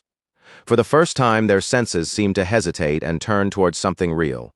The workers each took a bite of the skewers, and the change in their faces came immediately, as if their bodies understood the difference before their minds could even catch up. The skewers were tender, juicy, and seasoned just right, packed with a genuine depth of flavor that filled their mouths instead of confusing their minds. That real taste woke up their senses and snapped them cleanly out of their obsession with Mereri's noodles. At that point, Ellison understood exactly where the enemy's weakness was hiding. No matter what strange trick Mereri was using, Hess's restaurant still served better food overall. The customers did not need to be argued with or dragged away by force. They simply needed a stronger pull, an aroma and flavor vivid enough to overwhelm Mereri's spell-like grip and remind their senses what real food was supposed to taste like. Once the skewers had completely sold out, Ellison casually spoke to the gathered crowd. He let them know that anyone who wanted a proper full meal with both those skewers and noodles together could find a complete set menu waiting for them at Hess's restaurant. That one simple announcement was all it took. Before long, a wave of hungry customers began rushing toward the small restaurant on the outskirts, drawn there by the promise of the food they had just tasted. Hess's mother could barely hold back her emotions as she watched the dining room fill up again. After so many years, seeing every seat packed with customers made her look almost overwhelmed, as if she could hardly believe the restaurant had come back to life. Hess did not try to hide who deserved the credit either. In front of everyone, he openly admitted that it was Ellison's plan, together with the improved menu that had completely turned their situation around. Meanwhile, Mereri had fallen into an eerie silence. The tables that had once been full now sat completely empty, with not a single customer there to fill the lifeless seats. Inside that deserted restaurant, Horai and the manager were arguing anxiously over where all their customers had disappeared to. Then, right in the middle of that tense exchange, a representative from the Liane company finally arrived. The man was absolutely furious. His anger was written all over his face as he raged about the money he had poured into the restaurant going to waste, then turned on the manager and insulted her for being useless and incompetent. After that, he handed Horai a new box of seasoning, one that was even stronger than the previous batch. He ordered him to use it while cooking and to open every window whenever he did, making sure the smell would spread outside. With a sly, confident look, the representative promised that things were about to become interesting, as if he already knew the next move would cause trouble. Later, Rurian was walking back alone, still grumbling irritably under her breath. She was clearly annoyed because Ellison had kicked her out of the kitchen after catching her stealing skewers. That was when a voice reached her from nearby, calling out to people passing through the area. Someone was advertising free noodles from a new stall, and the stall was being run by Mereri's chef. Rurin had absolutely no intention of going anywhere near that garbage. Her mind rejected the idea instantly, but before her logic could fully take control, the scent reached her first. The smell hit her senses hard. Her eyes shifted in a strange, unnatural way, and in the very next moment, the temptation took hold of her completely, seizing her before she could resist. Back inside the storage room, Ellison was calmly reviewing the success of the past 3 days. He went over each part of his counterattack, considering how effectively his plan had pulled customers away from Mereri and back toward Hess. He was already turning his thoughts toward the next step: how to bring down the Le'ain company itself, when Rurin suddenly rushed into the room, acting far more affectionate than she ever normally would. Before Ellison even had time to understand what was happening, Rurin closed the distance between them in an instant and kissed him with startling force, catching him completely off guard. Ellison froze on the spot, his mind going blank for a second. A genuinely worried thought crossed his mind as he wondered whether this was somehow another terrible lesson from Serena starting to take effect. But when Rurin answered him, the way she spoke made the truth painfully obvious. This was not just her being bold or strange. There was clearly something wrong with her. She said she had eaten unbelievably delicious noodles, and now she wanted Ellison to taste the flavor that was still lingering on her breath, as if sharing it that way made perfect sense to her. That single sentence was enough for Ellison to understand the entire situation. He did not need any further explanation to know exactly what had happened. Rurin had eaten food made with the new seasoning, and the stronger influence had already taken hold of her. Her frustration rose almost instantly, flaring hotter with every passing second as Ellison failed to respond the way she wanted. Then Rurin slammed her fist down into the floor with terrifying force, hard enough to split the wooden boards beneath her hand. With her emotions surging, she demanded to know why Ellison kept backing away from her every single time she tried to get closer. Ellison carefully pointed out that the intensity she was showing right now felt genuinely dangerous, especially with the way she was pressing toward him without restraint. But Rurin insisted that she was only trying to share the noodle flavor with him through a kiss, saying it as though that explanation somehow made the entire situation completely normal. Ellison warned Rurin to stop right there, trying to keep the situation from getting any more dangerous. But Rurin immediately snapped back at him, insisting that everyone else had already started eating everything she had brought along with her. And because all of it had already been taken by the others, Rurin claimed this was the only method she had left to let Ellison taste it too. In her distorted state, that bizarre explanation sounded perfectly reasonable to her. That was the moment Ellison's expression shifted. He finally realized this was no longer just about Rurin acting strangely. If the others had already eaten what she brought, then the same influence had spread to them as well. After that, Rurin's voice sank lower and heavier, and the emotions she had been keeping buried began to spill out of her all at once, one painful feeling after another. She started dragging up every moment of hesitation Ellison had shown in the past, accusing him of holding himself back because she was a dragon, as if that was the real reason he always kept distance between them. Her words kept pushing deeper into him, growing sharper, more desperate, and more emotional with every breath. And finally, Ellison reached the point where he could not keep silent anymore. He slammed his hand hard against the wall, the impact shaking the entire room around them. Then, with a voice that could no longer stay calm, he told her the truth. He had never once been ashamed of her. The real reason he always pulled away was not disgust, embarrassment, or fear of who she was. It was because he was afraid of what might happen if he ever allowed himself to cross that line for real. He was afraid that if he finally gave in completely, if he let his restraint collapse even once, he might not be able to stop himself afterward. But just as Ellison leaned in closer, almost ready to kiss her, he sensed it with sudden clarity. There was a layered veil of magic wrapped around Rurin's mind, quietly blurring her judgment and twisting her emotions. Rurin was powerful enough to smash through most obstacles with brute force alone, and normally very little could stand in her way. But this was not an enemy she could simply crush with strength. The tainted food had already built up inside her body, and once the enchantment layered itself on top of that, even Rurin had finally been pulled under its influence. Ellison hurried back to the restaurant as quickly as he could, his mind already bracing for trouble. But when he arrived, he found that the situation had somehow become far worse than he expected. Medrin, of all people, had completely thrown away every trace of pride and dignity she carried as a mage. She was openly crying over the noodles, treating them like some priceless sacred treasure. Hess had sunk into such heavy despair that he was already ready to close down his own restaurant, fully convinced there was no possible way he could compete against that overwhelming flavor. Even Hess's mother, the one person who should have stood behind him no matter what, had turned away from her own son's cooking under the force of that influence. By then, one thing was painfully obvious to Ellison. The seasoning had become much stronger than it had been only the day before.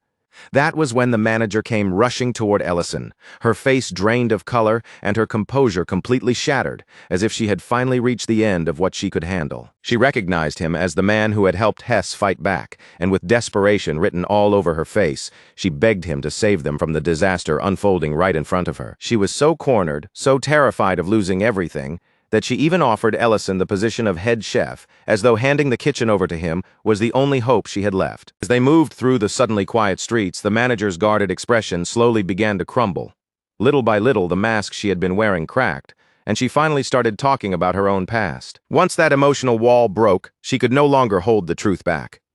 Everything she had been hiding, everything she had been trying not to admit, came pouring out of her. She confessed that she had always been clumsy, always feeling like useless dead weight beside her late father, who had been a true master chef. Desperate to protect his name and keep his restaurant alive, she had accepted the suspicious offer from the Liane Company. Ellison did not soften the truth with comforting words. He told her plainly that protecting a building meant nothing if, in order to do it, she had to feed people dangerous substances she did not even understand. Outside the restaurant, the situation had already started turning into something ugly and uncontrollable.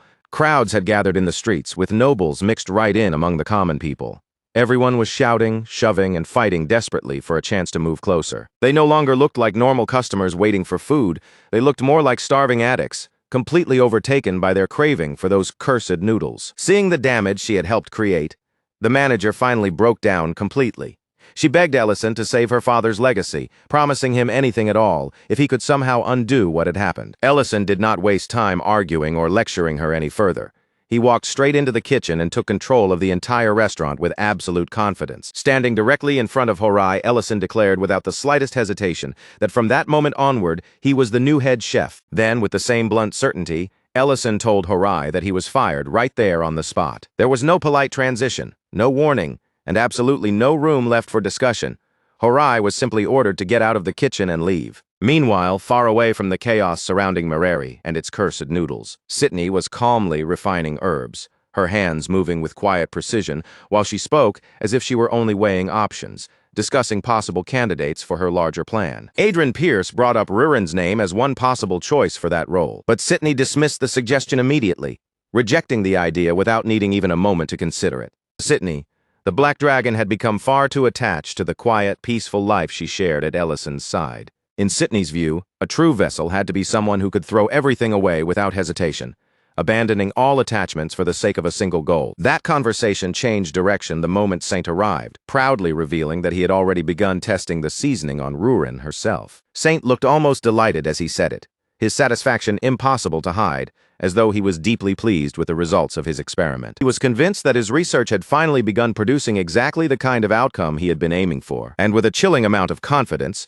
Saint declared that if the perfect vessel did not already exist somewhere in the world, then he would simply create one himself, even if he had to force it into existence with his own hands. He would twist the mind, corrupt it piece by piece, and shape the vessel through layers of mental destruction until nothing remained untouched. Back at Mercenary, the manager found herself scrubbing every corner of the kitchen under Ellison's strict supervision, cleaning away the filth and traces of what had been used there. She reported that once the contaminated broth had been thrown out, the customers eventually scattered.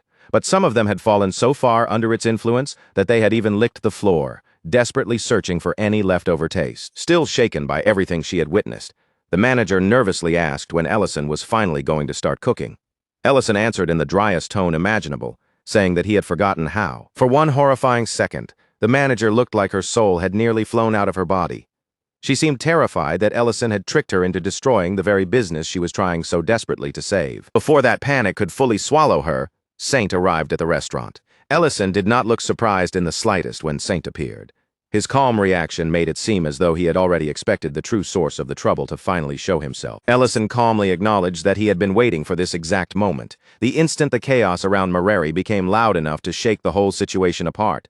He had already expected Saint to crawl out from behind the curtain. Saint responded almost immediately, his lips curling into a mocking smile as his voice took on that familiar poisonous edge of contempt. He sneered at Ellison, calling him a troublesome hero who had chased away the staff, scattered the customers, and thrown the entire restaurant into disorder, all so he could conveniently seize the kitchen for himself. The manager froze the moment she heard that accusation. Only then did it truly hit her. The man standing in the middle of her ruined kitchen was not just some strangely talented cook, but one of the legendary war heroes she had only heard about in stories. Ellison gave her no time to fully absorb the shock. Without hesitation, he put on his mage uniform, and with that simple motion, he revealed far more than the identity he had been hiding behind his quiet restaurant owner act. Then Ellison spoke openly, saying he was honestly surprised to see a silver dragon involved in a plan to resurrect the Dragon Lord, especially when that clan was known for hiding itself away and avoiding the world in silence. Saint's face twisted with obvious disgust the moment the silver dragons were mentioned. He immediately rejected any sense of kinship, loyalty, or belonging to his own kind. He dismissed them as fools who had failed to change with the times, then looked down at Ellison with a cold sneer and told him he should have stayed quietly in his little city. In Saint's eyes, Ellison should have remained there, playing the role of a harmless, ordinary restaurant owner and pretending he had nothing to do with the larger world. The air inside the room grew heavier by the second.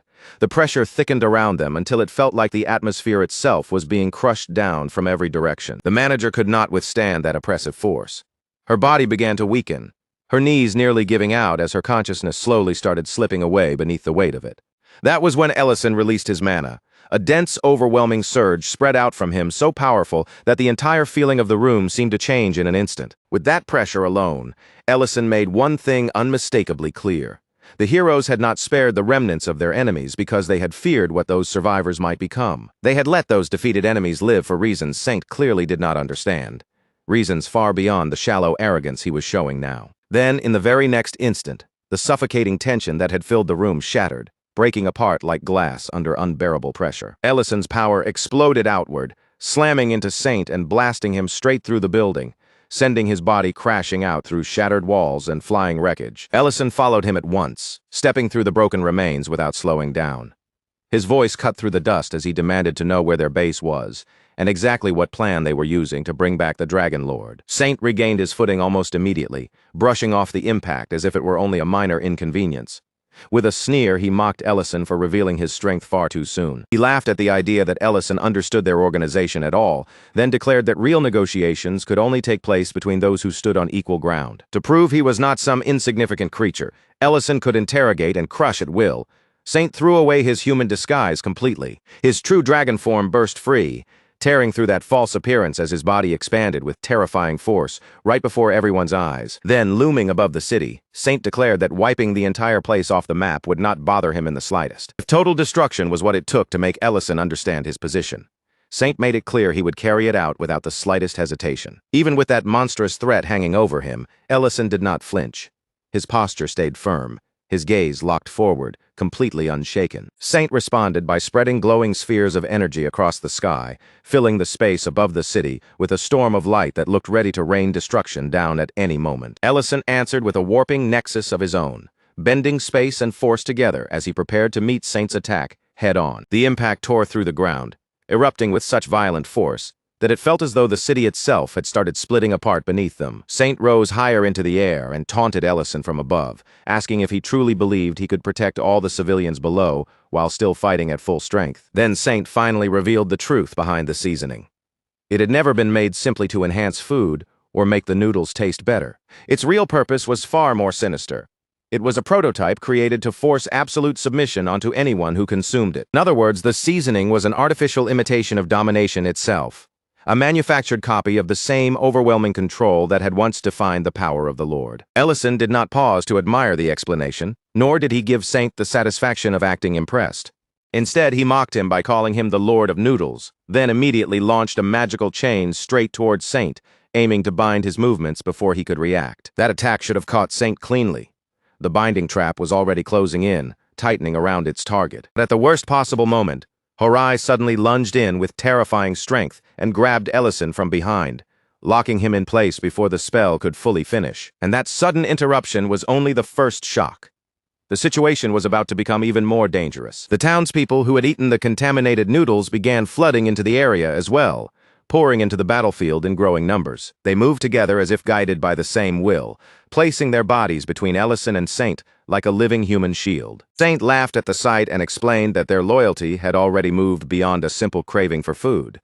By now, their obedience was tied directly to him. Then, just when the situation already seemed bad enough, the danger escalated again. The sky above them shifted, and Medrine descended from overhead, surrounded by floating magical orbs that hovered around her like weapons ready to fire. She was still caught under the seasoning's influence, her eyes clouded and unfocused, and through that twisted perception, she recognized Ellison as an enemy. Immediately after Medrine appeared, Rurin came crashing down with enough force to crack the ground beneath her feet.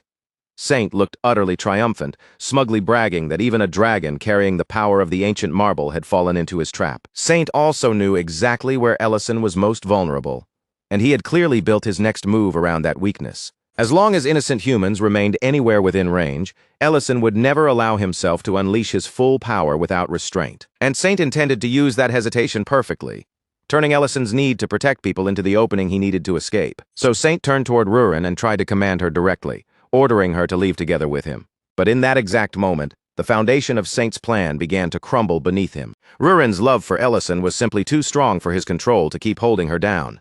From deep within her, that emotion pushed back and shattered the spell from the inside. Rurin snapped back to herself in a burst of pure fury, her anger exploding outward as she screamed at Saint for even daring to believe he could ever control her. Then Rurin gave Saint no chance to regain his balance or even prepare himself. She drove a vicious kick straight into him with overwhelming force, sending his body flying backward as if he weighed no more than a scrap of paper. With her eyes burning fiercely, Rurin made her answer completely clear. There was no hesitation in her voice, no uncertainty in her expression. The only place she belonged was right beside Ellison. A quiet smile softened Ellison's face as he watched her choose him so firmly.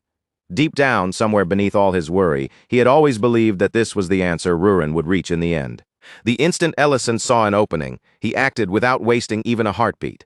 His magic spread quickly across the area, reaching around the brainwashed townspeople and binding them in place before they could move again. At the same time, he safely sealed Medrine away, making sure she could not hurt anyone or be hurt herself.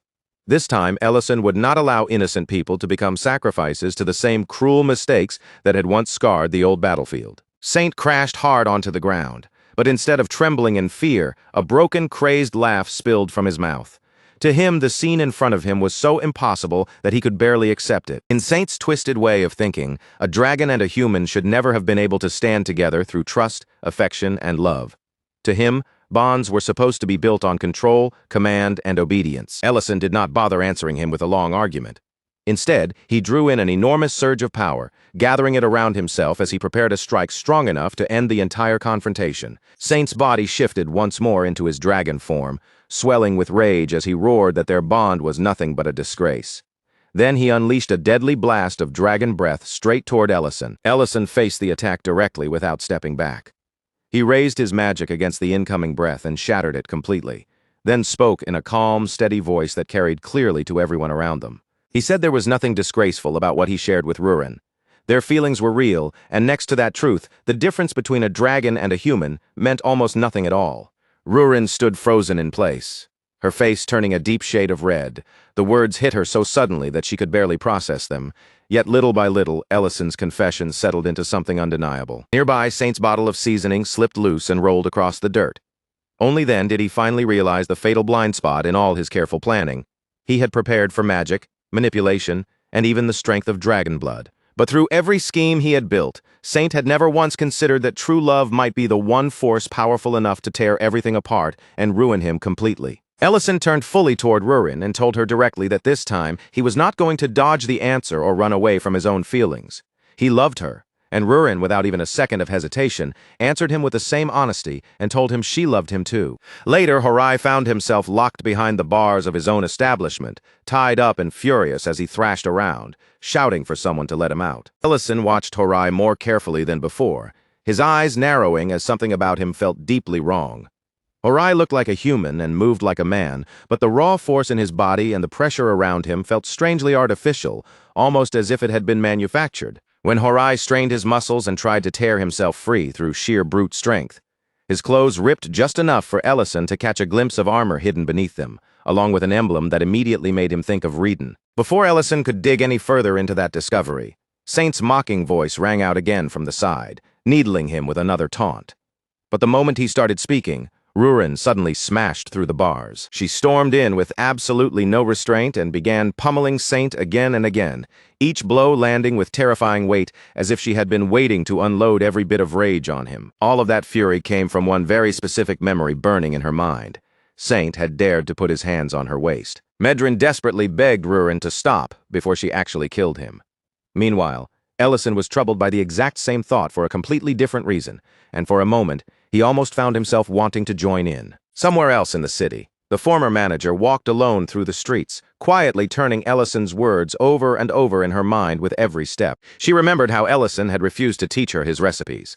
It had not been cruelty or arrogance. He had done it because she still did not understand why each ingredient mattered or why every step had to exist in the first place. He had told her that simply copying instructions without understanding, their meaning was no different from the reckless, clumsy way she had been stumbling through her own life. If she truly wanted to find a path forward, then the first thing she had to do was face herself honestly, recognizing both the things she could do well and the weaknesses she had always avoided looking at. Those words stayed with her long after the conversation had ended.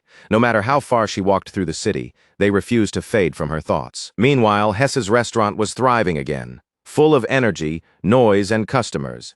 In the middle of that busy atmosphere, Hess spoke with his mother about how urgently they needed someone to handle inventory and organize the storeroom before the kitchen fell into chaos. Almost as if she had been waiting for that exact opportunity, the former mercenary manager appeared at the restaurant, her expression serious as she came forward with a proposal of her own. She offered to take responsibility for their stock, storage, and overall organization. On top of that, she suggested that their two businesses cooperate, since she already had connections throughout the city and understood the local situation better than most. Back at Ellison's restaurant, the entire place had fallen into a restless buzz.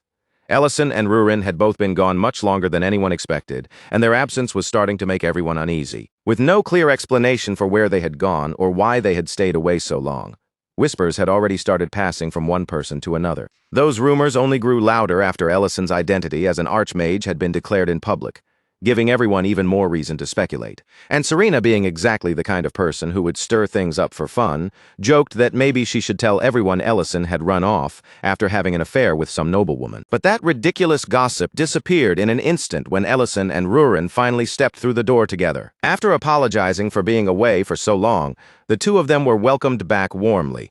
Still, it did not take long before the others began pressing Ellison about the rumors, claiming that he was really an archmage. Rather than answer that question directly, Ellison chose to reveal a different truth instead, one that mattered far more to him in that moment. In front of everyone, he reached for Rurin's hand and held it openly, making no attempt to hide the gesture where anyone could see it. Then, with a calm expression, Ellison explained that the time they had spent away had given the two of them a chance to speak more honestly and be more open with each other. Rurin pushed that statement even further in her usual fearless way, declaring that they were no longer going to hide their affection.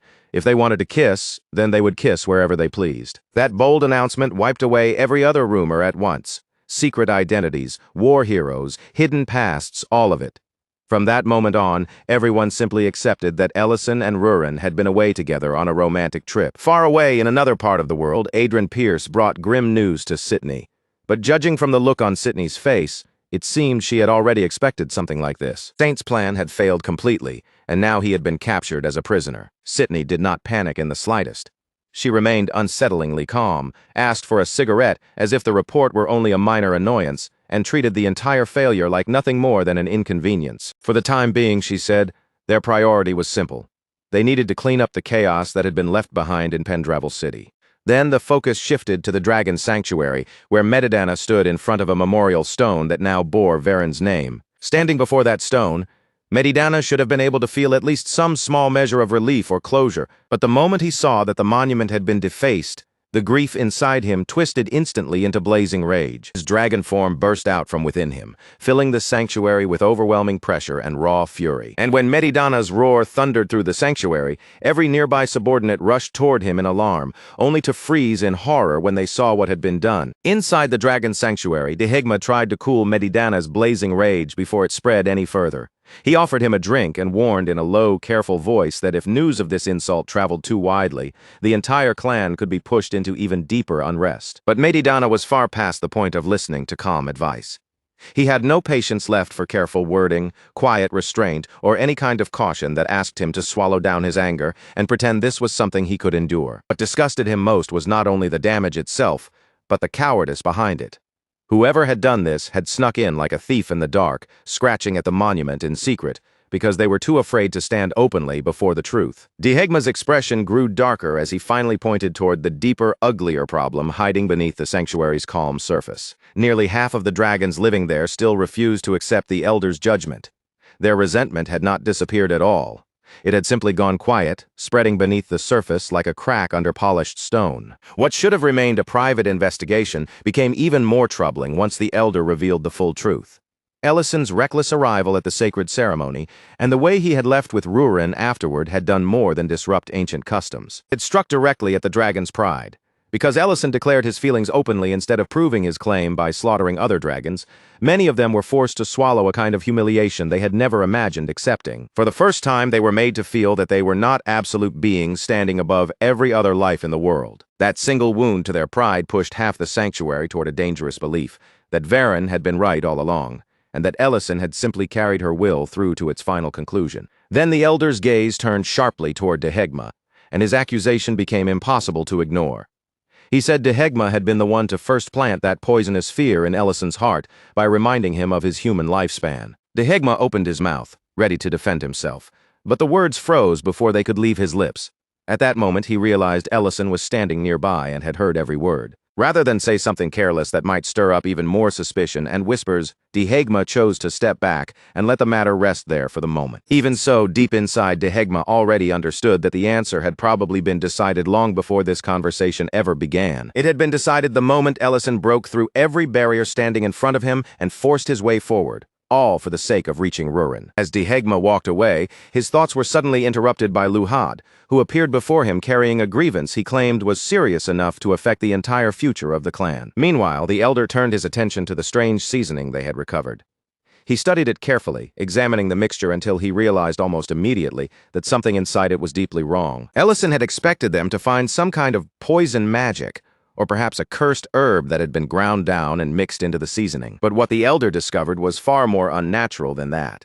Buried deep inside the mixture was a small, hard fragment that did not belong there at all. When he pulled it free and examined it closely, the truth hit everyone in the room like a heavy blow. It was not stone, and it was not bone. It was a broken shard from a dragon's shattered heart. A cold silence fell over everyone present after that discovery. Even the elder could not completely hide the dark thought pressing behind his eyes. This horror might not have come from outside the dragons at all. It may have been something born from within their own history.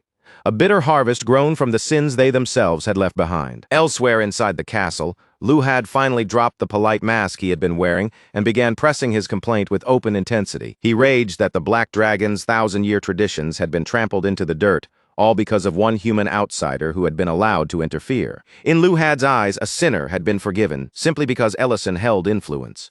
Sacred dragon law had been twisted out of shape, and the ancient absolute order of their clan was beginning to fall apart. Dehegma, already tired of hearing him circle around the same point, cut through the performance with a blunt command. He told Luhad to stop dragging things out and finally say what he really wanted. That was when Luhad changed the angle of his attack and aimed directly at the weakness he believed no one could ignore: time. He argued that Ellison might be terrifyingly powerful right now, strong enough to hold back ancient threats and stand against danger no ordinary person could face. But in the end, Ellison was still only human, and after 80 years, he might simply be gone. To Luhad, placing the future of the Black Dragons on a life that brief was not courage or wisdom. It was complete madness. Dehegma immediately felt that something about this argument was off.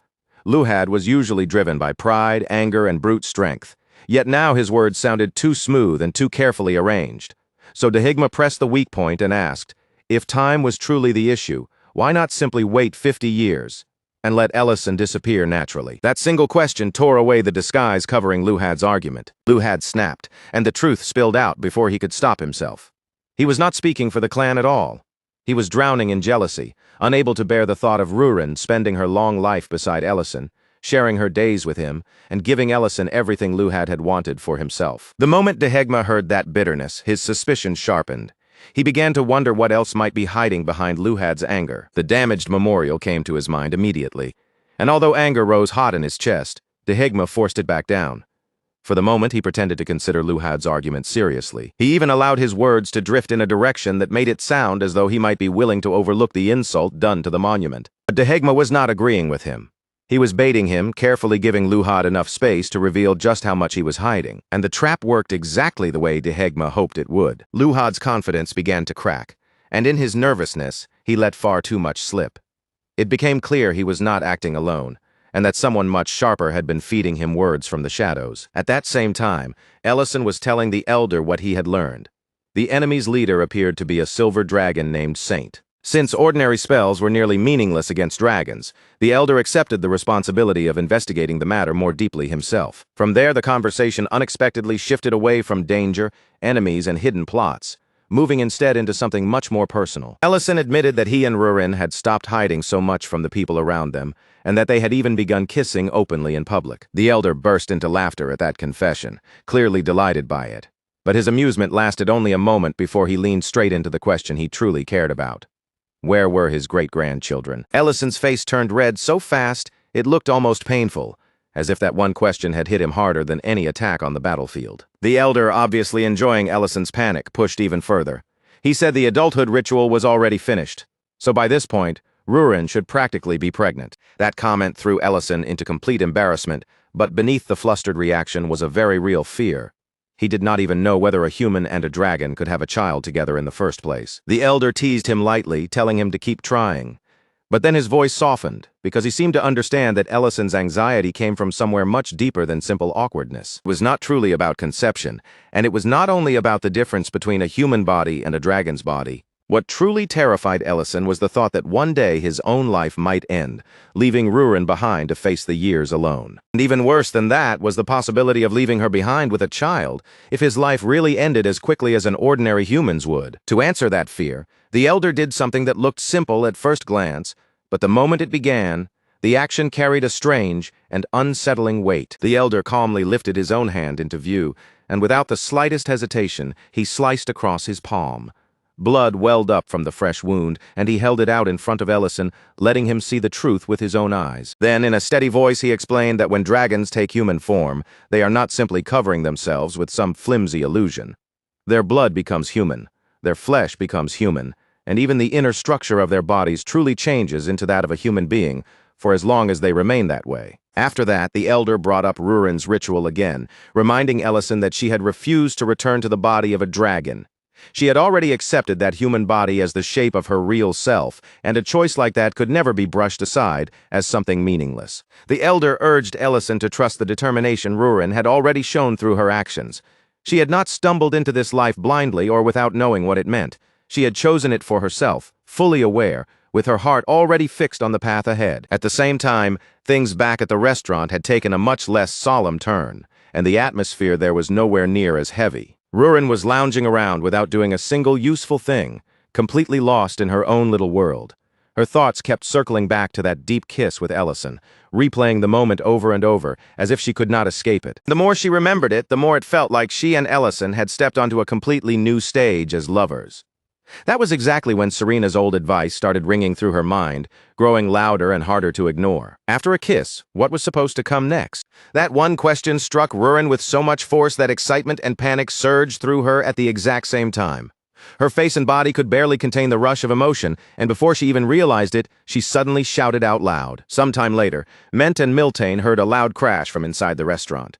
In that same instant, they both realized something even worse. Neither Ellison nor Rurin was there to deal with whatever disaster had just broken out. Feeling danger in the air, Ment immediately grabbed a sword just in case. His posture tightened, his nerves sharpened, and he braced himself as though something truly serious might be waiting inside. And the one who had thrown the whole place into chaos was none other than Luhad. He had smashed his way straight through the entrance, sending fear through the customers as they stared at him in shock. Standing there like he owned the room, Luhad demanded that Rurin come out immediately. Lint stepped forward to face him, putting herself between him and the frightened people around her. But Luhad looked over the humans in the restaurant with cold contempt, as if they were not even worthy of a real conversation. Ment and Miltane rushed in soon after and moved to stand beside Linte. Together they warned Luhad that if he refused to leave quietly, they would report him at once. Luhad did not seem troubled in the slightest. Instead, he answered by releasing a crushing wave of mana, so thick and oppressive that it locked their bodies in place before they could take even one more step. He made no attempt to hide how beneath him he considered them, as though even speaking to ordinary humans was an insult to his pride. But before the situation could explode any further, Serena finally stepped into the middle of it. He warned Luhad in a firm, dangerous tone that the owner of this restaurant was not someone he could provoke so casually and then expect to walk away without consequences. Still, with terrified customers watching from every direction, Serena could not reveal her own identity as a dragon right there in the restaurant. So instead, she drew Luhad away from the building and led him out toward the nearby forest. Once the two of them were surrounded by trees, Luhad sneered at her openly. He mocked her for spending her time like some normal customer in a human restaurant, especially one that belonged to Ellison. Serena fired back without even pausing. She told him that out of every dragon alive, he had the least right to lecture anyone about dignity, not after destroying human villages while hiding behind the excuse of hunting red dragons. That insult struck Luhad exactly where it hurt. His anger erupted all at once, fierce and uncontrollable, and in the very next moment he transformed into his dragon form right there on the spot. Then Rurin appeared. She took one look at Luhad in that enormous dragon form, and without holding back at all, she openly told him just how disgusted she was. Meanwhile, in another place, Madrine stood uneasily outside a bar. Even though Ellison had given her instructions, she could not stop worrying about the silver dragons she had left alone. Her anxiety only grew worse when a mysterious figure appeared nearby and began asking questions about the sinner, making the air around her feel even more uncertain. Back in the forest, Luhad tried one final time to pull Rurin back to his side. He insisted that it still was not too late, speaking as though he could reason his way through her rejection. According to him, nothing truly irreversible could have happened yet between a dragon and a human, especially since the two of them could never have children together anyway. In that moment, Rurin decided she would use Luhad's own arrogant assumptions against him and crush his argument from the inside. So she looked him straight in the face and lied boldly, claiming that she and Ellison had already done every single thing that lovers could possibly do together. She even went further, saying that on the very night of the ritual, Ellison had personally taken off her sacred dress with his own hands. And Rurin pushed the bluff even harder, declaring that she and Ellison spent their time wrapped around each other in every intimate way Serena had once described to her. Serena, watching from the side, was genuinely taken aback. She had not expected Rurin to throw herself so completely into the lie, with that much confidence and commitment. But Rurin still was not finished. She told Luhad that the only reason she had gone to the sanctuary in the first place was because she felt guilty toward Ellison. It had never been because she held even the smallest trace of interest in Luhad, not for a single moment. Then Rurin delivered the final truth, striking him where no lie was needed at all. She told him that even if Ellison's life as a human was painfully short, she would still never belong to Luhad. Not in this lifetime, and not in any life that might come after it. That was the exact moment Ellison arrived at the scene, just in time to hear Luhad turn his fury toward him and demand an answer. Luhad accused Ellison of being selfish, throwing the words at him with anger and resentment. He claimed that once Ellison eventually died, Rurin would be left behind to suffer alone for thousands of years. Serena immediately cut through the dramatic accusation, reminding everyone that Luhad was the one who had smashed through the restaurant door in the first place. Ellison, however, did not waste his breath arguing over distant possibilities or theories about what might happen far in the future. Instead, he stepped forward and gently pulled Rurin into his arms. Holding her close, he faced the painful truth without pretending it did not exist. Yes, as a human, his life would be short. That was exactly why every single day he could spend beside Rurin mattered so much. To him, those days were precious enough to outweigh anything else. Then Ellison lifted Rurin fully into his arms and turned away from Luhad. Behind them, Luhad's furious shouting continued, but his voice only grew more distant as Ellison carried her away.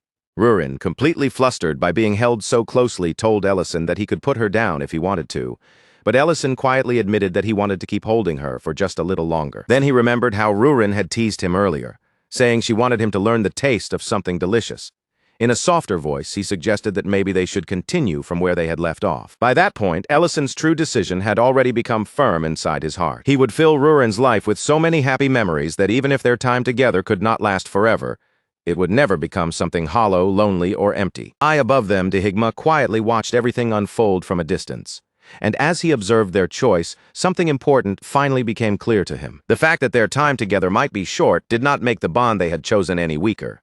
If anything, that very limit made the meaning of their choice shine even more strongly. For Dehigma, that single realization was more than enough to make him believe Ellison could be entrusted with the future of the Black Dragons. and hidden beneath that thought was another quiet possibility. Maybe Ellison's life was not as simple, fragile, or ordinary as everyone had feared. Later, Ellison and Rurin found themselves sitting side by side on the bed. Neither of them spoke, and the silence between them grew so thick and heavy that it almost felt like another person had settled there in the room with them. Both of them knew exactly what had been cut short before. The memory hung between them clearly, and this time Ellison was the one who made the choice not to retreat from it. He slowly leaned closer and kissed Rurin first, taking the lead with a tenderness that showed in the way his hands cupped her face. Then, together, the two of them began to sink back onto the bed, moving carefully as the moment deepened. And for that one small, breathless stretch of time, it honestly felt as though nothing in the entire world could interrupt them anymore. Then, in the most absurd and badly timed way imaginable, disaster crashed right into the mood. Out of nowhere, the elder's voice boomed through Ellison's mind, bluntly demanding to know when he was finally going to see his great-grandchildren. That ridiculous pressure struck Ellison at the absolute worst possible moment. Even though he wanted to keep going, and even though he had tried to brace himself for this, the nerves, the fear, and the sheer weight of the situation all slammed into him at once. In the end, he realized he still could not bring himself to cross that next line. After that beautifully awkward failure, the scene shifted back to the restaurant. There, Ment was caught in the middle of a transformation that absolutely nobody had requested, and yet the moment it started, everyone in the room somehow became completely invested in watching it happen. Miltane carefully shaved away Ment's beard while the regulars gathered close around them. They watched with such intense curiosity that it almost seemed like this was the most thrilling spectacle Great City had to offer that day. By the time Miltane finished, the entire room stared at Ment in surprise. Without that beard covering his face, he looked nearly 10 years younger, as though a whole layer of age had simply been peeled away. That unexpected change naturally led everyone into a conversation about age. And as Ellison listened, he felt a strange little shock when he realized he had somehow never heard them talk about that subject before. Ment then revealed, almost casually, that he was only 34 years old. He explained that he had served 15 years in the military, right up until the war had finally come to an end. For some reason, that number hit Ellison much harder than he expected, landing in his chest with an uncomfortable weight. All at once, he became painfully aware of something he had been avoiding. His own face had hardly changed at all as time passed, and if he had to guess the cause of that unnatural lack of change, the most likely answer was the Lord's heart resting inside him. His body was no longer aging in the normal way a human body was supposed to. Then Preston, choosing the worst possible time to be completely unhelpful, pointed out that humans usually begin aging much faster after they pass 35. One casual remark only poured fuel onto Ellison's growing anxiety. The thought of the gap between him and Rurin twisted even tighter in his mind, refusing to let him relax. That night, Ellison dealt with the problem in the most practical yet utterly ridiculous way possible. He lay in bed wearing a face mask, treating skincare as though it had suddenly become a matter of life and death. Rurin stared at him in complete confusion and asked what on earth he thought he was doing. Ellison answered with absolute seriousness that he was trying to prevent wrinkles, so the visible age difference between them would not become even more obvious. Rurin told him plainly that she did not care about how he looked at all. But Ellison had already spiraled too far into his own panic to be calmed down by something that simple. Still, underneath all of that absurd panic over skincare, a much darker thought kept circling quietly in the back of Ellison's mind. He needed to find Saint and force him to reveal the truth, especially how Saint had been so certain that Ellison's lifespan would be short. And as if that single worry was not already heavy enough, an even greater problem was beginning to form somewhere else. Saint escaping punishment in Pendravel City felt like some kind of cruel joke at first, except the consequences were far too real to laugh at. Lord Hobb, the ruler of the city, remained completely calm as he claimed there was not enough solid evidence to keep Saint imprisoned. Medrin nearly lost control right there. She argued furiously that Saint had manipulated people's minds, twisted innocent civilians, and pushed events towards something far more dangerous than an ordinary crime. But Lord Hobbs simply brushed off her outrage and turned her own reasoning back on her, pointing out that seasoning the citizens and making them obsess over food did not technically go against the Archmage's ideals. And besides, if Ellison truly was the dragon slayer everyone feared, then someone like Saint could not have posed any real threat to him in the first place. So in the end, because no specific law could be wrapped tightly enough around Saint's neck, he was allowed to walk away without punishment. Madrine could only stare at the result with a grim certainty settling over her. That trouble like this never stayed buried for long. Saint did not waste even a moment before taking advantage of his newly restored freedom. He soon reunited with Luhad, who looked utterly devastated. Rurin's earlier claim that she and Ellison had already crossed every boundary lovers could cross had left him emotionally shattered. The instant Saint saw that humiliation burning inside Luhad, he understood exactly how useful that pain could become. Saint told him that the only thing that mattered now was who remained standing at the very end.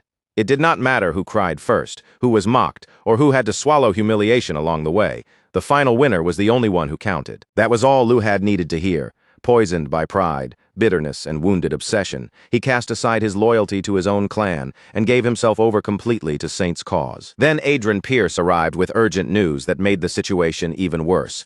Their current hideout had been discovered, which meant they had to move immediately. Inside that tense little gathering, Saint finally began to reveal the larger plan that had been sitting behind everything. He explained that their previous experiments, the ones that forced fragments of dragon hearts into humans to create enhanced soldiers, had been far too slow and had consumed far too many resources. Because of that, Saint had developed something new instead.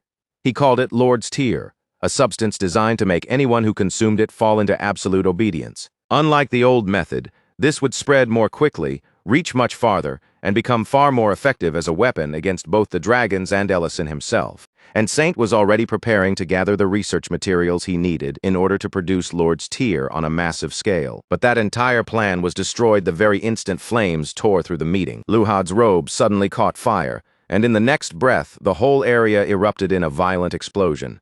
The hideout became a blazing cavern of smoke and flame, and even teleportation was completely cut off. Then, through the choking smoke and roaring fire, Dehegma stepped into view, dragging a struggling Luhad behind him as casually as if he were nothing more than a child caught sneaking out. Dehegma looked at Luhad and named him for exactly what he had become, a useless fool who had walked straight into the hands of the very people working to resurrect the Dragon Lord. Saint and Reden could do nothing but stand there in silence, watching as Dehegma spoke with ruthless calm.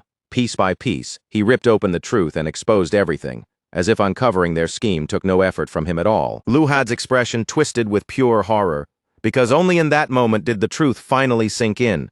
He had not joined some proud and noble movement meant to restore the dignity of dragons. All along he had only been running errands for lunatics, people who were trying to drag the greatest nightmare in history back into the world.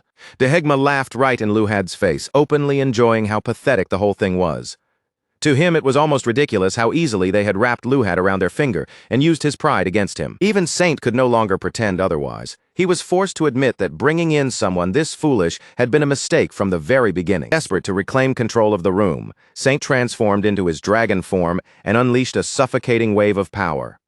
From the way he moved, it was clear he believed Dehegma had come alone and that he could still be crushed by force. But that arrogance was destroyed almost instantly. Dehegma transformed as well, overpowered Saint with terrifying ease, slammed him beneath his claws, and coldly remarked that making fatal misjudgments seemed to be the Silver Dragon's favorite habit. Off to the side, Luhad fell into a complete panic. His earlier pride vanished as he begged for forgiveness, desperately insisting that he had never known anything about a plan to revive the Lord. Dehegma gave him one chance to prove that apology meant anything at all.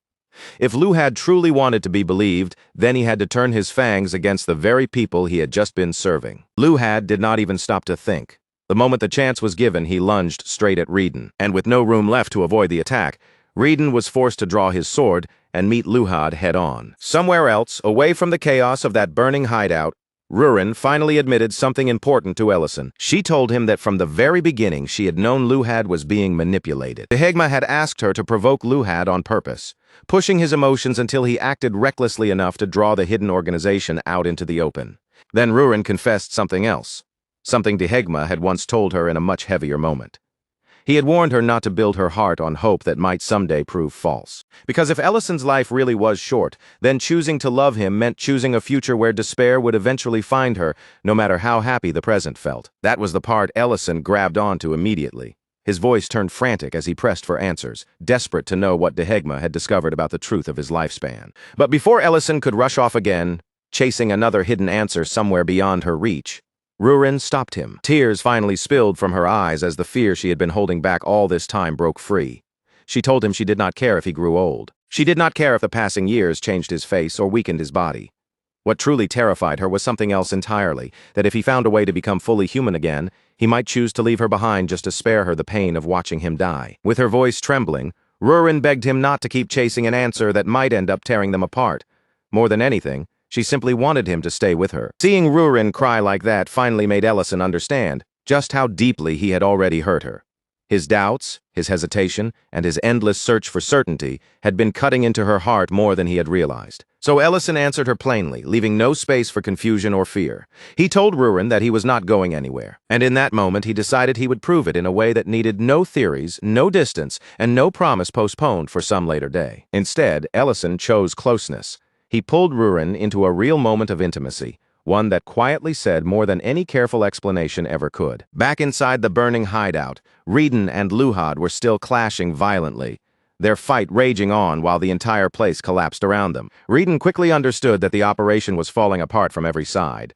The data for Lord's Tier had already been lost. The teleportation barriers were breaking down, and the entire plan was slipping beyond the point where it could ever be salvaged. Nearby, Dehegma was dealing with Saint in the cruelest and most deliberate way possible. He snapped joints, forced answers out of him, and kept pressing him with the one question that mattered most. Why were they suddenly in such a hurry? If Ellison really were nothing more than an ordinary human, then the simplest strategy would have been obvious. They could have waited a few decades and let old age kill him for them. So the fact that they were moving this urgently said everything. It meant they already knew that easy ending was never going to happen. Then Dehegma revealed the truth he had managed to uncover. After questioning Horai, he had learned that Reedon was actually 92 years old. In other words, Reedon was Adrian Pierce, the former Imperial Knight Commander. Someone who should have been an old man standing near the very edge of death. Pressed so hard that denial was no longer possible, Saint finally gave up the truth. They had transplanted a dragon heart into the aging commander as an experiment. And instead of killing him, the procedure had somehow restored his youth. And if that was true for an ordinary dragon heart, then Ellison's situation could no longer be ignored.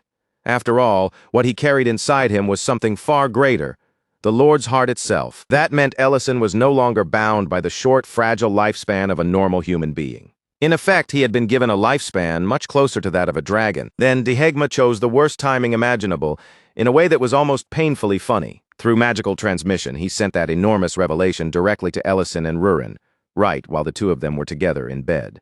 With complete sincerity, and with no sense of how badly timed it was, he congratulated them. Then he announced that the heavy burden of their different lifespans had finally disappeared. Only after saying all of that did Dehegma realize exactly what kind of moment he had interrupted. Awkwardly, he covered his eyes and apologized for ruining such a romantic scene with life-changing good news. As the anniversary of the war's end drew nearer, someone inside the palace finally reminded Emperor Remedin Harris of just how much time had already passed. The number genuinely caught him off guard. 2 full years had passed, even though the pain of that war still felt close enough to touch.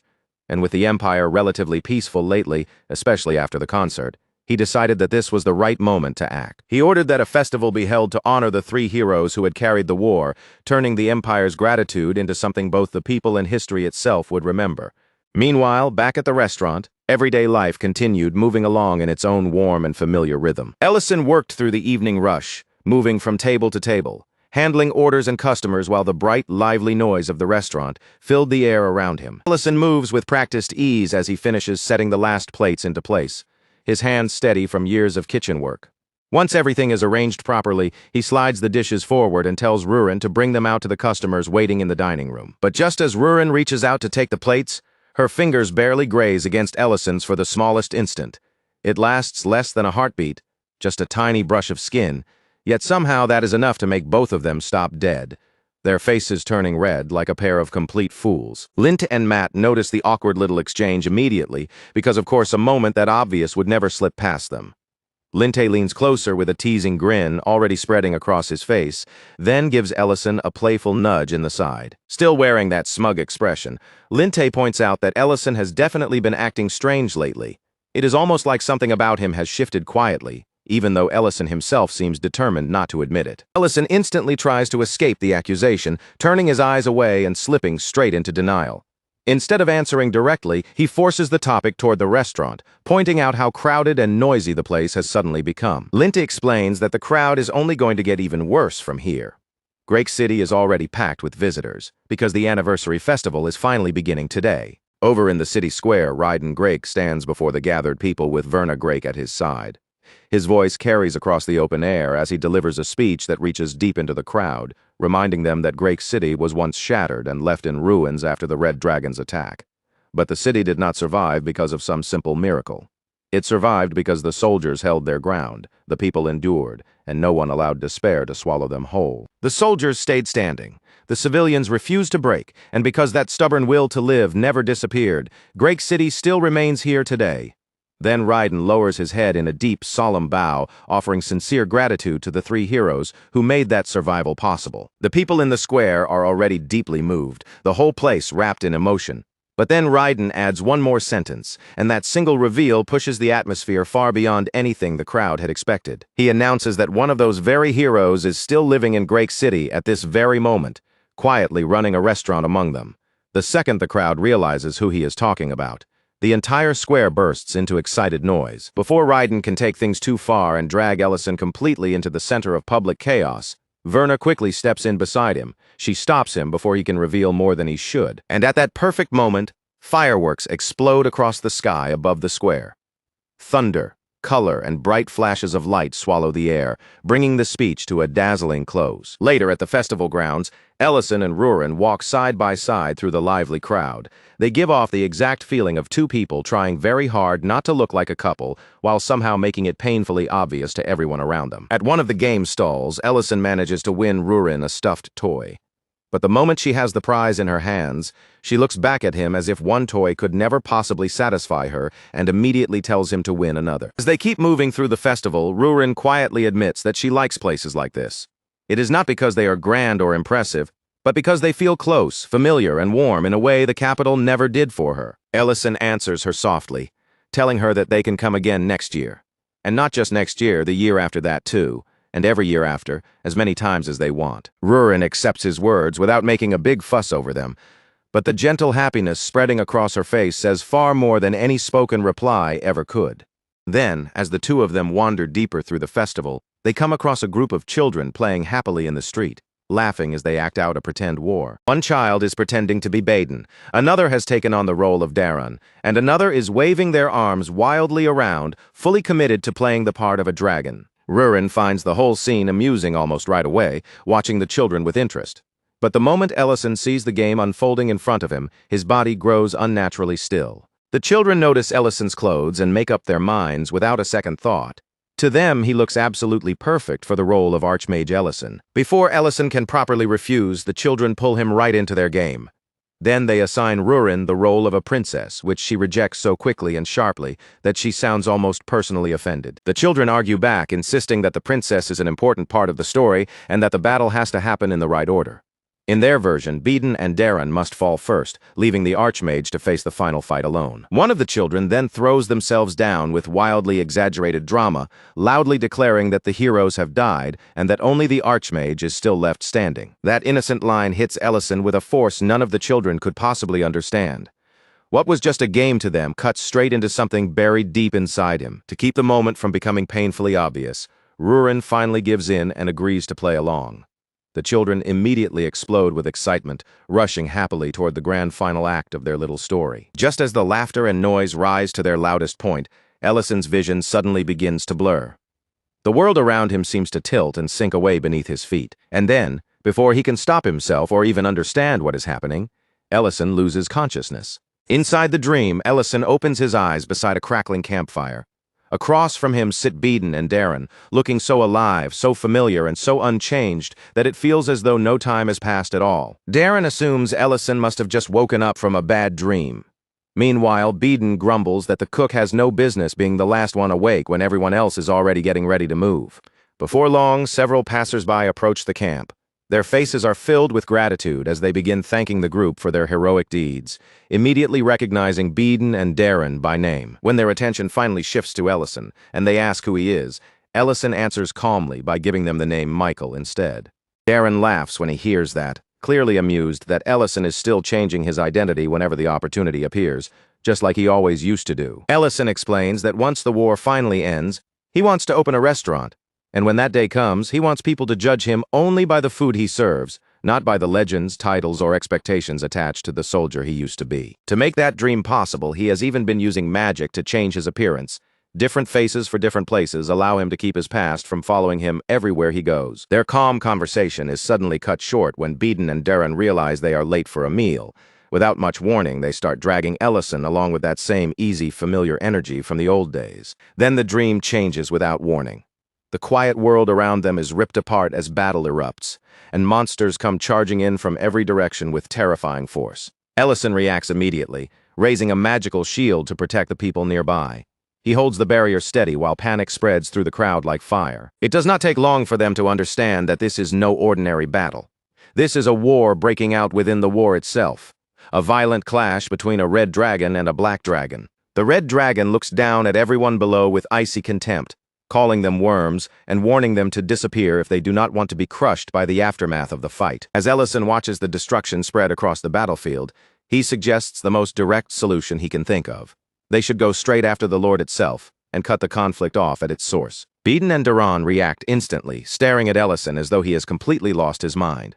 They remind him that they already attempted that once before, and that single attempt nearly cost all of them their lives. The Lord is not simply powerful, they warn him.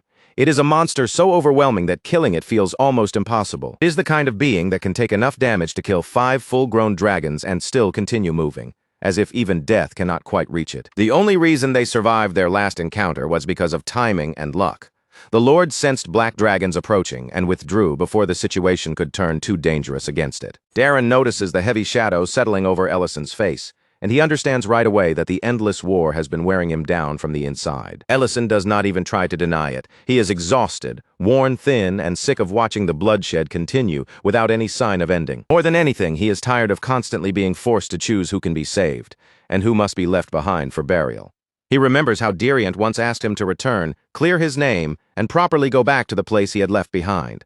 But Ellison chose a different path instead, running from that road because he wanted to protect people in his own way. Ellison does not try to soften what he feels, not even a little. He says it plainly, with anger burning through every word. He hates the Red Dragons for being the ones who started this entire nightmare in the first place. But his hatred does not stop there.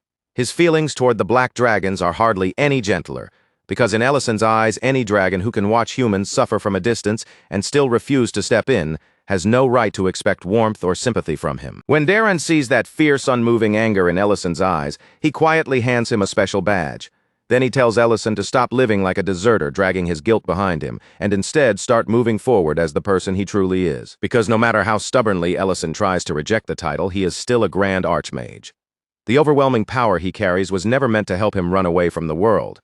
It was meant to protect the people who have no way to protect themselves. That heavy moment barely has time to settle between them before urgent news cuts sharply through the air. A dragon has been sighted somewhere nearby. And in the very next instant, while everyone is still reacting to the warning, Beeden has somehow vanished from sight, disappearing so completely that he leaves no trace behind. The 3 heroes immediately split up and rush in different directions to search for him. But almost right away, Ellison senses that something is off, as though the road itself is twisting strangely and pushing them in circles. Darren realizes the truth before anyone else can fully grasp it.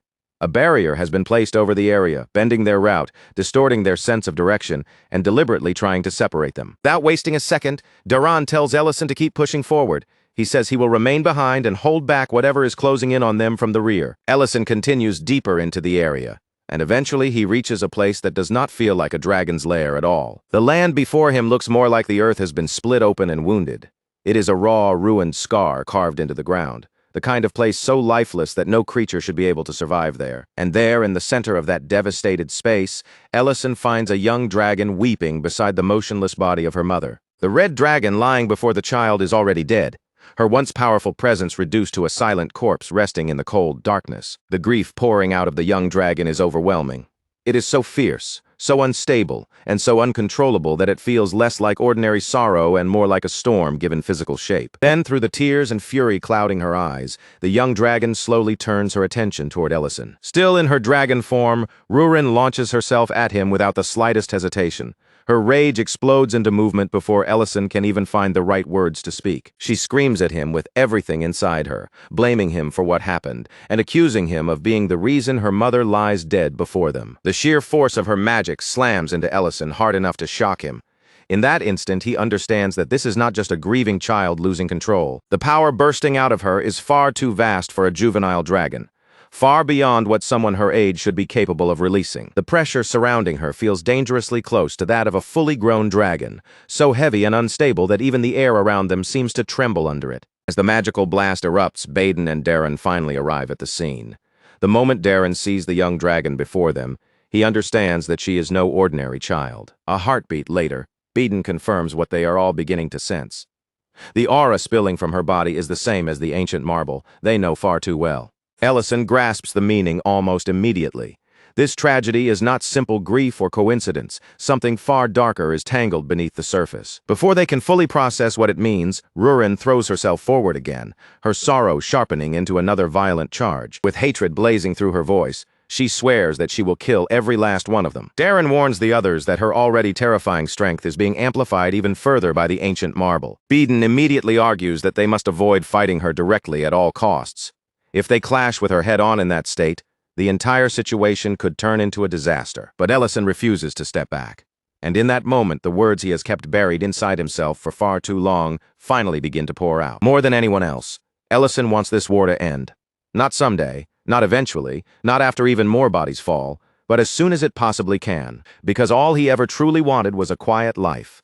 He wanted a peaceful restaurant, calm days spent cooking, and a world where he did not have to keep drowning in blood, dragons, and endless war. When they ask the young dragon for her name, she snaps back with cold defiance and demands to hear theirs first, refusing to offer them anything until they answer her. Only after listening to each of their names does she speak again, declaring coldly that she will allow them to keep those names until the Lord is dead.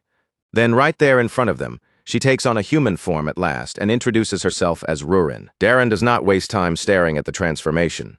He immediately orders Ellison to move with her, saying they need to escape this place quickly, while Baden warns that they may already be following the exact path the Lord prepared for them. Ellison, however, has already locked onto one single thought.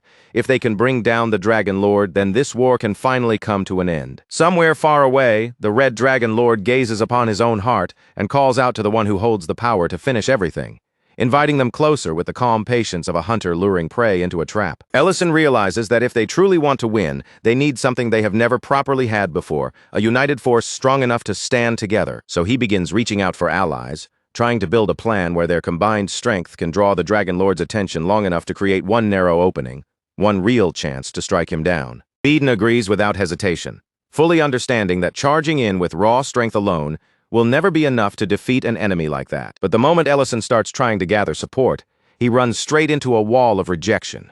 One regional lord after another turns him away. One lord insists that dragon raids are far too unpredictable and that he cannot risk leaving his own territory exposed even for a moment. Another dismisses Ellison's entire proposal as nothing more than a suicide mission dressed up to sound like strategy. A third fears that launching a direct attack will only anger the dragons further, bringing even harsher retaliation down on everyone. The refusals keep piling up until Ellison's frustration finally starts to spill over.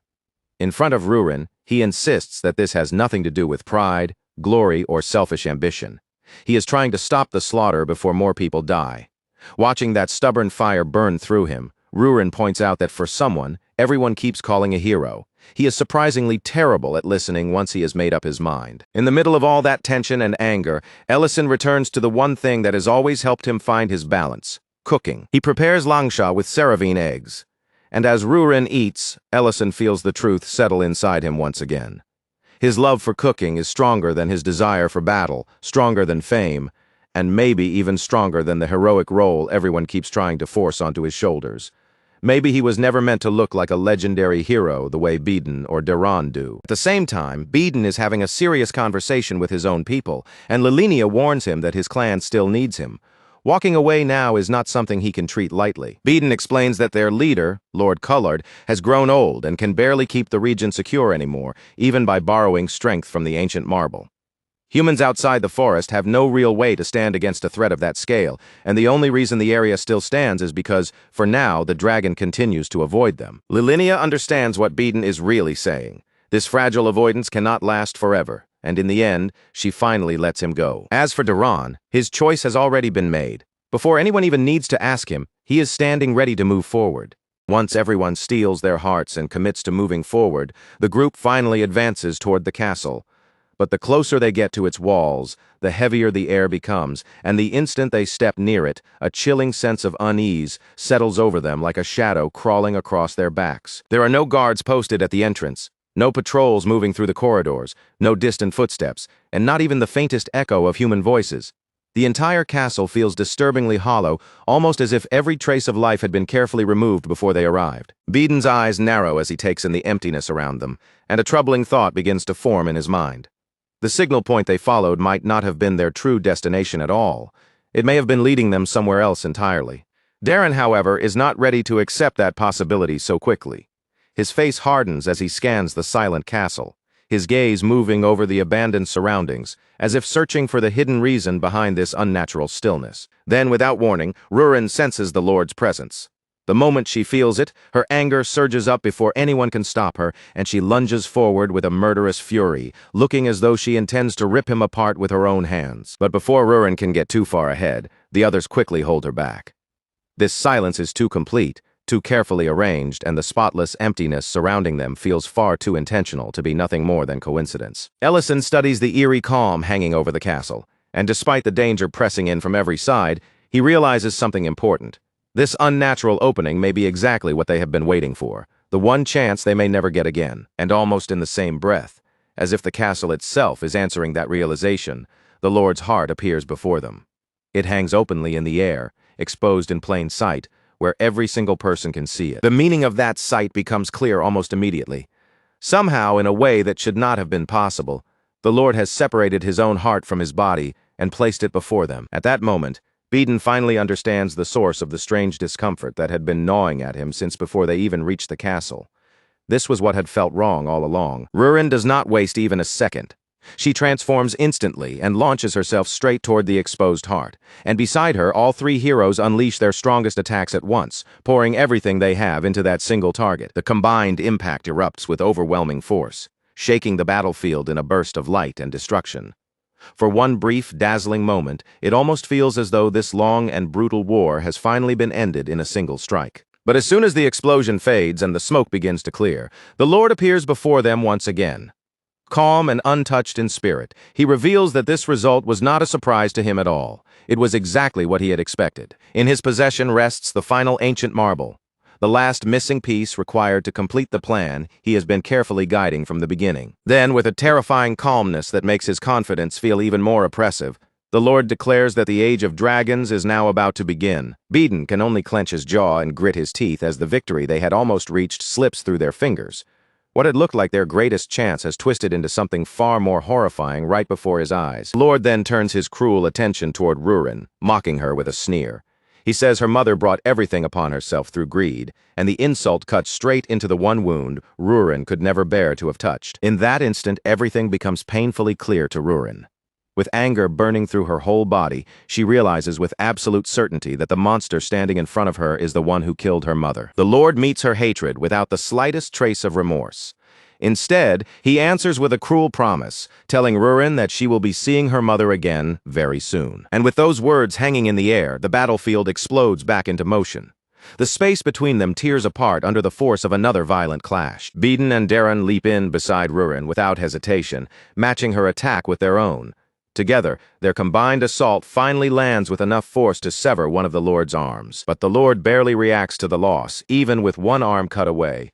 He shows no panic, no pain, and no fear, treating the wound as nothing more than a small inconvenience. With a cold voice, he reminds them that the body they are striking is only a vessel. No matter how fiercely they attack it, that flesh is not the true core of his existence. Then flames suddenly burst outward from him, roaring across the battlefield in a violent wave that spreads in every direction. The fire is massive and suffocating, swallowing the space around them until it feels as if the very air has ignited, leaving no room to breathe and nowhere safe to stand. Beden curses under his breath at the Lord's monstrous regeneration, but Darren points out the grim reality even more clearly. Destroying that body will not matter if it can simply return again and again. Ellison suggests that they should break through the protection surrounding the heart instead, aiming for what truly matters. But Rurin rejects the idea at once, warning him that magic of this scale could never have been created by only one or two dragons. That warning makes Beden's eyes sharpen as the truth finally clicks into place. The Lord's real goal is to absorb the final ancient marble and complete the entire process. Beden immediately charges forward to stop him, while Darren throws himself into the fight as well, trying to buy even a few precious seconds.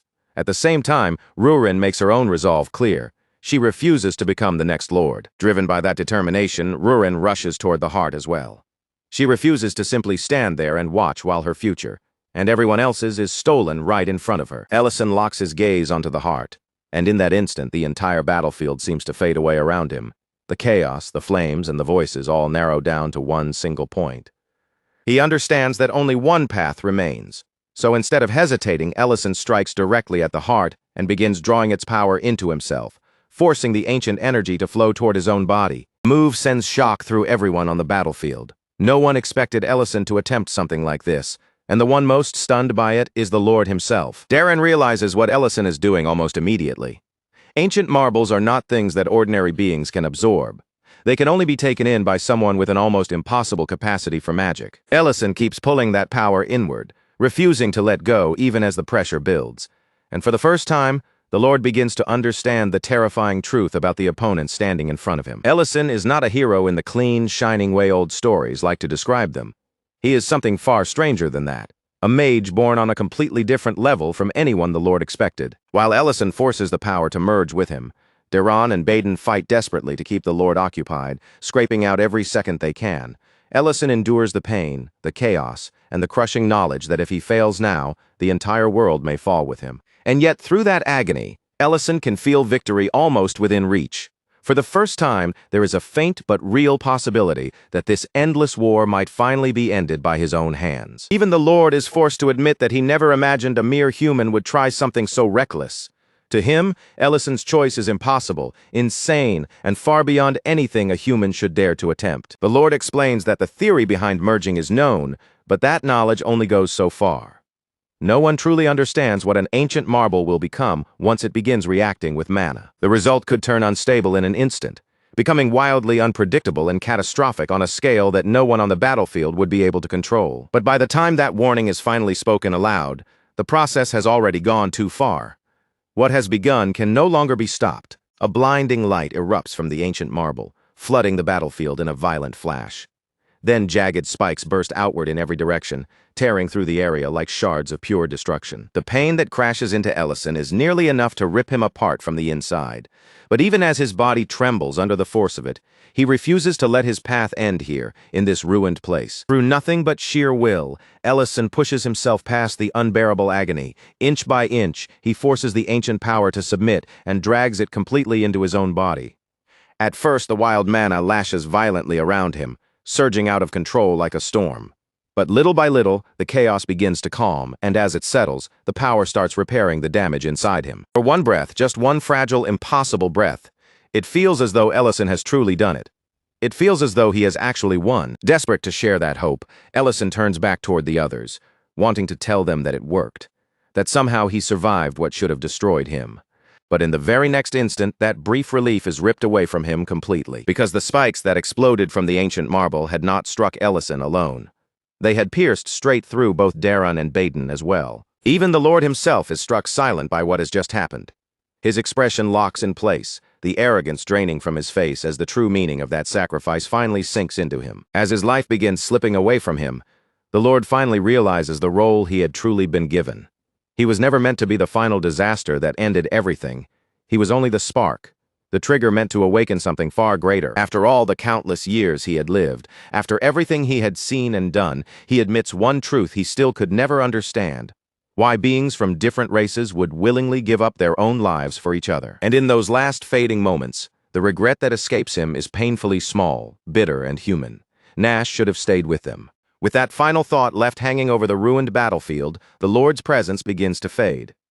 Little by little, he disappears from the world at last. Ellison does not hesitate for even a heartbeat. He rushes straight toward Baden and Daron, drops down beside them in the dirt, and desperately presses his hands against their wounds, trying to stop the blood that keeps pouring out. His voice cracks as he calls for Rurin to help him, panic tearing through every word. But before Rurin can even fully move, she already understands the terrible truth. Those wounds are far beyond anything healing can fix. And yet, even with death closing in around them, Baden and Daron do not use their final moments to tremble in fear or curse what happened. Instead, with the last bit of strength still left in their bodies, Baden and Daron manage to congratulate Ellison and Rurin. Their voices are weak and fading, but there is still warmth in them, gentle enough to hurt even more. Rurin finally falls apart. Through her tears, she admits that all she had been thinking about was surviving, clinging to the belief that awakening was the only road left for her.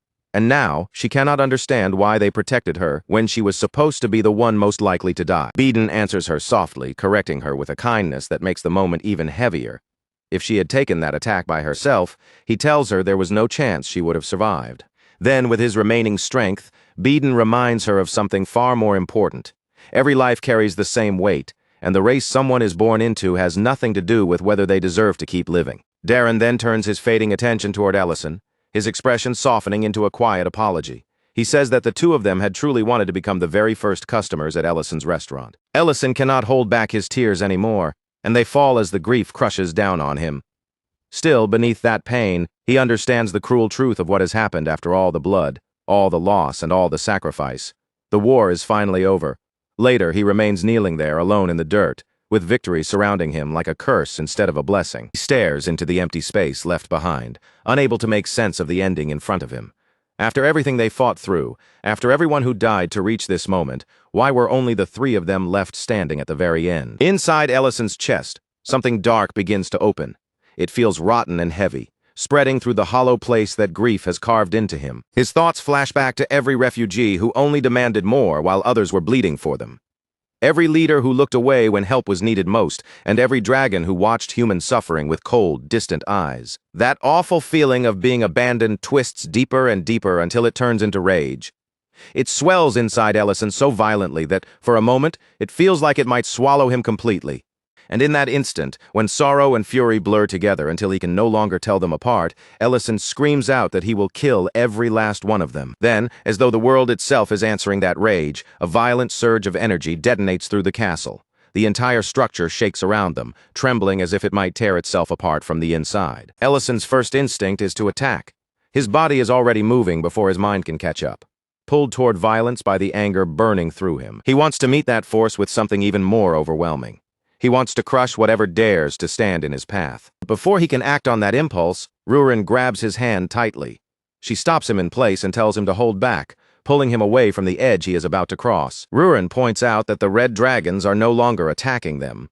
Then she pulls Ellison forward, forcing him to look closely and see the truth with his own eyes. What Ellison sees completely overturns the battlefield inside his mind. The hatred he had almost given himself over to begins to crack under the weight of what is right in front of him. The red dragons are not coming for him at all. They are holding the line against something else, fighting with everything they have to buy him the time he still needs. Even the creatures he had just branded as enemies are risking their own lives now, protecting the final opening that could bring this battle to its end. All around him, the soldiers begin raising their voices. With every bit of strength they have left, they shout the names of the heroes they still believe in. And in that moment, it is almost as if Beeden and Daran appear beside Ellison once more.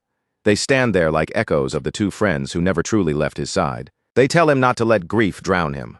Their deaths were never meaningless, and the ending they gave everything for has finally come. Darren reminds him that everyone still chose to gather together in the end.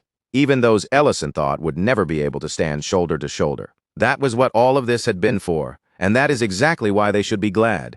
Ellison finally steadies himself, lifts his voice above the battlefield, and declares the words that close the war once and for all: "The Lord is dead, and the war is over." Then Ellison gives the world a new rule to follow from that day forward.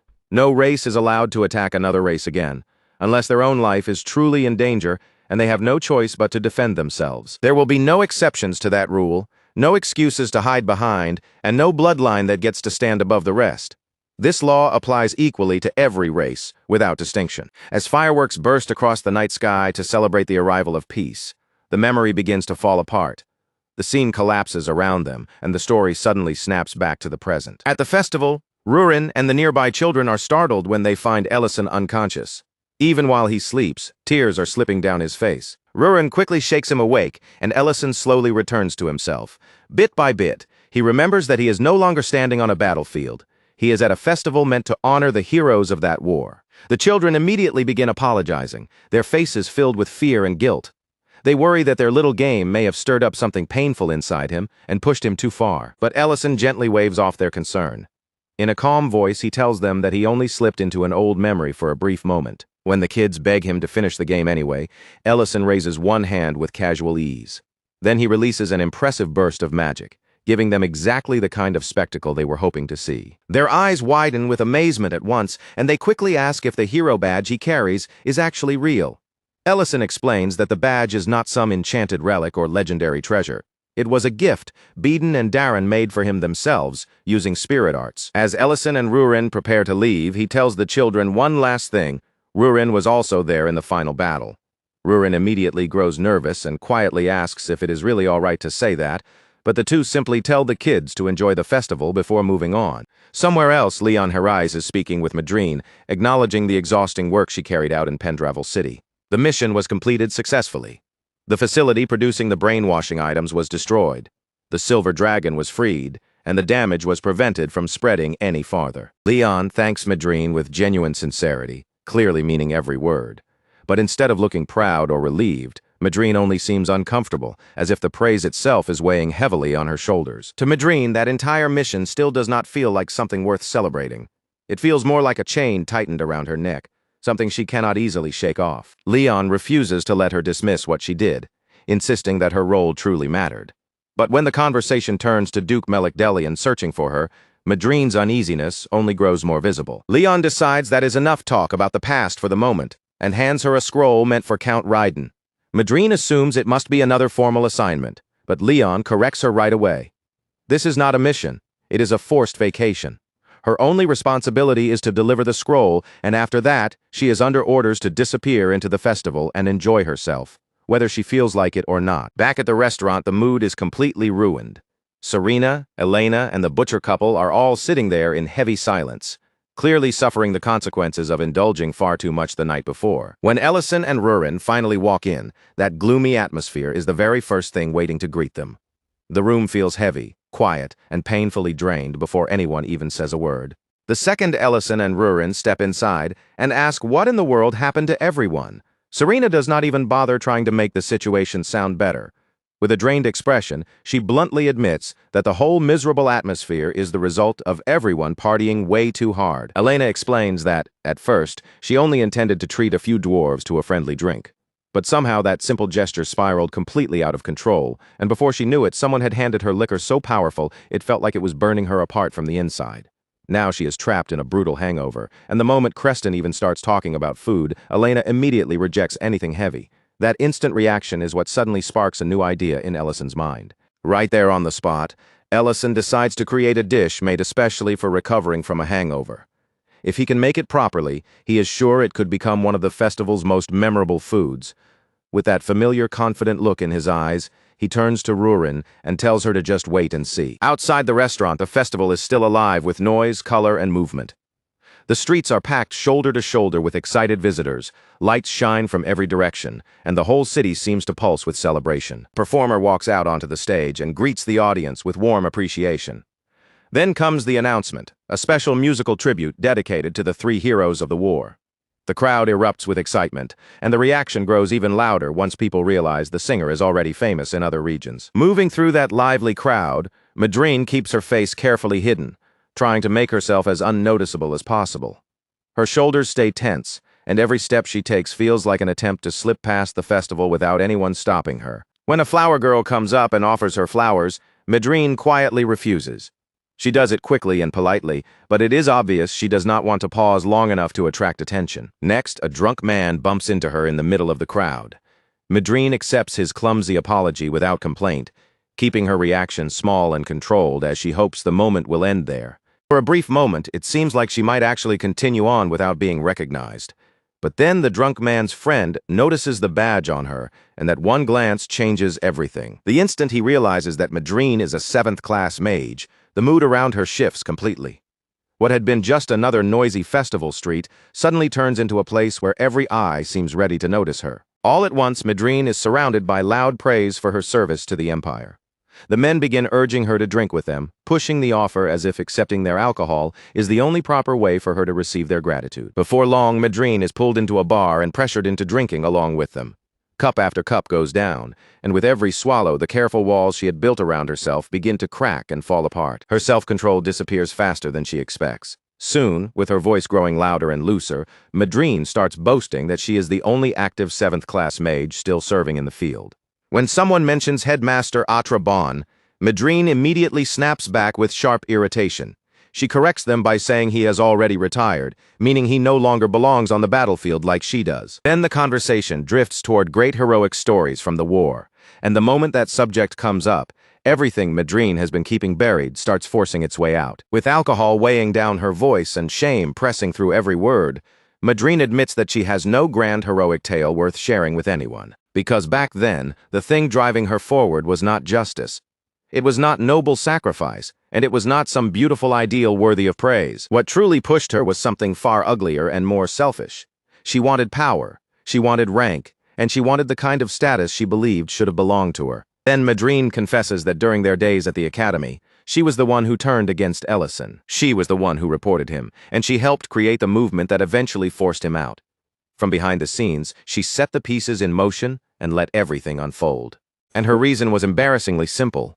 She wanted Ellison removed from her path because with him gone, she believed she could climb higher without anyone blocking her way. She remembers the way she used to look down on him, how easily she insulted him, and how little hesitation she had when tearing him apart with her words. Back then, she treated Ellison as if he had no value at all. To her, he was nothing but trash beneath her feet, someone unworthy of respect. All of it came from the belief she had forced into herself, that she had to become the greatest mage alive, no matter who she had to crush or discard along the way. Now, looking back through the haze of alcohol, that old pride feels painfully pathetic.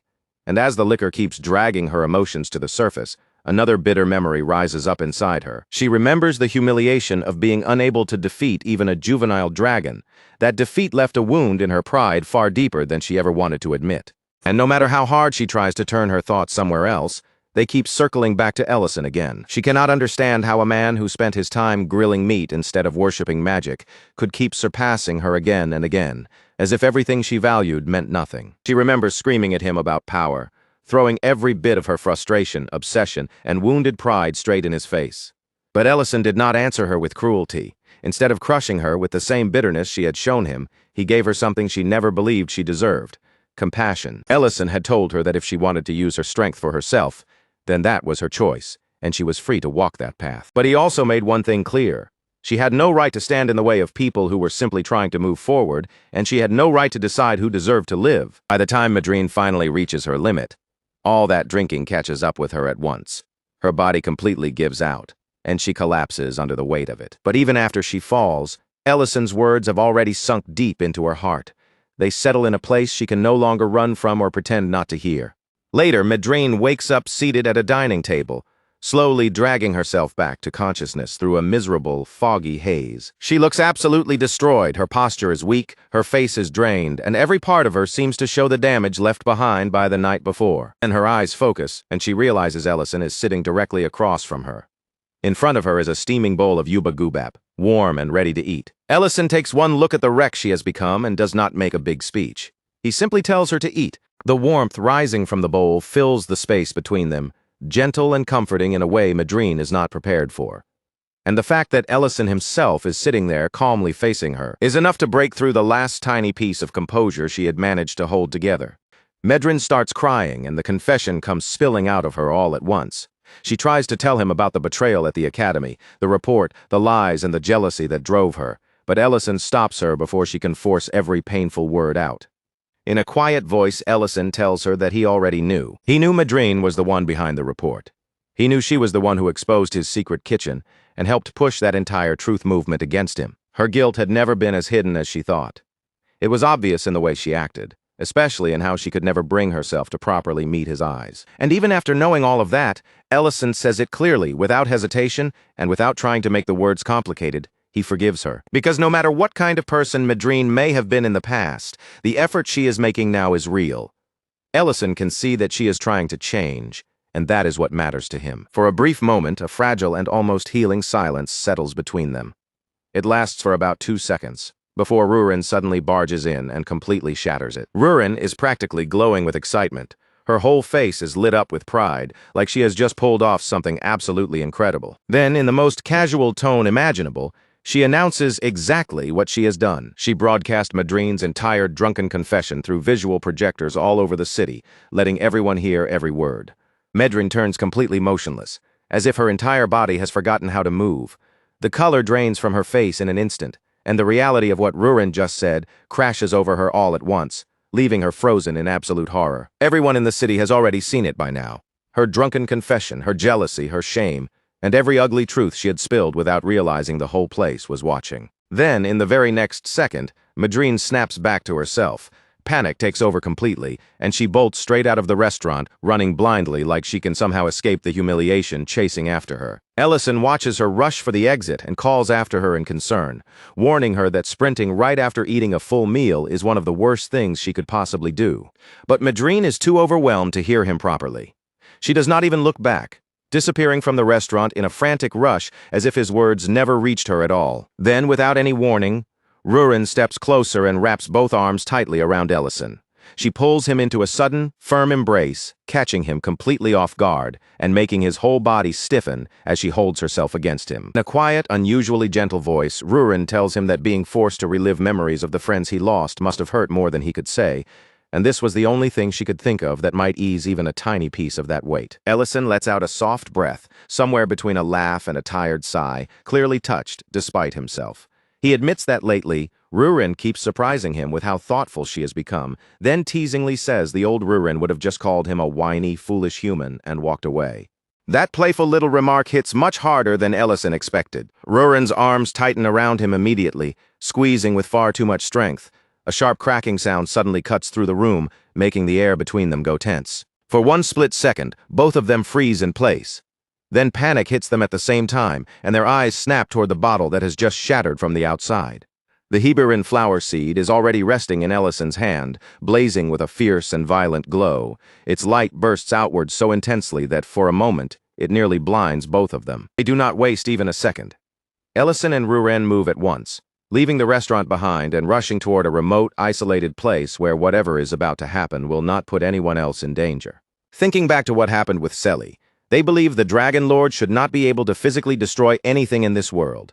Even so, Ellison refuses to take a reckless gamble with something this dangerous. The moment the glowing seed touches the ground, it immediately begins to react. A small sprout bursts from the soil at once, and under the moonlight, the Heberin flower blooms open. In that same instant, the figure they summoned appears before them. Dragon Lord stands beneath the pale glow of the moon, slowly lifting his eyes toward the night sky, as though searching for someone who should have been waiting there. For a brief moment, he seems to believe that Saren must have been the one who called him back. But then his gaze lowers, and he turns toward the people actually standing in front of him, and the expression on his face begins to change. There is no Saren before him, only Ellison and Rurin. Confusion settles over him at once as he questions how he has returned to the world of the living, clearly unable to understand what has just happened. But Ellison does not give him an answer right away. Instead, he meets the Dragon Lord's confusion with a question of his own, asking if the being before them is truly the Red Dragon Lord, Sardalan. At the sound of that name, Sardalan shifts his form and his presence grows heavier and sharper in the air. He studies both of their faces more closely, remarking that something about them feels strangely familiar. Sardalan assumes they must have gone through a great deal to summon him back like this, and if they brought him here, then they must have countless questions they are desperate to ask. But before the serious conversation can begin, he casually suggests that they eat first. Then, as if the entire situation is amusing to him, he bursts into laughter. Before long, they return to Ellison's restaurant, where Sardalan sits comfortably at the table and eats with absolutely no restraint. He enjoys every bite openly, while Ellison calmly continues preparing one dish after another. Rurin, however, looks deeply annoyed by the whole situation. Unable to keep quiet any longer, she points out the obvious. Sardalan is already dead, so she cannot understand what purpose eating could possibly serve. Sardalan answers immediately, without even a hint of hesitation. The food is delicious, no, beyond delicious. He openly praises Ellison's cooking and says that with skill like this, he could become an extraordinary chef someday. Ellison responds in a flat, almost deadpan voice that he already is a chef, and this restaurant belongs to him. That simple answer is the moment Rurin finally loses her patience. Rurin snaps at Sardalan, demanding to know if he has any idea what the two of them are feeling right now, after everything they had to go through, just to reach this moment. The atmosphere changes instantly. Sardalan's expression hardens, the casual amusement fading from his face, and he asks one quiet but heavy question. Are there any red dragons still alive in this world? The sudden weight in Sardalan's voice catches Rurin off guard. For a moment, she is left stunned, unable to immediately respond. Sardalan does not try to make the truth sound gentler. He admits that they must hate him, because they lost friends, family, and nearly everything else because of him. They had both the strength and the reason to wipe out his entire kind if they wanted to. So he asks again, more directly this time, whether any of his kin still remain. Ellison answers him plainly, without dressing it up. Yes, the red dragons still exist. That answer seems to genuinely surprise Sardalan. He falls silent for a short moment, then appears to understand what they are truly here to ask. Why he became a dragon lord, and why he began the war in the first place. Ellison and Rurin both nod in silence. With that confirmation, Sardalan finally begins to tell them the truth. He says that he never wanted the war. Not even once. And even as those words leave his mouth, he knows exactly how ridiculous and unbelievable they must sound. But then Sardalan begins pointing to the strange coincidences that shaped everything, starting with the way Rurin's mother managed to steal the ancient marble at the very last possible moment. He also mentions how Ellison's allies somehow kept reaching red dragon attack sites before the black dragons could move against them. None of those moments were simple coincidence. Sardalan was the one secretly passing information from the shadows, because somewhere deep inside him, he wanted someone to stop him. Rurin erupts again, completely unable to accept that explanation. She reminds him that he was a dragon lord who had absorbed 2 ancient marbles, so who, exactly, did he expect to stop a monster with that kind of power? Sardalan's gaze slowly drifts away from the two of them. His eyes grow distant, as if the memories have reached out and pulled him back into the past. He remembers walking alone after failing to persuade Saren, bitterness weighing heavily on every step. Under his breath, he muttered that the difference in their bloodlines was nothing more than coincidence. But the feelings he held for her were never coincidence. The love he carried for Saren had always been real. At last, the weight of everything becomes too much for him, and he collapses beneath it. All he ever wanted was painfully simple to remain by her side, even if staying close to her meant facing the same heartbreaking farewell again and again. Trapped in a pain he could never truly escape. No matter how many times fate forced them apart, Sardalan would still choose to meet her every single time. Then, above him, the sky begins to darken, and from within that spreading darkness, a voice answers him. The voice asks whether he truly wishes to correct the twisted fate that has bound him for so long. Then a dark presence reaches out toward Sardalan, offering him power. It was a power great enough to tear apart the ancient laws themselves, break through the boundaries fate had placed on the world, and rebuild reality from its very foundation. And in that exact moment, through the darkness spreading before him, Sardalan sees Saren. She stands there with her hand reaching out to him, as if she is the one calling him forward. He does not stop to question it. He does not hesitate for even a heartbeat. Believing what he sees, Sardalan reaches out toward her in return. That one choice becomes the mistake he can never undo. From that instant on, he is bound to a path that will leave him drowning in regret for the rest of his existence. Far away from that memory, Sitney steps into a dark cavern, where the cold air is packed with rows of cages lining the walls on every side. From inside those cages, desperate voices cry out to her. They beg for food, plead for mercy, and cling to even the smallest hope of being heard. But Sitney walks past them without giving their suffering the slightest response. She lifts her hood with quiet, deliberate movements and pulls it over her head, letting the dark cloth fall low enough to hide her face in shadow. Then she continues deeper into the cavern and joins the others waiting there, each one dressed in the same ominous robes. Together they gather before a throne built from enormous dragon bones. Its massive shape towers over the cavern, looming like a monument to something ancient, monstrous, and terrifying. At that point, their true goal is no longer something hidden in whispers. They are trying to resurrect the primordial dragon and bring that ancient existence back into the world. Back in the present, Sardalan's confession leaves Ellison and Rurin visibly shaken. The weight of what he has revealed settles between them, heavy enough to silence the room. Sardalan admits that he never actually met the primordial dragon himself. Everything he knew came from legends passed down about the primordial lord, Balakar. But what took hold of Sardalan back then was not something as simple as being ordered around or controlled from the outside. It was total domination. A crushing force swallowed his will completely, leaving him trapped like a puppet inside a hazy, endless dream he could not wake from. Then, right before his eyes, the ancient marbles appeared. Sardalan begged for everything to stop. He had never wanted to become a lord, not even for a single moment, but by then his own wishes no longer mattered. The situation had already moved beyond the point where anyone could simply turn back. And then he felt it, Saren's presence drawing closer. For one brief, fragile instant, Sardalan let himself believe that maybe she would be the one to stop him at last. Balakar had already warned the others about Saren in advance, making sure they were ready for her before she could interfere. Even knowing the danger, she still came. Rurin's mother rushed forward with incredible speed, heading straight for the ancient marble. And against impossible odds, she actually managed to steal it. Only afterward did Sardalan learn the truth, that the girl who had done it was Saren's granddaughter.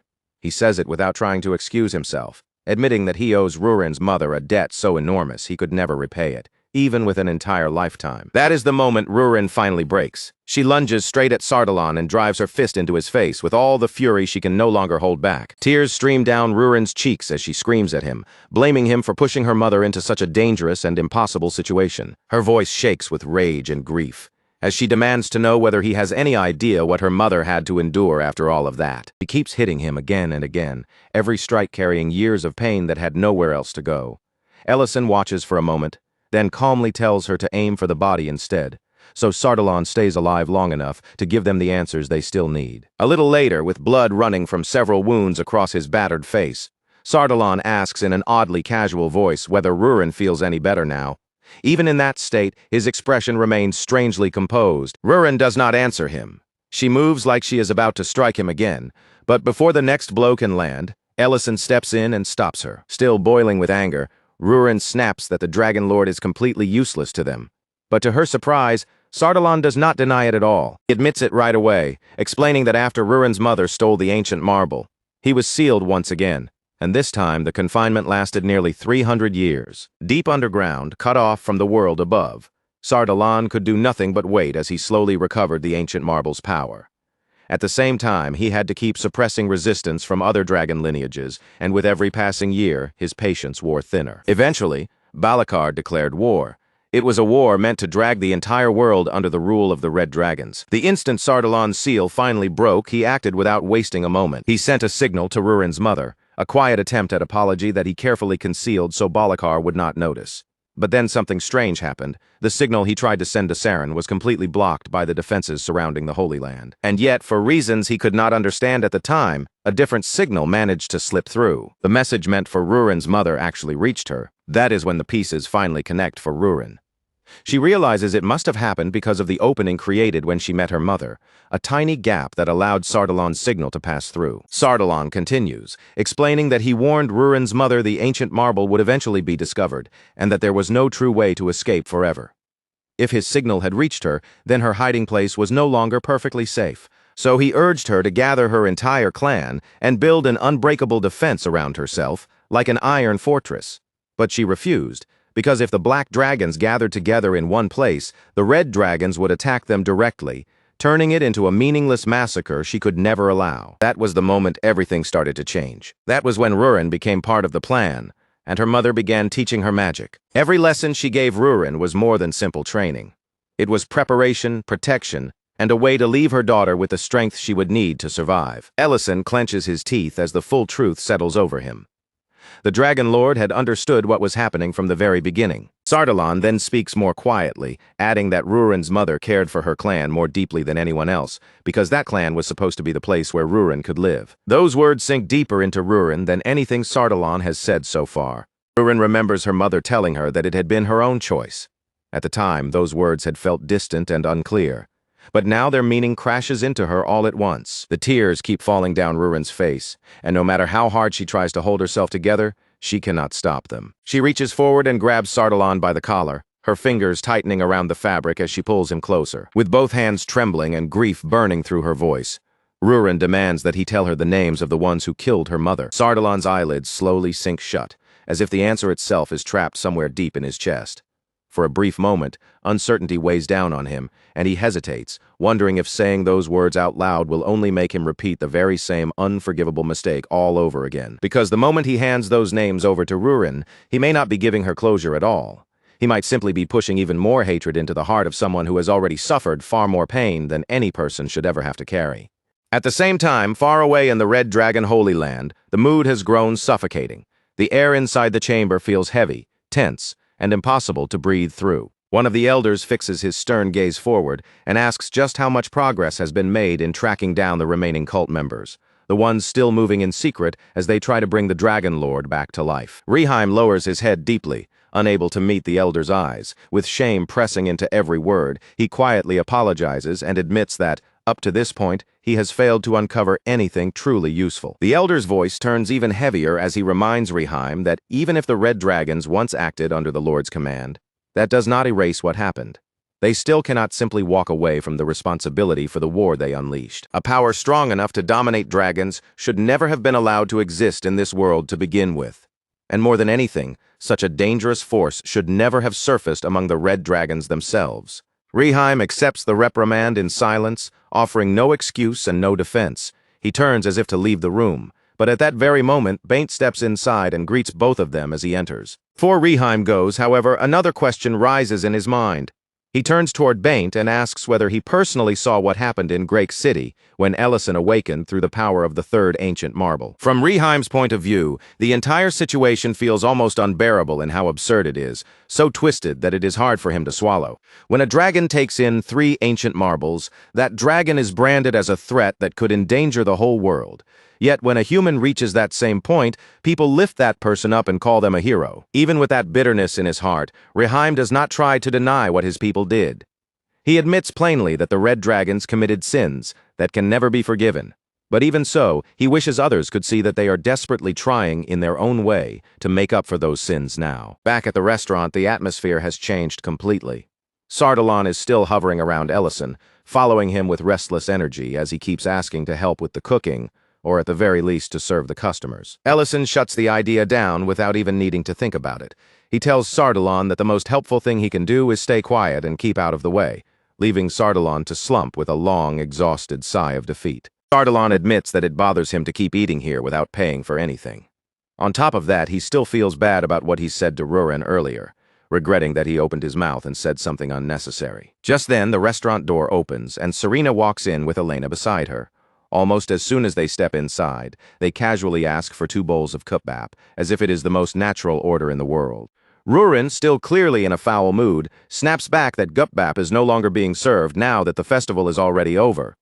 But Sardalan barely reacts to her irritation because his eyes immediately lock onto Serena, and he realizes at once that she is a red dragon. Confused by what he is seeing, Sardalan points out Serena's presence. But Ellison answers without hesitation, saying that his restaurant does not discriminate against customers.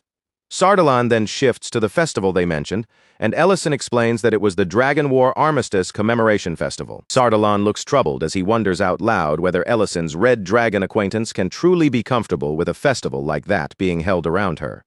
After all, the more loudly people celebrate the heroes who brought the war to an end, the more naturally their anger and hatred toward the invaders who started it will deepen. Elsewhere, Reheim and Baint stand before a nobleman, approaching him with as much restraint as they can. They ask for his cooperation in preventing another dragon lord from ever being resurrected. But the nobleman does not even allow them to properly explain themselves. He cuts them off sharply, mocking them for being the ones who started the war and then still having the nerve to come to humans asking for help. His refusal is immediate and absolute. He makes it perfectly clear that, no matter what reason they bring, he has no intention of cooperating with red dragons under any circumstances. Baint's patience finally begins to fracture. His jaw tightens, his expression hardens, and he asks in a low voice whether this human has forgotten that he is standing in front of dragons. The nobleman does not back down for even a second. Instead, he fires back, asking if they are finally revealing their true nature, and dares them to kill him if they are willing to trample on the principles left behind by the heroes, reminding them that the Archmage is still alive. His fury only grows stronger as he shouts that the blood and tears of his people have not even had time to dry, all because of what the red dragons did. Then, with his anger still blazing, he orders them to leave his territory immediately. With no room left to speak, Reheim and Baint have no choice but to turn away and leave. Yet as they walk through the area, the bitter voices of nearby civilians begin drifting into their ears. The people murmur under their breath that the red dragons should have been completely wiped out back then, their words filled with resentment that has never faded. Some even question why the Archmage spared them in the first place, speaking as if showing mercy to the red dragons had been nothing more than a terrible mistake. After walking in silence for a while, Baint finally comes to a stop. In a quiet, subdued voice, he says they should end things here and return to the Holy Land. Meanwhile, Rurin moves through the city all by herself, her face clouded with a heavy, distant look. The answer she received keeps echoing again and again inside her mind, refusing to leave her alone. 2 names remain fixed there, sharp and impossible to ignore, no matter how much she tries to push them away: Sitney and Reheim. Later, at Elena's clinic, Serena and Elena finally return after leaving the restaurant behind, stepping back into the familiar space of the clinic. Elena wastes almost no time before asking Serena to help her again tomorrow. Serena immediately complains, saying Elena has been working her so hard lately that she is practically being pushed to exhaustion. And Elena's attention shifts to something else. She brings up Rurin's mood from earlier, wondering why Rurin seemed so deeply affected when, as a black dragon, she should not have been shaken that badly by what happened. Elena then turns her concern toward Serena as well, asking if she is all right after the festival. But the question only makes Serena stare back in confusion, as if she does not immediately understand why Elena is asking. Serena lightly teases her, reminding Elena that she had been shouting along with everyone else, yelling things like death to the red dragons. Elena quickly waves it off and insists that was not the point, saying she had only been worried. Serena lets out a weary sigh, the teasing fading from her face. She admits that she does understand why people still hate the red dragons, even after the Dragon Lord was killed. She explains that the Dragon Lord died 13 years ago, but that death did not instantly end everything. The war itself did not officially come to a close until 2 full years after that. Elena frowns, clearly disturbed, and asks if the red dragons really kept fighting even after they no longer had his orders. Serena confirms that they did, explaining that some of them became consumed by looting and turned into lunatics who continued attacking human territories. Most of those red dragons, however, eventually crossed paths with one incredibly furious restaurant owner. And once they ran into him, not a single one of them survived that encounter. That was how Ellison came to be known as the Dragon Slayer, and even the dragons he did not personally kill were not allowed to escape punishment because every dragon who committed crimes was imprisoned in the Holy Land prison without exception. After hearing that, Elena shifts the conversation towards Serena herself. Looking at her more carefully, she asks what happened in Serena's case back then. Serena's expression immediately turns irritated, as she explains that she was ambushed by black dragons and captured, which left her unable to do anything at all. Elena suddenly brightens and says that is actually a good thing, because it means Serena was not involved in those crimes. Then Elena, with a painfully blunt kind of cheerfulness, adds that sometimes things work out precisely because Serena was weak. Serena instantly gets flustered and protests, insisting she is not weak at all, and that the black dragons only won because they fought dirty by ganging up on her. Elena gently reaches out and takes Serena's hand, softening her tone as she reminds her that she did not commit any crimes while being forced to follow orders. Serena exhales and says none of it really matters anyway, since no one even knows who she truly is. But just as those words leave her mouth, a sudden crash tears through the quiet of the clinic. A stone comes smashing through the window, shattering the glass and sending sharp fragments scattering across the room. Serena picks up the stone, and the moment she reads what has been carved into it, her expression darkens. The words are cruel and hateful, aimed directly at her because she is a red dragon. Elena looks around in alarm, her body tense as she tries to understand what just happened. With fear and anger tightening her voice, she asks who could possibly have done something like this. Back in the Red Dragon Holy Land, Baint arrives before anyone else, returning alone after Reheim had sent him ahead without the rest of the group. He steps before the elder and presents a scroll with both hands, then reports that Reheim appeared furious after hearing the things humans had said to them. The elder's face immediately hardens with displeasure, his brows drawing tight as he reminds Baint that they had already been warned not to let human insults shake their resolve, before asking where Reheim was last headed. Baint falls silent for a brief moment, his hesitation making it clear that he does not want to answer. But after holding back as long as he can, he finally admits that Reheim had been making his way toward Grake City. It is not long before nasty rumors begin tearing through Grake City, like flames through dry grass. People whisper in corners and on the streets, claiming that a red dragon has been living among them in disguise, and that maintaining a human appearance requires drinking human blood. As fear spreads, others eagerly add their own wild claims to the story, insisting that red dragons always give themselves away through red hair whenever they take on a human form. And before anyone can stop it, every frightened rumor, every doubtful look, and every low, suspicious murmur begins to gather around one place: Elena's clinic, where Serena is staying. Meanwhile, inside the clinic, Serena and Elena sit through a painfully tense silence. The hours pass, but the door never opens, and not a single patient comes in for treatment. Elena guesses that the rumors spreading across town must be scaring everyone away, and she tries to soften the situation for Serena. But Serena immediately cuts her off, insisting with forced firmness that she is completely fine. She even pushes a bright smile onto her face, pretending the quiet does not hurt at all. In a cheerful voice, she says that having a calm day once in a while is not such a bad thing, and that the peace actually feels pretty nice. But beneath that smile, Serena's heart is twisting. What she cannot stand is the thought that Elena's clinic, the place Elena worked so hard to protect, is being damaged simply because Serena is there. So instead of sitting still and letting the rumors grow worse, Serena makes up her mind. She decides she will go outside herself, face the people directly, and clear up the misunderstanding with her own words. At that same time, Ellison and Rurin are discussing the red dragon Reheim. Ellison reminds her that Reheim was one of the dragons who had been present back when Nisa tried to frame them for Serena's death. Rurin adds the detail almost casually, mentioning that it also happened around the time Ellison absorbed one of the ancient marbles. The instant Sardalan hears that, his entire body goes still. The color of surprise spreads across his face, and he cannot hide how deeply that one piece of information shocks him. Then, without warning, the sound of hurried footsteps comes rushing toward them, growing louder with every passing second. Elena and Baint arrive almost at the same time, both looking urgent and unsettled as they call out for Ellison. Elena immediately snaps that she got there first, trying to push her concern to the front. But Baint refuses to back down, insisting that what he has to say is far more urgent. Elena blurts out that terrible rumors about Serena are spreading all over the city, while Baint cuts in at nearly the exact same moment, asking if anyone has seen Reheim. Meanwhile, Serena walks toward the restaurant alone, muttering under her breath with irritation. To her, humans can be painfully simple-minded, acting as if every red dragon must be exactly the same. She steps inside wearing her usual cheerful smile, fully intending to laugh the whole thing off.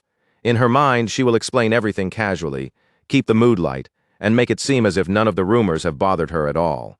The moment Serena enters, the atmosphere in the room slams into her like a solid wall. Every customer turns to look, and the fear in their eyes is so obvious that she cannot possibly miss it. Then the whispers begin again, low, sharp, and ugly. And with Serena's hearing, there is no mercy in distance. Every cruel word reaches her ears clearly. Ate still greets her warmly and tells her that Ellison is not there at the moment, while Ryan quickly rises from her seat to welcome Serena too. But Serena notices it immediately.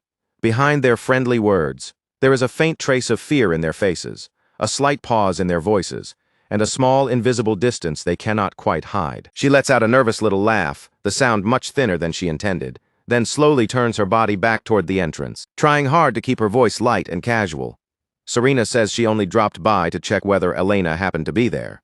Rian tries to call out and stop her before she can leave, but Serena is already moving. She rushes out of the restaurant before anyone can say enough to make her stay. Serena had honestly believed she could handle it.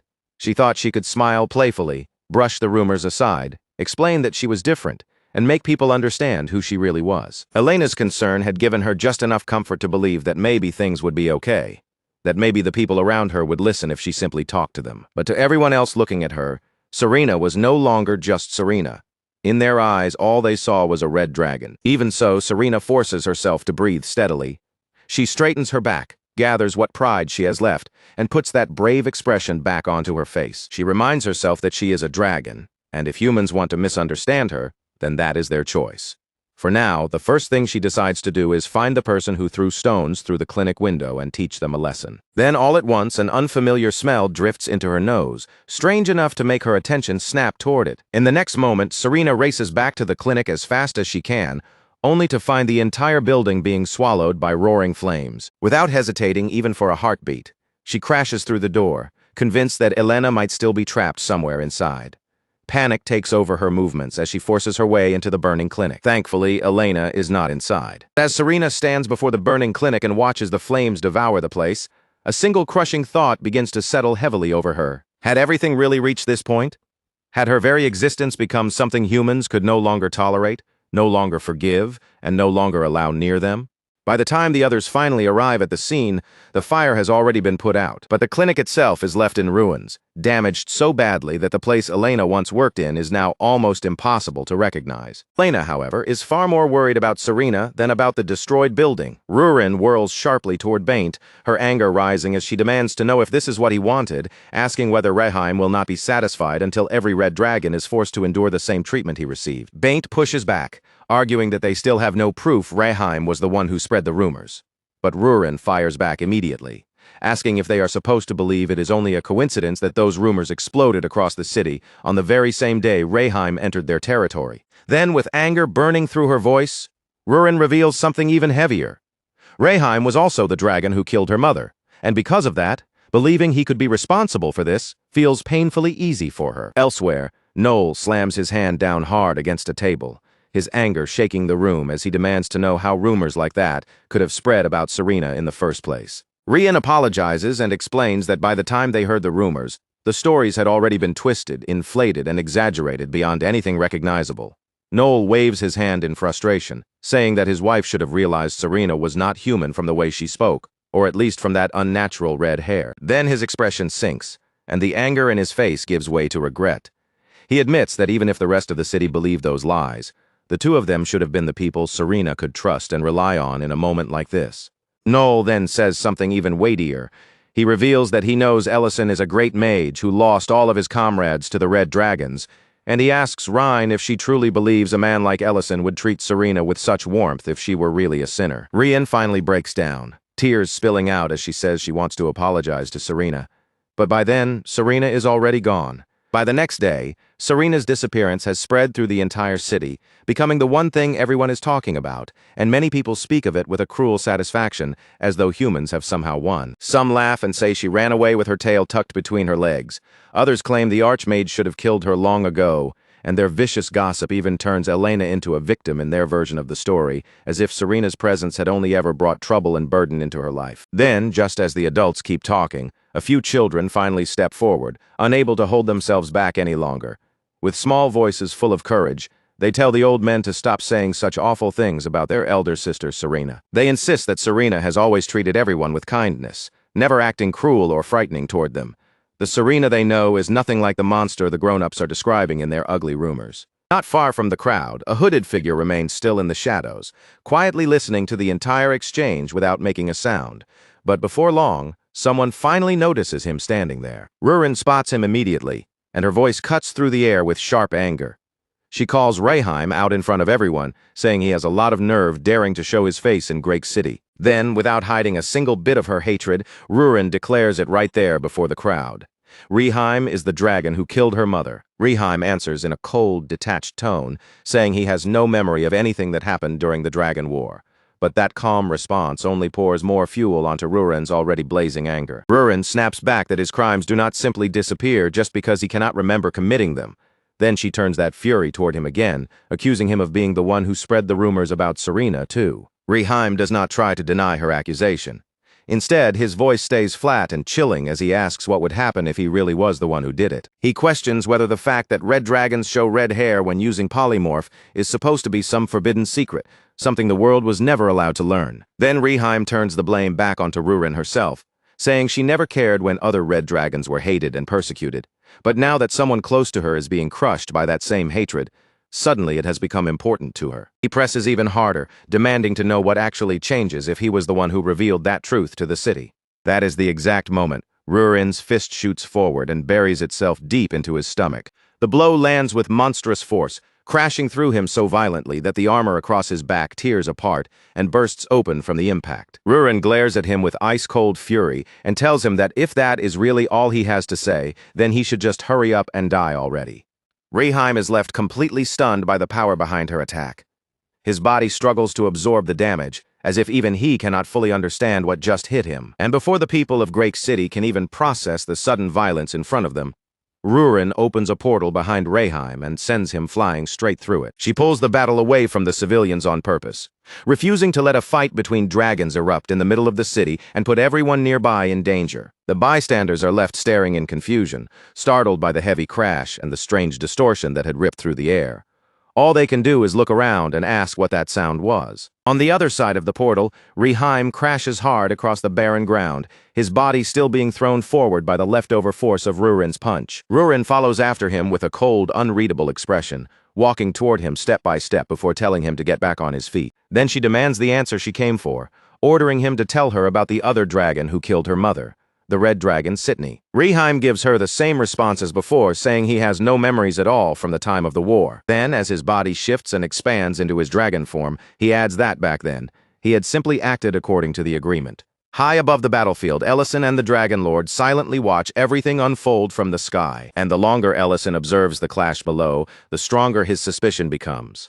Something about this entire situation does not fit together the way it should. Down below, Rurin continues fighting without changing shape, facing Rayheim head-on while remaining completely in her human form. To Rayheim, That alone feels like a direct insult, as if she is looking down on him by refusing to reveal her full strength. He demands that she stop holding back and finally show him her true dragon form. Rurin answers immediately, without the slightest hesitation, telling him that this human form is her true form. Then she releases gravity magic, dragging Rayheim's neck downward by force before driving a savage kick straight up into his jaw. The impact explodes outward across the empty battlefield, sending a violent shockwave rippling through the surrounding land. Rayheim cannot make sense of it. How can a dragon who has only just reached adulthood possess this level of strength?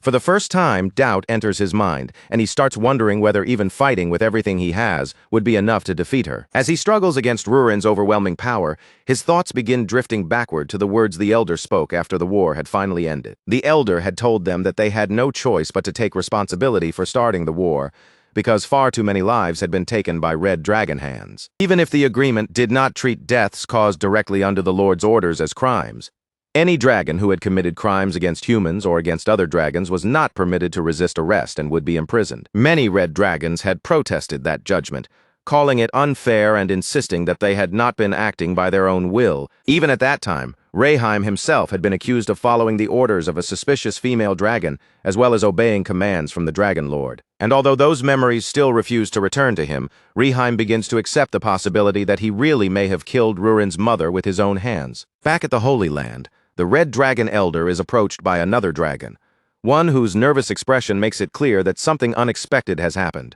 The dragon hesitantly explains that he is not quite sure whether the person standing behind him should be treated as a guest or as an intruder. Then Ellison steps forward from behind him, calm but unmistakably serious, and offers an apology for entering the Holy Land without permission. Wanting to make the situation clear as quickly as possible, Ellison brings out the Hebron flower and shows it to the Elder. The moment the Elder's eyes land on the flower, the Dragon Lord appears within his sight. His reaction comes instantly, without hesitation, and without a single word of explanation. He drives his fist straight into the Dragon Lord's face, punching him squarely before anyone can even prepare for it. Back in the barren land where Rurin and Rayheim continue their battle, the air remains thick with tension, charged by the force of their clash. Rurin admits that Rayheim is a surprisingly capable fighter, watching him with a sharper gaze as she wonders aloud whether that strength comes from the fact that he is one of the Elder Dragons. At last, Rayheim says that this is enough.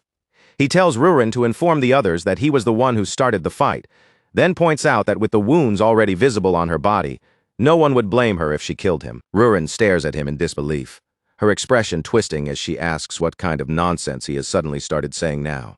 Rayheim looks directly at her and asks whether revenge is not exactly what she wanted from the beginning. Then Rayheim shifted back into his human form, his posture worn down and his eyes hollow, as if something inside him had already given way. In a low, tired voice, he said that if following the Dragon Lord's command had turned him into someone Rurin would despise for the rest of her life, then perhaps that really was the road he had walked. After saying that, he simply faced her without defending himself and told her to do what she had come here to do. The instant those words reached her ears, Rurin moved. She launched herself forward with fierce, desperate speed, closing the distance in a flash before slamming Rayheim down hard enough that he had no chance to step away. Her hand clamped tightly around his throat as she pinned him beneath her, her face twisting with anger, pain, and confusion all at once. Staring down at him, she demanded to know what kind of trick he thought he was trying to pull. She shouted at him to fight back, to struggle against her until the very last moment. She wanted him to regret every sin he had committed, to curse her with whatever hatred he still had left, and to resist like the enemy she had spent so long imagining. But Rayheim did not give Rurin the response she was desperate to hear. He only looked completely drained, like every last piece of strength had finally left his body, and quietly said he was tired. He told her he could not keep living like this anymore. Rurin's expression tightened once more, hardening as if she was trying to force her heart shut, even though her hands were trembling. She gathered her power again and prepared to strike him down one more time. Meanwhile, back in the Holy Land, Ellison turned toward the others with a serious look and asked whether Rayheim had truly killed Rurin's mother under the Lord's command, because that was the version of events still carried within the Dragon Lord's own memory. But something about that explanation refused to settle properly. The entire story felt even more suspicious once Sydney's name became connected to the faction trying to resurrect the primordial dragon. The elder chose his words carefully, as though he understood how they might sound coming from another red dragon. Even if it looked as if he was defending one of his own, he said he simply could not believe that Rayheim was the kind of person who would commit such an act. After the war ended, especially during those painful first days, Rayheim had worked harder than anyone to repair the damage and lower his head in apology. The elder explained that he had watched Rayheim closely ever since, and if Rayheim had truly been involved with the cultists, then either he or Baint would surely have noticed something strange. Ellison then pointed out the empty spaces in Rayheim's memory, and the elder explained that Rayheim had carried countless wounds over the years, enduring insults, punishment, and hatred from every side. And yet, even after suffering through all of that, Rayheim had never once acted like someone who was trying to escape the burden of responsibility placed on him. That was when the Dragon Lord's expression slowly began to shift, as if the most terrible possibility had finally formed clearly in his mind. He said they had to go back immediately and stop Rurin before it was too late.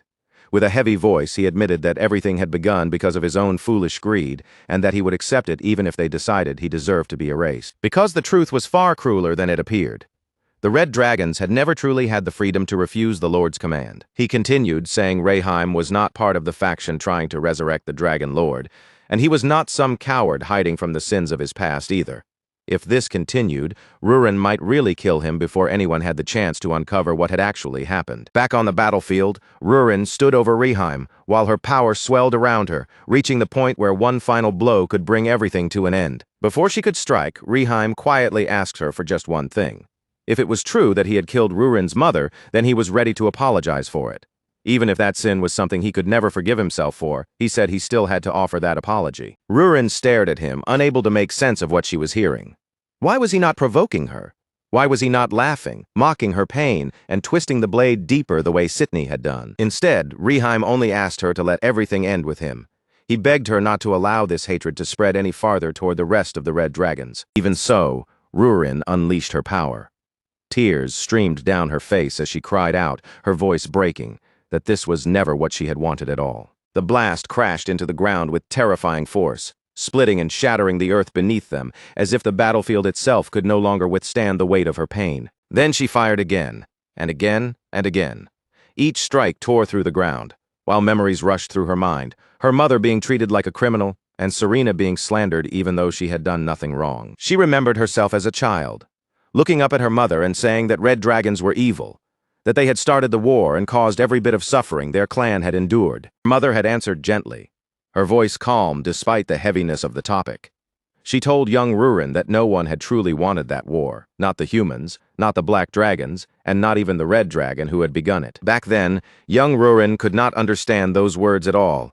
She asked how that could possibly be true when their clan had lost so much because of the Red Dragons. And when those Red Dragons even had a lord, shouldn't they hate the Dragon Lord most of all, the one who had given the order? Her mother, trying to turn a truth far too heavy for a child into something Rurin could hold on to, asked her to make only one promise. She told Rurin that even if she one day gained great power, she must never judge others with her eyes closed.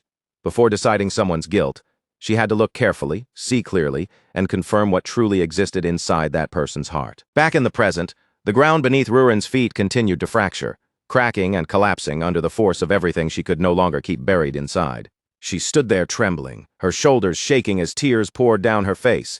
No matter how much pain filled her chest, she could not turn it into the final strike. At the Holy Land, Ellison did not move to stop her, because if Rayheim had truly lost his memories and still tried to bear those sins as if they were his own, then Ellison understood one thing with painful clarity: Rurin would never be able to kill him. Rayheim slowly forced himself up from the broken ground, still dazed and struggling to understand what had just happened. He looked toward Rurin and asked why she had stopped. Rurin roughly wiped the tears from her face and told him to get lost. Her voice shook, but her words stayed firm as she ordered him to return to the Holy Land and pay for his crimes there instead. Because now that she understood this had never been something he truly wanted either. She could no longer bring herself to kill him. The elder quietly said that if Rurin truly felt that way, then perhaps that alone was something they could be relieved about. Even so, he could not ignore the truth that her mother's death remained a grave crime. It had not been damage caused by the chaos of battle. It was the deliberate murder of a defenseless dragon. In the elder's view, proper punishment still had to be carried out, even if it was far too late. But because Rayheim himself had no memory of that day, even he could not confirm what had truly happened. Ellison said that was exactly the part that felt wrong to him. Even dragons being controlled by the Lord's command did not normally lose their memories like that. The red dragons reacted at once, asking what he meant by those words. But before the discussion could go any further, Baint arrived with urgent news, reporting that he had followed the footprints near the burned clinic, as instructed, and had even managed to find a witness. According to that witness, the person who set the fire looked exactly like Rayheim. The moment Ellison heard that, his expression sharpened, and he asked when Rayheim had last seen Serena. At that very moment, far away inside Serena's lair, Serena lay stretched across a glittering mound of gold. She stared blankly into the empty space around her, quietly wondering why she had come all the way back to this place in the first place. Trying to lift her own spirits, Serena told herself that her lair was different now. This time, she insisted, it was not the same lonely place it used to be. The treasure beneath her was real.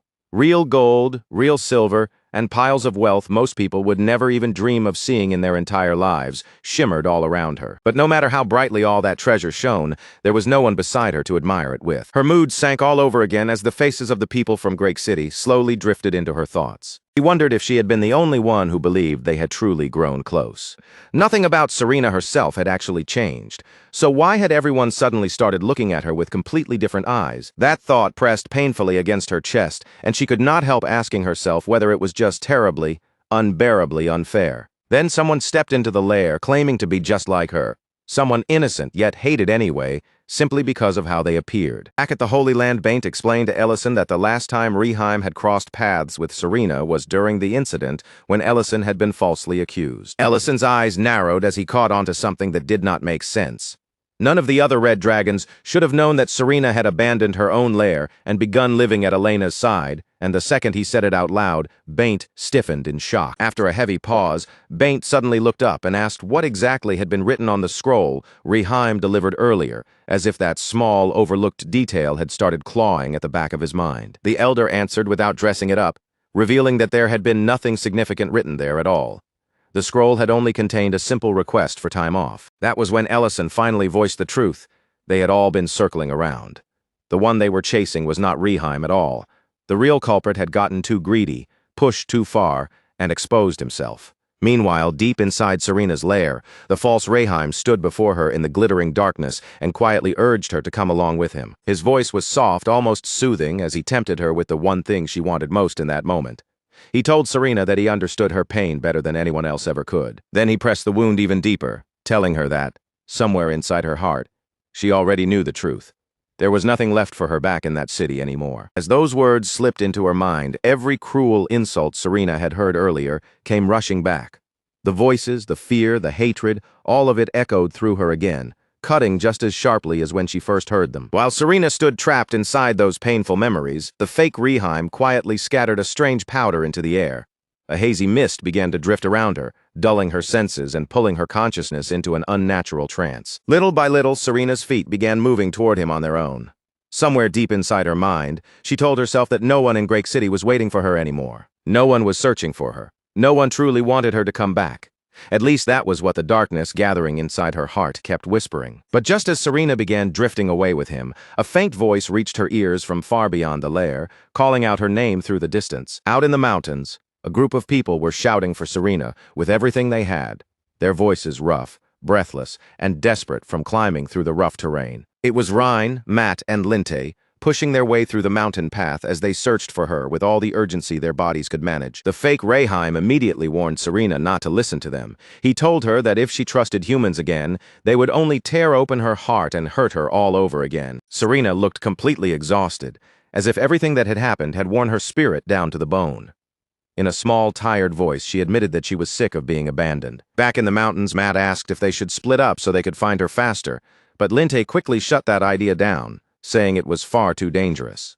Rhine, already close to crying, said there were still so many things she needed to say to Serena. Then, without warning, the bushes burst apart with violent movement, and a mountain lion sprang out, lunging straight toward Rhine. In the very next instant, Serena dropped down between them like a shadow falling from above. The moment her feet hit the ground, she crushed the beast's jaw before it could reach anyone. The second, everyone saw Serena standing there unharmed. Relief swept across their faces. The fear that had frozen them moments earlier melted away almost at once. Serena immediately scolded them for wandering around in such a dangerous place, her voice coming out sharp and angry because, beneath all of it, she had been terrified for their safety. Before that brief moment of relief could truly settle, the fake Reheim raised his hand and cast another spell directly onto Serena. In a cold, merciless voice, he told her that she needed to learn the truth the hard way. This touching reunion she was trying to believe in, he said, was nothing more than a fragile illusion. The spell struck Serena hard, and her polymorph began to fall apart. Her human shape broke down against her will as her true dragon form forced itself back into the open. The moment Serena turned her eyes back toward the humans, her heart dropped. In that instant, she thought everything was over. There was no fixing this anymore. And yet, a bitter part of her whispered that maybe it was better this way, since she had already been preparing to leave them behind. But instead of retreating in fear, Ryan stepped forward and thanked her. She thanked Serena for saving them, for treating the children, for helping with the restaurant's cooking, and for protecting them when another dragon had attacked. Ryan's voice began to break as tears spilled down her face. She admitted that even after everything Serena had done for them, they had still repaid her kindness by hurting her with their cruelty. Lint and Matt started tearing up as well, saying they had always known Serena was different from the others. They thanked her for all the quiet ways she had helped them, and then they told her something Serena could hardly bring herself to believe. There were still many people back in the village waiting for her to return. With trembling voices, they asked Serena if she could somehow find it in her heart to forgive them. At those words, Serena began to cry too. She could not help wondering how frightening it must have been for them to realize that the neighbor they had trusted was actually a red dragon, the same race that had started the war and destroyed their hometown twice. And yet, even after learning the truth, they had still come all the way here, running straight toward the lair of the very race that had once ruined their lives. She wondered what they must be feeling now, standing before her true dragon form and still choosing to ask for forgiveness instead of turning around and running away. Serena told them they did not need to apologize to her.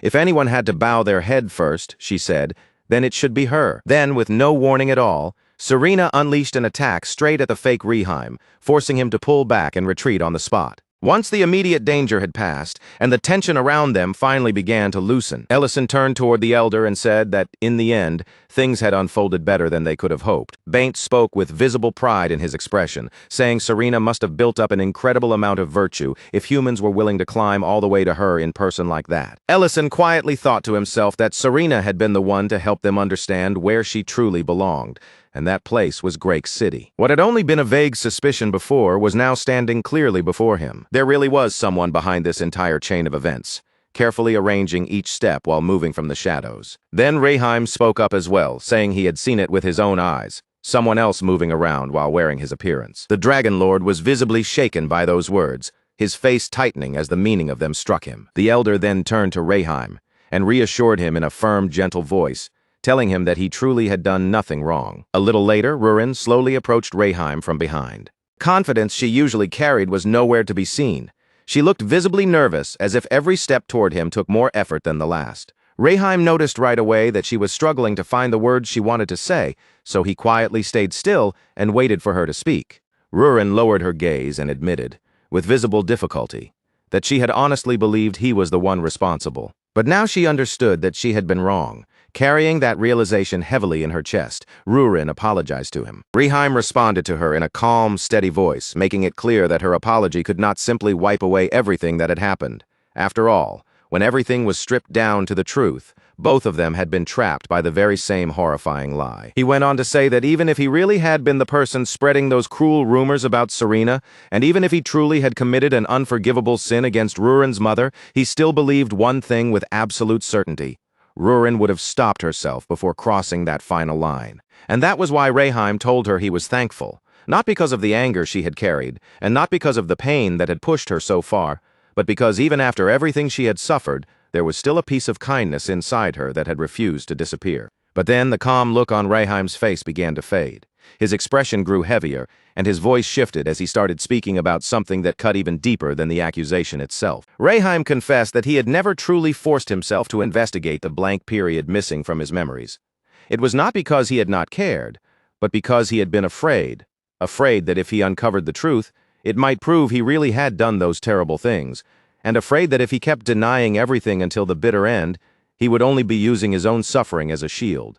He admitted that if he had fought too fiercely to clear Serena's name, it might have looked as though he was only trying to protect himself, as if he wanted everyone to see him as nothing more than an innocent victim who had been wronged. Even while he was apologizing, that fear had still been sitting inside him, making him hesitate whenever the truth came too close. But in the end, that hesitation had done nothing but protect the real culprits, giving them more space, more time, and more freedom to act. And because Serena had been pulled into the center of that chaos and hurt because of it, Reheim bowed his head toward her as well, lowering his gaze as he offered her a sincere apology. Rurin answered him firmly, refusing to let him shoulder all of the blame. She told Reheim that this was not his fault, and that the one who truly needed to answer for everything was the Dragon Lord. The instant those words left her mouth, Reheim suddenly drove his fist straight into the Lord's face. With no hesitation at all, he declared that it absolutely was the Lord's fault, because he had been the one who gave everyone the wrong information from the very beginning. Rurin then whipped around toward Ellison, her frustration immediately finding a new target. She complained that if he had already sensed something was strange, he should have stopped her much sooner, while Ellison quickly shot back that he had no way of knowing she intended to beat Reheim so mercilessly. The elder's attention then shifted to Baint, scolding him for being so terrible and so certain that Reheim had been the one who set fire to the clinic. Baint could only shrink back awkwardly, admitting with embarrassment that he had once made almost the exact same mistake with Ellison. A little distance away, the Dragon Lord stood quietly and watched the entire exchange unfold. He said nothing, but his face carried a quiet sense of wonder, as if he could hardly believe the strange warmth slowly blooming in front of him. Later, when everyone returned to the restaurant, the entire place was packed from wall to wall. Every table was filled. Voices overlapped from every direction, and the lively noise of customers seemed to spill into every corner of the room. Right in the middle of that crowded dining room, Rurin suddenly stepped forward. With all eyes gradually turning toward her, she announced that there was something important she needed to say to everyone there. She began by saying that she knew the rumors about Serena had already been spreading, the whispers claiming that Serena's real identity was a red dragon. Then, without trying to soften the blow or hide behind vague words, Rurin told them plainly that every part of that rumor was true, and that she herself had known it from the start. The customers were stunned into silence. Their eyes widened, confused murmurs caught in their throats, and the whole room seemed to freeze under the weight of that revelation. But before they could fully process it, Rurin revealed something even more shocking. She told them that she was a dragon as well. In an instant, the restaurant erupted into hushed whispers. People stared at Rurin's hair, their eyes darting from one clue to another, and little by little, the realization spread through the room that she must be a black dragon. Rien suddenly blurted out that she had always felt something was strange. Looking back on it now, especially with dragons appearing around them again and again, all those odd moments finally seemed to fit together. Rurin continued speaking, her voice steady as she told them that she had lost her mother to the red dragons during the war. She was not telling people who had suffered less than her to shut their mouths, and she was not demanding that anyone become some flawless saint capable of forgiving every scar left behind. What she wanted from them was far simpler than that.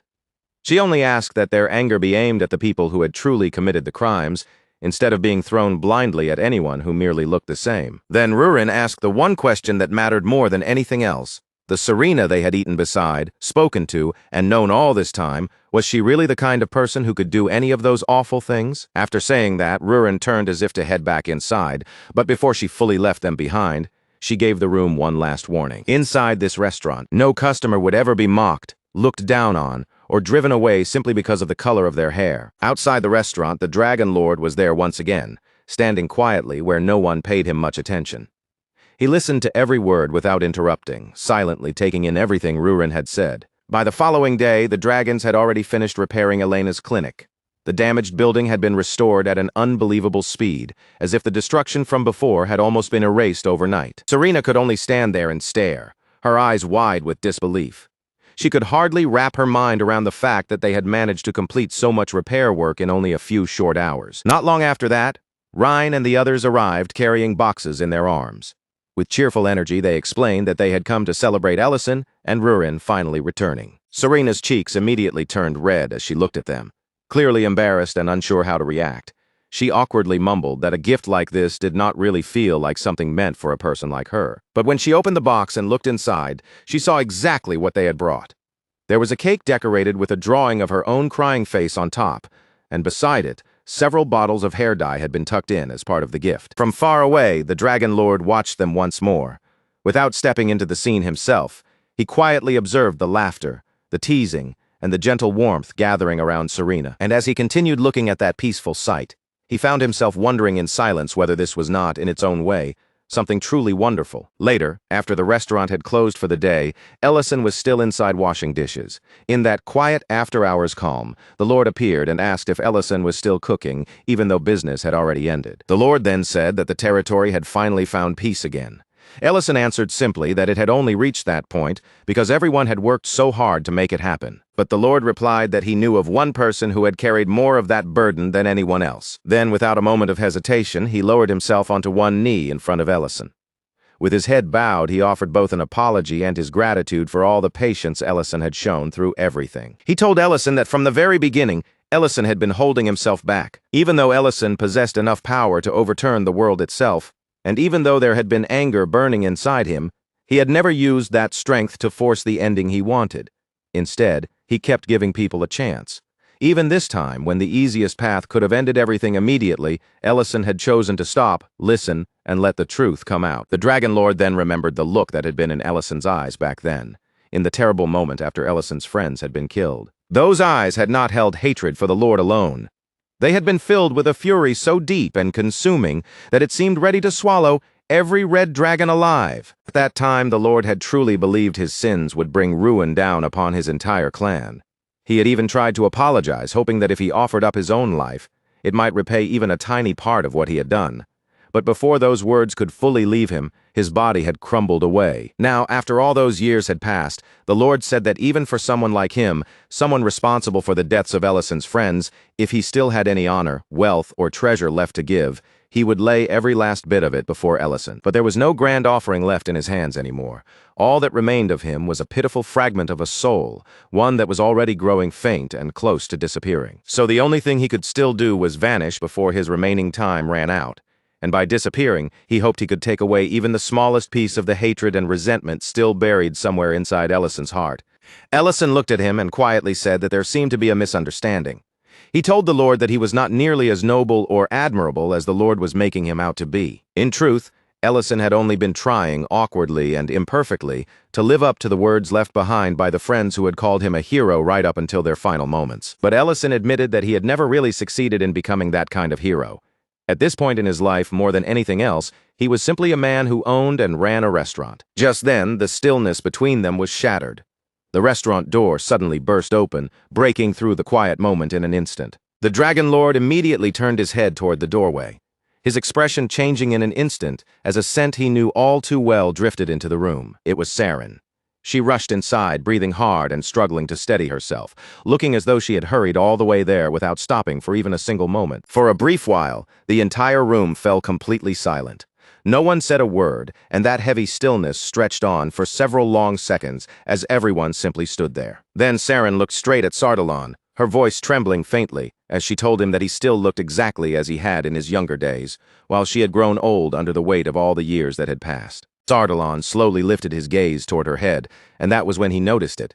Even after all this time, Saren was still wearing the crown. That small detail caught him completely off guard. His face softened, and before he could hide it, a warm blush began spreading across his cheeks. While Ellison quietly moved around them, preparing the table so they could sit together, Sardalon looked at Saren and gently told her that, at least in his eyes, she had not changed at all from the woman he remembered long ago. Later that night, Ellison stepped outside and stood beneath the vast blanket of stars.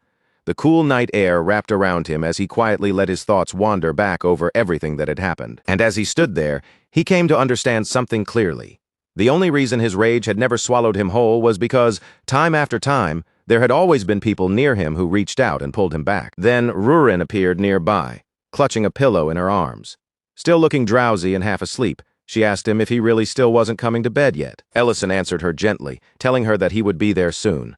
For the moment, though, he still had guests he needed to take care of. As his eyes drifted back up toward the dark sky overhead, Ellison realized that the hatred buried deep inside his heart had not disappeared all at once. Instead, it had faded little by little, worn down slowly by the passage of time. It had faded because he had seen the wounded, pained expressions of the people he had once hated, and just as importantly, he had also been given the chance to see the bright, joyful faces of the people he loved. Then, in the quiet of that moment, the Heberan flower began to vanish. As Ellison thought of Rurin, gratitude quietly filled his chest, because thanks to her, Even the act of saying goodbye had become something he could bear. Back inside, Saren sat at the table with tears gathering in her eyes, yet a gentle smile remained on her face, as Sardalan's form slowly started to fade away before her. And while that final moment slipped through her fingers, Saren faced him with all the tenderness she had left and gave him her last farewell. A little later, Saren stepped outside into the night and apologized to Ellison for keeping him working so late. In Ellison's arms, Rurin was already completely asleep. She looked utterly worn out, and Ellison supported her with one arm as naturally as if this kind of thing had happened countless times before. Saren gave him a faint smile and said it seemed like he was having a difficult time, but Ellison simply brushed the concern aside, saying it was fine, because Rurin was adorable when she was like this. Then Ellison turned his attention back to Saren and asked whether the meal had satisfied her. Saren's expression immediately brightened at the question. She said it had been more than satisfying, speaking as though the warmth of that meal was still lingering gently inside her. Ellison told her that she was welcome to come to his restaurant any time. But soon after, Saren's face grew serious, and she said there was something important she needed to tell him. Since Rurin had already fallen fast asleep, Saren asked Ellison to leave her resting in the lair for the time being, and then accompany her to the Black Dragon Sanctuary. When they finally arrived at the sanctuary, Medidana noticed Saren returning, and this time Ellison was standing right there beside her. Medidana then told them that the investigation into the seasoning Ellison had brought to them had finally been completed. He revealed that the powder was called the Lord's Tear, a substance made from shattered dragon hearts. But the heart used to create it this time was not ordinary at all. The atmosphere in the room instantly grew heavier. Saren explained that what they were about to discuss was a secret hardly known even among the black dragons themselves, something that only a small number of elders had ever been permitted to learn. She admitted that she had hesitated for a long time, unsure whether she should reveal the truth to Ellison at all.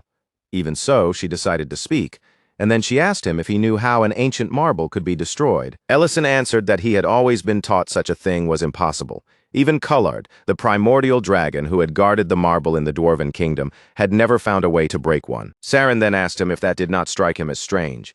If ancient marbles truly could never be destroyed, then why had another lord not already been reborn by now? And if those marbles were truly indestructible, why were they not simply piling up somewhere, gathering in such enormous numbers that they could form a mountain? Then Saren asked whether he remembered the protective spell that had once been placed around Lord Sardalan's heart. In that very moment, Ellison began to understand exactly where her words were leading. Saren explained that there was only one way to destroy an ancient marble. A dragon had to absorb it first, and then that marble had to be destroyed together with the dragon's own heart. That was the method used to stop a new lord from being born. Until now, their custom had been to seal the dragon who created the ancient marble together with the essence inside it. And whenever a dragon committed a sin considered unforgivable, that dragon would be forced to absorb the marble so both the dragon and the marble could be eliminated at the same time. Ellison asked whether the red dragons had followed that same practice. Saren answered that it was not limited to the red dragons. It was the same for every dragon, and that principle had continued since the era of the First Lord. Ellison said that now he could understand why the red dragons had carried such a deep sense of injustice. Then he asked what standard had been used to decide which sins were considered unforgivable. Saren replied that those laws had changed over time, and from a human point of view, she could not honestly promise that no one had ever been treated unfairly. Then she looked at Ellison and asked whether he believed what they had done was wrong. Ellison understood that the practice had been carried out for the sake of maintaining peace, but even knowing that, he could not completely shake the feeling that it was unfair. Watching his reaction, Saren quietly realized that Ellison truly did see dragons as equals, and that same heart was why he had fought so hard to restore Varen's honor. Then Medidana added an even more unsettling possibility. He said this might be the punishment now returning to them, because Ellison had reported that even dragons could be bewitched by the Lord's Tear, and that meant every dragon heart used to create the powder must have already absorbed an ancient marble. In other words, every one of those hearts had once belonged to a dragon who had been branded as sinful. Just then, Dehegma entered the room, and with his arrival he confirmed the grim truth they had feared. The burial grounds where those corpses had been kept had been robbed, and Saint had already confessed to being involved in the theft. Dehegma explained that the detection magic and the many barriers protecting the site had been disabled for a long time. Inside the burial grounds, nothing but bones had been left behind, and every chest had been hollowed out where the heart had been removed. He said that was also how he had been able to tell Ellison about his extended lifespan. He had been experimenting by transplanting those stolen dragon hearts into humans. And the instant Ellison heard that, one particular person immediately flashed through his mind. It was the swordsman Redan Dehegma, then revealed that Redan's real name was Adrian Pierce. He had once served as the former commander of the First Night Order, but the most dangerous part was not merely his true identity. The real threat was that all of those stolen dragon hearts were now in enemy hands, and every single one of them had once absorbed an ancient marble. Because those hearts had already been destroyed once in the past, they could no longer serve as the source for creating a new lord. But even then, Dihegma's warning remained grim. The power still lingering inside them was more than enough to turn any enemy force into something far more terrifying. That meant they now had to uncover exactly how far the transplant experiments had gone, and how many successful subjects were already moving around somewhere in the world. Meanwhile, in a place far removed from all of that, deep inside the enemy's hidden base, Duke Melekdelian arrived with irritation written all over his face. His brows were drawn tight as he complained that things had been far too quiet lately, as if the silence itself was starting to get on his nerves. He said there should have been some kind of reaction by now, some visible sign that their scheme had actually taken effect. Then, cutting straight to the point, he asked if the whole plan had failed, and Sydney answered with complete calm that it most likely had. Sydney admitted that Ellison and Rurin had reacted with far more restraint than she had predicted. She had expected that once they were properly provoked, both of them would snap completely and lose control. But before the conversation could continue any further, one of the doors suddenly burst open with a violent crash. An angry voice, sharp and unmistakably familiar, immediately cut through the room. Reheim came storming inside, his presence filling the room at once, and demanded to know if they were the ones who had framed him. Sydney reacted immediately, releasing her magic without the slightest hesitation. Her expression hardened as she snapped that this was not funny at all, and called him by the name Karn. In the very next moment, Reheim's head split open in a grotesque, unnatural way.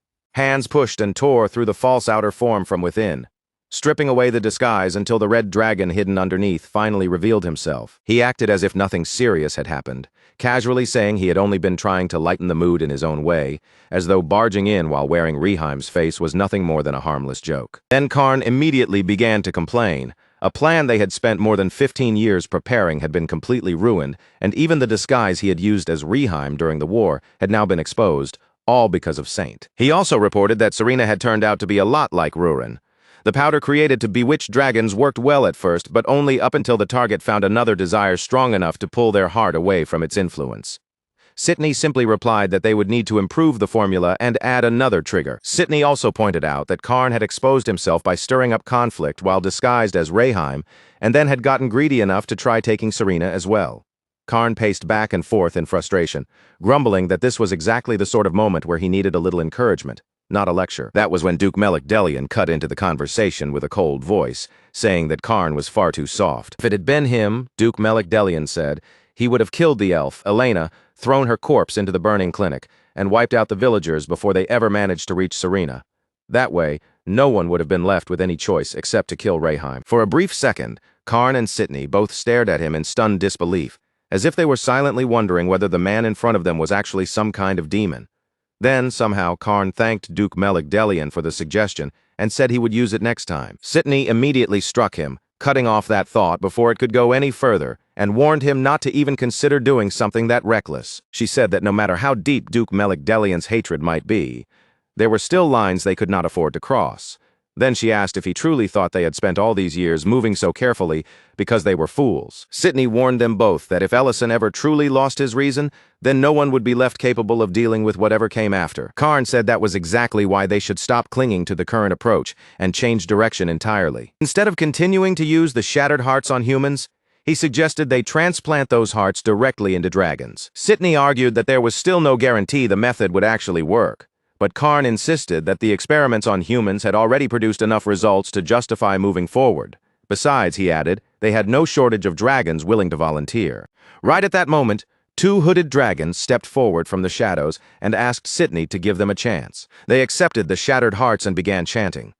Almost immediately, a violent surge of power exploded from their bodies, filling the area with overwhelming force. When the dust and pressure finally settled around them, they were given only one order: destroy Grake City and erase Ellison's restaurant along with it. Elsewhere, Reedon walked alone through a wide field of grass, his steps steady while his mind drifted back to the conversation he had once shared with Dihegma. When Saint had been captured, most of the experimental records about the Lord's tear had been swallowed by the fire. Saint had screamed at Reedon to hurry and put it out before everything was lost. Dihegma, however, had remained calm and had offered to part ways peacefully. He wondered aloud why Rieden had ever chosen to join hands with dragon cultists, saying that Rieden had never been that sort of man. Then Dehegma asked one simple question, and the moment Rieden heard it, his eyes widened. Had he become disappointed in humans?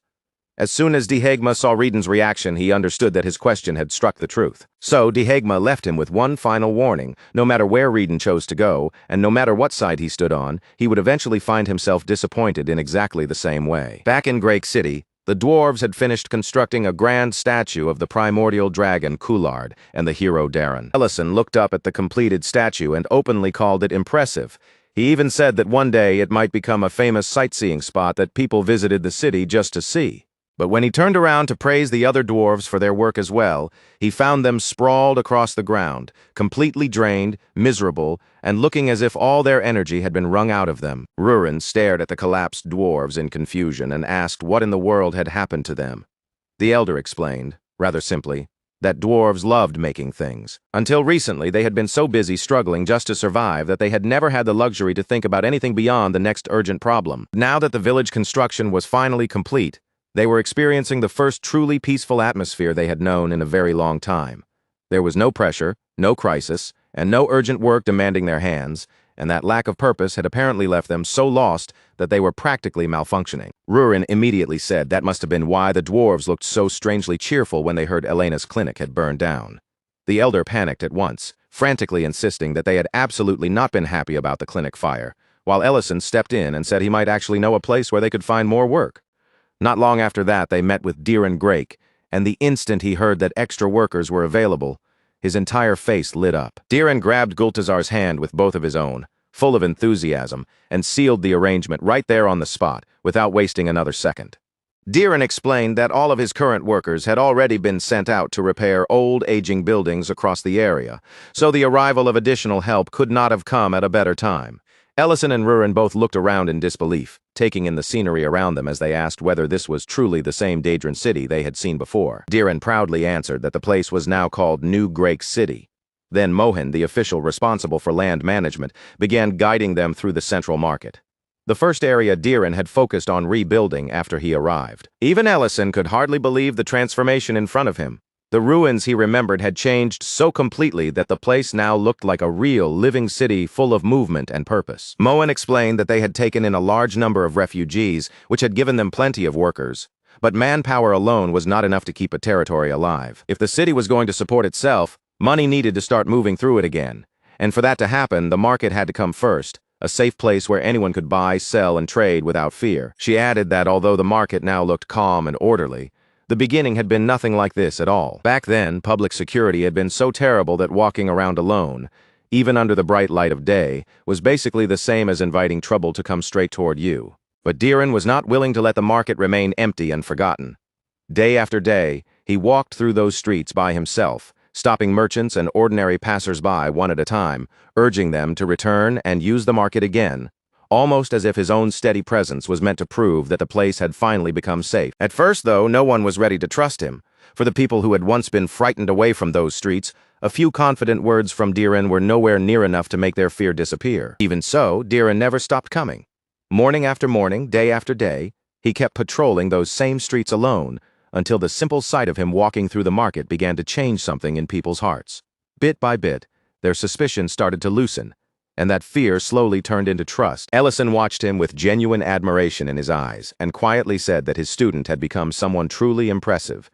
Rurin, on the other hand, responded in her usual blunt way, tilting her head as she wondered why they had not just beaten up every robber who dared to show his face. Diren smiled at Rurin's reaction, and admitted that he had not accomplished everything alone.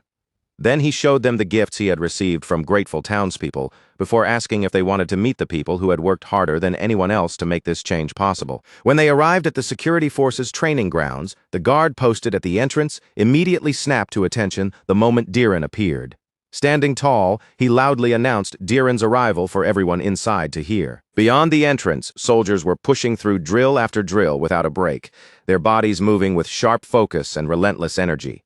Seeing how intensely they were training, Diren told them they should really learn to take it easy once in a while. But Kinder and Vanna answered him right away, insisting that this level of training was nothing to them. They made it clear that no one there had been forced to pick up a weapon, and that every person swinging a blade was doing it by their own choice. Then their gazes shifted toward Ellison, and recognition suddenly flickered across their faces. They asked if he was not the same man who had once owned the street stall they remembered from before. Deeren explained that Vice Commander Durant had continued helping them all this time. Even now, members of the First Order were still being sent over on a regular basis to train the security force and sharpen their abilities. Ellison nodded as though that finally explained what he was seeing. He said it made sense now that the soldiers had become so much more capable than before, and hearing that, Deeren began telling him just how much had changed. These people were not simply wearing armor and standing around to look intimidating. Every single day they had been doing real work, crushing criminal groups, organizing patrol routes, forming arrest squads to protect public order, and even scouting the surrounding areas for signs of monster threats. Because they kept training day and night with stubborn determination, almost as if they had forgotten how to stop, their reputation had risen quickly. During military exchanges with other territories, they were now being evaluated at the same level as apprentice knights. Ellison gave a half-amused smile and said that if things had already come this far, then maybe Deeren no longer needed to keep calling him master. Just then, one of the soldiers smashed through several training mannequins with a single powerful swing. Puffing out his chest with obvious pride, he declared that they had already moved beyond the level of apprentice knights and had even defeated official knights before. And then, without even a hint of humility, he added that those nobles were nothing but spoiled brats who threw tantrums after losing and took out their frustration on his unit. Ellison glanced toward the loud soldier and asked who exactly he was. Deeren explained that his name was Gota and that he had made an especially strong impression during the exchange event. Gota did not stop boasting there. He went on about how catching robbers had become boring for him and claimed that even if monsters came piling up like mountains, it still would not be enough to scare him. Then he said something he really should have kept to himself. With a reckless grin on his face, Gota admitted that he almost wished a dragon would attack, just so he could finally fight an opponent that felt like a real challenge. The moment those words came out of his mouth, Ellison's expression changed completely. His voice turned firm as he told Gota not to joke about something like that. Anyone who had truly stood in front of a dragon, anyone who understood the terror of that kind of being, would never speak of them so casually. Gota noticed Ellison's Imperial Mage uniform and let a smug little smirk creep onto his face. He said that must mean Ellison had met dragons before, then pushed even further, mocking him by saying that these days, anyone could call himself a war veteran if all he had were words. Kinder and Vanna reacted at once, both trying to cut Gota off before his mouth dragged the situation somewhere even worse. Rurin's eyes turned cold as she fixed her gaze on Gota. In a dangerously calm voice, she asked whether that stupid brat wanted to experience it for himself. Ellison, however, did not shout or show anger on the surface. Instead, he simply reached down and picked up a wooden sword. Holding the training sword loosely in his hand, he said that sometimes words alone were not enough to make a person understand. And when that happened, there were other ways to prove the point. Gota stared at him in total confusion, unable to figure out what Ellison thought he was doing with a wooden sword in his hand. Then, almost unable to believe what he was hearing, Gota asked if a mage was seriously trying to challenge him to a swordsmanship spar. Deeren looked visibly uneasy as the tension in the training ground rose. Beside him, Rurin quietly wondered whether Ellison even knew how to handle a sword properly. But Kinder began connecting the pieces in his mind. He remembered the thug who had once attacked Ellison's stall, and then thought about Ellison's connection to the commander of the First Order. On top of all that, Deeren called this man Master. The more Kinder thought about it, the more obvious it became that Ellison was absolutely not just an ordinary mage. Kinder's expression turned serious, and he warned Gota not to underestimate the man standing in front of him. Of course, that warning did not calm Gota down at all. If anything, it only made his temper flare even hotter. He snapped at them, demanding to know if everyone was teaming up just to make him look like a fool. Then, without holding back in the slightest, he charged straight toward Ellison with all the strength he had. And in the very next instant, Ellison knocked Gota's sword clean out of his hands with a casual motion, as if disarming him were the easiest thing in the world. The force of the impact shot through Gota's arms so violently that his hands were left trembling where he stood. Rurin understood what had happened almost immediately. The ancient marble had not only strengthened Ellison's magic, it had also raised his physical ability far beyond what it had once been. Ellison began pushing Gota back with calm, controlled movements, never rushing and never wasting a step. Vanna could barely keep up with the sight unfolding in front of her. After all, she had assumed Ellison was only a mage, the kind of person who fought from a distance with spells instead of standing face-to-face against a swordsman. As their wooden swords continued to clash, Gota felt a cold shiver creep through his body. Every move he made, every shift of his feet, every attack he tried to prepare, Ellison was reading all of it perfectly. Felt as if Ellison could see straight through him, like every intention in his body was written out in plain sight. Realizing that a direct attack would never work, Gota decided to slip in a feint, twisting the path of his strike to catch Ellison off guard. He fully committed to the move, and somehow, against every expectation, his attack slipped through Ellison's guard and landed directly on his face. For one heartbeat, the entire training ground went completely silent. Gota immediately dropped to the floor, stunned beyond belief, as though even he could not accept that his strike had actually connected. Meanwhile, Ellison remained surprisingly relaxed. He said that this Gota guy might actually be able to beat a dragon someday, while beside him, Rurin gently blew on the bruise forming on his face. Diren apologized over and over, clearly panicking over what had just happened, but Ellison simply laughed it off, saying there was nothing to apologize for in a swordsmanship spar. Then he openly praised Gota's skill, adding that if the unit kept training like this, they might really reach a point where even dragons would not seem so terrifying in the future. And somehow, instead of calming Gota down, Ellison's words only made him even angrier. Later that night, one of Gota's friends noticed the sour look still stuck on his face and asked if he was still sulking over what had happened that morning. His friend pointed out that there was no real reason for Gota to be upset, since when everything was said and done, Gota had technically won the match. But Gota grumbled under his breath that Ellison had obviously only been playing around with him. Then, as he wandered forward without really watching where he was going, he suddenly bumped into someone. The stranger did not raise his voice or show any anger. He simply looked around the unfamiliar streets with a calm expression and asked one quiet question: whether this place was truly Greek City. Gota immediately snapped back at him without holding anything in, his temper still raw from everything that had happened earlier. But his friend quickly stepped in before the situation could get worse, reminding Gota that they had already been scolded once for speaking rudely to ordinary civilians. Then, trying to smooth things over, he turned to the stranger and asked if he was a traveler, politely explaining that this place was now called New Greek City. If the man was looking for the original Greek City, he would need to head farther southeast. The stranger gave only a slight nod, as if that answer confirmed something he had already been suspecting.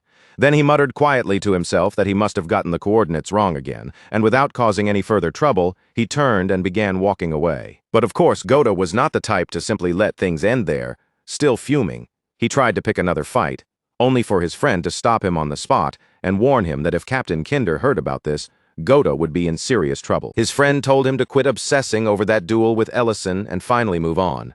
But the moment Ellison's name was spoken, the stranger suddenly stopped walking. He had clearly heard it. Slowly, the man turned back toward them, his face unreadable, and in a calm voice he asked them to say that again. But before either soldier could answer him, a deafening explosion suddenly tore through the air from the other side of the city. The ground shook beneath their feet and flames climbed high into the night sky. In that instant, the soldiers' faces changed completely, their casual irritation vanishing as battle-ready urgency took over. Without waiting for orders, they began preparing to move out, their bodies reacting almost instinctively as they turned toward the direction of the blast. Gota barked at the stranger to get lost and stay out of their way.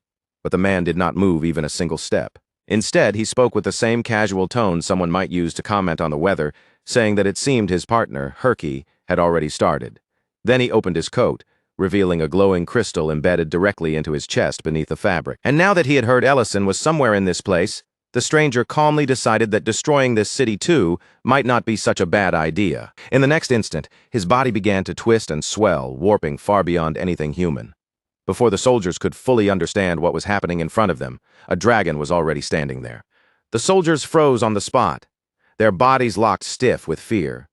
But Gota alone did not step back. Instead, he moved forward, drew his sword and faced the monster head-on, declaring that this was exactly the kind of moment he had been waiting for. Then Gota charged in with everything he had, pouring all of his strength, all of his confidence, and all of his frustration into one full-powered strike. His blade struck the dragon's body cleanly, but the result was barely anything at all, only a thin, shallow scratch left across its surface. That was the moment reality finally came crashing down on him.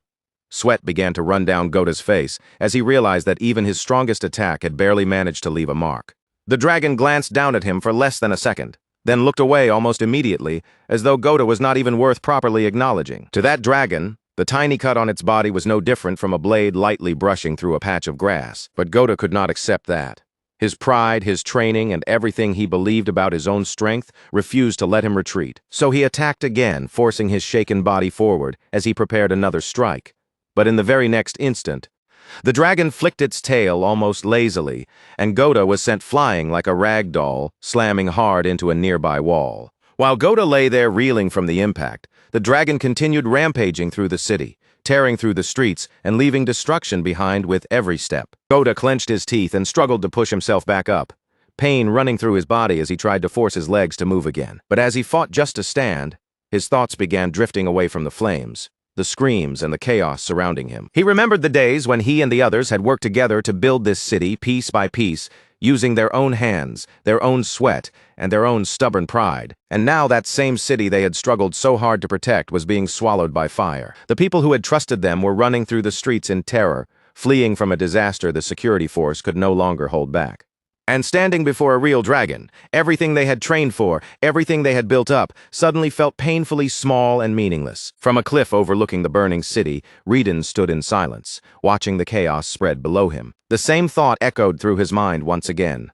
The things humans build are fragile, weak, and insignificant when placed beside the overwhelming power of dragons. That was exactly why he had abandoned them. But just as that thought settled in his mind, another voice cut through the air from behind him. Someone asked if that was truly what he believed, if everything he had built with his own hands really meant nothing at all. Then the voice called him by his real name, Commander Adrian. Riden turned toward the voice without losing his composure, calmly remarking that Diriant had taken quite a long time to recognize him. Then he raised his hand and pointed down toward the soldiers she had trained below. With a cold look in his eyes, he asked what meaning she could possibly still find in people like them. Back inside the city, Goda staggered into the security office, shouting for Kinder and Vanna as he demanded to know why the alarm bell had not been rung yet. But no one answered him. Instead, what he found was another dragon looming over his fallen superiors, staring down at them with open contempt as it mocked them and asked if this was really what they called an army. Strength drained from Goda's body, and he dropped to his knees.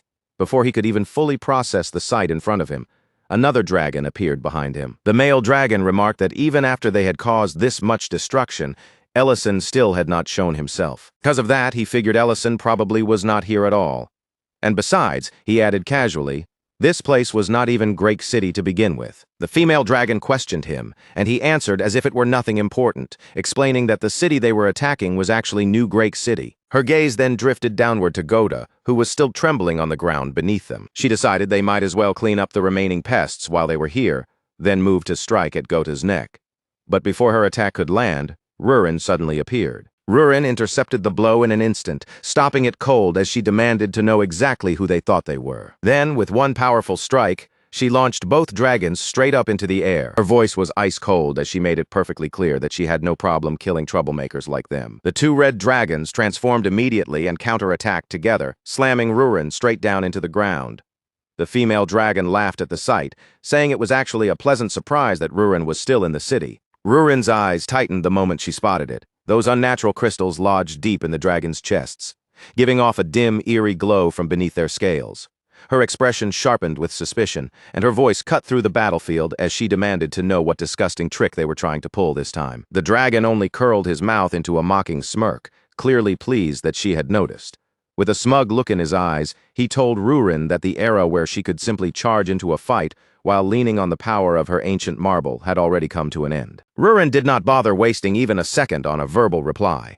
Instead, she answered in the only way that mattered, letting her power flare outward around her as the air around her began to distort with pressure. An 8th-class spell roared into existence, violently shaking the ground beneath everyone's feet.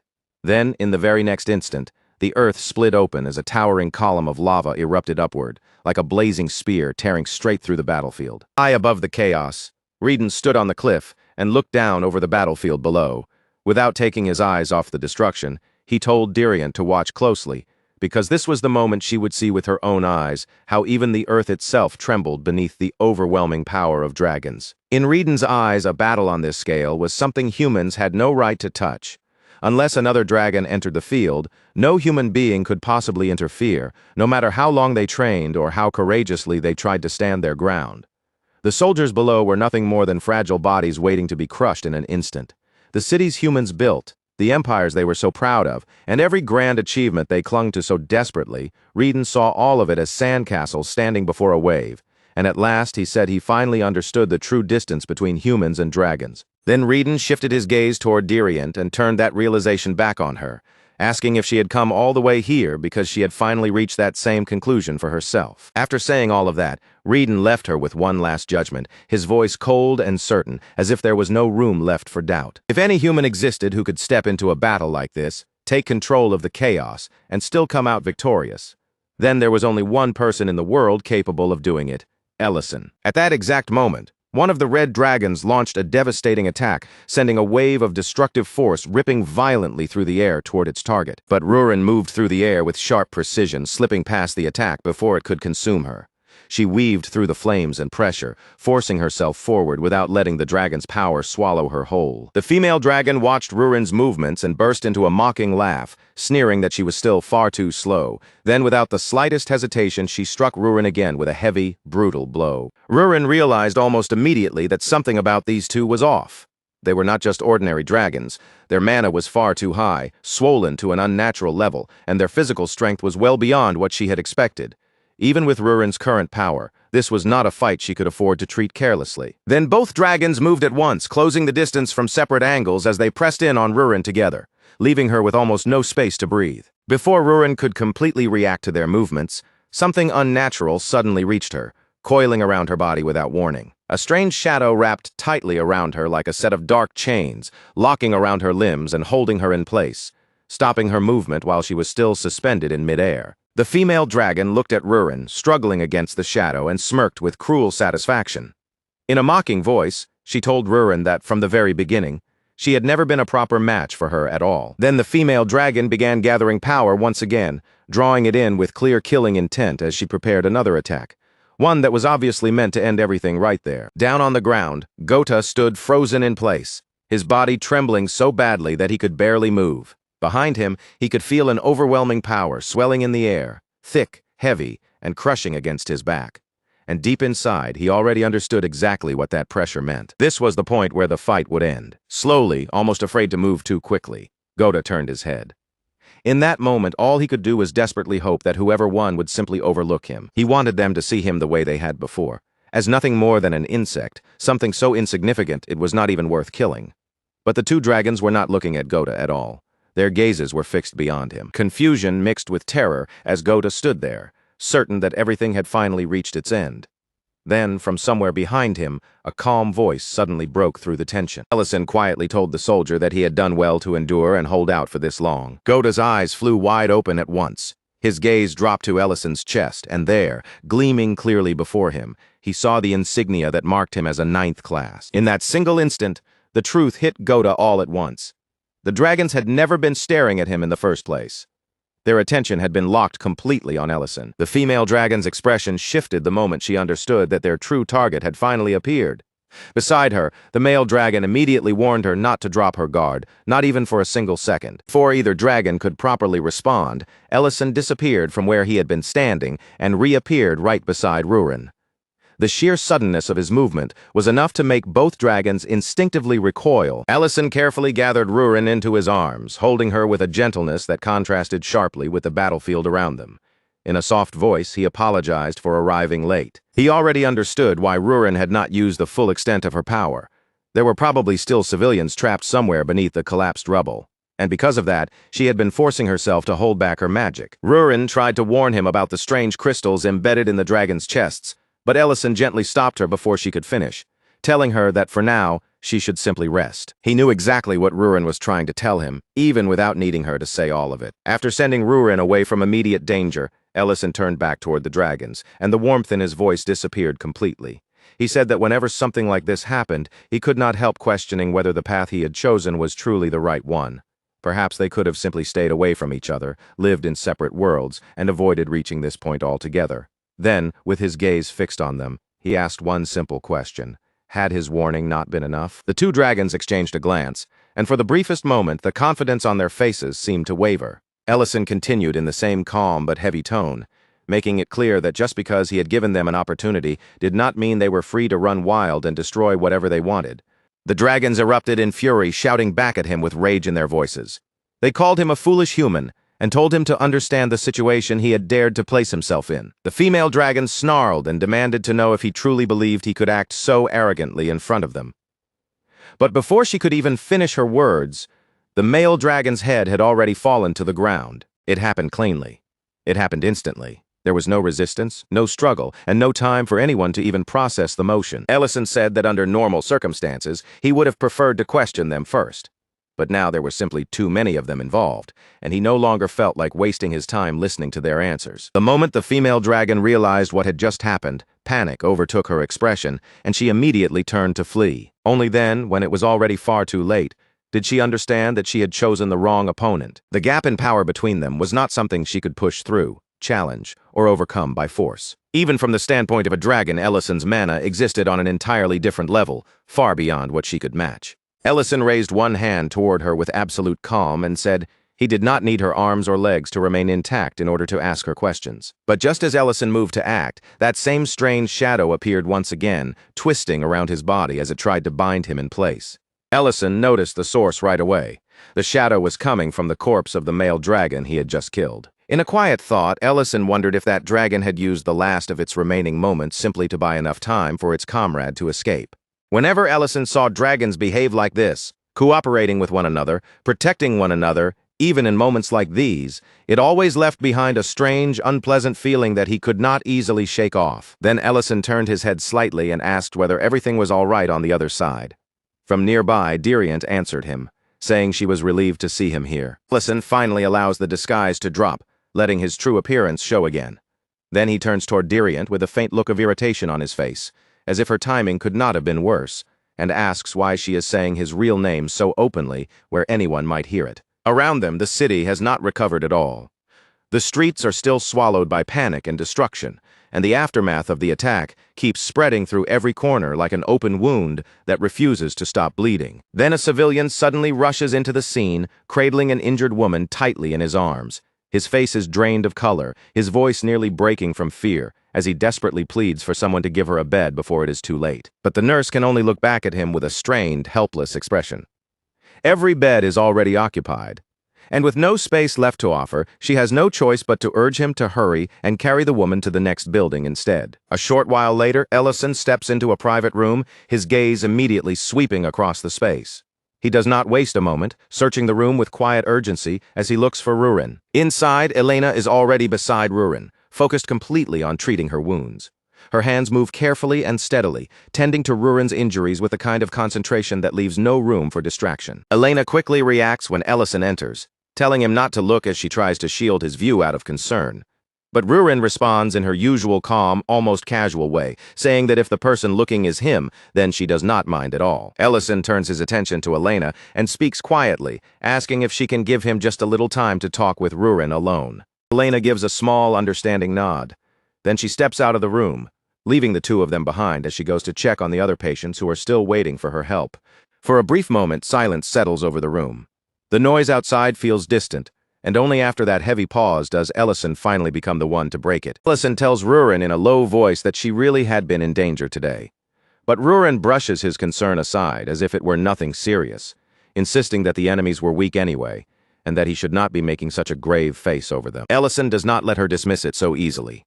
His expression remains heavy, and his voice carries the weight of what he has seen as he tells her that people died today, and many more were left badly wounded. Rurin understands immediately what is happening inside him. She can see it written clearly across his face. Ellison is beginning to turn the blame onto himself again. So before that guilt can pull him any deeper, she stops him. She tells him firmly that this disaster did not happen because he chose to forgive the Red Dragons after the war. His mercy was not the cause of this, and she refuses to let him twist that choice into something he should punish himself for. Instead, Rurin tells him that because of him, even the way she looks at other people has started to change. As she speaks, her tone grows heavier, carrying a depth of emotion that feels far more vulnerable than her usual blunt words. She tells Ellison that he cannot allow his resolve to waver, because he is the reason she can keep enduring everything. In her own way, she admits that she has been leaning on him all this time. Then Rurin draws him closer, closing the distance between them as her voice softens. She tells him that if the weight becomes too much for him as well, then he can lean on her too. A few minutes later, Ellison comes back out of the room looking calmer and steadier than before. With a faint sense of his usual confidence returning, he says that he has been completely recharged now. With his strength and focus restored, Ellison is ready to move again. His next goal is clear: track down any dragons that escaped from the city and make sure they cannot cause more damage. But before Ellison can leave, Dariant stops him. Her expression turns serious as she tells him there is another matter they need to discuss first. Ellison answers that he had been curious about that as well, especially after hearing what Commander Adrian Pierce had mentioned earlier. Dariant lowers her voice and explains that their conversation with him had been short, but something about Adrian had felt deeply strange. It was almost as though his memories had been tangled together, twisted out of order, and no longer fit together the way they should. Far away from the ruined city and the chaos left behind, the dragon who managed to escape finally descends and lands on the ground. She believes she has flown far enough now, putting enough distance between herself and Ellison, that she can finally consider herself safe. Only after she reaches that distance do the tears she had been forcing back finally begin to spill. The grief she had been holding inside breaks loose as she mourns the comrade who was cut down right in front of her. Through that grief, her sorrow turns into hatred. She swears that she will never forgive Ellison and vows that next time, she will return with an army of dragons strengthened by transplanted hearts, ready to crush everything that stands in their way. But before she can even finish that furious vow, a voice suddenly slices through the air and interrupts her. Reedon is standing there, calm and completely still, as if he had been waiting for her. He observes that her mission seems to have ended in failure, then tells her there is something he wants to ask. He asks whether she was one of the dragons who participated in the attack on the Imperial Palace during the early days of the war. Meanwhile, back at the cultist headquarters, Karn clicks his tongue in clear irritation. The two dragons still have not come back, and he wonders aloud whether that means they failed. Sydney does not seem surprised in the slightest. With a calm voice and an almost indifferent expression, she reminds him that if raw power alone could solve every problem, then this war would have ended long ago. Karn brushes off the dragon's failure as if that part hardly matters. To him, the real issue is something else entirely. Adrian still has not appeared. He makes it clear that he never supported the decision to release Adrian in the first place. Then he warns Sydney that if anything goes wrong because of it, she will be the one forced to take responsibility. Elsewhere, the surviving dragon looks at Adrian with a confused frown, unable to understand why he would suddenly bring up the Imperial Palace attack. She remembers that incident from the early stage of the war, the day when the First Order Knights were wiped out in the capital. To her, that event had been nothing more than a human squad being crushed under dragon power. But for Adrian, the meaning of that day is completely different. He tells her those people were not ordinary soldiers. They were gifted warriors he had personally raised with his own hands. They were people he had chosen, trained, and shaped himself, veterans who had survived countless battles and hardened their skills through repeated life-or-death struggle. And yet, all of it fell apart because of his own misplaced confidence. Adrian had led most of them away from the capital, believing that the city would remain safe even if he was not there to defend it. Even when the king hesitated over that choice, Adrian trusted his own judgment more. He pushed forward anyway, convinced that his decision was the right one. And because of that single decision, everything was destroyed. The knights he had left behind in the capital were annihilated completely by nothing more than a small handful of dragons. To those creatures, the people he had trained and trusted, they must have seemed no different from insects being casually swatted aside. Adrian lowers his gaze, the weight of that memory pressing down on him as he admits that back then, he could do nothing to stop it. In the end, he says, he had been nothing more than a weak human. In a distant dungeon, Saint's scream tears through the cold chamber, his voice echoing sharply off the walls as agony overtakes him. Dehigma tells him coldly to be quiet, but Saint snaps back through the pain, demanding to know how he is supposed to stay silent when Dehigma is the one torturing him. Dehigma ignores Saint's complaint as though it means nothing. Instead, he moves straight to the question he actually cares about, asking exactly what Saint did to Adrian Pierce. Dehigma thinks back to the way Adrian fought against Luhad, remembering how he focused almost entirely on defense. At first, it looked like a desperate battle, as though Adrian was risking his life against an opponent far beyond him. But something about it never quite added up. Even after Adrian won, he did not act like a man who truly believed he had won it all. Dehigma cannot understand why someone like Adrian still thinks of himself as only slightly stronger than an ordinary human. Saint answers with a chilling simplicity, saying that the reason is obvious: Adrian is human. Dehigma rejects that answer immediately, calling it complete nonsense without the slightest hesitation. Both of them know exactly who Adrian Pierce is, and a man like him should never be trembling in fear before a fight of that level. Then Dehigma's eyes narrow, his gaze turning much sharper than before. He cuts straight to the point and asks whether they did something to Adrian's mind, whether they poisoned his thoughts somehow. Saint denies it right away, not even allowing the accusation to settle. He says they never twisted Adrian with some crude form of mental control. According to Saint, what they did was much simpler than that. They merely showed him the truth of reality. Saint explains that Sydney forced Adrian to face the aftermath of that horrific battle with his own eyes, making him look directly at what had been left behind. There, spread across the ruined battlefield, lay the bodies of the knights Adrian had personally raised and trained. Those men were scattered everywhere, their armor shattered beyond recognition, their bodies crushed, ripped apart, and thrown aside by dragons, as though all their discipline and years of training had meant absolutely nothing. As Sydney forced him to take in that brutal sight, she mocked him with cold cruelty, asking why humans still could not understand that the battle lines they trusted so deeply were completely meaningless before dragons. Then she brought up Ellison, the new hero whose name was beginning to spread. The man people claimed could stand against dragons all on his own. But even that so-called hero, she told him, had lost his entire unit to the Red Dragons, and when everything collapsed, he had abandoned the battlefield and deserted in the end. After Adrian was forced to hear those words over and over again, something inside him slowly began to give way. And little by little, he started accepting the idea that humans truly were weak, that they were powerless, worthless beings when placed before dragons. But even as that belief tried to bury itself inside him, one voice refused to let it take root completely. Diriant reminded him that humans were not weak at all. She asked him if he had really forgotten everything he himself had achieved with his own hands. The First Order he had left behind had not simply vanished without accomplishing anything or leaving any trace behind. Back in the present, the dragon fixes Adrian with a hard glare and demands to know what exactly he is trying to say. Adrian stays calm, meeting her hostility without flinching, and asks whether the dragons truly suffered no losses at all when they fought against his knights. Then Adrian says something that makes the air around them feel strangely unsettled. He admits that he cannot clearly remember what actually happened on that day, so he asks her directly whether she remembers any casualties among the dragons during the war. The dragon scoffs at him with open contempt, sneering as she calls him nothing more than Sydney's servant. Then she looks down on him even harder, asking if he truly believes dragons would be wounded while crushing pathetic worms beneath their feet. Adrian shakes his head and tells her he is not trying to provoke her. He only wants her to listen to him this one time, especially since she is already fleeing from a human she could not defeat. That one sentence hits the dragon exactly where it hurts, and something inside her snaps. She attacks without another moment of hesitation, roaring in fury that a mere human with a transplanted heart now dares to act as if he has forgotten what fear is.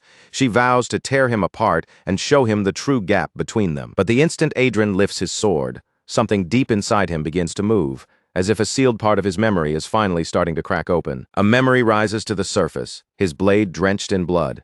And with that image comes a question he can no longer push away. If the blood on his sword had not belonged to dragons, then whose blood had it been? Far away from that confrontation, Sydney remembers the very same battlefield. She remembers the moment they captured Adrian, and more than that, she remembers the sight she could never allow anyone else to learn about. The battlefield had been covered in red dragon corpses, a sea of fallen bodies all cut down by Adrian himself. Sydney had ordered the entire truth erased, every witness silenced, every trace buried, and every scrap of evidence hidden so deeply that history itself would forget what happened there. And now, for the very first time, Sydney begins to wonder whether letting Adrian walk free had been a mistake. Back in the present, Adrian finally moves. In a single flash, he passes straight by the dragon before she can even properly follow his motion. She does not understand what has happened at first. Only when pain suddenly explodes across her entire body does the truth begin to catch up with her. As agony floods through her, she curses her own luck, wondering bitterly why she keeps running into one monster after another.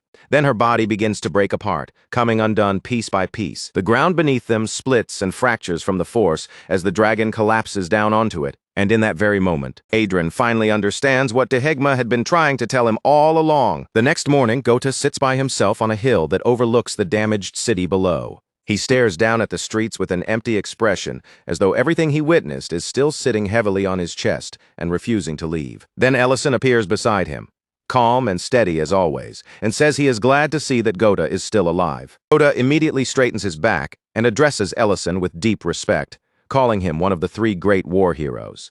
But Ellison shuts that down almost at once, clearly uncomfortable with being treated by such an exaggerated title. Ellison then reassures him that Kinder and Vanna both survived and are safe now. Not far away, Serena walks around with a towel resting on her head, nervously worrying to herself that if anyone finds out she is actually a red dragon, then everything will be over for her. Gota continues staring into the distance for a long while before he finally speaks again. He admits that he must have looked ridiculous, acting so proud just because he was somewhat skilled with a sword, even going so far as to wish dragons would invade, only to become completely useless the moment they actually appeared. In a low, ashamed voice, Goda calls himself pathetic. He also admits that during their sparring match, he had never even noticed that Ellison had been holding back from beginning to end. Ellison looks down toward the city below, where Diren is still moving tirelessly among the damaged streets, directing the dwarves as they continue repairing what was destroyed. He says Diren has not slept for days, yet he is still overseeing the recovery effort without allowing himself any proper rest. Then Ellison turns his attention back to Goda, his tone becoming quieter as he tells him something important. He says Goda was admirable during the attack, because even after being knocked down by a power far beyond anything he could handle, humans still have the strength to rise again, no matter how many times they are brought crashing down. And more than anything else, that ability to rise after being crushed is where humanity's true strength really begins. Not too far from where Ellison and Goda are standing, someone remains hidden away from sight, quietly watching the two of them from the shadows without making a sound. Adrian stays concealed nearby, listening to their conversation for only a brief moment. Then, without drawing attention or leaving even the faintest trace behind, he silently slips away. And just as Ellison turns as if to leave, he casually tosses one last remark back over his shoulder. During that sparring match, he actually had not been holding back at all. The truth was, while trying to teach Goda a lesson, Ellison had simply gotten carried away and lost control. Back at the restaurant, once all the chaos and noise finally settle down, the familiar warmth of the place slowly begins to return. Little by little, everything falls back into its usual comfortable rhythm. A man walks in with his friend beside him, wearing a confident expression as though he has already decided to be generous. With a proud air, he declares that today's meal will be entirely on him. Matt comes over to their table carrying the food, moving with his usual calm and polite manner. He carefully sets the dishes down in front of them and warmly wishes them an enjoyable meal. And at that exact moment, as if his heart has been struck by lightning, the man falls completely and helplessly for him. Before his brain can even catch up with what he is doing, the man reaches out and takes Mate's hand. With a perfectly serious face, he calls him Miss and immediately asks for his name. Mate simply gives his name in a calm, composed voice, then turns around and walks away as if nothing unusual happened at all. Meanwhile, the man's friend is left sitting there in stunned disbelief, staring after them and wondering what kind of absurd scene he just witnessed. But the man only grins even wider, completely misunderstanding the situation. He claims that his friend is more charming than he expected, and even says that now that he has finally reached marriageable age, this must be the real reason he brought him here. His friend's expression twists into an even deeper look of confusion. After letting out a tired sigh, he begins carefully correcting every single part of that ridiculous fantasy. First of all, no matter how much the man wants to pretend otherwise, Mate is very much a man. Second, Rianne is already married, which means that particular dream is finished before it even has the chance to begin. Third, Alina is not even human, so that idea is impossible for an entirely different reason. And when it comes to Verna, she is the Lord's wife, so he should not even let his thoughts wander anywhere near that direction. His friend tells him to stop chasing after impossible dreams and just focus on eating the food in front of him. But even after being shut down from every direction, the man still refuses to give up. Then his wandering eyes suddenly land on Rurin, and just like that, his face lights up all over again. With renewed excitement, he declares that she is exactly his type. But that tiny new fantasy barely has time to form before it is crushed, just as quickly. Right in front of him, Rurin casually takes Ellison's finger into her mouth and starts sucking on it as though it is the most natural, ordinary thing in the world. The man immediately sinks back into his seat, his spirit completely defeated by the sight before him. With every hope being crushed one after another, he begins wondering if there is truly no chance left for him anywhere in this place. And yet, even while sitting there in defeat, he cannot stop himself from imagining what it must be like to spend every day beside someone as beautiful as Rurin. Later that night, the playful atmosphere from the restaurant fades away, and the mood between Ellison and Rurin changes into something much quieter and more intimate. Rurin curls up close to Ellison in bed, pressing herself against him while softly calling his name again and again. In a quiet voice touched with loneliness, she tells him that with everything happening lately, they have barely had any time alone together, and it has been far too long since they were properly close. Then she leans even closer to him, narrowing the distance between them as her voice becomes more inviting.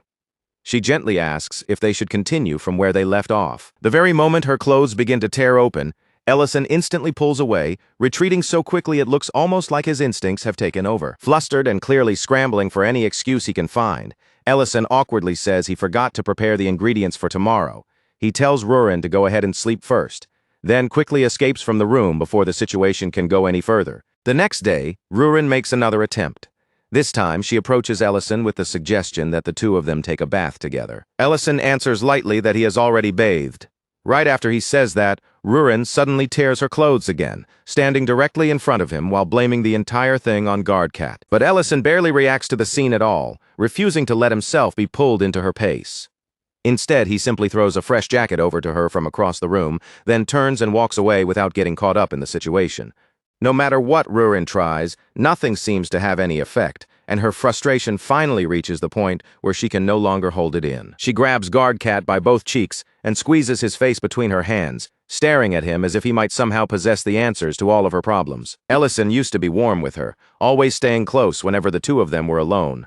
But lately, every time they end up by themselves, he keeps slipping away and avoiding her. For the first time, uncertainty begins creeping into Rurin's mind. She starts to wonder if perhaps she has been asking too much from him without realizing it. Just then, Serena arrives at Rurin's lair and asks if she can borrow the bathhouse for a while. Inside, Rurin is sprawled out across the floor, surrounded by loose fur and looking so drained, gloomy, and defeated that she hardly seems like her usual self at all. Serena steps into the bath, lowers herself into the warm water, and lets out a long, deeply satisfied sigh.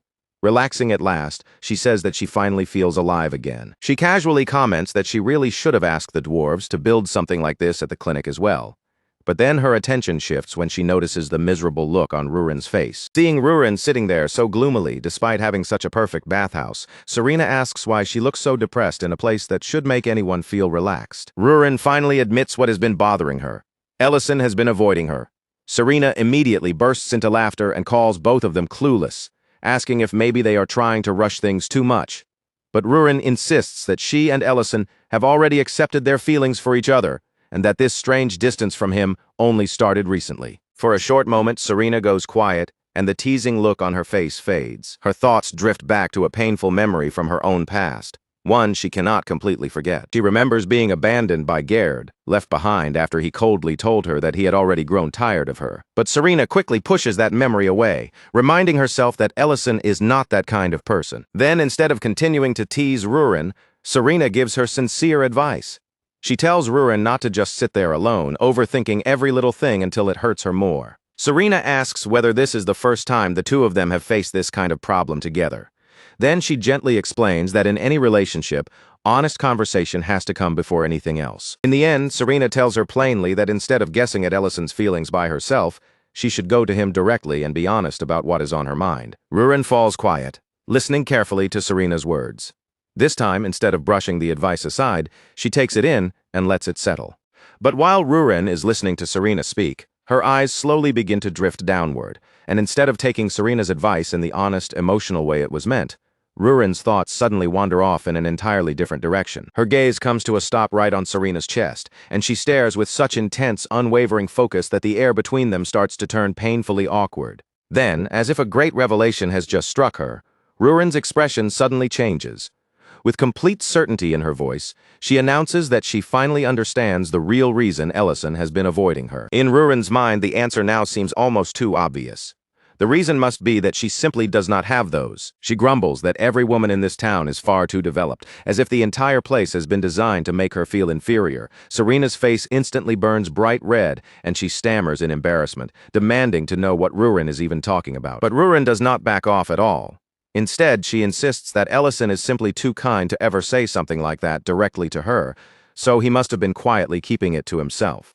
And before Serena has any chance to stop her or correct the misunderstanding, Rurin rushes off with fierce determination, declaring that if this is the problem, then she has no choice but to solve it with her own hands. Now panicking over what Rurin might do next, Serena hurries straight to the restaurant to find Ellison.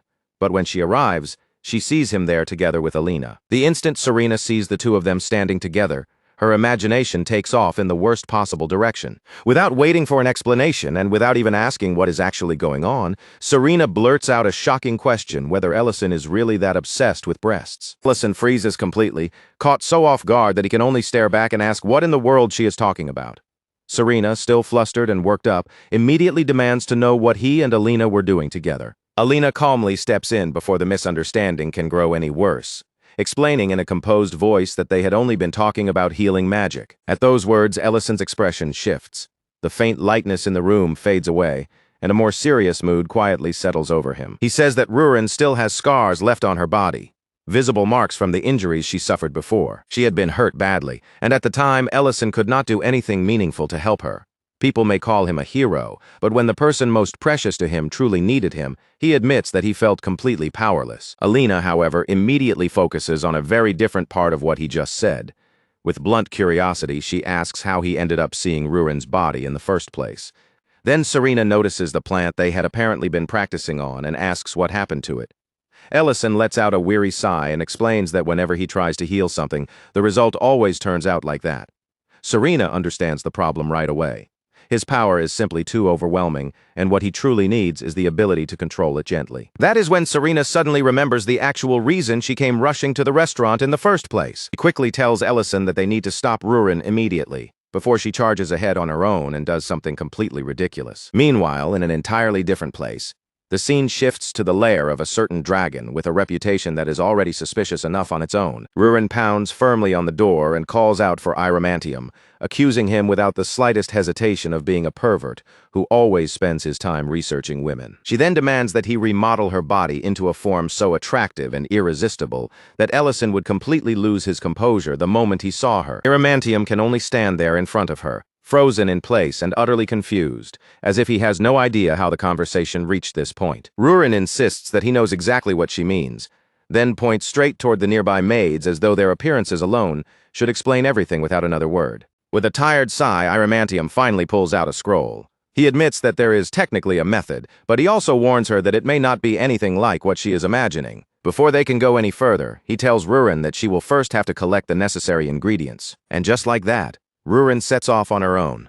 Far away in a frozen mountain range, she climbs straight up the side of a steep cliff, gripping the icy rock while her thoughts race wildly. As she climbs, she reminds herself that dragons only grow rapidly during their sacred rite.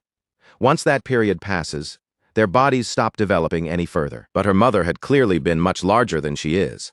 And that thought bothers Rurin enough to make her wonder if she simply inherited more from her father's side instead. Still clinging to the cliff face, Rurin finally reaches the rare flower growing in that dangerous place. She snatches it up with determination, declaring that no matter what it takes, she is going to make this succeed. She is determined to become so stunning that everyone around her will be left speechless, and then she will stand proudly before Ellison with complete confidence. Back in the city, after Serena explains the entire situation to him, Ellison can only stare at her in disbelief. Then, with a completely baffled expression, he asks the simplest question possible: how did Rurin even arrive at that conclusion? The scene unfolding before them was so unexpected that both Linte and Made could only stand there in stunned silence, staring without knowing how to react. Without offering the confused siblings any explanation, Rurin urgently ordered them to prepare dinner for her and Ellison at once, making it especially clear that she wanted some kind of warm soup served with it. Earlier that same day, deep inside Iramantium's cluttered laboratory, even the notoriously eccentric dragon had been unable to hide his surprise at what Rurin had accomplished. Iramantium openly admitted that he had never expected Rurin to collect every last ingredient in such a short time. Some of the required locations were difficult to reach even for a dragon. Still, he immediately set to work, quickly finishing the potion before holding it out to her as the means to obtain what she truly wanted. The moment Rurin saw the finished potion, she eagerly reached for the bottle and nearly drank it right there. Iramantium stopped her before it touched her lips, explaining that she had completely misunderstood what it did. If altering one's appearance were really that easy, he joked, he would have corrected his own looks ages ago. The potion had never been intended for Rurin in the first place. It was Ellison who needed to drink it. Once he did, Iramantium explained, the first person Ellison looked at would appear as the perfect version of that person concealed within the deepest part of his heart. Rurin's eyes immediately sparkled with excitement. In her mind, this could only mean that Ellison would finally see her in the grandest and most magnificent form imaginable. Iramantium cautiously confirmed that, provided such a form truly represented Ellison's ideal, that was indeed what would appear before him. That answer was more than enough to satisfy Rurin. She happily turned to leave with the potion in hand, her only disappointment being that it could not actually make her physical body any larger. Before she could step out of the laboratory, however, Iramantium called after her one final time. His playful expression faded as he asked whether this result was truly enough to make her happy. If Ellison drank the potion, Iramantium warned, he would no longer be looking at the real Rurin. He would see only an image shaped by his private desires. If her way of speaking annoyed him, her voice would become gentler. If her appearance failed to please him, the potion would replace it with something entirely different. Rurin answered without the slightest hesitation. If the illusion made Ellison happy, then whether he saw her true self or not did not matter to her at all. Iramantium released a heavy sigh and made one last attempt to change her mind. Speaking from painful experience, he confessed that he had once become equally obsessed with artificial affection and relationships built around fantasy. That obsession had driven him to commit more than his share of foolish acts while chasing an impossible dream, including the disastrous mistakes he had made back in the elf village. Now, however, he gestured toward the maids who shared his home. None of them were prisoners, and each one was free to walk away whenever she wished. Even so, they continued choosing to remain beside him of their own accord. Adamantium's strange appearance had not changed in the slightest, yet their decision to stay was enough to make him genuinely happy. In his eyes, the bond between Ellison and Rurin was no different. Back in the present, Adamantium's words continued circling through Rurin's mind. She sat unusually quiet at the dinner table, lowering her gaze toward the untouched food in front of her. Ellison soon noticed the distant look clouding her face. Watching her remain distracted throughout the meal, he asked what had been troubling her for so long, and even wondered aloud whether she disliked the stew. Rurin immediately shook her head and denied it. She quickly assured him that the food tasted wonderful and that the stew had nothing to do with her strange mood. Hoping to pull the conversation away from herself, Rurin suddenly changed the subject and began talking about Ment and Miltane instead. Ment had recently shaved away his beard, while Miltane had allowed her hair to grow longer. The two of them claimed they had changed their appearances because they wanted to become more attractive in their partner's eyes. Rurin's fingers tightened nervously as she asked whether changing yourself for someone you loved was really so strange. Her words came faster as she desperately tried to convince herself that there was nothing wrong with it. After all, was that not exactly what Ment and Miltane had chosen to do? The gentle smile resting on Ellison's face vanished the instant he heard her question, and his expression became completely serious. In a calm but unmistakably knowing voice, Ellison asked whether she intended to use the potion hidden in her possession if he agreed with her. Rurin's entire body stiffened, and she froze where she sat. Caught completely unprepared, Rurin demanded to know how he could possibly have discovered it. Ellison offered no dramatic explanation.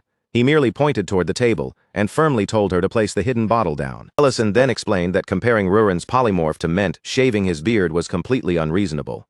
The two changes were nowhere near the same thing. He admitted that before discovering his lifespan had changed, fear had constantly followed him. The thought of growing old alone while Rurin remained exactly the same had terrified him. He imagined himself becoming a weak, wrinkled old man while she continued living without him, and a frightened part of him had even wondered whether she might eventually leave. Rurin immediately snapped back, her voice rising with emotion as she insisted that she would never abandon him or do anything remotely like that. A soft smile returned to Ellison's face. He told her that he already knew she would never leave. Whenever those fears surfaced, he could almost hear Rurin's voice ordering him to remain beside her. Then, meeting her gaze, he quietly asked why she believed his feelings were any different. Even though the two of them had now been granted lives far longer than those of ordinary people, neither of them could stop the passing of time forever. As the years moved forward, their faces and bodies would inevitably change. Their thoughts would mature, their feelings would deepen, and countless parts of their lives would become different from what they were today. Even so, Ellison was certain that one precious thing would never disappear. No matter how many years passed or how old they became, the two of them would still smile whenever their eyes met. Before Rurin could understand what he intended to do, Ellison suddenly reached across the table and seized the potion. He admitted that reassuring words alone were not enough. This entire problem had begun because he had failed to give her the confidence she deserved. Without giving Rurin any chance to stop him, Ellison lifted the bottle to his mouth and swallowed every last drop of the potion in a single gulp. Rurin could do nothing but stare at him in complete shock. The moment he finished drinking, Ellison calmly raised his voice and called for someone who had been waiting just outside the room. Visibly terrified, Adamantium stepped inside, trembling as though he fully expected to be executed on the spot. He hurriedly defended himself, insisting that he had merely fulfilled Rurin's request and had tried until the very end to persuade her not to go through with it. Rurin shot to her feet as realization finally struck her. Now she understood exactly how Ellison had learned about the potion and everything surrounding it. Keeping both eyes tightly shut, Ellison reminded them that the first person he saw would supposedly appear as his ideal version of that person.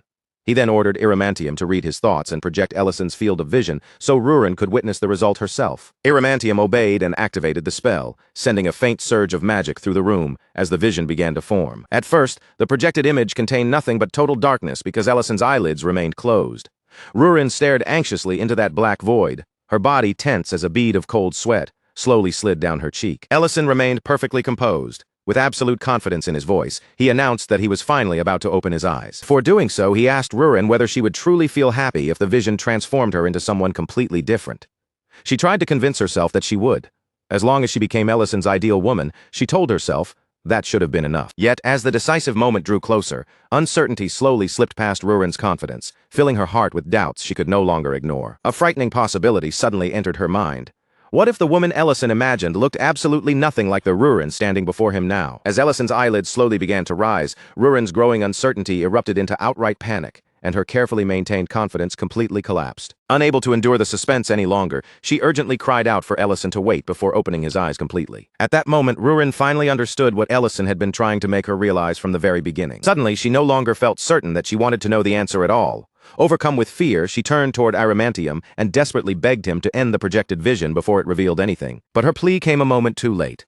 Through Ellison's opened eyes, Rurin saw the image of herself, and it was simply her. Her face, her form, and every familiar detail remained exactly as they had always been. Nothing had changed. Adamantium immediately released the breath he had been holding, relief washing across his frightened face.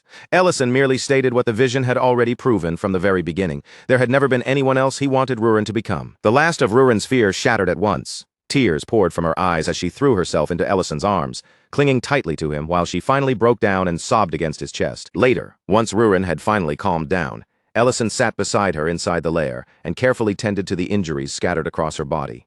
Watching the faint healing light move over each wound, she curiously asked when he had learned to use healing magic. Ellison honestly admitted that he was still terrible at it.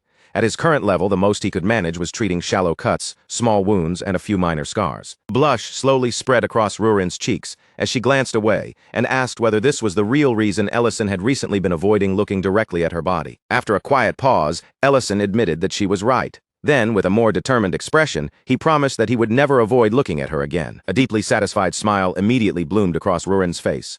From that moment onward, she declared, Ellison would be personally responsible for healing every injury she received.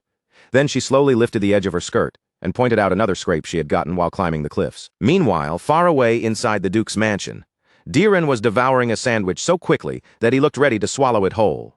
Sitting nearby, Verna gently urged him to slow down before he choked. Diren quickly apologized for displaying such poor manners in front of her, but Verna dismissed it with a small wave of her hand.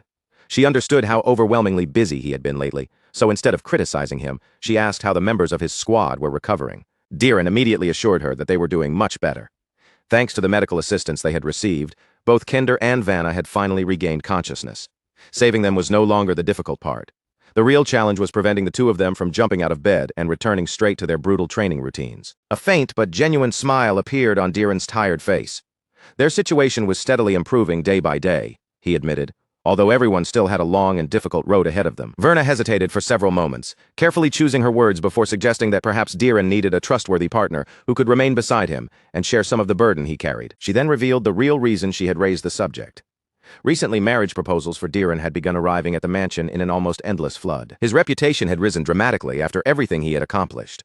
His remarkable ability to manage the territory had drawn the attention of numerous prestigious noble houses, and each family was eager to establish a connection with him through marriage. Diren rejected the idea before Verna could even finish.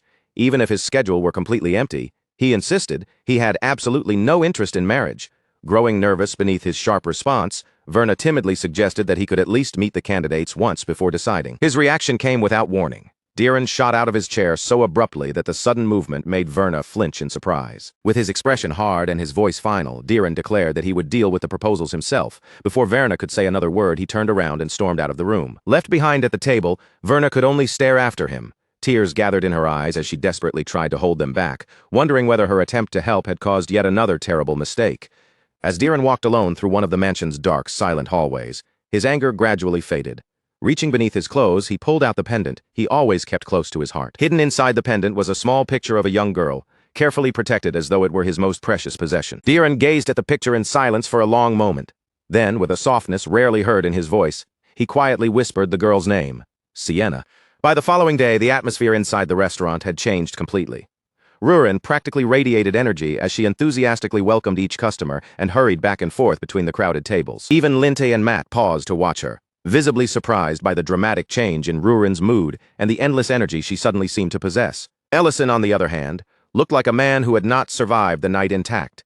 His shoulders sagged, his eyes were hollow, and he appeared as though someone had completely drained the soul from his body. Without warning, Matt burst through the restaurant door, breathing hard and urgently searching the room until he spotted Ellison. The moment Ellison saw Matt's troubled expression, he knew something had gone wrong. Straightening in his seat, he immediately asked what had happened. Mate hurried over, leaned close, and whispered directly into Ellison's ear.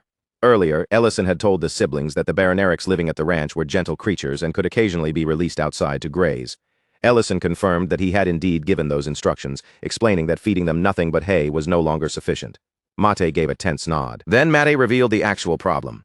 Apparently, one of the Baronerics had wandered off and returned after kidnapping a person from somewhere. Back at the Duke's mansion, Verna had cried for so long that both of her eyes had become terribly swollen, nearly resembling a second pair of lips on her face. Even Raiden, a man who rarely allowed panic to show, could not conceal the deep concern crossing his expression when he saw his wife in such a state. Still sobbing uncontrollably, Verna stumbled toward her husband and clung to him, repeatedly calling herself a foolish and completely useless wife. Raiden patiently stayed beside her until her breathing finally steadied. Once Verna had calmed down enough to form complete sentences, she began explaining everything that had happened. She told him about the mountain of marriage proposals, Diren's furious reaction when she brought them up, and how her attempt to support him had ended in complete failure. Through trembling breaths and fresh tears, Verna admitted that Diren had been growing more distant lately while pushing himself to the point of exhaustion. She had only wanted him to find someone he could trust emotionally, someone who might ease the loneliness he carried. That was the sole reason she had mentioned marriage at all. To Verna's surprise, Raiden did not look confused. Instead, his expression suggested that he understood exactly what had happened. He revealed that many years earlier, he had experienced almost the same reaction when he personally tried discussing marriage with Diren. In Raiden's opinion, only one explanation made sense. Diren had never truly opened his heart to anyone else because someone was already occupying that place. The revelation left Verna staring at him in stunned silence. Raiden then told her about a girl named Sienna, a young maid close to Diren's age who had grown up alongside him. The two children had once been inseparable, spending nearly every day together, and even promising that they would marry each other when they became adults. Verna could hardly believe that no one had ever told her this before. She immediately declared that the girl's social status meant nothing to her. Noble or commoner, she did not care in the slightest. All she wanted to know was where Sienna was now. Raiden lowered his head and covered his face with one hand. Seeing that girl again, he explained heavily, should have been impossible because Sienna was no longer there. Meanwhile, inside the clinic, Serena stared curiously at their mysterious new patient and asked how the girl had arrived. Elena explained that she had been found clinging desperately to the back of one of Ellison's Baronerics from the ranch. Serena's expression immediately filled with suspicion. As far as she was concerned, the unknown girl could easily be an escaped slave, or perhaps even a dangerous prisoner. She casually suggested tying her up first, just as a precaution. Elena rejected the idea at once, pointing out that the patient was so severely malnourished, she barely possessed enough strength to move. Serena then asked why Elena had not simply healed the girl with magic. Elena explained that forcing magical energy into a body already weakened to such a dangerous degree could cause even more harm. Besides, they already had a rough clue about the girl's identity because of a letter found among her belongings. The mention of a mysterious letter instantly captured Serena's full attention. Leaning closer with obvious curiosity, she asked whether Elena had already opened and read it.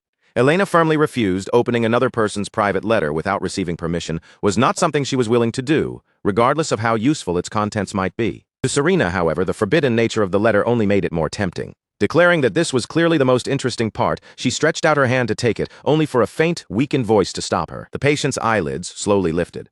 Although she still looked barely conscious, the girl fixed her gaze on Serena and weakly demanded that the letter be returned to her. Elsewhere, Diren sat alone inside the restaurant, holding a burger in his hands and eating it absent-mindedly without seeming to notice its taste. Ellison walked over and took the seat across from him. Noticing the exhaustion written across Diren's face, he commented that the recent dragon attack appeared to have left him busier than ever.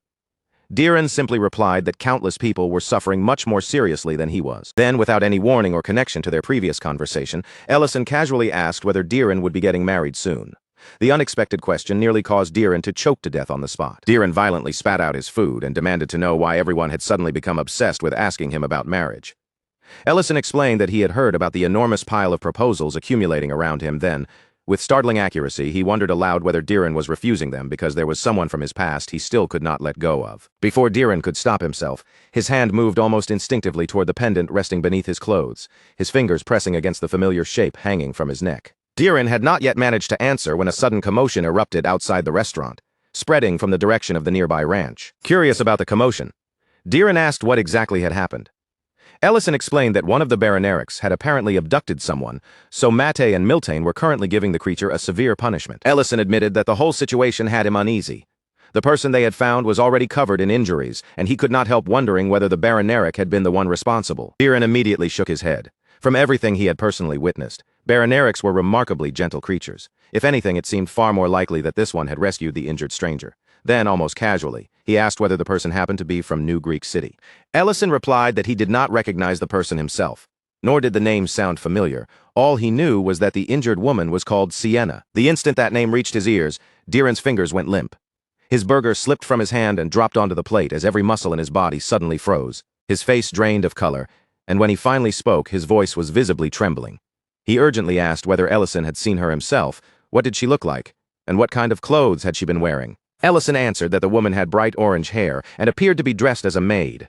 Those two details alone were enough to erase every remaining doubt from Diren's mind. Without waiting for Ellison to finish another word, Diren snatched up his coat, spun around, and vanished from the room in a desperate rush. He tore through the city at full speed, barely noticing the streets or people around him.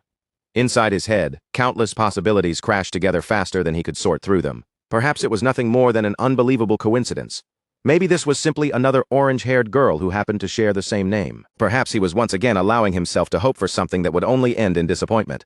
The more he believed it might truly be her, the more brutally reality would crush him if he was mistaken.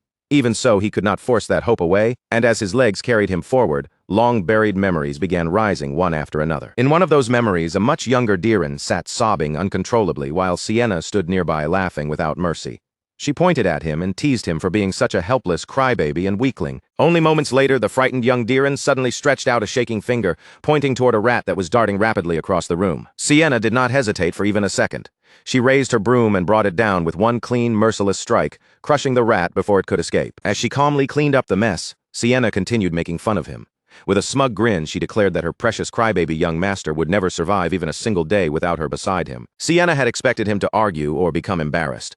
Instead, Diren lowered his gaze and quietly admitted that she was probably right. Even on the day she eventually left, Sienna had forced him to make one final promise, that no matter how much time passed, he must never forget what he had said. By the time Diren finally reached the clinic, his lungs were burning from the run. Standing outside the entrance, he tightly gripped the pendant hanging around his neck and whispered that he had never forgotten a single thing. Inside the clinic, Sienna was already causing trouble. Despite her injuries, she fought against every attempt to treat her and repeatedly insisted that she needed to leave immediately. Elena remained planted beside the bed and refused to give in. With a stern expression, she ordered Sienna to stop struggling, stay beneath the covers, and properly rest until her condition improved. From farther inside the room, Serena watched the argument without interfering. Then the clinic door suddenly opened, immediately drawing her attention toward the entrance. Diren stepped across the threshold and stopped.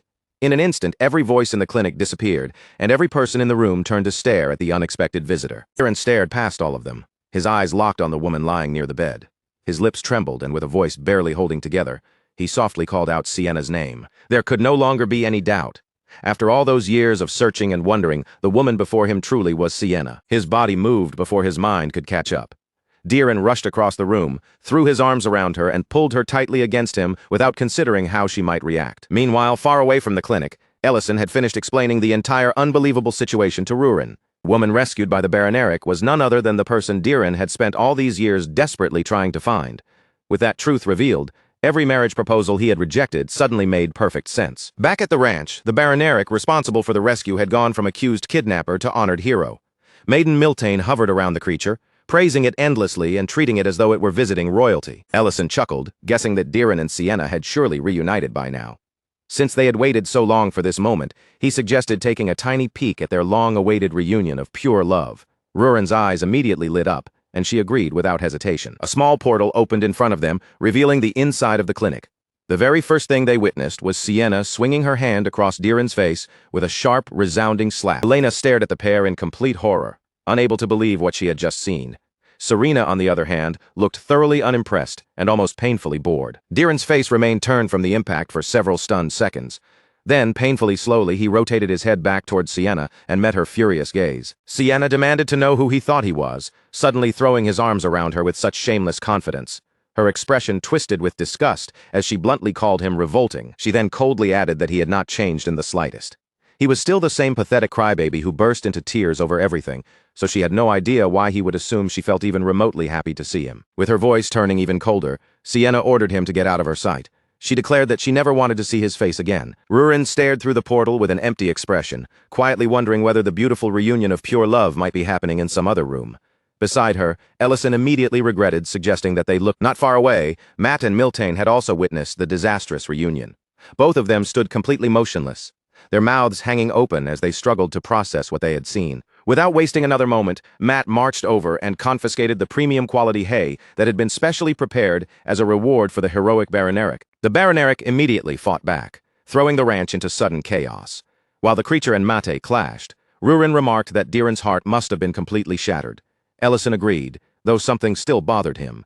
Diren had never seemed like the kind of man who would desperately pursue someone with whom he truly shared such a terrible relationship. Elsewhere back inside the mansion, Verna walked alone through the silent hallway. After only a few steps, the strength suddenly left her legs and she collapsed heavily onto her knees. The tears she had been holding back returned at once, spilling down her face before she could make any attempt to stop them. Raiden had already revealed the painful truth to her.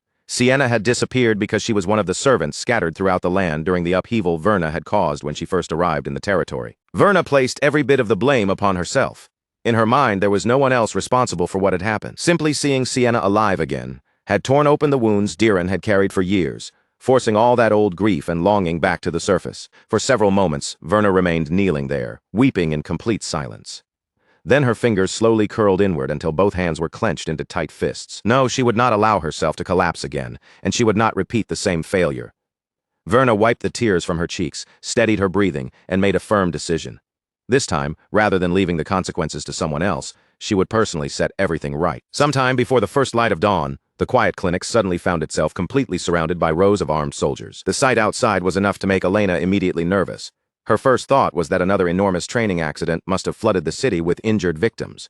Serena glanced through the window and dryly asked whether any of those armed men looked remotely like patients. She then told Elena to remain inside while she went out to deal with them herself. The noblewoman separated herself from the gathered soldiers and stepped forward with composed manners. After thanking everyone for their cooperation, she politely asked whether a woman named Sienna was currently staying at the clinic. She assured them that she had only come to speak with the patient and respectfully requested that the two of them be allowed to talk in private. Inside the clinic, Sienna instantly recognized the identity of the visitor. The moment she understood who had come searching for her, cold sweat broke across her face. The noblewoman waiting outside was none other than Verna Grake herself. After entering the room, Verna removed her hat and politely greeted Sienna. Then, without wasting another moment, she dropped a heavy pouch onto the bed and firmly told her to open it. When Sienna loosened the pouch, she found it filled to the very top with glittering gold coins and valuable jewels. Keeping her voice calm, Verna explained that she could easily bring more if the amount before her was insufficient. She then looked directly at Sienna and asked whether she understood exactly what was being offered. Sienna answered with unmistakable bitterness. She remarked that the insignificant bug Verna had swatted aside years ago had somehow returned to bother her again. Even worse, that same bug had now appeared beside the son Verna treasured so proudly. She told Verna there was no reason to feel threatened or concerned. Sienna had already made up her mind to leave this place as soon as possible. Before Sienna could finish, Verna abruptly interrupted her, tears already gathering in the corners of her eyes. She desperately begged Sienna to become close with Diren again, just as they had once been, and offered the entire pouch of wealth in exchange. Verna hurriedly explained that she had never ordered Sienna to be driven away. Didran had acted alone, and neither Verna nor anyone else in the family had known what he had done at the time. Then, in classic Verna fashion, she suddenly declared that because Sienna had touched the gold, she had technically accepted it, meaning their agreement was already finalized. According to Verna, that meant Sienna was now obligated to make peace with her son. Growing increasingly excited, she even proposed that they share tea sometime so she could properly become acquainted with her future daughter-in-law. Before Verna could continue fantasizing, the heavy pouch came flying straight back across the room and struck her directly in the face. Not long afterward, Verna returned to the mansion and resumed her familiar position, lying face first against the table while crying without pause. Raiden asked why she had taken an entire group of soldiers to the clinic, and Verna tearfully explained that she had only wanted Sienna to feel secure and protected. Raiden stared at her collapsed figure and firmly told her to raise her head. He reminded Verna that he had successfully rebuilt the entire city, not merely once but twice. Raiden explained that he had intentionally avoided involving himself until now. As the territory's lord, he believed stepping in personally would only place even more pressure upon Sienna. Even so, Raiden remained confident that he could persuade her through reason. He instructed Verna to prepare a proper meal and leave the conversation to him. Before long, he confidently promised every one of them would be sitting around the same table and eating together with Sienna. Verna's tearful face instantly brightened with hope. However, Raiden returned almost immediately after being thrown out before he could even begin his explanation. Seeing his defeated expression, Verna could only conclude that Sienna must genuinely despise their entire family. Raiden had no convincing argument against that conclusion. From Sienna's point of view, the family had essentially sold her away, discarded her, and then continued living as though she had never mattered. Despite everything, Verna still quietly prayed that Sienna might at least agree to speak properly with Diren. Meanwhile, Diren visited Ellison's restaurant and asked him to teach him how to cook. Ellison immediately realized the meal was intended for Sienna, and Diren confirmed his guess with a silent nod. Diren quietly explained that hunger had a way of making an already miserable person feel even more hopeless. From that single remark, Ellison could tell that Diren had spent a great deal of time wondering how he might comfort Sienna without making matters worse. Smiling warmly, Ellison assured him that good food was one of the quickest ways to soften a person's heart. He then asked what sort of meal Diren hoped to prepare for her.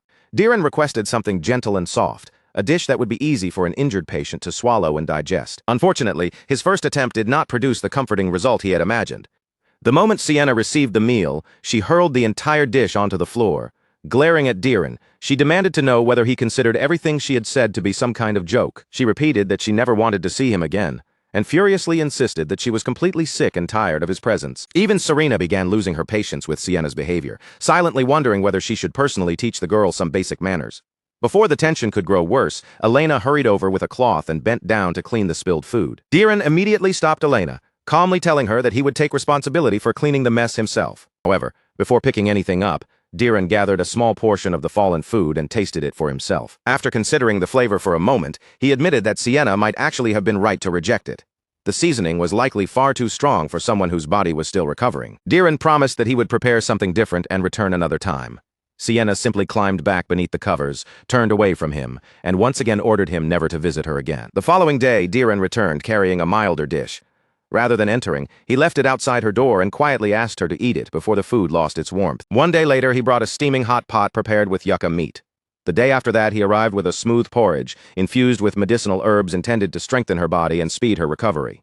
Yet every dish remained exactly where he had left it, completely untouched. Eventually, even Ellison began worrying about the situation. When Diren returned to the restaurant, he asked how matters were progressing and whether Sienna had eaten anything at all that day. Diren gave no verbal answer. He merely lowered his gaze and slowly shook his head. Ellison considered telling him what he had recently learned from Lady Verna, that Count Didran had been the true reason Sienna was sent away all those years earlier. Before Ellison could voice the thought, however, Diren dismissed the subject entirely.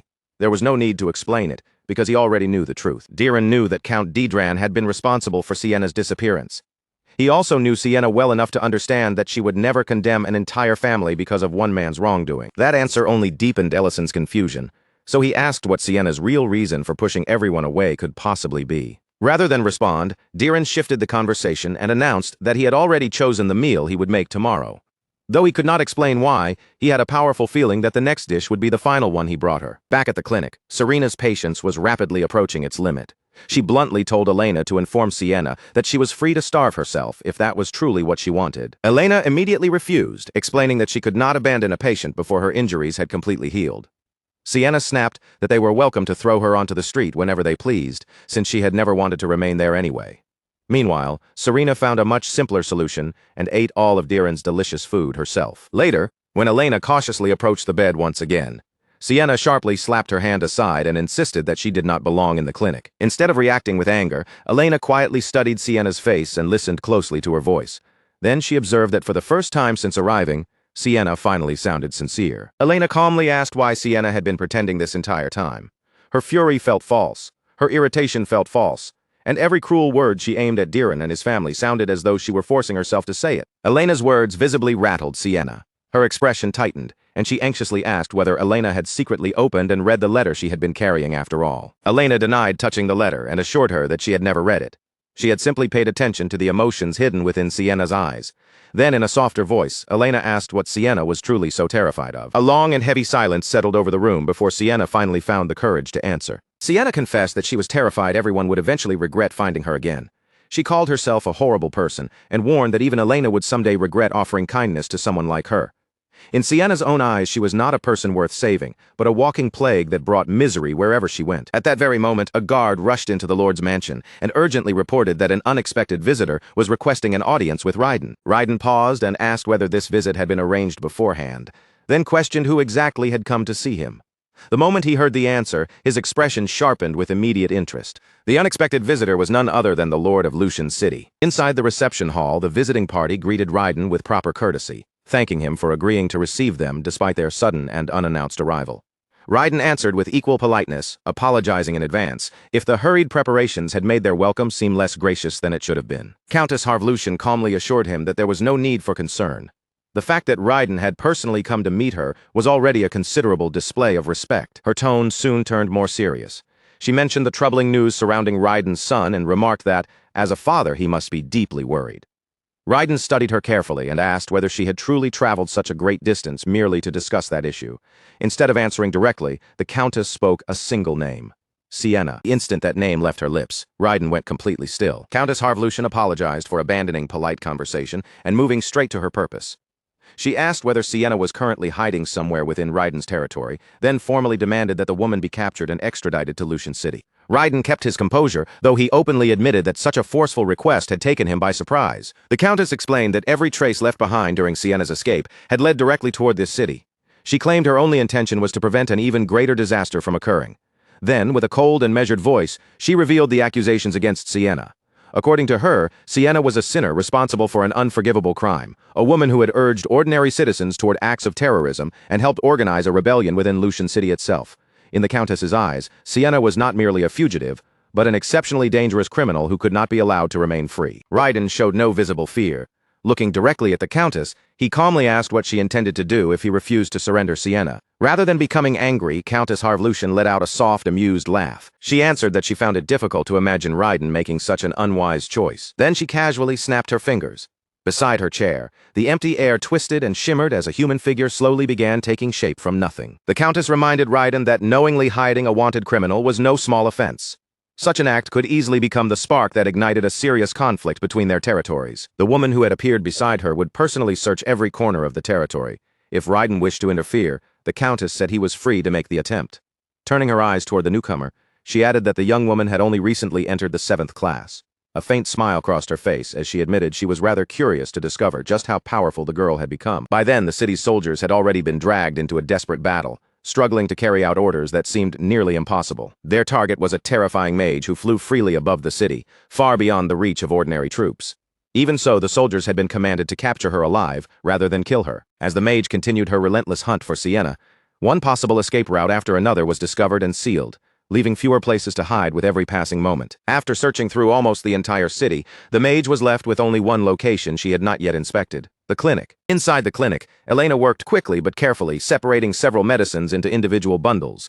As she packed each one, she explained precisely when Sienna should take it and how every dose was meant to be used. Watching everyone rush around her, Sienna muttered bitterly that none of this chaos would have happened if they had simply allowed her to leave when she first asked. Serena immediately interrupted her and urged everyone to move faster. The enemy mage was approaching far too quickly, and there was no time left for complaints. With obvious frustration, she added that the entire city might already have been destroyed if Ellison had not stepped forward to help. Elena lowered her gaze and apologized in a quiet voice.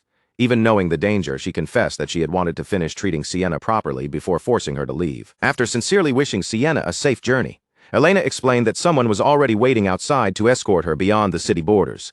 At those words, Sienna nearly sprang out of the bed in alarm, her face paling as she feared Diren might be the one waiting for her. But when she reached the entrance, the person standing there was not Diren. It was Ellison, the friendly owner of the local restaurant. Ellison wasted no time on unnecessary conversation. He quickly introduced himself, motioned for Sienna to follow, and urged her to hurry before their opportunity to escape disappeared. As the two of them made their way across the open fields, Ellison glanced behind them and noticed signs of movement drawing steadily closer. Realizing they were being pursued, he suggested that they increase their pace. For the moment, however, Ellison assured her that no one was close enough to see or hear them. With the road temporarily clear, Sienna quietly wondered whether Diren had finally returned home. She had expected him to chase after her with his usual stubborn determination. But after witnessing the disorder spreading across his own territory, surely even he would understand that it was time to let her go. Ellison casually agreed that Diren had probably done exactly that. His effortless response made Sienna stop in her tracks. Ellison went on to say that Diren had been absolutely furious. Apparently, he had complained without end because Sienna refused to touch even one of the meals he had spent hours preparing for her. Worse still, after welcoming her back with an affectionate embrace, his only reward had been a sharp slap across the face. From Diren's perspective, Ellison claimed, their long-awaited reunion had been miserable from the moment it began. As she listened, Sienna's fingers curled weakly, and both of her hands began trembling beyond her control. Ellison continued without mercy, claiming that Diren was actually relieved she would soon disappear from Gray City forever. Those words pierced Sienna like a blade. She clutched the fabric over her chest, struggling to breathe evenly, before asking in a shaken voice whether Diren had truly said such cruel things. Ellison immediately confessed that he had invented every word. Sienna's pain vanished beneath an explosion of fury. She seized him by the collar, pulled him toward her, and demanded to know whether he had completely lost his mind. Ellison remained strangely calm and asked whether those lies were not exactly what Sienna had wanted to hear. He explained that pretending for another person's sake might appear compassionate, but in the end, such falsehoods only carved deeper and more lasting wounds. He knew that truth well because he had once made the very same mistake himself. Lady Verna had fallen into that mistake as well, and before long Diren had done the same thing. Ellison said he only hoped Sienna would not choose to follow them down that same painful path. Then his expression grew serious as he revealed something Diren had personally told him about her. Diren believed Sienna was one of the most honest, principled, and upright people he had ever encountered. With those words still hanging between them, Ellison proposed a wager. Until they reached the outskirts of the city, neither of them would be permitted to tell even a single lie.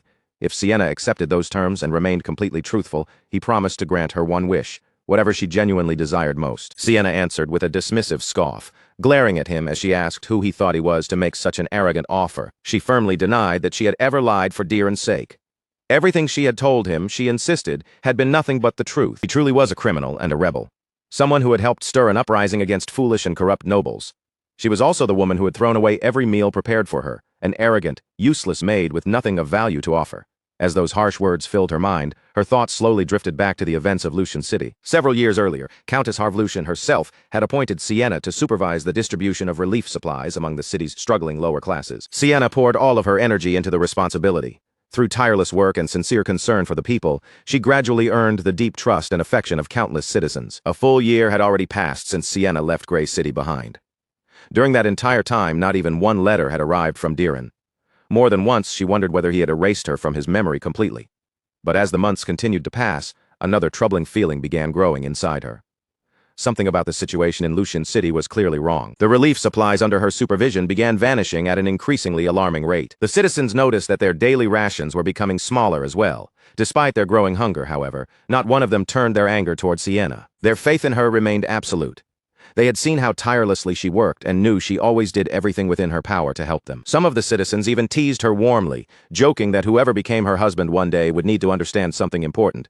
Beneath Sienna's sharp tongue and painfully harsh words was a heart that was genuinely gentle and kind. Then, one fateful day, Sienna happened to overhear a private conversation. Inside the room, the Count warned the Countess that complaints among the citizens were steadily increasing because the relief supplies had been reduced again. To Sienna's horror, Countess Harvlucian reacted with delight rather than concern. The deeper the people sank into poverty, the more financial support Lucian City could request from the capital. In her eyes, every starving citizen represented another opportunity for profit. Hidden silently outside the room, Sienna heard every cruel word. At first, she convinced herself that staying quiet and pretending she knew nothing might be enough to make the problem disappear. Perhaps if she ignored the truth, Countess Harvlucian would eventually dismiss her from the assignment and send her away. Then she could finally return to New Grey City and, more importantly, return to Diren. Why should she sacrifice herself for people who were complete strangers? Why should she willingly throw away the happiness she had spent so long hoping to reclaim? But only a few days later, the Count's estate was surrounded and placed under siege by an enraged crowd. At the very front of the uprising stood Sienna herself, leading the citizens who had finally chosen to resist. Together, they fought against the stolen relief supplies and the needless suffering forced upon innocent families. The retaliation against them was swift and merciless. Armed knights were immediately dispatched to crush the rebellion, carrying direct orders to slaughter every last rebel without showing even the slightest mercy. Knowing the knights would soon overwhelm them, the citizens desperately begged Sienna to escape while they remained behind to hold the line for as long as possible. Their sacrifice bought her almost no time. Before Sienna could make it far, she was captured and dragged away by the Count's forces. What followed was relentless torture. As wave after wave of unbearable pain tore through her body, one thought haunted Sienna more cruelly than anything else. She could have returned home. She could have ignored everyone and chosen a life beside Diren instead. But she had allowed herself to be carried away by one brief, foolish hope and had thrown that precious chance aside. Lying there in agony, Sienna cursed herself as an idiot, a complete fool who had fought back only to end up captured. She had become a woman with nothing left except pain and regret. Yet even after managing to escape imprisonment, Sienna still could not bring herself to abandon the citizens she had tried to protect. That was the true reason she came to Grey City. She needed Diren's help. However, the moment she finally arrived and saw Diren again, Sienna came to a painful realization. Diren now carried heavy burdens of his own, along with responsibilities he could never simply cast aside. As Sienna watched him struggle beneath that weight, she felt that he was suffering just as deeply as she was. And in that moment, she was forced to accept a heartbreaking truth. The days when they had been the single most precious person in each other's lives had already slipped far into the past. After listening quietly, Ellison gently asked whether that painful realization was the reason Sienna had come to hate Diren. His question stirred another memory from the darkest days of her imprisonment. While Sienna was still locked away, the Count once stumbled into her cell in a drunken state. Laughing mockingly, he tossed several familiar snacks onto the filthy floor in front of her. As the intoxicated Count continued rambling carelessly, he accidentally revealed a secret that Sienna was never supposed to discover. For years, a certain lord had repeatedly submitted petitions demanding that Sienna be allowed to return home. Every single request arrived accompanied by the same snacks now scattered across the floor. The lord who had never stopped searching for her was Diren. The Count laughed cruelly and wondered aloud how Diren might react if he discovered that his precious maid had become a condemned criminal. But instead of crushing Sienna's spirit, the revelation filled her eyes with tears and brought a trembling smile to her face. Back in the present, Sienna could no longer contain the emotions she had buried for so long. Tears streamed freely down both sides of her face. There was never any possibility that she could truly hate Diren. The truth was completely the opposite. Even after everything that had happened, she still loved him more deeply than anyone else in the world. Her strength finally gave out, and Sienna dropped to her knees. Through her tears, she confessed that she had planned to leave Diren behind once again, because both of them carried duties they could not abandon. She believed separating would hurt less if Diren continued thinking of her as a cruel and terrible person. Ellison listened without mocking her this time. Reaching calmly toward his side, he told Sienna not to throw away the honest feelings she had finally admitted. Instead of hiding behind another lie, she needed to tell Diren everything directly. With that, Ellison grabbed hold of something invisible beside him and pulled away a concealed cloak. The moment the hidden figure was revealed, Sienna froze where she knelt, her tear-filled eyes widening in disbelief. Standing beneath the invisibility cloak was Diren himself, looking so flustered that he clearly had no idea where to place his gaze. Sienna's head slowly turned back toward Ellison. Her embarrassment twisted into fury as she demanded to know why he had claimed there was nobody nearby. Ellison casually reminded her that he had made that statement before the two of them agreed to stop lying. A moment later, Sienna launched herself at him, pounding him furiously as her face burned with pure humiliation. Diren hurried forward and tried to pull her away, but Sienna immediately panicked and insisted that he must not misunderstand what he had overheard. Even while practically strangling Ellison, Sienna finally admitted the truth. Every cruel excuse she had used was deliberate. She had pushed Diren away on purpose, but no matter what she said or how coldly she behaved, she had never hated him, not even for a single moment. Barely able to breathe in her grip, Ellison interrupted and demanded that she stop making excuses and confess her feelings to Diren properly. Sienna only tightened her hands around Ellison's neck. What difference would a confession make now? Even if Diren begged her to stay, she still had no choice but to return to Lucian City. To her surprise, Diren answered in a calm and steady voice. He told Sienna that he had never intended to prevent her from returning. Just as Sienna had said, Diren also had people and responsibilities in his life that he could never abandon. But accepting those duties did not mean he was willing to leave her alone to face Lucian City by herself. That was why Diren had searched for someone capable of helping Sienna in his place. As though waiting for those exact words, a figure appeared beyond the nearby hill, someone prepared to escort Sienna safely for the rest of her journey. Meanwhile, back inside the city, the captured soldiers glared defiantly at the invading mage. They demanded to know whether she truly believed she could storm into another lord's territory without facing any consequences. The mage merely laughed at their warning. Once Sienna was found and captured, she promised that the situation would grow far more serious than anything the soldiers imagined.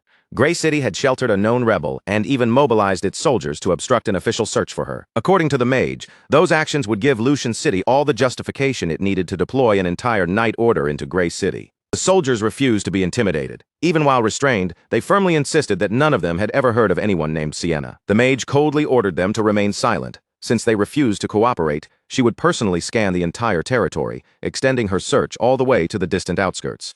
But just as she prepared to release her magic, every trace of power surrounding her suddenly vanished without warning. A familiar voice rang out nearby, calmly praising her for the impressive achievement of finally reaching the 7th class. The newcomer was Madrine. Among all the juniors who had studied beneath her, Zen was the one who had followed most closely in her footsteps. However, Madrine reminded Zen that following her path did not mean she needed to repeat every mistake Madrine had once made along the way. Elsewhere, far from the confrontation in the city, Diren and Sienna sat peacefully beside a flowing river, sharing a quiet picnic together. With a gentle expression, Diren brought out the familiar snacks he had carefully prepared and presented them to Sienna. Sienna let out a weary sigh and asked whether this was truly the grand answer Diren had reached after thinking everything through.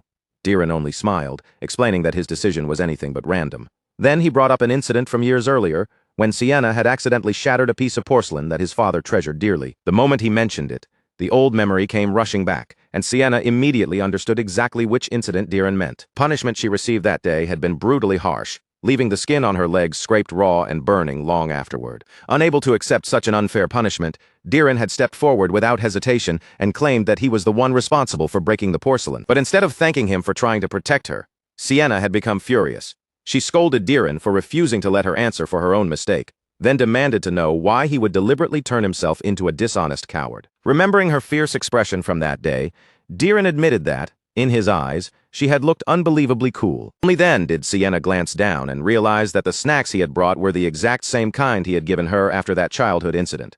But Diren wasn't finished yet, and what he confessed next was even more unexpected. A small part of him had actually felt happy when she slapped him earlier. Sienna stared at him as though she couldn't believe what she was hearing, but Diren calmly continued. The girl who had always hated depending on anyone had willingly come all the way here to seek him out. And the girl who despised lies more than anything had repeatedly lied for his sake. With every excuse and contradiction laid bare before her, Sienna found herself completely exposed, unable to offer even the slightest defense. Her eyes shifted uneasily as she asked whether Diren had known the truth from the very beginning. Diren answered honestly, admitting that he had understood everything the instant he wrapped his arms around her. Overcome with embarrassment, Sienna lowered her head and buried her face out of sight. In a muffled voice, she muttered that perhaps Diren was simply some kind of pervert who enjoyed being hit. As she slowly ate the snacks, Sienna asked whether this was meant to be another reconciliation, just like the one they had shared during childhood. Diren explained that no matter how things turned out, he had still pushed her into a position where lying seemed like her only choice. Then, changing the subject slightly, he asked whether she had grown tired of receiving the same snacks every week while she was in Lucian. Sienna paused before quietly admitting that she had never become tired of them. In truth, she had missed their familiar taste far more than she wanted to admit. Diren revealed that they tasted better now because his master had helped him prepare them. After taking another bite, Sienna readily agreed. She was amazed by how greatly Diren had changed, and not only in the kitchen, his ability to lead others had grown as well. The tearful little boy she once loved teasing had become a capable lord, standing firmly and proudly on his own 2 feet. What surprised her even more was discovering that Diren had somehow formed connections with the capital's prestigious First Night Order. Watching from nearby, Ellison remarked with amusement that Diriant always seemed to appear at precisely the right moment. Diriant calmly replied that he had merely judged the situation and concluded that Ellison would have difficulty stepping in personally this time. Ellison admitted that he had considered bringing Madrine himself. Diriant then revealed that Madrine had accompanied them anyway. Hearing that immediately made Ellison realize she couldn't possibly have arrived alone. Someone else must have come with her, and Diriant confirmed that his conclusion was correct. Meanwhile, inside the Lord's mansion, the Countess had gone completely rigid, her pale expression making it seem as though she had just encountered a ghost. Standing before her, the Crown Prince greeted her with complete ease, casually waving a bottle of alcohol in one hand as though this were an ordinary social visit. With a relaxed smile, he commented on how strange it was to encounter the Countess in Greek City while he happened to be passing through on a sightseeing trip. He then added that he had noticed something nearby that looked suspiciously like a battle. Still speaking with almost exaggerated politeness, the Crown Prince requested that she bring the disturbance to an immediate end. Outside the mansion, however, Zen and Madrine were still locked in the middle of their confrontation, with neither side backing down. Zen thrust out her hand and unleashed a dense barrage of sharpened ice spikes, sending them tearing through the air toward Madrine. Madrine burned every spike away with effortless ease, reducing the frozen projectiles to steam before they could reach her. She then ordered Zen to stop, warning that merely seeing Madrine standing there should have told her everything she needed to know. Zen clenched her jaw and bit down hard on her lip, frustration and unease flashing across her face. Madrine's presence could only mean one thing: the Crown Prince had to be somewhere nearby, and if Sienna were discovered at that moment, the entire situation would become far more troublesome than Zen could afford. Refusing to waste another second, Zen immediately formed a spell intended to track down Sienna's exact location and eliminate her before anyone could intervene. The spell burst into motion the instant it was completed, activating before Madrine had enough time to interrupt or suppress it. Far from the mansion, Ellison felt the magical disturbance the moment it spread outward, recognizing the spell almost instantly. Like an invisible wave, the detection magic swept rapidly across the surrounding area, searching every corner for its intended target. Reacting without hesitation, Diren grabbed the invisibility cloak and pulled it over both himself and Sienna, drawing her tightly into the limited space beneath it. A heartbeat later, the searching magic passed directly over their concealed position without immediately exposing them. Yet during that tiny fraction of a moment, Zen had already caught enough of a glimpse to understand where they were hiding. Despite the tremendous distance separating them, Zen was confident that her destruction magic possessed enough reach to strike their location. Even the presence of the First Night Order no longer mattered to her. The only thing that mattered was preventing Sienna from ever meeting the Crown Prince. Back inside the mansion, the Countess quickly regained her composure and smiled with practiced confidence. She claimed that her people were doing nothing more than searching the city for a dangerous criminal. According to her, the evidence was perfectly clear. Sienna had escaped before facing trial and had fled all the way to Greek City in an attempt to hide. And if the search happened to end with them discovering nothing but Sienna's corpse, the Countess coldly insisted that such an unfortunate outcome simply couldn't be helped. The Crown Prince burst into laughter at her explanation. He then informed the Countess that she had completely misunderstood his warning. He wasn't threatening her for his own benefit. He was speaking out of genuine consideration. After all, someone was currently staying in this city whom absolutely no one should dare touch, no matter how powerful, noble, or highly ranked they might be. At that exact instant, Zen suddenly sensed something in the distance, an overwhelming presence so vast and incomprehensible that her entire body froze before her mind could process it. Medrin moved the moment Zen faltered. She seized the stunned mage before Zen could react, calmly remarking that Zen had just witnessed something she was never supposed to see. Some truths, Medrin implied, were far safer when they remained hidden forever, beyond the reach of those who had no business knowing them. Back near the river, Ellison casually scratched the side of his head and mentioned that, even from such an enormous distance, he had been able to see everything that happened, still hidden beneath the cloak. Diren cautiously asked whether it was finally safe for them to come out. Ellison explained that the magic had been a detection spell, so it would be safer for Diren and Sienna to remain pressed as closely together as possible, just in case another trace lingered. Beneath the cramped cloak, both of them immediately held their breath. Naturally, Ellison had no intention of letting such a perfect opportunity pass. With shameless amusement, he kept instructing them to move closer and closer until there was barely any space left between them. Even Diriant couldn't help wondering why Ellison was still tormenting the pair when the detection magic had already faded completely. Ellison ignored the question and casually suggested that Diren and Sienna should synchronize their breathing as an additional precaution. Inside the tightly wrapped cloak, Diren and Sienna remained painfully close, both of them sweating uncontrollably as the unbearable embarrassment continued to rise. Diren became so painfully nervous beneath the cramped cloak that beads of sweat rolled from his face and dripped directly onto Sienna. The moment he noticed, panic seized him, and he began whispering one frantic apology after another. Sienna was every bit as flustered, but instead of pushing him away, she grabbed hold of his clothes and pulled him even closer against her. Keeping her voice as low as possible, she ordered Diren to stop making noise and remain perfectly still. They were only pressed together because they couldn't risk being discovered, and there was absolutely no other meaning behind it. He had better not let any strange thoughts enter his head, especially when he was still the same hopelessly perverted young master she remembered. Meanwhile, Ellison had already lost interest in what was happening beneath the cloak.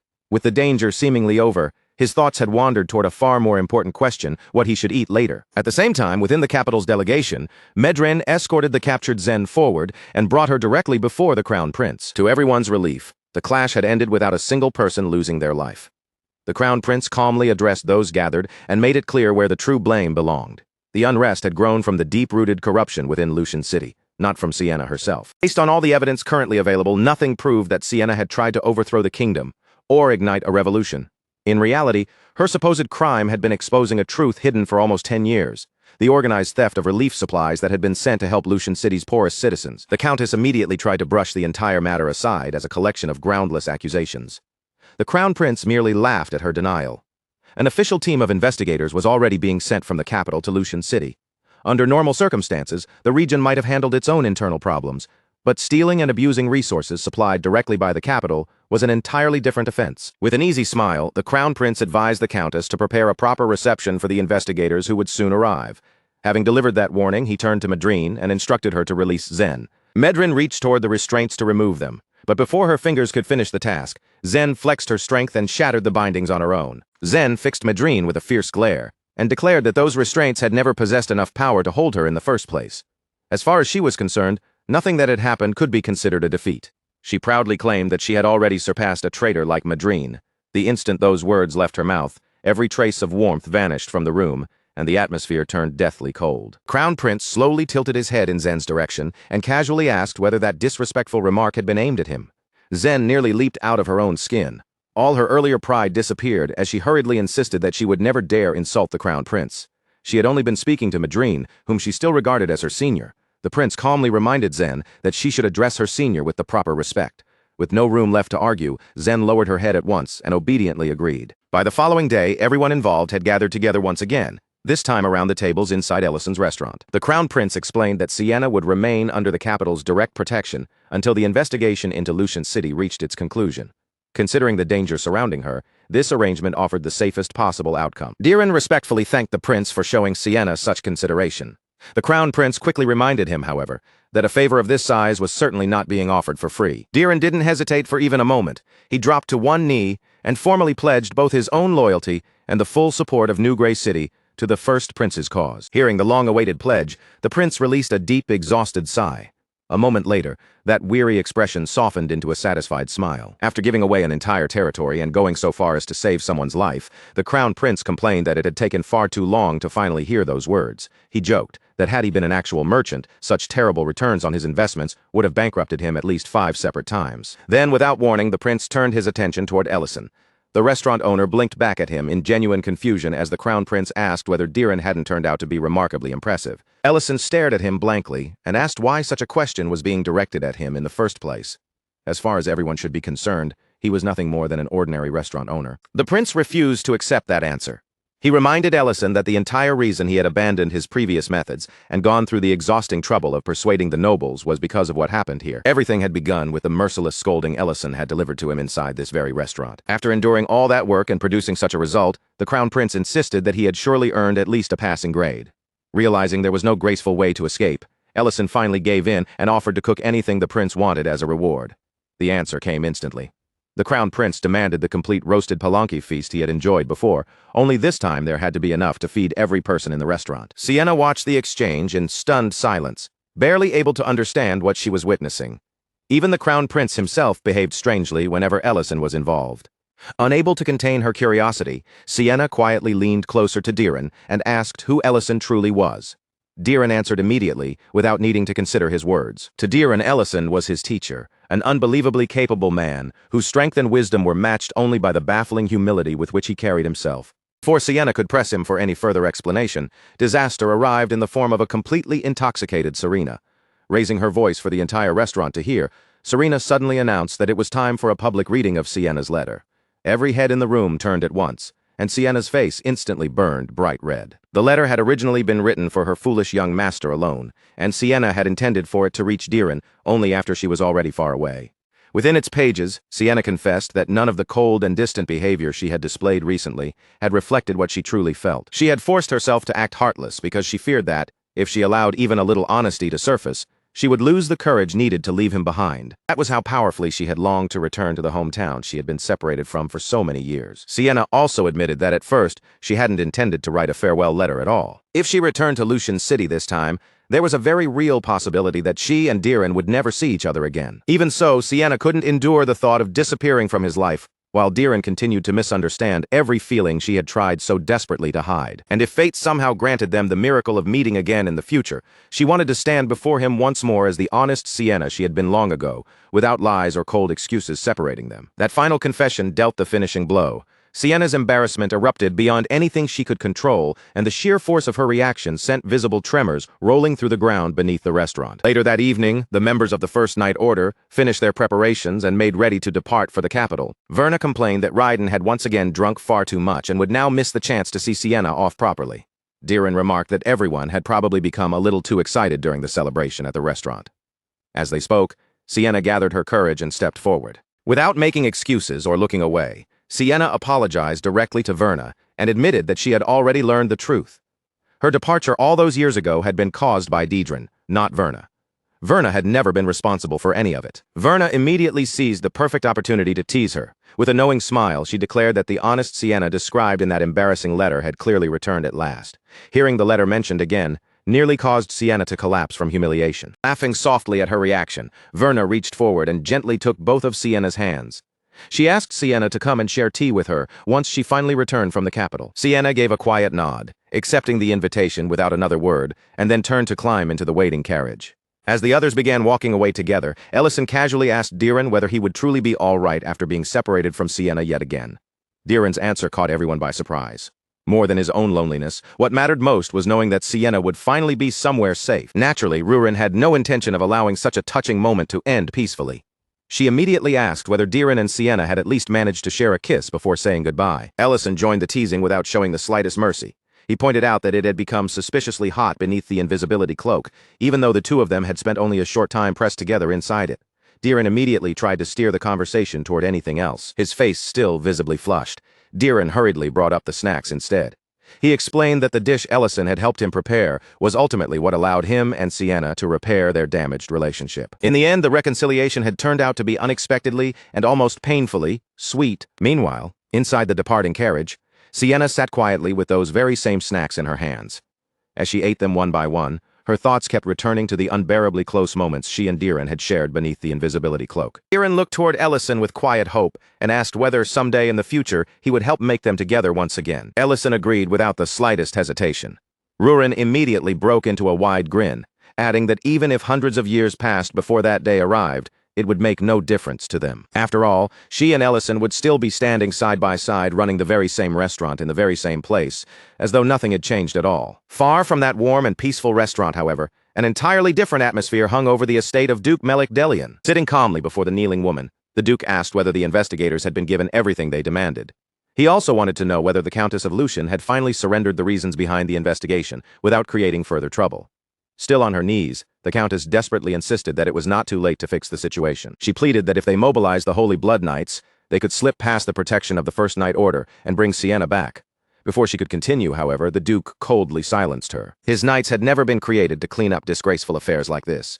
More importantly, none of it should ever have become his responsibility in the first place. His calm expression hardened as he demanded to know when he had ever instructed her to fabricate poverty records or steal the relief supplies meant for her own people. Managing such a small territory should have been a simple matter, yet she had somehow driven the entire region into ruin. Perhaps the Duke remarked she had never been suited to rule anyone at all. The Countess could only bow lower, begging for forgiveness through repeated apologies. Later that same day, she was forced to endure one lash after another across her exposed back.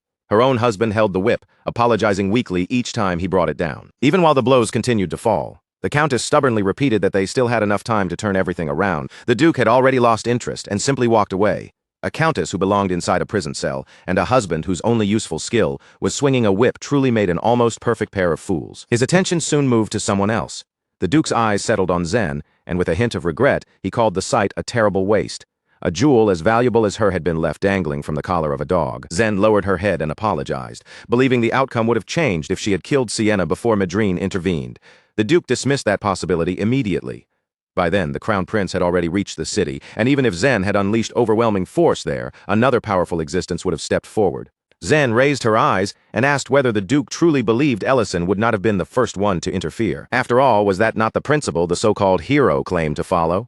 Hearing that, the Duke let out a dismissive scoff. "Do not kill those of another race, or I will repay the blood in kind." To the Duke, that grand declaration was nothing more than a convenient mask Ellison wore whenever it suited him. It was a thoroughly hypocritical rule crafted by Ellison not for justice, but merely to shield the people and things he personally wished to protect. The truth was that Ellison had no concern for disputes between humans. He had never been a being who existed to defend humanity in the first place. The Duke assured Zen that she would understand soon enough. Sooner or later, something would force Ellison's carefully worn mask to slip away completely. Several peaceful days passed before peace finally returned to the restaurant. Not long afterward, the front door swung open once again. The instant Rurin sensed who had entered, her entire body went rigid, and her relaxed expression disappeared. Rian, unaware of the sudden tension, looked toward the entrance with a smile and cheerfully remarked that they had received an especially adorable customer that day. Elena and Serena followed her gaze, both staring in open surprise. Standing inside the doorway was not an adult traveler, but a small child.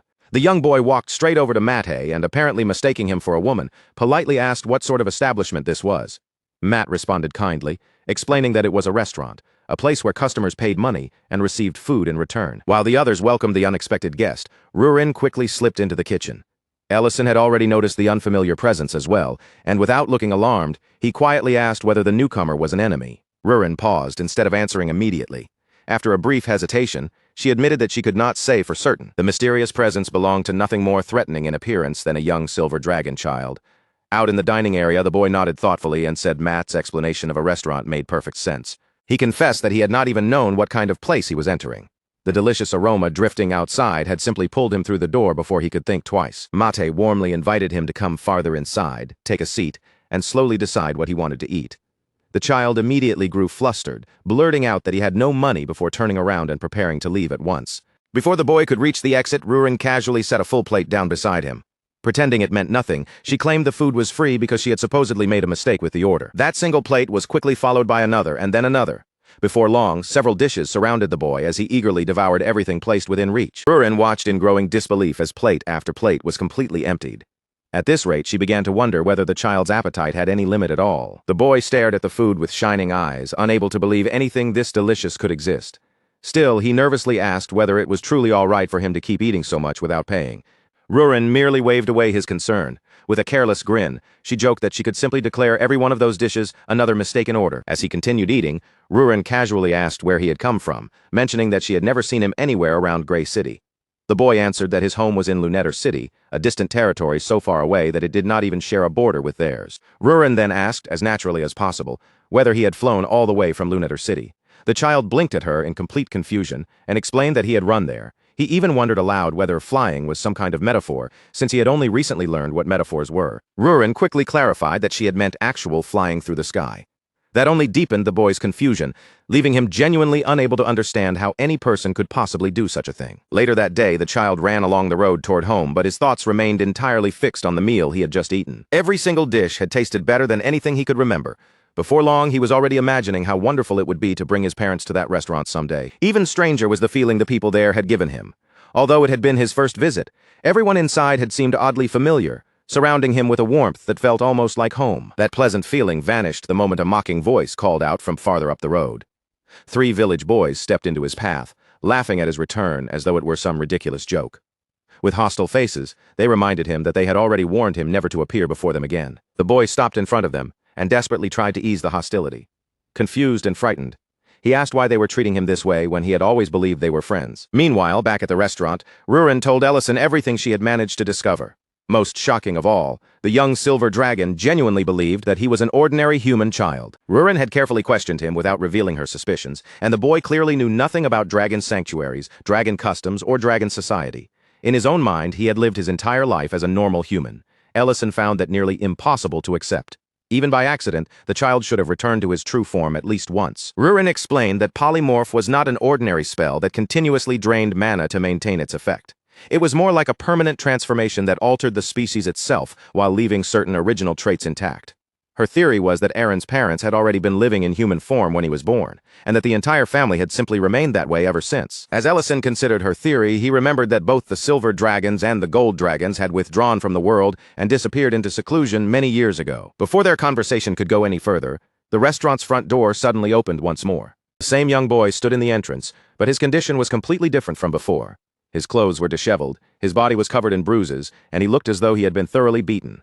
Avoiding their eyes, he awkwardly asked whether the restaurant happened to have any leftover food again that day. Ellison and Rurin reacted at the same time, immediately demanding to know why he looked as though he had just stumbled out of a battlefield. Food was forgotten for the moment as they insisted that his injuries had to be treated first. A little while later, inside Rurin's bathhouse, the battered young boy sat stiffly in the warm water, his face glowing bright red as Elena and Serena carefully helped wash the dirt from his body. Serena grinned and joked that the situation might be far too stimulating for someone his age. While the mortified child repeatedly insisted he could manage alone, Elena gently explained that she was only assisting because dirty bathwater entering his open wounds could easily cause an infection. Eager to prove that everyone was worrying for nothing, the boy reached down and peeled one of the bandages away from his skin. As soon as the cloth came loose, everyone stared at the perfectly restored skin beneath it. Even wounds that had looked severe only a few hours earlier had already vanished without leaving a trace. Serena immediately leaned closer and teased him again, telling him to stop protesting and simply enjoy this rare opportunity while it was still available to him. She nearly added that a dragon should appreciate such treatment, but before the forbidden word could fully escape her lips, Rurin smacked her across the head and sharply whispered that Aaron's true identity was supposed to remain secret. While Serena clutched her head and began arguing with Rurin, Elena ignored their bickering and studied the boy's injuries more carefully. Those bruises and cuts did not look as though they had come from some ordinary accident. When Elena quietly asked what had happened to him, the boy lowered his gaze and confessed that the other children in his village hated him. Serena immediately assumed he was speaking about human children. Rurin, however, focused on a different part of his answer and firmly corrected him. People who treated him that way were not his friends. Their relationship was worse than that of complete strangers. Rurin then asked whether he had simply remained there without resisting while they beat him. After a brief pause, the child silently nodded. His parents had repeated the same lesson throughout his entire life. No matter what anyone did to him, he must never respond with violence. Rurin could only shake her head in disbelief. If his parents truly intended to conceal themselves within human society, then they should either have lived somewhere completely isolated, or at least taught their son enough self-defense to survive. Sending a young dragon into the middle of human society while convincing him that he was human himself was practically inviting disaster. Sooner or later, Conflict was always going to find him. Meanwhile, far inside the forest, Ellison made his way to a secluded house hidden among the dense trees. From within, two residents warmly welcomed someone named Aaron home and called for him to wash his hands before dinner. They cheerfully mentioned that they had prepared ganta soup, his favorite meal. Hearing the name from outside, Ellison allowed a small smile to cross his face. Aaron was a fine name, he remarked, one perfectly suitable for a silver dragon. The friendly voices inside stopped at once. Both figures froze where they stood, their entire bodies going rigid at his unexpected words. Ellison calmly assured them that he had not come with hostile intentions. Introducing himself as nothing more than a restaurant owner from Gray City, he explained that his visit concerned their son. After a tense silence, one of the figures slowly lowered his hood. With a resigned expression, he admitted that he had always known a day like this would eventually arrive. The man introduced himself as Bourbon Silver and identified the woman beside him as his wife, Sylvia. They were Aaron's parents, and they cautiously asked what a human like Ellison could possibly want from them. Once Ellison explained how Aaron had wandered into the restaurant, the couple immediately bowed their heads and apologized for their son's behavior. They even offered to repay the full cost of every dish he had eaten. Ellison waved the offer aside without hesitation. The money did not matter to him at all. He was simply pleased that Aaron had enjoyed the food. Then his expression grew more serious as he turned to the real reason for his visit. He had not traveled into the forest to collect a meal payment. What he wanted to know was whether they had any idea what their son was being forced to endure in the village. The warmth in the room disappeared instantly, replaced by a heavy and uneasy silence. Ellison explained that Aaron had returned to the restaurant with his body covered in bruises and wounds. Because a dragon's natural healing worked so quickly, those injuries were likely gone by the time he reached home, which meant his parents might never have noticed anything unusual. The couple's expressions immediately darkened, and they demanded to know what Ellison was suggesting. He calmly explained that dragons were surprisingly vulnerable while polymorphed unless they consciously reinforced their bodies with mana. At the very least, Ellison wanted permission to teach Aaron the fundamentals of physical enhancement, giving the boy enough control over his mana to protect himself from being injured again. Instead of gratitude, his suggestion was met with open hostility. Aaron's father acknowledged that Ellison was clearly no ordinary human, especially since he had recognized their son's true identity almost immediately. Then Bourbon asked a far more chilling question. Was Ellison planning to turn their child into a murderer? Did he truly understand what would happen if a dragon struck an ordinary human without restraining his strength? Ellison tried to explain that proper instruction would produce the opposite result. By learning how his power worked, Aaron would become far better at controlling exactly how much force he used. The parents refused to hear another word. They firmly ordered Ellison to leave, insisting that their son must never be allowed to cross a boundary he could never undo. Realizing that further argument would accomplish nothing, Ellison released a quiet sigh, apologized for intruding on their home, and left the hidden house behind. When he later returned to the restaurant and explained what had happened, Rurin stared at him in disbelief. She could not understand how he had simply accepted the couple's refusal and walked away. Ellison calmly asked what other choice he had been given. Rurin folded her arms and declared that Aaron's parents were bizarre. If they were determined to raise him in such a helpless state, why had they chosen to live among humans in the first place? Ellison grew quiet before revealing that he understood their strange behavior perfectly. The truth was far more complicated than Rurin realized. Aaron's parents were human. They were not transformed dragons, humans wearing disguises, or powerful beings suppressing their auras. They were completely ordinary people without even the faintest trace of mana. Rurin's eyes widened in genuine shock. Ellison admitted that he had initially believed the couple were hiding their true nature, but closer observation proved otherwise.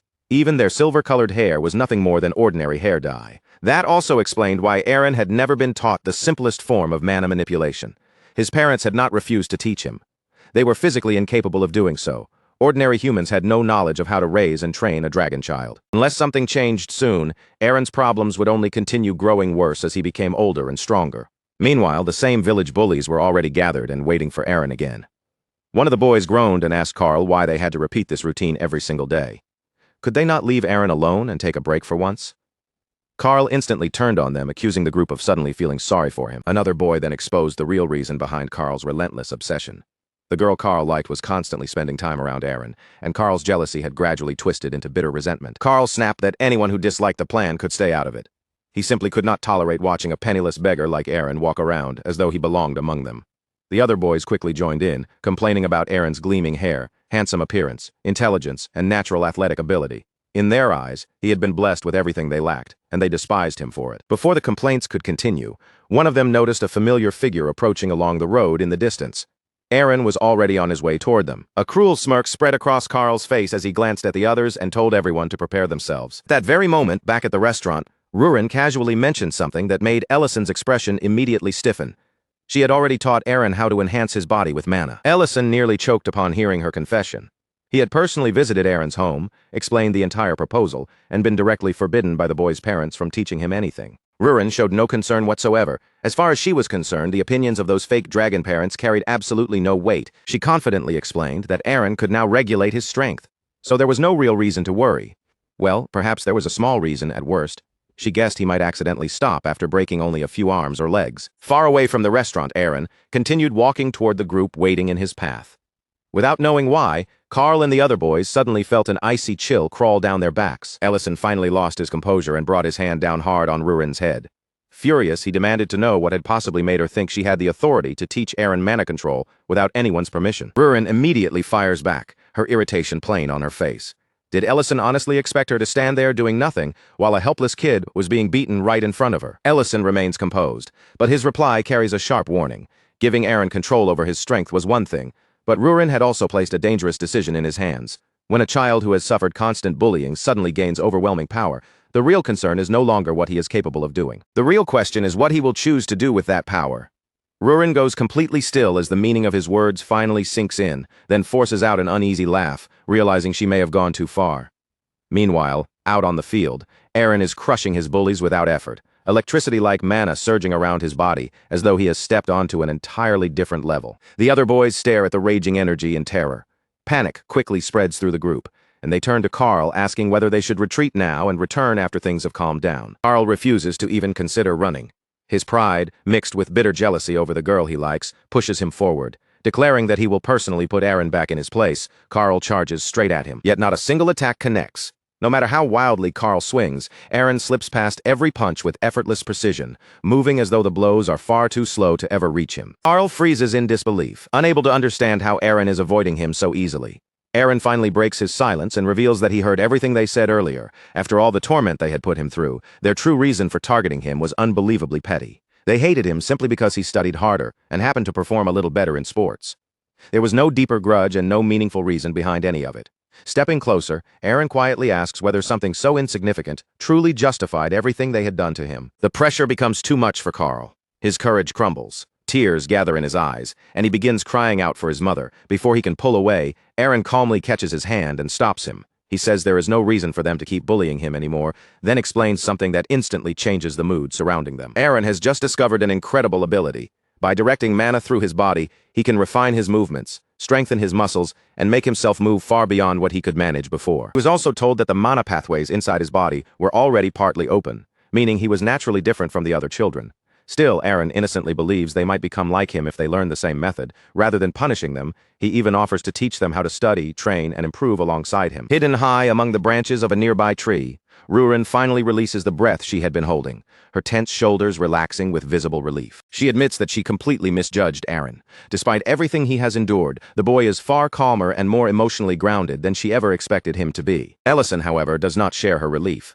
His eyes remain fixed on Aaron below, and the uneasiness in his expression refuses to fade. Something about Aaron's reaction feels wrong to him. Ellison explains that he cannot sense anger, hatred, or even resentment coming from the boy. What Aaron appears to be feeling instead is an overwhelming sense of relief. It is almost as though Aaron has finally discovered a reason for why he has always felt different. Now that he believes he understands the cause, he desperately wants to close the distance separating him from everyone else. But Ellison warns that Aaron's hope cannot become reality. Ordinary humans who possess no sensitivity to mana cannot simply open that door through effort, meaning the gap between them is not something training alone can overcome. Hearing that, Rurin's expression changes. The scattered pieces suddenly fall into place, and a much darker possibility begins forming in her mind. She asks whether this was the real reason Aaron's parents refused to teach him mana control. Perhaps they were terrified of what he might become, after gaining access to his true strength.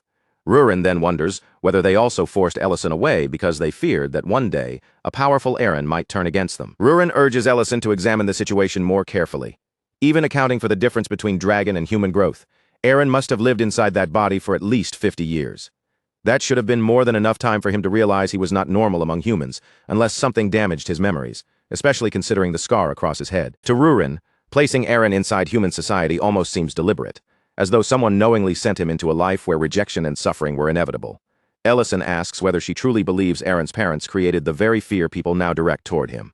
Rurin answers coldly that humans already have more than enough reasons to fear dragons. Elsewhere, Aaron's father remembers the day they first found him. A child lay unconscious upon a stone slab, blood pouring from a terrible wound on his head.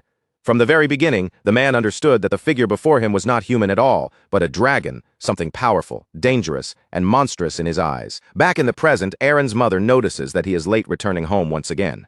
Seeing the tension weighing on her husband, she gently asks whether Ellison's earlier words are still troubling him. She quietly suggests that the way they have raised Aaron may need to change. In only a few more years, he will become observant enough to notice the truth for himself, whether they are prepared to admit it or not. Aaron's unusual growth makes hiding everything even more difficult, since his body is not developing like those of ordinary children. The father suddenly snaps at her wording, insisting that Aaron must not be called a child. To him, Aaron is nothing more than that being. At that exact moment, the door opens and Aaron finally returns home. His posture is weary and exhaustion is written clearly across his face. His mother immediately offers to warm his soup, while his father sternly asks why he returned so late and whether something happened. Aaron answers with surprising casualness, revealing an enormous development. He has learned how to control mana. Aaron explains that he tried teaching the other children, but none of them could make it work. They could neither sense mana nor produce it. That only confused him further because the older girls at the restaurant had clearly been able to feel the energy coming from him. He cannot understand why he alone seems so different. Then Aaron suddenly falls silent. His expression tightens, and after a tense pause, he tells his parents that there is something else he needs to say. Back in the tree, Ellison thinks about why he scolded Rurin so harshly. By teaching Aaron mana without his parents' consent, she did more than awaken his strength. She also gave him the ability to sense the energy, or complete lack of it, inside everyone around him. That new awareness could become devastating. If Aaron discovers the truth at the wrong moment or in the wrong place, every belief supporting his life could collapse all at once. Inside the house, Aaron finally voices what has been bothering him. His parents feel exactly like the other children. No matter how carefully he searches, he cannot sense even the faintest trace of mana coming from either of them. For the first time in his life, Aaron turns that question inward, with uncertainty clouding his face. He wonders whether he has been the strange one all along. His father responds immediately, cutting off the thought before Aaron can question it any further, and rushing to reassure him that nothing is wrong. He insists that Aaron is not different from anyone else, and dismisses the entire concern as simple exhaustion, telling him to eat his meal and get some sleep. The father promises that everything will feel completely normal again by tomorrow morning. When morning arrives, Aaron wakes with renewed excitement. He fully believes that today will finally be the day his parents sit down with him and properly explain everything that has been confusing him. Still convinced the previous night was only a misunderstanding, Aaron walks into their room to wake them. But the moment he steps inside, he finds no one there. The room is empty, and the entire house has fallen unnaturally silent. His voice begins to tremble as he searches from room to room. Aaron repeatedly tells himself that they must have gone outside to gather wood, desperately refusing to accept the conversation he overheard during the night. Eventually, his strength gives out, and he collapses, asking through his tears why they broke their promise to explain everything. Meanwhile, far from the empty house, Aaron's father directly confronts Ellison. He asks whether Ellison knew the truth from the very beginning, then finally admits that he and his wife have been lying to Aaron throughout his entire life. The truth is simple and devastating. They are not dragons. They possess no draconic blood or power whatsoever. They are nothing more than ordinary human beings. Overcome by fear and desperation, the couple suddenly lowers themselves before Ellison and begs him to teach them magic as well. They insist that they need power, claiming it is the only way they can protect themselves from what may come. Ellison and Rurin react to their plea in completely different ways. Their expressions shift at once, each of them sensing a different danger hidden within the couple's desperate request. Rurin grows tense as she studies them. Beneath their frantic words, she can feel something heavy and deeply unsettling, an emotion far darker than ordinary concern for their safety. Ellison's expression, meanwhile, turns cold and unreadable. He questions what they truly intend to do with such power and firmly demands an honest explanation for why they have suddenly become so desperate to obtain magic. At the same time, Aaron's bullies gather inside a nearby alley. Speaking in hushed, anxious voices, they go over what happened the night before and the frightening display of mana they witnessed around Aaron. Without warning, an armored knight approaches the group. The heavy sound of his footsteps echoes through the alley, and his overwhelming presence alone is enough to silence every boy there. The man reveals himself as a holy blood knight and slowly removes his helmet. With a calm but commanding tone, he asks for their cooperation, then produces a picture of Aaron. He confirms that the boy they have been dealing with is now officially regarded as a threat to the entire territory. Meanwhile, back at the restaurant, Ellison finally reveals what has troubled him from the start. At first, he assumed the couple had simply taken Aaron into their home without understanding what he truly was. But after discovering that Aaron was a dragon, they did not continue behaving like ordinary humans. Instead, they immediately began thinking and acting as though they were dragons themselves. The parents become visibly nervous and hurriedly ask whether Ellison has already revealed the truth to Aaron. Ellison answers without hesitation, his voice remaining calm and measured. No, he has not told Aaron the truth. Aaron's father immediately begs Ellison never to reveal the truth. His voice turns desperate as he insists that Ellison could never understand what it is like for two ordinary humans to live every day while raising a dragon as their own son. At those words, Rurin's expression instantly hardens, and every trace of sympathy disappears from her eyes. She sharply asks whether fear has been driving them all along, the fear that their secrets might finally be uncovered, and that everyone would learn about the cruelty and abuse they had inflicted upon Aaron. Inside Rurin's mind, every suspicious detail suddenly seems to fit together.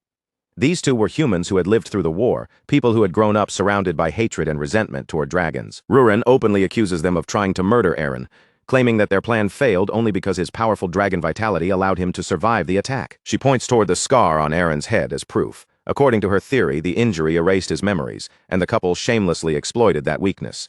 They pretended to be his parents, placed him among humans where he would inevitably be isolated and bullied. And now that the truth was closing in, they wanted magic so they could finally hurt him with their own hands. Aaron's father immediately panics and denies every accusation. He asks how they could possibly do something so monstrous to Aaron. His wife hurriedly agrees, reminding Rurin that the red dragons started the war, not the silver dragons. They had no reason to direct their hatred toward an innocent silver dragon child who had done nothing wrong. Certain that her reasoning is flawless, Rurin slowly turns toward Ellison and waits for him to support her. Instead, she finds him staring back at her with complete and unmistakable confusion. Trying to spare her as much embarrassment as possible, Ellison gently tells Rurin that she needs to stop inventing wild conclusions entirely on her own. An awkward silence hangs in the air, but it lasts only a moment before the couple finally begins explaining the truth. Long ago, they had served dragons inside the sanctuary.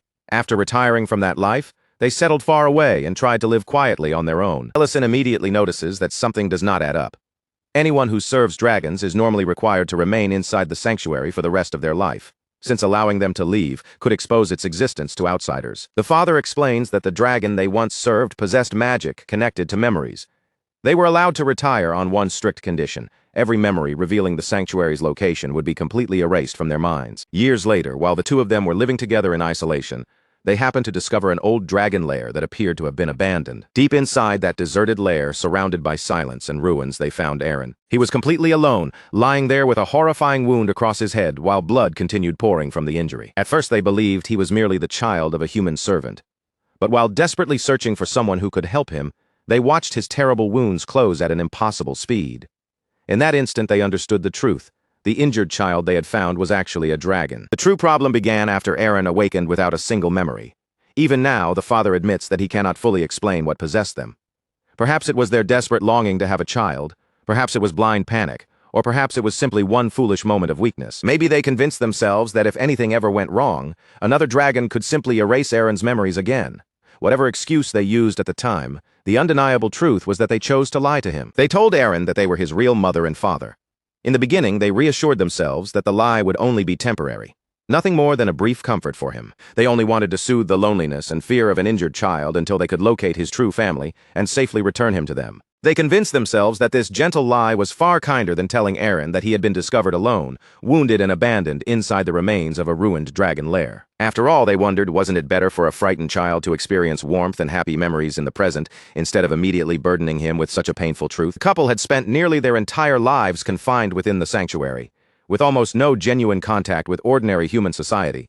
To them, Aaron's sudden arrival felt like a miracle, a blessing they had never dared to hope for. Before either of them fully understood what was happening, their temporary affection became something much deeper. They wanted to continue raising Aaron as their own son, even while knowing that the peaceful life they had created could never last forever. As time passed, Aaron began returning home with more and more questions. Why was his body not growing like those of the other children? Why did everyone around him become older each year while he remained unchanged? And most painfully of all, why was he so different from everyone else? Ellison quietly pieces together what they did next. Since they could no longer convincingly raise Aaron as an ordinary human child, the couple made a desperate and irrational choice. Rather than reveal that Aaron was a dragon, they decided to pretend that they were dragons too. The father explains that both of them were already growing old. No matter how desperately they wished otherwise, their human bodies would continue aging with each passing year. So they dyed their hair and created another lie for Aaron. They claimed that silver was their natural hair color, and that maintaining their brown-haired human disguises had simply become too tiring as they grew older. They even invented elaborate dragon names for themselves, presenting those false names to Aaron as though they were secret identities hidden from the human world. Every lie and every disguise served one desperate purpose. If Aaron ever discovered that he was a dragon, they planned to claim that they were dragons as well, merely pretending to be humans. They were willing to say or do anything if it allowed them to remain his parents. Ellison finally understands why the couple had begged him to teach them magic. They were not seeking strength for battle. They wanted some form of proof that they truly belonged at Aaron's side. Rurin forces them to face the painful truth. Even if they somehow learned magic, it would remain nothing more than another trick. Magic would not stop their human bodies from aging, and at best, the deception might fool Aaron for only another 20 years. The father's voice begins to tremble as he asks whether she understands how long they have actually been able to live with Aaron. It has only been 5 years, just 5 painfully brief years together. Yet during those 5 years, their feelings became completely real.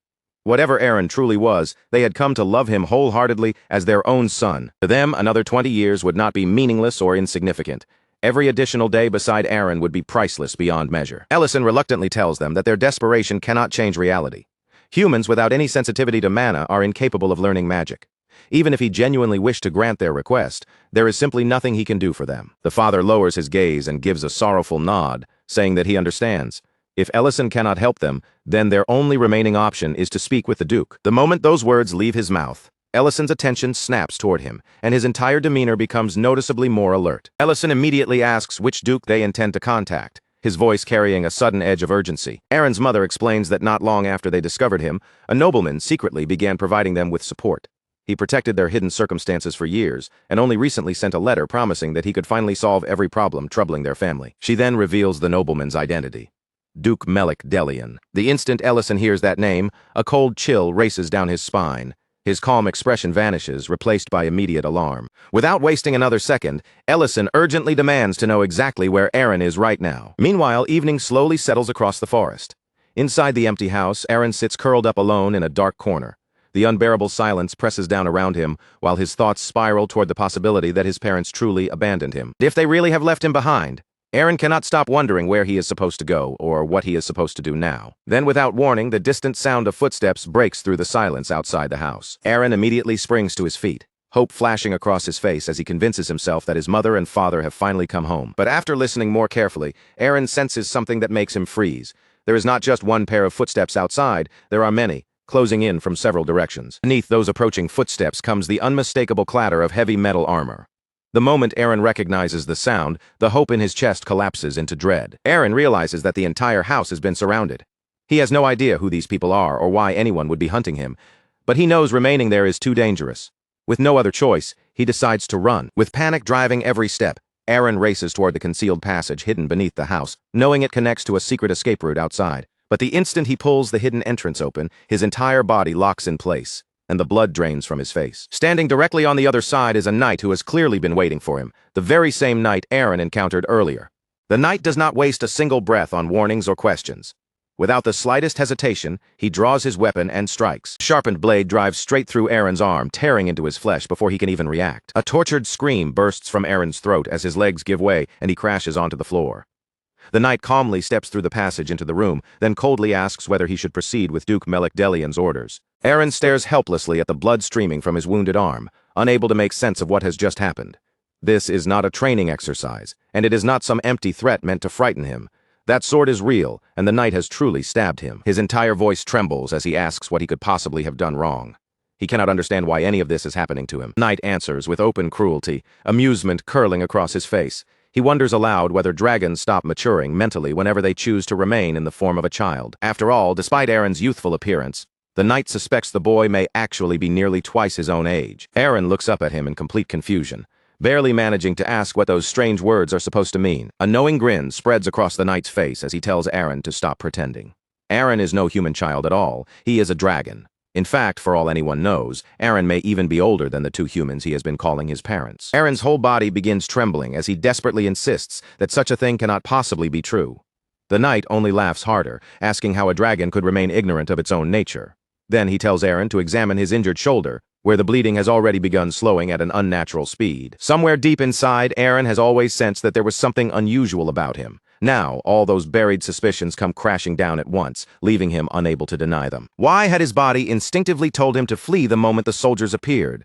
Why had he always felt so different from the other children? Why did people constantly stare at him as though something was wrong? And most painful of all, why had his parents abandoned him? His voice breaks beneath the weight of the thought that has begun tormenting him. He asks whether they left because he really is a monster a creature that can never belong among ordinary people. The knight offers him no answer and shows no trace of sympathy. He simply raises his sword once more and swings it toward the defenseless boy. Before the blade can reach Eren, someone suddenly slams into him from the side and pulls him out of its path. To Eren's disbelief, his rescuer is Carl, the very same boy who had spent so much time bullying him. Carl glares at Eren and shouts furiously, demanding to know why he simply stood there and waited for the knight to kill him. Grabbing Eren tightly, Carl begins dragging him away from danger while demanding to know what crime he could possibly have committed to deserve being hunted by armed knights. Eren weakly tries to tear his arm free, telling Carl to let him go because he is a monster, someone completely different from everyone else. Carl immediately snaps back without slowing down. So what if Eren is different? That does not make his life worth any less. Carl admits that picking on someone simply because they were different was the kind of foolish thing only an idiot like him would do. Then he angrily asks how Eren can surrender before they have even begun. Eren still owes him lessons in both studying and exercise after all. Unfortunately, the knight closes the distance between them almost instantly, his armored footsteps rapidly bearing down from behind. This time, the knight coldly declares that being different matters far more than Carl understands. With those words, he drives the tip of his sword straight toward them. Just before the weapon can strike, a brilliant barrier of golden light suddenly bursts into existence and stops the blade completely. Eren's father steps forward from behind the glowing shield, his posture steady and his voice filled with conviction.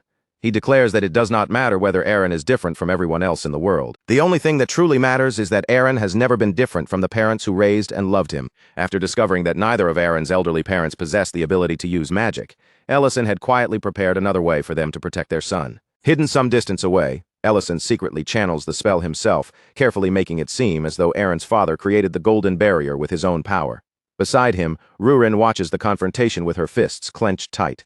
By now, she has lost all interest in talking things through and wants nothing more than to march over and punch the knight herself. Eren stares at his father with wide, astonished eyes. From where he stands, something utterly impossible has just happened. His ordinary father has suddenly used powerful magic. The knight is equally stunned, unable to reconcile the sight with the information he was given. He had been assured that Eren's guardians were nothing more than powerless human civilians. Recovering from his shock, he angrily calls out and orders the soldiers hiding nearby to reveal themselves. At his command, armed troops pour into the area from every direction, rapidly surrounding the house and cutting off every visible path of escape. Enraged by the situation, the knight lashes out and strikes one of his own men. He demands to know how a wounded child and an elderly couple managed to slip through what was supposed to be a flawless encirclement. Eren nervously watches more and more soldiers fill the area. His father, meanwhile, keeps up the performance and confidently claims that he sensed every one of them long before they emerged. Then the old man's gaze shifts downward and lands on the dark blood soaking through the fabric around Eren's injured arm. He asks why Eren never defended himself, especially after his mana had already awakened. Eren lowers his voice and explains that both his mother and father always taught him that he must never resort to violence, no matter what happened. The moment he hears that answer, the old man finally understands what their teachings have done. Those strict words were never born from wisdom or confidence. They came from fear, the fear of two ordinary parents who believed they were unqualified to guide, restrain, or protect a child born as a dragon. He gently places a hand on Eren's head and admits the truth. They only warned him against violence because they were terrified he might accidentally injure children who appeared to be the same age as him. Then he slowly turns toward the surrounding knights, and all warmth leaves his expression. With an icy glare, he declares that grown adults who deliberately harm children are an entirely different matter. The knight sharply warns him not to fill Eren's head with such reckless ideas. Behind him, however, several soldiers exchange uneasy looks and quietly question whether they are truly expected to kill an actual dragon. Eren's father suddenly strides forward with exaggerated confidence, sweeping his arm out as he dramatically announces that he is about to unleash the overwhelming power of dragon magic.